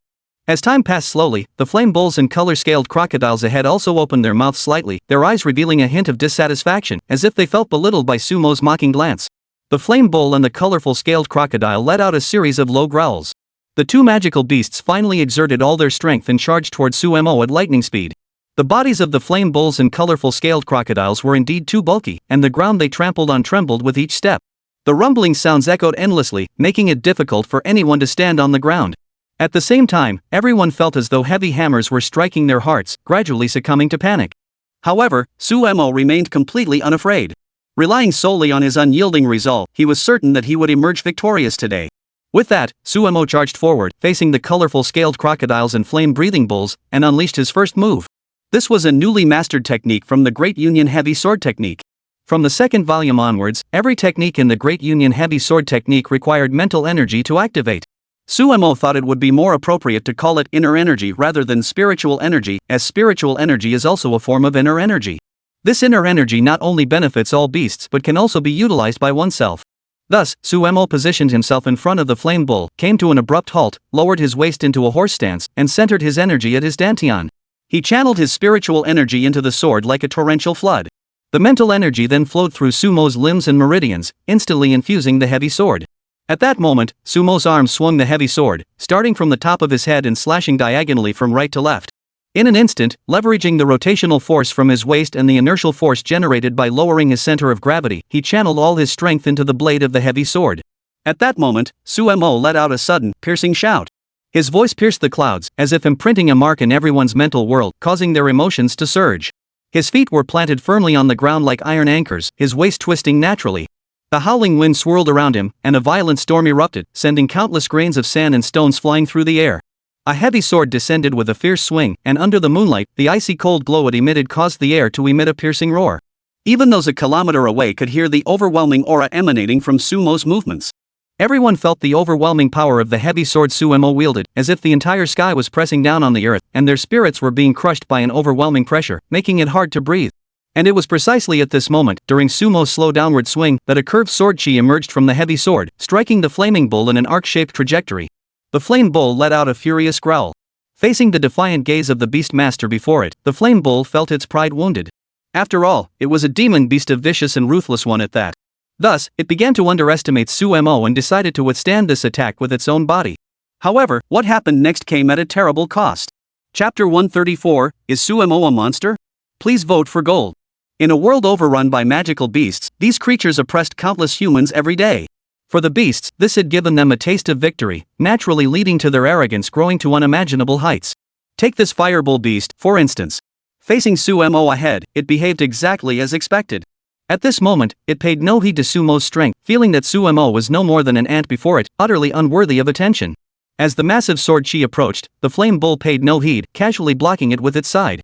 However, when the sword chi struck its body, there was a sharp pop, and the sword chi pierced through its thick skin and fur. The instant pain shot through the flaming bull's nerves, causing it to let out a piercing scream. It was stunned, its eyes filled with red veins as it stared at the foolish human before it. The flame bull couldn't comprehend why this human possessed such overwhelming power.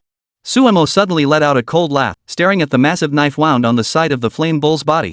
The wound was deep enough to expose the bone, and at the same time, it was spewing countless streams of scorching flames outward. Its blood was burning fiercely. No wonder it's called a flame bull. Earlier, Sumo had been a bit worried, unsure if his sword chi could harm the flame bull. But now, he had no such concerns. At the same level, especially after learning the updated techniques of the Great Union Heavy Sword Technique, he was brimming with confidence. From here on out, he was invincible. He smirked and said with a smile, interesting. They say that magical beasts are brainless, and it seems they are indeed so. Facing my attack, it doesn't even bother to dodge. Ha, does it look down on me? However, I wonder if you'll like this move of mine. The flame bull panted heavily, with the blade on its side continuously seeping burning blood that dripped onto the ground. After a while, the flames slowly died out, and the blood on the ground gradually dried up. The flame bull's eyes were bloodshot, and facing the human who had injured it, its anger had been completely ignited. The flame bull then charged forward on all four legs, rushing towards Sumo. Looking at the colorful scaled crocodile, sensing that its companion had been injured, it let out a roar and then charged towards Sumo with lightning-fast movements. Sumo's eyes narrowed. He knew that, even at the same level of cultivation, while he had strong confidence, that didn't mean he was arrogant. He certainly didn't want to act like the villains in TV dramas, facing countless heroes and then raising his hand, flicking his fingers, and shouting, "Come at me all at once." He found that to be utterly foolish. As the old saying goes, to catch the thief, catch the king first. Since there was no leader among these two magical beasts, he decided to take care of one first. Thus, Sumo, relying on his mental energy, instantly enhanced his speed throughout his entire body, transforming into a blur and vanishing from the spot. Behind him, when all the warriors saw Sumo disappear, they couldn't help but gasp in shock, exclaiming repeatedly, "Goodness, General Su, is he a monster? How can he be so strong?" Yes. General Su is already powerful enough with his beast-controlling abilities, but I never expected his own abilities to be this strong either. Could this be the result of cultivating both martial arts and beast control? Is this General Su's true strength, his true power? Wow, no wonder General Su was once called the war god by us. Previously, General Su relied solely on his physical body and pure strength to inflict devastating losses on all the young demon beasts. And over the past month or so, General Su seems even stronger than before. That's right. Under the guidance of Old Soldier Zhou, General Su repeatedly trained with the heavy sword. When Old Soldier Zhou passed away, he bestowed the heavy sword of the underworld upon him. Who would have thought that General Su has finally unleashed the even greater power of the heavy sword of the underworld? I feel that giving the heavy sword of the underworld to General Su and having him wield it was the most correct decision possible. I was worried about whether General Su could handle the few demons in front of him, but now I don't have to worry anymore. Yes, watching General Su strike the flame bull with a single blow and severely wound it, I believe he will continue to gradually weaken them and ultimately secure victory. And look at General Su's other beast, the Thunder Dog. It seems to be handling the Lightning Frog with ease. Though the two sides have been locked in a stalemate, it's at least a 50-50 situation. All the warriors felt much more at ease than before. As a result, smiles that couldn't be concealed finally appeared on everyone's faces, and everyone was exceptionally happy at that moment. Even Xiao Yunfeng, who stood at the center, suddenly broke into a smile. At this moment, Xiao Yunfeng no longer had to worry about Sumo's condition as he had before. He no longer had to worry about how he would explain things to Long Sanhai or how he would feel guilty toward the friends and family who cared about Sumo. Upon seeing Sumo's formidable display, Xiao Yunfeng couldn't help but feel satisfied, while also secretly marveling at it. Goodness! Could this be the result of cultivating both martial arts and beast taming? He's completely different from the powerful martial artists and beast tamers I've seen before. Xiao Yunfeng had been fighting in the southern frontier time and again over the years. As a general, he had naturally encountered many geniuses who had cultivated both martial arts and beast taming. However, he had never seen anyone like Sumo who could master their techniques to such a flawless degree.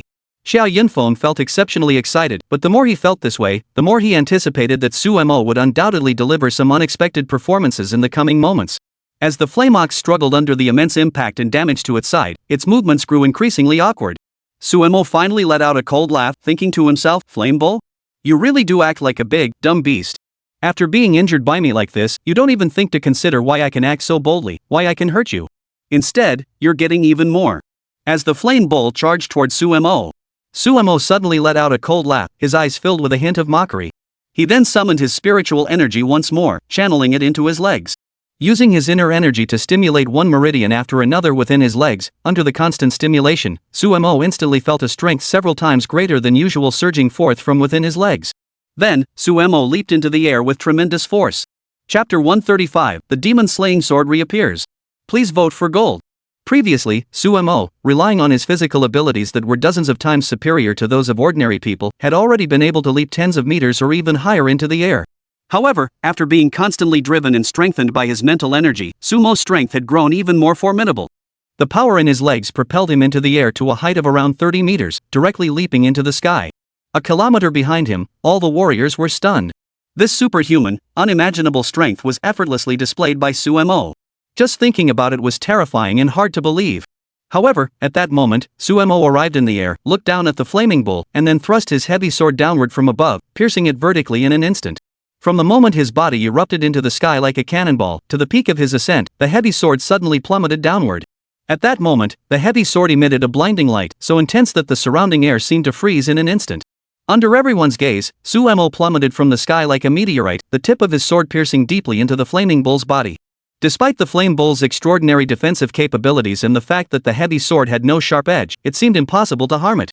However, the downward force of gravity, combined with the spiritual energy swirling around its surface, transformed into the sharpest blade, effortlessly piercing through the flame bull's body, tearing through its internal organs, and splitting its body in two.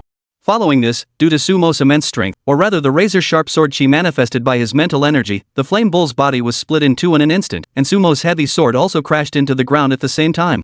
In the blink of an eye, the heavy sword pierced directly into the ground.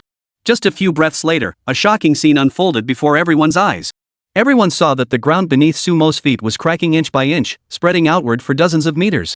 Behind them, all the warriors, upon witnessing this scene, were completely frozen in place. Everyone kept gasping in disbelief, repeating in trembling voices, "My God, is this really the kind of power a human being can possess? My goodness, Major General Sumo is so powerful. How could he possibly crack the earth inch by inch with just a sword technique that came out of nowhere? My goodness, Major General Sumo is way too strong. How did he do that? It's simply unimaginable, unimaginable. Terrifying, absolutely terrifying. I never thought that among us human beast tamers, there could be such a powerful existence. This is simply invincible. I just can't wrap my head around it. Who else could possibly match Sumo in human form? Well, there was one before. Many years ago, our nation also had a war god-like figure named Xia Hai. Unfortunately, he died in battle. No one knows why he died, but the demon-slaying sword technique he possessed and the demon-slaying sword he wielded could cut down countless demonic beasts wherever he went. It was precisely because he saved millions upon millions of Chinese people that so many were able to survive. The name of the sword master Xia Hai is truly one we must never forget. Oh, yes, I remember him too. And now I can't help but feel that Major General Sumo also possesses the ability to match the blade master Xia Hai. Strong, so strong. Today, I think we finally don't have to feel so miserable anymore. I think we will eventually taste the victory of war. All the warriors were overjoyed at that moment. At that moment, Sumo also gave a cold laugh, staring at the ground where flames were raging.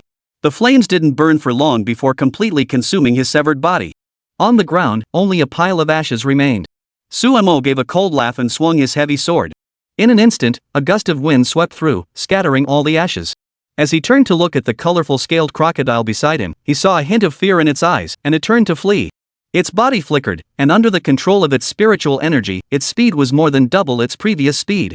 In the blink of an eye, he was already in front of the colorful scaled crocodile. The colorful scaled crocodile froze in its tracks, its eyes filled with fear as it stared at Suemo, as if begging for mercy. But how could Suemo give it that chance? How many comrades had been lost? How many brothers had died because of these beasts? How could Suemo possibly spare one of the culprits so easily at this moment? Suemo then examined the colorful scaled crocodile from head to toe, while his mind kept flashing back to his experiences as a beast tamer and his countless battles against magical beasts in the southern frontier. These experiences had given him some understanding of many magical beasts. The color-scaled crocodile was renowned for its formidable physical defense, with skin as hard as steel. At the same time, the multicolored glow emanating from its body was composed of a viscous substance secreted by its body. This mucus not only enhances the flexibility of its body but also possesses potent toxicity, making it the most destructive and harmful existence among ordinary tier beast tamers and beasts. Additionally, with its well-developed muscles, it possesses thousands of pounds of strength. Attempting to clash with it head-on was absolutely impossible. Therefore, Suemo conceived another plan, to use his body's agility to counter it. As he pondered, the heavy sword in his hand vanished, and in its place appeared a pitch-black long sword. As the long knife appeared, it immediately emitted a black aura. Suemo drew the blade from its sheath, and in an instant, the temperature of the surrounding air plummeted several degrees. The dense, black killing intent surged into the sky, causing the area around Sumo's body to grow slightly dimmer. However, all the warriors and officers standing behind him, including Xiao Yunfeng, were all stunned. Xiao Yunfeng blurted out instinctively, "The demon-slaying sword? Suemo! How could Suemo possess the demon-slaying sword?" In an instant, all the warriors were startled, and everyone began to discuss the matter. Among them were some who had once crossed paths with Xia Hai.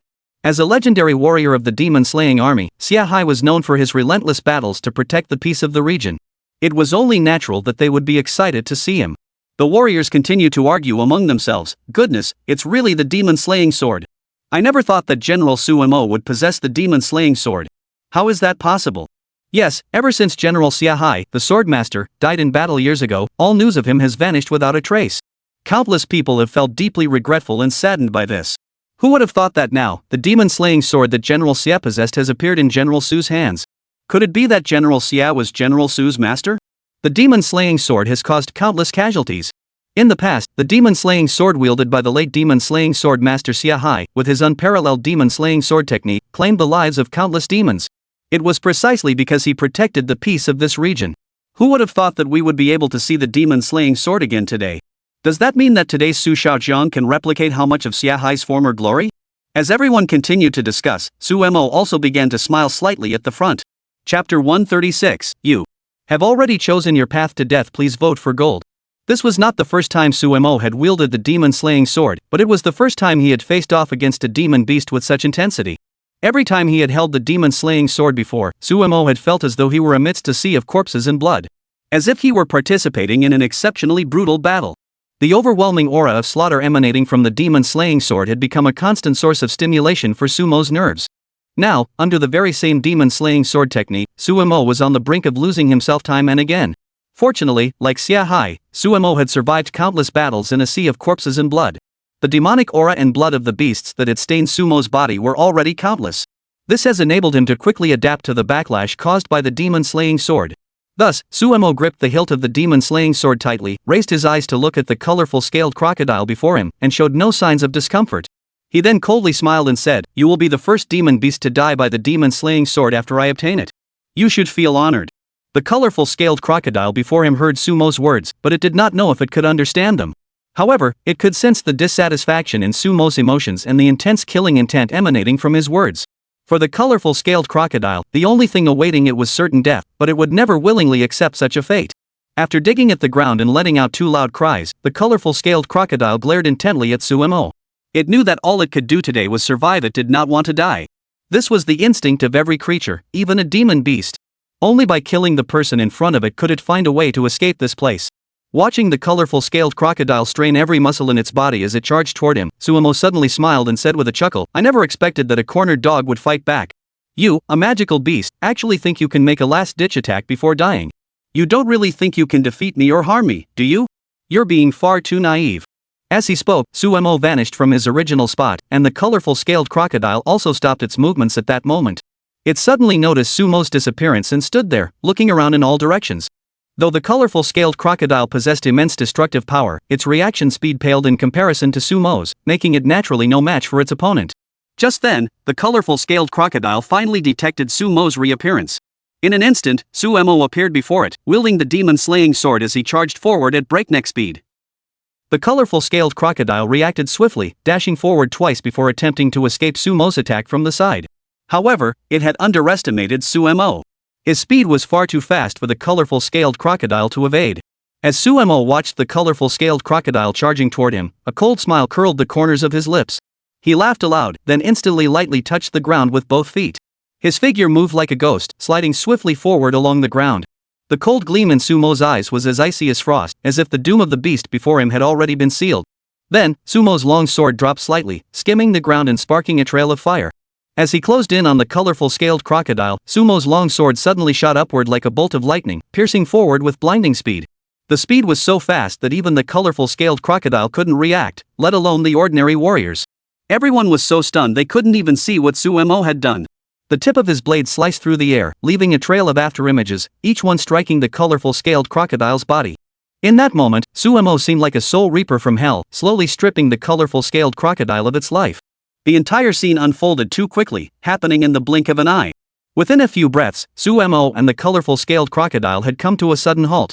The colorful scaled crocodile, having halted its movements, struggled to turn its head toward Sumo, opening its mouth to spew a jet of blood. The blood landed on the ground in front of him, instantly raising a cloud of white smoke. Then, the colorful scaled crocodile's body crashed heavily to the ground. Sumo turned his head to watch the end of the colorful scaled crocodile's life, curled his lips, and coldly laughed, saying, "With such meager strength, you dare to think of harming my Chinese homeland? The territory of our Chinese nation shall not be violated by any demonic beasts." At that moment, when all the warriors, officers, including General Qiao Yunfeng, witnessed the scene before them when they saw Sumo successfully severely wounding these two young stage 7th rank demon beasts, everyone's expressions lit up with joy, and they cheered. They waved their various weapons in the air and shouted loudly at the spot. "Great! General Su has won! Fantastic! Fantastic! This is the best news I've heard all day. Goodness, General Su is truly too powerful." He effortlessly disposed of the two young stage demon beasts in front of him. That's right. Even with one of his beasts unable to fight, General Su was able to handle the others so easily. His strength is truly terrifying. No wonder he is General Su. He is just too strong. Oh my goodness, I was worried about how General Su would perform today, but now it seems like I was overthinking it. That's right, that's right. With General Su's abilities, even a mature stage lightning frog wouldn't stand a chance against him, let alone these young stage demon beasts. Something's wrong. Look at the thunder dogs in the distance, something's wrong with them. Someone shouted. In an instant, Sumo felt a chill run down his spine. Sumo turned his head instantly. At the same time, within his mental perception, he also sensed something was amiss. Sumo wasn't stupid, how could he not sense such a thing? At the same time, he couldn't help but think to himself, as expected, even among ordinary tier beings, there are differences. Don't underestimate that thunder dog, which I've trained to be so powerful. But when it comes down to it, compared to the thunder frog, both are within the ordinary rank, and it would be quite difficult for it to go up against the thunder frog. The thunder frog not only possesses lightning-based abilities but also, like the colorful scaled crocodile, has toxins on its body that can severely impair neural judgment and affect an enemy's reactions. After experiencing this firsthand, Sumo finally realized that during the previous battle, the Thunderdog had already done its best to increase its speed and had been as cautious as possible in its confrontation with the Thunder Frog. However, even the most meticulous plan has its flaws, and the Thunderdog eventually came into contact with the venomous mucus on the Thunder Frog's body, resulting in poisoning. Now, it felt its body severely affected, and its movements had slowed significantly. Based on his understanding of the Thunder Frog, Sumo knew that the toxin wouldn't kill a beast tamer or a human outright, but if its body slowed down, it would inevitably become the Thunder Frog's prey. As the Lightning Frog, 100 meters ahead, extended its incredibly long tongue, it was about to swallow the Thunder Dog whole. In an instant, Sumo roared, You dare to harm my beast? You've already chosen your own death. Chapter 137, Instant Kill of the Thunder Frog. Please vote for gold. Looking at the Lightning Frog before him, Sumo sneered inwardly. A mere Thunder Frog had actually poisoned his beast companion the Thunder Dog, and this only served to further fuel his growing frustration toward the Thunder Frog. In Sumo's opinion, today's battle should be easily handled by the Thunder Dog, but he still felt some concern. It wasn't that the Thunder Dog was weak, it was just that the Lightning Frog, despite being of an ordinary rank, possessed a unique trait. The toxicity on its body made it extremely difficult for both beasts and beast masters to withstand its attacks. These factors would ultimately become the price the Thunder Dog would have to pay when facing the Thunder Frog. When the Thunder Dog sustains even a minor injury, when its movements become sluggish, and it may even be unable to continue fighting the Thunder Frog in front of it, Suemo finally decides to intervene. For all beast tamers, whether they have their own beast tamer teams or not, everyone works together seamlessly. Healers, assault units, defenders, and various other types of beast tamers to form a perfect combat system to withstand the attacks of the demon beasts. This was a well-developed system that beast tamers had cultivated over the years, but for someone like Suemo, who had to face these challenges alone, he could only rely on his own strength. Fortunately, Suemo now possesses even greater combat prowess. Through his mastery of the Great Union Heavy Sword Technique and Sword Slaying Technique, he has gained insight into the manipulation of spiritual energy within the body. As a result, Sumo's body vanished from its original position, moving faster and more terrifyingly than before, exuding boundless momentum as he charged toward the Thunder Frog. All the warriors in the distance were astonished by Sumo's performance. A group of warriors began to discuss among themselves. Goodness gracious, look at General Su. How is he moving faster than before? Yes, it's unbelievable. I thought General Su's previous display of strength was already formidable, but now he's showing an even greater level of power. Goodness, his speed is completely unseeable. Look, General Su has already appeared in front of the Thunder Frog. Someone shouted. Sure enough, as everyone turned their gaze, they saw Suemo had already flown in front of the Thunder Frog. In that instant, the Thunder Frog also spotted Sumo's arrival, and a fleeting expression of anger flashed across its tiny eyes. It then opened its mouth, extending its incredibly long tongue. Even from a distance, one could smell the foul odor emanating from its tongue, along with countless droplets of mucus. Suemo wasn't stupid, he instantly analyzed the situation. The lightning frog likely possessed neurotoxins in its body, which was why its toxins could harm and affect others, preventing them from maintaining high-frequency movements. Suemo sneered, "Humph. Little Thunder Frog, don't you really think you can stand up to me like this? You're being too presumptuous." As he watched the lightning frog extend its tongue, Suemo sneered coldly in his heart. He then gripped the demon-slaying sword in his hand and unleashed all his spiritual energy. In an instant, the air around Suemo surged with overwhelming power, causing the wind to stir without a breeze, rustling the clothes on his body. With a loud shout, Sumo's feet suddenly pushed off the ground, and his entire body shot forward like a meteor. As he flew through the air, Suemo clenched the long sword in both hands, raising it high above his head. In an instant, the blade emitted a blindingly bright light. Under the moonlight, it shone with a piercing coldness, accompanied by a momentum capable of shattering the heavens and the earth. As Suemo let out a deafening roar, the long sword in his hands transformed into a dazzling Milky Way, crashing down toward the ground with overwhelming force. A surge of blade energy erupted from the blade, swirling around the entire demon-slaying sword. The surrounding space seemed to shatter under the terrifying force, emitting ripples of energy. One after another, the sound of breaking air echoed, like rolling thunder and flashes of lightning, producing a deafening roar. All the warriors in the distance could see that although Sumo's strike seemed slow, they were so far away that they could still feel the overwhelming aura emanating from the blade. It felt as though they had been locked in place, unable to utter a sound, breathe, or even move. At that moment, everyone had only one thought: Sumo's strength was truly terrifying. A single demon-slaying sword could be wielded with such mastery, as if he were slaying gods and demons. Just as everyone was overcome with fear, the blade of the demon-slaying sword finally made contact with the body of the lightning frog. With a thunderous boom, the area around the Thunder Frog erupted in a deafening roar, as if a massive hammer had struck its body. As the blade and its skin clashed, the Thunder Frog's body was instantly split in two, with a loud explosion, turning into a cloud of blood mist that dissipated into the heavens in an instant. Suemo stopped his movements, smiled slightly to himself, and looked down at the demon-slaying sword in his hand.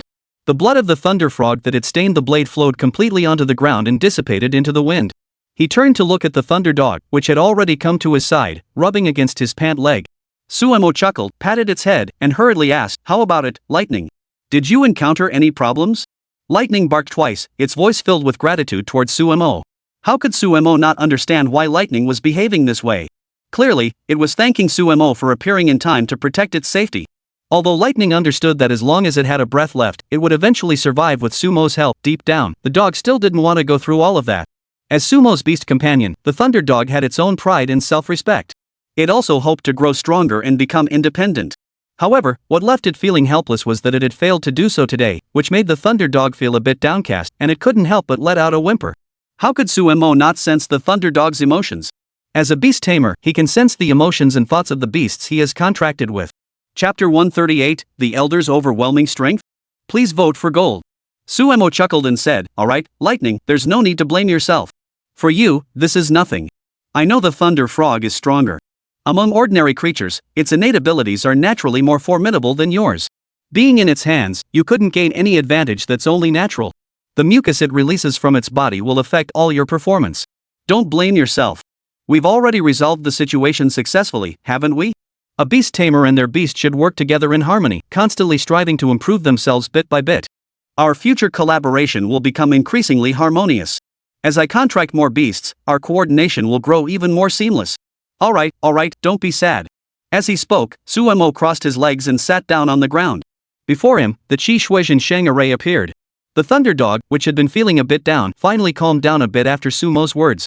Following that, the thunder dog leaped into the air. It came to the Qi blood reincarnation array that Suemo had released and sat there, wagging its tail. The battle between the thunder dog and the lightning frog earlier had indeed caused it to be contaminated with toxins. This had caused some sluggishness in its movements, and during one of the thunder frog's attacks, it had sustained a minor injury. Now, the thunder dog's body was indeed feeling a bit uncomfortable. Suemo finally summoned the Qi Shuizhen Sheng array and chose to heal it, hoping to restore the thunder dog's body to its original state. As the treatment continued, Suemo also gradually sensed the various conditions of the thunder dog's body. Just as the body was about to fully recover, he suddenly felt his own qi and blood reserves rapidly depleting. Sumo's heart sank. He never imagined that treating the thunder dog would nearly deplete his own qi and blood. After all, Suemo currently possessed over 1,700 points of qi and blood energy. With such formidable qi and blood energy, how could he nearly deplete it? It was precisely because of this that Suemo once again felt the changes the thunder dog had undergone, which were far more powerful than before, and the amount of energy its body could withstand had also increased significantly. As a result, every time Suemo healed or enhanced the thunder dog, the amount of vital energy he consumed increased, which was a positive sign. The next moment, Suemo called out to the little green dragon in his mind, "Little Fat, come quickly. I can't hold on much longer. Transform into your dragon form immediately. How is your body recovering?" Suemo continued to call out to the little green dragon in his mind. Soon, the little green dragon responded to Suemo in his mind using its thoughts. The meaning was clear, it had regained some strength after eating a little food. However, Suemo actually sensed a hint of reluctance in Xiao Qinglong's emotions. In an instant, Suemo realized what was happening and sighed helplessly. "Come on, what's the matter now? Hurry over here. Why are you so obsessed with that female military officer? If you're going to act like this, we can just break the contract. You can go spend your days with her, and you can find yourself a female beast tamer. How about that?" Xiao Qinglong let out a helpless sigh, clearly unwilling to find a female beast tamer. Staying by Sumo's side every day didn't require much training. Thanks to the Qi blood reincarnation array, it could forcibly enhance its strength. What's the difference between that and getting something for nothing? Therefore, for Xiao Qinglong, it was absolutely unwilling to go through all of this. Thus, Xiao Qinglong swiftly flew out of the female officer's embrace. The female officer, who had been holding the little green dragon, felt a pang of reluctance. She instinctively reached out her hand and shouted urgently, "Where are you going? Has your body recovered yet?" Xiao Qinglong nodded, his round eyes filled with curiosity, and he had already charged into the sky. In an instant, he transformed back into his true form and flew swiftly to Sumo's side. Its body swirled continuously, enveloping Suemo within it and blocking everyone else's view. Just as this was happening, Suemo felt Xiao Qinglong's embrace and finally exhaled deeply. Then, with a flick of his mind, his body swayed slightly, and his instant recovery skill activated. Suemo opened his eyes. Indeed, he had once again used the skill of immortality. At the same time, a gust of wind arose around Suemo, and a surge of energy erupted, causing the entire sky and earth to tremble as if struck by a thunderclap. Suemo inspected his body. Currently, Sumo's mental energy had reached 3,030 points, while his vital energy, having just been revived, had risen to 1,800 points. It was precisely because Suemo had successfully increased his spiritual energy to 18 times that of an ordinary person that he had broken through the bottleneck within his body, causing the thunderous sound. Feeling the power within his body, it recovered in an instant, and the energy now surged through his body with even greater intensity. Suemo couldn't help but smile. Suemo loved this power and the feeling of being so strong. Only by becoming stronger could he protect more and more people in the future and achieve one goal after another. Suemo firmly believed that with such relentless improvement, he would inevitably earn the respect and awe of more and more people in the future. What would he be unable to do then? Of course, there was one thing that Suemo had already accomplished at this stage. He had avenged the injustice done to him, and through his efforts, he had finally settled a small score from this phase of his life. However, there are still many more things for Suemo to investigate. The death of his mentor, the expectations placed on him by Jiang Hanying, and various other matters including whether he will ever possess the strength to protect Jiang Ya all weigh heavily on his mind. All of this has become the foundation upon which Xu Mo must strive to build his future. However, little does he know that on the walls of the southern frontier, in the darkness far away, the elderly man who once had some connection with Xu Mo stands silently watching him. His eyes were like telescopes, clearly seeing everything that was happening to Xu Mo. Chapter 139, Xu Mo's Worries and Doubts? Please vote for gold. Even though there was a small green dragon blocking Xu Mo's path ahead, under the old man's gaze, Xu Mo appeared as transparent as glass. Watching Xu Mo's body sway precariously before returning to normal in the blink of an eye. For a moment, the old man's eyes betrayed a hint of surprise. He then chuckled and said, "Ha, youngster, what kind of secret do you have on you? It truly piques my curiosity, but I also understand that this is ultimately your trump card, and you certainly cannot reveal it to anyone." Never mind, never mind. I'm not the type to pry into others' affairs. All I need to know is that you are loyal to all the people and to the demon-suppressing army. That is enough. I only wish to nurture you properly and help you grow even stronger in the future. Earlier, Long Sanghai was saying that if I were to take you as my disciple, wouldn't you two become master and disciple in the future? Thinking about it, it makes sense, but even if we were master and disciple, what then? Our ideals are the same, we're all dedicating our lives to the sake of China. Xu Mo, my younger brother. Just as they were about to speak, one after another, people rushed toward them. They arrived beside Xu Mo. Xiao Yunfeng was leading the charge at the front. Seeing the small green dragon on Xu Mo's shoulder restore its true form and return to its adorable appearance, he couldn't help but sigh in relief. He hurried over, helped Xu Mo to his feet, and examined him closely, asking with concern, "Brother, how do you feel now? Did you get hurt anywhere? You mustn't scare us like that. If there's anything wrong with your body, tell me immediately, and I'll take you to the camp hospital right away so the doctors can give you a thorough checkup. If something happens to you, I won't know how to explain it to General Long. I'd become a criminal because of it." Xu Mo was deeply moved by these words. He never expected Xiao Yunfeng to care so much about him, which truly made him feel very happy. As a soldier, receiving such attention and support from these people was truly a rare and precious thing. After a moment, Xu Mo shook his head and smiled, saying, "Alright, old Xiao, don't worry. Look at me now, I'm fine, aren't I? Why are you so eager for me to make a mistake? If something really does go wrong, you'll have nowhere to cry."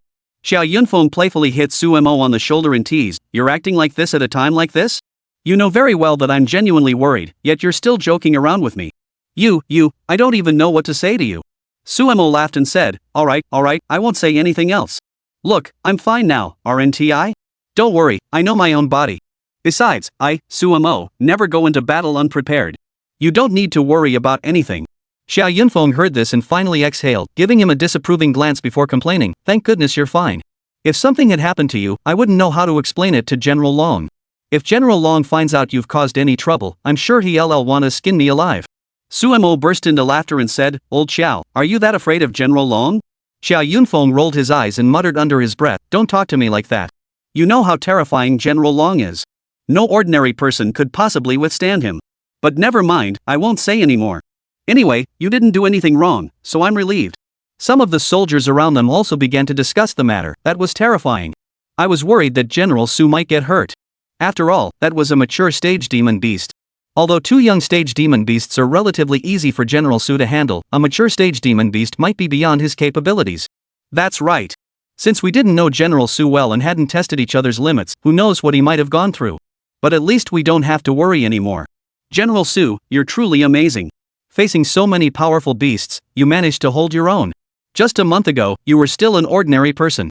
Just an ordinary warrior, yet in such a short time, just 1 month, you've become so powerful. I'm truly impressed. Yes, General Xu isn't just a war god among ordinary warriors? But I think General Xu should also be called a war god among beast tamers, right?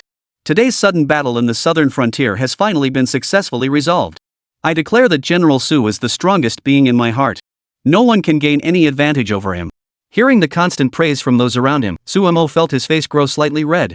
He waved his hand and said, enough, everyone. Stop flattering me like this. If you keep going, I'll feel embarrassed. Besides, this is simply my duty. Protecting the peace of the southern frontier, ensuring that all soldiers can enjoy stability and harmony, and safeguarding the homes of countless families, isn't that the greatest belief in the hearts of all of us in the southern frontier and all the soldiers of the demon-subduing army? We are all striving for this. Before, I was just like you ordinary soldiers, one after another, fearing neither life nor death, doing whatever we could for this nation and all its people. How could we possibly give up all of this now? Alright, since this battle has ended, let's prepare to return. The beast tide has finally ended. The warriors began to prepare to leave. However, at that moment, Sumo stopped what he was doing. Xiao Yunfeng couldn't help but ask curiously, "What's wrong? Sumo, do you have any other questions?" Sumo nodded, then watched as the warriors departed one after another. He then turned his head slightly to look. There, the lightning frog that had been split in two by his earlier strike lay on the ground, its body split apart from left to right. However, its body had dissipated into the heavens and earth under the force of the powerful attack. He then looked toward the nearby area and saw the colorful scaled crocodile he had just killed. Chapter 140, Unity of Sword and Mind, Clear Intent. Please vote for gold. This colorful scaled crocodile was the only magical beast to survive when Sumo faced two young stage and one mature stage magical beasts. Upon seeing it appear, Sumo's brows furrowed tightly. After walking forward and seeing that all the warriors had already left the area, Sumo exhaled deeply, bent down, and began carefully examining the remains of the colorful scaled crocodile. Xiao Yunfeng also approached, curiously asking, "What's wrong? Is there a problem?" Sumo nodded and said slowly, "Old Xiao, do you remember what I told you earlier? Didn't you find these demon beast tides appearing to be too bizarre? Of course, you also mentioned something to me earlier." Before this, all the warriors of the demon sealing army noticed some strange phenomena associated with these beast waves, including unusual celestial phenomena and environmental changes. "Do you remember?" Xiao Yunfeng nodded. Hadn't he just mentioned this to Sumo during the battle? "What do you mean?"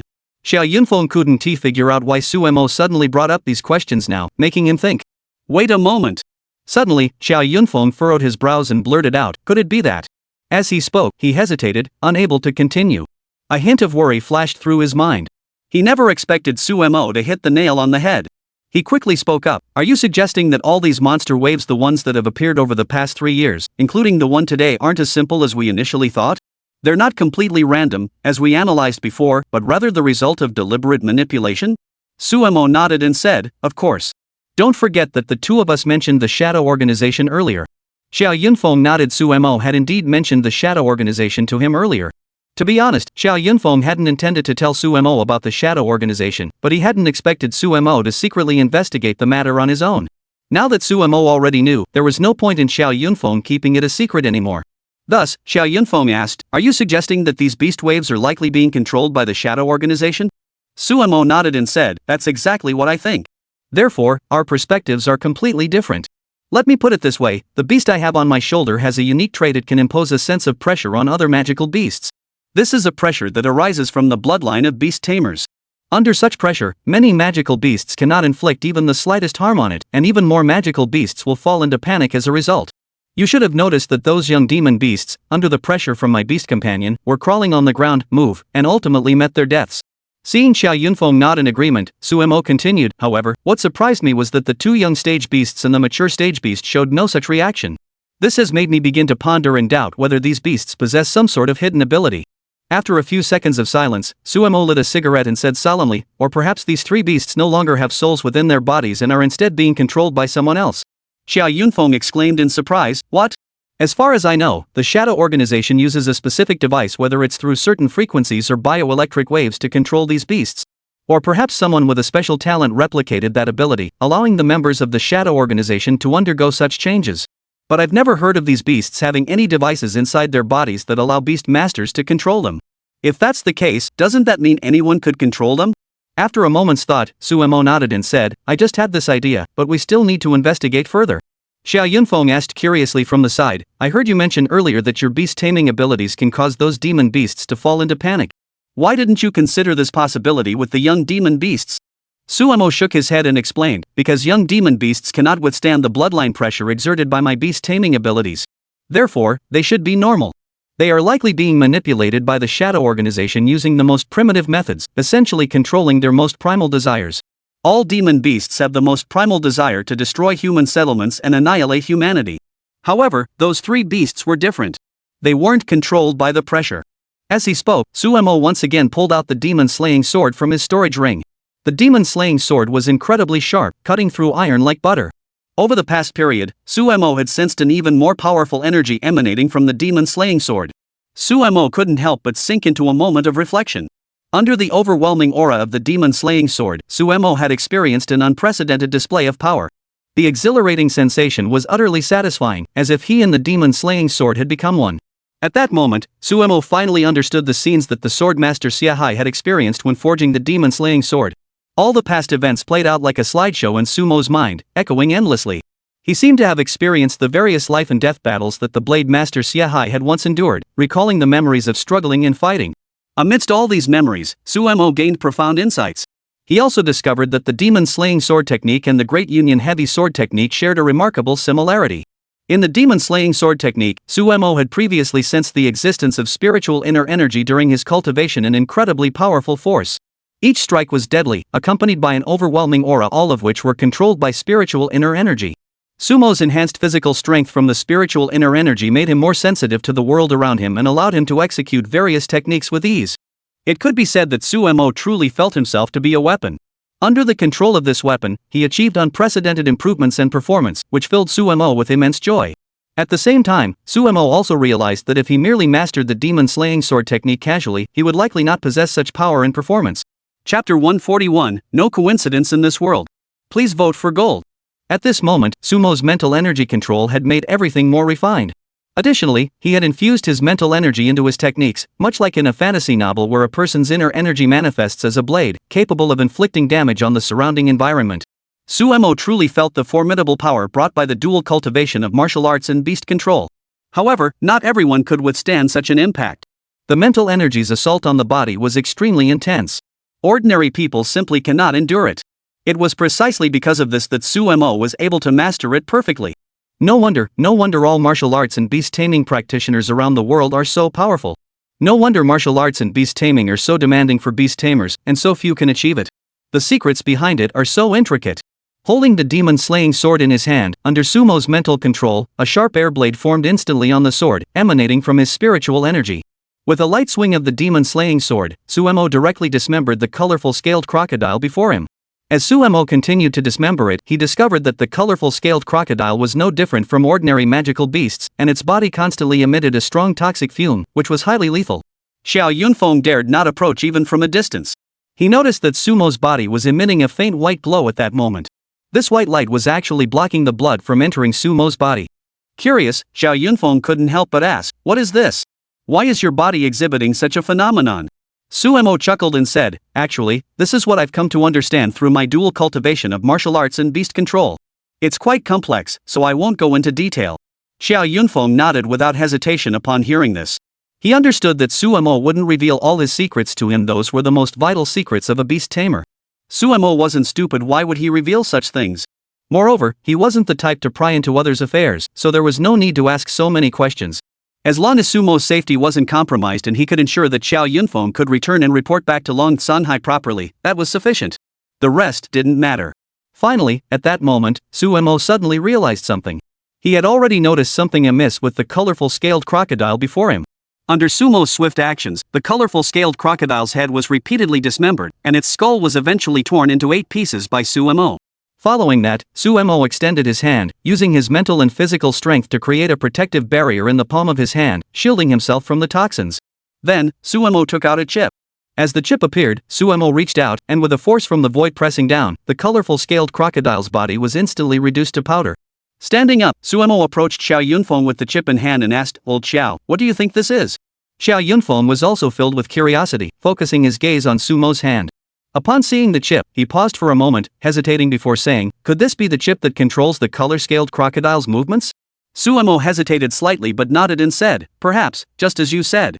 I've been wondering why the color-scaled crocodile, the thunder frog, and that flame bull all showed no reaction to the soul pressure of my beast-taming abilities.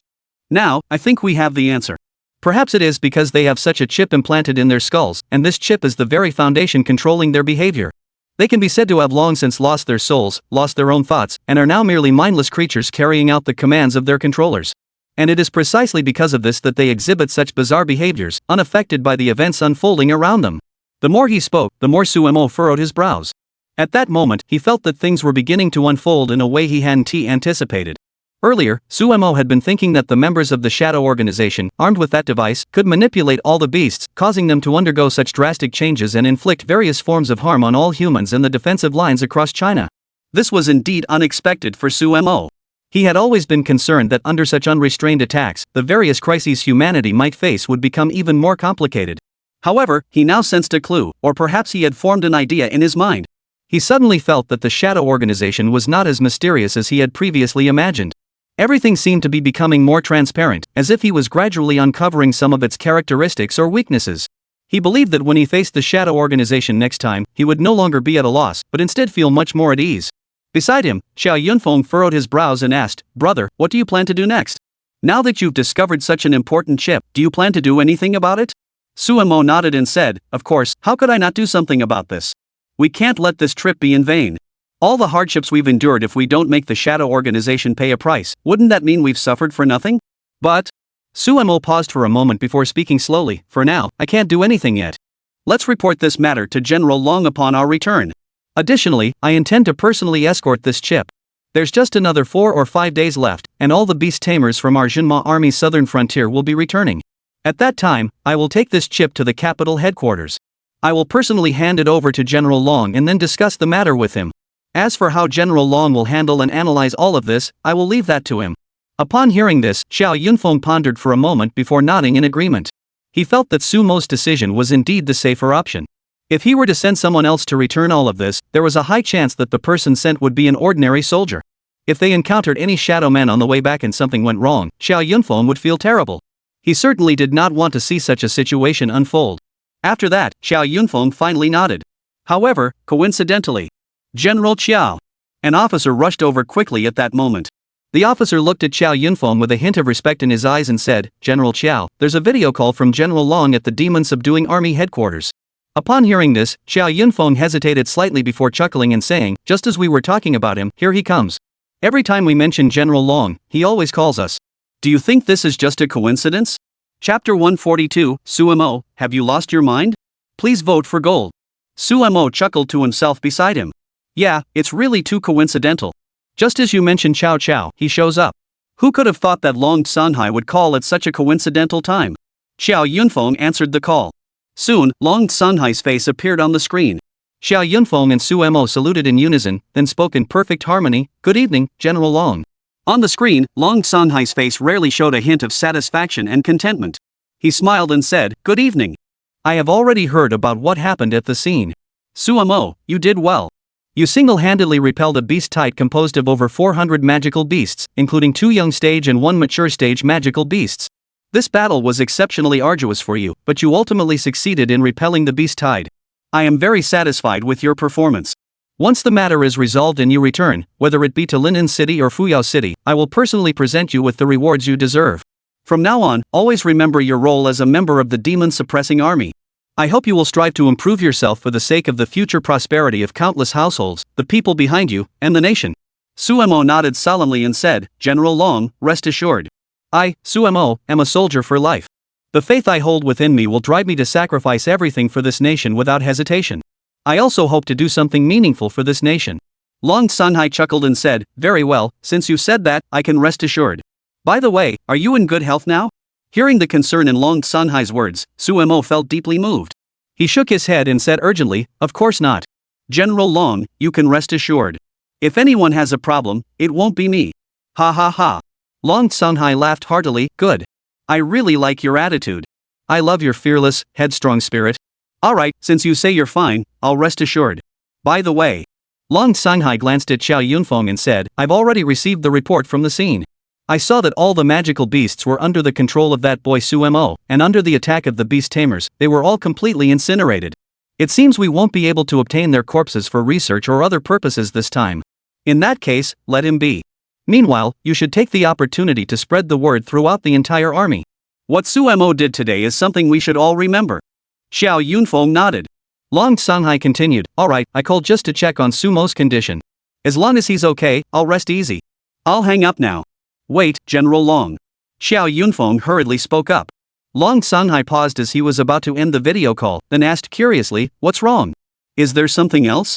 Xiao Yunfeng hesitated slightly but then spoke up, "General Long, as it happens, I was just talking about you with Suemo earlier. We also have something we'd like to discuss with you." Upon hearing this, Long Sanhai shifted his gaze to Suemo with a hint of curiosity.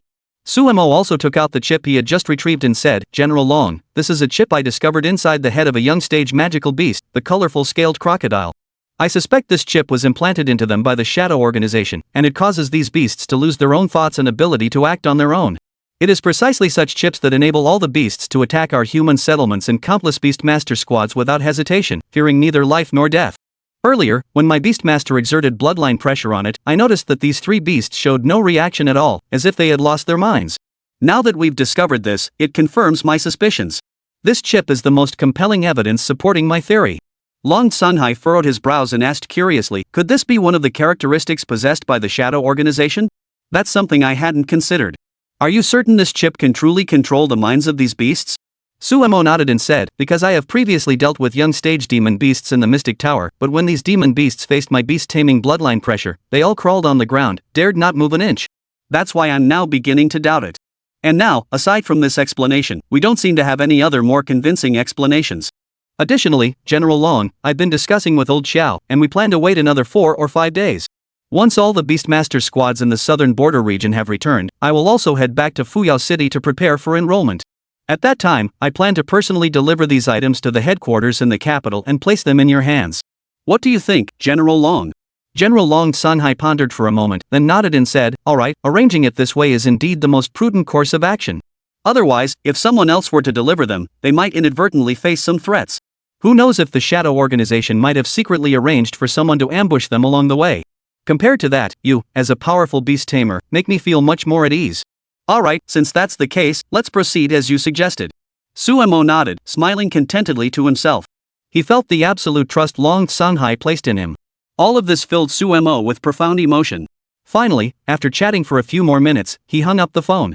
Suemo and Xiao Yunfeng headed toward the military camp within the southern border wall. However, Suemo suddenly stopped in his tracks. Xiao Yunfeng, standing beside him, couldn't help but pause for a moment and hurriedly asked, what's wrong? Suemo, what's wrong? Suemo turned his head abruptly to look behind him, then muttered under his breath, someone is watching me from behind. Xiao Yunfeng felt the hairs on his body stand on end. He froze, unable to believe that Suemo had said someone was watching him from behind. However, when he looked behind him, under the moonlight, although his vision was somewhat obstructed, he could still make out a faint outline at a distance. But at that moment, Xiao Yunfeng couldn't see anything unusual. He blurted out, Suemo, are you kidding me? I'm telling you, this isn't funny at all. How come it sounds like a horror movie when you say it? This part of the southern frontier is desolate. Who would be so bored as to watch you? Wait, something is wrong. Wait. Suddenly, Xiao Yunfeng snapped out of it and blurted out, are you suggesting that it's someone from the shadow organization? Suemo whispered, it's highly likely. After all, today's beast tide was most likely orchestrated by the shadow organization. Otherwise, I don't believe that the beasts transported through the interdimensional gate would have chips implanted in their minds. This must be the work of humans. After speaking, Suemo cautiously said, Old Xiao, you should go back first.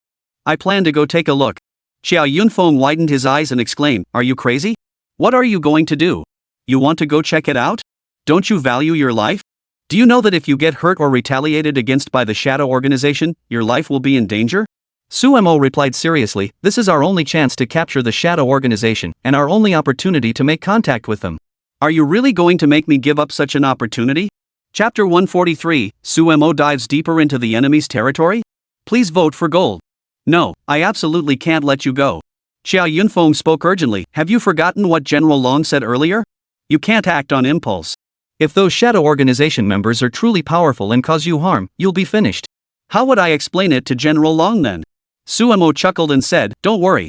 My beast is one of the fastest flying beasts. I believe it won't let that person harm me in any way. Please trust me. I have the absolute ability to protect myself, and I also have a trump card up my sleeve. You should know that I can guarantee you this, within this territory, I will definitely return unscathed. Xiao Yunfeng heard this and immediately furrowed his brows. A deep sense of worry welled up in his heart. Despite Sumo's confident assurances, he couldn't help but feel tense and worried. Even if Suemo appeared confident, he couldn't help but worry that something might go wrong, and if everything were to spiral out of his control, he might regret it too late. In fact, this was precisely Sumo's hidden reliance. Although the previous Suemo had been extremely cautious, always thinking of himself, he must not let himself be swayed by arrogance or indifference, which could lead to severe physical blows and ultimately be controlled by others. But at the end of the day, Suemo still had his own reliance. This reliance also made Suemo firmly believe that he would definitely turn the situation around and avoid too much danger in the coming days. With a wry smile, Suemo said, alright, Old Xiao, trust me. I wouldn't joke about something like this. Go back and wait for me. I'll be right back. As he spoke, Su Mo sensed that the great healing array had not only healed the Thunderdog Lightning but also the little green dragon and little Fat. Now, the physical abilities of the two beasts had returned to their peak condition. Su Mo was confident that in this condition, they could easily escape the scene with him without any harm. With a faint smile on his lips, Su Mo vanished from his original position in an instant, soaring into the air. In mid-air, the little green dragon had already transformed into its true form, taking the shape of a green dragon. Then, Su Mo and the Thunderdog stood together on the body of the little green dragon and vanished into the distance in an instant. Sigh. Xiao Yunfeng watched Su Mo disappear from his sight in an instant, hesitating to speak. His heart was filled with endless helplessness. Xiao Yunfeng well knew that Su Mo now possessed the strength he relied on. Yet he couldn't help but worry. For him it was only human nature. He didn't even know the specifics of Su Mo's abilities. Wasn't it reasonable to worry? As Su Mo vanished from sight, he could no longer catch a glimpse of him. Xiao Yunfeng sighed and picked up his phone without hesitation, dialing Long Sunhai's number. Soon, Long Sunhai answered the call, curiously asking, "What's wrong? Little Xiao, why are you calling me at this hour?" Xiao Yunfeng spoke urgently, "General Long, I don't know how to explain this." Su Mo suddenly felt like someone was watching him, and at the same time, he saw a figure flickering in the forest behind him. So, Su Mo has already fled the scene on his dragon-shaped beast and is heading there to investigate. Long Sunhai furrowed his brows and said, "What is that kid up to?" Xiao Yunfeng sighed helplessly, "I have no idea. That's why I don't know what to do now." "General Long, I was just about to call you to ask if you had any ideas to help Su Mo escape this danger." Long Sunhai sighed bitterly and said, "Alright, I understand. Let him go. From what I know of him, he never fights without preparation, and he's not the type to act recklessly. But don't worry, I've already made prior arrangements. I'll contact a powerful figure shortly. He happens to be in your southern border region. I believe he will ensure his safety. This time, I hope he can uncover even a trace of the Shadow Organization. It would be a valuable lead for our demon-suppressing army after all these years. If we can indeed capture that person or find any clues on him, it would be a great benefit to us. Let him go for now." Upon hearing this, Xiao Yunfeng couldn't help but sigh inwardly. How come General Long is now acting just like Su Mo, indulging his whims and agreeing to all his demands? But upon further reflection, General Long had also mentioned earlier that Su Mo had his own calculations and never acted without preparation. He must have made this decision after careful consideration. In fact, he even heard in General Long's words that he had specifically sent a spy to the southern frontier this time, and that spy would certainly be there to protect Su Mo's safety. Xiao Yunfeng sighed helplessly. How could he possibly know what arrangements General Long had made? But then again, with over 2,000 soldiers in the army, how could he possibly keep an eye on everyone? The person hiding in the shadows would be exceptionally difficult to uncover. Under such circumstances, Xiao Yunfeng couldn't help but laugh and said, "Alright, since General Long has spoken, I won't say anything else. I'll hang up now. General Long, please make the arrangements quickly." General Long Sunhai smiled and didn't say anything else before hanging up the phone. Xiao Yunfeng stood there, gazing in the direction where Su Mo had just left. There was no one beside him. Under the moonlight, Xiao Yunfeng's silhouette appeared utterly lonely. However, as he gazed in the direction Su Mo had departed, he couldn't help but mutter to himself, "Boy, you mustn't cause any trouble. If you get hurt or something goes wrong, I don't know what I'll do. General Long is placing more and more trust in you, and how could I not feel the same? Your formidable performance and your repeated displays of strength have only made me more curious about you. I also look forward to the day when the two of us can have some kind of connection, some kind of story." After speaking, Xiao Yunfeng felt a figure dart past him at an incredible speed, heading toward the direction where Su Mo had disappeared. The figure moved so quickly that even Xiao Yunfeng didn't feel it. Such a figure, like a gust of wind, would have been impossible to believe was a person had it not been for the fabric of its clothing brushing against his shoulder, leaving a stinging sensation on his muscles. Watching the dark figure flash by in front of him, Xiao Yunfeng narrowed his eyes and said, "That's powerful. That person's speed is incredible. I've never seen such speed among ordinary beast tamers. This speed is even faster than Su Mo's earlier, and it carries more momentum." Only General Long came close to matching that performance. Who could he be? At that moment, Xiao Yunfeng felt a strong curiosity about the figure that had just passed by him. At the same time, he realized that this figure was likely the person Dragon General Long Sunhai had mentioned earlier, the one secretly sent to the southern frontier war zone. As for the identity and strength of this person, Xiao Yunfeng knew nothing. However, at that moment, he had completely put his mind at ease. With such a formidable individual protecting Su Mo, he truly had no need to worry about Su Mo's safety. At the same time, what piqued Xiao Yunfeng's curiosity even more was just how much importance Long Sunhai placed on Su Mo, that he would go to such lengths as sending such a formidable individual to the southern frontier solely to ensure his safety. Chapter 144, Let's not talk, just get to it. Please vote for gold. Moonlight poured down like water, covering the entire land of Huaxia. Sumo was currently walking among countless fallen leaves. His steps were light and slow, and his brows were furrowed as he constantly scanned his surroundings. The surroundings were unusually quiet, but it was precisely this silence that made Sumo feel a hint of unease at that moment. The small green dragon on his shoulder remained as cautious as ever, accompanying him, while the thunder dog also slowed its pace, striving not to make a single sound. At this moment, Sumo was exceptionally focused. He trusted his judgment implicitly. He was certain he had seen a human figure appear just moments ago. At his current level of cultivation, ordinary beast tamers would be unable to detect even the slightest disturbance in their surroundings. After all, for most of them, they were just ordinary people, albeit with slightly stronger mental abilities, nothing more. But for Sumo, it was entirely different. Sumo possessed 18 times the vital energy of an ordinary person, and his physical strength had long since surpassed that of an ordinary person. With such formidable strength, he can see things through the darkness of the night that ordinary people would find difficult to detect. It was precisely during his recent observation that he spotted a figure approximately 2 kilometers away, moving around the edges of this ancient forest. That person was staring intently at Sumo. Instantly, Sumo furrowed his brows. A thought flashed through his mind: the person over there must be connected to the Shadow Organization. Sumo trusted his instincts. If it wasn't someone from the Shadow Organization, why would they choose to appear here at this moment? If he were a soldier belonging to the Southern Frontier Demon Subduing Army, he would never have appeared here. He would have chosen to gather with the others and leave this place. Instantly, Sumo's brows furrowed. During his flight, he had also noticed a hint of something amiss. It seemed as though a figure was racing toward this direction. Judging by that person's speed, he should be able to catch up. However, when Sumo arrived in the forest, under the moonlight, the surroundings became dark and eerie. Sumo couldn't find any trace of the person at all, which made him frown even more. He kept thinking to himself, what's going on? Ahead lay a patch of grass about a meter tall. Sumo cautiously felt his way forward, but when he parted the grass and emerged on the other side, he came to a sudden halt. Before him was a cliff that was about 100 meters deep. During his flight, Sumo had completely failed to notice it, as it had been completely obscured by the towering trees. Below the cliff, as expected, Sumo spotted a figure rushing forward in the distance. There! Sumo shouted loudly. The small green dragon on his shoulder reacted instantly, transforming into a dragon and carrying Sumo and the thunder dog forward. In just about 10 seconds, Sumo had already arrived in front of the rushing black figure. Before him stood a muscular man, standing there, with 3 beasts by his side. Sumo's mind flickered, and the ability he possessed, the Eye of All Things, was instantly unleashed. Sumo could see the strength of the man before him, as well as the strength of the 3 beasts by his side. Soon, Sumo furrowed his brows. He saw that the man in front of him was a 22nd level beast tamer. Under the all-seeing eye, anyone whose level was within 10 levels of Sumo's could be detected. This became the primary basis for Sumo to assess the exact strength of others when facing them. It was precisely because of this that Sumo possessed the means to survive in such situations. Looking at the man in front of him, Sumo furrowed his brows. He then examined the 3 beasts, a level 9 iron armor brown bear, a level 10 earth diving turtle, and a level 3 green light rabbit. Among these 3 beasts, one was defensive, one was both defensive and offensive, and the green light rabbit was a healing type beast. After a moment's thought, Sumo realized that the 3 beasts the opponent possessed could be used to preliminarily plan his combat squad. At the same time, this 22nd level beast tamer caused Sumo to feel a sense of apprehension for some unknown reason. The all-seeing eye was unable to discern the opponent's vital energy levels. It could only perceive their spiritual power and their current beast taming prowess. This was the ability Sumo had obtained from Jiang Hanying earlier.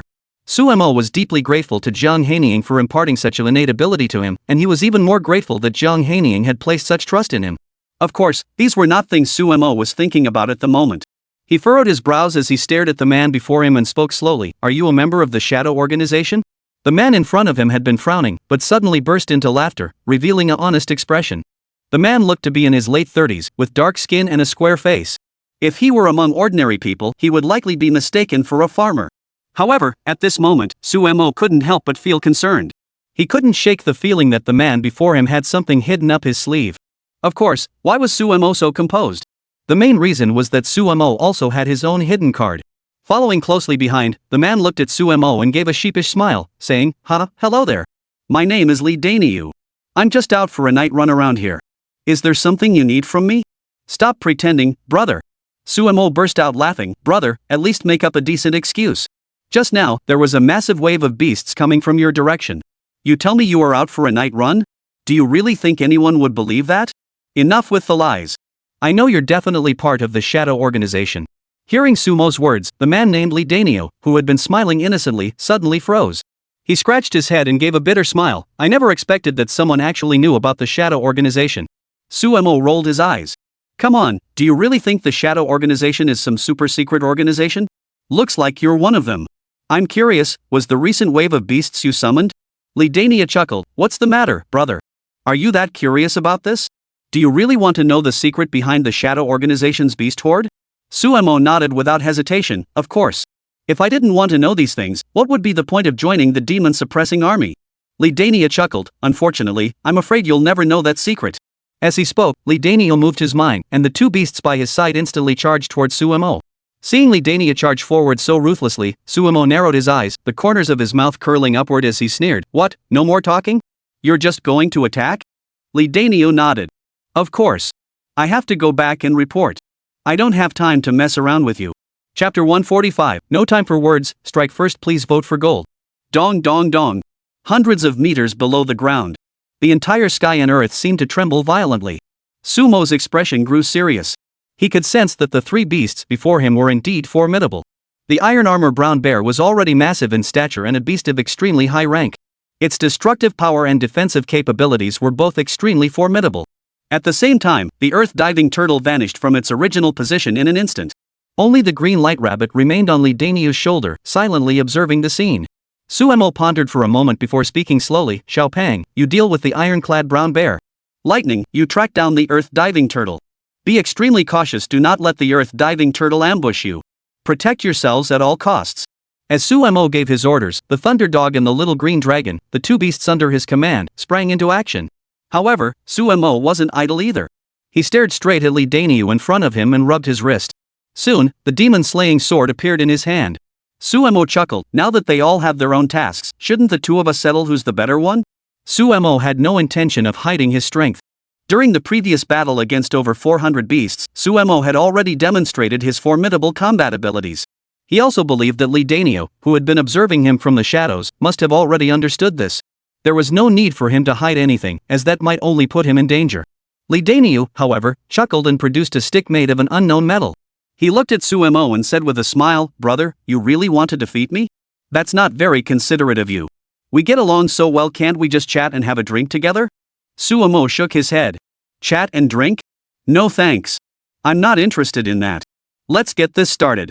Our battle is finally about to begin. With a loud boom, Suemo vanished from his original spot in an instant. At that moment, Suemo had no intention of giving Li Daniu any chance. He didn't have the time. Suemo would now engage Li Daniu in combat. He only needed to eliminate Li Daniu, and the three beasts bound to him by contract would naturally cease their attacks. In that instant, Suemo had already arrived in front of Li Daniu. Instantly, Li Daniu's aura surged, and his clothes were torn apart by his bulging muscles. Suemo watched helplessly as Li Daniu's muscles bulged high in the air. The aura emanating from his entire body was unleashed to its fullest extent. What a terrifying aura! Suemo narrowed his eyes. This was the first person he had encountered since joining the southern frontier, and since he had crossed over to this world, who possessed such a formidable aura. For a moment, he thought to himself, this man named Li Daniu is no ordinary person. After all, he has come here today with such an important mission from the Shadow Organization. He must possess extraordinary abilities. At that very moment, Suemo gripped the hilt of the demon-slaying sword in his hand. The demon-slaying sword emitted a humming sound, trembling violently as it vibrated. Indeed, the demon-slaying sword was once again craving blood. Suemo opened his mouth slightly and roared. The force of his shout caused countless falling leaves around him to be blown away. Immediately afterward, Suemo raised the demon-slaying sword from below, slicing upward as if tearing through the air. The full moon hanging high in the sky grew even colder at that moment. The blade of his sword was adorned with countless threads of light, formed by his spiritual energy, spinning madly along the patterns on the blade. The razor-sharp edge of the sword then lunged toward Li Daniu's chest. The blade was filled with the intent of the sword, and the surrounding trees began to crack. On the tree trunks, cracks began to appear, resembling the claws of a demon come to claim a life. At that moment, Suemo unleashed one of the most powerful attacks he had mastered in his demon-slaying sword technique. He had no intention of giving Li Daniu any room to maneuver. He wasn't foolish in such a battle. If they were to test each other's limits, it might put him in danger. It was better to simply unleash his strongest strike and cut the opponent down with his blade. That was the best course of action. However, at that very moment, Suemo froze. As his demon-slaying sword was about to touch Li Daniu's chest, Li Daniu suddenly raised the staff made of an unknown material in his hand and effortlessly blocked the blade of the demon-slaying sword.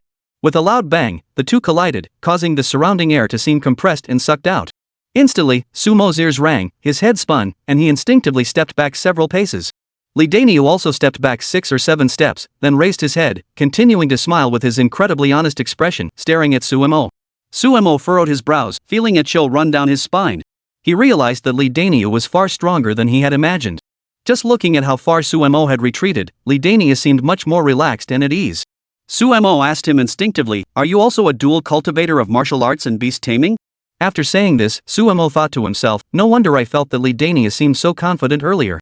No wonder I sensed such a strong aura of blood and violence emanating from him, along with his muscular build and overwhelming strength. It turns out that Li Daniu is truly extraordinary." Li Daniu just chuckled, scratching his head and said, "Hee, brother, you're just curious about my background, aren't you? Why are you so eager to pry into my past?" Sumo spat out a mouthful of saliva and snorted, "Stop with the nonsense. You're a member of the Shadow Organization. I'd rather cut you into 1,000 pieces than spare you." Li Daniu shrugged indifferently, "Alright, no matter what kind of strength you have, I'll cut you down today." Sumo was now determined to make Li Daniu pay for this. At the same time, he knew he couldn't reveal too much of himself to Li Daniu yet. He had his own trump card and was confident that it would deal Li Daniu the most devastating blow. However, exactly what effect it would have could only be determined as things unfolded.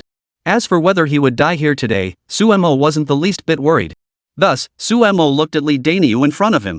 As he spoke, Sumo charged forward once more. Before long, he leaped into the air and landed on a nearby tree branch. Sumo stood on the branch, his demon-slaying sword emitting a piercing cold glow. As a result, driven by Sumo's relentless spiritual energy, the formidable power within him erupted suddenly. The falling leaves around him were violently swept away by the gale, forming whirlpools several meters wide. As he raised the demon-slaying sword, the blade's glow turned crimson, and wherever it passed, the gale raged. As his body vanished from its original position, the branch he had been holding snapped in two.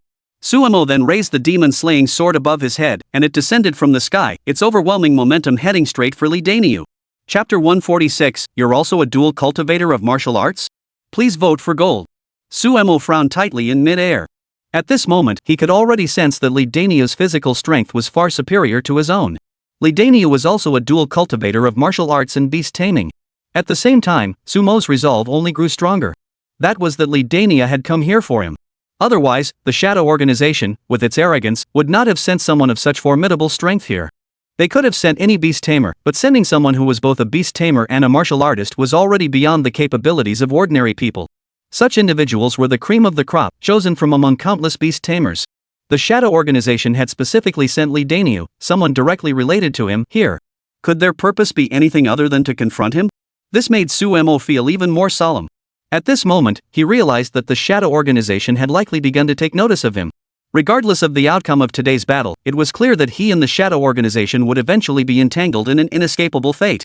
Feeling that trouble was about to come his way, Sumo couldn't help but feel a headache coming on. But there was nothing he could do. The Shadow Organization had always harmed innocent people and caused suffering to countless civilians. Sumo had to face the challenge head-on and make them pay the price for their actions, bit by bit. As he pondered, Sumo raised his demon-slaying sword high in the air. A massive wave over 2 meters tall surged skyward behind him, sweeping away countless fallen leaves in its wake.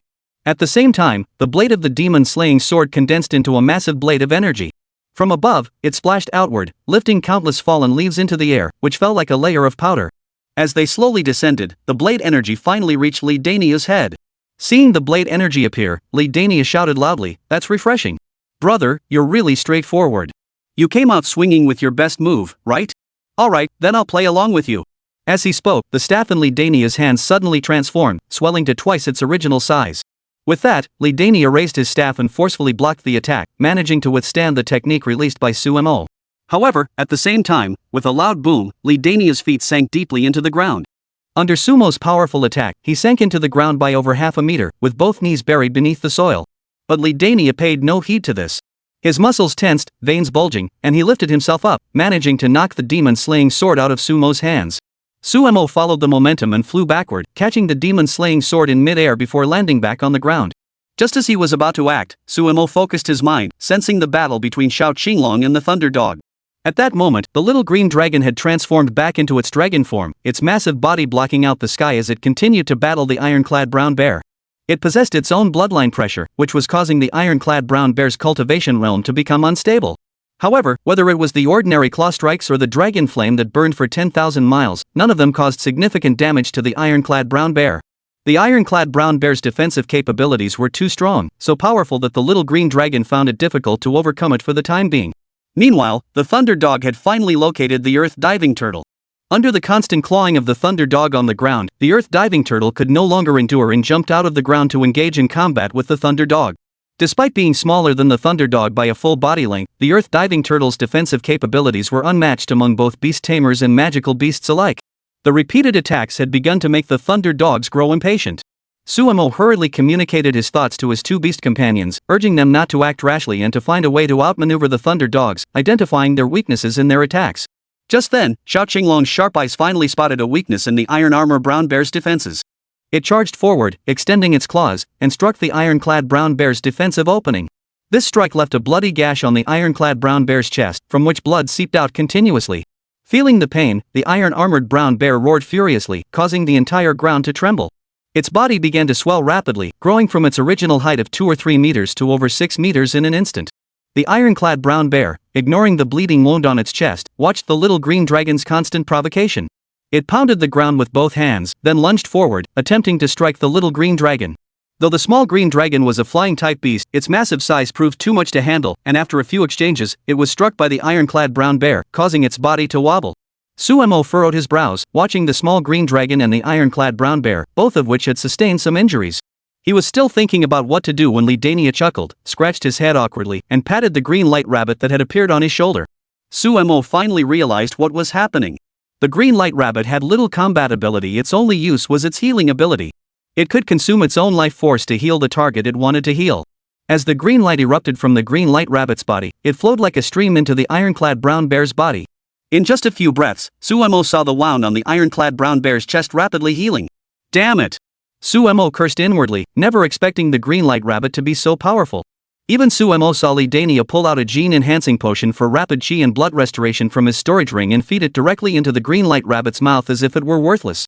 Suemo steeled his resolve, knowing that he had no choice but to take out the leader first. Only by severely injuring or killing Li Dania could he then proceed to take down the remaining uncontrolled beasts one by one, either by killing them or capturing them. However, Suemo also knew that killing the resilient Li Dania would be extremely difficult, and he would likely have to resort to some underhanded methods. With a spit, Suemo swung the demon-slaying blade once more. Instantly, as his spiritual energy manipulated the sword, a blood-red aura surged upward from the blade. The temperature of the surrounding air plummeted by 10 degrees, and a hint of frost began to form. Standing on the ground, Suemo swung the demon-slaying sword toward his opponent, and a layer of frost formed on the blade. He raised his head, glared coldly at Li Dania in front of him, and roared, I never expected that today someone would also encounter a practitioner of both martial arts and beast taming. Li Dania, you are indeed extraordinary, but be prepared for my next move. Under the full moon, Suemo planted his feet firmly on the ground and leaped into the air with a swift movement. Chapter 147, Li Dania's Frustration. Please vote for gold. In the air, during the brief moment of suspension, Sumo's thoughts raced. He must find a way to inflict some damage on Li Dania. Otherwise, he would be unable to match Li Dania in the upcoming battle. His plan would also be difficult to execute. Thus, in mid-air, Suemo held the demon-slaying sword in both hands, with his spiritual energy surging wildly within his body. The blade of the demon-slaying sword erupted with blinding golden light, illuminating the entire night sky. In the distance, Xiao Yunfeng remained standing in place. He watched as a blinding light erupted several kilometers ahead, clenching his fists tightly. Xiao Yunfeng did not know whose move this was. Was it from the Shadow Organization's agent, or was it Sumo's? Xiao Yunfeng shared the same confusion as Suemo.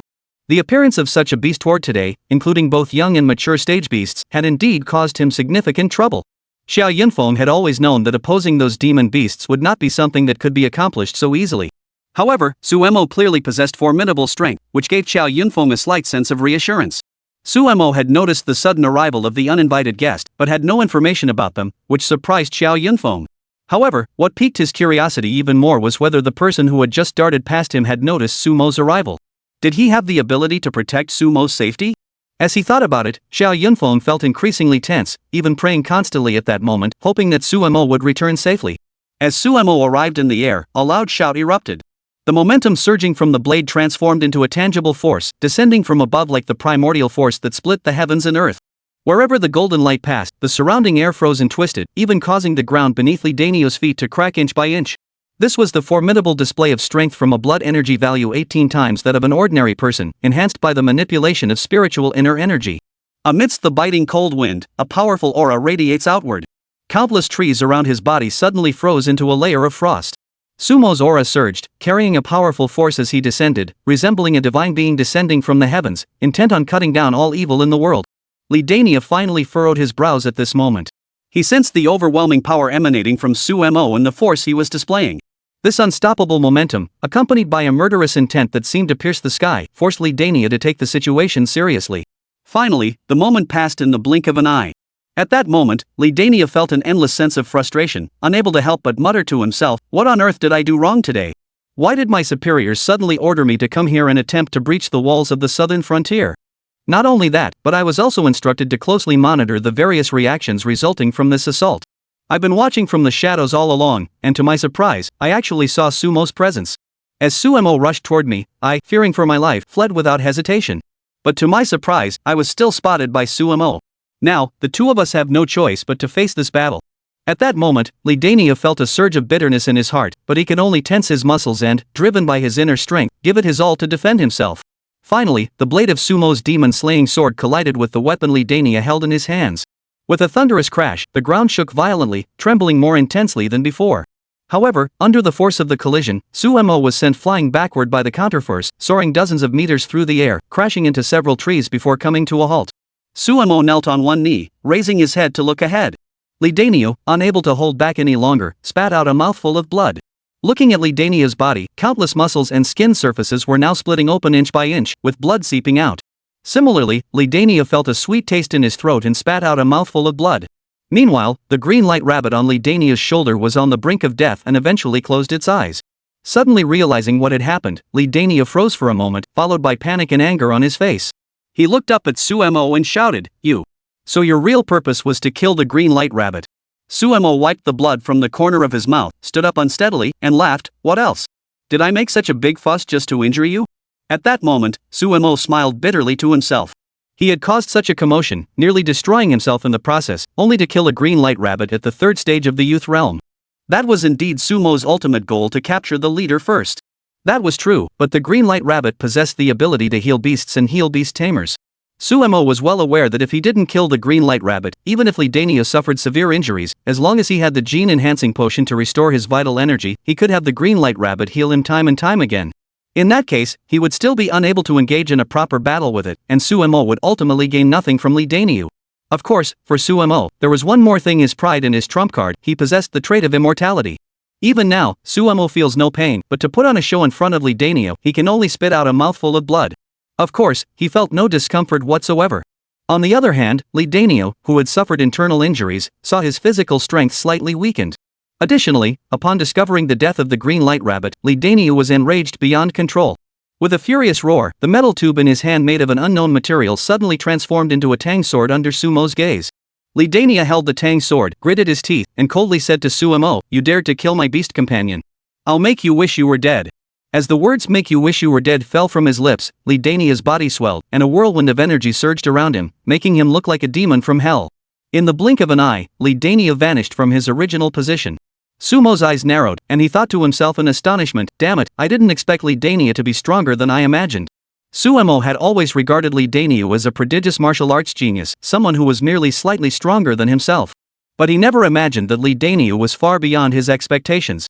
Just now, when Li vanished from his original position and charged toward him at that speed, Sumo thought that even if he increased his chi blood value by 1000, he might not be able to match it. Finally, Sumo's gaze sharpened, and he caught sight of Li rushing toward him.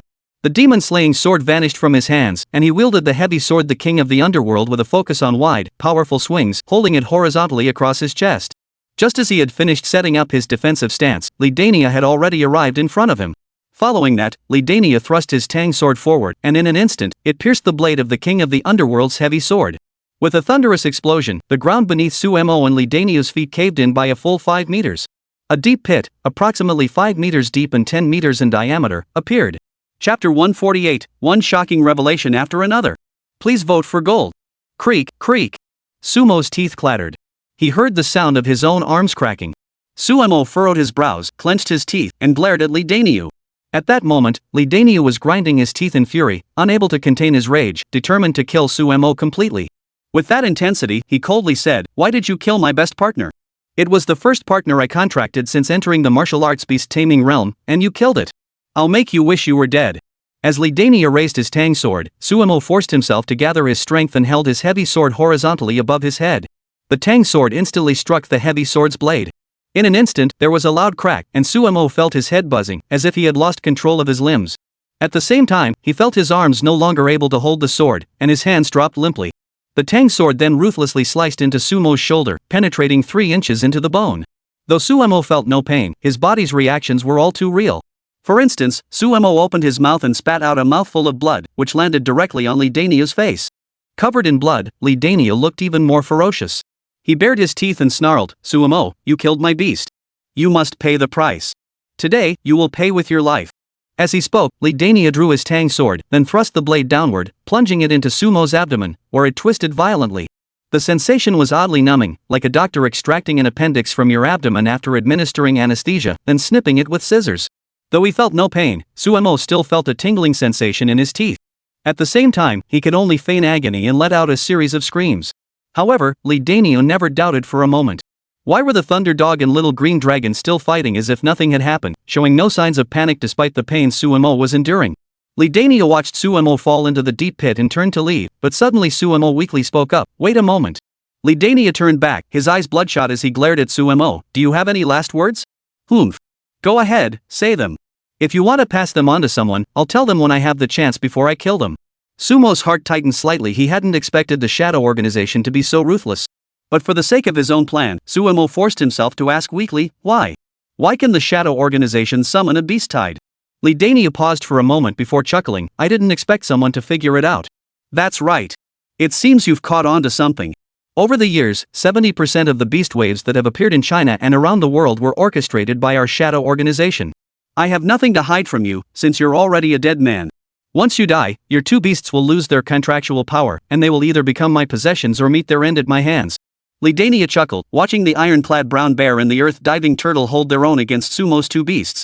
At least they wouldn't be injured in the next 5 minutes, and the rest didn't matter. He grew interested, trembling as he pulled out a cigarette from his pocket, sitting down on the ground to light it, as if to ease the discomfort in his body. Just moments ago, during the brief time Li Daniu had tormented Su Mo, the small wounds on his body had already scabbed over. He then took out a bottle of potion from his storage ring and drank it down, feeling his body recover by more than half.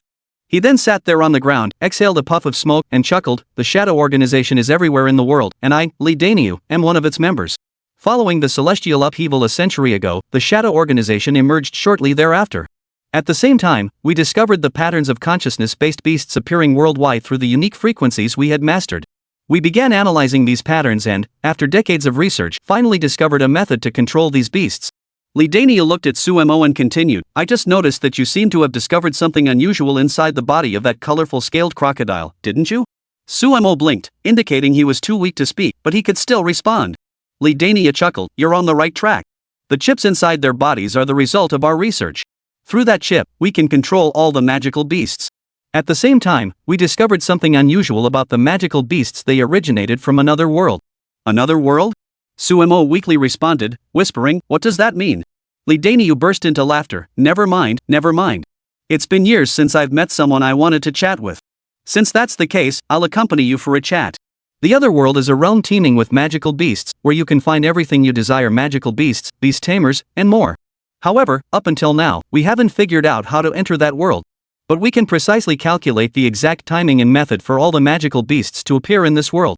It is precisely because we have mastered this that we can control the magical beasts the moment they appear, making them serve us, and even raise them in captivity. At that moment, Su Mo's mind was engulfed in a whirlwind of shock. Hearing what Li Daniu had just said, he felt as though his mind had completely ceased to function. The Shadow Organization not only controls magical beasts but can even domesticate them? Doesn't that mean that as long as they have a large number of beasts under their control and their beasts are of high quality, they can cultivate an unlimited number of stronger, higher-tier beasts? Noticing Su Mo's dilated pupils, Li Daniu chuckled, "What do you think? Didn't expect that, did you?" Unfortunately, the method the Shadow Organization currently possesses for breeding and cultivating beasts simultaneously is still incomplete. It will likely take a considerable amount of time to fully develop these techniques, but that doesn't affect our current strength in the slightest.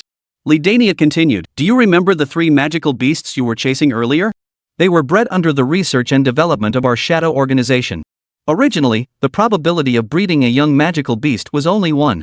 As for breeding a mature magical beast, the probability was 1 in 10,000.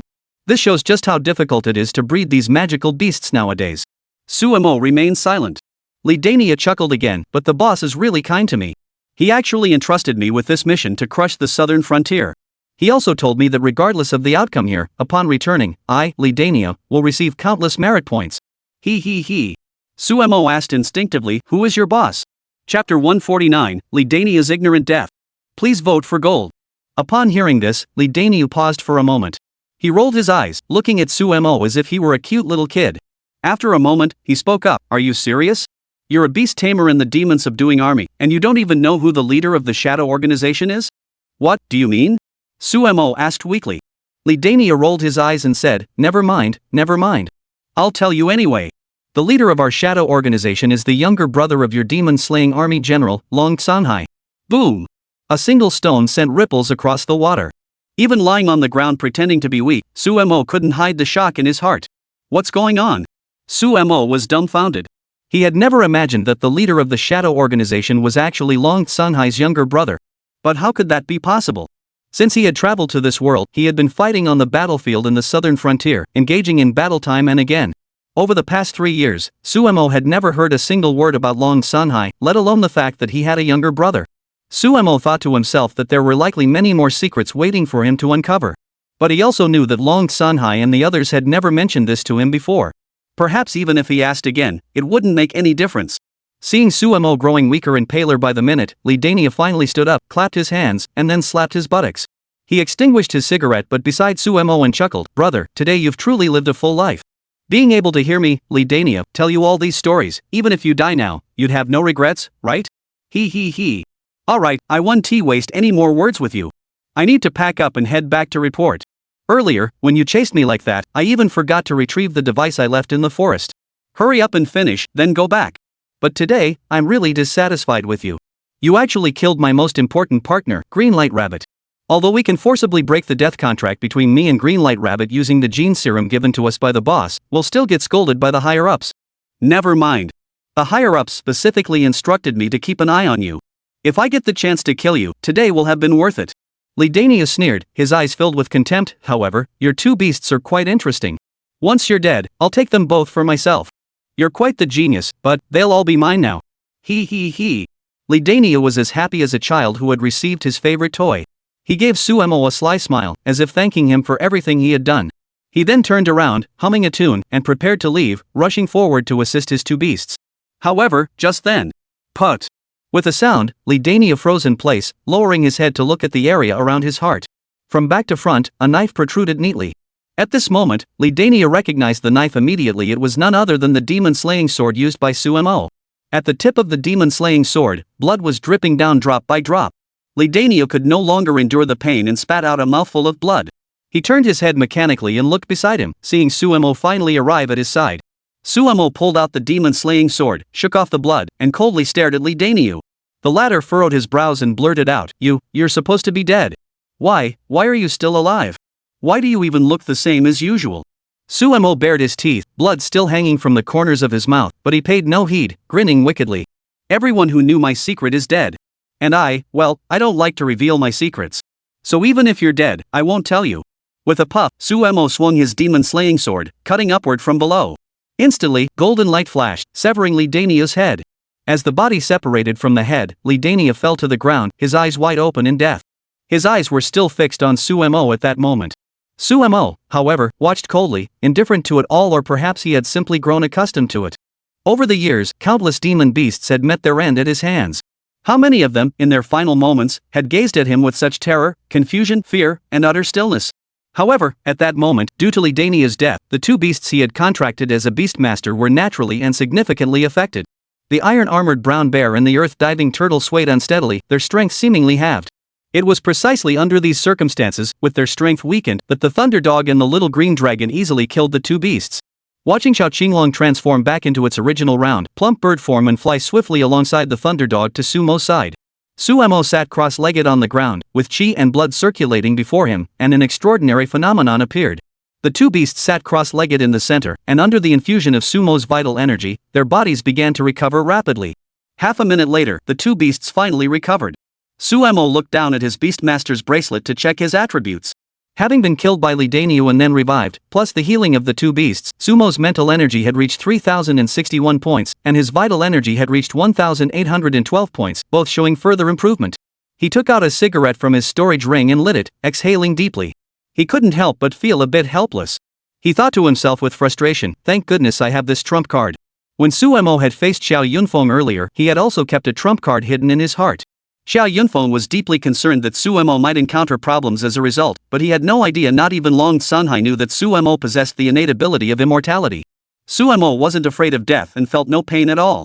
It was precisely because others were unaware of this that Suemo could rely on such power and characteristics to come here without hesitation. He knew the shadow organization was elusive, and he understood that if he didn't seize this opportunity to come here and find any clues about the shadow organization, he might never get another chance like this. Fortunately, Suemo is confident that his unique ability will catch the shadow organization off guard and give them a surprise. At that point, he could adapt to any situation. If the person was weaker than him, he planned to capture them alive and interrogate them bit by bit to extract the information he needed. If that person is too powerful, he would pretend to be on the brink of death. Aren't villains in novels and TV dramas always like that? When facing their enemies' deaths, they always like to spout a bunch of nonsense. Suemo never expected Li Dainiu to be the same. Perhaps Li Dainiu hadn't encountered someone he could have a proper conversation with in years.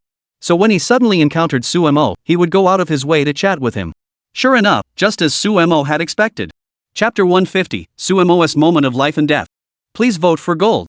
But Suemo never imagined that today he would hear something that would shock him to the core. He never imagined that the shadow organization could be so powerful. They even possessed, as Li Dainiu had mentioned, the ability to completely uncover the patterns through which all interdimensional portals appeared and transported all magical beasts and ferocious creatures into this world. They had even discovered that all these beasts originated from another world. As someone who had traveled from Earth and read countless novels, Suemo was well aware of the existence of other worlds. However, he had no idea what that alternate world actually was.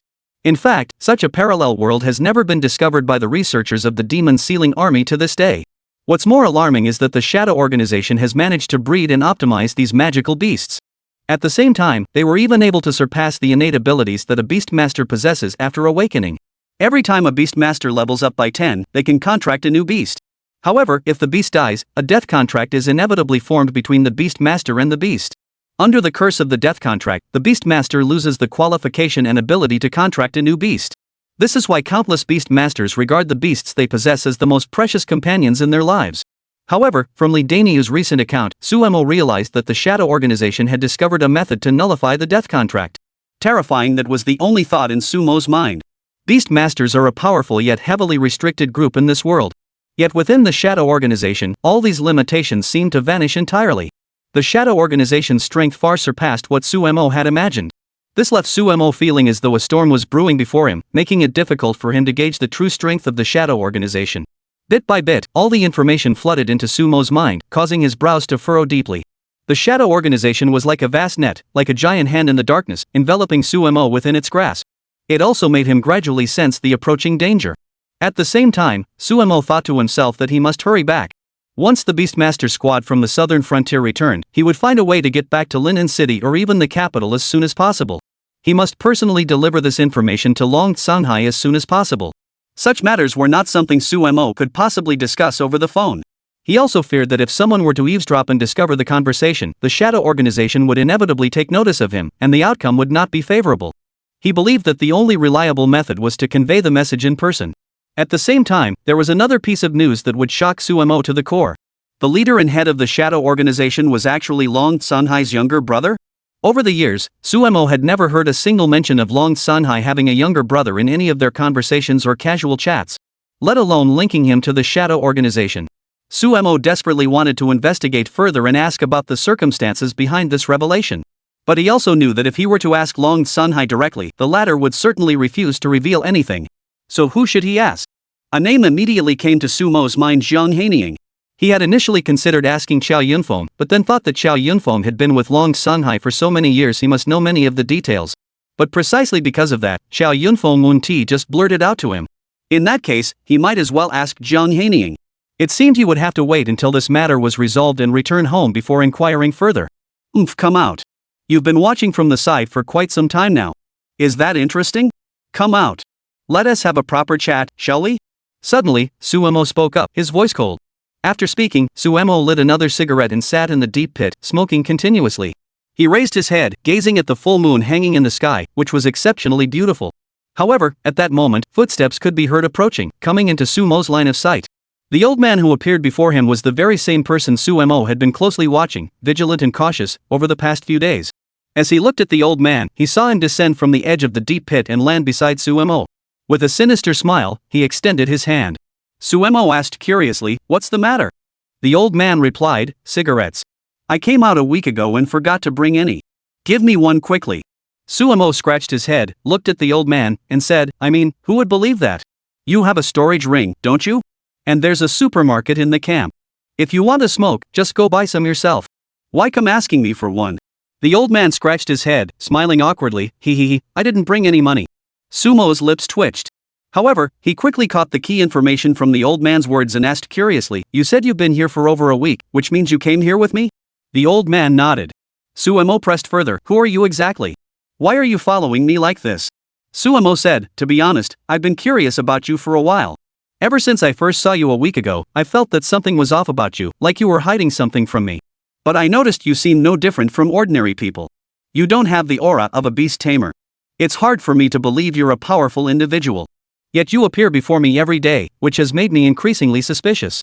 The old man took a drag on his cigarette and asked curiously, "Why?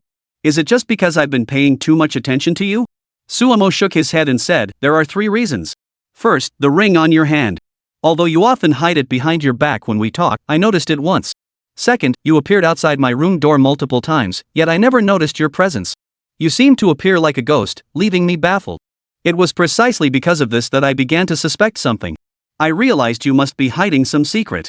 Third, just now, when I repeatedly unleashed the demon-slaying sword technique, the formidable power I displayed was evident. When I attacked Lidania, I sensed a figure vanish instantly beside me. I also deliberately glanced at you during the attack. I'm sure you noticed as well." The old man chuckled and said, "Of course I noticed. I saw your movements and your gaze. After that, I didn't bother hiding anymore and just stayed nearby watching. To be honest, you really surprised me." "What's surprising?" Suemo narrowed his eyes and asked the old man. The old man spoke startlingly, "Of course, it's surprising that you possess this fearless talent." With a swish, as soon as the old man finished speaking, Sumo's demon-slaying sword reappeared in his hand, and he immediately placed it against the old man's neck. Chapter 151, Who are you? Please vote for gold. Silence fell. At that moment, Sumo's brows were tightly furrowed. The demon-slaying sword in his hand was firmly pressed against the old man's body. But Suemo had a growing sense that he would gain nothing from this old man. Earlier, Suemo had believed that the old man was just an ordinary person. Even now, despite using his all-seeing eyes to scan him, he still appeared no different from an ordinary person. There were only 2 possibilities. Either the old man's Beastmaster rank was above level 30, surpassing the detection capabilities of the all-seeing eye. Or he was truly an ordinary person, but Suemo was absolutely unwilling to believe that. First, 7 days ago, this old man had come here with him. Second, as Suemo mentioned earlier, every time the old man appeared before him, he did so silently. After successfully reaching over 1,800 in vital energy, Sumo's perception of his surroundings had become exceptionally keen. Now, even the slightest rustle of leaves could be heard with ease. Yet the old man had appeared outside his room without a sound, meeting him time and again. It was clear that his purpose was to deliberately draw his attention. Or perhaps his strength was simply too overwhelming, and he had no intention of hiding anything from him. But there are 2 crucial points to consider. First, during the battle, Suemo suddenly realized that he had also arrived here. When he was using his demon-slaying sword technique, the terrifying aura he emitted did not harm him in the slightest. Second, he had actually discovered the flaw in his own body, the secret of his immortality. This person already knew his secret, and at this very moment, Suemo felt a deep sense of helplessness. He felt that the other party was truly too powerful. The calm demeanor he displayed before him made Suemo feel as though he had no chance of standing against him. In fact, Suemo had a delusion that in the blink of an eye, the next second he would die before him. The overwhelming aura of strength and calmness made Sumo's heart skip a beat. On his shoulders and at his feet, the little green dragon and the thunder dog were both on high alert, ready to pounce. The 2 beasts under Sumo's command had also decided at that moment to protect his safety at all costs. In the eyes of the two colossal beasts, achieving this might be nearly impossible, but regardless, they must do something.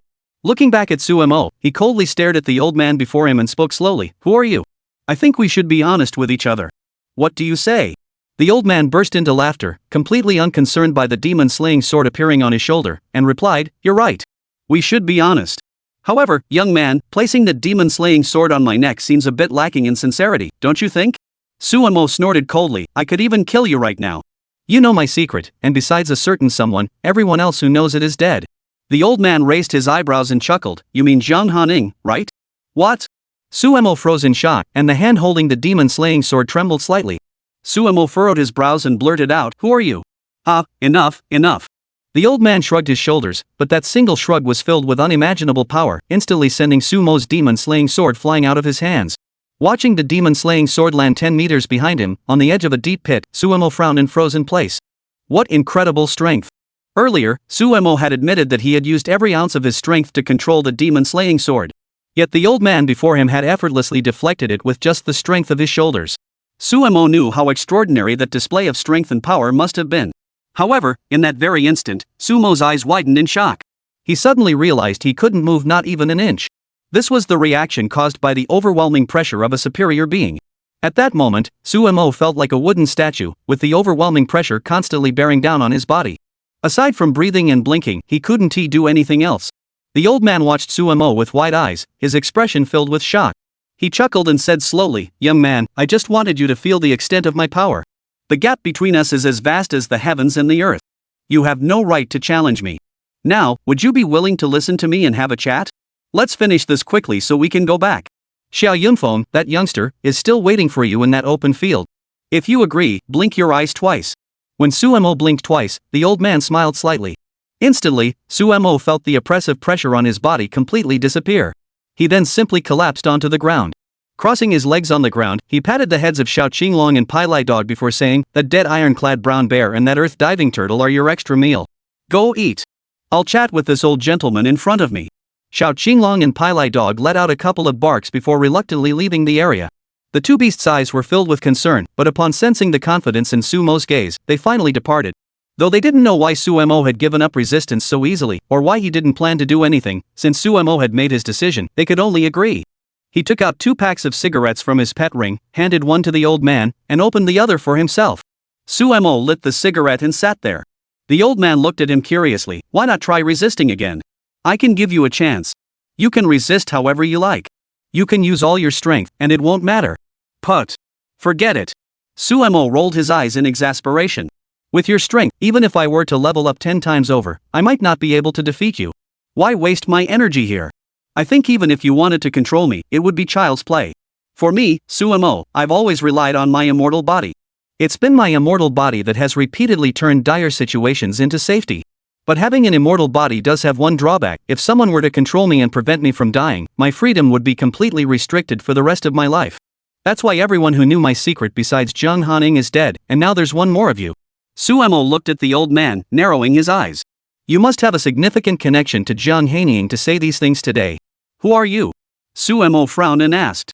Indeed, the Sumo from earlier had revealed everything. He had always relied on his own immortality, a gift he had brought with him from another world. However, Sumo's talent had a powerful drawback. Once someone discovered it, they would know that every time Sumo died, he would resurrect, and his physical abilities would improve each time. At that point, if someone were to gain control over Sumo, he would have no way to continue living or fighting. Sumo would be like a bird trapped in a cage, unable to do anything he wanted. At the same time, under the overwhelming pressure from the old man in front of him, Sumo finally felt a sense of control over himself and experienced true fear. Chapter 152, He is his master? Please vote for gold. This was the first time Sumo, who had traveled from Earth, had ever felt such fear.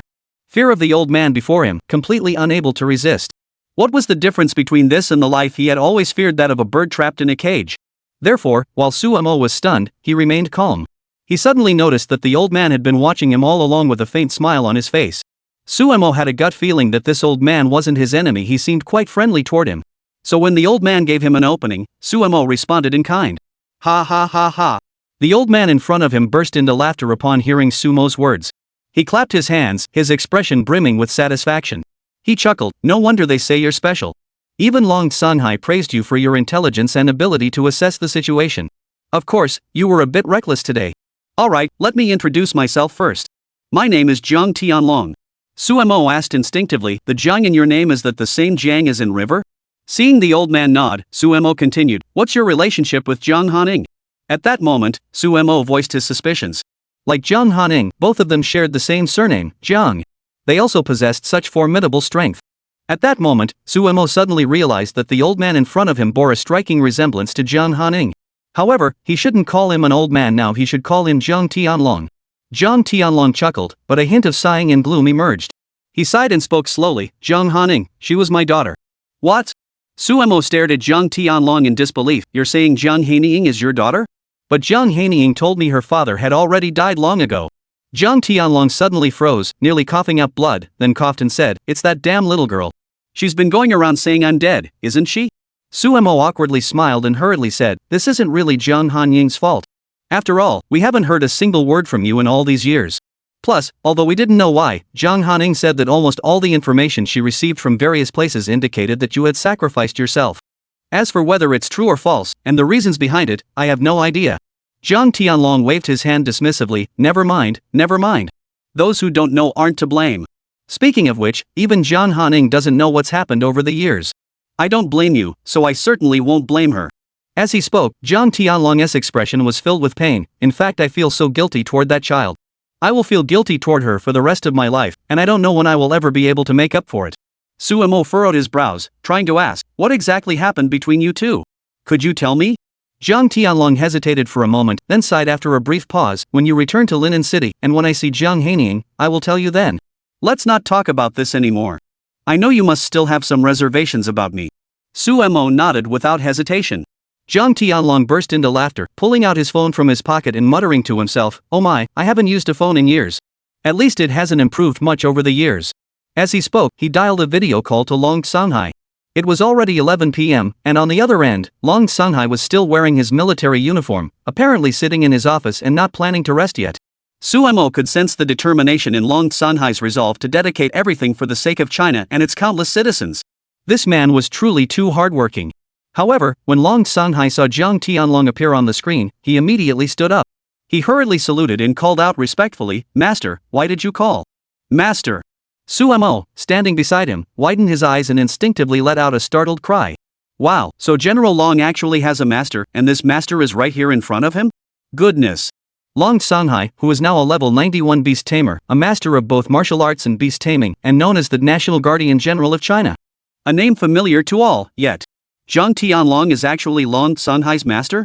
Doesn't that mean his strength surpasses even Long Sanghai's? Level 91.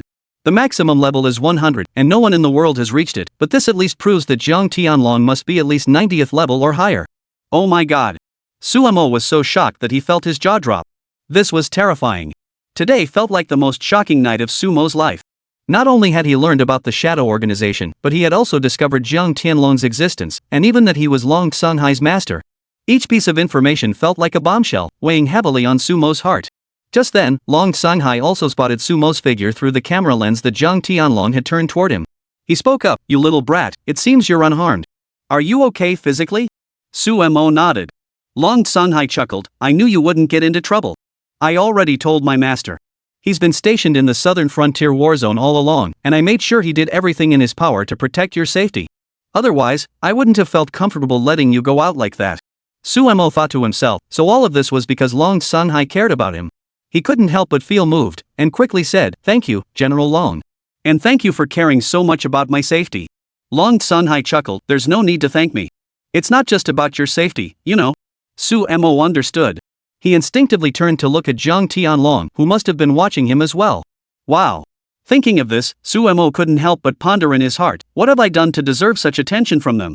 Just thinking about it makes me feel a bit overwhelmed. Soon, Jiang Tianlong rolled his eyes and spoke up, hey, kid, I called you because this guy has some doubts about my identity.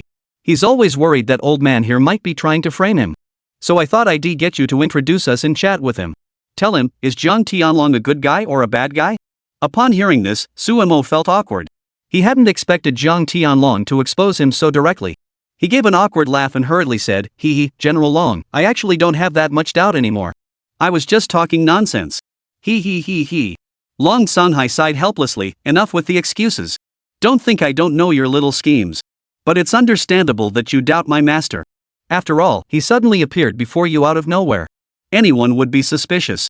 Chapter 153, Sumo's second attempt to become a disciple? Please vote for gold. Sumo gave an awkward smile, even more innocent than Li Daniu. But Sumo understood that Long Sanghai wasn't blaming him. Fortunately, neither Long Sanghai nor the Jiang Tianlong in front of him seemed to hold any ill will toward him, and he finally exhaled in relief. Then Long Sanghai comforted him, saying, "Alright, don't be afraid, and don't worry about anything. Let me tell you, he is indeed my master."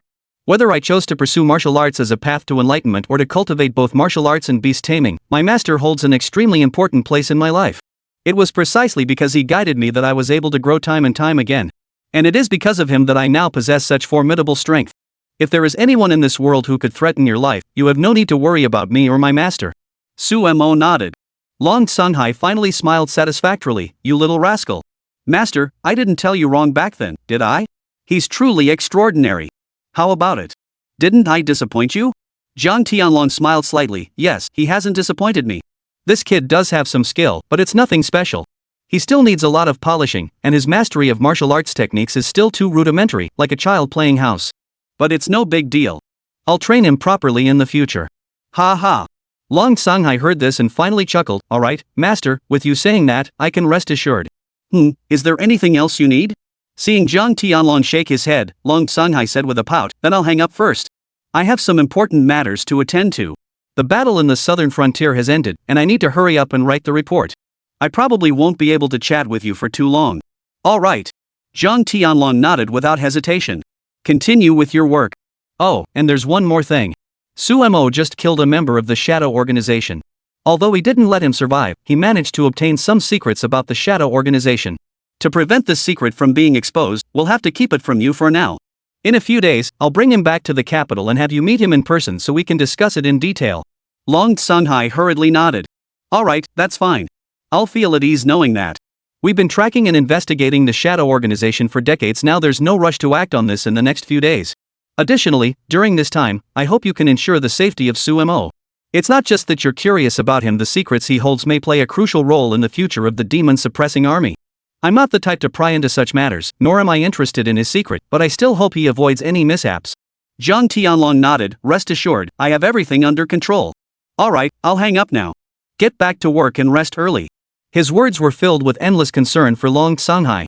After hanging up the phone and putting it away, Jiang Tianlong turned to the young man. "You're really lucky today to have run into me. Otherwise, haha, what are you doing?" But as he spoke, Jiang Tianlong suddenly noticed that Sumo had knelt down on the ground. Seeing Sumo kneel down so suddenly, Jiang Tianlong was completely bewildered, scratching his head. "What are you doing? Why are you kneeling on the ground?" "Master." Sumo said earnestly, "Master, please accept this disciple's bow. Afterward, I hope you will kindly guide me. Rest assured, I will work hard to grow and will never disappoint you on the path of martial arts." Jiang Tianlong chuckled, but still asked seriously, "Oh? How do you know I'll definitely take you as my disciple?" "Master." Sumo chuckled. "Just now, you told General Long that you've been paying attention to me and want to take me as your disciple to guide me on the path of martial arts. I'm not stupid, how could I not notice?" As Sumo spoke, he smiled innocently, and his innocent smile was even more innocent than Li Daniu's earlier. Upon hearing this, Jiang Tianlong impatiently raised his hand and slapped Sumo on the forehead, saying irritably, "You're such a smooth-talking brat. Earlier, I should have had Long Sanghai investigate you thoroughly to see just how cunning you really are. But never mind, never mind. I do indeed intend to take you as my disciple, and you do indeed pique my curiosity. I just wonder how many secrets you have. Just now, I only noticed that you don't seem to fear death. But never mind, I don't want to ask too many questions. The fewer people who know your secrets, the better, and the less that's revealed, the better. What if one day, this old man is captured by someone who tortures me to the point of death, demanding the secrets you know? If I can't hold out anymore and accidentally reveal them, that would be disastrous. Master, you're saying that, but who could possibly harm you? I'm sure you're at least level 91 now, right? You have good eyesight." Jiang Tianlong smiled confidently. "I am a level 93 beast tamer, mastering both martial arts and beast taming, with 3 talents, all SSS ranked."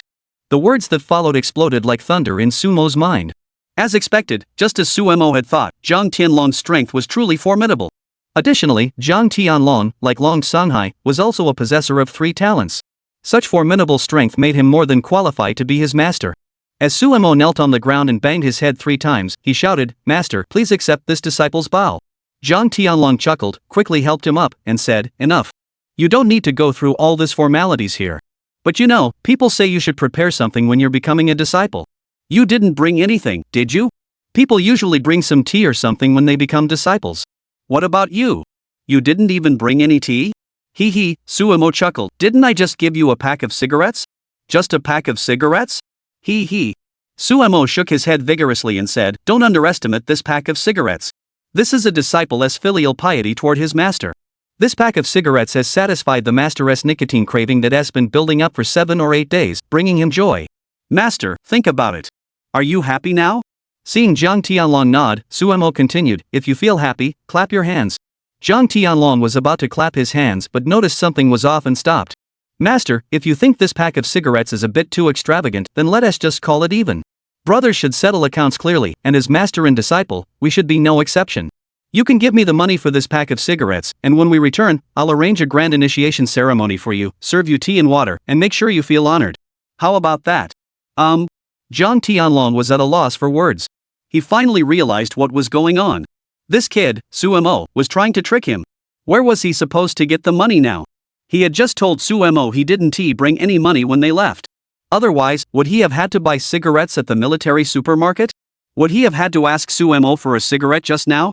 Jiang Tianlong sneered, damn it, you've been playing with eagles for so long that you've finally been pecked in the eye. You dare to scheme against your own master? Suemo chuckled, but his expression suddenly turned serious. Master, it's not that your disciple isn't respectful to you.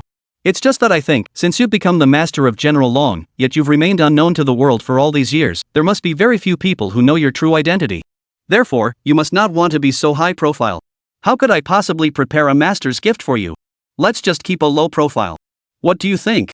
Chapter 154, you really didn't bring anything, did you? Please vote for gold. There was one thing Jiang Tianlong had gotten right. Before arriving, Jiang Tianlong had actually had many conversations with Long Sunhai and gained some understanding of Suemo. However, in Long Sunhai's account, Suemo was a highly intelligent individual who always thought several steps ahead when faced with various situations. Upon meeting him now, it was indeed true. Unbelievably, from just a few words, and through his understanding of Suemo's background and various other details, Jiang Tianlong had already figured out Suemo's true intentions. Jiang Tianlong burst into laughter and said, very good, very good. You've really got me figured out. Never mind, never mind. I won't bother with these trivial matters with you. Indeed, I don't really care about these superficial things, and I don't like getting involved in troublesome matters. What's the point of all this talk about apprenticeship? It's completely unnecessary. As he spoke, Jiang Tianlong sighed again, the shadow organization has been trying to uncover my existence for all these years. I'm not suited for the limelight. I've been protecting you from the shadows all this time. If anything ever happens to you, I'll be there to protect you. Hearing this, Suemo furrowed his brows and blurted out, Master, I've always been curious about one thing, what exactly is this shadow organization? I didn't know much about the shadow organization before, but I've learned more and more recently. I've discovered that the shadow organization is far more complex than I imagined. As you must have heard earlier, they can analyze the method by which the gate to another world appears in this world, and they can also independently breed and cultivate magical beasts. All of this likely proves the shadow organization's strength. However, what piques my curiosity even more now is that, based on what Li Daniu just mentioned, it seems the leader of the shadow organization has an unusual connection with General Long. Seeing Jiang Tianlong nod, Suemo thought calmly to himself, so it's as I suspected. This matter is indeed quite complicated. However, Jiang Tianlong shook his head, never mind. After all, you should understand the background of that child, Long Sunhai. I'm not the right person to tell you these things. If we accidentally upset that young man, his stubborn temper could get out of control, and even I wouldn't be able to stop him. Suemo felt a bit awkward. It seemed he wouldn't be able to uncover the truth now. He'd have to wait until he met Jiang Hanying to ask him directly. All right. Jiang Tianlong finally snapped out of it and spoke slowly, let's go. We shouldn't linger here too long. Xiao Yunfeng is still waiting over there. That kid knows my identity, so there's no need to hide anything from him. Let's go back. Suemo nodded silently. Suemo instructed Xiao Qinglong to transform into his true form. When Suemo and the Thunderdog stood on Xiao Qinglong's dragon body, he paused for a moment. Suemo turned to look at Jiang Tianlong and asked, are you coming with me too? What about your beast? Jiang Tianlong shrugged his shoulders and hurriedly spoke up, can't you tell? I'm standing right here in front of you. When have I ever brought a beast with me? I came here empty-handed. Where would I have gotten a beast? Suemo was stunned for a moment, never expecting Jiang Tianlong to not even bring a beast companion. Suemo complained, That's a bit irresponsible of you. Who comes here without bringing any beast tamers? Jiang Tianlong chuckled, it's just that I was in a hurry. Besides, bringing a beast would only draw attention. If the shadow organization were to discover me, it would be difficult to explain. Isn't this just more convenient? Suemo looked helpless, and even Xiao Qinglong couldn't help but let out a frustrated cry, causing Jiang Tianlong to look embarrassed. Shortly after, Xiao Qinglong soared into the air. Suemo didn't let the little green dragon return to the open field ahead in the southern frontier first. Instead, he led the little green dragon toward the forest ahead. Suemo hadn't forgotten what Li Danio had told him earlier. Li Danning had mentioned that there was a device within the forest that the Shadow Organization was attempting to control all the beast tamers with. He also hoped to retrieve that device so they could analyze it later. If the research organization of the Demon Subduing Army could analyze some of the clues, it would undoubtedly make future confrontations with the Shadow Organization much easier for the Demon Subduing Army. At the same time, Suemo placed the body of the slain iron-armored brown bear and the remaining half of the earth diving turtle into his storage ring. All of this would eventually be handed over to Long Songhai. After all, this forest is simply too vast. Suemo and Jiang Tianlong searched the area for half an hour before finally discovering a faint trace with the help of the thunder dogs. Before him was a device no larger than a basketball, currently embedded in the ground. Suemo picked it up. Inside were various complex precision instruments, and the intricate designs left him feeling overwhelmed. He knew he couldn't hope to analyze anything from it. He placed it back into his storage ring.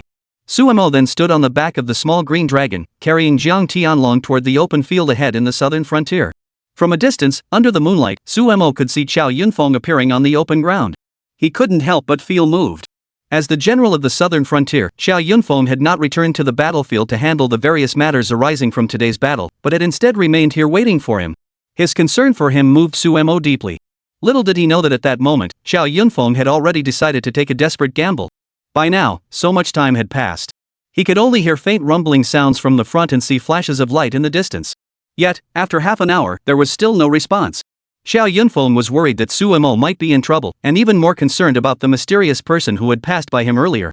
He thought to himself that Suemo was too important to the entire army and hoped to find a way to rescue him. Just as he couldn't hold back any longer, he suddenly saw the small green dragon charging toward him. Xiao Yunfeng's expression lit up, and he hurriedly waved his hands. Chapter 155, Surprise. It's you? Please vote for gold. Finally, Suemo and Jiang Tianlong arrived in the sky. The two descended from the sky, and the little Qinglong and the thunder dog soon transformed back into their true forms. Then, the two men and their beasts approached Xiao Yunfeng. Xiao Yunfeng was still smiling and about to step forward to ask Suemo about his current condition. However, when he saw Jiang Tianlong appear, his expression suddenly changed drastically. Master Jiang, what are you doing here? Suemo narrowed his eyes, finally realizing that Xiao Yunfeng also knew Jiang Tianlong. Their relationship must be no ordinary one. Jiang Tianlong chuckled, I'm here on orders from that young upstart Long Songhai, who sent me to protect Suemo. Sigh, I really didn't want to come, but that kid Long Songhai is just too stubborn. He kept insisting that I come here to keep an eye on him. There was nothing I could do. An old man like me has to give him face, so here I am. Suemo twitched the corner of his mouth. Goodness, master, you're telling such blatant lies without batting an eyelid. Just now you said you were overly concerned about yourself, and now, for the sake of your own face, you're shifting the blame onto Long Songhai? I wonder if General Long will hear this and sneeze a few times. But Suemo, to save his master's face, was also worried that the old man wouldn't spare him, so he could only stay silent. Xiao Yunfeng finally understood and hurriedly nodded, saying, so that's how it is. No wonder. I never would have guessed that the figure who just brushed past me was you. Now everything makes sense. I was wondering who was so strong, coming here silently. It was all you. Jiang Tianlong chuckled, clearly pleased with Xiao Yunfeng's praise.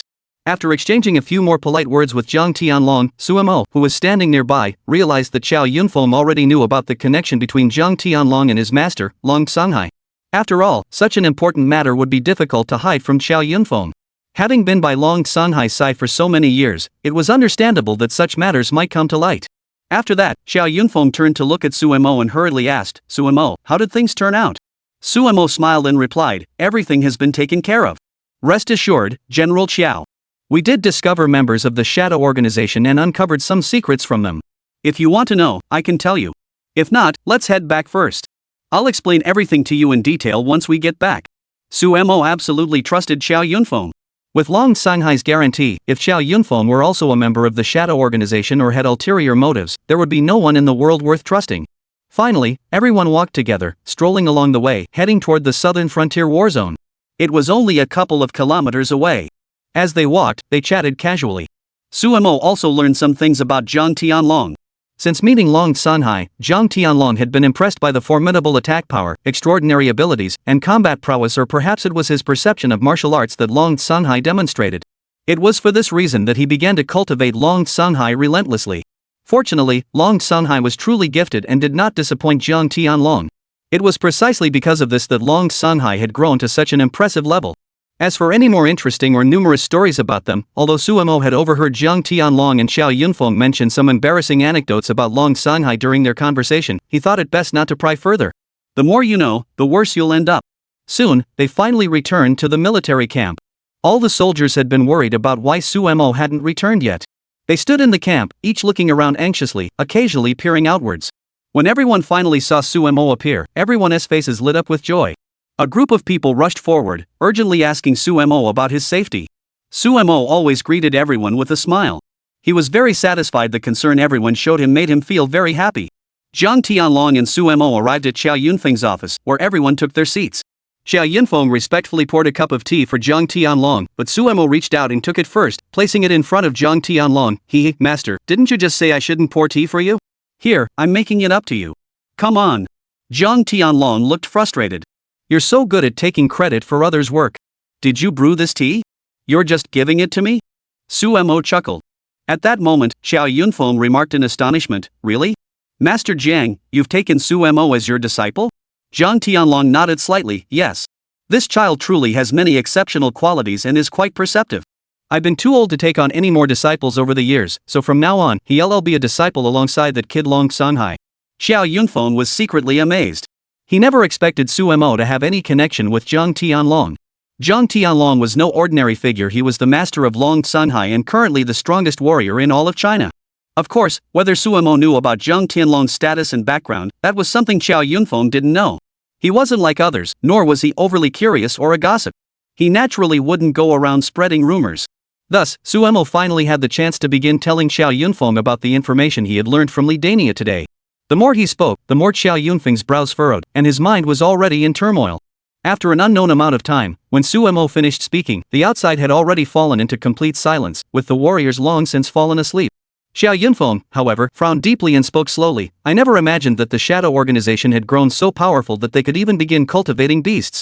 However, based on what you've learned and what Dania said, the Shadow Organization probably won't pose a serious threat to us in the short term. Suemo nodded in agreement. This was precisely what he had learned from Dania. Sigh. Xiao Yunfeng sighed, I only hope you can hurry back to the capital with all the information about the Shadow Organization. Once there, have General Long analyze it as soon as possible. Or if we can analyze the Shadow Organization's devices and reverse engineer them to control those beast tamers, it would make dealing with the magical beasts in the future much easier. But whether we can achieve that remains to be seen. Wait 4 more days. I just received a message from the front lines. The Beastmaster squad will return to the southern frontier in 4 days. After that, they will cut off wireless communication and will not send any further messages. Suemo nodded silently, saying nothing more. In the course of countless battles, humans discovered that the wireless signals transmitted within the military were often intercepted by magical beasts, which could potentially trigger their violent behavior. Therefore, many Beastmaster squads opted for prolonged radio silence during operations. Only in genuine emergencies or when important intelligence needed to be transmitted would they send out wireless signals. Moreover, no one knew what kind of difficulties the beast tamer squads in the deeper southern regions of the southern frontier were facing. Xiao Yunfeng glanced at the time. It was indeed quite late. He hurriedly turned to look at Jiang Tianlong. It's getting late. Perhaps you should rest early. Sigh, General Long didn't tell me that it was you who came here. If you had told me, I would have arranged a place for you to stay, and you wouldn't have had to hide around all the time. Jiang Tianlong waved his hand dismissively. It's no trouble. I came here to observe that young man, Suemo. Where I stay doesn't matter. Xiao Yunfeng didn't say anything else. Since Suemo already knew Jiang Tianlong's identity, there was no need to hide it anymore. He then directly arranged for Jiang Tianlong to stay in the room next to Suemo's. Back in his room, Suemo looked at Jiang Tianlong as if he wanted to say something, but the latter waved his hand. I'm a bit tired. Let's call it a day. Get up at 6 a.m. sharp tomorrow. I'll see how skilled you are. Suemo hurriedly agreed, feeling overjoyed inside. Jiang Tianlong. That's Long Sanhai's master. And also his own master. To receive such attention and care from him, and to be guided by Jiang Tianlong the very next day, just thinking about it made Suemo feel overjoyed. Chapter 156, Special Training? Skill improvement, please vote for gold. That night, Suemo lay in bed for a long time, unable to fall asleep. After an unknown amount of time, he finally drifted off to sleep. His heart was filled with excitement, eagerly anticipating tomorrow's training session with Jiang Tianlong. Before he knew it, the next morning arrived. Suemo got up promptly at 5:30 a.m., put on his familiar combat uniform. After freshening up, he headed to the door and pushed it open. Before he could reach Jiang Tianlong's door, he saw Jiang Tianlong already opening the door and stepping out. Awake? Suemo gave a sheepish smile, and Jiang Tianlong nodded slightly, his eyes filled with approval.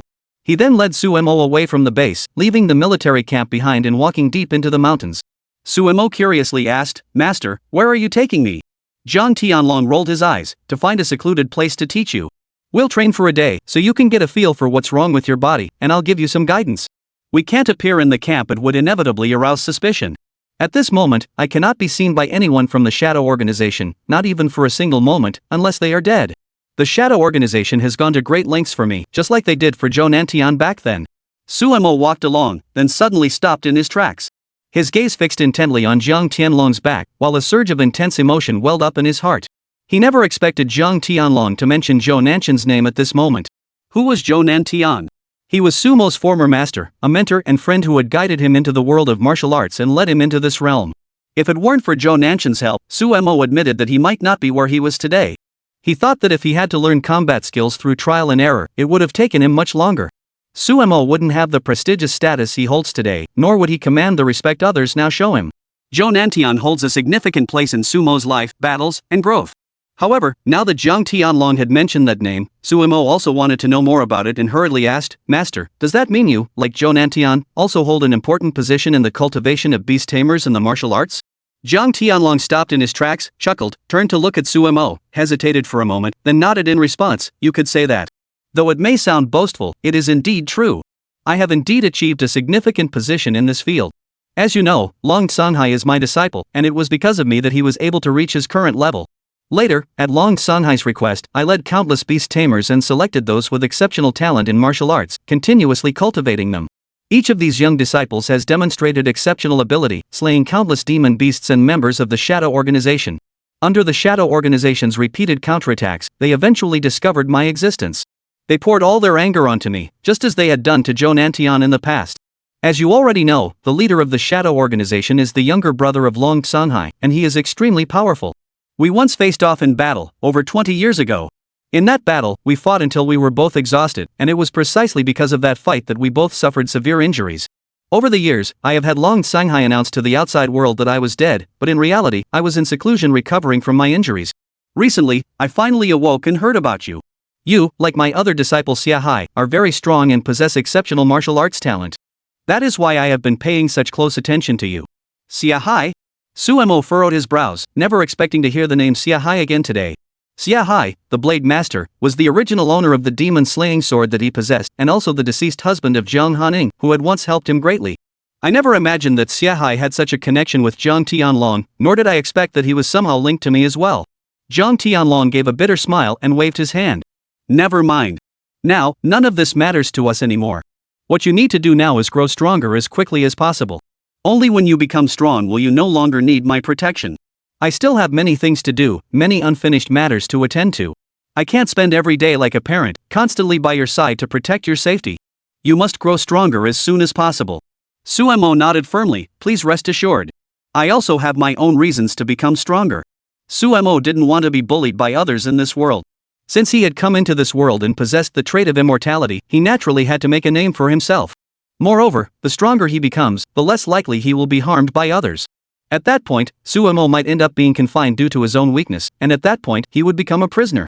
Suemo did not want to become like that. He longed for a life of freedom. Moreover, protecting the people of Huaxia is the faith that resides in his heart as someone who has lived 2 lifetimes. As a soldier of the demon-subduing army, Suemo also hopes to do something for this nation, for the countless people behind him, and for the countless households and their lights. Finally, the two had arrived in a remote mountainous area, surrounded by desolate wilderness and towering trees. Jiang Tianlong and Suemo stood at the center of the open clearing. Suemo then gave it his all, engaging Jiang Tianlong in a relentless exchange of blows. Chapter 157, The Beastmaster Squad is in trouble? Please vote for gold. Originally, Suemo had planned to hold back, but upon considering that Jiang Tianlong was a level 93 beast tamer with an unimaginably high vitality, he realized it was pointless. He doubted he could even scratch a single hair on Jiang Tianlong, let alone inflict any other injuries. Therefore, Suemo almost used all his strength, employing every skill he had mastered in the Taiha heavy sword technique and the Zhanma sword technique. With each attack, Jiang Tianlong would offer guidance from the side. Gradually, Suemo noticed that he seemed to have gained some new insights. Suemo found that his perception of the air around him had become more sensitive, as if he could sense every breath of air containing a trace of energy. This energy eventually transformed into Sumo's strength, allowing him to move more freely in battle. Under Jiang Tianlong's enlightenment, Suemo could even harness the air and every element of nature to drive his actions, making his combat power more mature and fluid. Watching Suemo and Jiang Tianlong continue their battle, Jiang Tianlong burst into laughter. "Good boy, you truly live up to the expectations of even Long Songhai.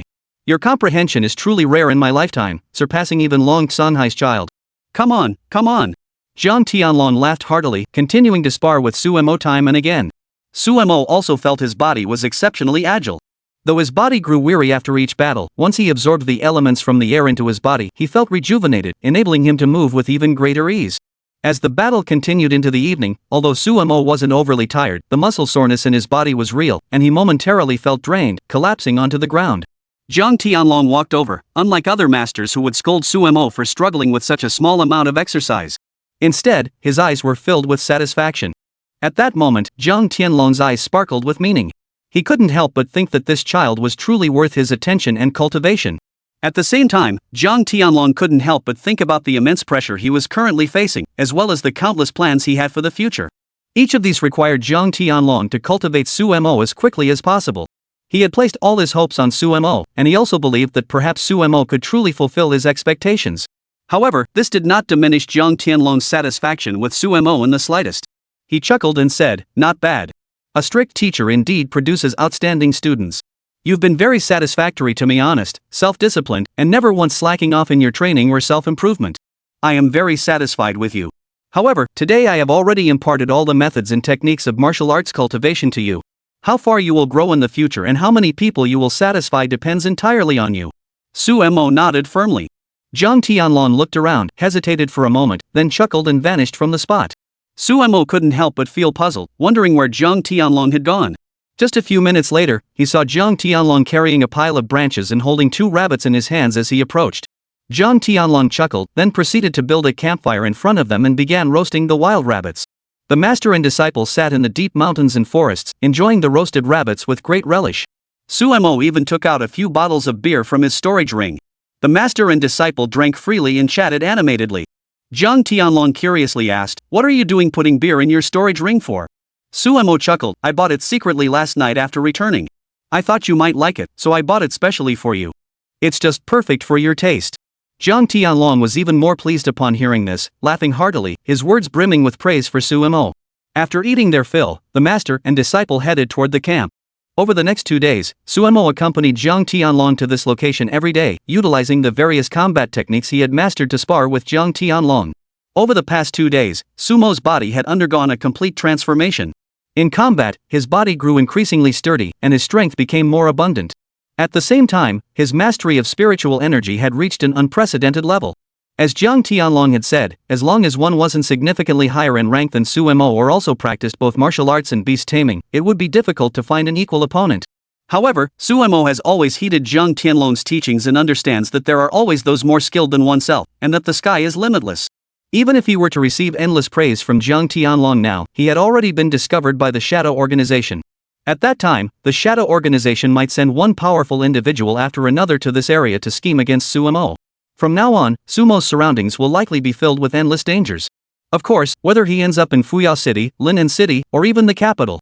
The members of the Shadow Organization may not act so brazenly, but this will not prevent them from taking covert actions against Suemo. Suemo is well aware of this and has resolved to remain vigilant at all costs. 4 days passed in the blink of an eye. That evening, after finally finishing his training, Suemo, drenched in sweat, returned to the camp with Jiang Tianlong. Before they could even step into the camp or head toward their quarters, they saw Qiao Yunfeng rushing toward them with a look of urgency on his face. Seeing Qiao Yunfeng so tense and worried, Suemo and Jiang Tianlong exchanged glances, and both their eyes betrayed a hint of confusion. Jiang Tianlong asked curiously, "What's going on? Why are you in such a hurry? You're a general in the army. If you keep acting like this, the soldiers will have something to talk about. Xia Yunfeng didn't bother to respond, urgently exclaiming, General Jiang, Suimo, something's happened. Seeing how tense Xia Yunfeng looked, Suimo and Zhang Tianlong knew he wasn't joking.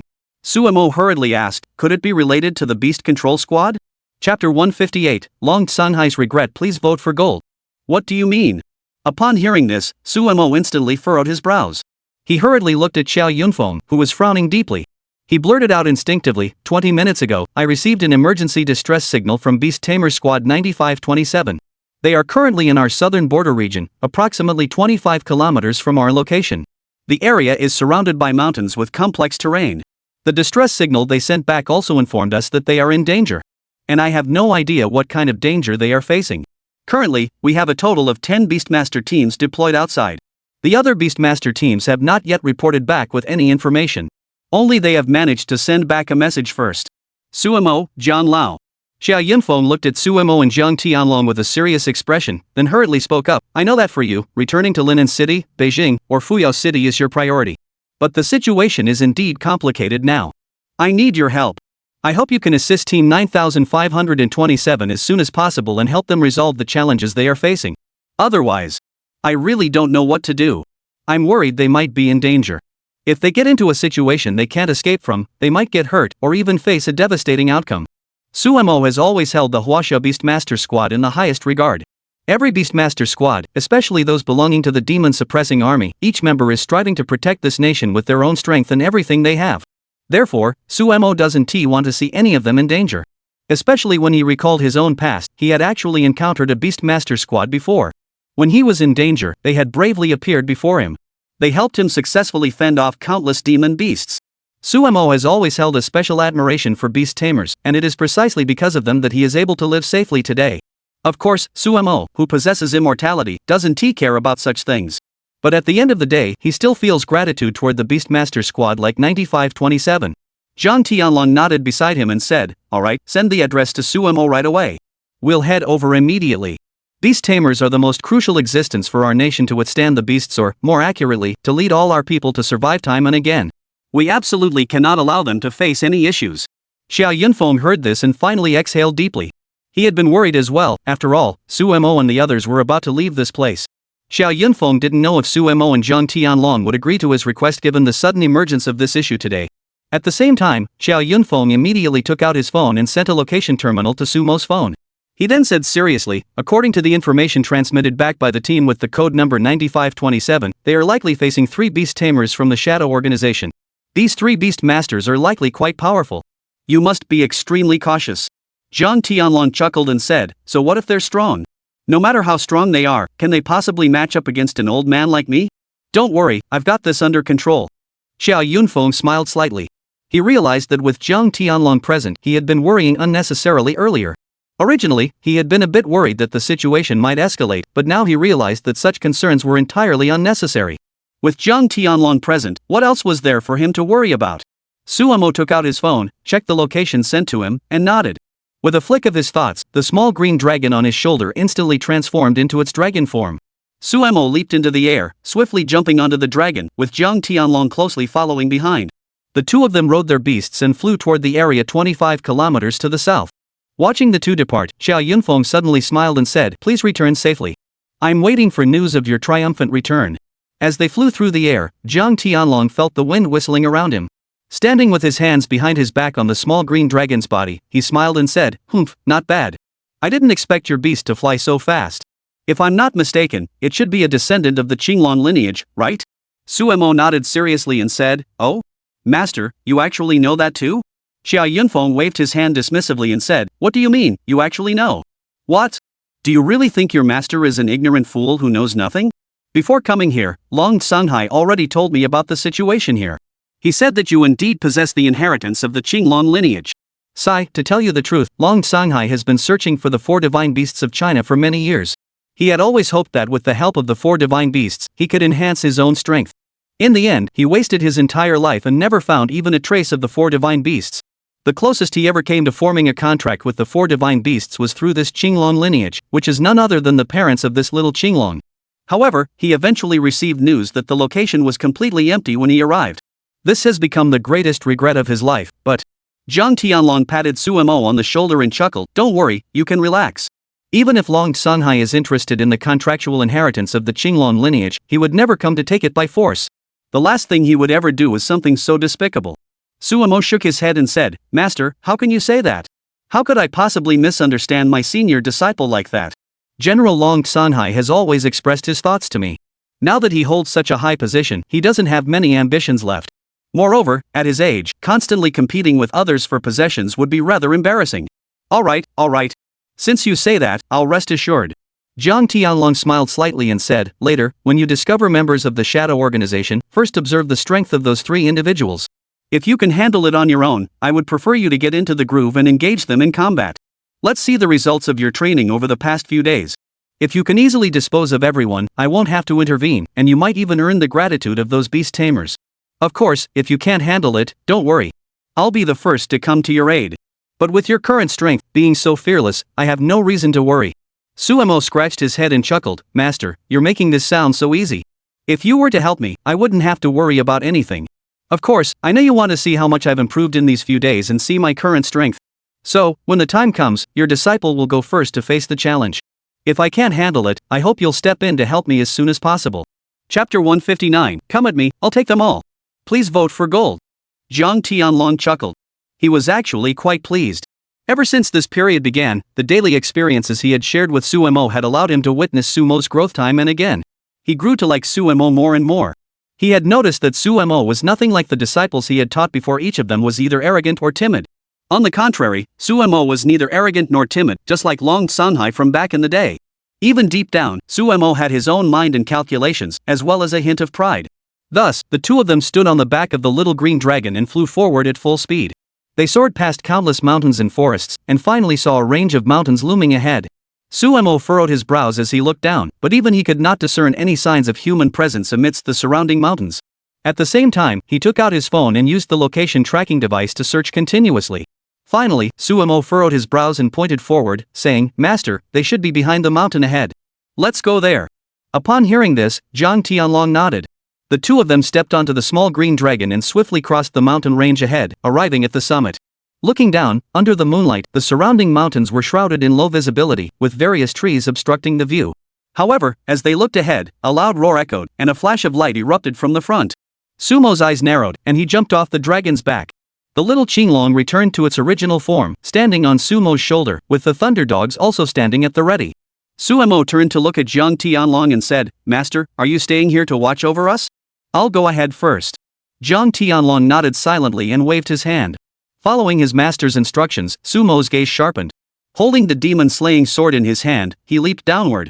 Over the past few days of training, Suemo had once again achieved a significant enhancement in strength. His current vitality had reached 1,889 points, nearly 19 times that of an ordinary person. Meanwhile, his mental strength had reached 3,278, leaving him just 1 step away from becoming a level 21 beast tamer. However, the most crucial aspect was that once he reached level 21, he would gain the ability to contract his 3rd beast. Of course, there is one more pressing issue for Suemo at the moment: where to find the 3rd beast. Suemo has no idea, and there is currently no clue in his thoughts. On the demon-suppressing army side, they had already returned all the merits that Su Feng had originally seized back to Suemo. Suemo can now use these merits to exchange for powerful beasts at the military affairs hall, but once the merits are spent, they are gone for good. Suemo still hopes to accumulate more merit points in the future, so that when he truly needs them urgently, he will have a way to use them to purchase what he needs. He always liked to hoard things and stockpile supplies. After descending the mountain, it wasn't too long before Suemo arrived at the foot of the mountain. At that moment, 2 groups of people were facing off against each other at the foot of the mountain. On Sumo's side, there were 5 men and women, each of them severely injured. Behind them lay countless beasts, with only 2 or 3 still struggling to stay alive. Suemo looked toward the front of the group and saw 3 people standing there. In front of them were 10 beasts, all fully armed and ready to fight the people in front of them. As he looked at the 3, Suemo instantly activated his Eye of All Things. On either side were a male and female beastmaster, one at level 28 and the other at level 24. The leader, however, was someone whose rank Suemo could not discern. Of course, Suemo also believed that this person was likely a beast tamer of level 30 or above. From the 4 beasts standing before him, it was clear that he was at least level 31 or above. There were a total of 10 beasts, and each one appeared to have only sustained minor injuries, but their overall condition was still decent. On Sumo's side, the leader, a man with furrowed brows, glared intently at the three people in front of him and clenched his teeth, saying, I never expected the Shadow Organization to be so fond of chasing others. Do you and the Shadow Organization also enjoy ambushing people? You and the Shadow Organization can probably only do such despicable things. As soon as the man finished speaking, the two people on either side of him, a man and a woman, frowned in displeasure. The leader waved his hand dismissively, chuckled, and said, What? The Shadow Organization's goal is to eliminate all beast masters in the world, exterminate humanity, and establish the Shadow Organization's dominance over the world. Everyone knows that. Why bother with honor? Using the least effort to achieve the greatest gain is our creed and purpose. What's the point of lecturing me on morality and accusing me here? Damn it! The man clenched his fists tightly upon hearing this, grinding his teeth in anger. He could feel that all his teammates were already on the brink of collapse. They were still standing there, merely clinging to life. Each of them had suffered severe internal injuries. Whether they could gain any advantage in this battle moving forward was already clear. Their side had suffered heavy losses, and now, with internal injuries, countless beasts lay on the ground, barely clinging to life. On the other hand, the three men in front of them, along with their 10 beasts, showed no signs of being affected at all. The disparity in strength was overwhelming. A team member spoke up, Captain, have you sent a message to the Southern Frontier War Zone? We don't know if any other beast tamers have returned yet. If they have, they could rush over to support us, but if not, we'll probably have to die here today. Upon hearing this, the captain sighed. He had already successfully sent a message to the Southern Frontier War Zone, but immediately afterward, his wireless communication device was completely destroyed by the enemy, rendering it completely useless. He had no idea what response had come from the Southern Frontier, nor whether anyone would come to their aid. The captain looked up and said fiercely, No matter what, today we can only hope that someone will come to rescue us. Brothers, hold on. The only way we can survive and receive reinforcements later is to keep going. We must stay alive at all costs. The group of team members beside him heard these words and felt a glimmer of hope reignite in their hearts. But they knew all too well that what awaited them might not be what they hoped for. But what could they do? What else could they do besides keep going? On the other side, the leader of the Shadow Organization laughed coldly and said, What? You still think someone will come to save you? Let me tell you, today, if one comes, I'll kill one. If two come, I'll kill both. Not a single member of the Demon Sealing Army will escape. Oh, really? The Shadow Organization, you sure do talk big. Chapter 160, Shadow? The Zhao family squad? Please vote for gold. As the Shadow Man's words fell, a sudden voice rang out. In an instant, the sound echoed, causing everyone to freeze in shock. Especially the members of the Shadow Organization, who frantically looked up at the darkness ahead. They couldn't help but furrow their brows and instinctively shout, Who's there? Come out immediately. Stop being so suspicious. Why are you all so cowardly, hiding in the shadows and refusing to come out? Similarly, the beast tamers on the Demon Sealing Army's side also furrowed their brows and instinctively looked behind them. However, they found no response at all. The forest behind them was eerily quiet. Suemo chuckled and finally stepped forward with Xiao Qinglong and Pilai Dog. Although Suemo hadn't been able to discern the cultivation level of the leader of the Shadow Organization earlier, he had clearly assessed the cultivation levels of the 10 beasts. While there were indeed a few rare and legendary tier beasts among them, the strongest beast among them was only at the 8th stage of the youth realm. Under such circumstances, Suemo had initially been somewhat concerned about how to confront the people before him. However, he never expected that the 10 beasts brought by these 3 beast tamers would be so weak. At the same time, Suemo turned to look at his own team of beast tamers and noticed that the beasts they controlled were actually not much different in rank from the 10 beasts in front of them. It seemed, as the leader had mentioned earlier, that they had been ambushed by members of the Shadow Organization, leading to the sudden danger and severe injuries. Suemo absolutely refused to believe that, given the evenly matched strength and our numerical advantage, we could have suffered such severe injuries. As he pondered, Suemo slowly walked over to the demon-suppressing army's Beastmaster squad. He pulled out a cigarette from his pocket, lit it silently, then smiled and said, Everyone, I didn't come too late, did I? Judging by your condition, you should still be holding on, right? The man nodded and said, Hello, you must be the one sent over from the war zone, right? We are the 9527 Beastmaster squad. I am the captain, Zhang Dong. These 4 are my team members, Ma Jin, Wang Rufan, Hui Jingjing, and Jiang Mali. Where are your teammates? And which squad are you from? Suemo heard this and felt awkward, scratching his head and turning away. I don't have any teammates. I don't belong to any squad. I just arrived here from Linen City a week ago. Wait, you're Suemo? Finally, someone from the 9527 squad recognized Suemo. It was the woman named Hui Jingjing. She exclaimed in surprise, Suemo, how did you end up here? Aren't you the war god among ordinary people? Aren't you just an ordinary soldier? Wait, look at your beast and that thunderhound. Could you have become a beast master? Yes. Suemo chuckled and said, you've been deep in the heart of the enemy territory all this time, constantly slaughtering all kinds of demon beasts. You probably didn't know, but I became a beast tamer a month ago. These two are my beasts. What? Ma Jin exclaimed in shock. From Sumo's words, he realized that Suemo had already become a beast tamer a month ago. Of course, this had been a nationwide simultaneous awakening, so that wasn't important. What was far more significant was that Suemo had managed to contract 2 beasts within a single month. Didn't that mean his beast master rank was now above level 11? Such an astonishingly rapid improvement left everyone present speechless. However, Zhang Dong furrowed his brows and said, you're not seriously planning to use these 2 beasts to save us, are you, brother? Don't be ridiculous. I know you're a war god among ordinary people, and though I've heard of your exploits before, you hold a strong position in the hearts of the warriors. Nevertheless, even though you've become a beast tamer, facing off against this trio of beast tamers is absolutely impossible. You're just causing trouble.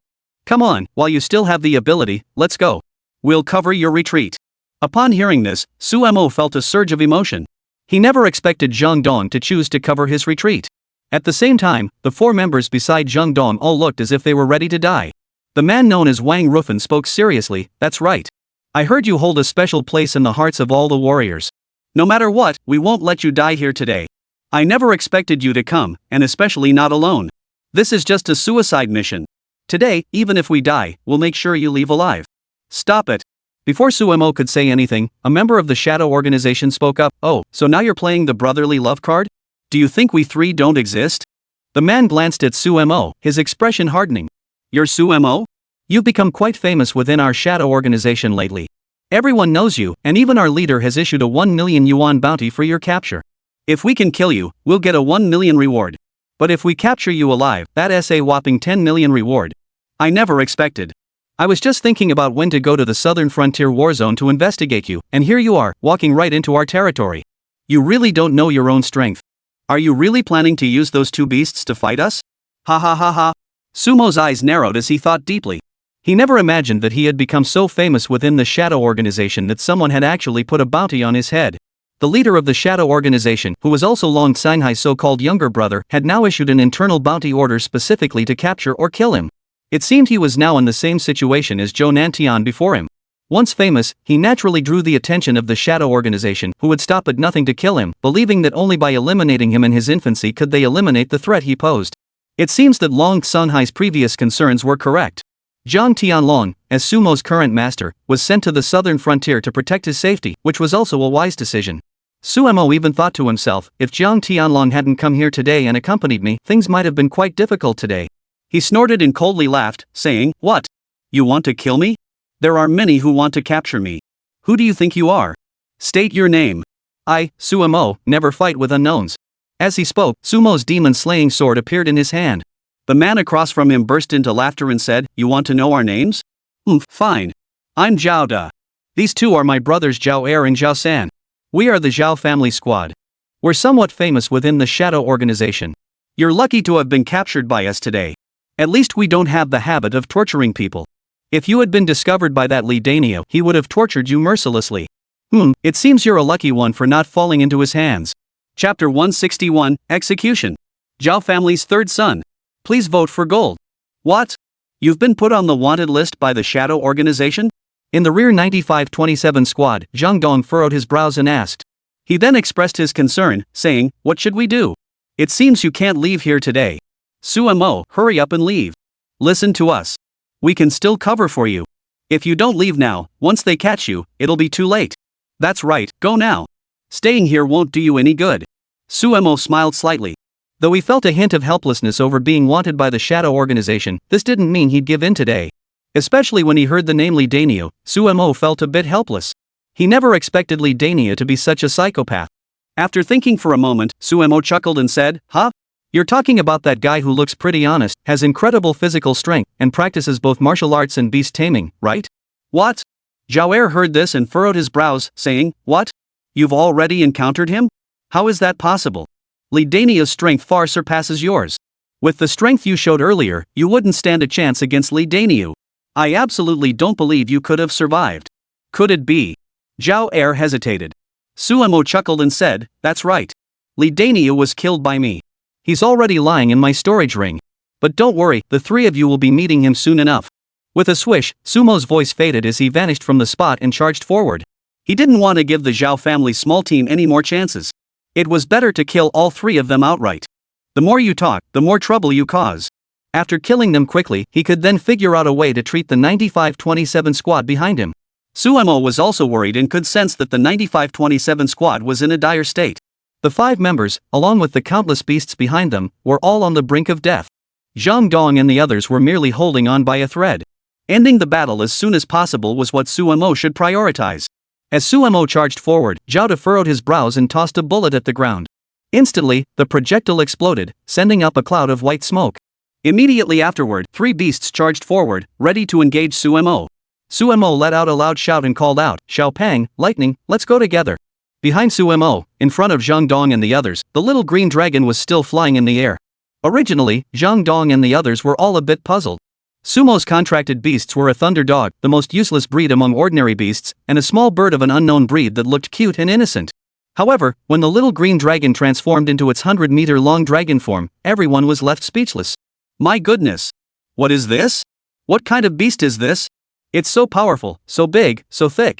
What the hell are you doing? You're still driving? What kind of beast is this? How can it be so powerful? The pressure it's releasing is making me feel afraid even now.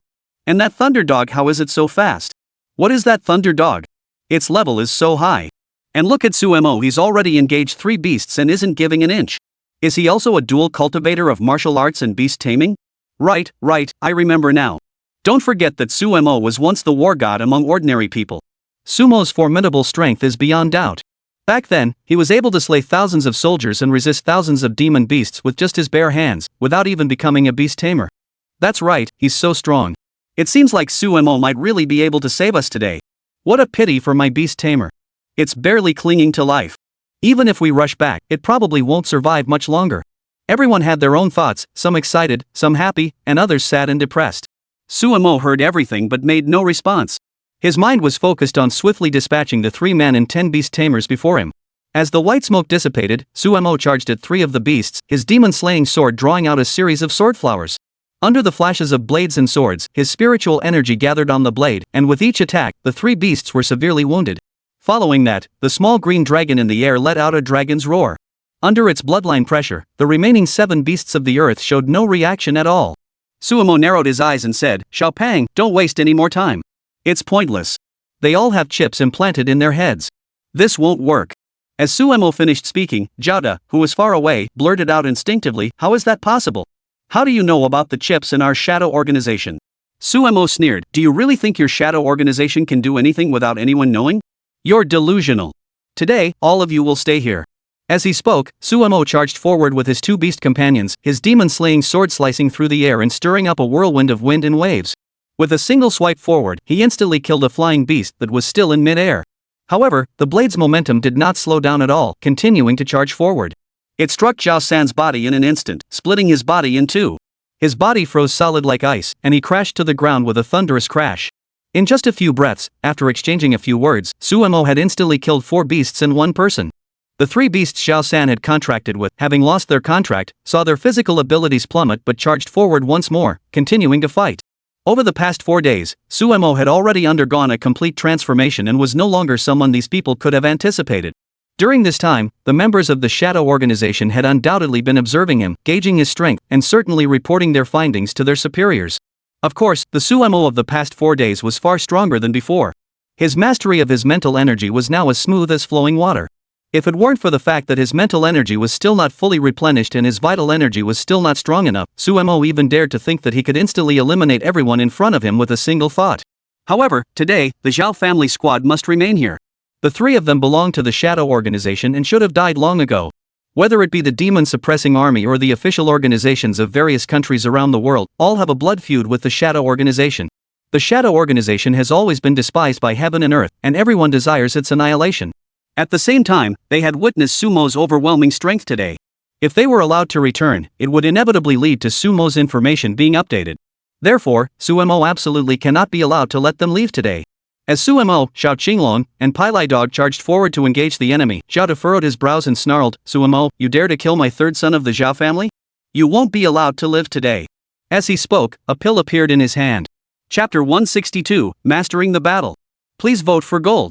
Upon seeing the pill appear, Suemo furrowed his brows, feeling a hint of concern.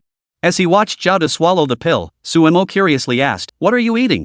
Is it something to tonify your kidneys? Are you in such a hurry to supplement yourself? Or are you afraid that after you die and go to hell, your kidneys won't be strong enough to thrive?"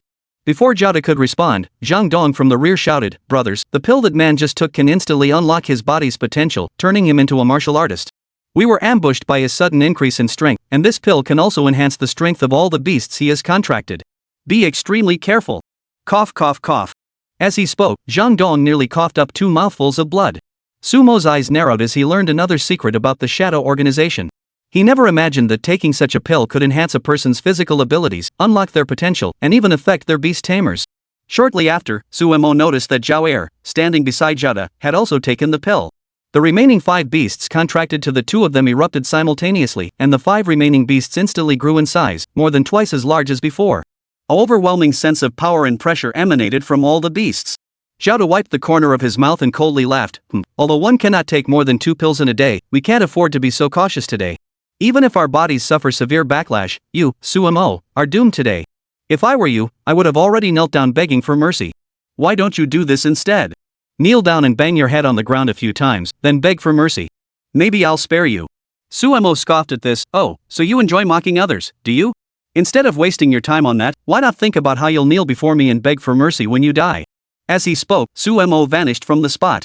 Looking back at Jiao and Jiao Ya, the 2 of them instantly drew their weapons and charged forward without hesitation. At the same time, Suemo was sensing the information in his mind. Soon, he sensed that Xiao Qinglong and Pai Lai Dog were struggling against the remaining 5 beasts. Suemo furrowed his brows. He knew he had to find a way to deal with the 2 in front of him first. At the same time, Suemo sensed that after consuming the pill they had just taken, the surging qi and blood energy within their bodies was constantly surging. Suemo sensed that the 2 of them might now possess greater strength than himself, but he was confident that as someone who had cultivated martial arts to attain enlightenment, he was certainly not someone who could be defeated by these 2 who had grown stronger through the use of drugs.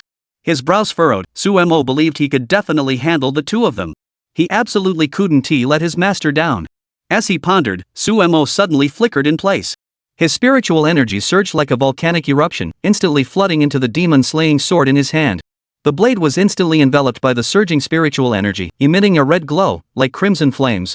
The air around him erupted with a piercing roar.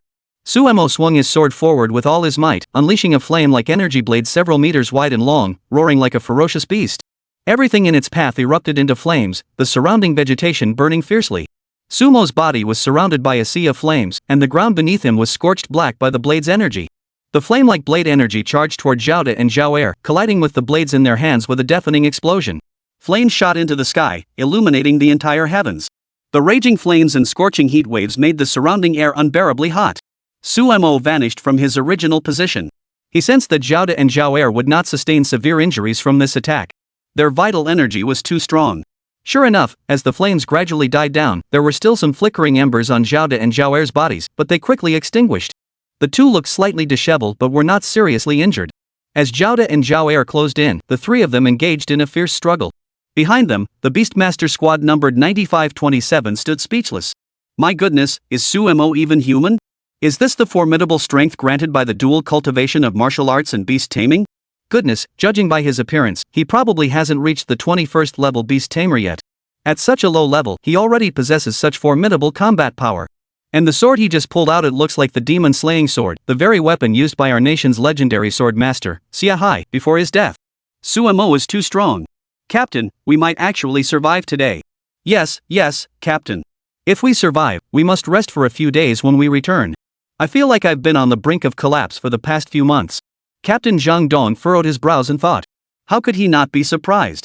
Zhang Dong had almost lost all hope of surviving. But then, unexpectedly, he saw Suemo arrive here, and suddenly, a glimmer of hope for survival flared up in his heart. However, upon hearing that Suemo had come alone, his heart began to fill with worry once more. His emotions at that moment were as turbulent as a roller coaster. But now, seeing the formidable strength Suemo was displaying, he finally realized that Suemo was far more powerful than he had ever imagined. It seemed that he no longer needed to worry about anything now. Meanwhile, the remaining 2 members of the Shadow Organization, Jiao and Jiao Ya, had taken pills that enhanced their physical potential, temporarily boosting their strength. Even the 5 remaining beasts under their control had become incredibly powerful. Zhang Dong began to worry again, wondering if Sumo could handle the crisis before him. Meanwhile, on the mountaintop behind them, Jiang Tianlong fixed his gaze on Sumo. Jiang Tianlong stroked his chin and chuckled, "Not bad, not bad. You've certainly put your lessons to good use lately. Your performance today has been truly impressive. It seems that I won't need to intervene in this battle today. The fewer who know of my presence, the better." As everyone had their own thoughts, Sumo looked at Zhao De and Zhao Er charging toward him. He curled the corners of his mouth into a cold smile. Over the past period, with Jiang Tianlong's constant assistance, Sumo had undergone a complete transformation. If his previous understanding of martial arts was like that of a kindergarten student, then now he was probably at the level of a high school student. Under Jiang Tianlong's guidance, especially when sensing the natural forces around him, he discovered that he could merge with every element in the air during battle. These abilities would form the foundation for Sumo's victory in this fight. Chapter 163, Do You Think I'm Stupid? Please vote for gold. As he pondered, Sumo's feet lightly touched the ground. His body erupted with immense power, and his form shot into the air like a ghost, briefly hovering mid-air. As he did so, the spiritual energy within Sumo's body surged wildly. The air around him grew as cold as an ice cave, utterly bone-chilling. The blade of the demon-slaying sword, which had been engulfed in blazing flames moments ago, now began to form layer upon layer of frost. A faint blue, eerie chill emanated from the blade's surroundings.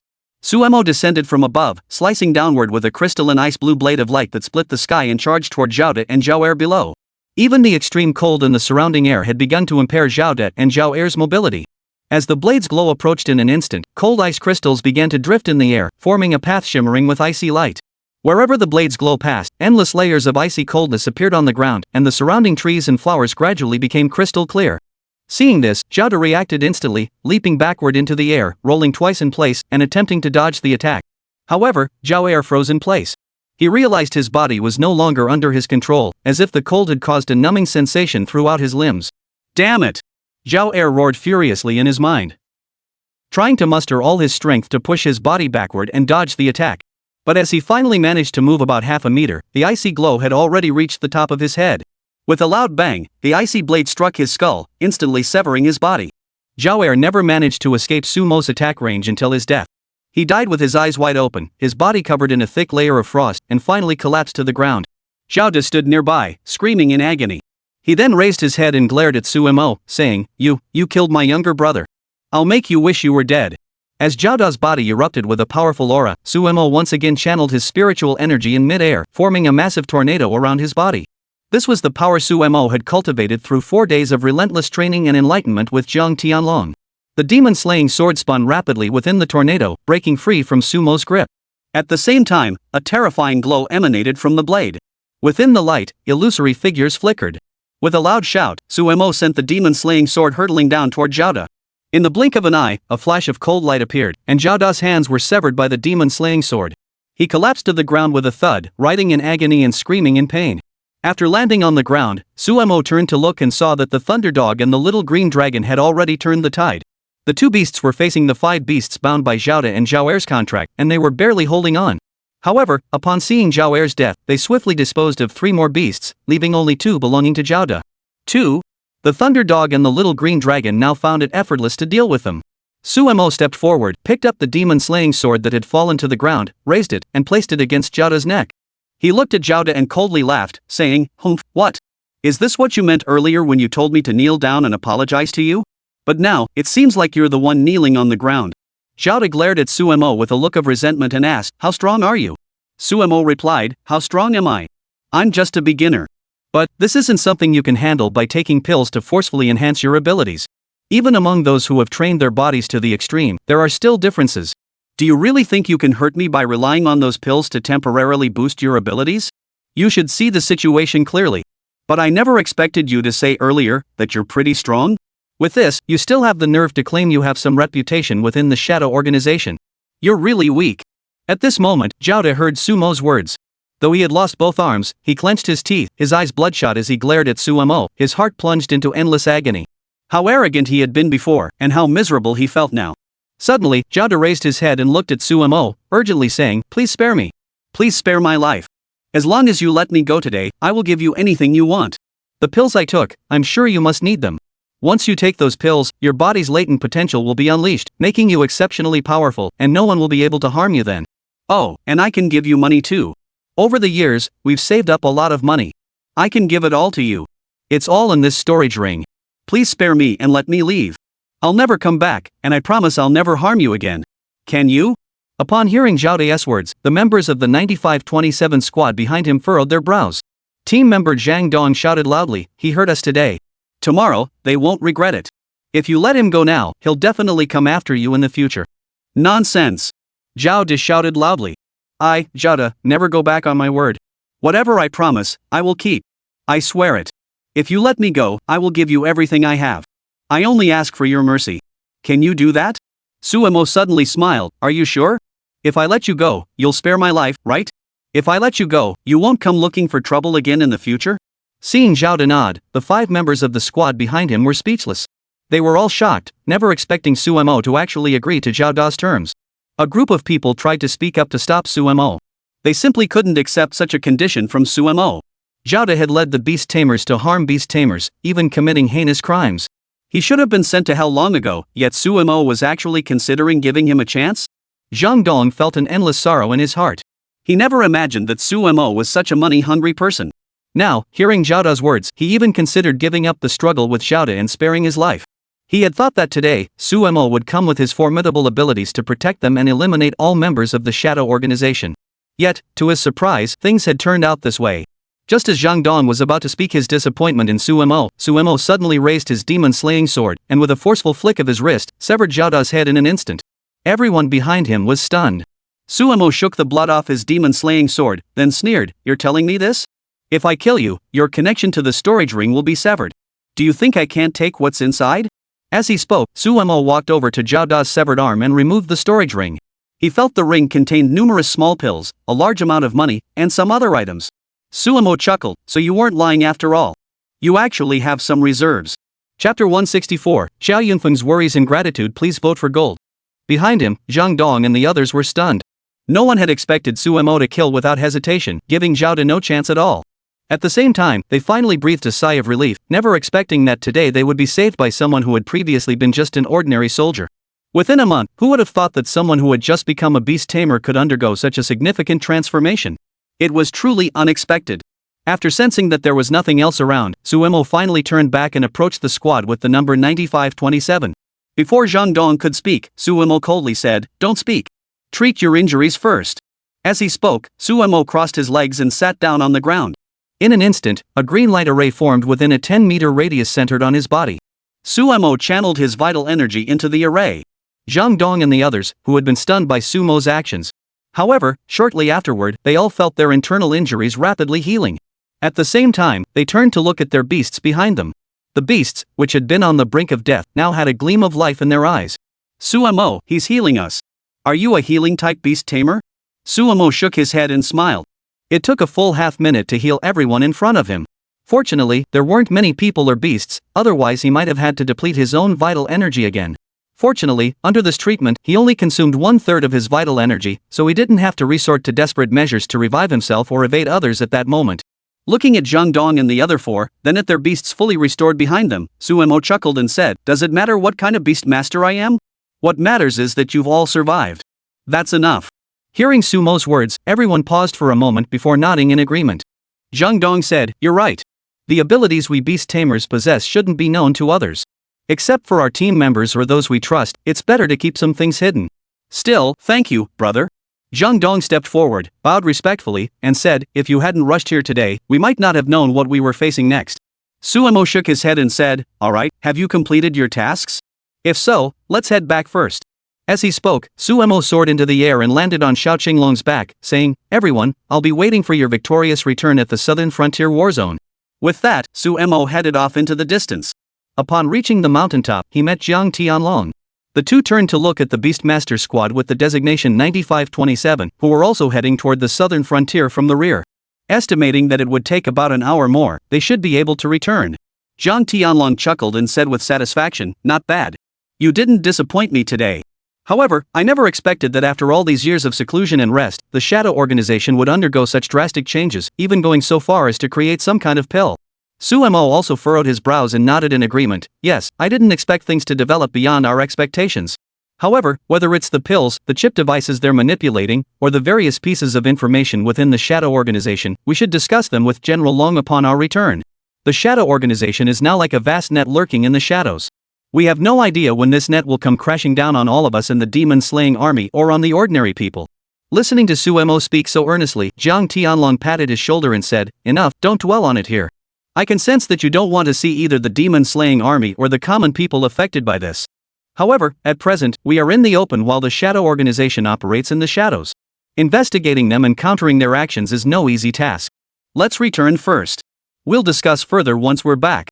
Additionally, once all the Beastmaster squads have returned, you should also prepare to head back." Suemo nodded, and the two set off toward the southern frontier war zone. Several minutes later, when Xiao Yunfeng stood on the city walls and saw the small green dragon appear in the distance, a smile finally appeared on his face. Over the past hour, Xiao Yunfeng had been anxious beyond words, but as an ordinary general, he didn't know what he could do, so he could only stand there and wait silently. Now that he finally saw Suemo and the others appear here, he let out a sigh of relief. However, it was only a moment later that he saw only Suemo and Jiang Tianlong appear before him. Xiao Yunfeng's heart sank, and he hurriedly asked, "What? What's wrong? Did something happen to them? Why didn't they come back together?" Suemo chuckled and said, "Relax, old Xiao. They're behind us, rushing back on their own. My little Qinglong can't handle them all. I estimate they'll be back in about 40 minutes. Xiao Yunfeng finally exhaled deeply and then asked Suemo for the details of the situation. After Sumo's explanation, Xiao Yunfeng's mood was like a roller coaster, but in the end, he got a good result. He smiled and looked at Suemo with a touched expression, saying, "Suemo, thank you. This time, I owe you." Suemo shook his head and said, "Why say that? You've never owed me anything. Every Beastmaster squad, every soldier, and every officer has done this for the people of China. What do you owe me? Let's not talk about that now. Let's hurry inside. We'll make plans once everyone returns." 2 hours later, when all the Beastmaster squads had returned to the southern frontier military region camp of the demon-subduing army, it was already past 11 p.m. Everyone gathered in the meeting room, looking at the dozens of beast tamers around them. Sumo's heart was filled with mixed emotions. It was precisely because of these Beastmasters, because of each and every one of them, that the current peace and stability of China were being safeguarded. Over the years, countless beast tamers had lost their lives, but not a single one had ever backed down. Those who had returned now were all heroes and meritorious soldiers.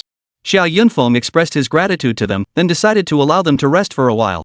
As for their rewards and compensation for their merits, the demon-subduing army had never been stingy and would certainly provide everything to everyone.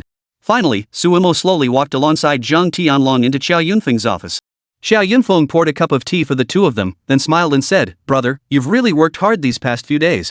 At the same time, I've received word that the new students have already started arriving at the academy.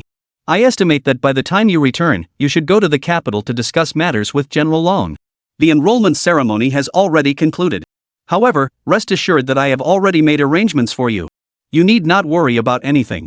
As for me, I would like to invite you to stay here tomorrow for lunch.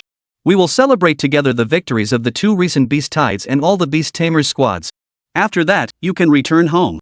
Additionally, the merit points and honors that belong to you will be personally awarded to you by General Long at that time." Chapter 165, The Great Gift from Jiang Tianlong? Please vote for gold. Suemo chuckled. For the southern frontier war zone, or rather for all the warriors of the demon-suppressing army, every time they participate in a battle, they earn countless merit points and honor, which are distributed to every individual. Or, more importantly, for those who are even more crucial. Suemo had single-handedly slain countless demons and monsters on these 2 occasions, safeguarding the peace of the southern frontier. His honor and merit points would certainly be substantial. Suemo thought to himself that by then, his merit points should reach as high as 150,000. Even in the military council, upgrading to a dominion level or mythical level beast would be a breeze, but Suemo still hoped to take a chance if he could contract an even more powerful beast, that would be even better. With a chuckle, Suemo said, "Alright, since everything here has been settled, I'll have the celebratory banquet tomorrow noon before leaving."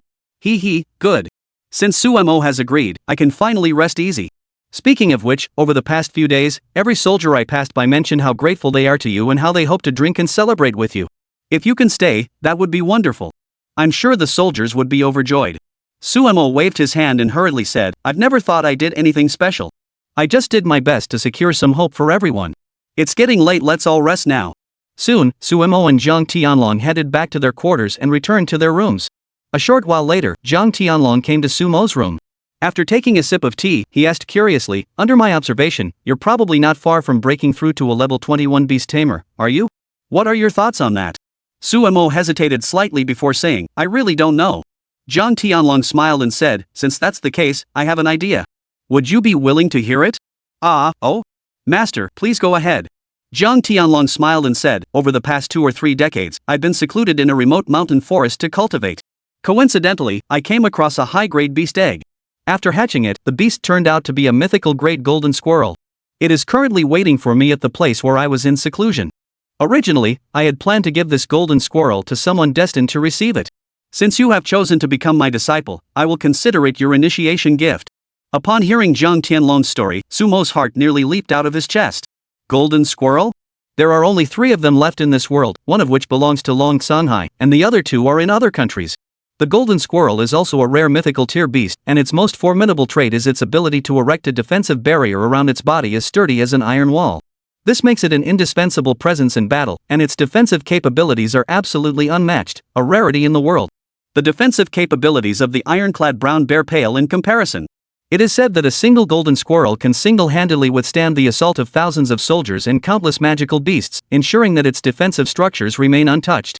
Suemo currently possesses the little green dragon and the thunder dog, but ultimately, these 2 beasts are both offensive-type beasts and lack defensive-type beasts. Once he possesses a defensive-type beast, through constant collaboration and coordination, both defense and attack will become second nature. Moreover, the golden squirrel possesses the ability to conceal its movements.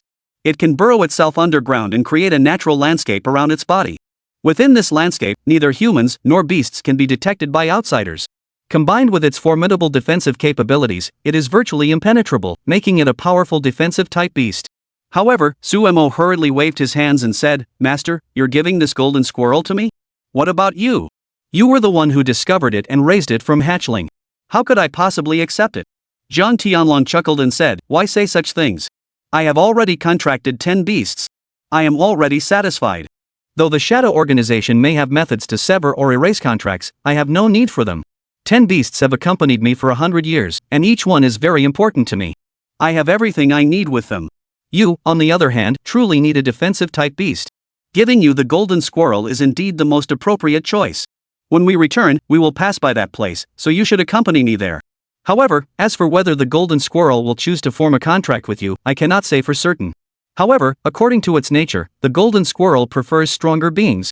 Seeing the Qinglong lineage you possess, it will likely develop a strong affinity for you. Seeing Jiang Tianlong so insistent, Suemo couldn't refuse. In fact, he was also quite eager for the existence of the golden squirrel and hoped to contract a defensive-type beast. Clearly, the golden squirrel was truly suited for Suemo, and he couldn't help but feel a bit happy, wanting to smile. Jiang Tianlong asked curiously from across the table, what's so funny? Are you dissatisfied?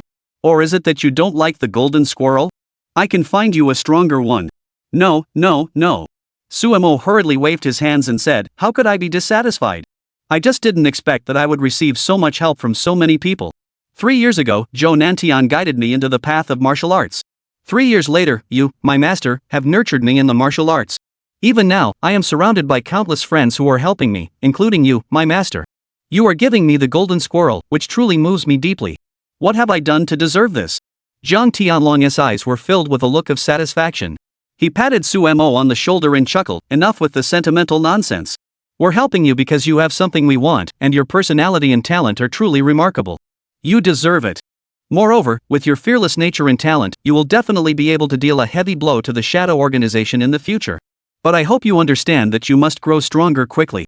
If you don't, the Shadow Organization will truly imprison you with mental pressure, just as I did before. Even if you have extraordinary abilities, you will still be under their control for the rest of your life. Suemo nodded firmly and said, yes, master, you can rest assured. I understand. Jiang Tianlong finally smiled satisfactorily and said, good. With those words from you, I can rest easy. Get some rest. After breakfast tomorrow, we'll head back. I've hitched a ride with you, so don't forget to take me back when you go. Suemo sighed impatiently and said, Master, why did you come here without bringing any of your beasts?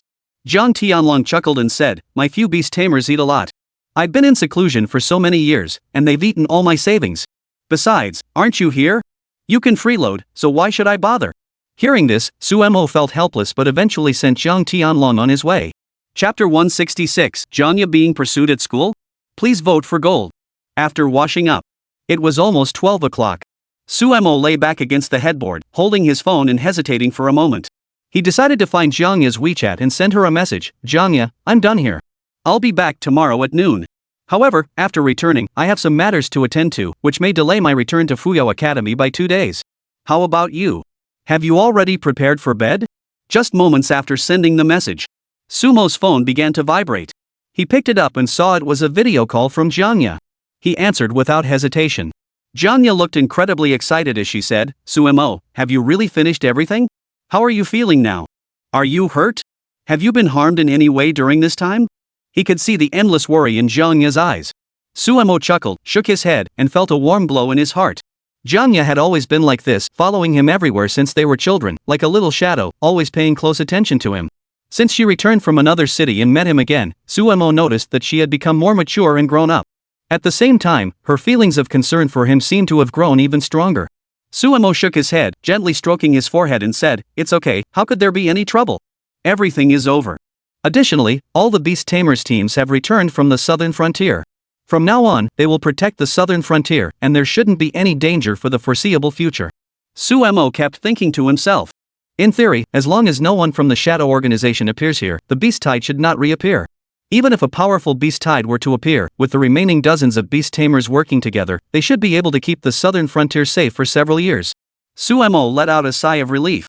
After over 3 years of war, the southern frontier had finally settled into stability. At the same time, Sumo could finally begin his 3-year academic journey. Looking back at the screen, Jiang Ya heard Sumo say this and finally exhaled deeply, patting her chest, causing Sumo to be dazzled by her movements. Finally, Jiang Ya said, Sumo, as long as you're okay, that's all that matters. Over the past few months, I've been thinking about asking you, but I was worried that it might disrupt your life. If it really affected your battle, I'd feel like a criminal, and I wouldn't know what to do with my life. Faced with Jiang Ya's sudden confession, Sumo's face flushed slightly, and he quickly changed the subject. Oh, right. Jiang Ya, what level of Beast Tamer are you now? Hearing this, Jiang Ya stuck out her tongue and giggled. I've already become a level 7 Beast Tamer. Among this year's freshmen at Fuyao Academy, I'm one of the strongest. Sumo asked with a hint of curiosity, one of the strongest? How come? Are all the freshmen at Fuyao Academy this skilled this year? Jiang Ya shook her head and said, yes, back then, whenever I heard my classmates around me calling me a genius or something like that, I always felt a bit arrogant. But when I first arrived at Fuyao Academy, I finally saw what a true gathering place for geniuses really is. Fuyao Academy, as one of the 4 great academies of Huaxia and the most prestigious among them, is truly a place where every student is exceptionally talented. According to the teachers, among this year's freshmen at Fuyao Academy, there are 3 students whose Beast Tamers have reached level 10 or above, and over 30 others between levels 5 and 10. Wow! Sumo couldn't help but be amazed. I never imagined Fuyao Academy had such a deep foundation. If he remembered correctly, Lin Fe, the second young master of the Lin family group in Fuyao City, who had once had a minor conflict with him, was a second-year student at Fuyao Academy. Yet he was only at the 8th level. Sumo thought to himself, it seems like Lin Fe must have gotten in through his family's money. Otherwise, with his status in Fuyao City, having such a low rank would be hard to justify, let alone acting so arrogant at the academy. However, soon, Sumo noticed that Jiang Ya's gaze shifted slightly. Sumo asked curiously, what's wrong? Is there something wrong with your enrollment? Jiang Ya shook her head hurriedly and gave a nervous laugh. No way. Sumo, don't worry. How could I have any issues? I'm doing quite well here at Fuyao Academy, and I get along very well with my roommates. However, the enrollment ceremony will end in the next couple of days, and after that, we'll start classes and training. Sumo, I also heard from the teacher that General Long has already informed the school principal, so you don't need to rush back. Just focus on finishing your own matters first. I know you have important duties to fulfill in the demon-subduing army and have been working tirelessly for the nation. Please make sure to resolve all your matters first. Sumo nodded, chatted with Jiang Ya for a while longer, then hung up the phone. As soon as he hung up, Sumo furrowed his brows. He was thinking about the unusual emotion he had seen in Jiang Ya's eyes just now. He thought that Jiang Ya must have experienced something at school, otherwise she would never have shown such emotions. But what could it be? Sumo even considered going to Long Sanhai to ask him to investigate and find out what happened. But after thinking it over, he shook his head. It wasn't worth bothering Long Sanhai over such a minor matter, especially since he would be returning to Fuyao City in a couple of days. By then, he could ask whatever he wanted. At the same time, in the girls' dormitory of Fuyao Academy in Fuyao City, Jiang Ya finally hung up the phone with Sumo. The 3 roommates lying on their beds all peered over, curiously asking, who were you talking to just now? Sumo? Isn't that the Sumo who broke 2 of General Long's records? The war god among ordinary people in the Jinma army, right? Right. You keep calling him Sumo brother. You two must be pretty close. Is he your boyfriend? I never expected that. As one of the few SS-tier talent holders in our school, your boyfriend is so amazing too. Oh, what are you talking about? Jiang Ya's face turned red as she said, Sumo and I aren't even boyfriend and girlfriend yet. Oh? Not boyfriend and girlfriend? A roommate chuckled, so, are you chasing him, or is he chasing you? You two better hurry up. You know, the young master from the Ji family in Beijing, Ji Yun, has been chasing after you non-stop lately, trying to confirm your relationship with you. If you don't confirm your relationship with your Sumo brother soon, be careful that Ji Yun doesn't snatch you away. Oh my, you, what are you talking about? Chapter 167, Jiang Hanying already knew? Please vote for gold. Oh my gosh, what are you talking about? Hearing this, Jiang Ya puffed out her cheeks angrily and said, that Ji Yun? I don't have any feelings for him at all. What is so great about being rich? What is so great about having status and power? Even if he's doing well in the capital, if he just casually pursues me, should I just agree to him? Oh my, oh my, oh my, what? You don't want to give him to us? Exactly, exactly. A group of roommates teased her, you're letting such a good opportunity slip away. What a waste. Jiang Ya rolled her eyes at them and muttered, enough, stop teasing me. I was actually hoping to end up with Sumo, and as for that Ji Yun from the capital, I couldn't care less.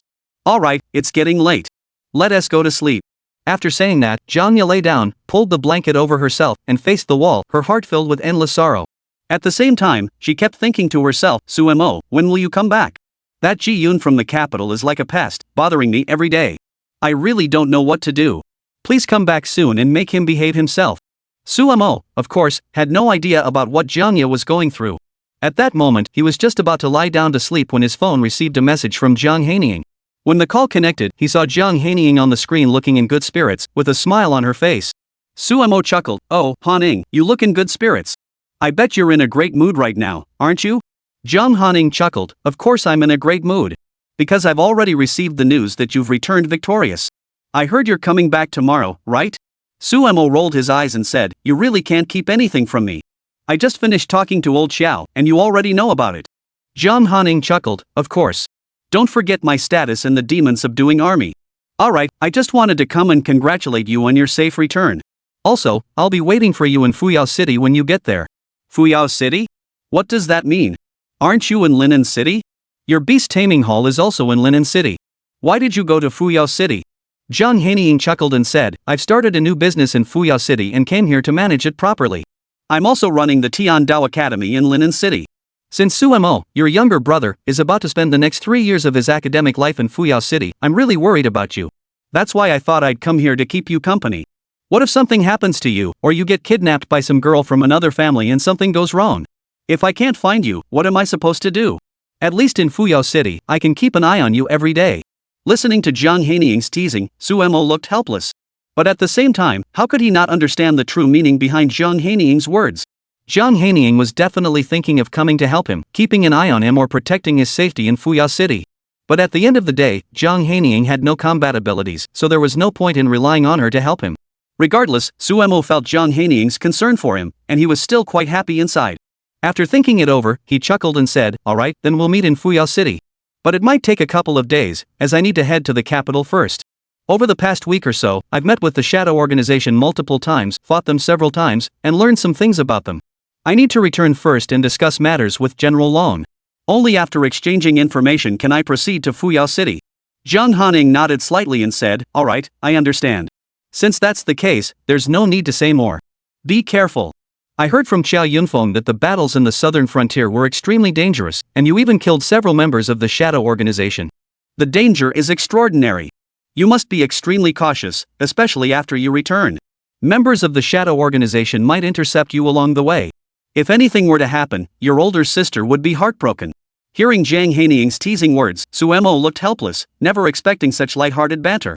Sumo thought to himself, danger? What danger could I possibly face? Zhang Tianlong will be accompanying me the entire time. If even Zhang Tianlong couldn't withstand the Shadow Organization's ambush, then perhaps the entire nation would be doomed. Zhang Tianlong is a level 93 beast tamer. His vital energy must be surging to unimaginable heights. If even he couldn't hold them off, there would be no point in him continuing to live. Alright, Hanying, it's getting late. Sumo chuckled, is there anything else? If not, we should wrap this up. Wait, are you alone in the room right now? Ah, yes. What's wrong? You wouldn't. I mean, Hanying, don't do anything reckless. I'm just a kid. We can't get involved in such things. Hearing Sumo's teasing, Jiang Hanying rolled her eyes at him and said, alright, what are you thinking? Your older sister doesn't have those feelings for you. I just want you to be safe and sound. With Jiang Ya liking you, how could your older sister take someone else's love? Hearing Jiang Hanying's teasing, Sumo's face turned slightly red. He hadn't expected Jiang Hanying to know about his relationship with Jiang Ya. Then Jiang Hanying whispered, what I really want to ask you is, how is he? Is there anything wrong with his health? Has he aged? Who are you talking about? Sumo asked curiously, as he was indeed a bit confused. However, Sumo suddenly realized what she meant and hurriedly asked, are you talking about? The words Jiang Tianlong were the last one Sumo dared to say aloud. He feared he might have misunderstood and revealed Jiang Tianlong's affairs, which could ruin the surprise he had planned for Jiang Hanying. Then, Jiang Hanying whispered, I'm talking about Jiang Tianlong, my father. I assume you've already met him, right? Brother, there's no need to hide this from your sister. What? Finally, Sumo snapped out of it. He instinctively looked up at Jiang Hanying in front of him, then looked around again to confirm that Jiang Tianlong wasn't in the room. Sumo exclaimed, Sister Hanying, how did you find out about this? Jiang Hanying chuckled and said, how I know is none of your business. All you need to know is that your sister knows he's still alive. And if I'm not mistaken, he'll probably come to me soon to give me a surprise. Chapter 168, Speculations about the Shadow Plan? Please vote for gold. How to describe this feeling? It's like finally scoring the top grade in a school exam. But when you excitedly return home, you discover your parents already knew. The excitement gradually fades away, leaving only a sense of helplessness.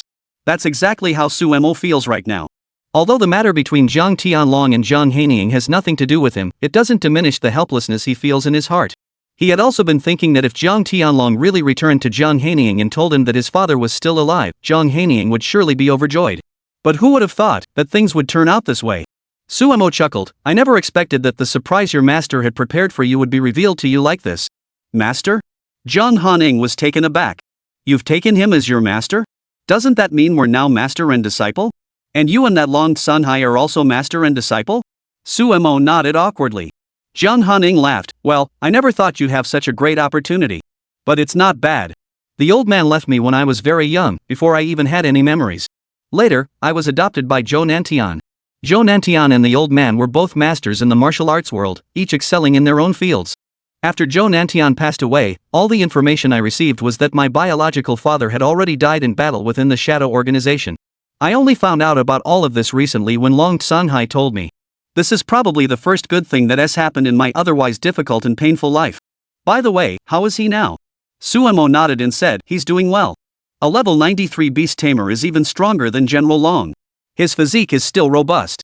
The surging energy within his body is so powerful that even I was amazed when I saw it. His strength is truly remarkable, otherwise, I wouldn't have willingly sought him out to become my master. Jiang Hanying chuckled and said, that's natural. The old man's strength is beyond question. Long Sunhai is his most favored disciple. The other disciples have indeed met their ends at the hands of the Shadow Organization's minions. Speaking of which, the old man has indeed had a rather regrettable life, but there's nothing we can do about it. That's who we are, beast tamers, all members of the demon-slaying army. We must face this for the sake of the people of China and the world. The Shadow Organization seeks to harm all humanity and destroy human habitats. Naturally, someone must stand up and someone must be willing to sacrifice their lives to fight. The old man has likely already come to terms with this.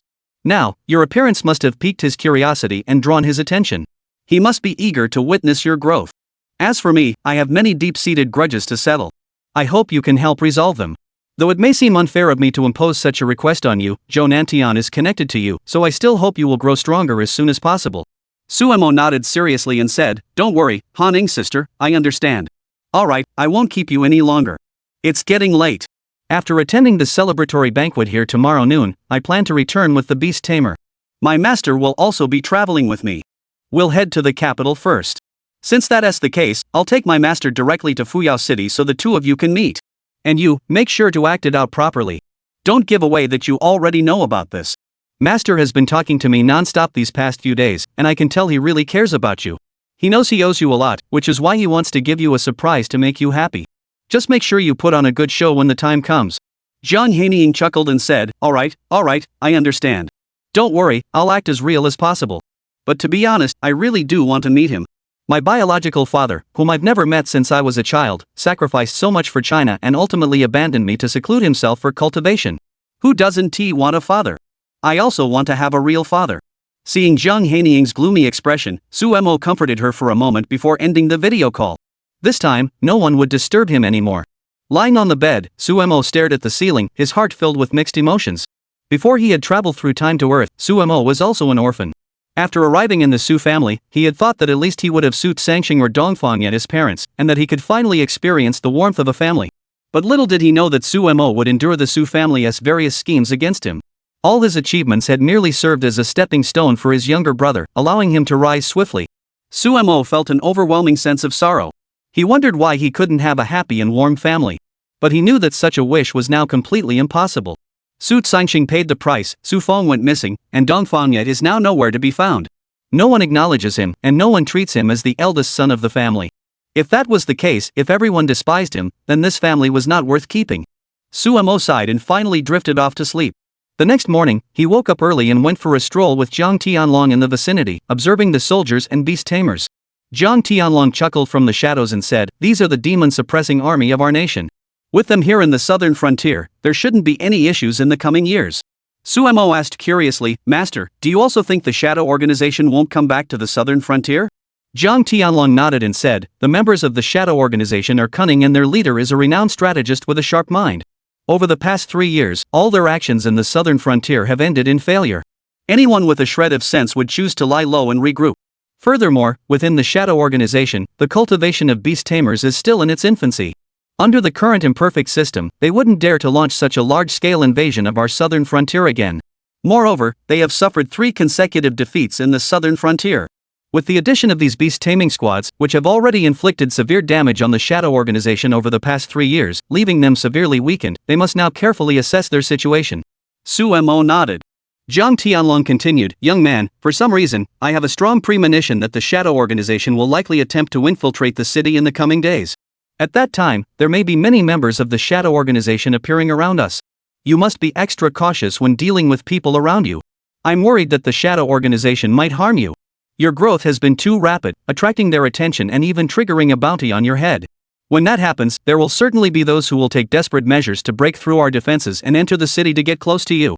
Su Mo sighed and could only shake his head helplessly. Chapter 169, Jiang Tianlong's Secret Base. Please vote for gold. Su Mo knew. The shadow organization has already begun to take notice of him, and things are likely to become quite troublesome from here on out. But no matter what, Su Mo must continue to strive and grow. Only when he becomes powerful enough to eliminate countless enemies and ensure the safety of everyone around him.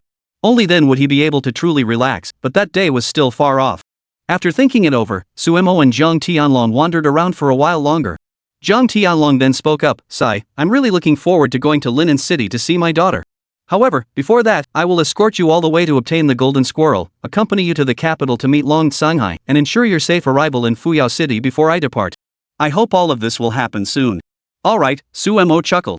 "Master, actually, you don't need to go to Lin City.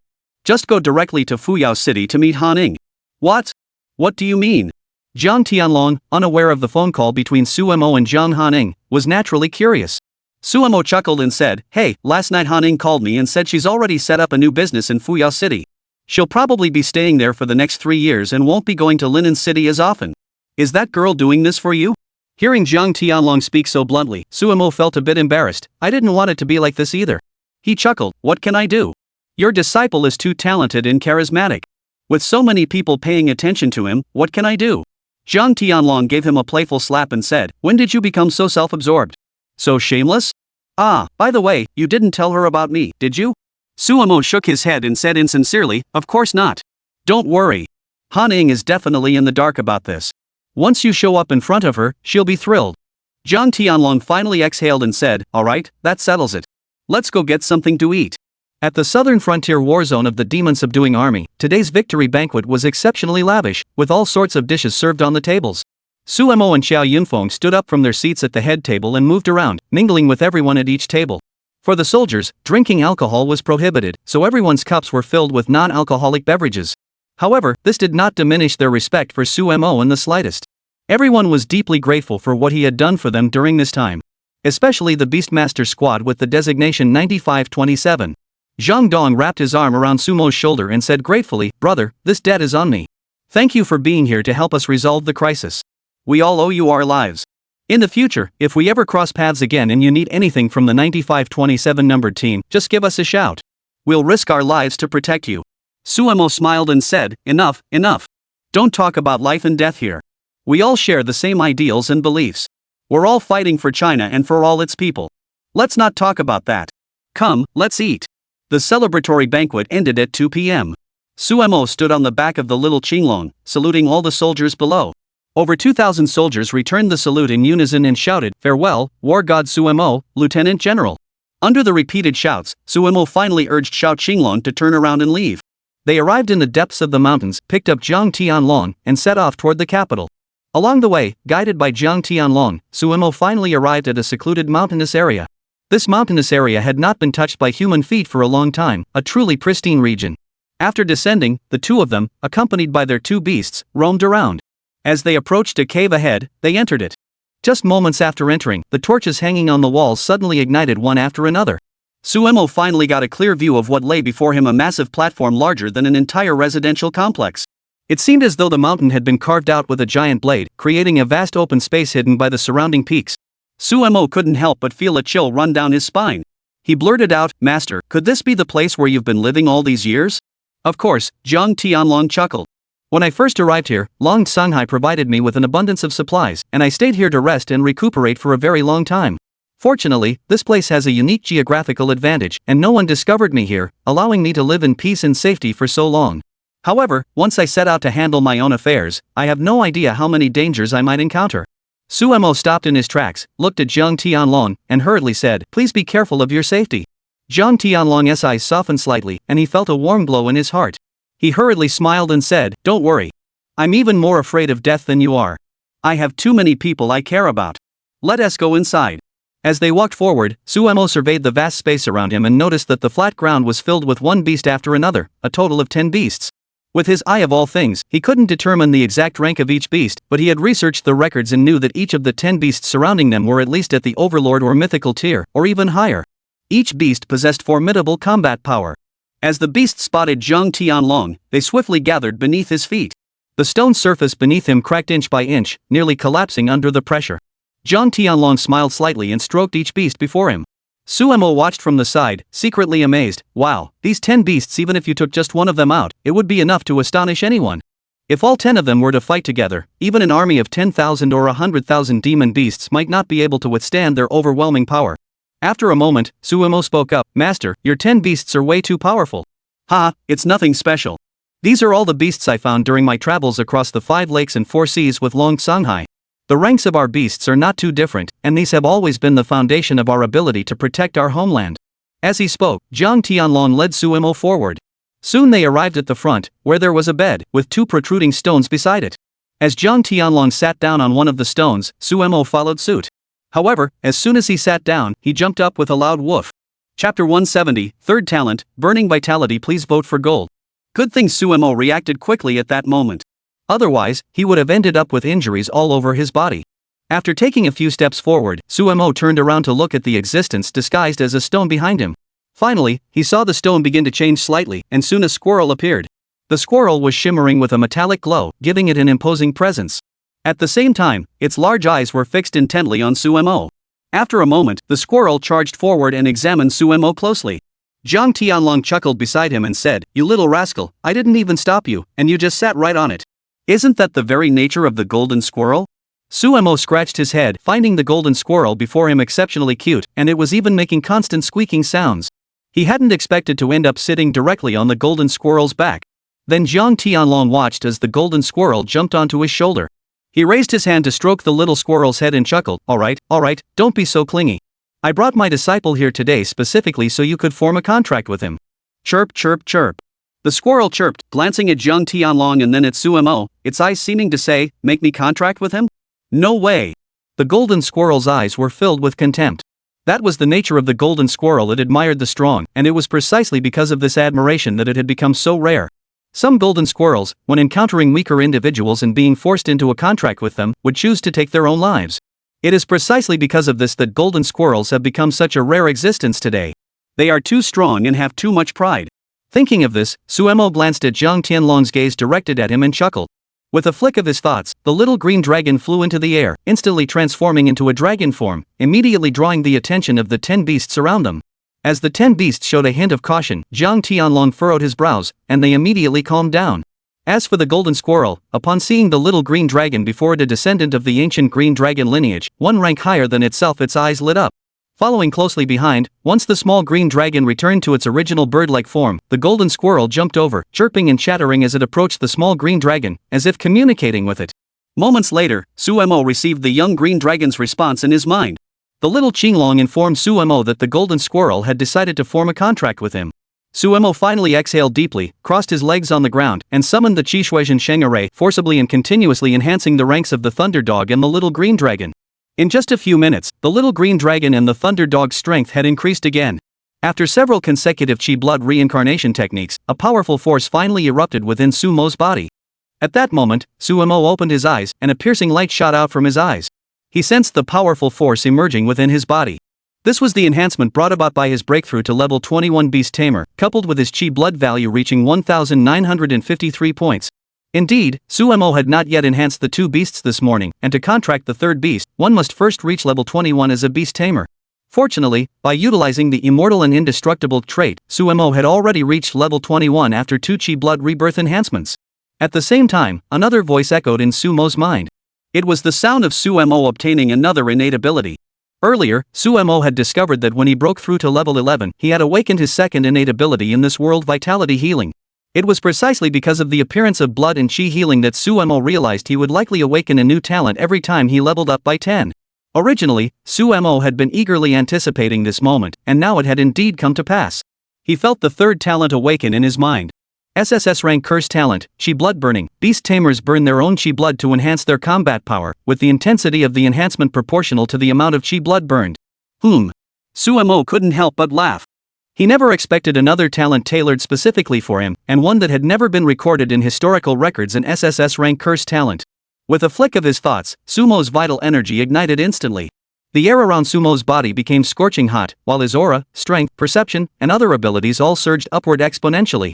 After a moment, Suemo withdrew the ability, feeling the immense power from the temporary boost.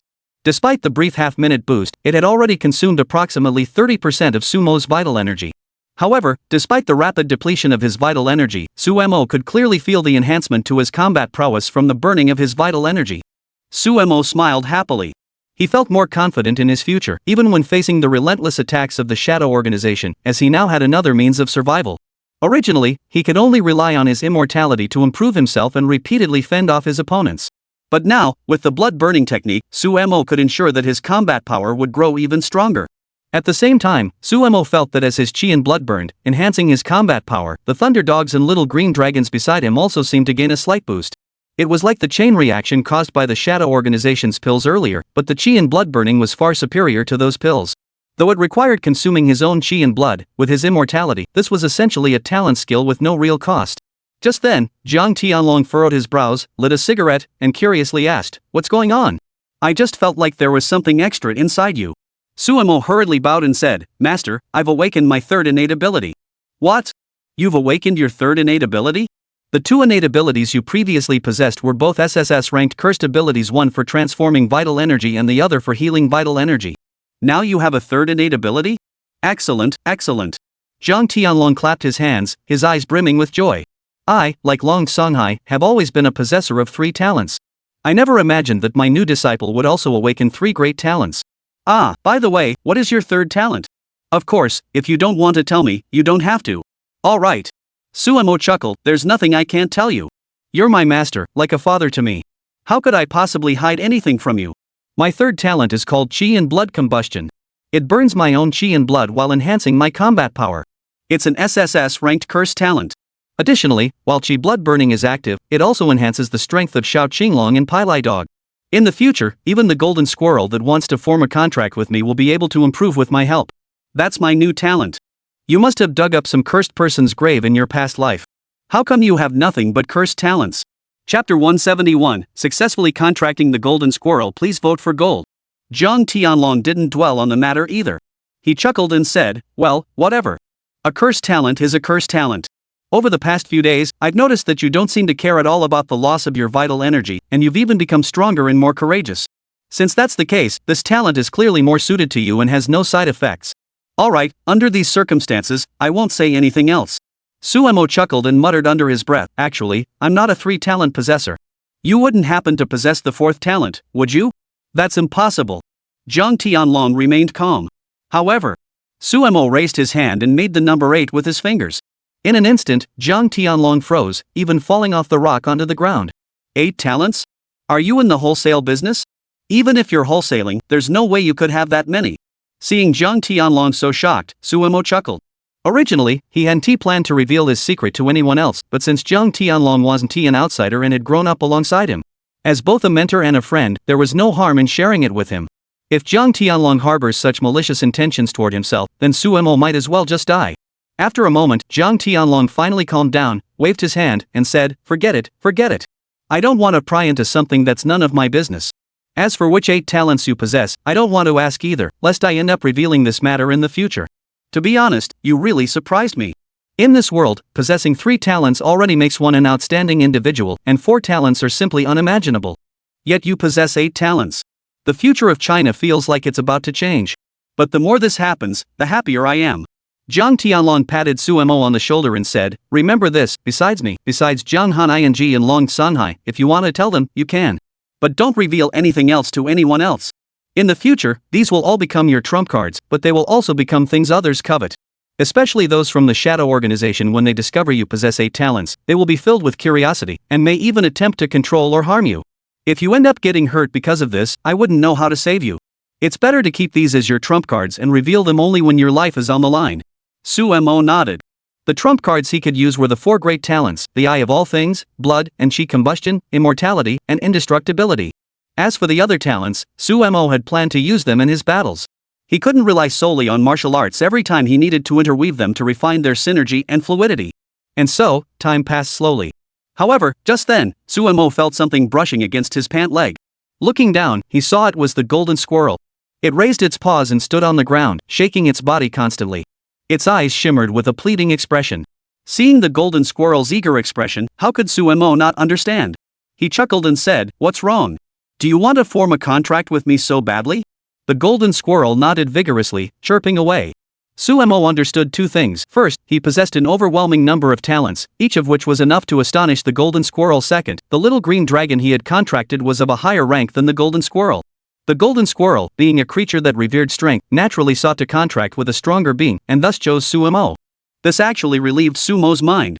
He had been worried about how to contract with the golden squirrel, and he truly hoped to obtain it. Now that the golden squirrel had taken the initiative to form a contract, there would be no barriers between them. As they grew together in the future, it would undoubtedly become another great asset for Suemo. Jiang Tianlong smiled wryly across the way and said, over the years, the golden squirrel has always been by my side.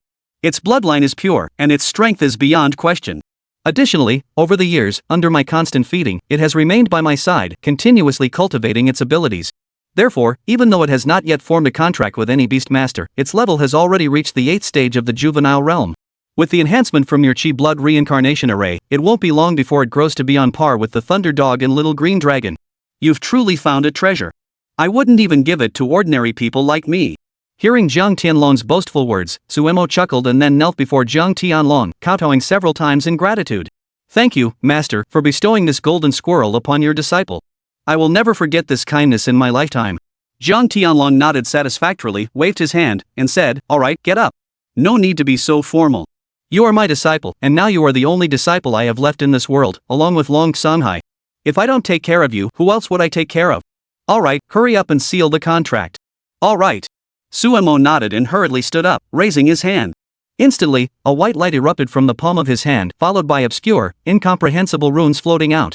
He bit his finger, and a drop of blood flew out, landing directly on the runes before him. The runes emitted a blinding light, then, under Sumo's mental control, they directly entered the mind of the golden squirrel. Just a few seconds later, Suemo felt a stream of information emerge in his mind. It was the attribute information of the golden squirrel. After sensing this information, Suemo finally realized that he hadn't given the golden squirrel a name yet. Looking at its eager expression as it gazed at him, Suemo felt he should indeed give it a name. After much deliberation, Suemo had a sudden flash of inspiration and couldn't help but mutter admiringly, I'm so smart. I'm a genius at naming things. You'll be called Iron Egg from now on. The golden squirrel had been eagerly awaiting Sumo's name, but upon hearing Tai Dan, it froze. It turned its head toward Jiang Tianlong, giving him a pleading look, as if asking if it was too late to break the contract now. Jiang Tianlong burst into laughter and said, alright, Iron Egg is a great name. This name will definitely be easy to raise. Alright, little squirrel, just listen to your master. From now on, you'll be called Iron Egg. As for my disciple, I hope you'll treat him well from now on. He'll never let you down. Even if you follow him, you won't have to exert any effort in training or cultivation. Just stand in the Qishuishan Shangarei, and that's all you need to do. Where else could you find such a good opportunity? Don't slack off. If there's ever a time when he needs protection, you must give it your all. The golden squirrel Iron Egg whimpered twice before reluctantly nodding and standing on Sumo's shoulder. Sumo had Iron Egg on his left shoulder and Little Green Dragon on his right. The thunder dog at his feet lifted its head, looking dejected, as if asking Sumo, can I stand up there too? Get lost, Sumo snapped, giving it a disdainful glance. If you stand up there, you'll crush me. How much do you weigh now? Don't you have any self-awareness? Chapter 172, Jiang Tianlong's personal grudge. Please vote for gold. The thunder dog wanted to hear Sumo's complaints and showed a hint of embarrassment on its face. On the other hand, Jiang Tianlong, who witnessed the scene, burst into laughter. Good for you, kid. After all these years, I never thought there could be such a harmonious moment between a beast and its master. I can tell that you truly love your beast companion. Whether it's this thunder dog, the little green dragon, or even the golden squirrel in the future, they will all receive the best care from you, young man. Jiang Tianlong patted Sumo on the shoulder and said seriously. Young man, I hope you remember that from now on, your beast is your partner. They will accompany you as you travel the world, and they will be with you throughout your life. Beast taming will become the most important companion in your life. It will protect your safety and safeguard you at all times. I hope you will take good care of it in the future and never let anything happen to it. Sumo nodded without hesitation. In this world, Sumo had already come to realize how absolutely important the thunder dog was to him, and how incredibly powerful a beast companion could be for a beast master. Although Sumo possessed extraordinary martial arts talent, not everything could be as he desired. The thunder dog would inevitably face countless dangers in the future. And in the midst of these dangers, Sumo must rely on the thunder dog's assistance to grow stronger in the future. Looking around at the many beast tamers standing there, Sumo couldn't help but chuckle. After hesitating for a moment, he finally spoke. Master, rest assured. I will never let you down. I will also grow up quickly in the future. Jiang Tianlong chuckled, very good, very good. With your words, I understand and feel at ease. It's getting late. Let's have dinner first. After dinner, we should be able to reach the capital in 3 or 4 hours. However, after everything is settled in the capital, I will go to Fuyao City to see my daughter, and then I must resolve some personal grudges of my own. Sumo had noticed that ever since he had met Jiang Tianlong, the old man had been constantly mentioning this personal grudge. At this point, he couldn't help but feel curious and hurriedly asked, Master, what exactly are these personal grudges you've been talking about? Jiang Tianlong chuckled, how can I explain it to you? All I can say is that there are many unresolved grudges between me and the Shadow Organization. They have harmed me time and again, forcing me to pay a terrible price. Naturally, I cannot allow them to live in peace. During the time I was in seclusion, Long Sunhai hasn't been idle either. Although the Shadow Organization remains highly enigmatic to us, making it difficult to analyze their actions and whereabouts, we have managed to uncover some clues. Among them are several individuals who have caused me harm in the past. Now that I know their whereabouts, I must settle this matter once and for all. Sumo furrowed his brows and asked instinctively, Master, how strong are those people? If they were able to harm you in the past, doesn't that mean they are extremely powerful? Jiang Tianlong chuckled, leading Sumo forward as he said, what strength? They were nothing but a bunch of cowards who relied on their numbers and then resorted to petty tricks to harm me time and again. Such people are not worth my time. If it weren't for the injuries they inflicted on me, they would have long since met their end. Therefore, I must return and have a proper talk with them, making them pay for their actions. Sumo nodded in agreement. Seeing Jiang Tianlong speak so decisively, he estimated that those people probably weren't much of a threat to Jiang Tianlong. Since that was the case, he no longer needed to worry about Jiang Tianlong's safety. However, Sumo still spoke seriously, Master, although you are stronger, your disciple still hopes you will be careful and avoid any accidents. Jiang Tianlong smiled slightly, alright. I didn't expect you to care so much about me. Don't worry, I'll be careful. The old man will definitely watch out for himself. There are still so many things in this world that I have yet to see, and so many people worth caring about. How could I possibly leave this world so easily? Of course, you must not slack off either. During this time, I have imparted much to you. These are the fundamental techniques that a martial arts and beast-taming dual cultivator must master on the path of martial arts. Underneath all these basic techniques, what you ultimately become in the future will depend entirely on you. Young man, I hope you can integrate all of this and not let everyone down in the future. Suemo nodded seriously, and the two finally arrived at their destination. They found themselves inside a cave filled with various supplies.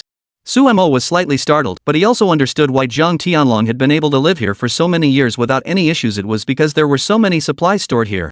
Of course, Suemo also knew that Jiang Tianlong's supplies here probably wouldn't last much longer, and it just so happened that he had arrived just as Jiang Tianlong was about to emerge from seclusion.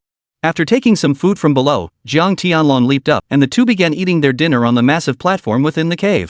As time passed, while they were eating, Jiang Tianlong and Suemo both turned their heads to look behind them. Suddenly, they saw the Thunder Dogs and Jiang Tianlong's Time Beast facing off against each other.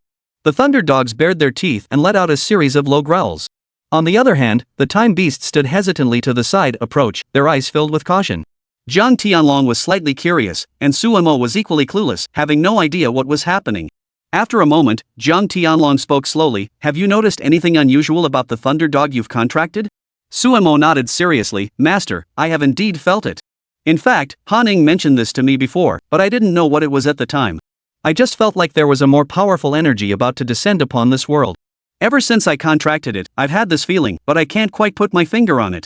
Chapter 173, The Thunderhound's Bloodline Pressure? Please vote for gold. Jiang Tianlong chuckled. Having such thoughts is normal. I too had some insights just now. I discovered that this little guy has a hidden bloodline within him, and it doesn't seem to be of a low rank. However, I have no idea when it will finally emerge and awaken. To be honest, you're really lucky, aren't you?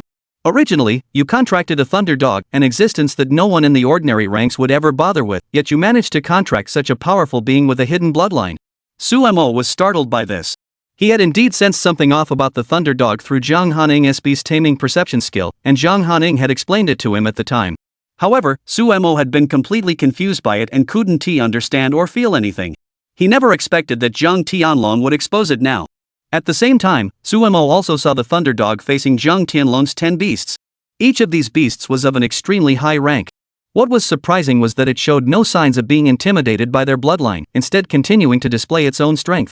This was something that had never happened before. Suemo felt that as its rank continued to rise, the power of its bloodline within its body grew increasingly formidable. At the same time, it had become much braver than before. After hesitating for a moment, Suemo finally chuckled. In this world, all beast tamers possess their own hidden bloodlines, and not all beasts are as they seem. What you perceive them to be is not necessarily their true nature. On the contrary, countless beast tamers exhibit extraordinary strength. Some inherit the lineage of the vermilion bird, others the lineage of the azure dragon, and so on.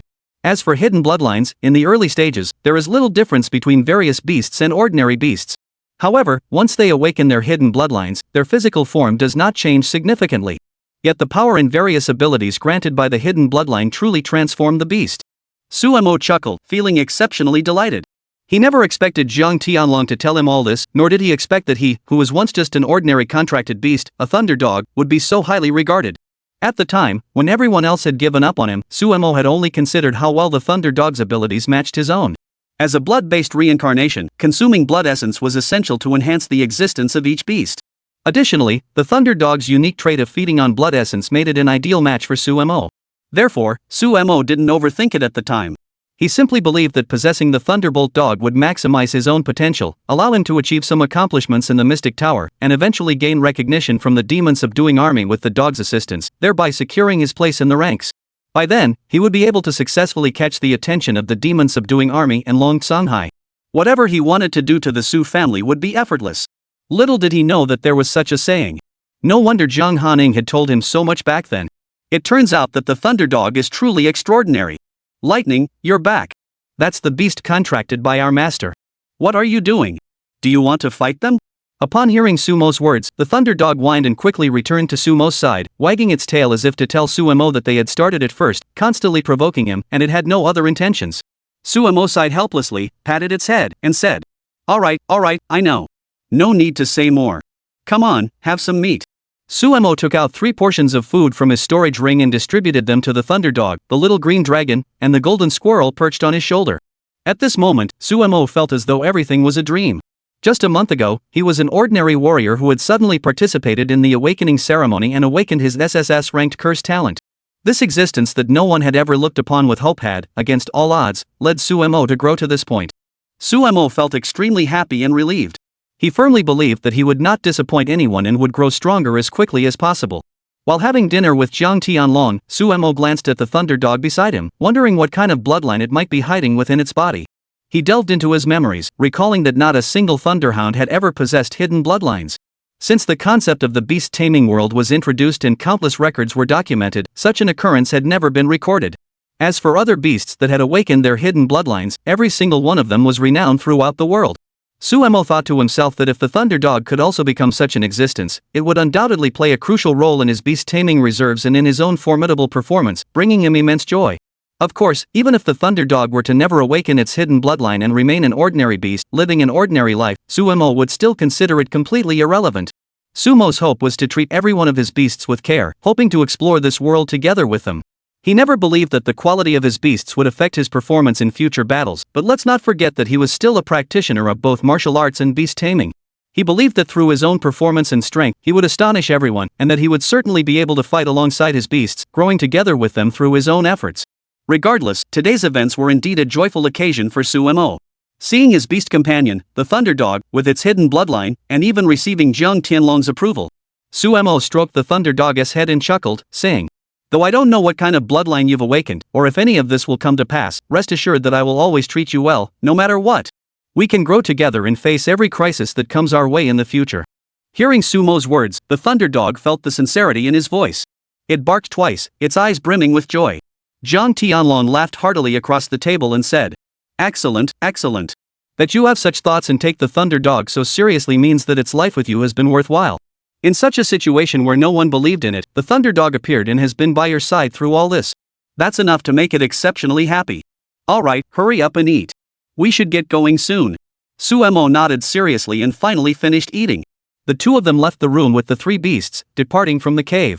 Chapter 174, Arrival. Capital Headquarters. Please vote for gold. The beasts left behind in the cave were originally intended to be brought along as well. However, after some consideration, they decided against it. With such a large group, it would only slow them down. Additionally, Sumo needed to leave as soon as possible. After handling matters in the capital, he had to return to Fuyao City to enroll in school, and Jiang Tianlong didn't want to interfere with Sumo's plans. At the border demon-suppressing army headquarters on the outskirts of the capital city, countless soldiers were busy patrolling or going about their daily routines. Around the demon-suppressing army headquarters, countless fully armed warriors frowned, their expressions serious as they scanned their surroundings. Every one of them looked solemn at that moment. The demon-suppressing army headquarters is attacked by countless demon beasts at regular intervals each year. For the soldiers stationed here, such incidents have become routine occurrences they have long grown accustomed to. However, precisely because everything was so familiar, they remained vigilant during their patrols, determined to prevent any accidents from occurring. However, as several teams arrived at the entrance to relieve their posts, one of them suddenly raised his gun and shouted loudly, "Look over there! There are demon beasts!" As he spoke, the soldier raised his gun and looked toward the distance. There, a massive dragon was flying toward them. The dragon was over 100 meters long, and its body emanated a powerful aura. In the blink of an eye, the dragon had already approached. Seeing the dragon's arrival, the group of soldiers reacted instantly. They sounded the alarm and raised their guns to attack the dragon in front of them, but suddenly a voice rang out, "Stop! It's not an enemy!" Hearing the familiar voice, everyone turned to look. At that moment, Long Tsunghai had already rushed over at incredible speed. All the warriors saw Long Tsunghai's arrival, and their hearts trembled. Who was Long Tsunghai? No one didn't know. He was the general of the demon-subduing army. Upon seeing Long Tsunghai arrive, everyone hurriedly called out, "General! General!" The calls echoed one after another. Long Tsunghai smiled slightly and stepped forward to the front of the warriors. Although the alarm had been sounded earlier and quickly stopped, countless soldiers still rushed toward the area. More and more people saw Long Tsunghai's arrival, and everyone couldn't help but whisper to each other, "My goodness, did you see that? General Long is here." "I don't know. What was that alarm about? Why did it suddenly stop? Who knows? And what's that thing up ahead?" Such a huge dragon suddenly turned into a plump, round little bird. What on earth is going on? There seem to be two people standing on the dragon's back right now, and there are two beasts standing on one of their shoulders and beside them. What on earth is going on here? Hey, did you notice? The person standing on the dragon's back looks familiar. I feel like I've seen him somewhere before. Isn't that Sumo? Didn't we all see him on the military propaganda posters before? Yes, him. Could he really be Sumo? The one who sacrificed everything for the southern frontier, enlisted in the army for so many years, and time and again created legends among ordinary soldiers in the southern frontier? And I heard, and you all remember, in the past few days, there has been special mention online, and even within our Jinma army, about how he went to the southern frontier again and rescued countless soldiers, surviving wave after wave of beast attacks, and ultimately turning the tide, killing countless demon beasts on the spot. How old is he? How long has he been awakened as a beast master?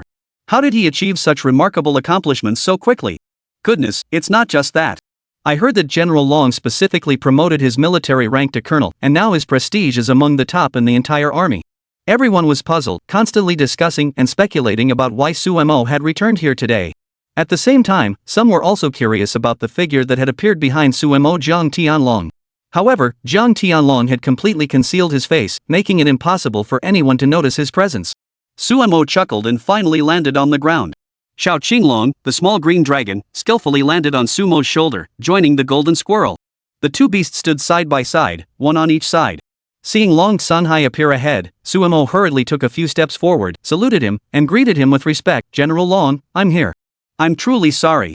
I had to make a detour to visit my master on the way, which delayed me a bit, so I arrived a little late. Long Sanhai chuckled, no need to apologize. The Southern Frontier War Zone also called me earlier. They mentioned that you were attending a victory banquet there at noon, so arriving late is understandable. General Long Sanhai walked forward, patted Sumo on the shoulder in front of all the astonished soldiers, and said with a smile, "You're a fine young man. Your military achievements in the southern frontier are remarkable, and you've saved countless lives from dire straits. It can be said that your presence truly turned many crises into opportunities. In the end, I should really thank you." Sumo hurriedly waved his hands. "General Long, please don't be so formal. This is all just my duty. As soldiers of the Chinese nation, it is our duty to sacrifice for the sake of the world and the countless people back home. I have never felt that what I have done deserves such praise from you, General Long. On the contrary, it makes me feel a bit overwhelmed. However, as long as the soldiers are satisfied and General Long believes I have done nothing wrong, I am content." General Long laughed heartily. "Very well, with those words, I can rest assured. Let us go inside first." As he spoke, Long Sanhai glanced back at Jiang Tianlong and whispered, "Master, let's go inside." Jiang Tianlong naturally knew that Long Sanhai did not want to reveal his identity, which had always been his way of doing things. At this moment, he didn't feel the slightest bit offended by Long Sanhai's lack of manners. Finally, looking at all the soldiers around him, Long Sanhai waved his hand. All right. Everyone disperse and continue your regular patrols. As for what you've seen, I should give you a brief introduction. He is the war god among the ordinary soldiers of the southern frontier. Over the years, he has been mentioned countless times in our Jinma army, and his extraordinary status in the hearts of all soldiers has been repeatedly emphasized. Over a week ago, Major General Sumo traveled to the southern frontier and, relying solely on his own strength, repelled a beast horde of over 400 creatures, annihilating the entire enemy force. He saved over 2,000 soldiers in the southern frontier and ensured the safety of tens of thousands of families and countless ordinary citizens behind them. Major General Sumo has been officially promoted to the rank of Major General by me. From this day forward, he is a general within our demon-slaying army.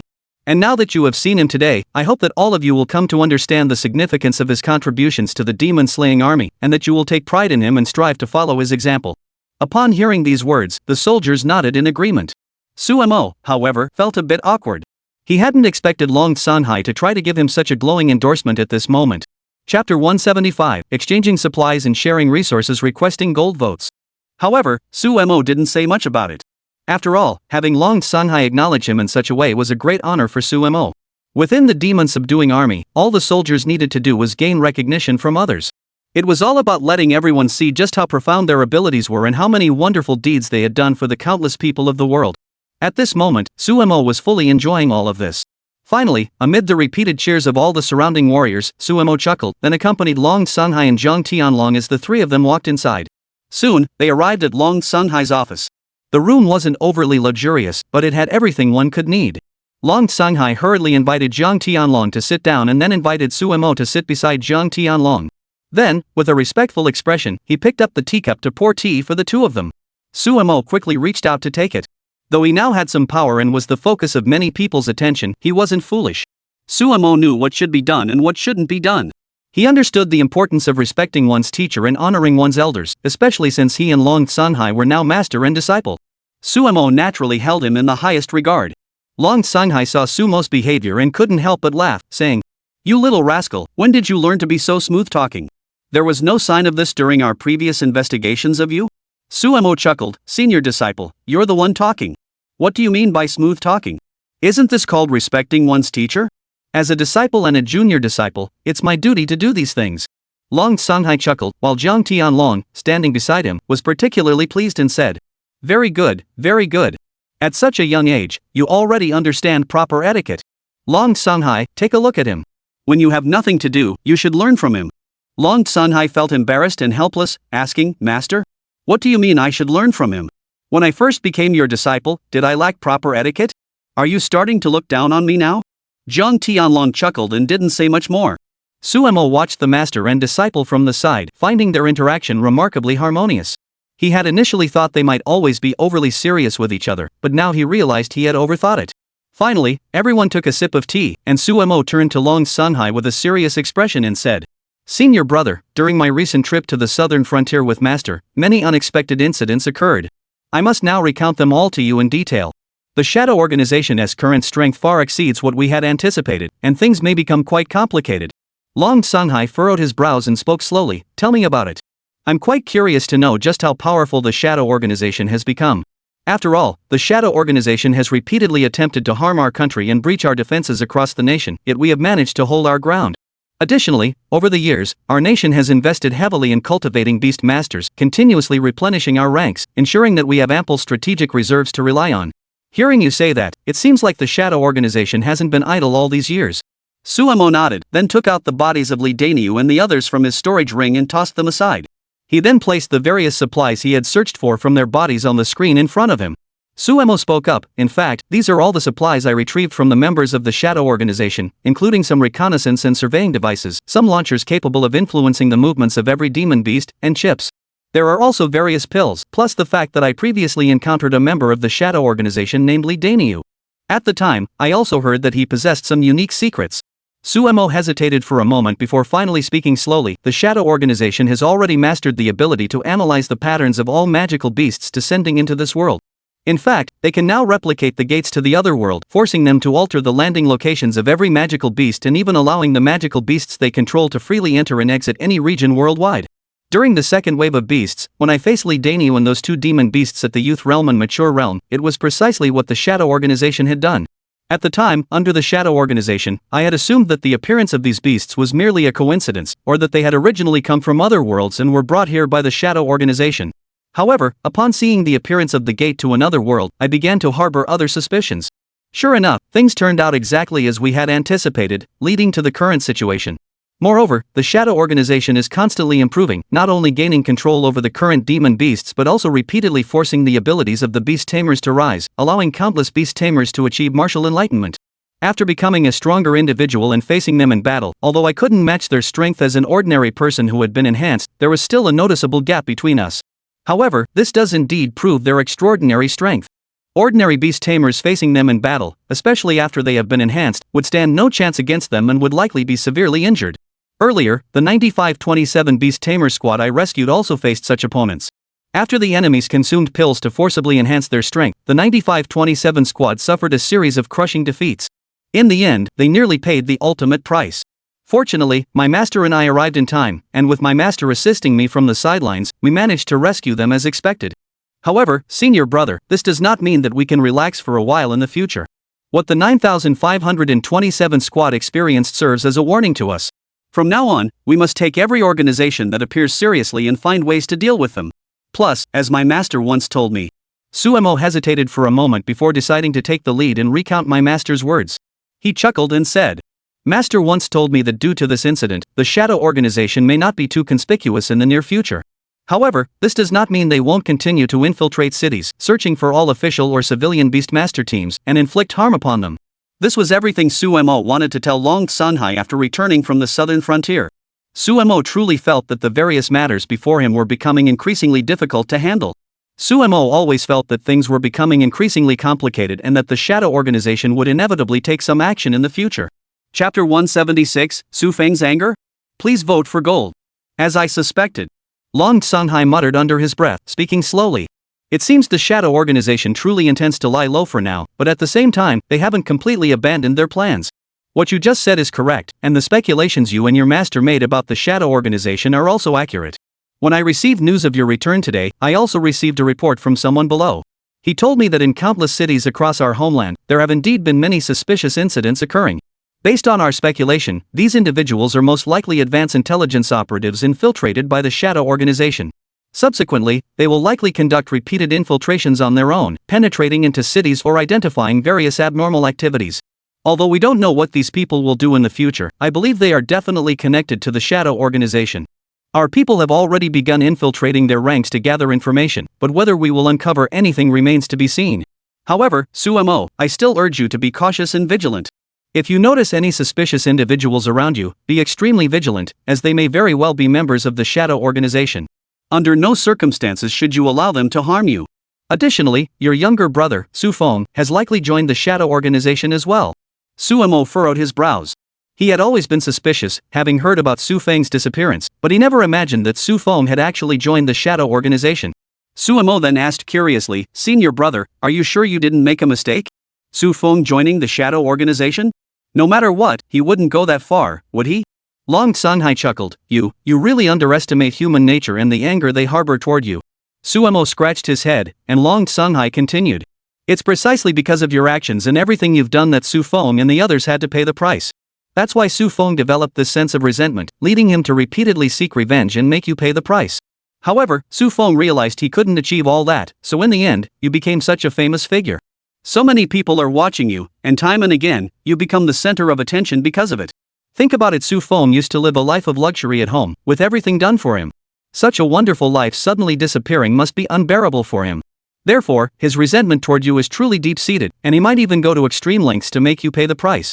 However, he realized he couldn't do it on his own. But the emergence of the shadow organization gave Xu Feng a lifeline, a glimmer of hope that he could destroy you. He wouldn't give up. Hearing this, Sumo shook his head helplessly. Sigh, I never expected Xu Feng to harbor such deep resentment toward me. How shameless. Is all of this really my fault? Isn't it his Xu family who has hurt me time and again, trying to strip me of everything? Isn't it the Xu family who only wanted to reap the benefits without working for them, forcing me to pay the price? Now it's somehow become my fault? Long Sanhai chuckled. Enough. Don't dwell on it now. Regardless, what's done is done. You should be more careful in the future. Additionally, if you discover any information about Xu Feng, be sure to report it to me immediately. Xu Feng was carefully selected by the shadow organization, and even captured specifically by them. This undoubtedly means his status and background are extraordinary. Recently, we haven't detected any connection between your father and the shadow organization. He has been under our control the whole time, and we have no idea when the shadow organization might come to rescue him. I'm even starting to wonder if they've given up on him. But regardless, all we can do now is wait patiently. Sumo, my junior brother, I never expected that you would become my junior brother. But this also means that our master values you highly. I'm sure he has taught you some combat techniques. I hope you won't disappoint him in the future. Sumo nodded seriously, rest assured, senior brother. I, Sumo, will definitely make you all look at me with new eyes. Long Sanghai chuckled. Since that's the case, let's rest up quickly. I've been waiting for you all to return, and I've already arranged accommodations for you. Stay here for the night, and tomorrow I'll return some of the items I borrowed earlier. Stay here for another day, and after that, you can return to Fuyao City. All the entrance exams in Fuyao City have already concluded. Even if you were eager to return, you'd likely arrive too late. It would be better to rest here for a day or two first. I've already informed Principal Li Xiaoyao of Fuyao Academy in advance, so you have nothing to worry about. Additionally, tomorrow will be a good opportunity to sort things out for you. Everything you've experienced in the southern frontier during this time needs to be documented by the organization, which will award you numerous honors and medals. By the way, do you plan to contract your own beast companion next? What level are you at now? Sumo hesitated for a moment before laughing. Senior brother, I am already a level 21 beast tamer. Even Long Sanghai, who had experienced countless storms and witnessed countless geniuses, was utterly shocked at that moment. He widened his eyes and blurted out, Are you kidding me? You're a 21st level beast tamer now? Sumo nodded, and Jiang Tianlong chuckled beside him. Can't you tell? Sumo now has 3 beasts under his command. Long Sanghai finally looked over and saw the 2 beasts appearing on Sumo's shoulders. One was a small green dragon, and the other was a golden squirrel. Thinking of this, Long Sanghai hurriedly said, Of course I saw them. I saw your golden squirrel when we came in earlier. I was wondering why it was on Sumo's shoulder. But then I realized. Wait, you didn't give that squirrel to that kid, did you? Long Songhai looked utterly astonished. Jiang Tianlong chuckled, why not? This golden squirrel is mine to give to whoever I want. Besides, golden squirrels naturally follow the strong. Neither of us needs it, so giving it to him is the most appropriate thing to do. I also hope that this child will treat it well in the future. Oh, right. Jiang Tianlong furrowed his brows and spoke again. Chapter 177, Long Songhai's Hidden Past. Please vote for gold. This time, when Su Mo and the Shadow Organization were fighting, they discovered another very serious matter. What do you mean? Long Songhai asked curiously. Su Mo seemed to have thought of something and hurriedly interjected, saying, it's like this, senior brother. As you all know, for all beast masters, once the beast they have contracted dies, the symbol of the death contract will be engraved within their bodies. Long Songhai nodded, and Su Mo continued, however, it is precisely because of these runes that beast masters lose the ability to form new contracts with beasts. This has always been a well-known fact among all beast tamers. This is why beast masters place such great importance on the beasts they contract, treating them as their life and death companions. Long Songhai nodded and said, of course I know that. Otherwise, beast tamers wouldn't be so cautious, let alone develop such strong emotions toward their beasts. But what's the point of you bringing this up? Are you suggesting that the Shadow Organization has other plans targeting this specific trait of the death contract? Su Mo nodded. Senior brother, that's exactly what I wanted to tell you. The Shadow Organization possesses the ability to erase the death contract. What? Long Songhai was taken aback and said, are you saying that the death contract will no longer exist within the Shadow Organization and will have no effect on them at all? Seeing Su Mo nod, Long Songhai furrowed his brows. Goodness, I never imagined this matter would be more complicated than I thought. I thought the Shadow Organization merely possessed the ability to enhance one's vitality, unlock one's physical potential, and even forcibly control beasts. I never imagined they had such abilities. How did they achieve this? Where did they acquire all this knowledge? Jiang Tianlong spoke slowly from the side. Who are you asking? That's your own younger brother. You don't even know what he's done, and you're asking us? Long Songhai looked helpless. Master, just chat. Why bring up my own brother? To be honest, I never expected him to turn out this way. What can I do? In the end, seeing him like this, I'm also very upset. Su Mo, standing nearby, heard the two of them talking like this. Instantly, his eyes gleamed with intense curiosity. He secretly rubbed his hands together, and even his ears seemed to perk up at that moment. Wow, what does this mean? This must mean there's some gossip coming up. Su Mo was beyond excited at that moment. After all, he had been curious about this for a long time. Especially after learning from Li Daniu of the Shadow Organization that there was such a connection between Long Songhai and the leader of the Shadow Organization, he was utterly shocked and even more curious. He wondered what kind of relationship Long Songhai and the other party actually had. As Long Songhai noticed Sumo's curiosity, he hesitated for a moment before sighing, alright. There's no need for me to hide this from you anymore. Long Songhai spoke up, I suppose, Su Mo, you must have heard something from the members of the Shadow Organization before, right? Su Mo nodded awkwardly. Being exposed by Long Songhai did indeed make him feel embarrassed, but it was indeed the truth of what Su Mo knew.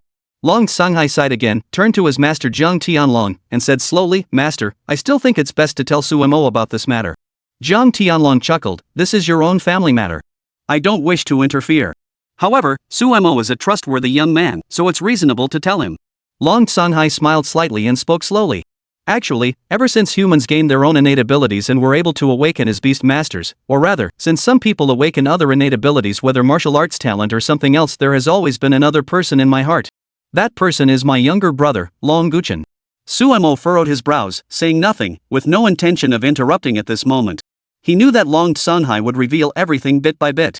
Then, Long Songhai continued, my younger brother, I had always believed he would become my right-hand man in life. The two of us would work together, as the saying goes, brothers in harmony can cut through gold. I believed that with Long Guechen's assistance and our repeated efforts, facing the arrival of the beasts and confronting them all should have been a breeze. But alas, after experiencing a beast tide, we witnessed countless civilians helplessly falling victim to the beasts' attacks. Ultimately, what awaited them or what they prepared to face was their own deaths. At that time, my brother and I were with those countless civilians, slaying countless beasts, and time and again leading all the civilians through the crisis. I had believed that this would be the end, that my brother and I would finally be able to face all the crises that appeared in this world together, and I was confident that he would be able to help me. However, he then said one sentence to me. Su Mo finally blurted out, what did he say? Long Songhai sighed bitterly and said, it was at that moment that I finally realized how different our philosophies truly were. Long Guechen told me, why not try to control the beasts? Why not let the beasts influence the world? Why not let the beasts conquer and rule the world? If we could control the beasts, there would be no more crises in this world. Sumo, upon hearing Long Sanghai's words, finally understood why the Shadow Organization had always held such a philosophy. It must have been Long Sanghai's younger brother, Long Guichen, who had adopted the idea of controlling the beasts that had appeared in this world. Long Guichen had always believed that ordinary people were a burden, and it was likely for this reason that he sought to let the beasts dominate the world. Once they controlled the beasts, wouldn't that mean there would be no more dangers in this world? Thinking of this, Sumo couldn't help but feel a sense of sadness, saddened by the stark ideological divide between Long Sanghai and his own younger brother. Long Sanghai sighed bitterly and said, "When I heard those words, I was utterly shocked. I never imagined that Long Guichen would utter such an idea. He actually believes that human beings are a burden, and he wants to harm them, wanting to make magical beasts the dominant force in this world." At that moment, my heart was truly torn apart, and we argued for a very long time. It was precisely because of this that a huge rift formed between our brotherly bond at that time. Chapter 178, Long Guichen's ambitious plans. Please vote for gold. Sumo nodded silently beside him. He finally understood. Why did the Shadow Organization hold such beliefs? Why was the leader of the Shadow Organization named Long Guichen? What kind of relationship existed between Long Sanghai and Long Guichen? And why had the Shadow Organization been trying to occupy human territory for so long? Every piece of information was overwhelming Sumo at that moment. After his understanding was shaken, Jiang Tianlong chuckled beside him and said, "This is precisely what Long Sanghai has experienced over the years. It was precisely because of this that he and his younger brother eventually fell into a major conflict." Long Sanghai nodded and continued, "Master, you are correct. Sumo is the one you're talking about, and you might not be aware of this. It was precisely because of this incident that a rift formed between my brother and me, leading to a major conflict. Later, during a beast tide, the beasts invaded the capital of our nation. If all the beast tamers hadn't sacrificed everything and I hadn't fought with a spirit of self-sacrifice, none of us would have survived the beast tide. It was precisely because of this beast tide that so many lives were lost, paying the ultimate price with their lives. At the time, my brother and I were among those fighting to rescue thousands of civilians in a county town, and both of us were nearly severely injured in the process. Many others in our squad also lost their lives in the process. At that moment, my younger brother, Long Guichen, confronted me directly and asked me why I was doing all of this, whether it was worth it or not. I told him that regardless of whether it was worth it or not, every one of them was a citizen of Huaxia. We had no right to leave them here. It would be irresponsible and might cause them to lose faith in Huaxia. That was Long Sanghai's philosophy toward Huaxia at the time. However, those words completely enraged my younger brother. He shouted at me, asking if I had supported his ideology back then, if I had allowed all the warriors and all the beasts to control the world, and then we would have controlled the beasts. In that case, there wouldn't be so many troubles, and we wouldn't have suffered such severe injuries.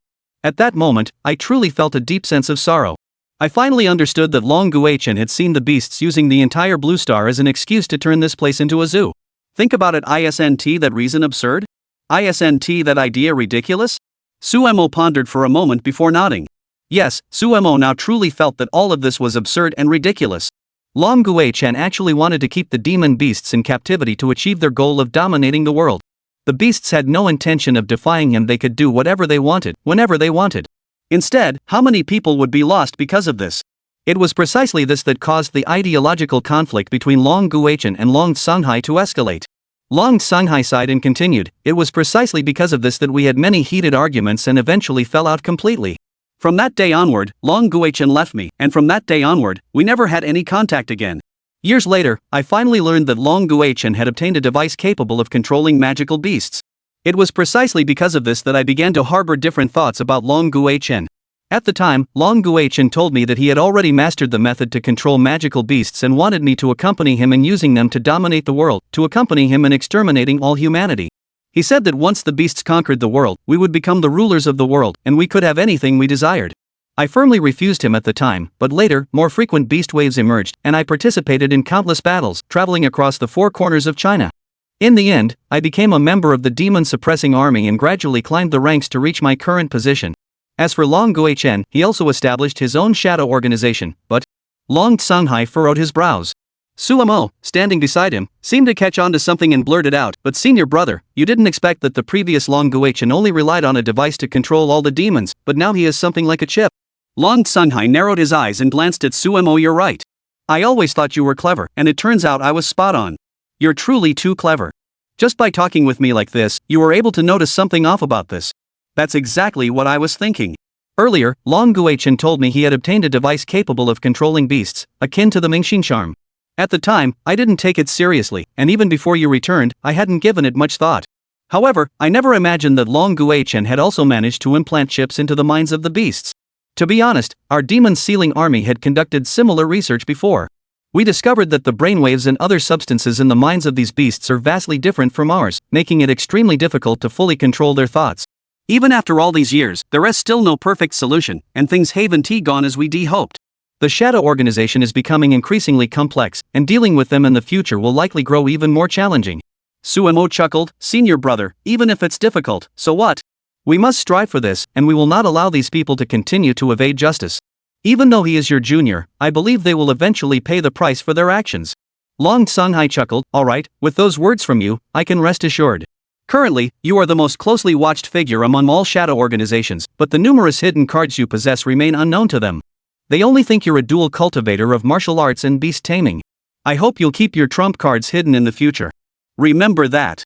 Those who know your trump cards are only those you would entrust your life to. As for the rest, let them leave this world forever. At the same time, grow stronger as quickly as possible.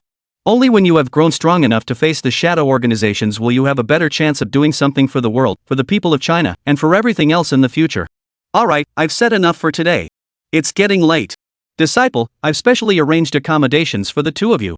My men will escort you there shortly. I have some matters to attend to here, especially regarding what Suemo mentioned to me today. I will need to give it careful consideration and hope to draw some lessons and respond appropriately. Long Songhai and Suemo nodded seriously. They both knew that, given Long Songhai's status and position, it was only natural for him to be busy with such matters every day. As a result, Suemo felt deeply moved. It was precisely because of people like Long Songhai and the successive generations of the demon-subduing army who were willing to sacrifice everything for the sake of the entire Huaxia that the country could enjoy the current era of peace and prosperity. Having such individuals in China is truly an honor. Chapter 179, Reunion with Old Friend Zhao Yunfei. Please vote for gold. Not long after, the door to Long Songhai's room was pushed open. Turning his head, he saw Zhao Yunfei standing there. Upon seeing Zhao Yunfei, Suemo couldn't help but chuckle. "Oh, General Zhao, it's been ages." Zhao Yunfei walked over to greet Suemo, then noticed Jiang Tianlong beside him and smiled. "Old Jiang, it's been ages. When I heard you were still alive and appeared here, I was truly moved. I never imagined that all the reports of your death were false, nor did I expect you to still be here." Jiang Tianlong chuckled. Enough. Stop flattering me here. I had my reasons back then. The more people paid attention to me, the greater the danger I faced, which is why I ended up like this. Let's not talk about that anymore. Zhao Yunfei then glanced at Suemo and chuckled. "Suemo, I've been calling you Suemo young master and Suemo brother all this time, but now I think I should call you Su General. The two of you will be colleagues in the future, so I hope you'll look out for him." Suemo shook his head and changed the subject. "Speaking of which, if anyone should be paying attention, it's you paying attention to me. I'm just a greenhorn who's just started out. How could I possibly deserve General Zhao's kindness? Also, General Zhao, what's the situation in Linen City?" Zhao Yunfei hesitated slightly, then smiled and said, "The situation in Linen City is indeed quite complicated. Your father, Su Zongxing, has already paid the price. He is currently under our full surveillance, with layers of security both inside and out. We are still suspicious that members of the Shadow Organization may be trying to rescue him, so we are constantly worried and waiting. However, there has been no news so far. It is likely that the Shadow Organization will not attempt to rescue him anymore. Regardless, even if they do not come, from now on, Su Zongxing will spend the rest of his life under the custody of our Jinma army." Zhao Yunfei sighed. He brought this upon himself. We gave him the opportunity to speak, but if he chooses not to, then a life of monotony awaits him. Suemo sighed softly, fully understanding that someone like Su Zongxing, a traitor who betrayed the Chinese nation, could never hope for a good life in this lifetime. All of this was simply the price Su Zongxing had to pay for his actions. Suemo thought for a moment and sighed deeply. Zhao Yunfei asked him beside him why he was sighing. Wasn't he reluctant to leave? Can't bear to part with it? Suemo shook his head. It's not that I can't bear to part with it. It's just that the Shadow Organization is so pervasive, it's had such a huge impact on our lives. I just feel a bit helpless. I wonder when the Shadow Organization will be completely eradicated. Zhao Yunfei shook his head. Completely eradicating the Shadow Organization isn't something that can be done lightly. Anyway, things have at least reached a conclusion. I know you must have some thoughts on this, but I don't care what they are. Things have happened, and even if you want to change them, it's pointless now. Suemo chuckled. Of course. Don't worry. I won't feel any regret or other emotions because of this. I just feel a bit helpless. At the same time, Su Zongxing's matter serves as a warning to us. We must be cautious in the future. The shadow organization is highly likely to be lurking among us, attempting to harm us time and again. Zhao Yunfei nodded. At that moment, Long Sanghai waved his hand from the side. Alright, old Zhao, hurry up and arrange for Su Mo and the master to rest in their rooms. Got it, General Long. I'll handle it right away. Su Mo, what? Zhao Yunfei finally snapped out of it, noticing something off about Long Sanghai's words. He hurriedly asked, what did you just say? Su Mo, the disciple? Are you saying that Su Mo? Long Sanghai chuckled and nodded, that's right. I hope he truly has become my disciple. From now on, you must take good care of him. Zhao Yunfei chuckled, wow, I never expected this. Su Mo, the colonel, not only became a colonel but also the junior disciple of General Long. Alright, it seems I'll have to re-evaluate things properly from now on. Regardless, this is certainly a cause for celebration. Haha, well, it's getting late. I'll take my leave. Finally, Zhao Yunfei left the place with Su Mo and Jiang Tianlong. After leaving the office, the two headed toward their accommodations in the rear. Soon, Su Mo arrived, exchanged greetings with Jiang Tianlong, and then stepped into his own room to lie down. It was already past 10 o'clock at night, indeed quite late. However, for many young people, this was the perfect time. Within Fuyao City and Fuyao Academy, countless young people were there, some strolling around, others resting in their dormitories, enjoying their rare leisure time. Everyone was sitting there, watching TV dramas or variety shows, or listening to music, enjoying their leisurely lives. However, in her dormitory, Jiang Ya was just about to rest. Before she could get into bed, a group of roommates shouted loudly from behind her, Jiang Ya, come quick. Look outside, the young master from Beijing is confessing his feelings to you. Wow, this is so romantic. There are flowers and candles everywhere, and the scene is so colorful and beautiful. Jiang Ya furrowed her brows and hurriedly got out of bed, rushing to the window. Sure enough, at the entrance to the girls' dormitory, countless candles had been arranged to form a path wide enough for someone to walk through. At the same time, LED lights were arranged beside the candles, spelling out the words, Jiang Ya, I love you, above. Following that, Ji Yun stood in front of the piano, dressed in a tailcoat, looking exceptionally elegant. Ji Yun's henchmen pulled out their phones and used a megaphone to shout, Jiang Ya, we know you're in the dormitory. Please come out so we can talk. Mr. Ji has a gift for you. Upon hearing the loudspeaker's constant calls, countless girls from the dormitory peered out, all looking in the same direction. When they saw the scene below, it was inevitable that a commotion ensued. More and more people began discussing the matter, and all of this was overheard by Jiang Ya. My goodness, is that really him? That's Ji Yun, the young master of the Ji family from the capital city? He's starting to confess his feelings to Jiang Ya, the school beauty among the first-year freshmen again? Oh my goodness, he's being so direct. If it were me, I'd agree right away. Exactly. The Ji family from the capital is one of the 4 major conglomerates in China. Who wouldn't want to be connected to them? But why does it feel like Jiang Ya doesn't seem too interested? I think she's just playing hard to get. The Ji family from the capital is practically begging to confess their feelings to her, and she's probably secretly thrilled. Chapter 180, Escalating? The confession ceremony. Please vote for gold. Jiang Ya heard the commotion outside the window and, standing by the windowsill, heard many of her classmates mocking her one after another. Her brows furrowed involuntarily. She felt as though she had been insulted by others, misunderstood and misinterpreted, which truly annoyed her. She had always been deeply in love with Su Mo, the older brother she had been secretly admiring, and she could never possibly have any feelings for Ji Yun. However, the group of students never believed this. Instead, they kept misunderstanding Jiang Ya, repeatedly trying to label her with various titles. Jiang Ya thought about it, feeling a bit annoyed, then lifted her head to look around. At that moment, Ji Yun was peering at Jiang Ya. Upon seeing her, he smiled and waved at her, clearly signaling for her to come down and meet him. A flash of disgust crossed Jiang Ya's eyes. It was her disgust toward Ji Yun. She didn't want to have any connection with Ji Yun, and at this moment, she even wished he would disappear as far away as possible. But alas, she seemed unable to do so at that moment, as everyone was watching her. At that moment, her roommates were also tapping on the windowsill, their eyes gleaming with infatuation. They were also cheering and hurriedly said, wow, my goodness, Ji Yun is so kind to you. Yeah, this confession is clearly trying to get something from you. Jiang Ya, aren't you going to accept him? Exactly. Mr. Ji has been confessing his feelings to you for so long. You wouldn't really plan to keep him hanging on, would you? If you end up making him unhappy, you'll be in a tough spot. Jiang Ya sighed helplessly, I've already told you. I've always had someone I like in my heart. Are you really suggesting I should get involved with Ji Yun from the capital? What if the person I love comes back? What am I supposed to do then? Everyone was taken aback for a moment.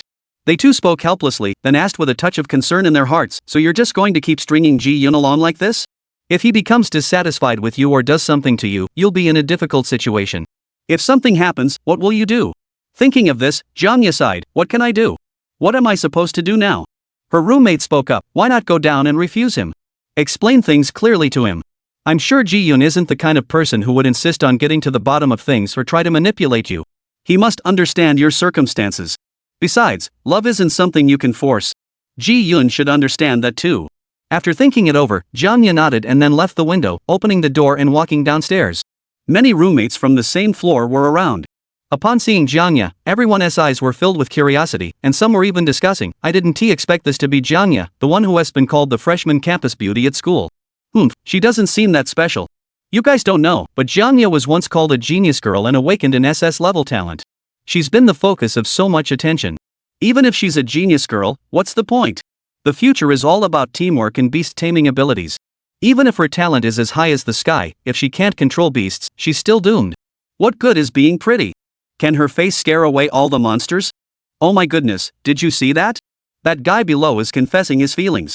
He was originally planning to confess to Jiang Ya, but now that she's come down, he must be planning to accept her confession. That's right. Once she agrees to Ji-yoon, she'll become the future daughter-in-law of the Ji family. Her life will be smooth sailing, and climbing the social ladder will be as easy as breathing. Why would she need to train anymore? Why stay in our school? All it takes is one word from Ji-yoon, and Jiang Ya will probably be able to return to the capital tomorrow to manage the Ji family's businesses there. From now on, she won't have to endure all those dangerous activities anymore. You're right. But I never expected Ji-yoon to be so extravagant. Who would have thought he was attracted to Jiang Ya's appearance? After all, wealthy young masters like them are only interested in beauties, aren't they? They just want to improve their lives time and time again. Hearing these words, Jiang Ya stopped in her tracks. Enough of this. You keep gossiping about others behind their backs. I, Jiang Ya, haven't done anything to you, and I've never gossiped about you behind your backs. Now you're all mocking me here. Don't you think that's disgusting? Those people heard Jiang Ya's words and wanted to respond, but after hesitating, they coldly laughed. Don't act like you're something special here. Do you really think you can prove yourself by saying whatever you want? You're not trying to have it both ways, are you? No, you must think that because you're liked by Ji-yoon, it's because you have some inner quality, some talent, or some ability, right? Jiang Ya hesitated for a moment, wanting to refute them, but after hesitating again, she sighed and followed her 3 roommates downstairs. Finally, they arrived at the entrance of the girls' dormitory. The lights were glowing around them, stars twinkled in the sky, and moonlight bathed the entire lawn, making it exceptionally beautiful. Candles flickered all around, and the ground was lit up by lights. The lawn was covered with countless flowers, including roses and other bouquets. Standing there, Jiang Ya narrowed her eyes. Though many people said every girl loved such a scene, Jiang Ya didn't like it at all. She could even say she hated everything Ji-yoon had prepared. She had someone she liked much more, someone who had nothing to do with Ji-yoon. Moreover, what Ji-yoon was doing now was nothing more than slapping himself in the face, making himself feel disgusted and repulsed. In contrast, Ji-yoon, standing at over 180 centimeters tall, looked exceptionally refined. With a well-proportioned build, he wore gold-rimmed glasses, and beneath his tousled hair, his angular features gave him an exceptionally delicate and quiet appearance. Today, Ji-yoon was dressed in a tailcoat, his fingers long and slender, standing in front of the piano. Finally, when he saw Jiang Ya arrive, Ji-yoon smiled slightly. You're here. The next piano piece is for you. It's my favorite piano piece, and it's also the first piano piece I ever mastered since I started learning piano. It holds great significance to me. It represents my first time in life, and it signifies that I am someone who truly loves and appreciates something purely. I hope you'll like it. Ji-yoon smiled slightly, then sat down at the piano bench, placed his feet on the pedals, and began to play. Seeing this, Jiang Ya felt a sense of helplessness in her heart. Chapter 181, Moral Blackmail. Should I agree to him? Please vote for me. Earlier, Jiang Ya had been chatting online, scrolling through Weibo, and browsing various social media platforms. She had noticed that many people were ordinary yet confident. She didn't think there was anything wrong with that. She thought as long as her older brother Suemo wasn't like that, as long as he was outstanding enough to make her still feel attracted to him and willing to sacrifice everything for him, that would be enough. However, now, seeing Ji-yoon appear before her, she couldn't help but feel a sense of helplessness. She realized that the current Ji-yoon was indeed ordinary yet confident. He just had a prestigious family, a bit of money, and some talent. Jiang Ya thought to herself, in front of Suemo, he probably isn't anything. However, it was precisely because of everything they had experienced together from childhood, the countless attempts they had made, that Jiang Ya had grown to like Suemo more and more. And it was precisely because of this that her feelings for Suemo had become uncontrollable. And it was precisely because of this that she kept trying to express her feelings. However, the Ji-yoon who now stood before her held no such feelings for her. As she watched Ji-yoon recklessly fix his gaze on her, Jiang Ya had wanted to stop him time and again, to tell him there was no need to play for her, that she had no feelings for him at all. But Ji-yoon doesn't care about any of this. All he thinks about is that as long as he keeps improving himself and keeps showing off his talents, he will eventually win Jiang Ya's affection. Which girl wouldn't like a man so talented, so skilled at creating romance? So Ji Yun began to play the piano piece. The piano melody echoed endlessly across the grassy field covered in rose petals. Ji Yun swayed his head back and forth, completely lost in the music. This caused many people around him to notice his presence and begin to whisper among themselves, "Wow, Ji Yun is truly so handsome. Yes, I never expected Mr. Ji to be so talented. If only we could become friends with him, or even lovers, that would truly be the happiest thing in the world. Oh, look at Jiang Ya over there. She must have some connection with Mr. Ji. If I were a normal person, I'd probably agree to such a confession. Who would refuse at a time like this? As long as you're not stupid, you'd definitely accept Ji Yun's confession. After all, you'd be paired with the third young master of the Ji family from the capital. Your future would be bright, rising swiftly to the top. Who wouldn't want that? Countless people were discussing it non-stop. Everyone was envious and moved by Ji Yun's sudden confession today. At the same time, some were wondering why such a thing hadn't happened to them. Of course, for many people, Jiang Ya had been the focus of everyone's attention and discussion since she first enrolled as the campus beauty of the freshman class. Many people had also focused their attention on Jiang Ya, naturally realizing that she was highly sought after, and many people recognized her. Additionally, with the arrival of the prominent figure Ji Yun today, countless people began discussing the matter non-stop. Some even wondered why the person being confessed to couldn't be themselves. If it were them, it would be the happiest moment of their lives. However, there are no such things as what-ifs in this world. How could things possibly go as one wishes? Meanwhile, Jiang Ya couldn't help but feel helpless. If you want this kind of luck, take it. Go enjoy it yourselves. Jiang Ya had no thoughts whatsoever about such matters. Finally, as the piano piece came to an end, Ji Yun slowly stood up, straightened his clothes, took a rose and a small box from someone beside him, and walked slowly toward Jiang Ya. Ji Yun lifted his head, adjusted his gold-rimmed glasses, and looked at Jiang Ya with a serious expression. He spoke slowly, "Jiang Ya, hello. It's good to see you again. I never expected our connection to be such a coincidence." Hearing Ji Yun's words, Jiang Ya silently complained to herself, "What do you mean, fate and coincidence? Weren't you just holding a megaphone outside the girls' dormitory, shouting for me to come down? Weren't you the one who kept calling me? Why are you now talking about fate and coincidence? Do you think I wanted to come down? It's because the commotion was too big, and everyone was paying attention to me. If I hadn't come down, who knows what would have happened down there." Jiang Ya sighed helplessly in her heart, but Ji Yun continued to laugh to himself, saying, "We've been at Fuyao Academy for 3 or 4 days now. Ever since we entered the Fuyao Academy, I've been captivated by you. Every time I see you, my heart races, and my breathing becomes rapid. I finally realized that was the feeling of falling in love. Yes, I fell for you at first sight. After that, I tried to pay attention to you and get to know you. I discovered that you are truly outstanding and hardworking. I see countless shining qualities in you, and I see the efforts you've made to change your life and become an outstanding beast tamer. It is precisely because of your actions and emotions that I have grown to like you more and more. Jiang Ya, I want to confess my feelings to you. I want to be your boyfriend. I want to give you everything I have from now on. I want you to feel the love I have for you. Will you accept me? Jiang Ya, will you be my girlfriend?" As he spoke, Ji Yun knelt down on one knee and handed her the flowers. Then, with his right hand, he opened the box, revealing a huge diamond ring inside. Surrounding them, countless men and women gasped in astonishment at the sight. My goodness, that diamond ring. Could it be the ocean heart that's been all the rage lately? That one was auctioned off for billions, and now it's in Ji Yun's hands? Yes, when the ocean heart was first unveiled, I had always hoped to see it one day. That would have been the most perfect moment of my life. Never did I think I'd see it today, and it's actually in Ji Yun's hands. Wow, I'm actually a bit jealous of Jiang Ya now. She is the happiest woman I've ever seen in my life. To receive such a confession from Ji Yun is simply perfect. Say yes, say yes, say yes. The students of Fuyao Academy began to cheer, one after another shouting the words, "Agree to him." These words fell on Jiang Ya's heart like a heavy burden. At that moment, Jiang Ya truly didn't know how to respond. Chapter 182, Ji Yun's confession rejected? Please vote for gold. However, looking at Ji Yun in front of her, his expression seemed to say he had everything under control, as if he was certain Jiang Ya would agree. But in reality, how could Jiang Ya possibly agree to Ji Yun? Her heart was still deeply attached to her older brother, Su Mo. After hesitating for a long time, Jiang Ya looked at Ji Yun but still didn't react. Ji Yun smiled slightly and said, "What's wrong? Are you too nervous or too happy? It's okay. If you feel too embarrassed to accept my proposal in front of everyone, we can just call it off. Can I take you out for a nice dinner? I'd like to take you around the school campus, show you the scenery, and let us enjoy some rare alone time together. Would you give me this chance? Jiang Ya, I know you're probably very shy, but please believe me. I, Ji Yun, will treat you very well. I will give you everything I have from this day forward, without holding anything back. As he spoke, Ji Yun picked up the ring and was about to slip it onto Jiang Ya's finger. However, just as he did so, Jiang Ya took a half step back and dodged his hand. Then, looking at Ji Yun in front of her, she sighed and said, I know that ever since you saw me, you've been desperate to see me, desperate to confess your feelings. This isn't even the first time you've confessed to me. You don't really think I find your confessions too unromantic, do you?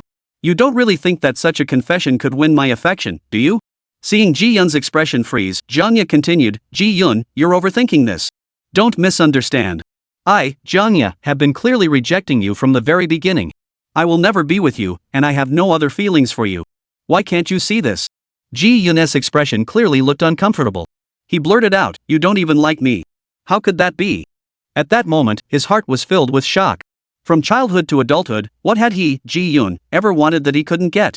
As a member of the Ji family, one of the 4 major conglomerates in China, what had he ever wanted that he couldn't get?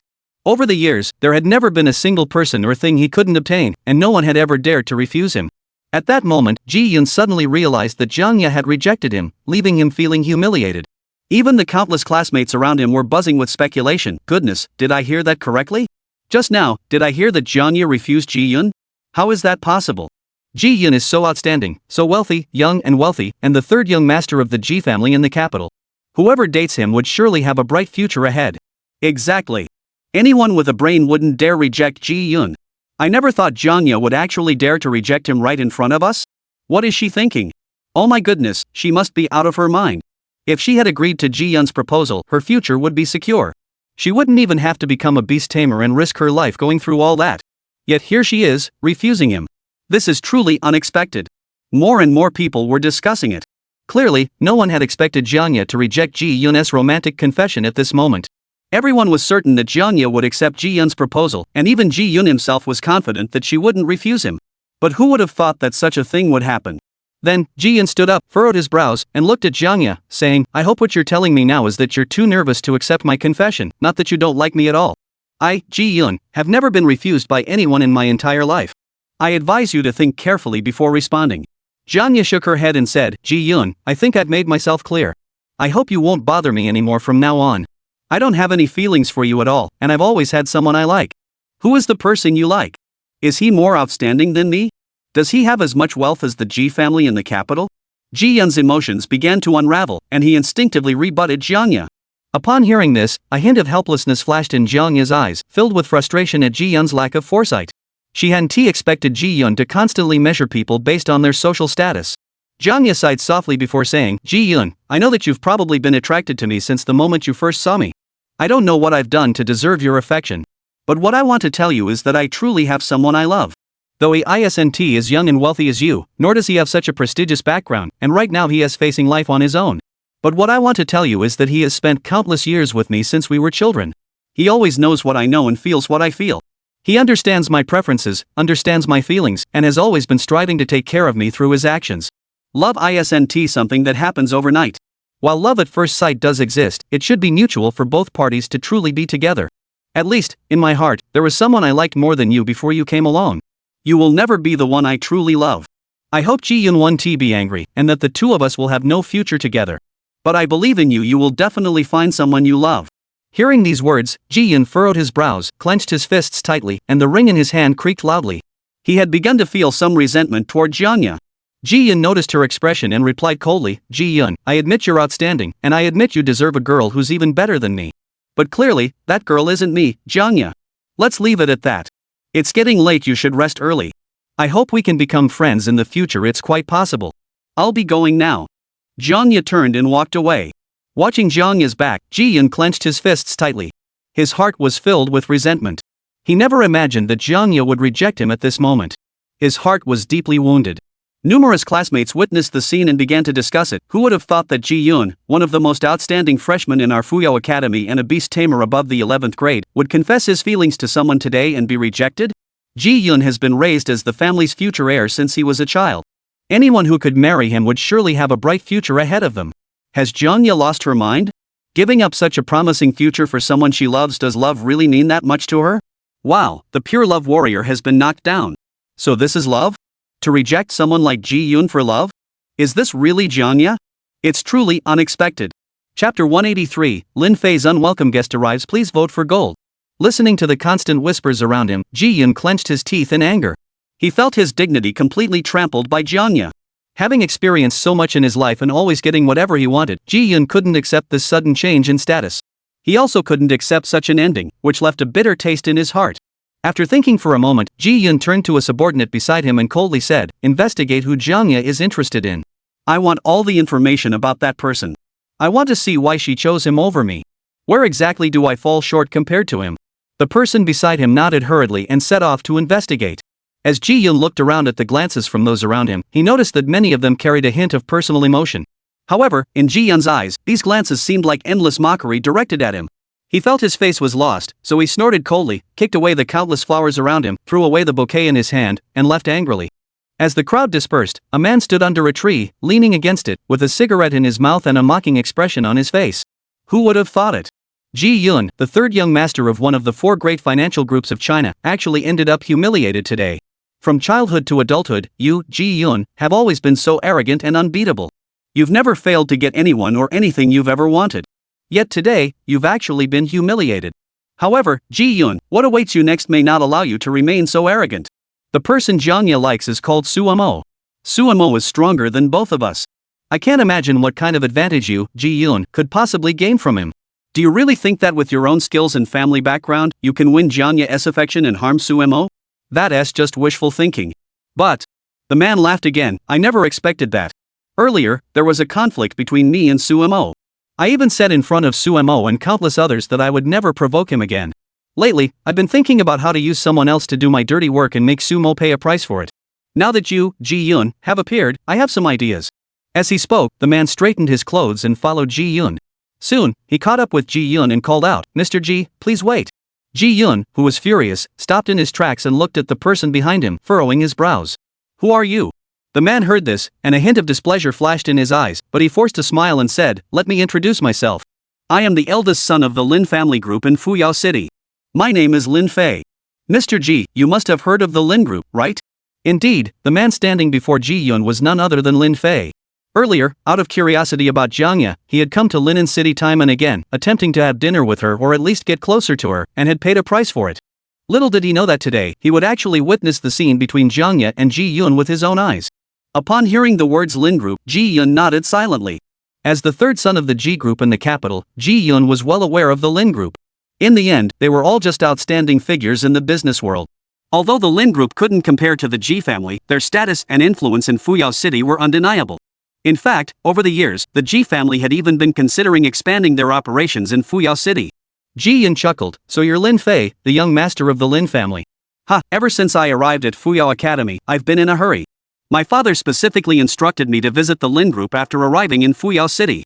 Lately, I've been busy with personal matters and completely forgot about it. In the next couple of days, as soon as I have some free time, I will make a beeline to the Lin family to pay my respects. I hope you can mention this to your father." Lin Fe nodded upon hearing this. The fact that the Lin Group has established connections with the Ji family, or rather, that they are so highly regarded by the Ji family, is sufficient proof of the Lin family's extraordinary status and influence. In fact, there were even rumors circulating that the Ji family might collaborate with the Lin family in the near future. In the future, the Lin Group's status would rise accordingly, and these were all things worth pursuing. Lin Fe was also delighted to see this happen. He chuckled and said, "No problem, no problem. The fact that the Ji family holds our Lin family in such high regard truly brings honor to our family and leaves us feeling overwhelmed with gratitude. Mr. Ji, feel free to contact me anytime you wish to visit. The Lin family will make immediate preparations to extend our warmest hospitality to you." After speaking, Lin Fe took out a business card from his pocket and handed it to Ji-yun. Ji-yun nodded slightly, put the business card away, and then asked Lin Fe curiously, "Oh, by the way, Mr. Lin, may I ask what you needed to see me today?" Lin Fe chuckled, "Nothing much. I just happened to see you confess your feelings to Jiang Ya earlier." Upon hearing this, Ji-yun's face turned red with embarrassment. He immediately replied coldly, "What? Do you enjoy watching me, Ji-yun, make a fool of myself? Or are you planning to come mock me as well? I advise you to think carefully before acting. Mocking me won't bring you any benefits." Lin Fe hurriedly interjected, "How could you say that? I would never mock you for such a thing. After all, the Lin family and the Ji family have always had a close relationship. I would never mock you. Rather, I came here today because there's something I'm quite interested in. You must be curious about who Jiang Ya likes, right?" Upon hearing this, Ji Yun blurted out, of course. Do you happen to have any information? Lin Fe chuckled, of course. I recently went to Fuyao City, found Jiang Ya, and learned some things about her. The person she likes is named Sumo. Sumo. I feel like I've heard that name before. Ji Yun furrowed his brows, deep in thought. Lin Fe interjected at the right moment. Actually, it's quite normal to find the name Sumo familiar. He is the son of Su Zongxing, a general in the Jinma army's Linyang city garrison. Of course, that was all in the past. Later, some incidents occurred. After Su Zongxing was captured, he was also taken under the control of the demon-suppressing army, and his current fate remains unknown. As for Sumo, he is naturally the eldest son of the family. At the same time, Sumo was also honored as the war god among ordinary soldiers by the demon-subduing army in the southern frontier, and has since garnered significant attention from many people. Moreover, in fact, Sumo was also a student at the Fuyao Academy, but... Chapter 184, Lin Fe's use of a proxy to kill? Please vote for gold. Ji Yun furrowed his brows. Sumo is also from the Fuyao Academy? But why haven't I seen him recently, or even noticed any overly intimate gestures between him and Jiang Ya? Lin Fe chuckled to himself, thinking, to utilize Ji Yun and to choose the strategy of borrowing a knife to kill, he decided to withhold certain details about what had happened to Sumo. He didn't want to reveal too much about Sumo to Ji Yun, lest Ji Yun begin to assess Sumo's abilities and decide not to associate with him. If that happened, his plan would be ruined. Lin Fe chuckled again and said, it's just some things that happened between Sumo and his family. It seems that Sumo has been handling his family affairs all along, and since he has some connections in the southern frontier, he is highly respected by many people. After that, the southern frontier even specially wrote a request for him, allowing Sumo to delay his enrollment. That's why he hasn't appeared at the Fuyao Academy. At least you haven't seen Sumo there, so it's understandable. Ji Yun nodded, but soon snorted coldly, southern frontier? A war god among ordinary soldiers? I've heard of him before, but I never took him seriously. Even if he's as skilled as they say, what can he do? At the end of the day, he's just an ordinary person. However, since he managed to enter the Fuyao Academy, he must have some talent. But even if he does, it's nothing compared to me. Lin Fe chuckled and said, of course. Mr. Ji, you've received so much help and support from the Ji family since you were a child. Your abilities are beyond question. Among your peers, you're the cream of the crop. No one could possibly gain any advantage over you. These are undeniable facts. With your status and abilities, anyone who sees you would have to treat you with respect. Lin Fe's subtle flattery instantly brought a smile to Ji Yun's face. He loved how Lin Fe knew how to butter him up. Ji Yun responded with a laugh, Lin Xiao, there's no need to flatter me so much. I'm just the third young master of the Ji family, always working to improve myself and enhance my abilities. I've never thought I deserve others' admiration or attention. I only hope to improve myself further and gain the liking and recognition of more people. You're really making me feel embarrassed. Lin Fe hurriedly smiled, but inwardly he couldn't help but mutter, damn it, Ji Yun, you're really good at putting on a show. You're one thing in front of others and another behind their backs. You just flattered me so quickly, yet here you are trying to elevate your own status. But these were just Lin Fe's thoughts, he dared not voice them aloud. He forced another smile and said, there is no need for such modesty. Your abilities are well known to all. What I just said was the truth. Today, I happened to see Mr. Ji and also happened to learn some information. I heard that Sumo is probably about to return to the Academy of Soaring Talents. We should keep an eye on him then. Jiang Ya has always been childhood sweethearts with Sumo, so it's natural for her to like him. I think she might be blindly infatuated with him. What do you mean by that? Ji Yun asked curiously. Lin Fe smiled and said, based on my understanding, Jiang Ya has always had a blind confidence in Sumo. She believes he is strong and capable. Since she met Sumo, no one has ever gained any advantage over him, and that's precisely why she likes him. Mainly, I think that if you, with your level 10 beast tamer skills, can make Sumo look bad in front of you, completely ruin his reputation, or even injure him severely to the point where he can't take care of himself, it might cause Jiang Ya to start doubting her feelings and no longer like Sumo as much. At that point, there's a high probability that she would transfer her affection to you. At that point, if Ji Xiao wants to have any kind of relationship with Jiang Ya again, it would be as easy as pie. Oh? Ji Yun heard Lin Fe's explanation, narrowed his eyes, and couldn't help but chuckle. I didn't expect that meeting Lin Xiao today would allow me to hear such things from him. It seems you really understand Jiang Ya. However, I'm curious about how you came to know her so well. Could it be that there was some kind of story between Mr. Lin and Jiang Ya in the past? Lin Fe's face flashed a hint of displeasure, but he forced a smile and said, Mr. Ji, you're saying that, but how could I possibly have a story with Jiang Ya? It's just that after arriving in Linen City, I heard people around me talking about it. It's not a secret anymore. You've been in the capital all this time, so naturally you wouldn't know about these things. Jiang Ya gave a satisfied smile at Lin Fe's explanation and said, "Oh, by the way, I heard that your family is planning to collaborate with our G family in the capital. Coincidentally, I actually have a few cooperation projects on my hands right now. Once I arrive at the Lin family's place in the next couple of days, I hope to have a proper chat with Mr. Lin and his father. Additionally, I want to thank you for telling me about this today. In the future, if we have the chance, let us find a place to have a good meal together. From now on, we'll be friends." Lin Fe heard this and thought to himself that his plan to use someone else to achieve his goals had gone so smoothly. He chuckled and said, "Hey, Mr. G, you're being too polite. How could I let you treat me? Let's wait until we have some free time. I'll host the meal at the best hotel in Fuyao City. I'll make the reservations, and you just come over. We'll have a good time together." Alright, if that's the case, it's settled. Alright, Mr. Lin, I have some things to prepare. We can discuss the contract details related to our cooperation with the Lin family another time. Lin Fe hurriedly bowed his head in deference and said, Alright. Mr. G, take your time. I know you're busy. We'll sit down and chat properly when we have the chance. With that, Ji Yun cast a satisfied glance at Lin Fe before slowly walking away. Lin Fe watched Ji Yun's departing figure and chuckled, Ji Yun, I thought you were some big shot in the Ji family in Beijing. Little did I know that you could be outmaneuvered by my few words. This is perfect. Now all I have to do is wait for you to harm Su Mo and watch him be completely defeated by you. As long as he pays the price, I have no interest in Jiang Ya anyway. Since you like her, take her if you want. After speaking, Lin Fe chuckled and left. Chapter 185, Jiang Ya's roommate's betrayal? Please vote for gold. In Jiang Ya's dorm room, 3 roommates were sitting in front of her, all looking at her hesitantly. Finally, one of the roommates spoke up, "Oh, Jiang Ya, I still think that by rejecting Ji Yun so bluntly today, you might not gain any benefits at all." Another roommate agreed, "That's right. Ji Yun is known for being overly cautious in the capital. Whatever he wants, he's never let slip through his fingers. Once, Ji Yun set his sights on an item and went to great lengths to obtain it. What happened? The original owner didn't want to give it up and ended up paying the price the next day. I heard he was badly injured at the time." Jiang Ya heard this and froze for a moment. She hadn't expected Ji Yun to have such a bad reputation in the capital, and at that moment, she didn't even consider whether Ji Yun might harm her because of it. Instead, her greatest concern was for Su Mo. She had just confessed her feelings for Su Mo in front of Ji Yun and had refused him because of that. Jiang Ya thought to herself, what if Ji Yun directs all his anger, all his resentment, and all his frustration towards Su Mo in the future? At that point, if Ji Yun developed any feelings towards Su Mo, or if he was already harboring resentment and Su Mo were to suffer even a little harm, Jiang Ya feared she would become the scapegoat. What she dreaded most was seeing her beloved Su Mo get hurt. Jiang Ya thought to herself and took out her phone to send Su Mo a message. But a roommate beside her spoke up, "You're not planning to tell your older brother Su Mo about this, are you?" Jiang Ya nodded, "Yes, I'm afraid Ji Yun might hurt him, so I thought I'd tell him about it." The roommate shook her head. "I suggest you don't say anything. If you tell your older brother Su Mo about this, it might make him upset. If he ends up fighting with Ji Yun, things could get out of hand. Though we don't know who's stronger between the two of them, I think if either of them gets hurt or loses, it won't be good for you either."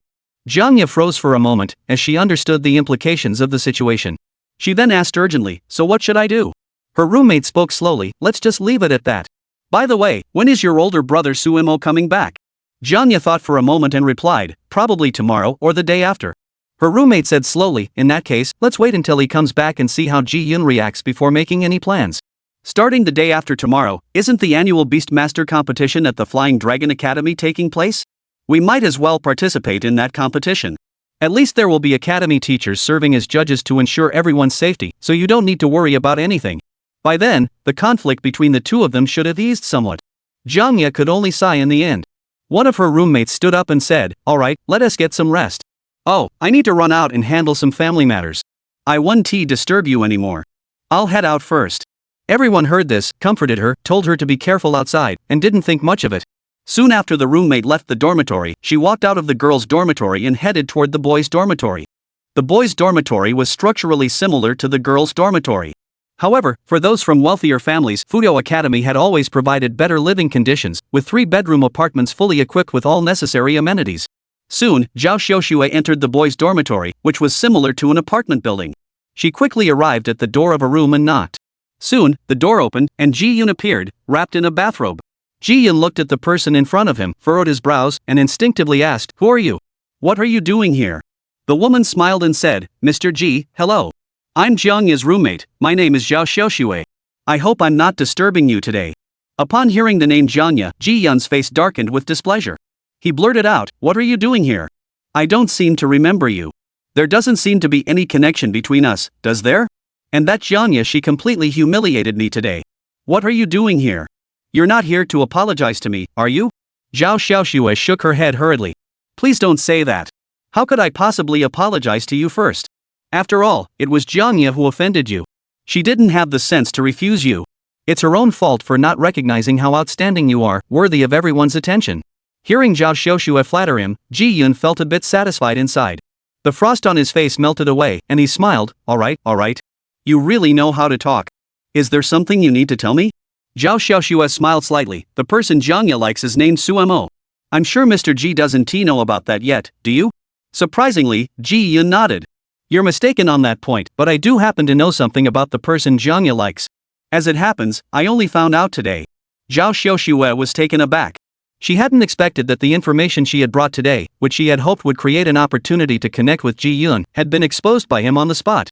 She couldn't help but think to herself, who was so careless as to reveal such a secret to Ji Yun beforehand. On the other hand, Ji Yun smiled faintly across the table. It doesn't matter. If you have any more information, feel free to tell me. Zhao Xiaoxue hurriedly explained. Actually, Sumo is from Linen City, and he and Jiang Ya have been childhood sweethearts. At the same time, Sumo is returning in the next couple of days. I don't know what Mr. Ji plans to do next, but I happen to have a little plan of my own. Do you need me to find a way to get Jiang Ya out on the day after tomorrow? We can take her out singing or dining. Once she's drunk to the point of unconsciousness, getting her would be as easy as pie. Even if she has a deep connection with Sumo, and even if she loves him deeply, once she feels your affection for her, the two of you will be inseparable. At that point, even she, Jiang Ya, would have no choice but to submit to you. Ji Yun narrowed his eyes. What's your real purpose in doing this? Zhao Xiaoxue chuckled. There's no purpose. To be honest, I've always admired and liked you, Mr. Ji. If I can make you remember my kindness because of this, my life would be worthwhile. He. Ji Yun burst into laughter. All right. Since you're so captivated by my personal charm and have given me such face, I, Ji Yun, naturally can't let you down. Stay here tonight. If there's anything you like, just tell me, and I'll buy it for you. However, the plan for the day after tomorrow, you'd better help me complete it properly. Chapter 186, A Place with a Hidden Gem? Please vote for gold. The next morning, Jiang Ya got up early but found that her roommate Zhao Xiaoxue hadn't returned yet. They were all puzzled, and Jiang Ya was also a bit curious, so she hurriedly sent Zhao Xiaoxue a message. Xiaoxue, what are you doing? Why haven't you come back yet?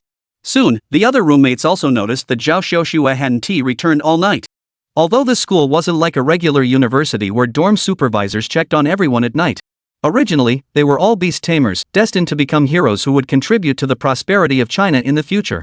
Each of them had received special care and attention from the Chinese government. Therefore, no one really cared about what each student was doing every day. However, as roommates, they were simply worried that Zhao Xiaoxue might have gotten into trouble, that was all. Soon, the dormitory door finally opened.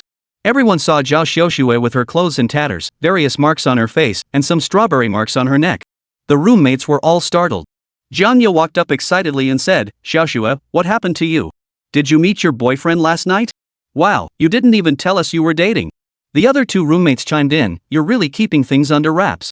You found a boyfriend and didn't even tell us? At least let us congratulate you. Zhao Xiaoxue smiled awkwardly. It's nothing. My boyfriend is very busy, we barely see each other. All right, let's get back to what we were doing. Everyone heard this and didn't say much more, dispersing one by one. Zhao Xiaoxue, however, looked at Jiang Ya with a sly smile, thinking to herself, I've finally managed to climb the social ladder by hooking up with Ji Yun. From now on, I'll inevitably develop some connection with him. Once he's mine, I'll even team up with him to scheme against you. Jiang Ya, when that time comes, you will have to pay the price for this. Originally, I didn't want to hurt you, but what can I do? It's a pity you're so pretty and attractive. I used you as a stepping stone to gain Ji Yun's attention, but you were just a pawn in my game. But since that's the case, what can be done? You're just an insignificant person after all. I also heard that you're supposedly dating someone named Sumo, and things between you two are unclear. Even if Sumo is the war god of the southern frontier, in front of Ji Yun, he will eventually have to bow his head and beg for mercy on his knees. Meanwhile, Sumo had already gotten up early and was walking around the camp with his master, Zhang Tianlong. Their path had never been noticed by the other warriors. Zhang Tianlong stood beside him, his eyes filled with emotion as he spoke slowly. It's been many years since I last came here. It was here that I trained countless beast tamers time and again. They all had extraordinary talent in beast taming and possessed immense strength, leading their respective teams to protect the Central Plains. In the battles against the Shadow Organization and all the demon beasts in China, they truly stood out. They were truly remarkable and brought great satisfaction to this old man. Yet, to my dismay, one after another, they all fell victim to the Shadow Organization's minions.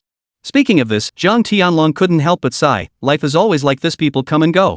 There are always those we care about and love, yet they eventually leave our world one after another. Ah, I truly cannot accept this, but upon reflection, these are indeed the trials we must endure. Even if we are dissatisfied, what can we do? Su Mo sighed beside him.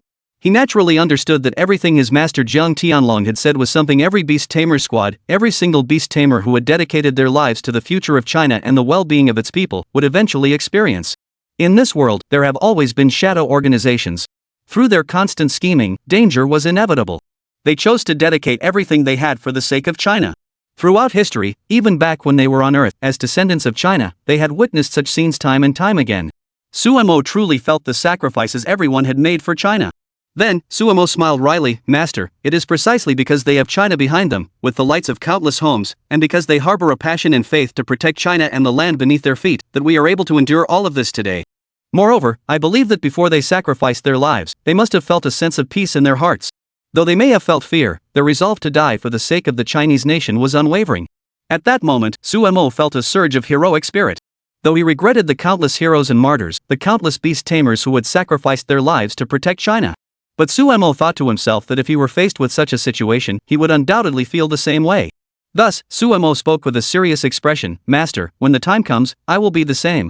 Once faced with members of the Shadow Organization and standing at the brink of life and death, I will not hesitate to sacrifice my life and fight until the very last second. Jiang Tianlong smiled, his eyes filled with meaning. However, wait a moment. No, that's not right. Jiang Tianlong suddenly snapped out of it, patted Su Mo on the head, and said, You're not afraid of death anyway. What's the point of making me promise this? This. Su Mo finally snapped out of it. Wow, I actually forgot that I possess the trait of immortality. I'm not afraid of any of this. After thinking it over, these were indeed the most urgent thoughts in his mind at the moment, and what he most wanted to express, so he blurted it out. However, Jiang Tianlong laughed, Alright, I was just joking with you. Even though you have such a trump card, hearing you speak so resolutely for the sake of the Chinese people makes me very happy. Come on, I'll take you to see the place where Long Songhai once trained. With that, Su Mo followed Jiang Tianlong as they walked forward. Soon, they exited the camp and arrived at a secluded mountain where a waterfall appeared in the distance. Jiang Tianlong added, Today I'll teach you another technique, projecting your spiritual energy outward. On the surface of your body, it can form a barrier. This barrier not only blocks others' attacks but also repels rain, fire, and other elements. Oh, right, in your young people's terms, this is like the inner energy from those fantasy novels, isn't it? You can think of it as a similar concept, but our mental energy can control beasts and has a deeper interpretation. Su Mo chuckled. Indeed, he had always regarded this mental energy as something possessed by every cultivator in fantasy novels, even going so far as to invent his own uses for it, including releasing it onto his body's surface to block external elements from causing damage. Chapter 187, Jiang Tianlong's huge gift. Please vote for gold. With a single leap, the two of them jumped into the air, instantly passing through the waterfall in front of them. Upon seeing the hidden world beyond the waterfall, Su Mo couldn't help but stare in astonishment. He never imagined that behind the waterfall lay a massive platform. The platform was now glowing, and upon looking up, they saw countless night pearls on the platform's ceiling, emitting their own light and illuminating everything below. Su Mo felt a surge of excitement, his eyes sparkling with determination. He exclaimed, Wow, this place is incredible. Master?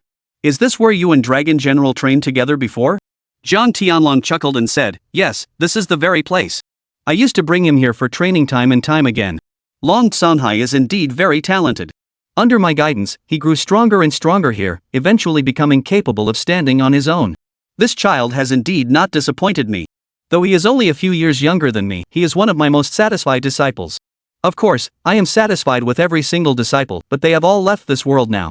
Jiang Tianlong sighed deeply and smiled bitterly. I think if they were still alive in this world today, there's a good chance that these people would have turned out completely different in the future. In fact, it's even possible that each of them would have achieved a different social status. Jiang Tianlong shook his head as he spoke, Never mind, there's no point in dwelling on the past. They've already left this world, and no matter how much I miss them, it doesn't matter anymore. Come on, I'll show you something good.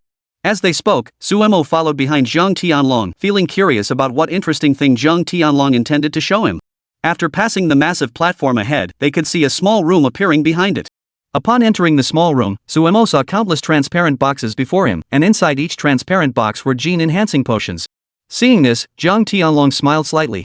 Suemo asked curiously, Master, what are these? Jiang Tianlong chuckled and said, these are all the various gene potions I've collected over the years, many of which were given to me by Long Sanhai. I have kept them here all these years and had completely forgotten about them. Each of these potions can quickly restore one's strength, including the beasts you have contracted. Restoring their strength is effortless, even if they have suffered severe injuries, they can recover swiftly. Earlier, when I accompanied you there, I noticed that you seemed to be deliberately hiding all of this from everyone around you, as if you didn't want them to see you using the Qi Blood Reincarnation or Qi Blood Healing Array to treat your beasts, and then using the Undying and Immortal technique to instantly revive them, right? Suemo nodded seriously and said, yes, Master. At the time, I did indeed have such thoughts. Because this is my trump card, I truly did not want others to see it.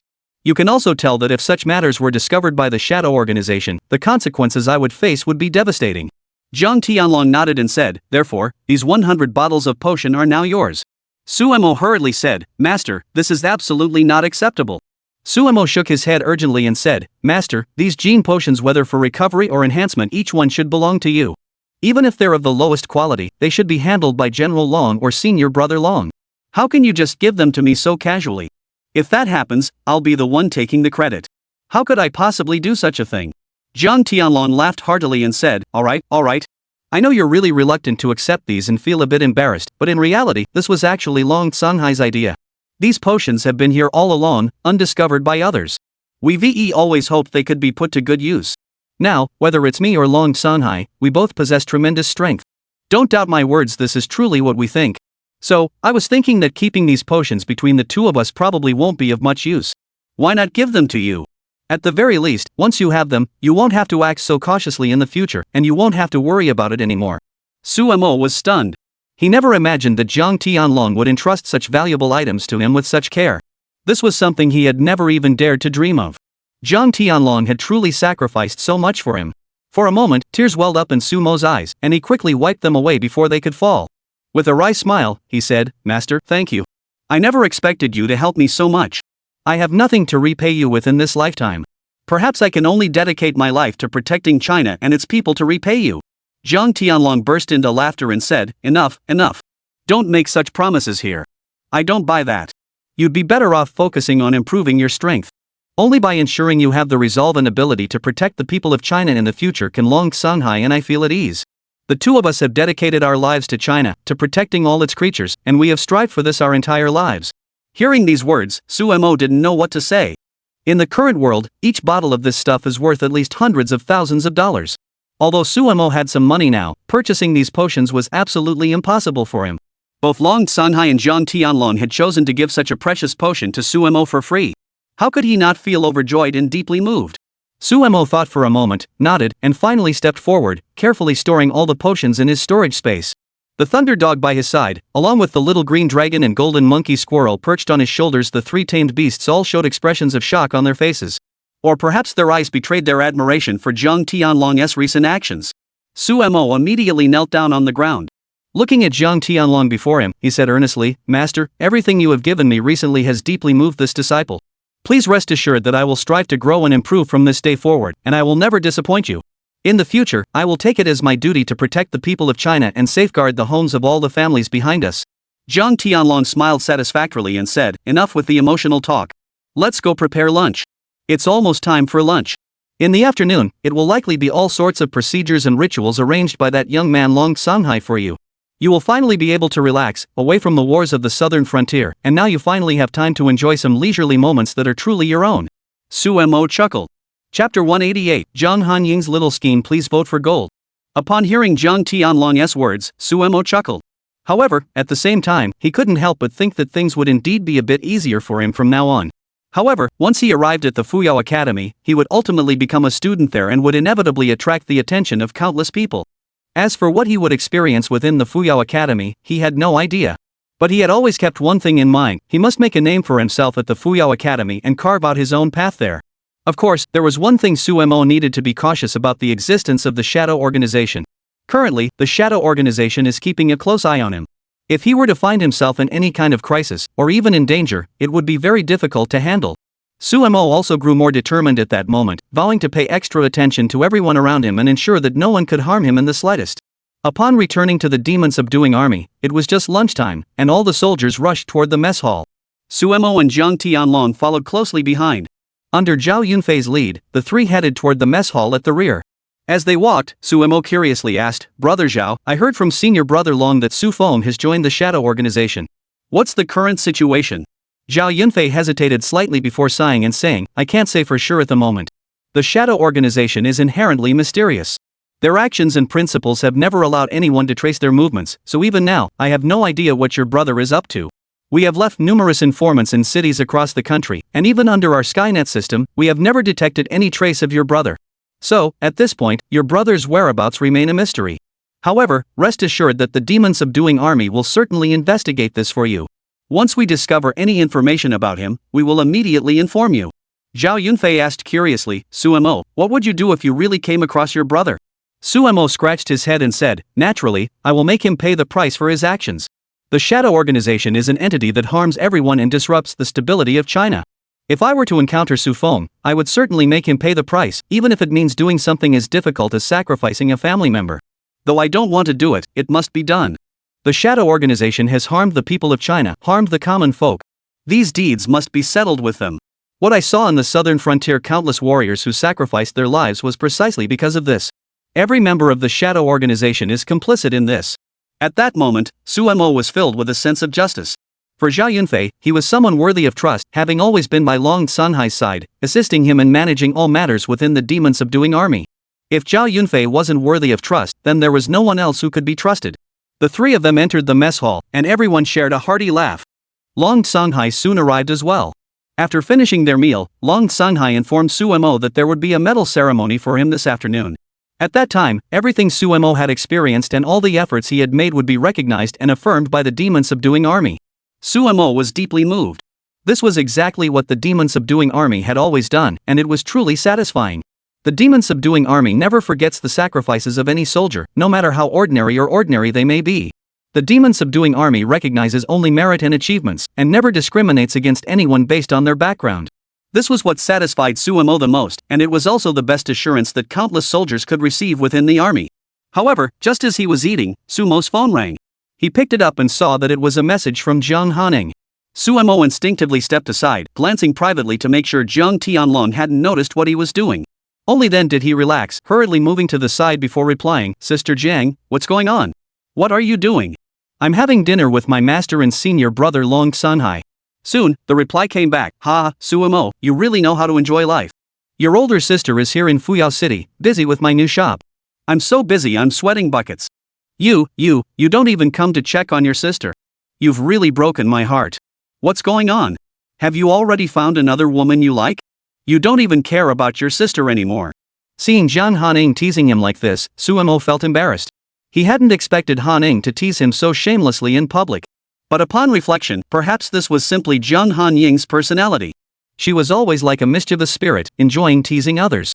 Suemo didn't say much more, just laughed it off and replied, all right, stop teasing me. Is there something you need?" Jiang Hanying replied, "Nothing much. I happen to be planning a dinner gathering tomorrow afternoon. Since you mentioned you were bringing the old man to meet me, why don't I send you the location? You bring him there, and I'll reserve the entire first floor of the hotel. When the old man shows up, I'll surprise him. What do you think?" Suemo thought to himself, not expecting Jiang Hanying to want to surprise Jiang Tianlong. After considering it, he decided there was nothing wrong with that. He smiled and replied, "All right, since Sister Hanying has this idea, I'll agree. All right, let's head back tomorrow morning. However, we won't be able to continue our journey on Shaoqinglong. After all, there are explicit regulations prohibiting travel between cities, and such actions are only permitted under exceptional circumstances. We should arrive in Fuyao City around 11 a.m. Over the years, the management of beast tamers, especially those with flying beasts, has been extremely strict across the entire Huaxia region. This is actually to ensure the travel rights and interests of all ordinary citizens of Huaxia. The demon-suppressing army has always required all beast tamers that if they possess flying beasts, they must use regular transportation to travel between cities. Exceptions are only made in cases of necessity. Chapter 189, Dragon Sanhai's teasing request for gold votes. Jiang Hanying naturally understood Sumo's thoughts and empathized with his predicament. With a wry smile, he said nothing more. "All right, then. Suemo, little brother, we've settled this. Make sure to bring the old man tomorrow. I'll send you the location later. I'll be waiting at the hotel at 12 o'clock. Suemo smiled slightly and naturally agreed to Jiang Hanying's request. In his heart, he was actually quite happy to do these things for Jiang Hanying. Suemo had always known that, in the eyes of outsiders, Jiang Hanying had been an orphan since childhood.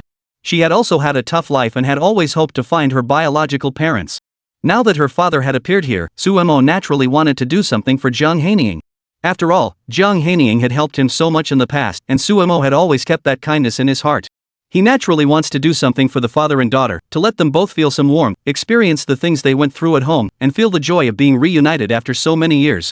Now, Jiang Tianlong plans to give Jiang Hanying a surprise, and Jiang Hanying, in turn, plans to give Jiang Tianlong a surprise. In fact, by this point, it no longer mattered who was hiding what from whom. When the father and daughter finally reunited, when they embraced each other and poured out their hearts, sharing their emotions, that was enough. Suemo finally put away his phone and returned to his seat. Jiang Tianlong, sitting beside him, curiously asked, "What were you doing? Who was messaging you? You were chatting so happily. Was it your little girlfriend? Oh, right, what's the current status of your relationship with your girlfriend?" As soon as Jiang Tianlong said this, Zhao Yunfei and Long Sunhai both exchanged glances with a gossipy expression. For a moment, Suemo felt particularly helpless. He hadn't expected that these people, who were all powerful figures in the military and had always been respected by countless soldiers and demon hunters, would tease him here. It seemed their mood was still quite good. But Suemo quickly laughed it off. "Hey, guys, stop teasing me. To be honest, I haven't had much of a story with Jiang Ya yet. We've never confessed our feelings to each other, and to be honest, I still don't know if Jiang Ya likes me or not." Upon hearing this, Jiang Tianlong rolled his eyes and said, "What's there to say? She obviously likes you. You're so talented and capable, who wouldn't like you?" Long Sunhai chuckled beside him and said, "That's right. You're so outstanding, there must be countless girls who like you. Plus, you and Jiang Ya have had feelings for each other for years, and you're childhood friends. In my opinion, you should just confirm your relationship and have a proper wedding someday. I'll accompany my master, and when the time comes, I'll bring old Zhao along to be your best man." Suemo couldn't help but laugh out loud. He hadn't expected these old men, especially Jiang Tianlong and Long Sunhai, who were both over 100 years old, to start matchmaking for him. This left Suemo feeling a bit helpless. Moreover, Sumo's true feelings were that there was indeed no further relationship between him and Jiang Ya. He was also a bit shy about expressing his feelings to her, fearing she might reject him and start to distance herself from him. Zhao Yunfei, standing nearby, chuckled and said, "What's the matter? Are you nervous? Are you worried she won't agree to you? Alright, to tell you the truth, I also spent some time in Linen City before and have met Jiang Ya. Even though we were far apart, I could still sense that she really likes you. The care she has for you and her desire to share everything with you are very strong. The two of you are truly meant for each other. Jiang Ya is also known as a genius girl, isn't she? This is simply a perfect match for you." Suemo sighed helplessly. "Stop it. Don't tease me like this. Now I feel like I'm going home to meet my parents during the new year. You guys are making me so nervous." The three of them burst into laughter upon hearing this and said, "Why are you so nervous? We're all thinking about you and what's best for you. Why aren't you grateful?" Suemo hurriedly said, "It's not that I'm ungrateful, but feelings are something that develop naturally. You guys are rushing me, which only makes me feel nervous and pressured. Besides, Jiang Ya and I still have so much life to experience together, and we naturally have many things to do. Pushing us like this might not make much sense. Alright, let's eat. Let's eat. We have things to do this afternoon." Long Sunhai sighed helplessly. "Alright, since you don't appreciate it and don't want me to say anything, then we won't say anything." Everyone rolled their eyes, and the atmosphere became a bit awkward. They kept teasing Suemo, and Suemo had no idea how to respond. Not wanting to say anything else, they finished their meal. In the afternoon, at the headquarters of the demon-subduing army, most of the soldiers had gathered on the drill ground. Long Sunhai brought Suemo to stand before all the soldiers. When all the warriors saw Suemo appear, their expressions changed slightly. Everyone had been discussing among themselves in private and had learned that Suemo had now arrived at the town demon army headquarters in the capital. They were also well aware of everything Suemo had done in the southern frontier. In the hearts of the soldiers, their gratitude towards Suemo was deeply felt. After all, they were all warriors and could empathize with him. What Suemo had done in the southern frontier was to protect the safety of countless demon army soldiers.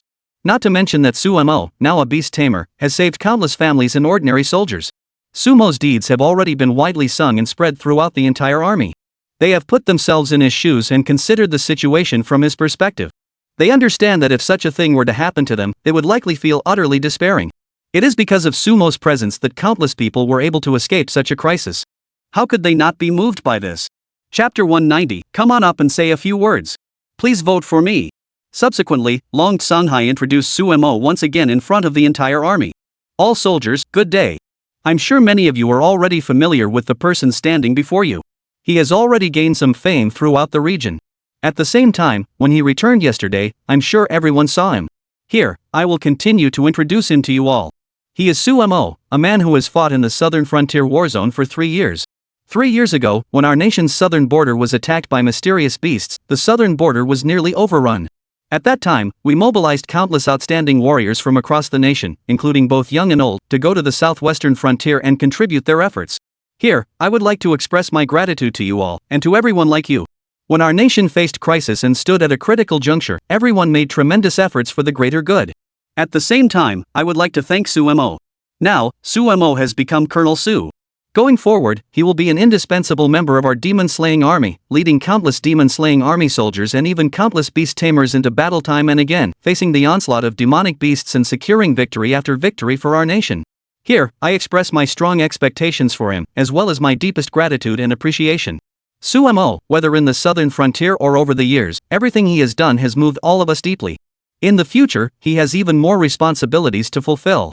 Under his efforts, countless lives have been saved in recent years. On this occasion, I hereby award him the Huaxia 017 Demon Subduing Military Medal. With a loud boom, as Long Sunhai's words fell, all the soldiers present, despite knowing the discipline requirements, couldn't help but utter exclamations of astonishment. Every soldier's mind was filled with the significance of the Demon Subduing Army Medal. It was extraordinary. For every demon-slaying army soldier, it was something unprecedented and truly awe-inspiring. Even Su Mo couldn't help but feel a sense of astonishment. The Demon Subduing Army Medal had existed within the Demon Subduing Army since the era of beast taming began in Huaxia, since the first encounter with all the demon beasts and all the crises that followed. The Demon Slaying Army Medal signified that the recipient had achieved the greatest accomplishments and earned the highest honor in the countless battles and days and nights of the Demon Slaying Army, fighting for the Demon Slaying Army and the countless people of China. It is said that only 16 Demon Subduing Army Medals have been awarded to date, with only 16 issued over a century. Such a situation is indeed worthy of great attention. At the same time, everyone, including Su Mo, shared the same thoughts. Every warrior knows what the Demon Slaying Army Medal means to all warriors. Currently, the number of people in the world who possess the Demon Slaying Army Medal can be counted on one hand.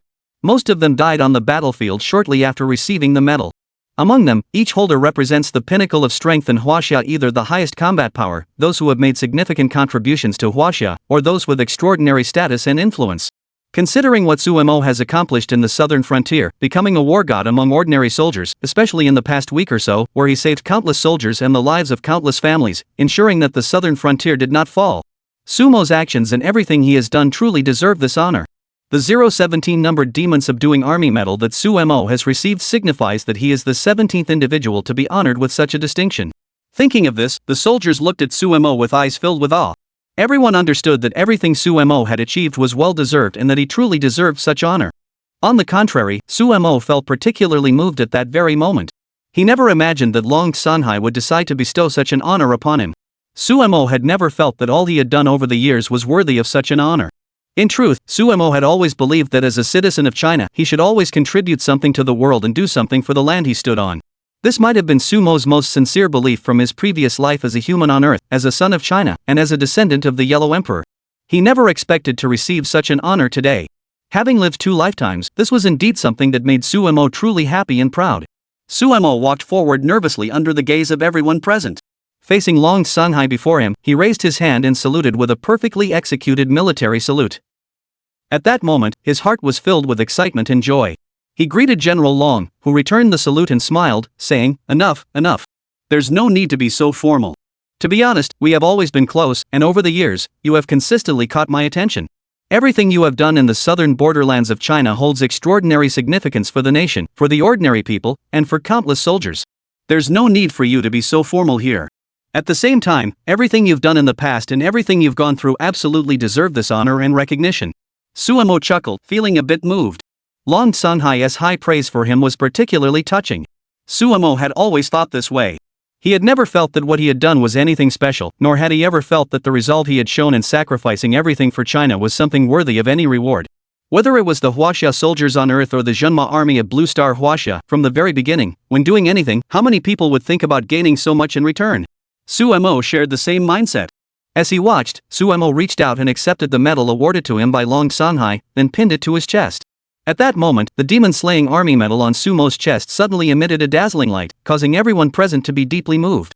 At the same time, everyone felt a surge of passionate and exhilarating emotion, inspiring admiration and longing in their hearts.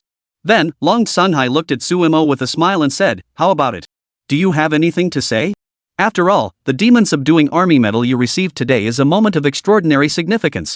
Additionally, I will bestow upon you countless merits and all the bonuses earned from this occasion. However, all the warriors here hold you in the highest regard. Your actions have always been worthy of emulation and serve as a model for all warriors.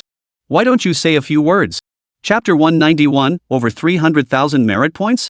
Please vote for gold. Upon hearing Long Sunhai's words, Sumo hesitated slightly. He scratched his head awkwardly and laughed. "It's not that big of a deal.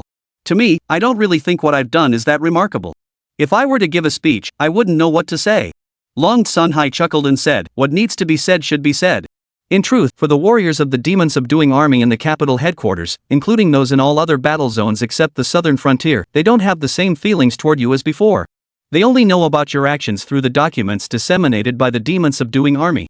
As for what you've actually done in the past, what sacrifices you've made for this country and for all its people, the truth is, they don't know much about that either. I truly believe you should take the time to properly publicize your achievements.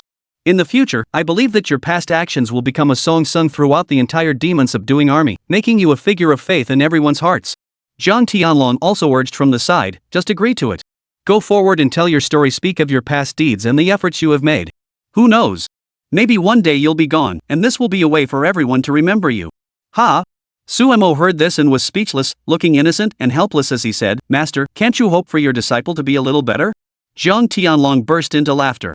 Wearing a mask, he didn't reveal his face, but all the warriors saw Zhang Tianlong's appearance and couldn't help but feel curious. No one knew what kind of status Zhang Tianlong held, that he could be by the sides of Long Sunhai and Sumo, and even joke around with them. Such a status and position were likely extraordinary just to imagine. However, Sumo knew he couldn't argue with them. He was sure each of them wanted him to speak. Under such circumstances, Sumo could only shake his head helplessly. He then stepped forward and channeled all his spiritual energy into his chest, causing his voice to resonate throughout the area. "All soldiers, officers, and beast tamers, greetings. My name is Sumo. Over a month ago, I was just an ordinary soldier. To put it bluntly, the soldiers in the army all referred to me as the war god among ordinary soldiers. To be honest, I never felt I deserved such a title.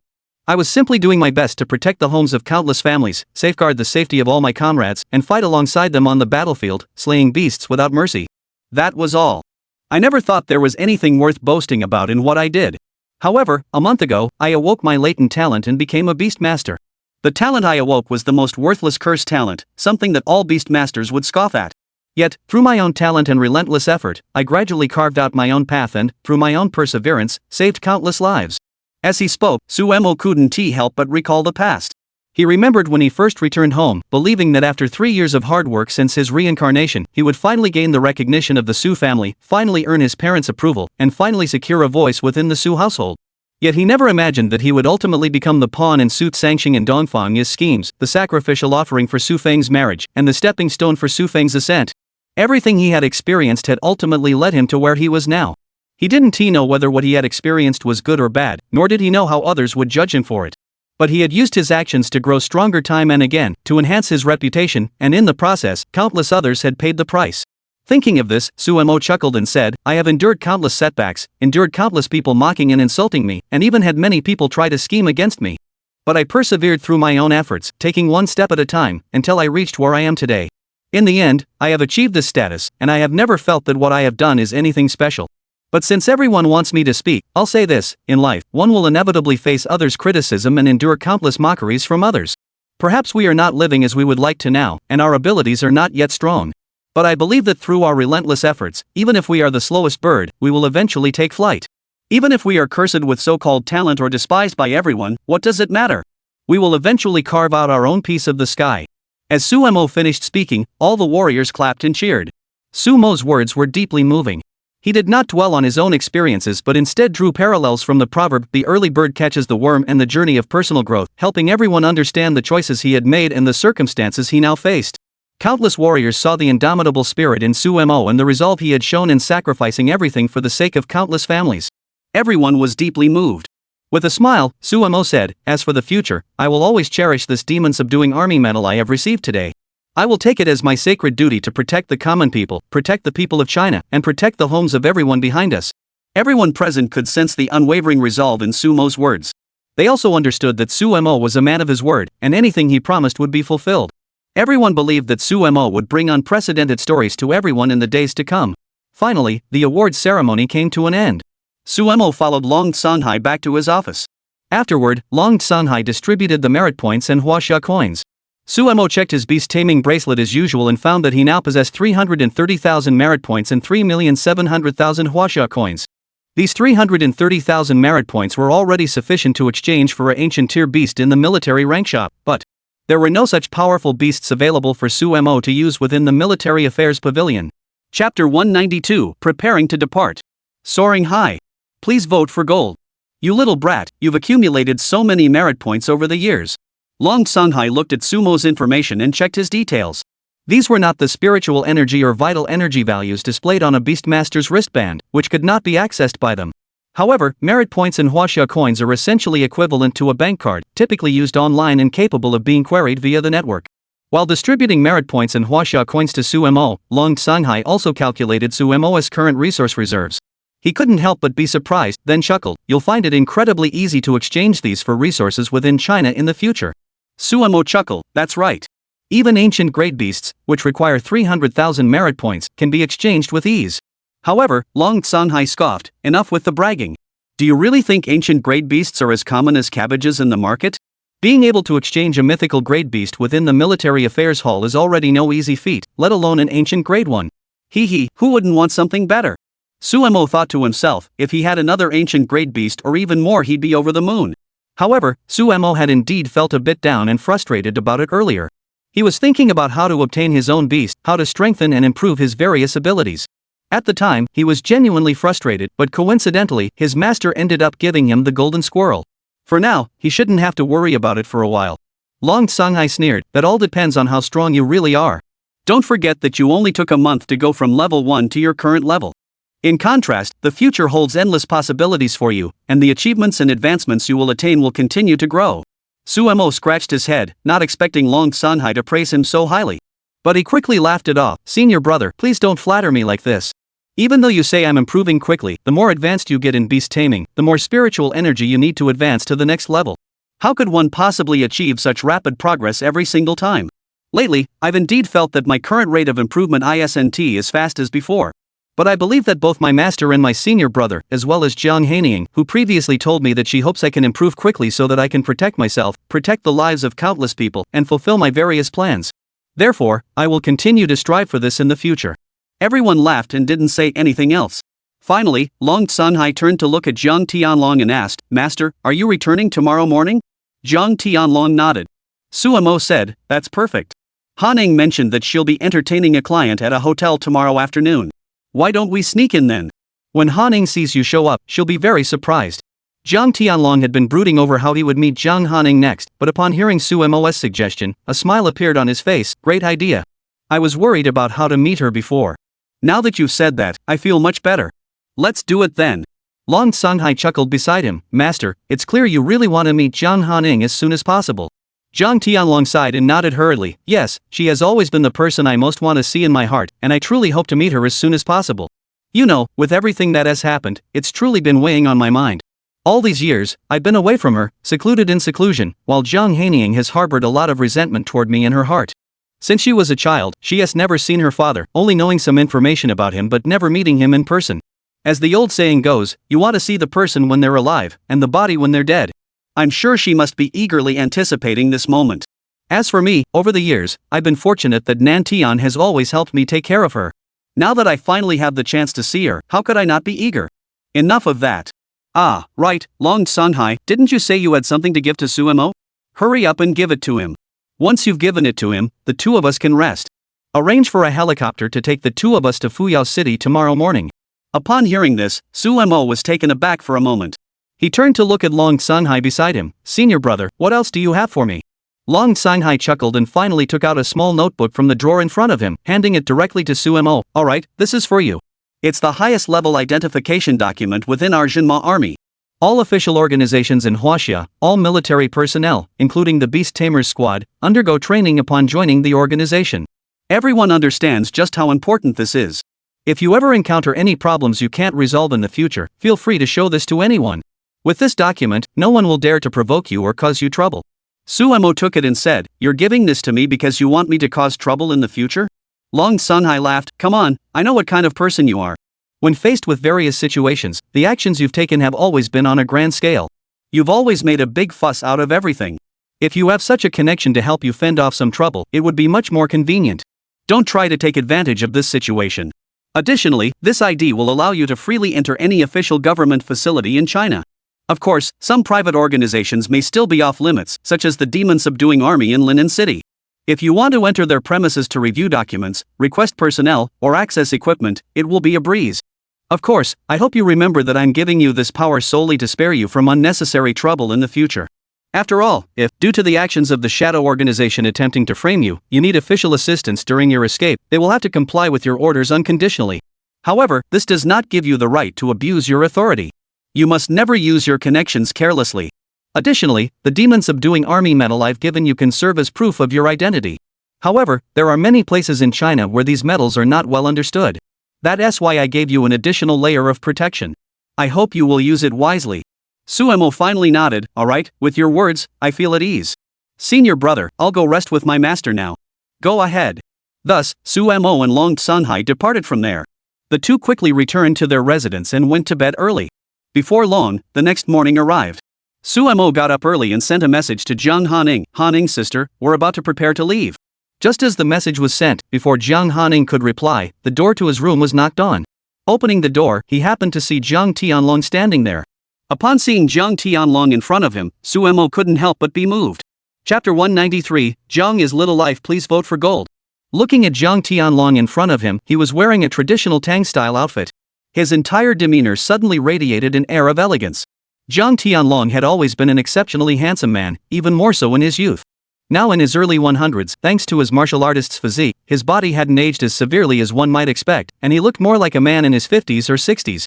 However, today Jiang Tianlong had specially dyed his hair. Not a single strand of white hair was visible on his head, and dressed in his Tang-style attire, he stood there with a straight posture, looking incredibly handsome. Suemo couldn't help but stare in awe. Jiang Tianlong, curious, asked, "You silly boy, what are you looking at? Is there a flower on my face?" Suemo shook his head hurriedly, chuckled, and said, "There's no flower on your face. It's just that your outfit today is too stylish. How does that look like someone who's lived over 100 years? You look like a middle-aged man in his 30s or 40s. As he spoke, Suemo suddenly stopped. A word flashed through his mind, but he thought better of it, fearing it might offend Jiang Tianlong. On the other hand, Jiang Tianlong caught on and sneered, "If you dare to call someone a human-shaped dog, I'll beat you so badly your own mother wouldn't recognize you." Suemo chuckled, "Alright, I won't say it then." Jiang Tianlong said, "Hey, so you really were going to say human-like but dog-like, weren't you? Don't you have any other words?" Suemo chuckled again. Sometimes words just wouldn't come to mind. "Master, younger brother, why are you up so early?" A voice rang out at that moment. Turning around, it was none other than Long Sunhai. Long Sunhai walked up, looking energetic and refreshed, clearly having had a good night's rest. He then chuckled and said, "How about it? Did you rest well?" Suemo and Jiang Tianlong nodded. Long Sunhai continued, "Let's go. We'll head to the canteen in the combat zone for a quick breakfast. After that, I'll immediately arrange a private jet to take you to Fuyao City. Additionally," Long Sunhai glanced at Suemo and said, "Disciple, once you arrive in Fuyao City, be sure to stay safe. After my master meets Jiang Hanying, he'll likely have to leave immediately to attend to his own matters. I think you should know what he plans to do. However, I hope you understand that in the future, there won't always be someone by your side to protect you. You must constantly grow stronger, improve your abilities, and only then will you be able to face one crisis after another and gradually ease everyone's concerns about you. Remember this, only by becoming strong and capable of protecting yourself can you avoid being repeatedly affected by danger." Suemo nodded seriously and said, "Don't worry, senior brother Long, I remember." The three of them entered the cafeteria, had a simple breakfast, and it was already 8 a.m. Suemo and Jiang Tianlong sat in the military vehicle, heading toward the airstrip in the combat zone. At that moment, Sumo's phone rang. Glancing at Jiang Tianlong sitting in the front passenger seat, Suemo checked his phone in the back seat. It was a message sent by both of them. One was from Jiang Hanying, who wrote, "Little brother, have you left yet? I'll arrive at the hotel around 11:30 a.m. I'll negotiate the details of my collaboration in advance and arrange for some of my friends to set up the scene at the location beforehand. This way, when the old man arrives to meet me, he'll be completely unaware of anything. Finally, I'll give him a surprise he'll never forget. Seeing Jiang Hanying so eager and hardworking, even sending him a few photos of the scene setup, which looked very warm and heartfelt, it was enough to move anyone who saw them. Suemo chuckled and replied, "Don't worry, we're currently heading to the helipad. We should arrive at the war zone in Fuyao City around 11:30 a.m. From there, we'll take a car to the hotel you arranged, and we should arrive by 12 p.m. Jiang Hanying hurriedly replied, "Alright, I'll wait here then. You don't need to contact me again once you arrive, to avoid the old man finding out. I've already arranged for someone to keep an eye on the hotel front desk. As soon as they see the two of you, they'll inform me immediately." After that, Suemo exited WeChat. Next, Suemo looked at the message sent by another person, who was Jiang Ya. Jiang Ya wrote, "Suemo, are you coming back today? He. I really want to see you come back, to make sure you're not hurt, and I also want to show you how much I've grown recently. I've already become a level 7 beast tamer, and my strength is now unrecognizable from before. From now on, I'll definitely be able to stay by your side, fight alongside you, and grow together with you." Seeing how quickly Jiang Ya had grown to become a level 7 beast tamer, Suemo couldn't help but feel a little surprised. Thinking back to all the years she had spent following him around, calling him Suemo brother every day like a little shadow, Suemo found it amusing. Thinking about how she had always cared so much about him, Suemo felt deeply moved. Then, Suemo tapped the screen and replied, "I'm currently on my way to the military zone's helipad. I should arrive in Fuyao City by noon today. However, I have some personal matters to attend to, so I'll probably get back to Fuyao Academy around 3 or 4 in the afternoon. Let's go out for dinner together that night." Jiang Ya quickly fell into typing mode. Soon after, Suemo saw Jiang Ya's reply, "Sure, that sounds great. I'll have finished eating by then too. Speaking of which, it's quite a coincidence. This morning, my roommate called me over and said that we've finally become roommates and hoped we could get along well from now on. Then my roommate decided that we should all have lunch together. Suemo, by the time we finish eating, it'll be around 3 or 4 o'clock. After lunch, we'll head back to the Fuyao Academy. I'll accompany Suemo to the boys' dormitory first. Once you've gotten to know your roommates and found your own dorm, we'll go out for dinner together. He. Today, I'm going to treat Suemo to a feast." Suemo saw this and chuckled, sending a doting emoji before reminding Jiang Ya to be careful and stay safe. However, Suemo had no idea that the meal Jiang Ya was planning would pose such a great danger to the two of them. Chapter 194, Jiang Ya's Extraordinary Talent. Please vote for gold. Watching Jiang Ya reply to some messages, Suemo gave a few more instructions before exiting the chat. He put away his phone and looked up. He happened to see Jiang Tianlong turn his head just then, smiling at him. Suemo asked curiously, "Master, what do you think I'm doing? Why does it feel like your expression is a bit off?" Jiang Tianlong chuckled, "Come on, what are you up to? Chatting with your little girlfriend again?" Suemo smiled slightly, looking a bit embarrassed. Jiang Tianlong wasn't stupid. He immediately realized he'd hit the nail on the head. He sighed and said, "You young people these days, always caught up in love and romance. However, even though I don't know much about your girlfriend, I still feel I should give you a piece of advice. You have too many responsibilities on your shoulders and too many things to do. Don't let these romantic entanglements affect your future growth. Though an old man like me shouldn't interfere in your love life, I still hope you'll understand some basic truths." Suemo nodded firmly and said, "Master, please rest assured. I know that growth is the most important thing for me at this stage. And please rest assured that Dragon Senior Brother also knows that my girlfriend isn't just an ordinary person. She just told me in our chat that she has already advanced to a level 7 beast tamer. Breaking through from level 1 to level 7 in just 1 month is already an extraordinary achievement." Oh? Jiang Tianlong was surprised to hear this. He then glanced at Long Sanhai, who was driving, and saw him nod. Long Sanhai chuckled, "Yes, master, there's no need to worry. Sumo's girlfriend is quite talented. By now, she has indeed become a level 7 beast tamer. Achieving such growth in just 1 month is truly astonishing. Her family runs a beast taming supply store, but they don't have many resources, so her parents haven't given her much help." "Oh, I see." Jiang Tianlong was slightly surprised. A young girl who hasn't received much help, yet in just a month she's risen to the rank of a 7th grade beast tamer. That's truly no small feat. Compared to the prodigies from prominent families, the gap is vast. In recent centuries, since the widespread development of genetic biotechnology, countless wealthy families now have the backing of gene biotechnology companies.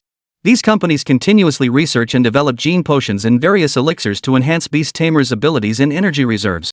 Nowadays, as long as you have the money, you can cultivate a genius in the Beastmaster realm. This is no longer a secret. Suemo nodded in agreement. For instance, Sumo's younger brother, Su Feng, had been trained at home for 18 years, drinking gene-enhancing potions daily. After such a long time, he eventually became an SS-ranked beast tamer. Additionally, children from wealthy families in other cities can also rely on such training to forcibly enhance their genetic physique. This allows countless children to awaken with extraordinary abilities in the future. For example, Lin Fe, the young master of the Lin family group in Fuyao City, and Xu Feng both believed that everything they possessed was rightfully theirs. They believed that these privileges were meant to be theirs from the start. Ultimately, this led to the two of them. One was humiliated by his own arrogance, and the other, despite being a second-year student at Fuyao Academy, is merely an 8th-grade beast tamer. When they went to Linen City, Su Mo also gave him a severe lesson. These two are prime examples of what not to do. But to be honest, Long Sanghai continued, this year's Fuyao Academy is far more rigorous than in previous years. I specifically looked into it. There are several beast masters between levels 10 and 15 at the Fuyao Academy this year, and even more dozens between levels 5 and 10. Such a situation has never occurred in previous years' admissions to the Fuyao Academy. Take last year as an example. Among the freshmen admitted to the Fuyao Academy last year, there wasn't a single one between levels 10 and 15. There were only 6 or 7 beast masters between levels 5 and 10, including Lin Fe, the young master of the Lin family from Fuyao City. If I recall correctly, you had a minor conflict with him before, didn't you? Suemo scratched his head. Senior brother, you really do know everything. Long Sanhai rolled his eyes. Enough with the act. Do you really think I don't know what you've been up to in Linen City? You're just too attention-seeking. Ever since you broke my senior score during the freshman entrance exam and set a new world record, I've been keeping an eye on you ever since. What I didn't expect was that your brother, along with your parents, would scheme against you so thoroughly, even keeping it from me. If it weren't for the things you did, I probably wouldn't have figured it out until the end. But to be fair, your achievements now have already surpassed mine at the same age. In the future, I look forward to seeing you achieve even greater success, so that all of China, and the entire world, can witness the Eastern miracle that belongs to our nation. Suemo was taken aback. He never imagined that Long Sanhai held such high expectations for him, even hoping that he would achieve great feats on the world stage. Zhang Tianlong chuckled, enough. Don't put so much pressure on my disciple. He's only 18 years old. When you achieved such feats, you were already in your early 20s. Can you please not push him so hard? Long Sanhai sighed helplessly. It's not me pushing him, it's reality that's pushing him. Now, all nations have realized that the Shadow Organization has changed its usual tactics. They no longer freely invade our Chinese borders or other countries around the world. Instead, they've started infiltrating gradually. It's not just within China, other countries have also discovered the infiltration of mysterious individuals. They appear on the streets and alleys, and we can't help but suspect that this might be the work of the Shadow Organization. In the future, the Shadow Organization may even pose a significant threat to China and other nations around the world. If someone infiltrates Fuyao City, and if the Shadow Organization targets Suemo and takes action against him, what do you think we should do then? Zhang Tianlong rolled his eyes in exasperation. What? Are you planning to have your own disciple take the blame for what your own brother did? Long Sanhai's face turned grim at Zhang Tianlong's words. For a moment, he felt a sense of helplessness. Chapter 195. Zhang Tianlong gets nervous too? Please vote for gold. Long Sanhai knew that the things his younger brother had done were now harming the entire world. In theory, Long Sanhai had no reason to place all the pressure on Suemo. However, with the world undergoing such drastic changes, the Shadow Organization was like an insidious insect, infiltrating every corner of the earth. Long Sanhai couldn't help but consider the possibility that Suemo might encounter some unexpected danger. After some thought, Long Sanhai finally said helplessly, Master, it's not that I'm putting the pressure on him. In fact, it is indeed the actions of the Shadow Organization over the years that have left us with no other choice. Although I must admit that Long Guochen is my own brother, our differing ideologies led him to betray me and ultimately establish the Shadow Organization. However, it must be said that the Shadow Organization is now everywhere. Their ultimate goal is likely to eliminate the genius beast tamers among humanity. Although the Fuyao Academy is the top Beastmaster Academy in China, the military has set up extensive defenses around the academy. The purpose is to prevent those talented beast tamers from suffering even the slightest harm, so they can grow quickly within the academy. As the car approached the helipad and came to a stop, Long Sanhai didn't rush to get out of the car. Instead, he turned around and looked at Suemo. He spoke seriously, Junior brother, I know that placing such pressure on you without reason is indeed irresponsible. Even I understand that everything we are going through now is likely closely tied to the ideological differences between me and my younger brother 100 years ago. But I must admit that the facts are now before you, and you must act accordingly. Though you may feel resentment or helplessness in your heart. But I hope you will strive to grow stronger for your own goals, for your own safety, and for everything that is at stake. Suemo nodded firmly, don't worry, senior brother. He then looked at Zhang Tianlong with a smile, Master, please don't blame my senior brother. After all, no one wants such things to happen. Who could have imagined that my senior brother's own younger brother would grow to such a state and establish such a massive organization? But since it's already happened, we can't blame others. It can only be said that Long Guchen was too narrow-minded in his heart and ended up making one mistake after another. My senior brother couldn't stop him, and that's understandable. As for me, I will certainly grow stronger as soon as possible and will never let any of you worry or be disappointed. Jiang Tianlong sighed upon hearing these words, and the three finally got out of the car. Jiang Tianlong patted Sumo on the shoulder and said, "My child, you've worked hard. Old man, I know this must be a huge pressure for you, but I also clearly understand that you carry secrets that no one else knows. These secrets will inevitably become your trump card, enabling you to grow stronger time and time again. At present, you have already become an outstanding figure among your peers, achieving the rank of a 21st level beast tamer in just 1 month, a feat that is truly astonishing. However, this trump card will also inevitably become the target of others' envy, something they will seek to destroy at all costs. The Shadow Organization will inevitably discover the extraordinary abilities you possess and may even seek to eliminate you at all costs. You must possess absolute self-defense capabilities before they discover you. Only then can you live safely and soundly." Suemo nodded seriously. "Master, I understand.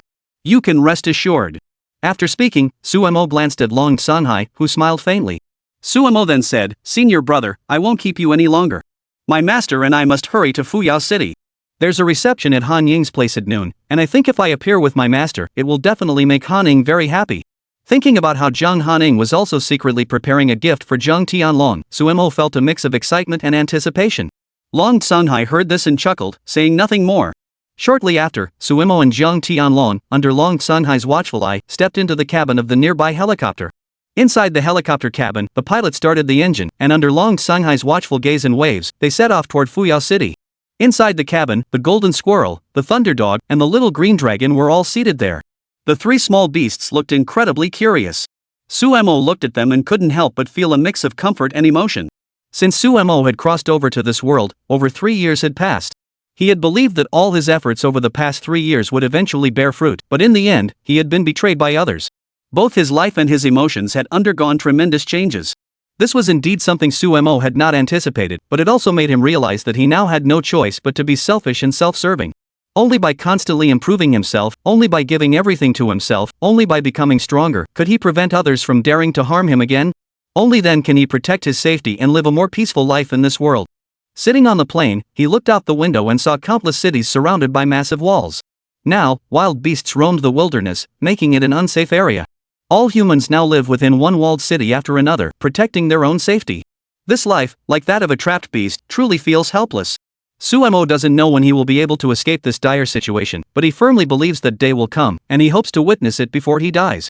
At exactly 11 a.m., the helicopter landed within the demon-suppressing army's military zone in Fuyao City. After getting off the helicopter, he boarded a car with 3 tamed beasts and did not send any messages to Jiang Hanying. The car sped toward the hotel where Jiang Hanying was staying. Along the way, Suemo noticed that Jiang Tianlong was sitting beside him, his expression unusually tense, constantly rubbing his hands to express his current emotions. Suemo chuckled, "Don't be nervous. This is the day you've been waiting for, and I'm sure Hanying will be very happy to see you." Jiang Tianlong chuckled and sighed, "Even though you've been trying to comfort me all along, I've been looking forward to this moment too. But now that I'm actually here, about to take this step, I still feel very nervous." Never mind. It's almost time. I'll just close my eyes for a moment." After saying that, Jiang Tianlong pretended to doze off. Suemo knew full well that Jiang Tianlong wasn't really resting, he was probably just trying to ease his own tension. Chapter 196, The Shadow Organization Leaves No Stone Unturned. Please vote for gold. As he watched the steel jungle rush past his vision, Sumo's heart was filled with mixed emotions. After everything he had been through, he finally had the opportunity to arrive in Fuyao City, to embark on a new chapter of his life. However, Suemo also knew that the challenges awaiting him would only grow more daunting. The Shadow Organization was secretly plotting against him and would certainly take action against him. All of this would become the crises Suemo would have to face in the shadows. Suemo is also worried about what the Shadow Organization might ultimately do. But no matter what, the only thing he can do now is to grow stronger as quickly as possible. With a sudden screech, just as Suemo was deep in thought, the car came to an abrupt halt. The car came to a halt, and Jiang Tianlong, sitting beside him, suddenly opened his eyes and spoke with an unhappy expression. "What's going on? Why did you suddenly brake so hard? Drive the car more carefully. We're not in a hurry for anything. Why the rush?" Jiang Tianlong didn't seem upset by this. Instead, he comforted the driver in front of him. However, the driver turned around and said apologetically, "Sir, I'm truly sorry. There was an accident ahead. Two cars collided suddenly, and I reacted quickly. Otherwise, our car would have been involved as well. Suemo leaned forward to look and saw that the two cars ahead had indeed collided, instantly engulfed in flames. Suemo got out of the car without hesitation, and Jiang Tianlong followed closely behind. Suemo rushed forward, looking at the two cars engulfed in flames, clearly at risk of exploding. He hurriedly waved his hands and called out to the soldier, instructing him to quickly evacuate the surrounding crowd. Then, Suemo walked up to the rear-ended car. The driver had already opened the door and was stumbling away to the side. He was also worried that the towering flames might eventually cause the car to explode, which would mean certain death for him. However, there was no movement from the vehicle behind. Suemo frowned and walked forward, peering through the window. He saw that the car door was already engulfed in flames, and the flames were erupting from the engine compartment. The airbags had been deployed, and the driver was unconscious. More and more onlookers gathered around, drawn by the commotion. People, after all, love a spectacle and enjoy gathering in crowds. Suemo, seeing this scene, froze for a moment. He shook his hands and shouted, "What are you still looking at? The car will explode any moment now. No one will survive." The crowd, hearing his words, finally began to disperse. Suemo then exerted all his strength, relying on his now formidable physique, and forcefully pulled open the car door. He rushed forward, wrapped his arms around the unconscious male driver, and carried him to an open area nearby. Carefully and without hesitation, Suemo began to perform chest compressions on the man while continuously shouting his name. Soon, the man finally regained consciousness. Upon seeing Suemo, he asked dazedly, "Where am I? What happened to me?" Suemo explained what had happened, and soon a group of police cars arrived at the scene. Seeing that the road ahead was impassable for the time being, Suemo thought about not delaying Jiang Hanying's plans for the day, so he parked the car by the roadside, and the three of them prepared to walk toward the hotel via a nearby alley.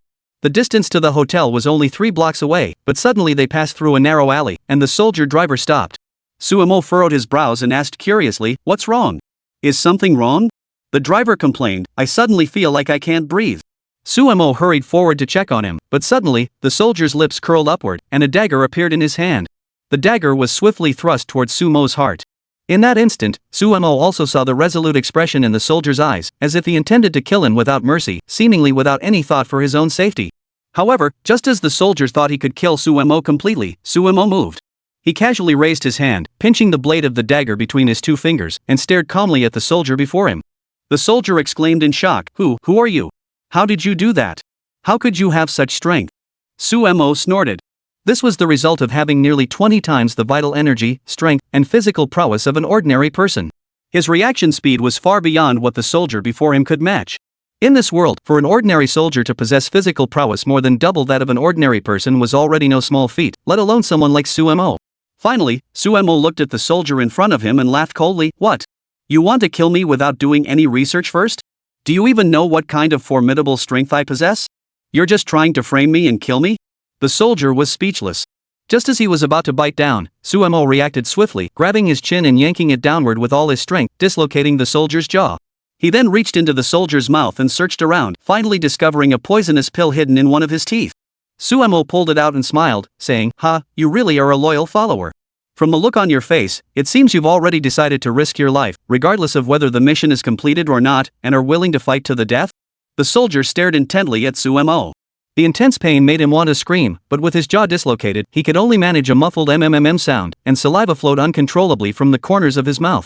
Suemo clapped his hands and said, "All right, I never expected you to hold out this long before acting.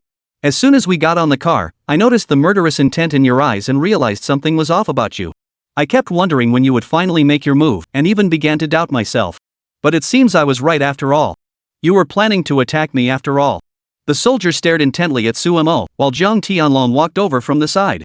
He spoke slowly, "This seems to be getting complicated. This man must be from the Shadow Organization. It seems the Shadow Organization has infiltrated too deeply, even the soldiers in the demon-suppressing army's military zone have been infiltrated. If that's the case, I can't help but wonder if there are Shadow Organization members among the soldiers who can get so close to the two of us. If that's the case, wouldn't that mean there are also Shadow Organization members among the officers?" Jiang Tianlong furrowed his brows and continued, "That's the Shadow Organization. Though we don't know whether this soldier joined the demon-suppressing army with the intention of infiltrating from the start, or was later coerced and bribed by the Shadow Organization into defecting. But regardless, this is a warning to the demon-suppressing army. I think we should report this to Long Sanhai." Chapter 197, A Knife to the Heart. Please vote for gold. Suemo pondered repeatedly before finally settling on this course of action. He thought that only by reporting this matter to Long Sunhai could it be resolved. Apart from Long Sunhai, there was likely no one else in the demon-slaying army whom he could trust. If we encounter others here, things might become even more complicated. Then, Suemo looked at the soldier in front of him, gave a cold smile, and said in a low voice, "Hey, I have a question for you. I hope you answer honestly. Do you know anything about the Shadow Organization? Soldier, if you know, I hope you can blink twice." The soldier stared intently at Suemo, seemingly unwilling to give him any opportunity. Just as Suemo was about to say something else, two piercing sounds suddenly echoed through the air. Turning his head, he saw two arrows suddenly appear on either side, speeding toward Suemo and Zhang Tianlong. Before Suemo could react, the golden squirrel on his shoulder moved in response to his thoughts, instantly forming a sturdy barrier around them. The barrier directly blocked the arrow's attack before dissipating. Following closely behind, Suemo and Zhang Tianlong looked to the left and right, just in time to catch a glimpse of two figures darting out of two rooms in the nearby high-rise buildings. Suemo quickly processed the information in his mind, wondering if the appearance of those figures was related to the Shadow Organization. At the same time, he and Zhang Tianlong had reached an unspoken agreement. While capturing the two figures would be relatively straightforward, it might lead to a diversion, leaving the soldiers in front of them unguarded. Zhang Tianlong shouted suddenly, "You stay here and keep watch. I'll be back in a moment." As soon as he finished speaking, Zhang Tianlong pushed off with his legs, and with a loud boom, his entire body shot into the sky. The sound was so loud that even the ground beneath Sumo's feet trembled slightly. Moments later, Jiang Tianlong appeared on the balcony of a nearby building, dozens of meters above the ground, exactly where one of the men had appeared earlier. As Jiang Tianlong disappeared from his sight, Sumo's mouth opened slightly. He had wanted to warn his master not to risk his life, but since Jiang Tianlong had decided to go, Suemo could only grit his teeth and wait here. Thinking about Jiang Tianlong's current strength, he was considered the strongest fighter in all of China. If even he couldn't withstand the attack, then there was nothing left to do but leave it to fate. Just then, footsteps echoed in the distance. Suemo turned his head and saw an old man slowly approaching. The old man was carrying a basket of vegetables, having finished washing them, and was preparing to go home. At the same time, Suemo blocked the soldier behind him. Suemo thought to himself, "Don't let the old gentleman be scared by what's happening here." In the current world, beast tamers were already a common sight in every city, so the old man didn't show any signs of panic. As the old man approached Suemo furrowed his brows slightly. He caught a whiff of a fragrant aroma. The scent captivated Suemo, causing him to inhale deeply without thinking. However, in the next instant, Suemo suddenly felt his head grow dizzy, and the three beasts beside him began to sway unsteadily. Suemo quickly turned his head, his expression slightly puzzled, and looked at the old man in front of him, furrowing his brows and saying, "You're the one who appeared in that building earlier, aren't you?" The old man chuckled and straightened his back. Upon closer inspection, the old man appeared to be in his 50s or 60s, but his demeanor was completely different from his earlier feigned frailty. He walked with a confident stride, his eyes sparkling with vitality. As he spoke, a snake and a toad crawled out of the basket in his hands. The snake slithered up the old man's arm, coiling itself around his head, constantly flickering its tongue like a predator fixated on its prey, glaring at Suemo with a hiss. The toad also jumped onto the old man's shoulder at that moment. The old man chuckled and said, "Suemo, I didn't expect you to react so quickly, but unfortunately, you reacted too late. Let me introduce myself. I am Lin Fe, you can call me Old Li. I am a 19th level beast tamer. My rank isn't very high, but no one has ever survived my beast taming techniques. See those two beasts? A snake and a toad. They both carry deadly venom. When they attack, they can instantly weaken you for several minutes, after which you will fall into a deep coma. At the same time, your mental energy will be completely sealed. You will be unable to use your mental energy at all.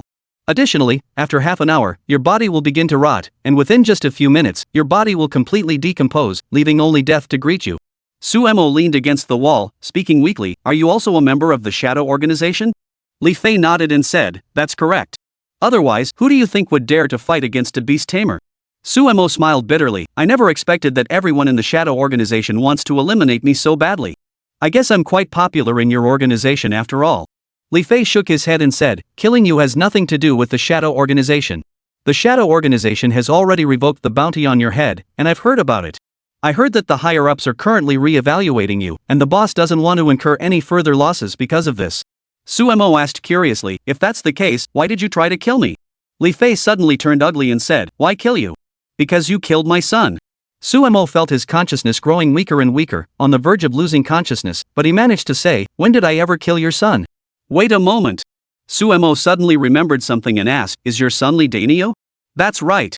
Lin Fe roared angrily, charging forward, and glaring at Suemo with clenched teeth. Sumo, I have no interest in the bounties posted by the Shadow Organization, and even an old man like me isn't that interested in money. I just want to live my life in peace, but you shouldn't have hurt my child.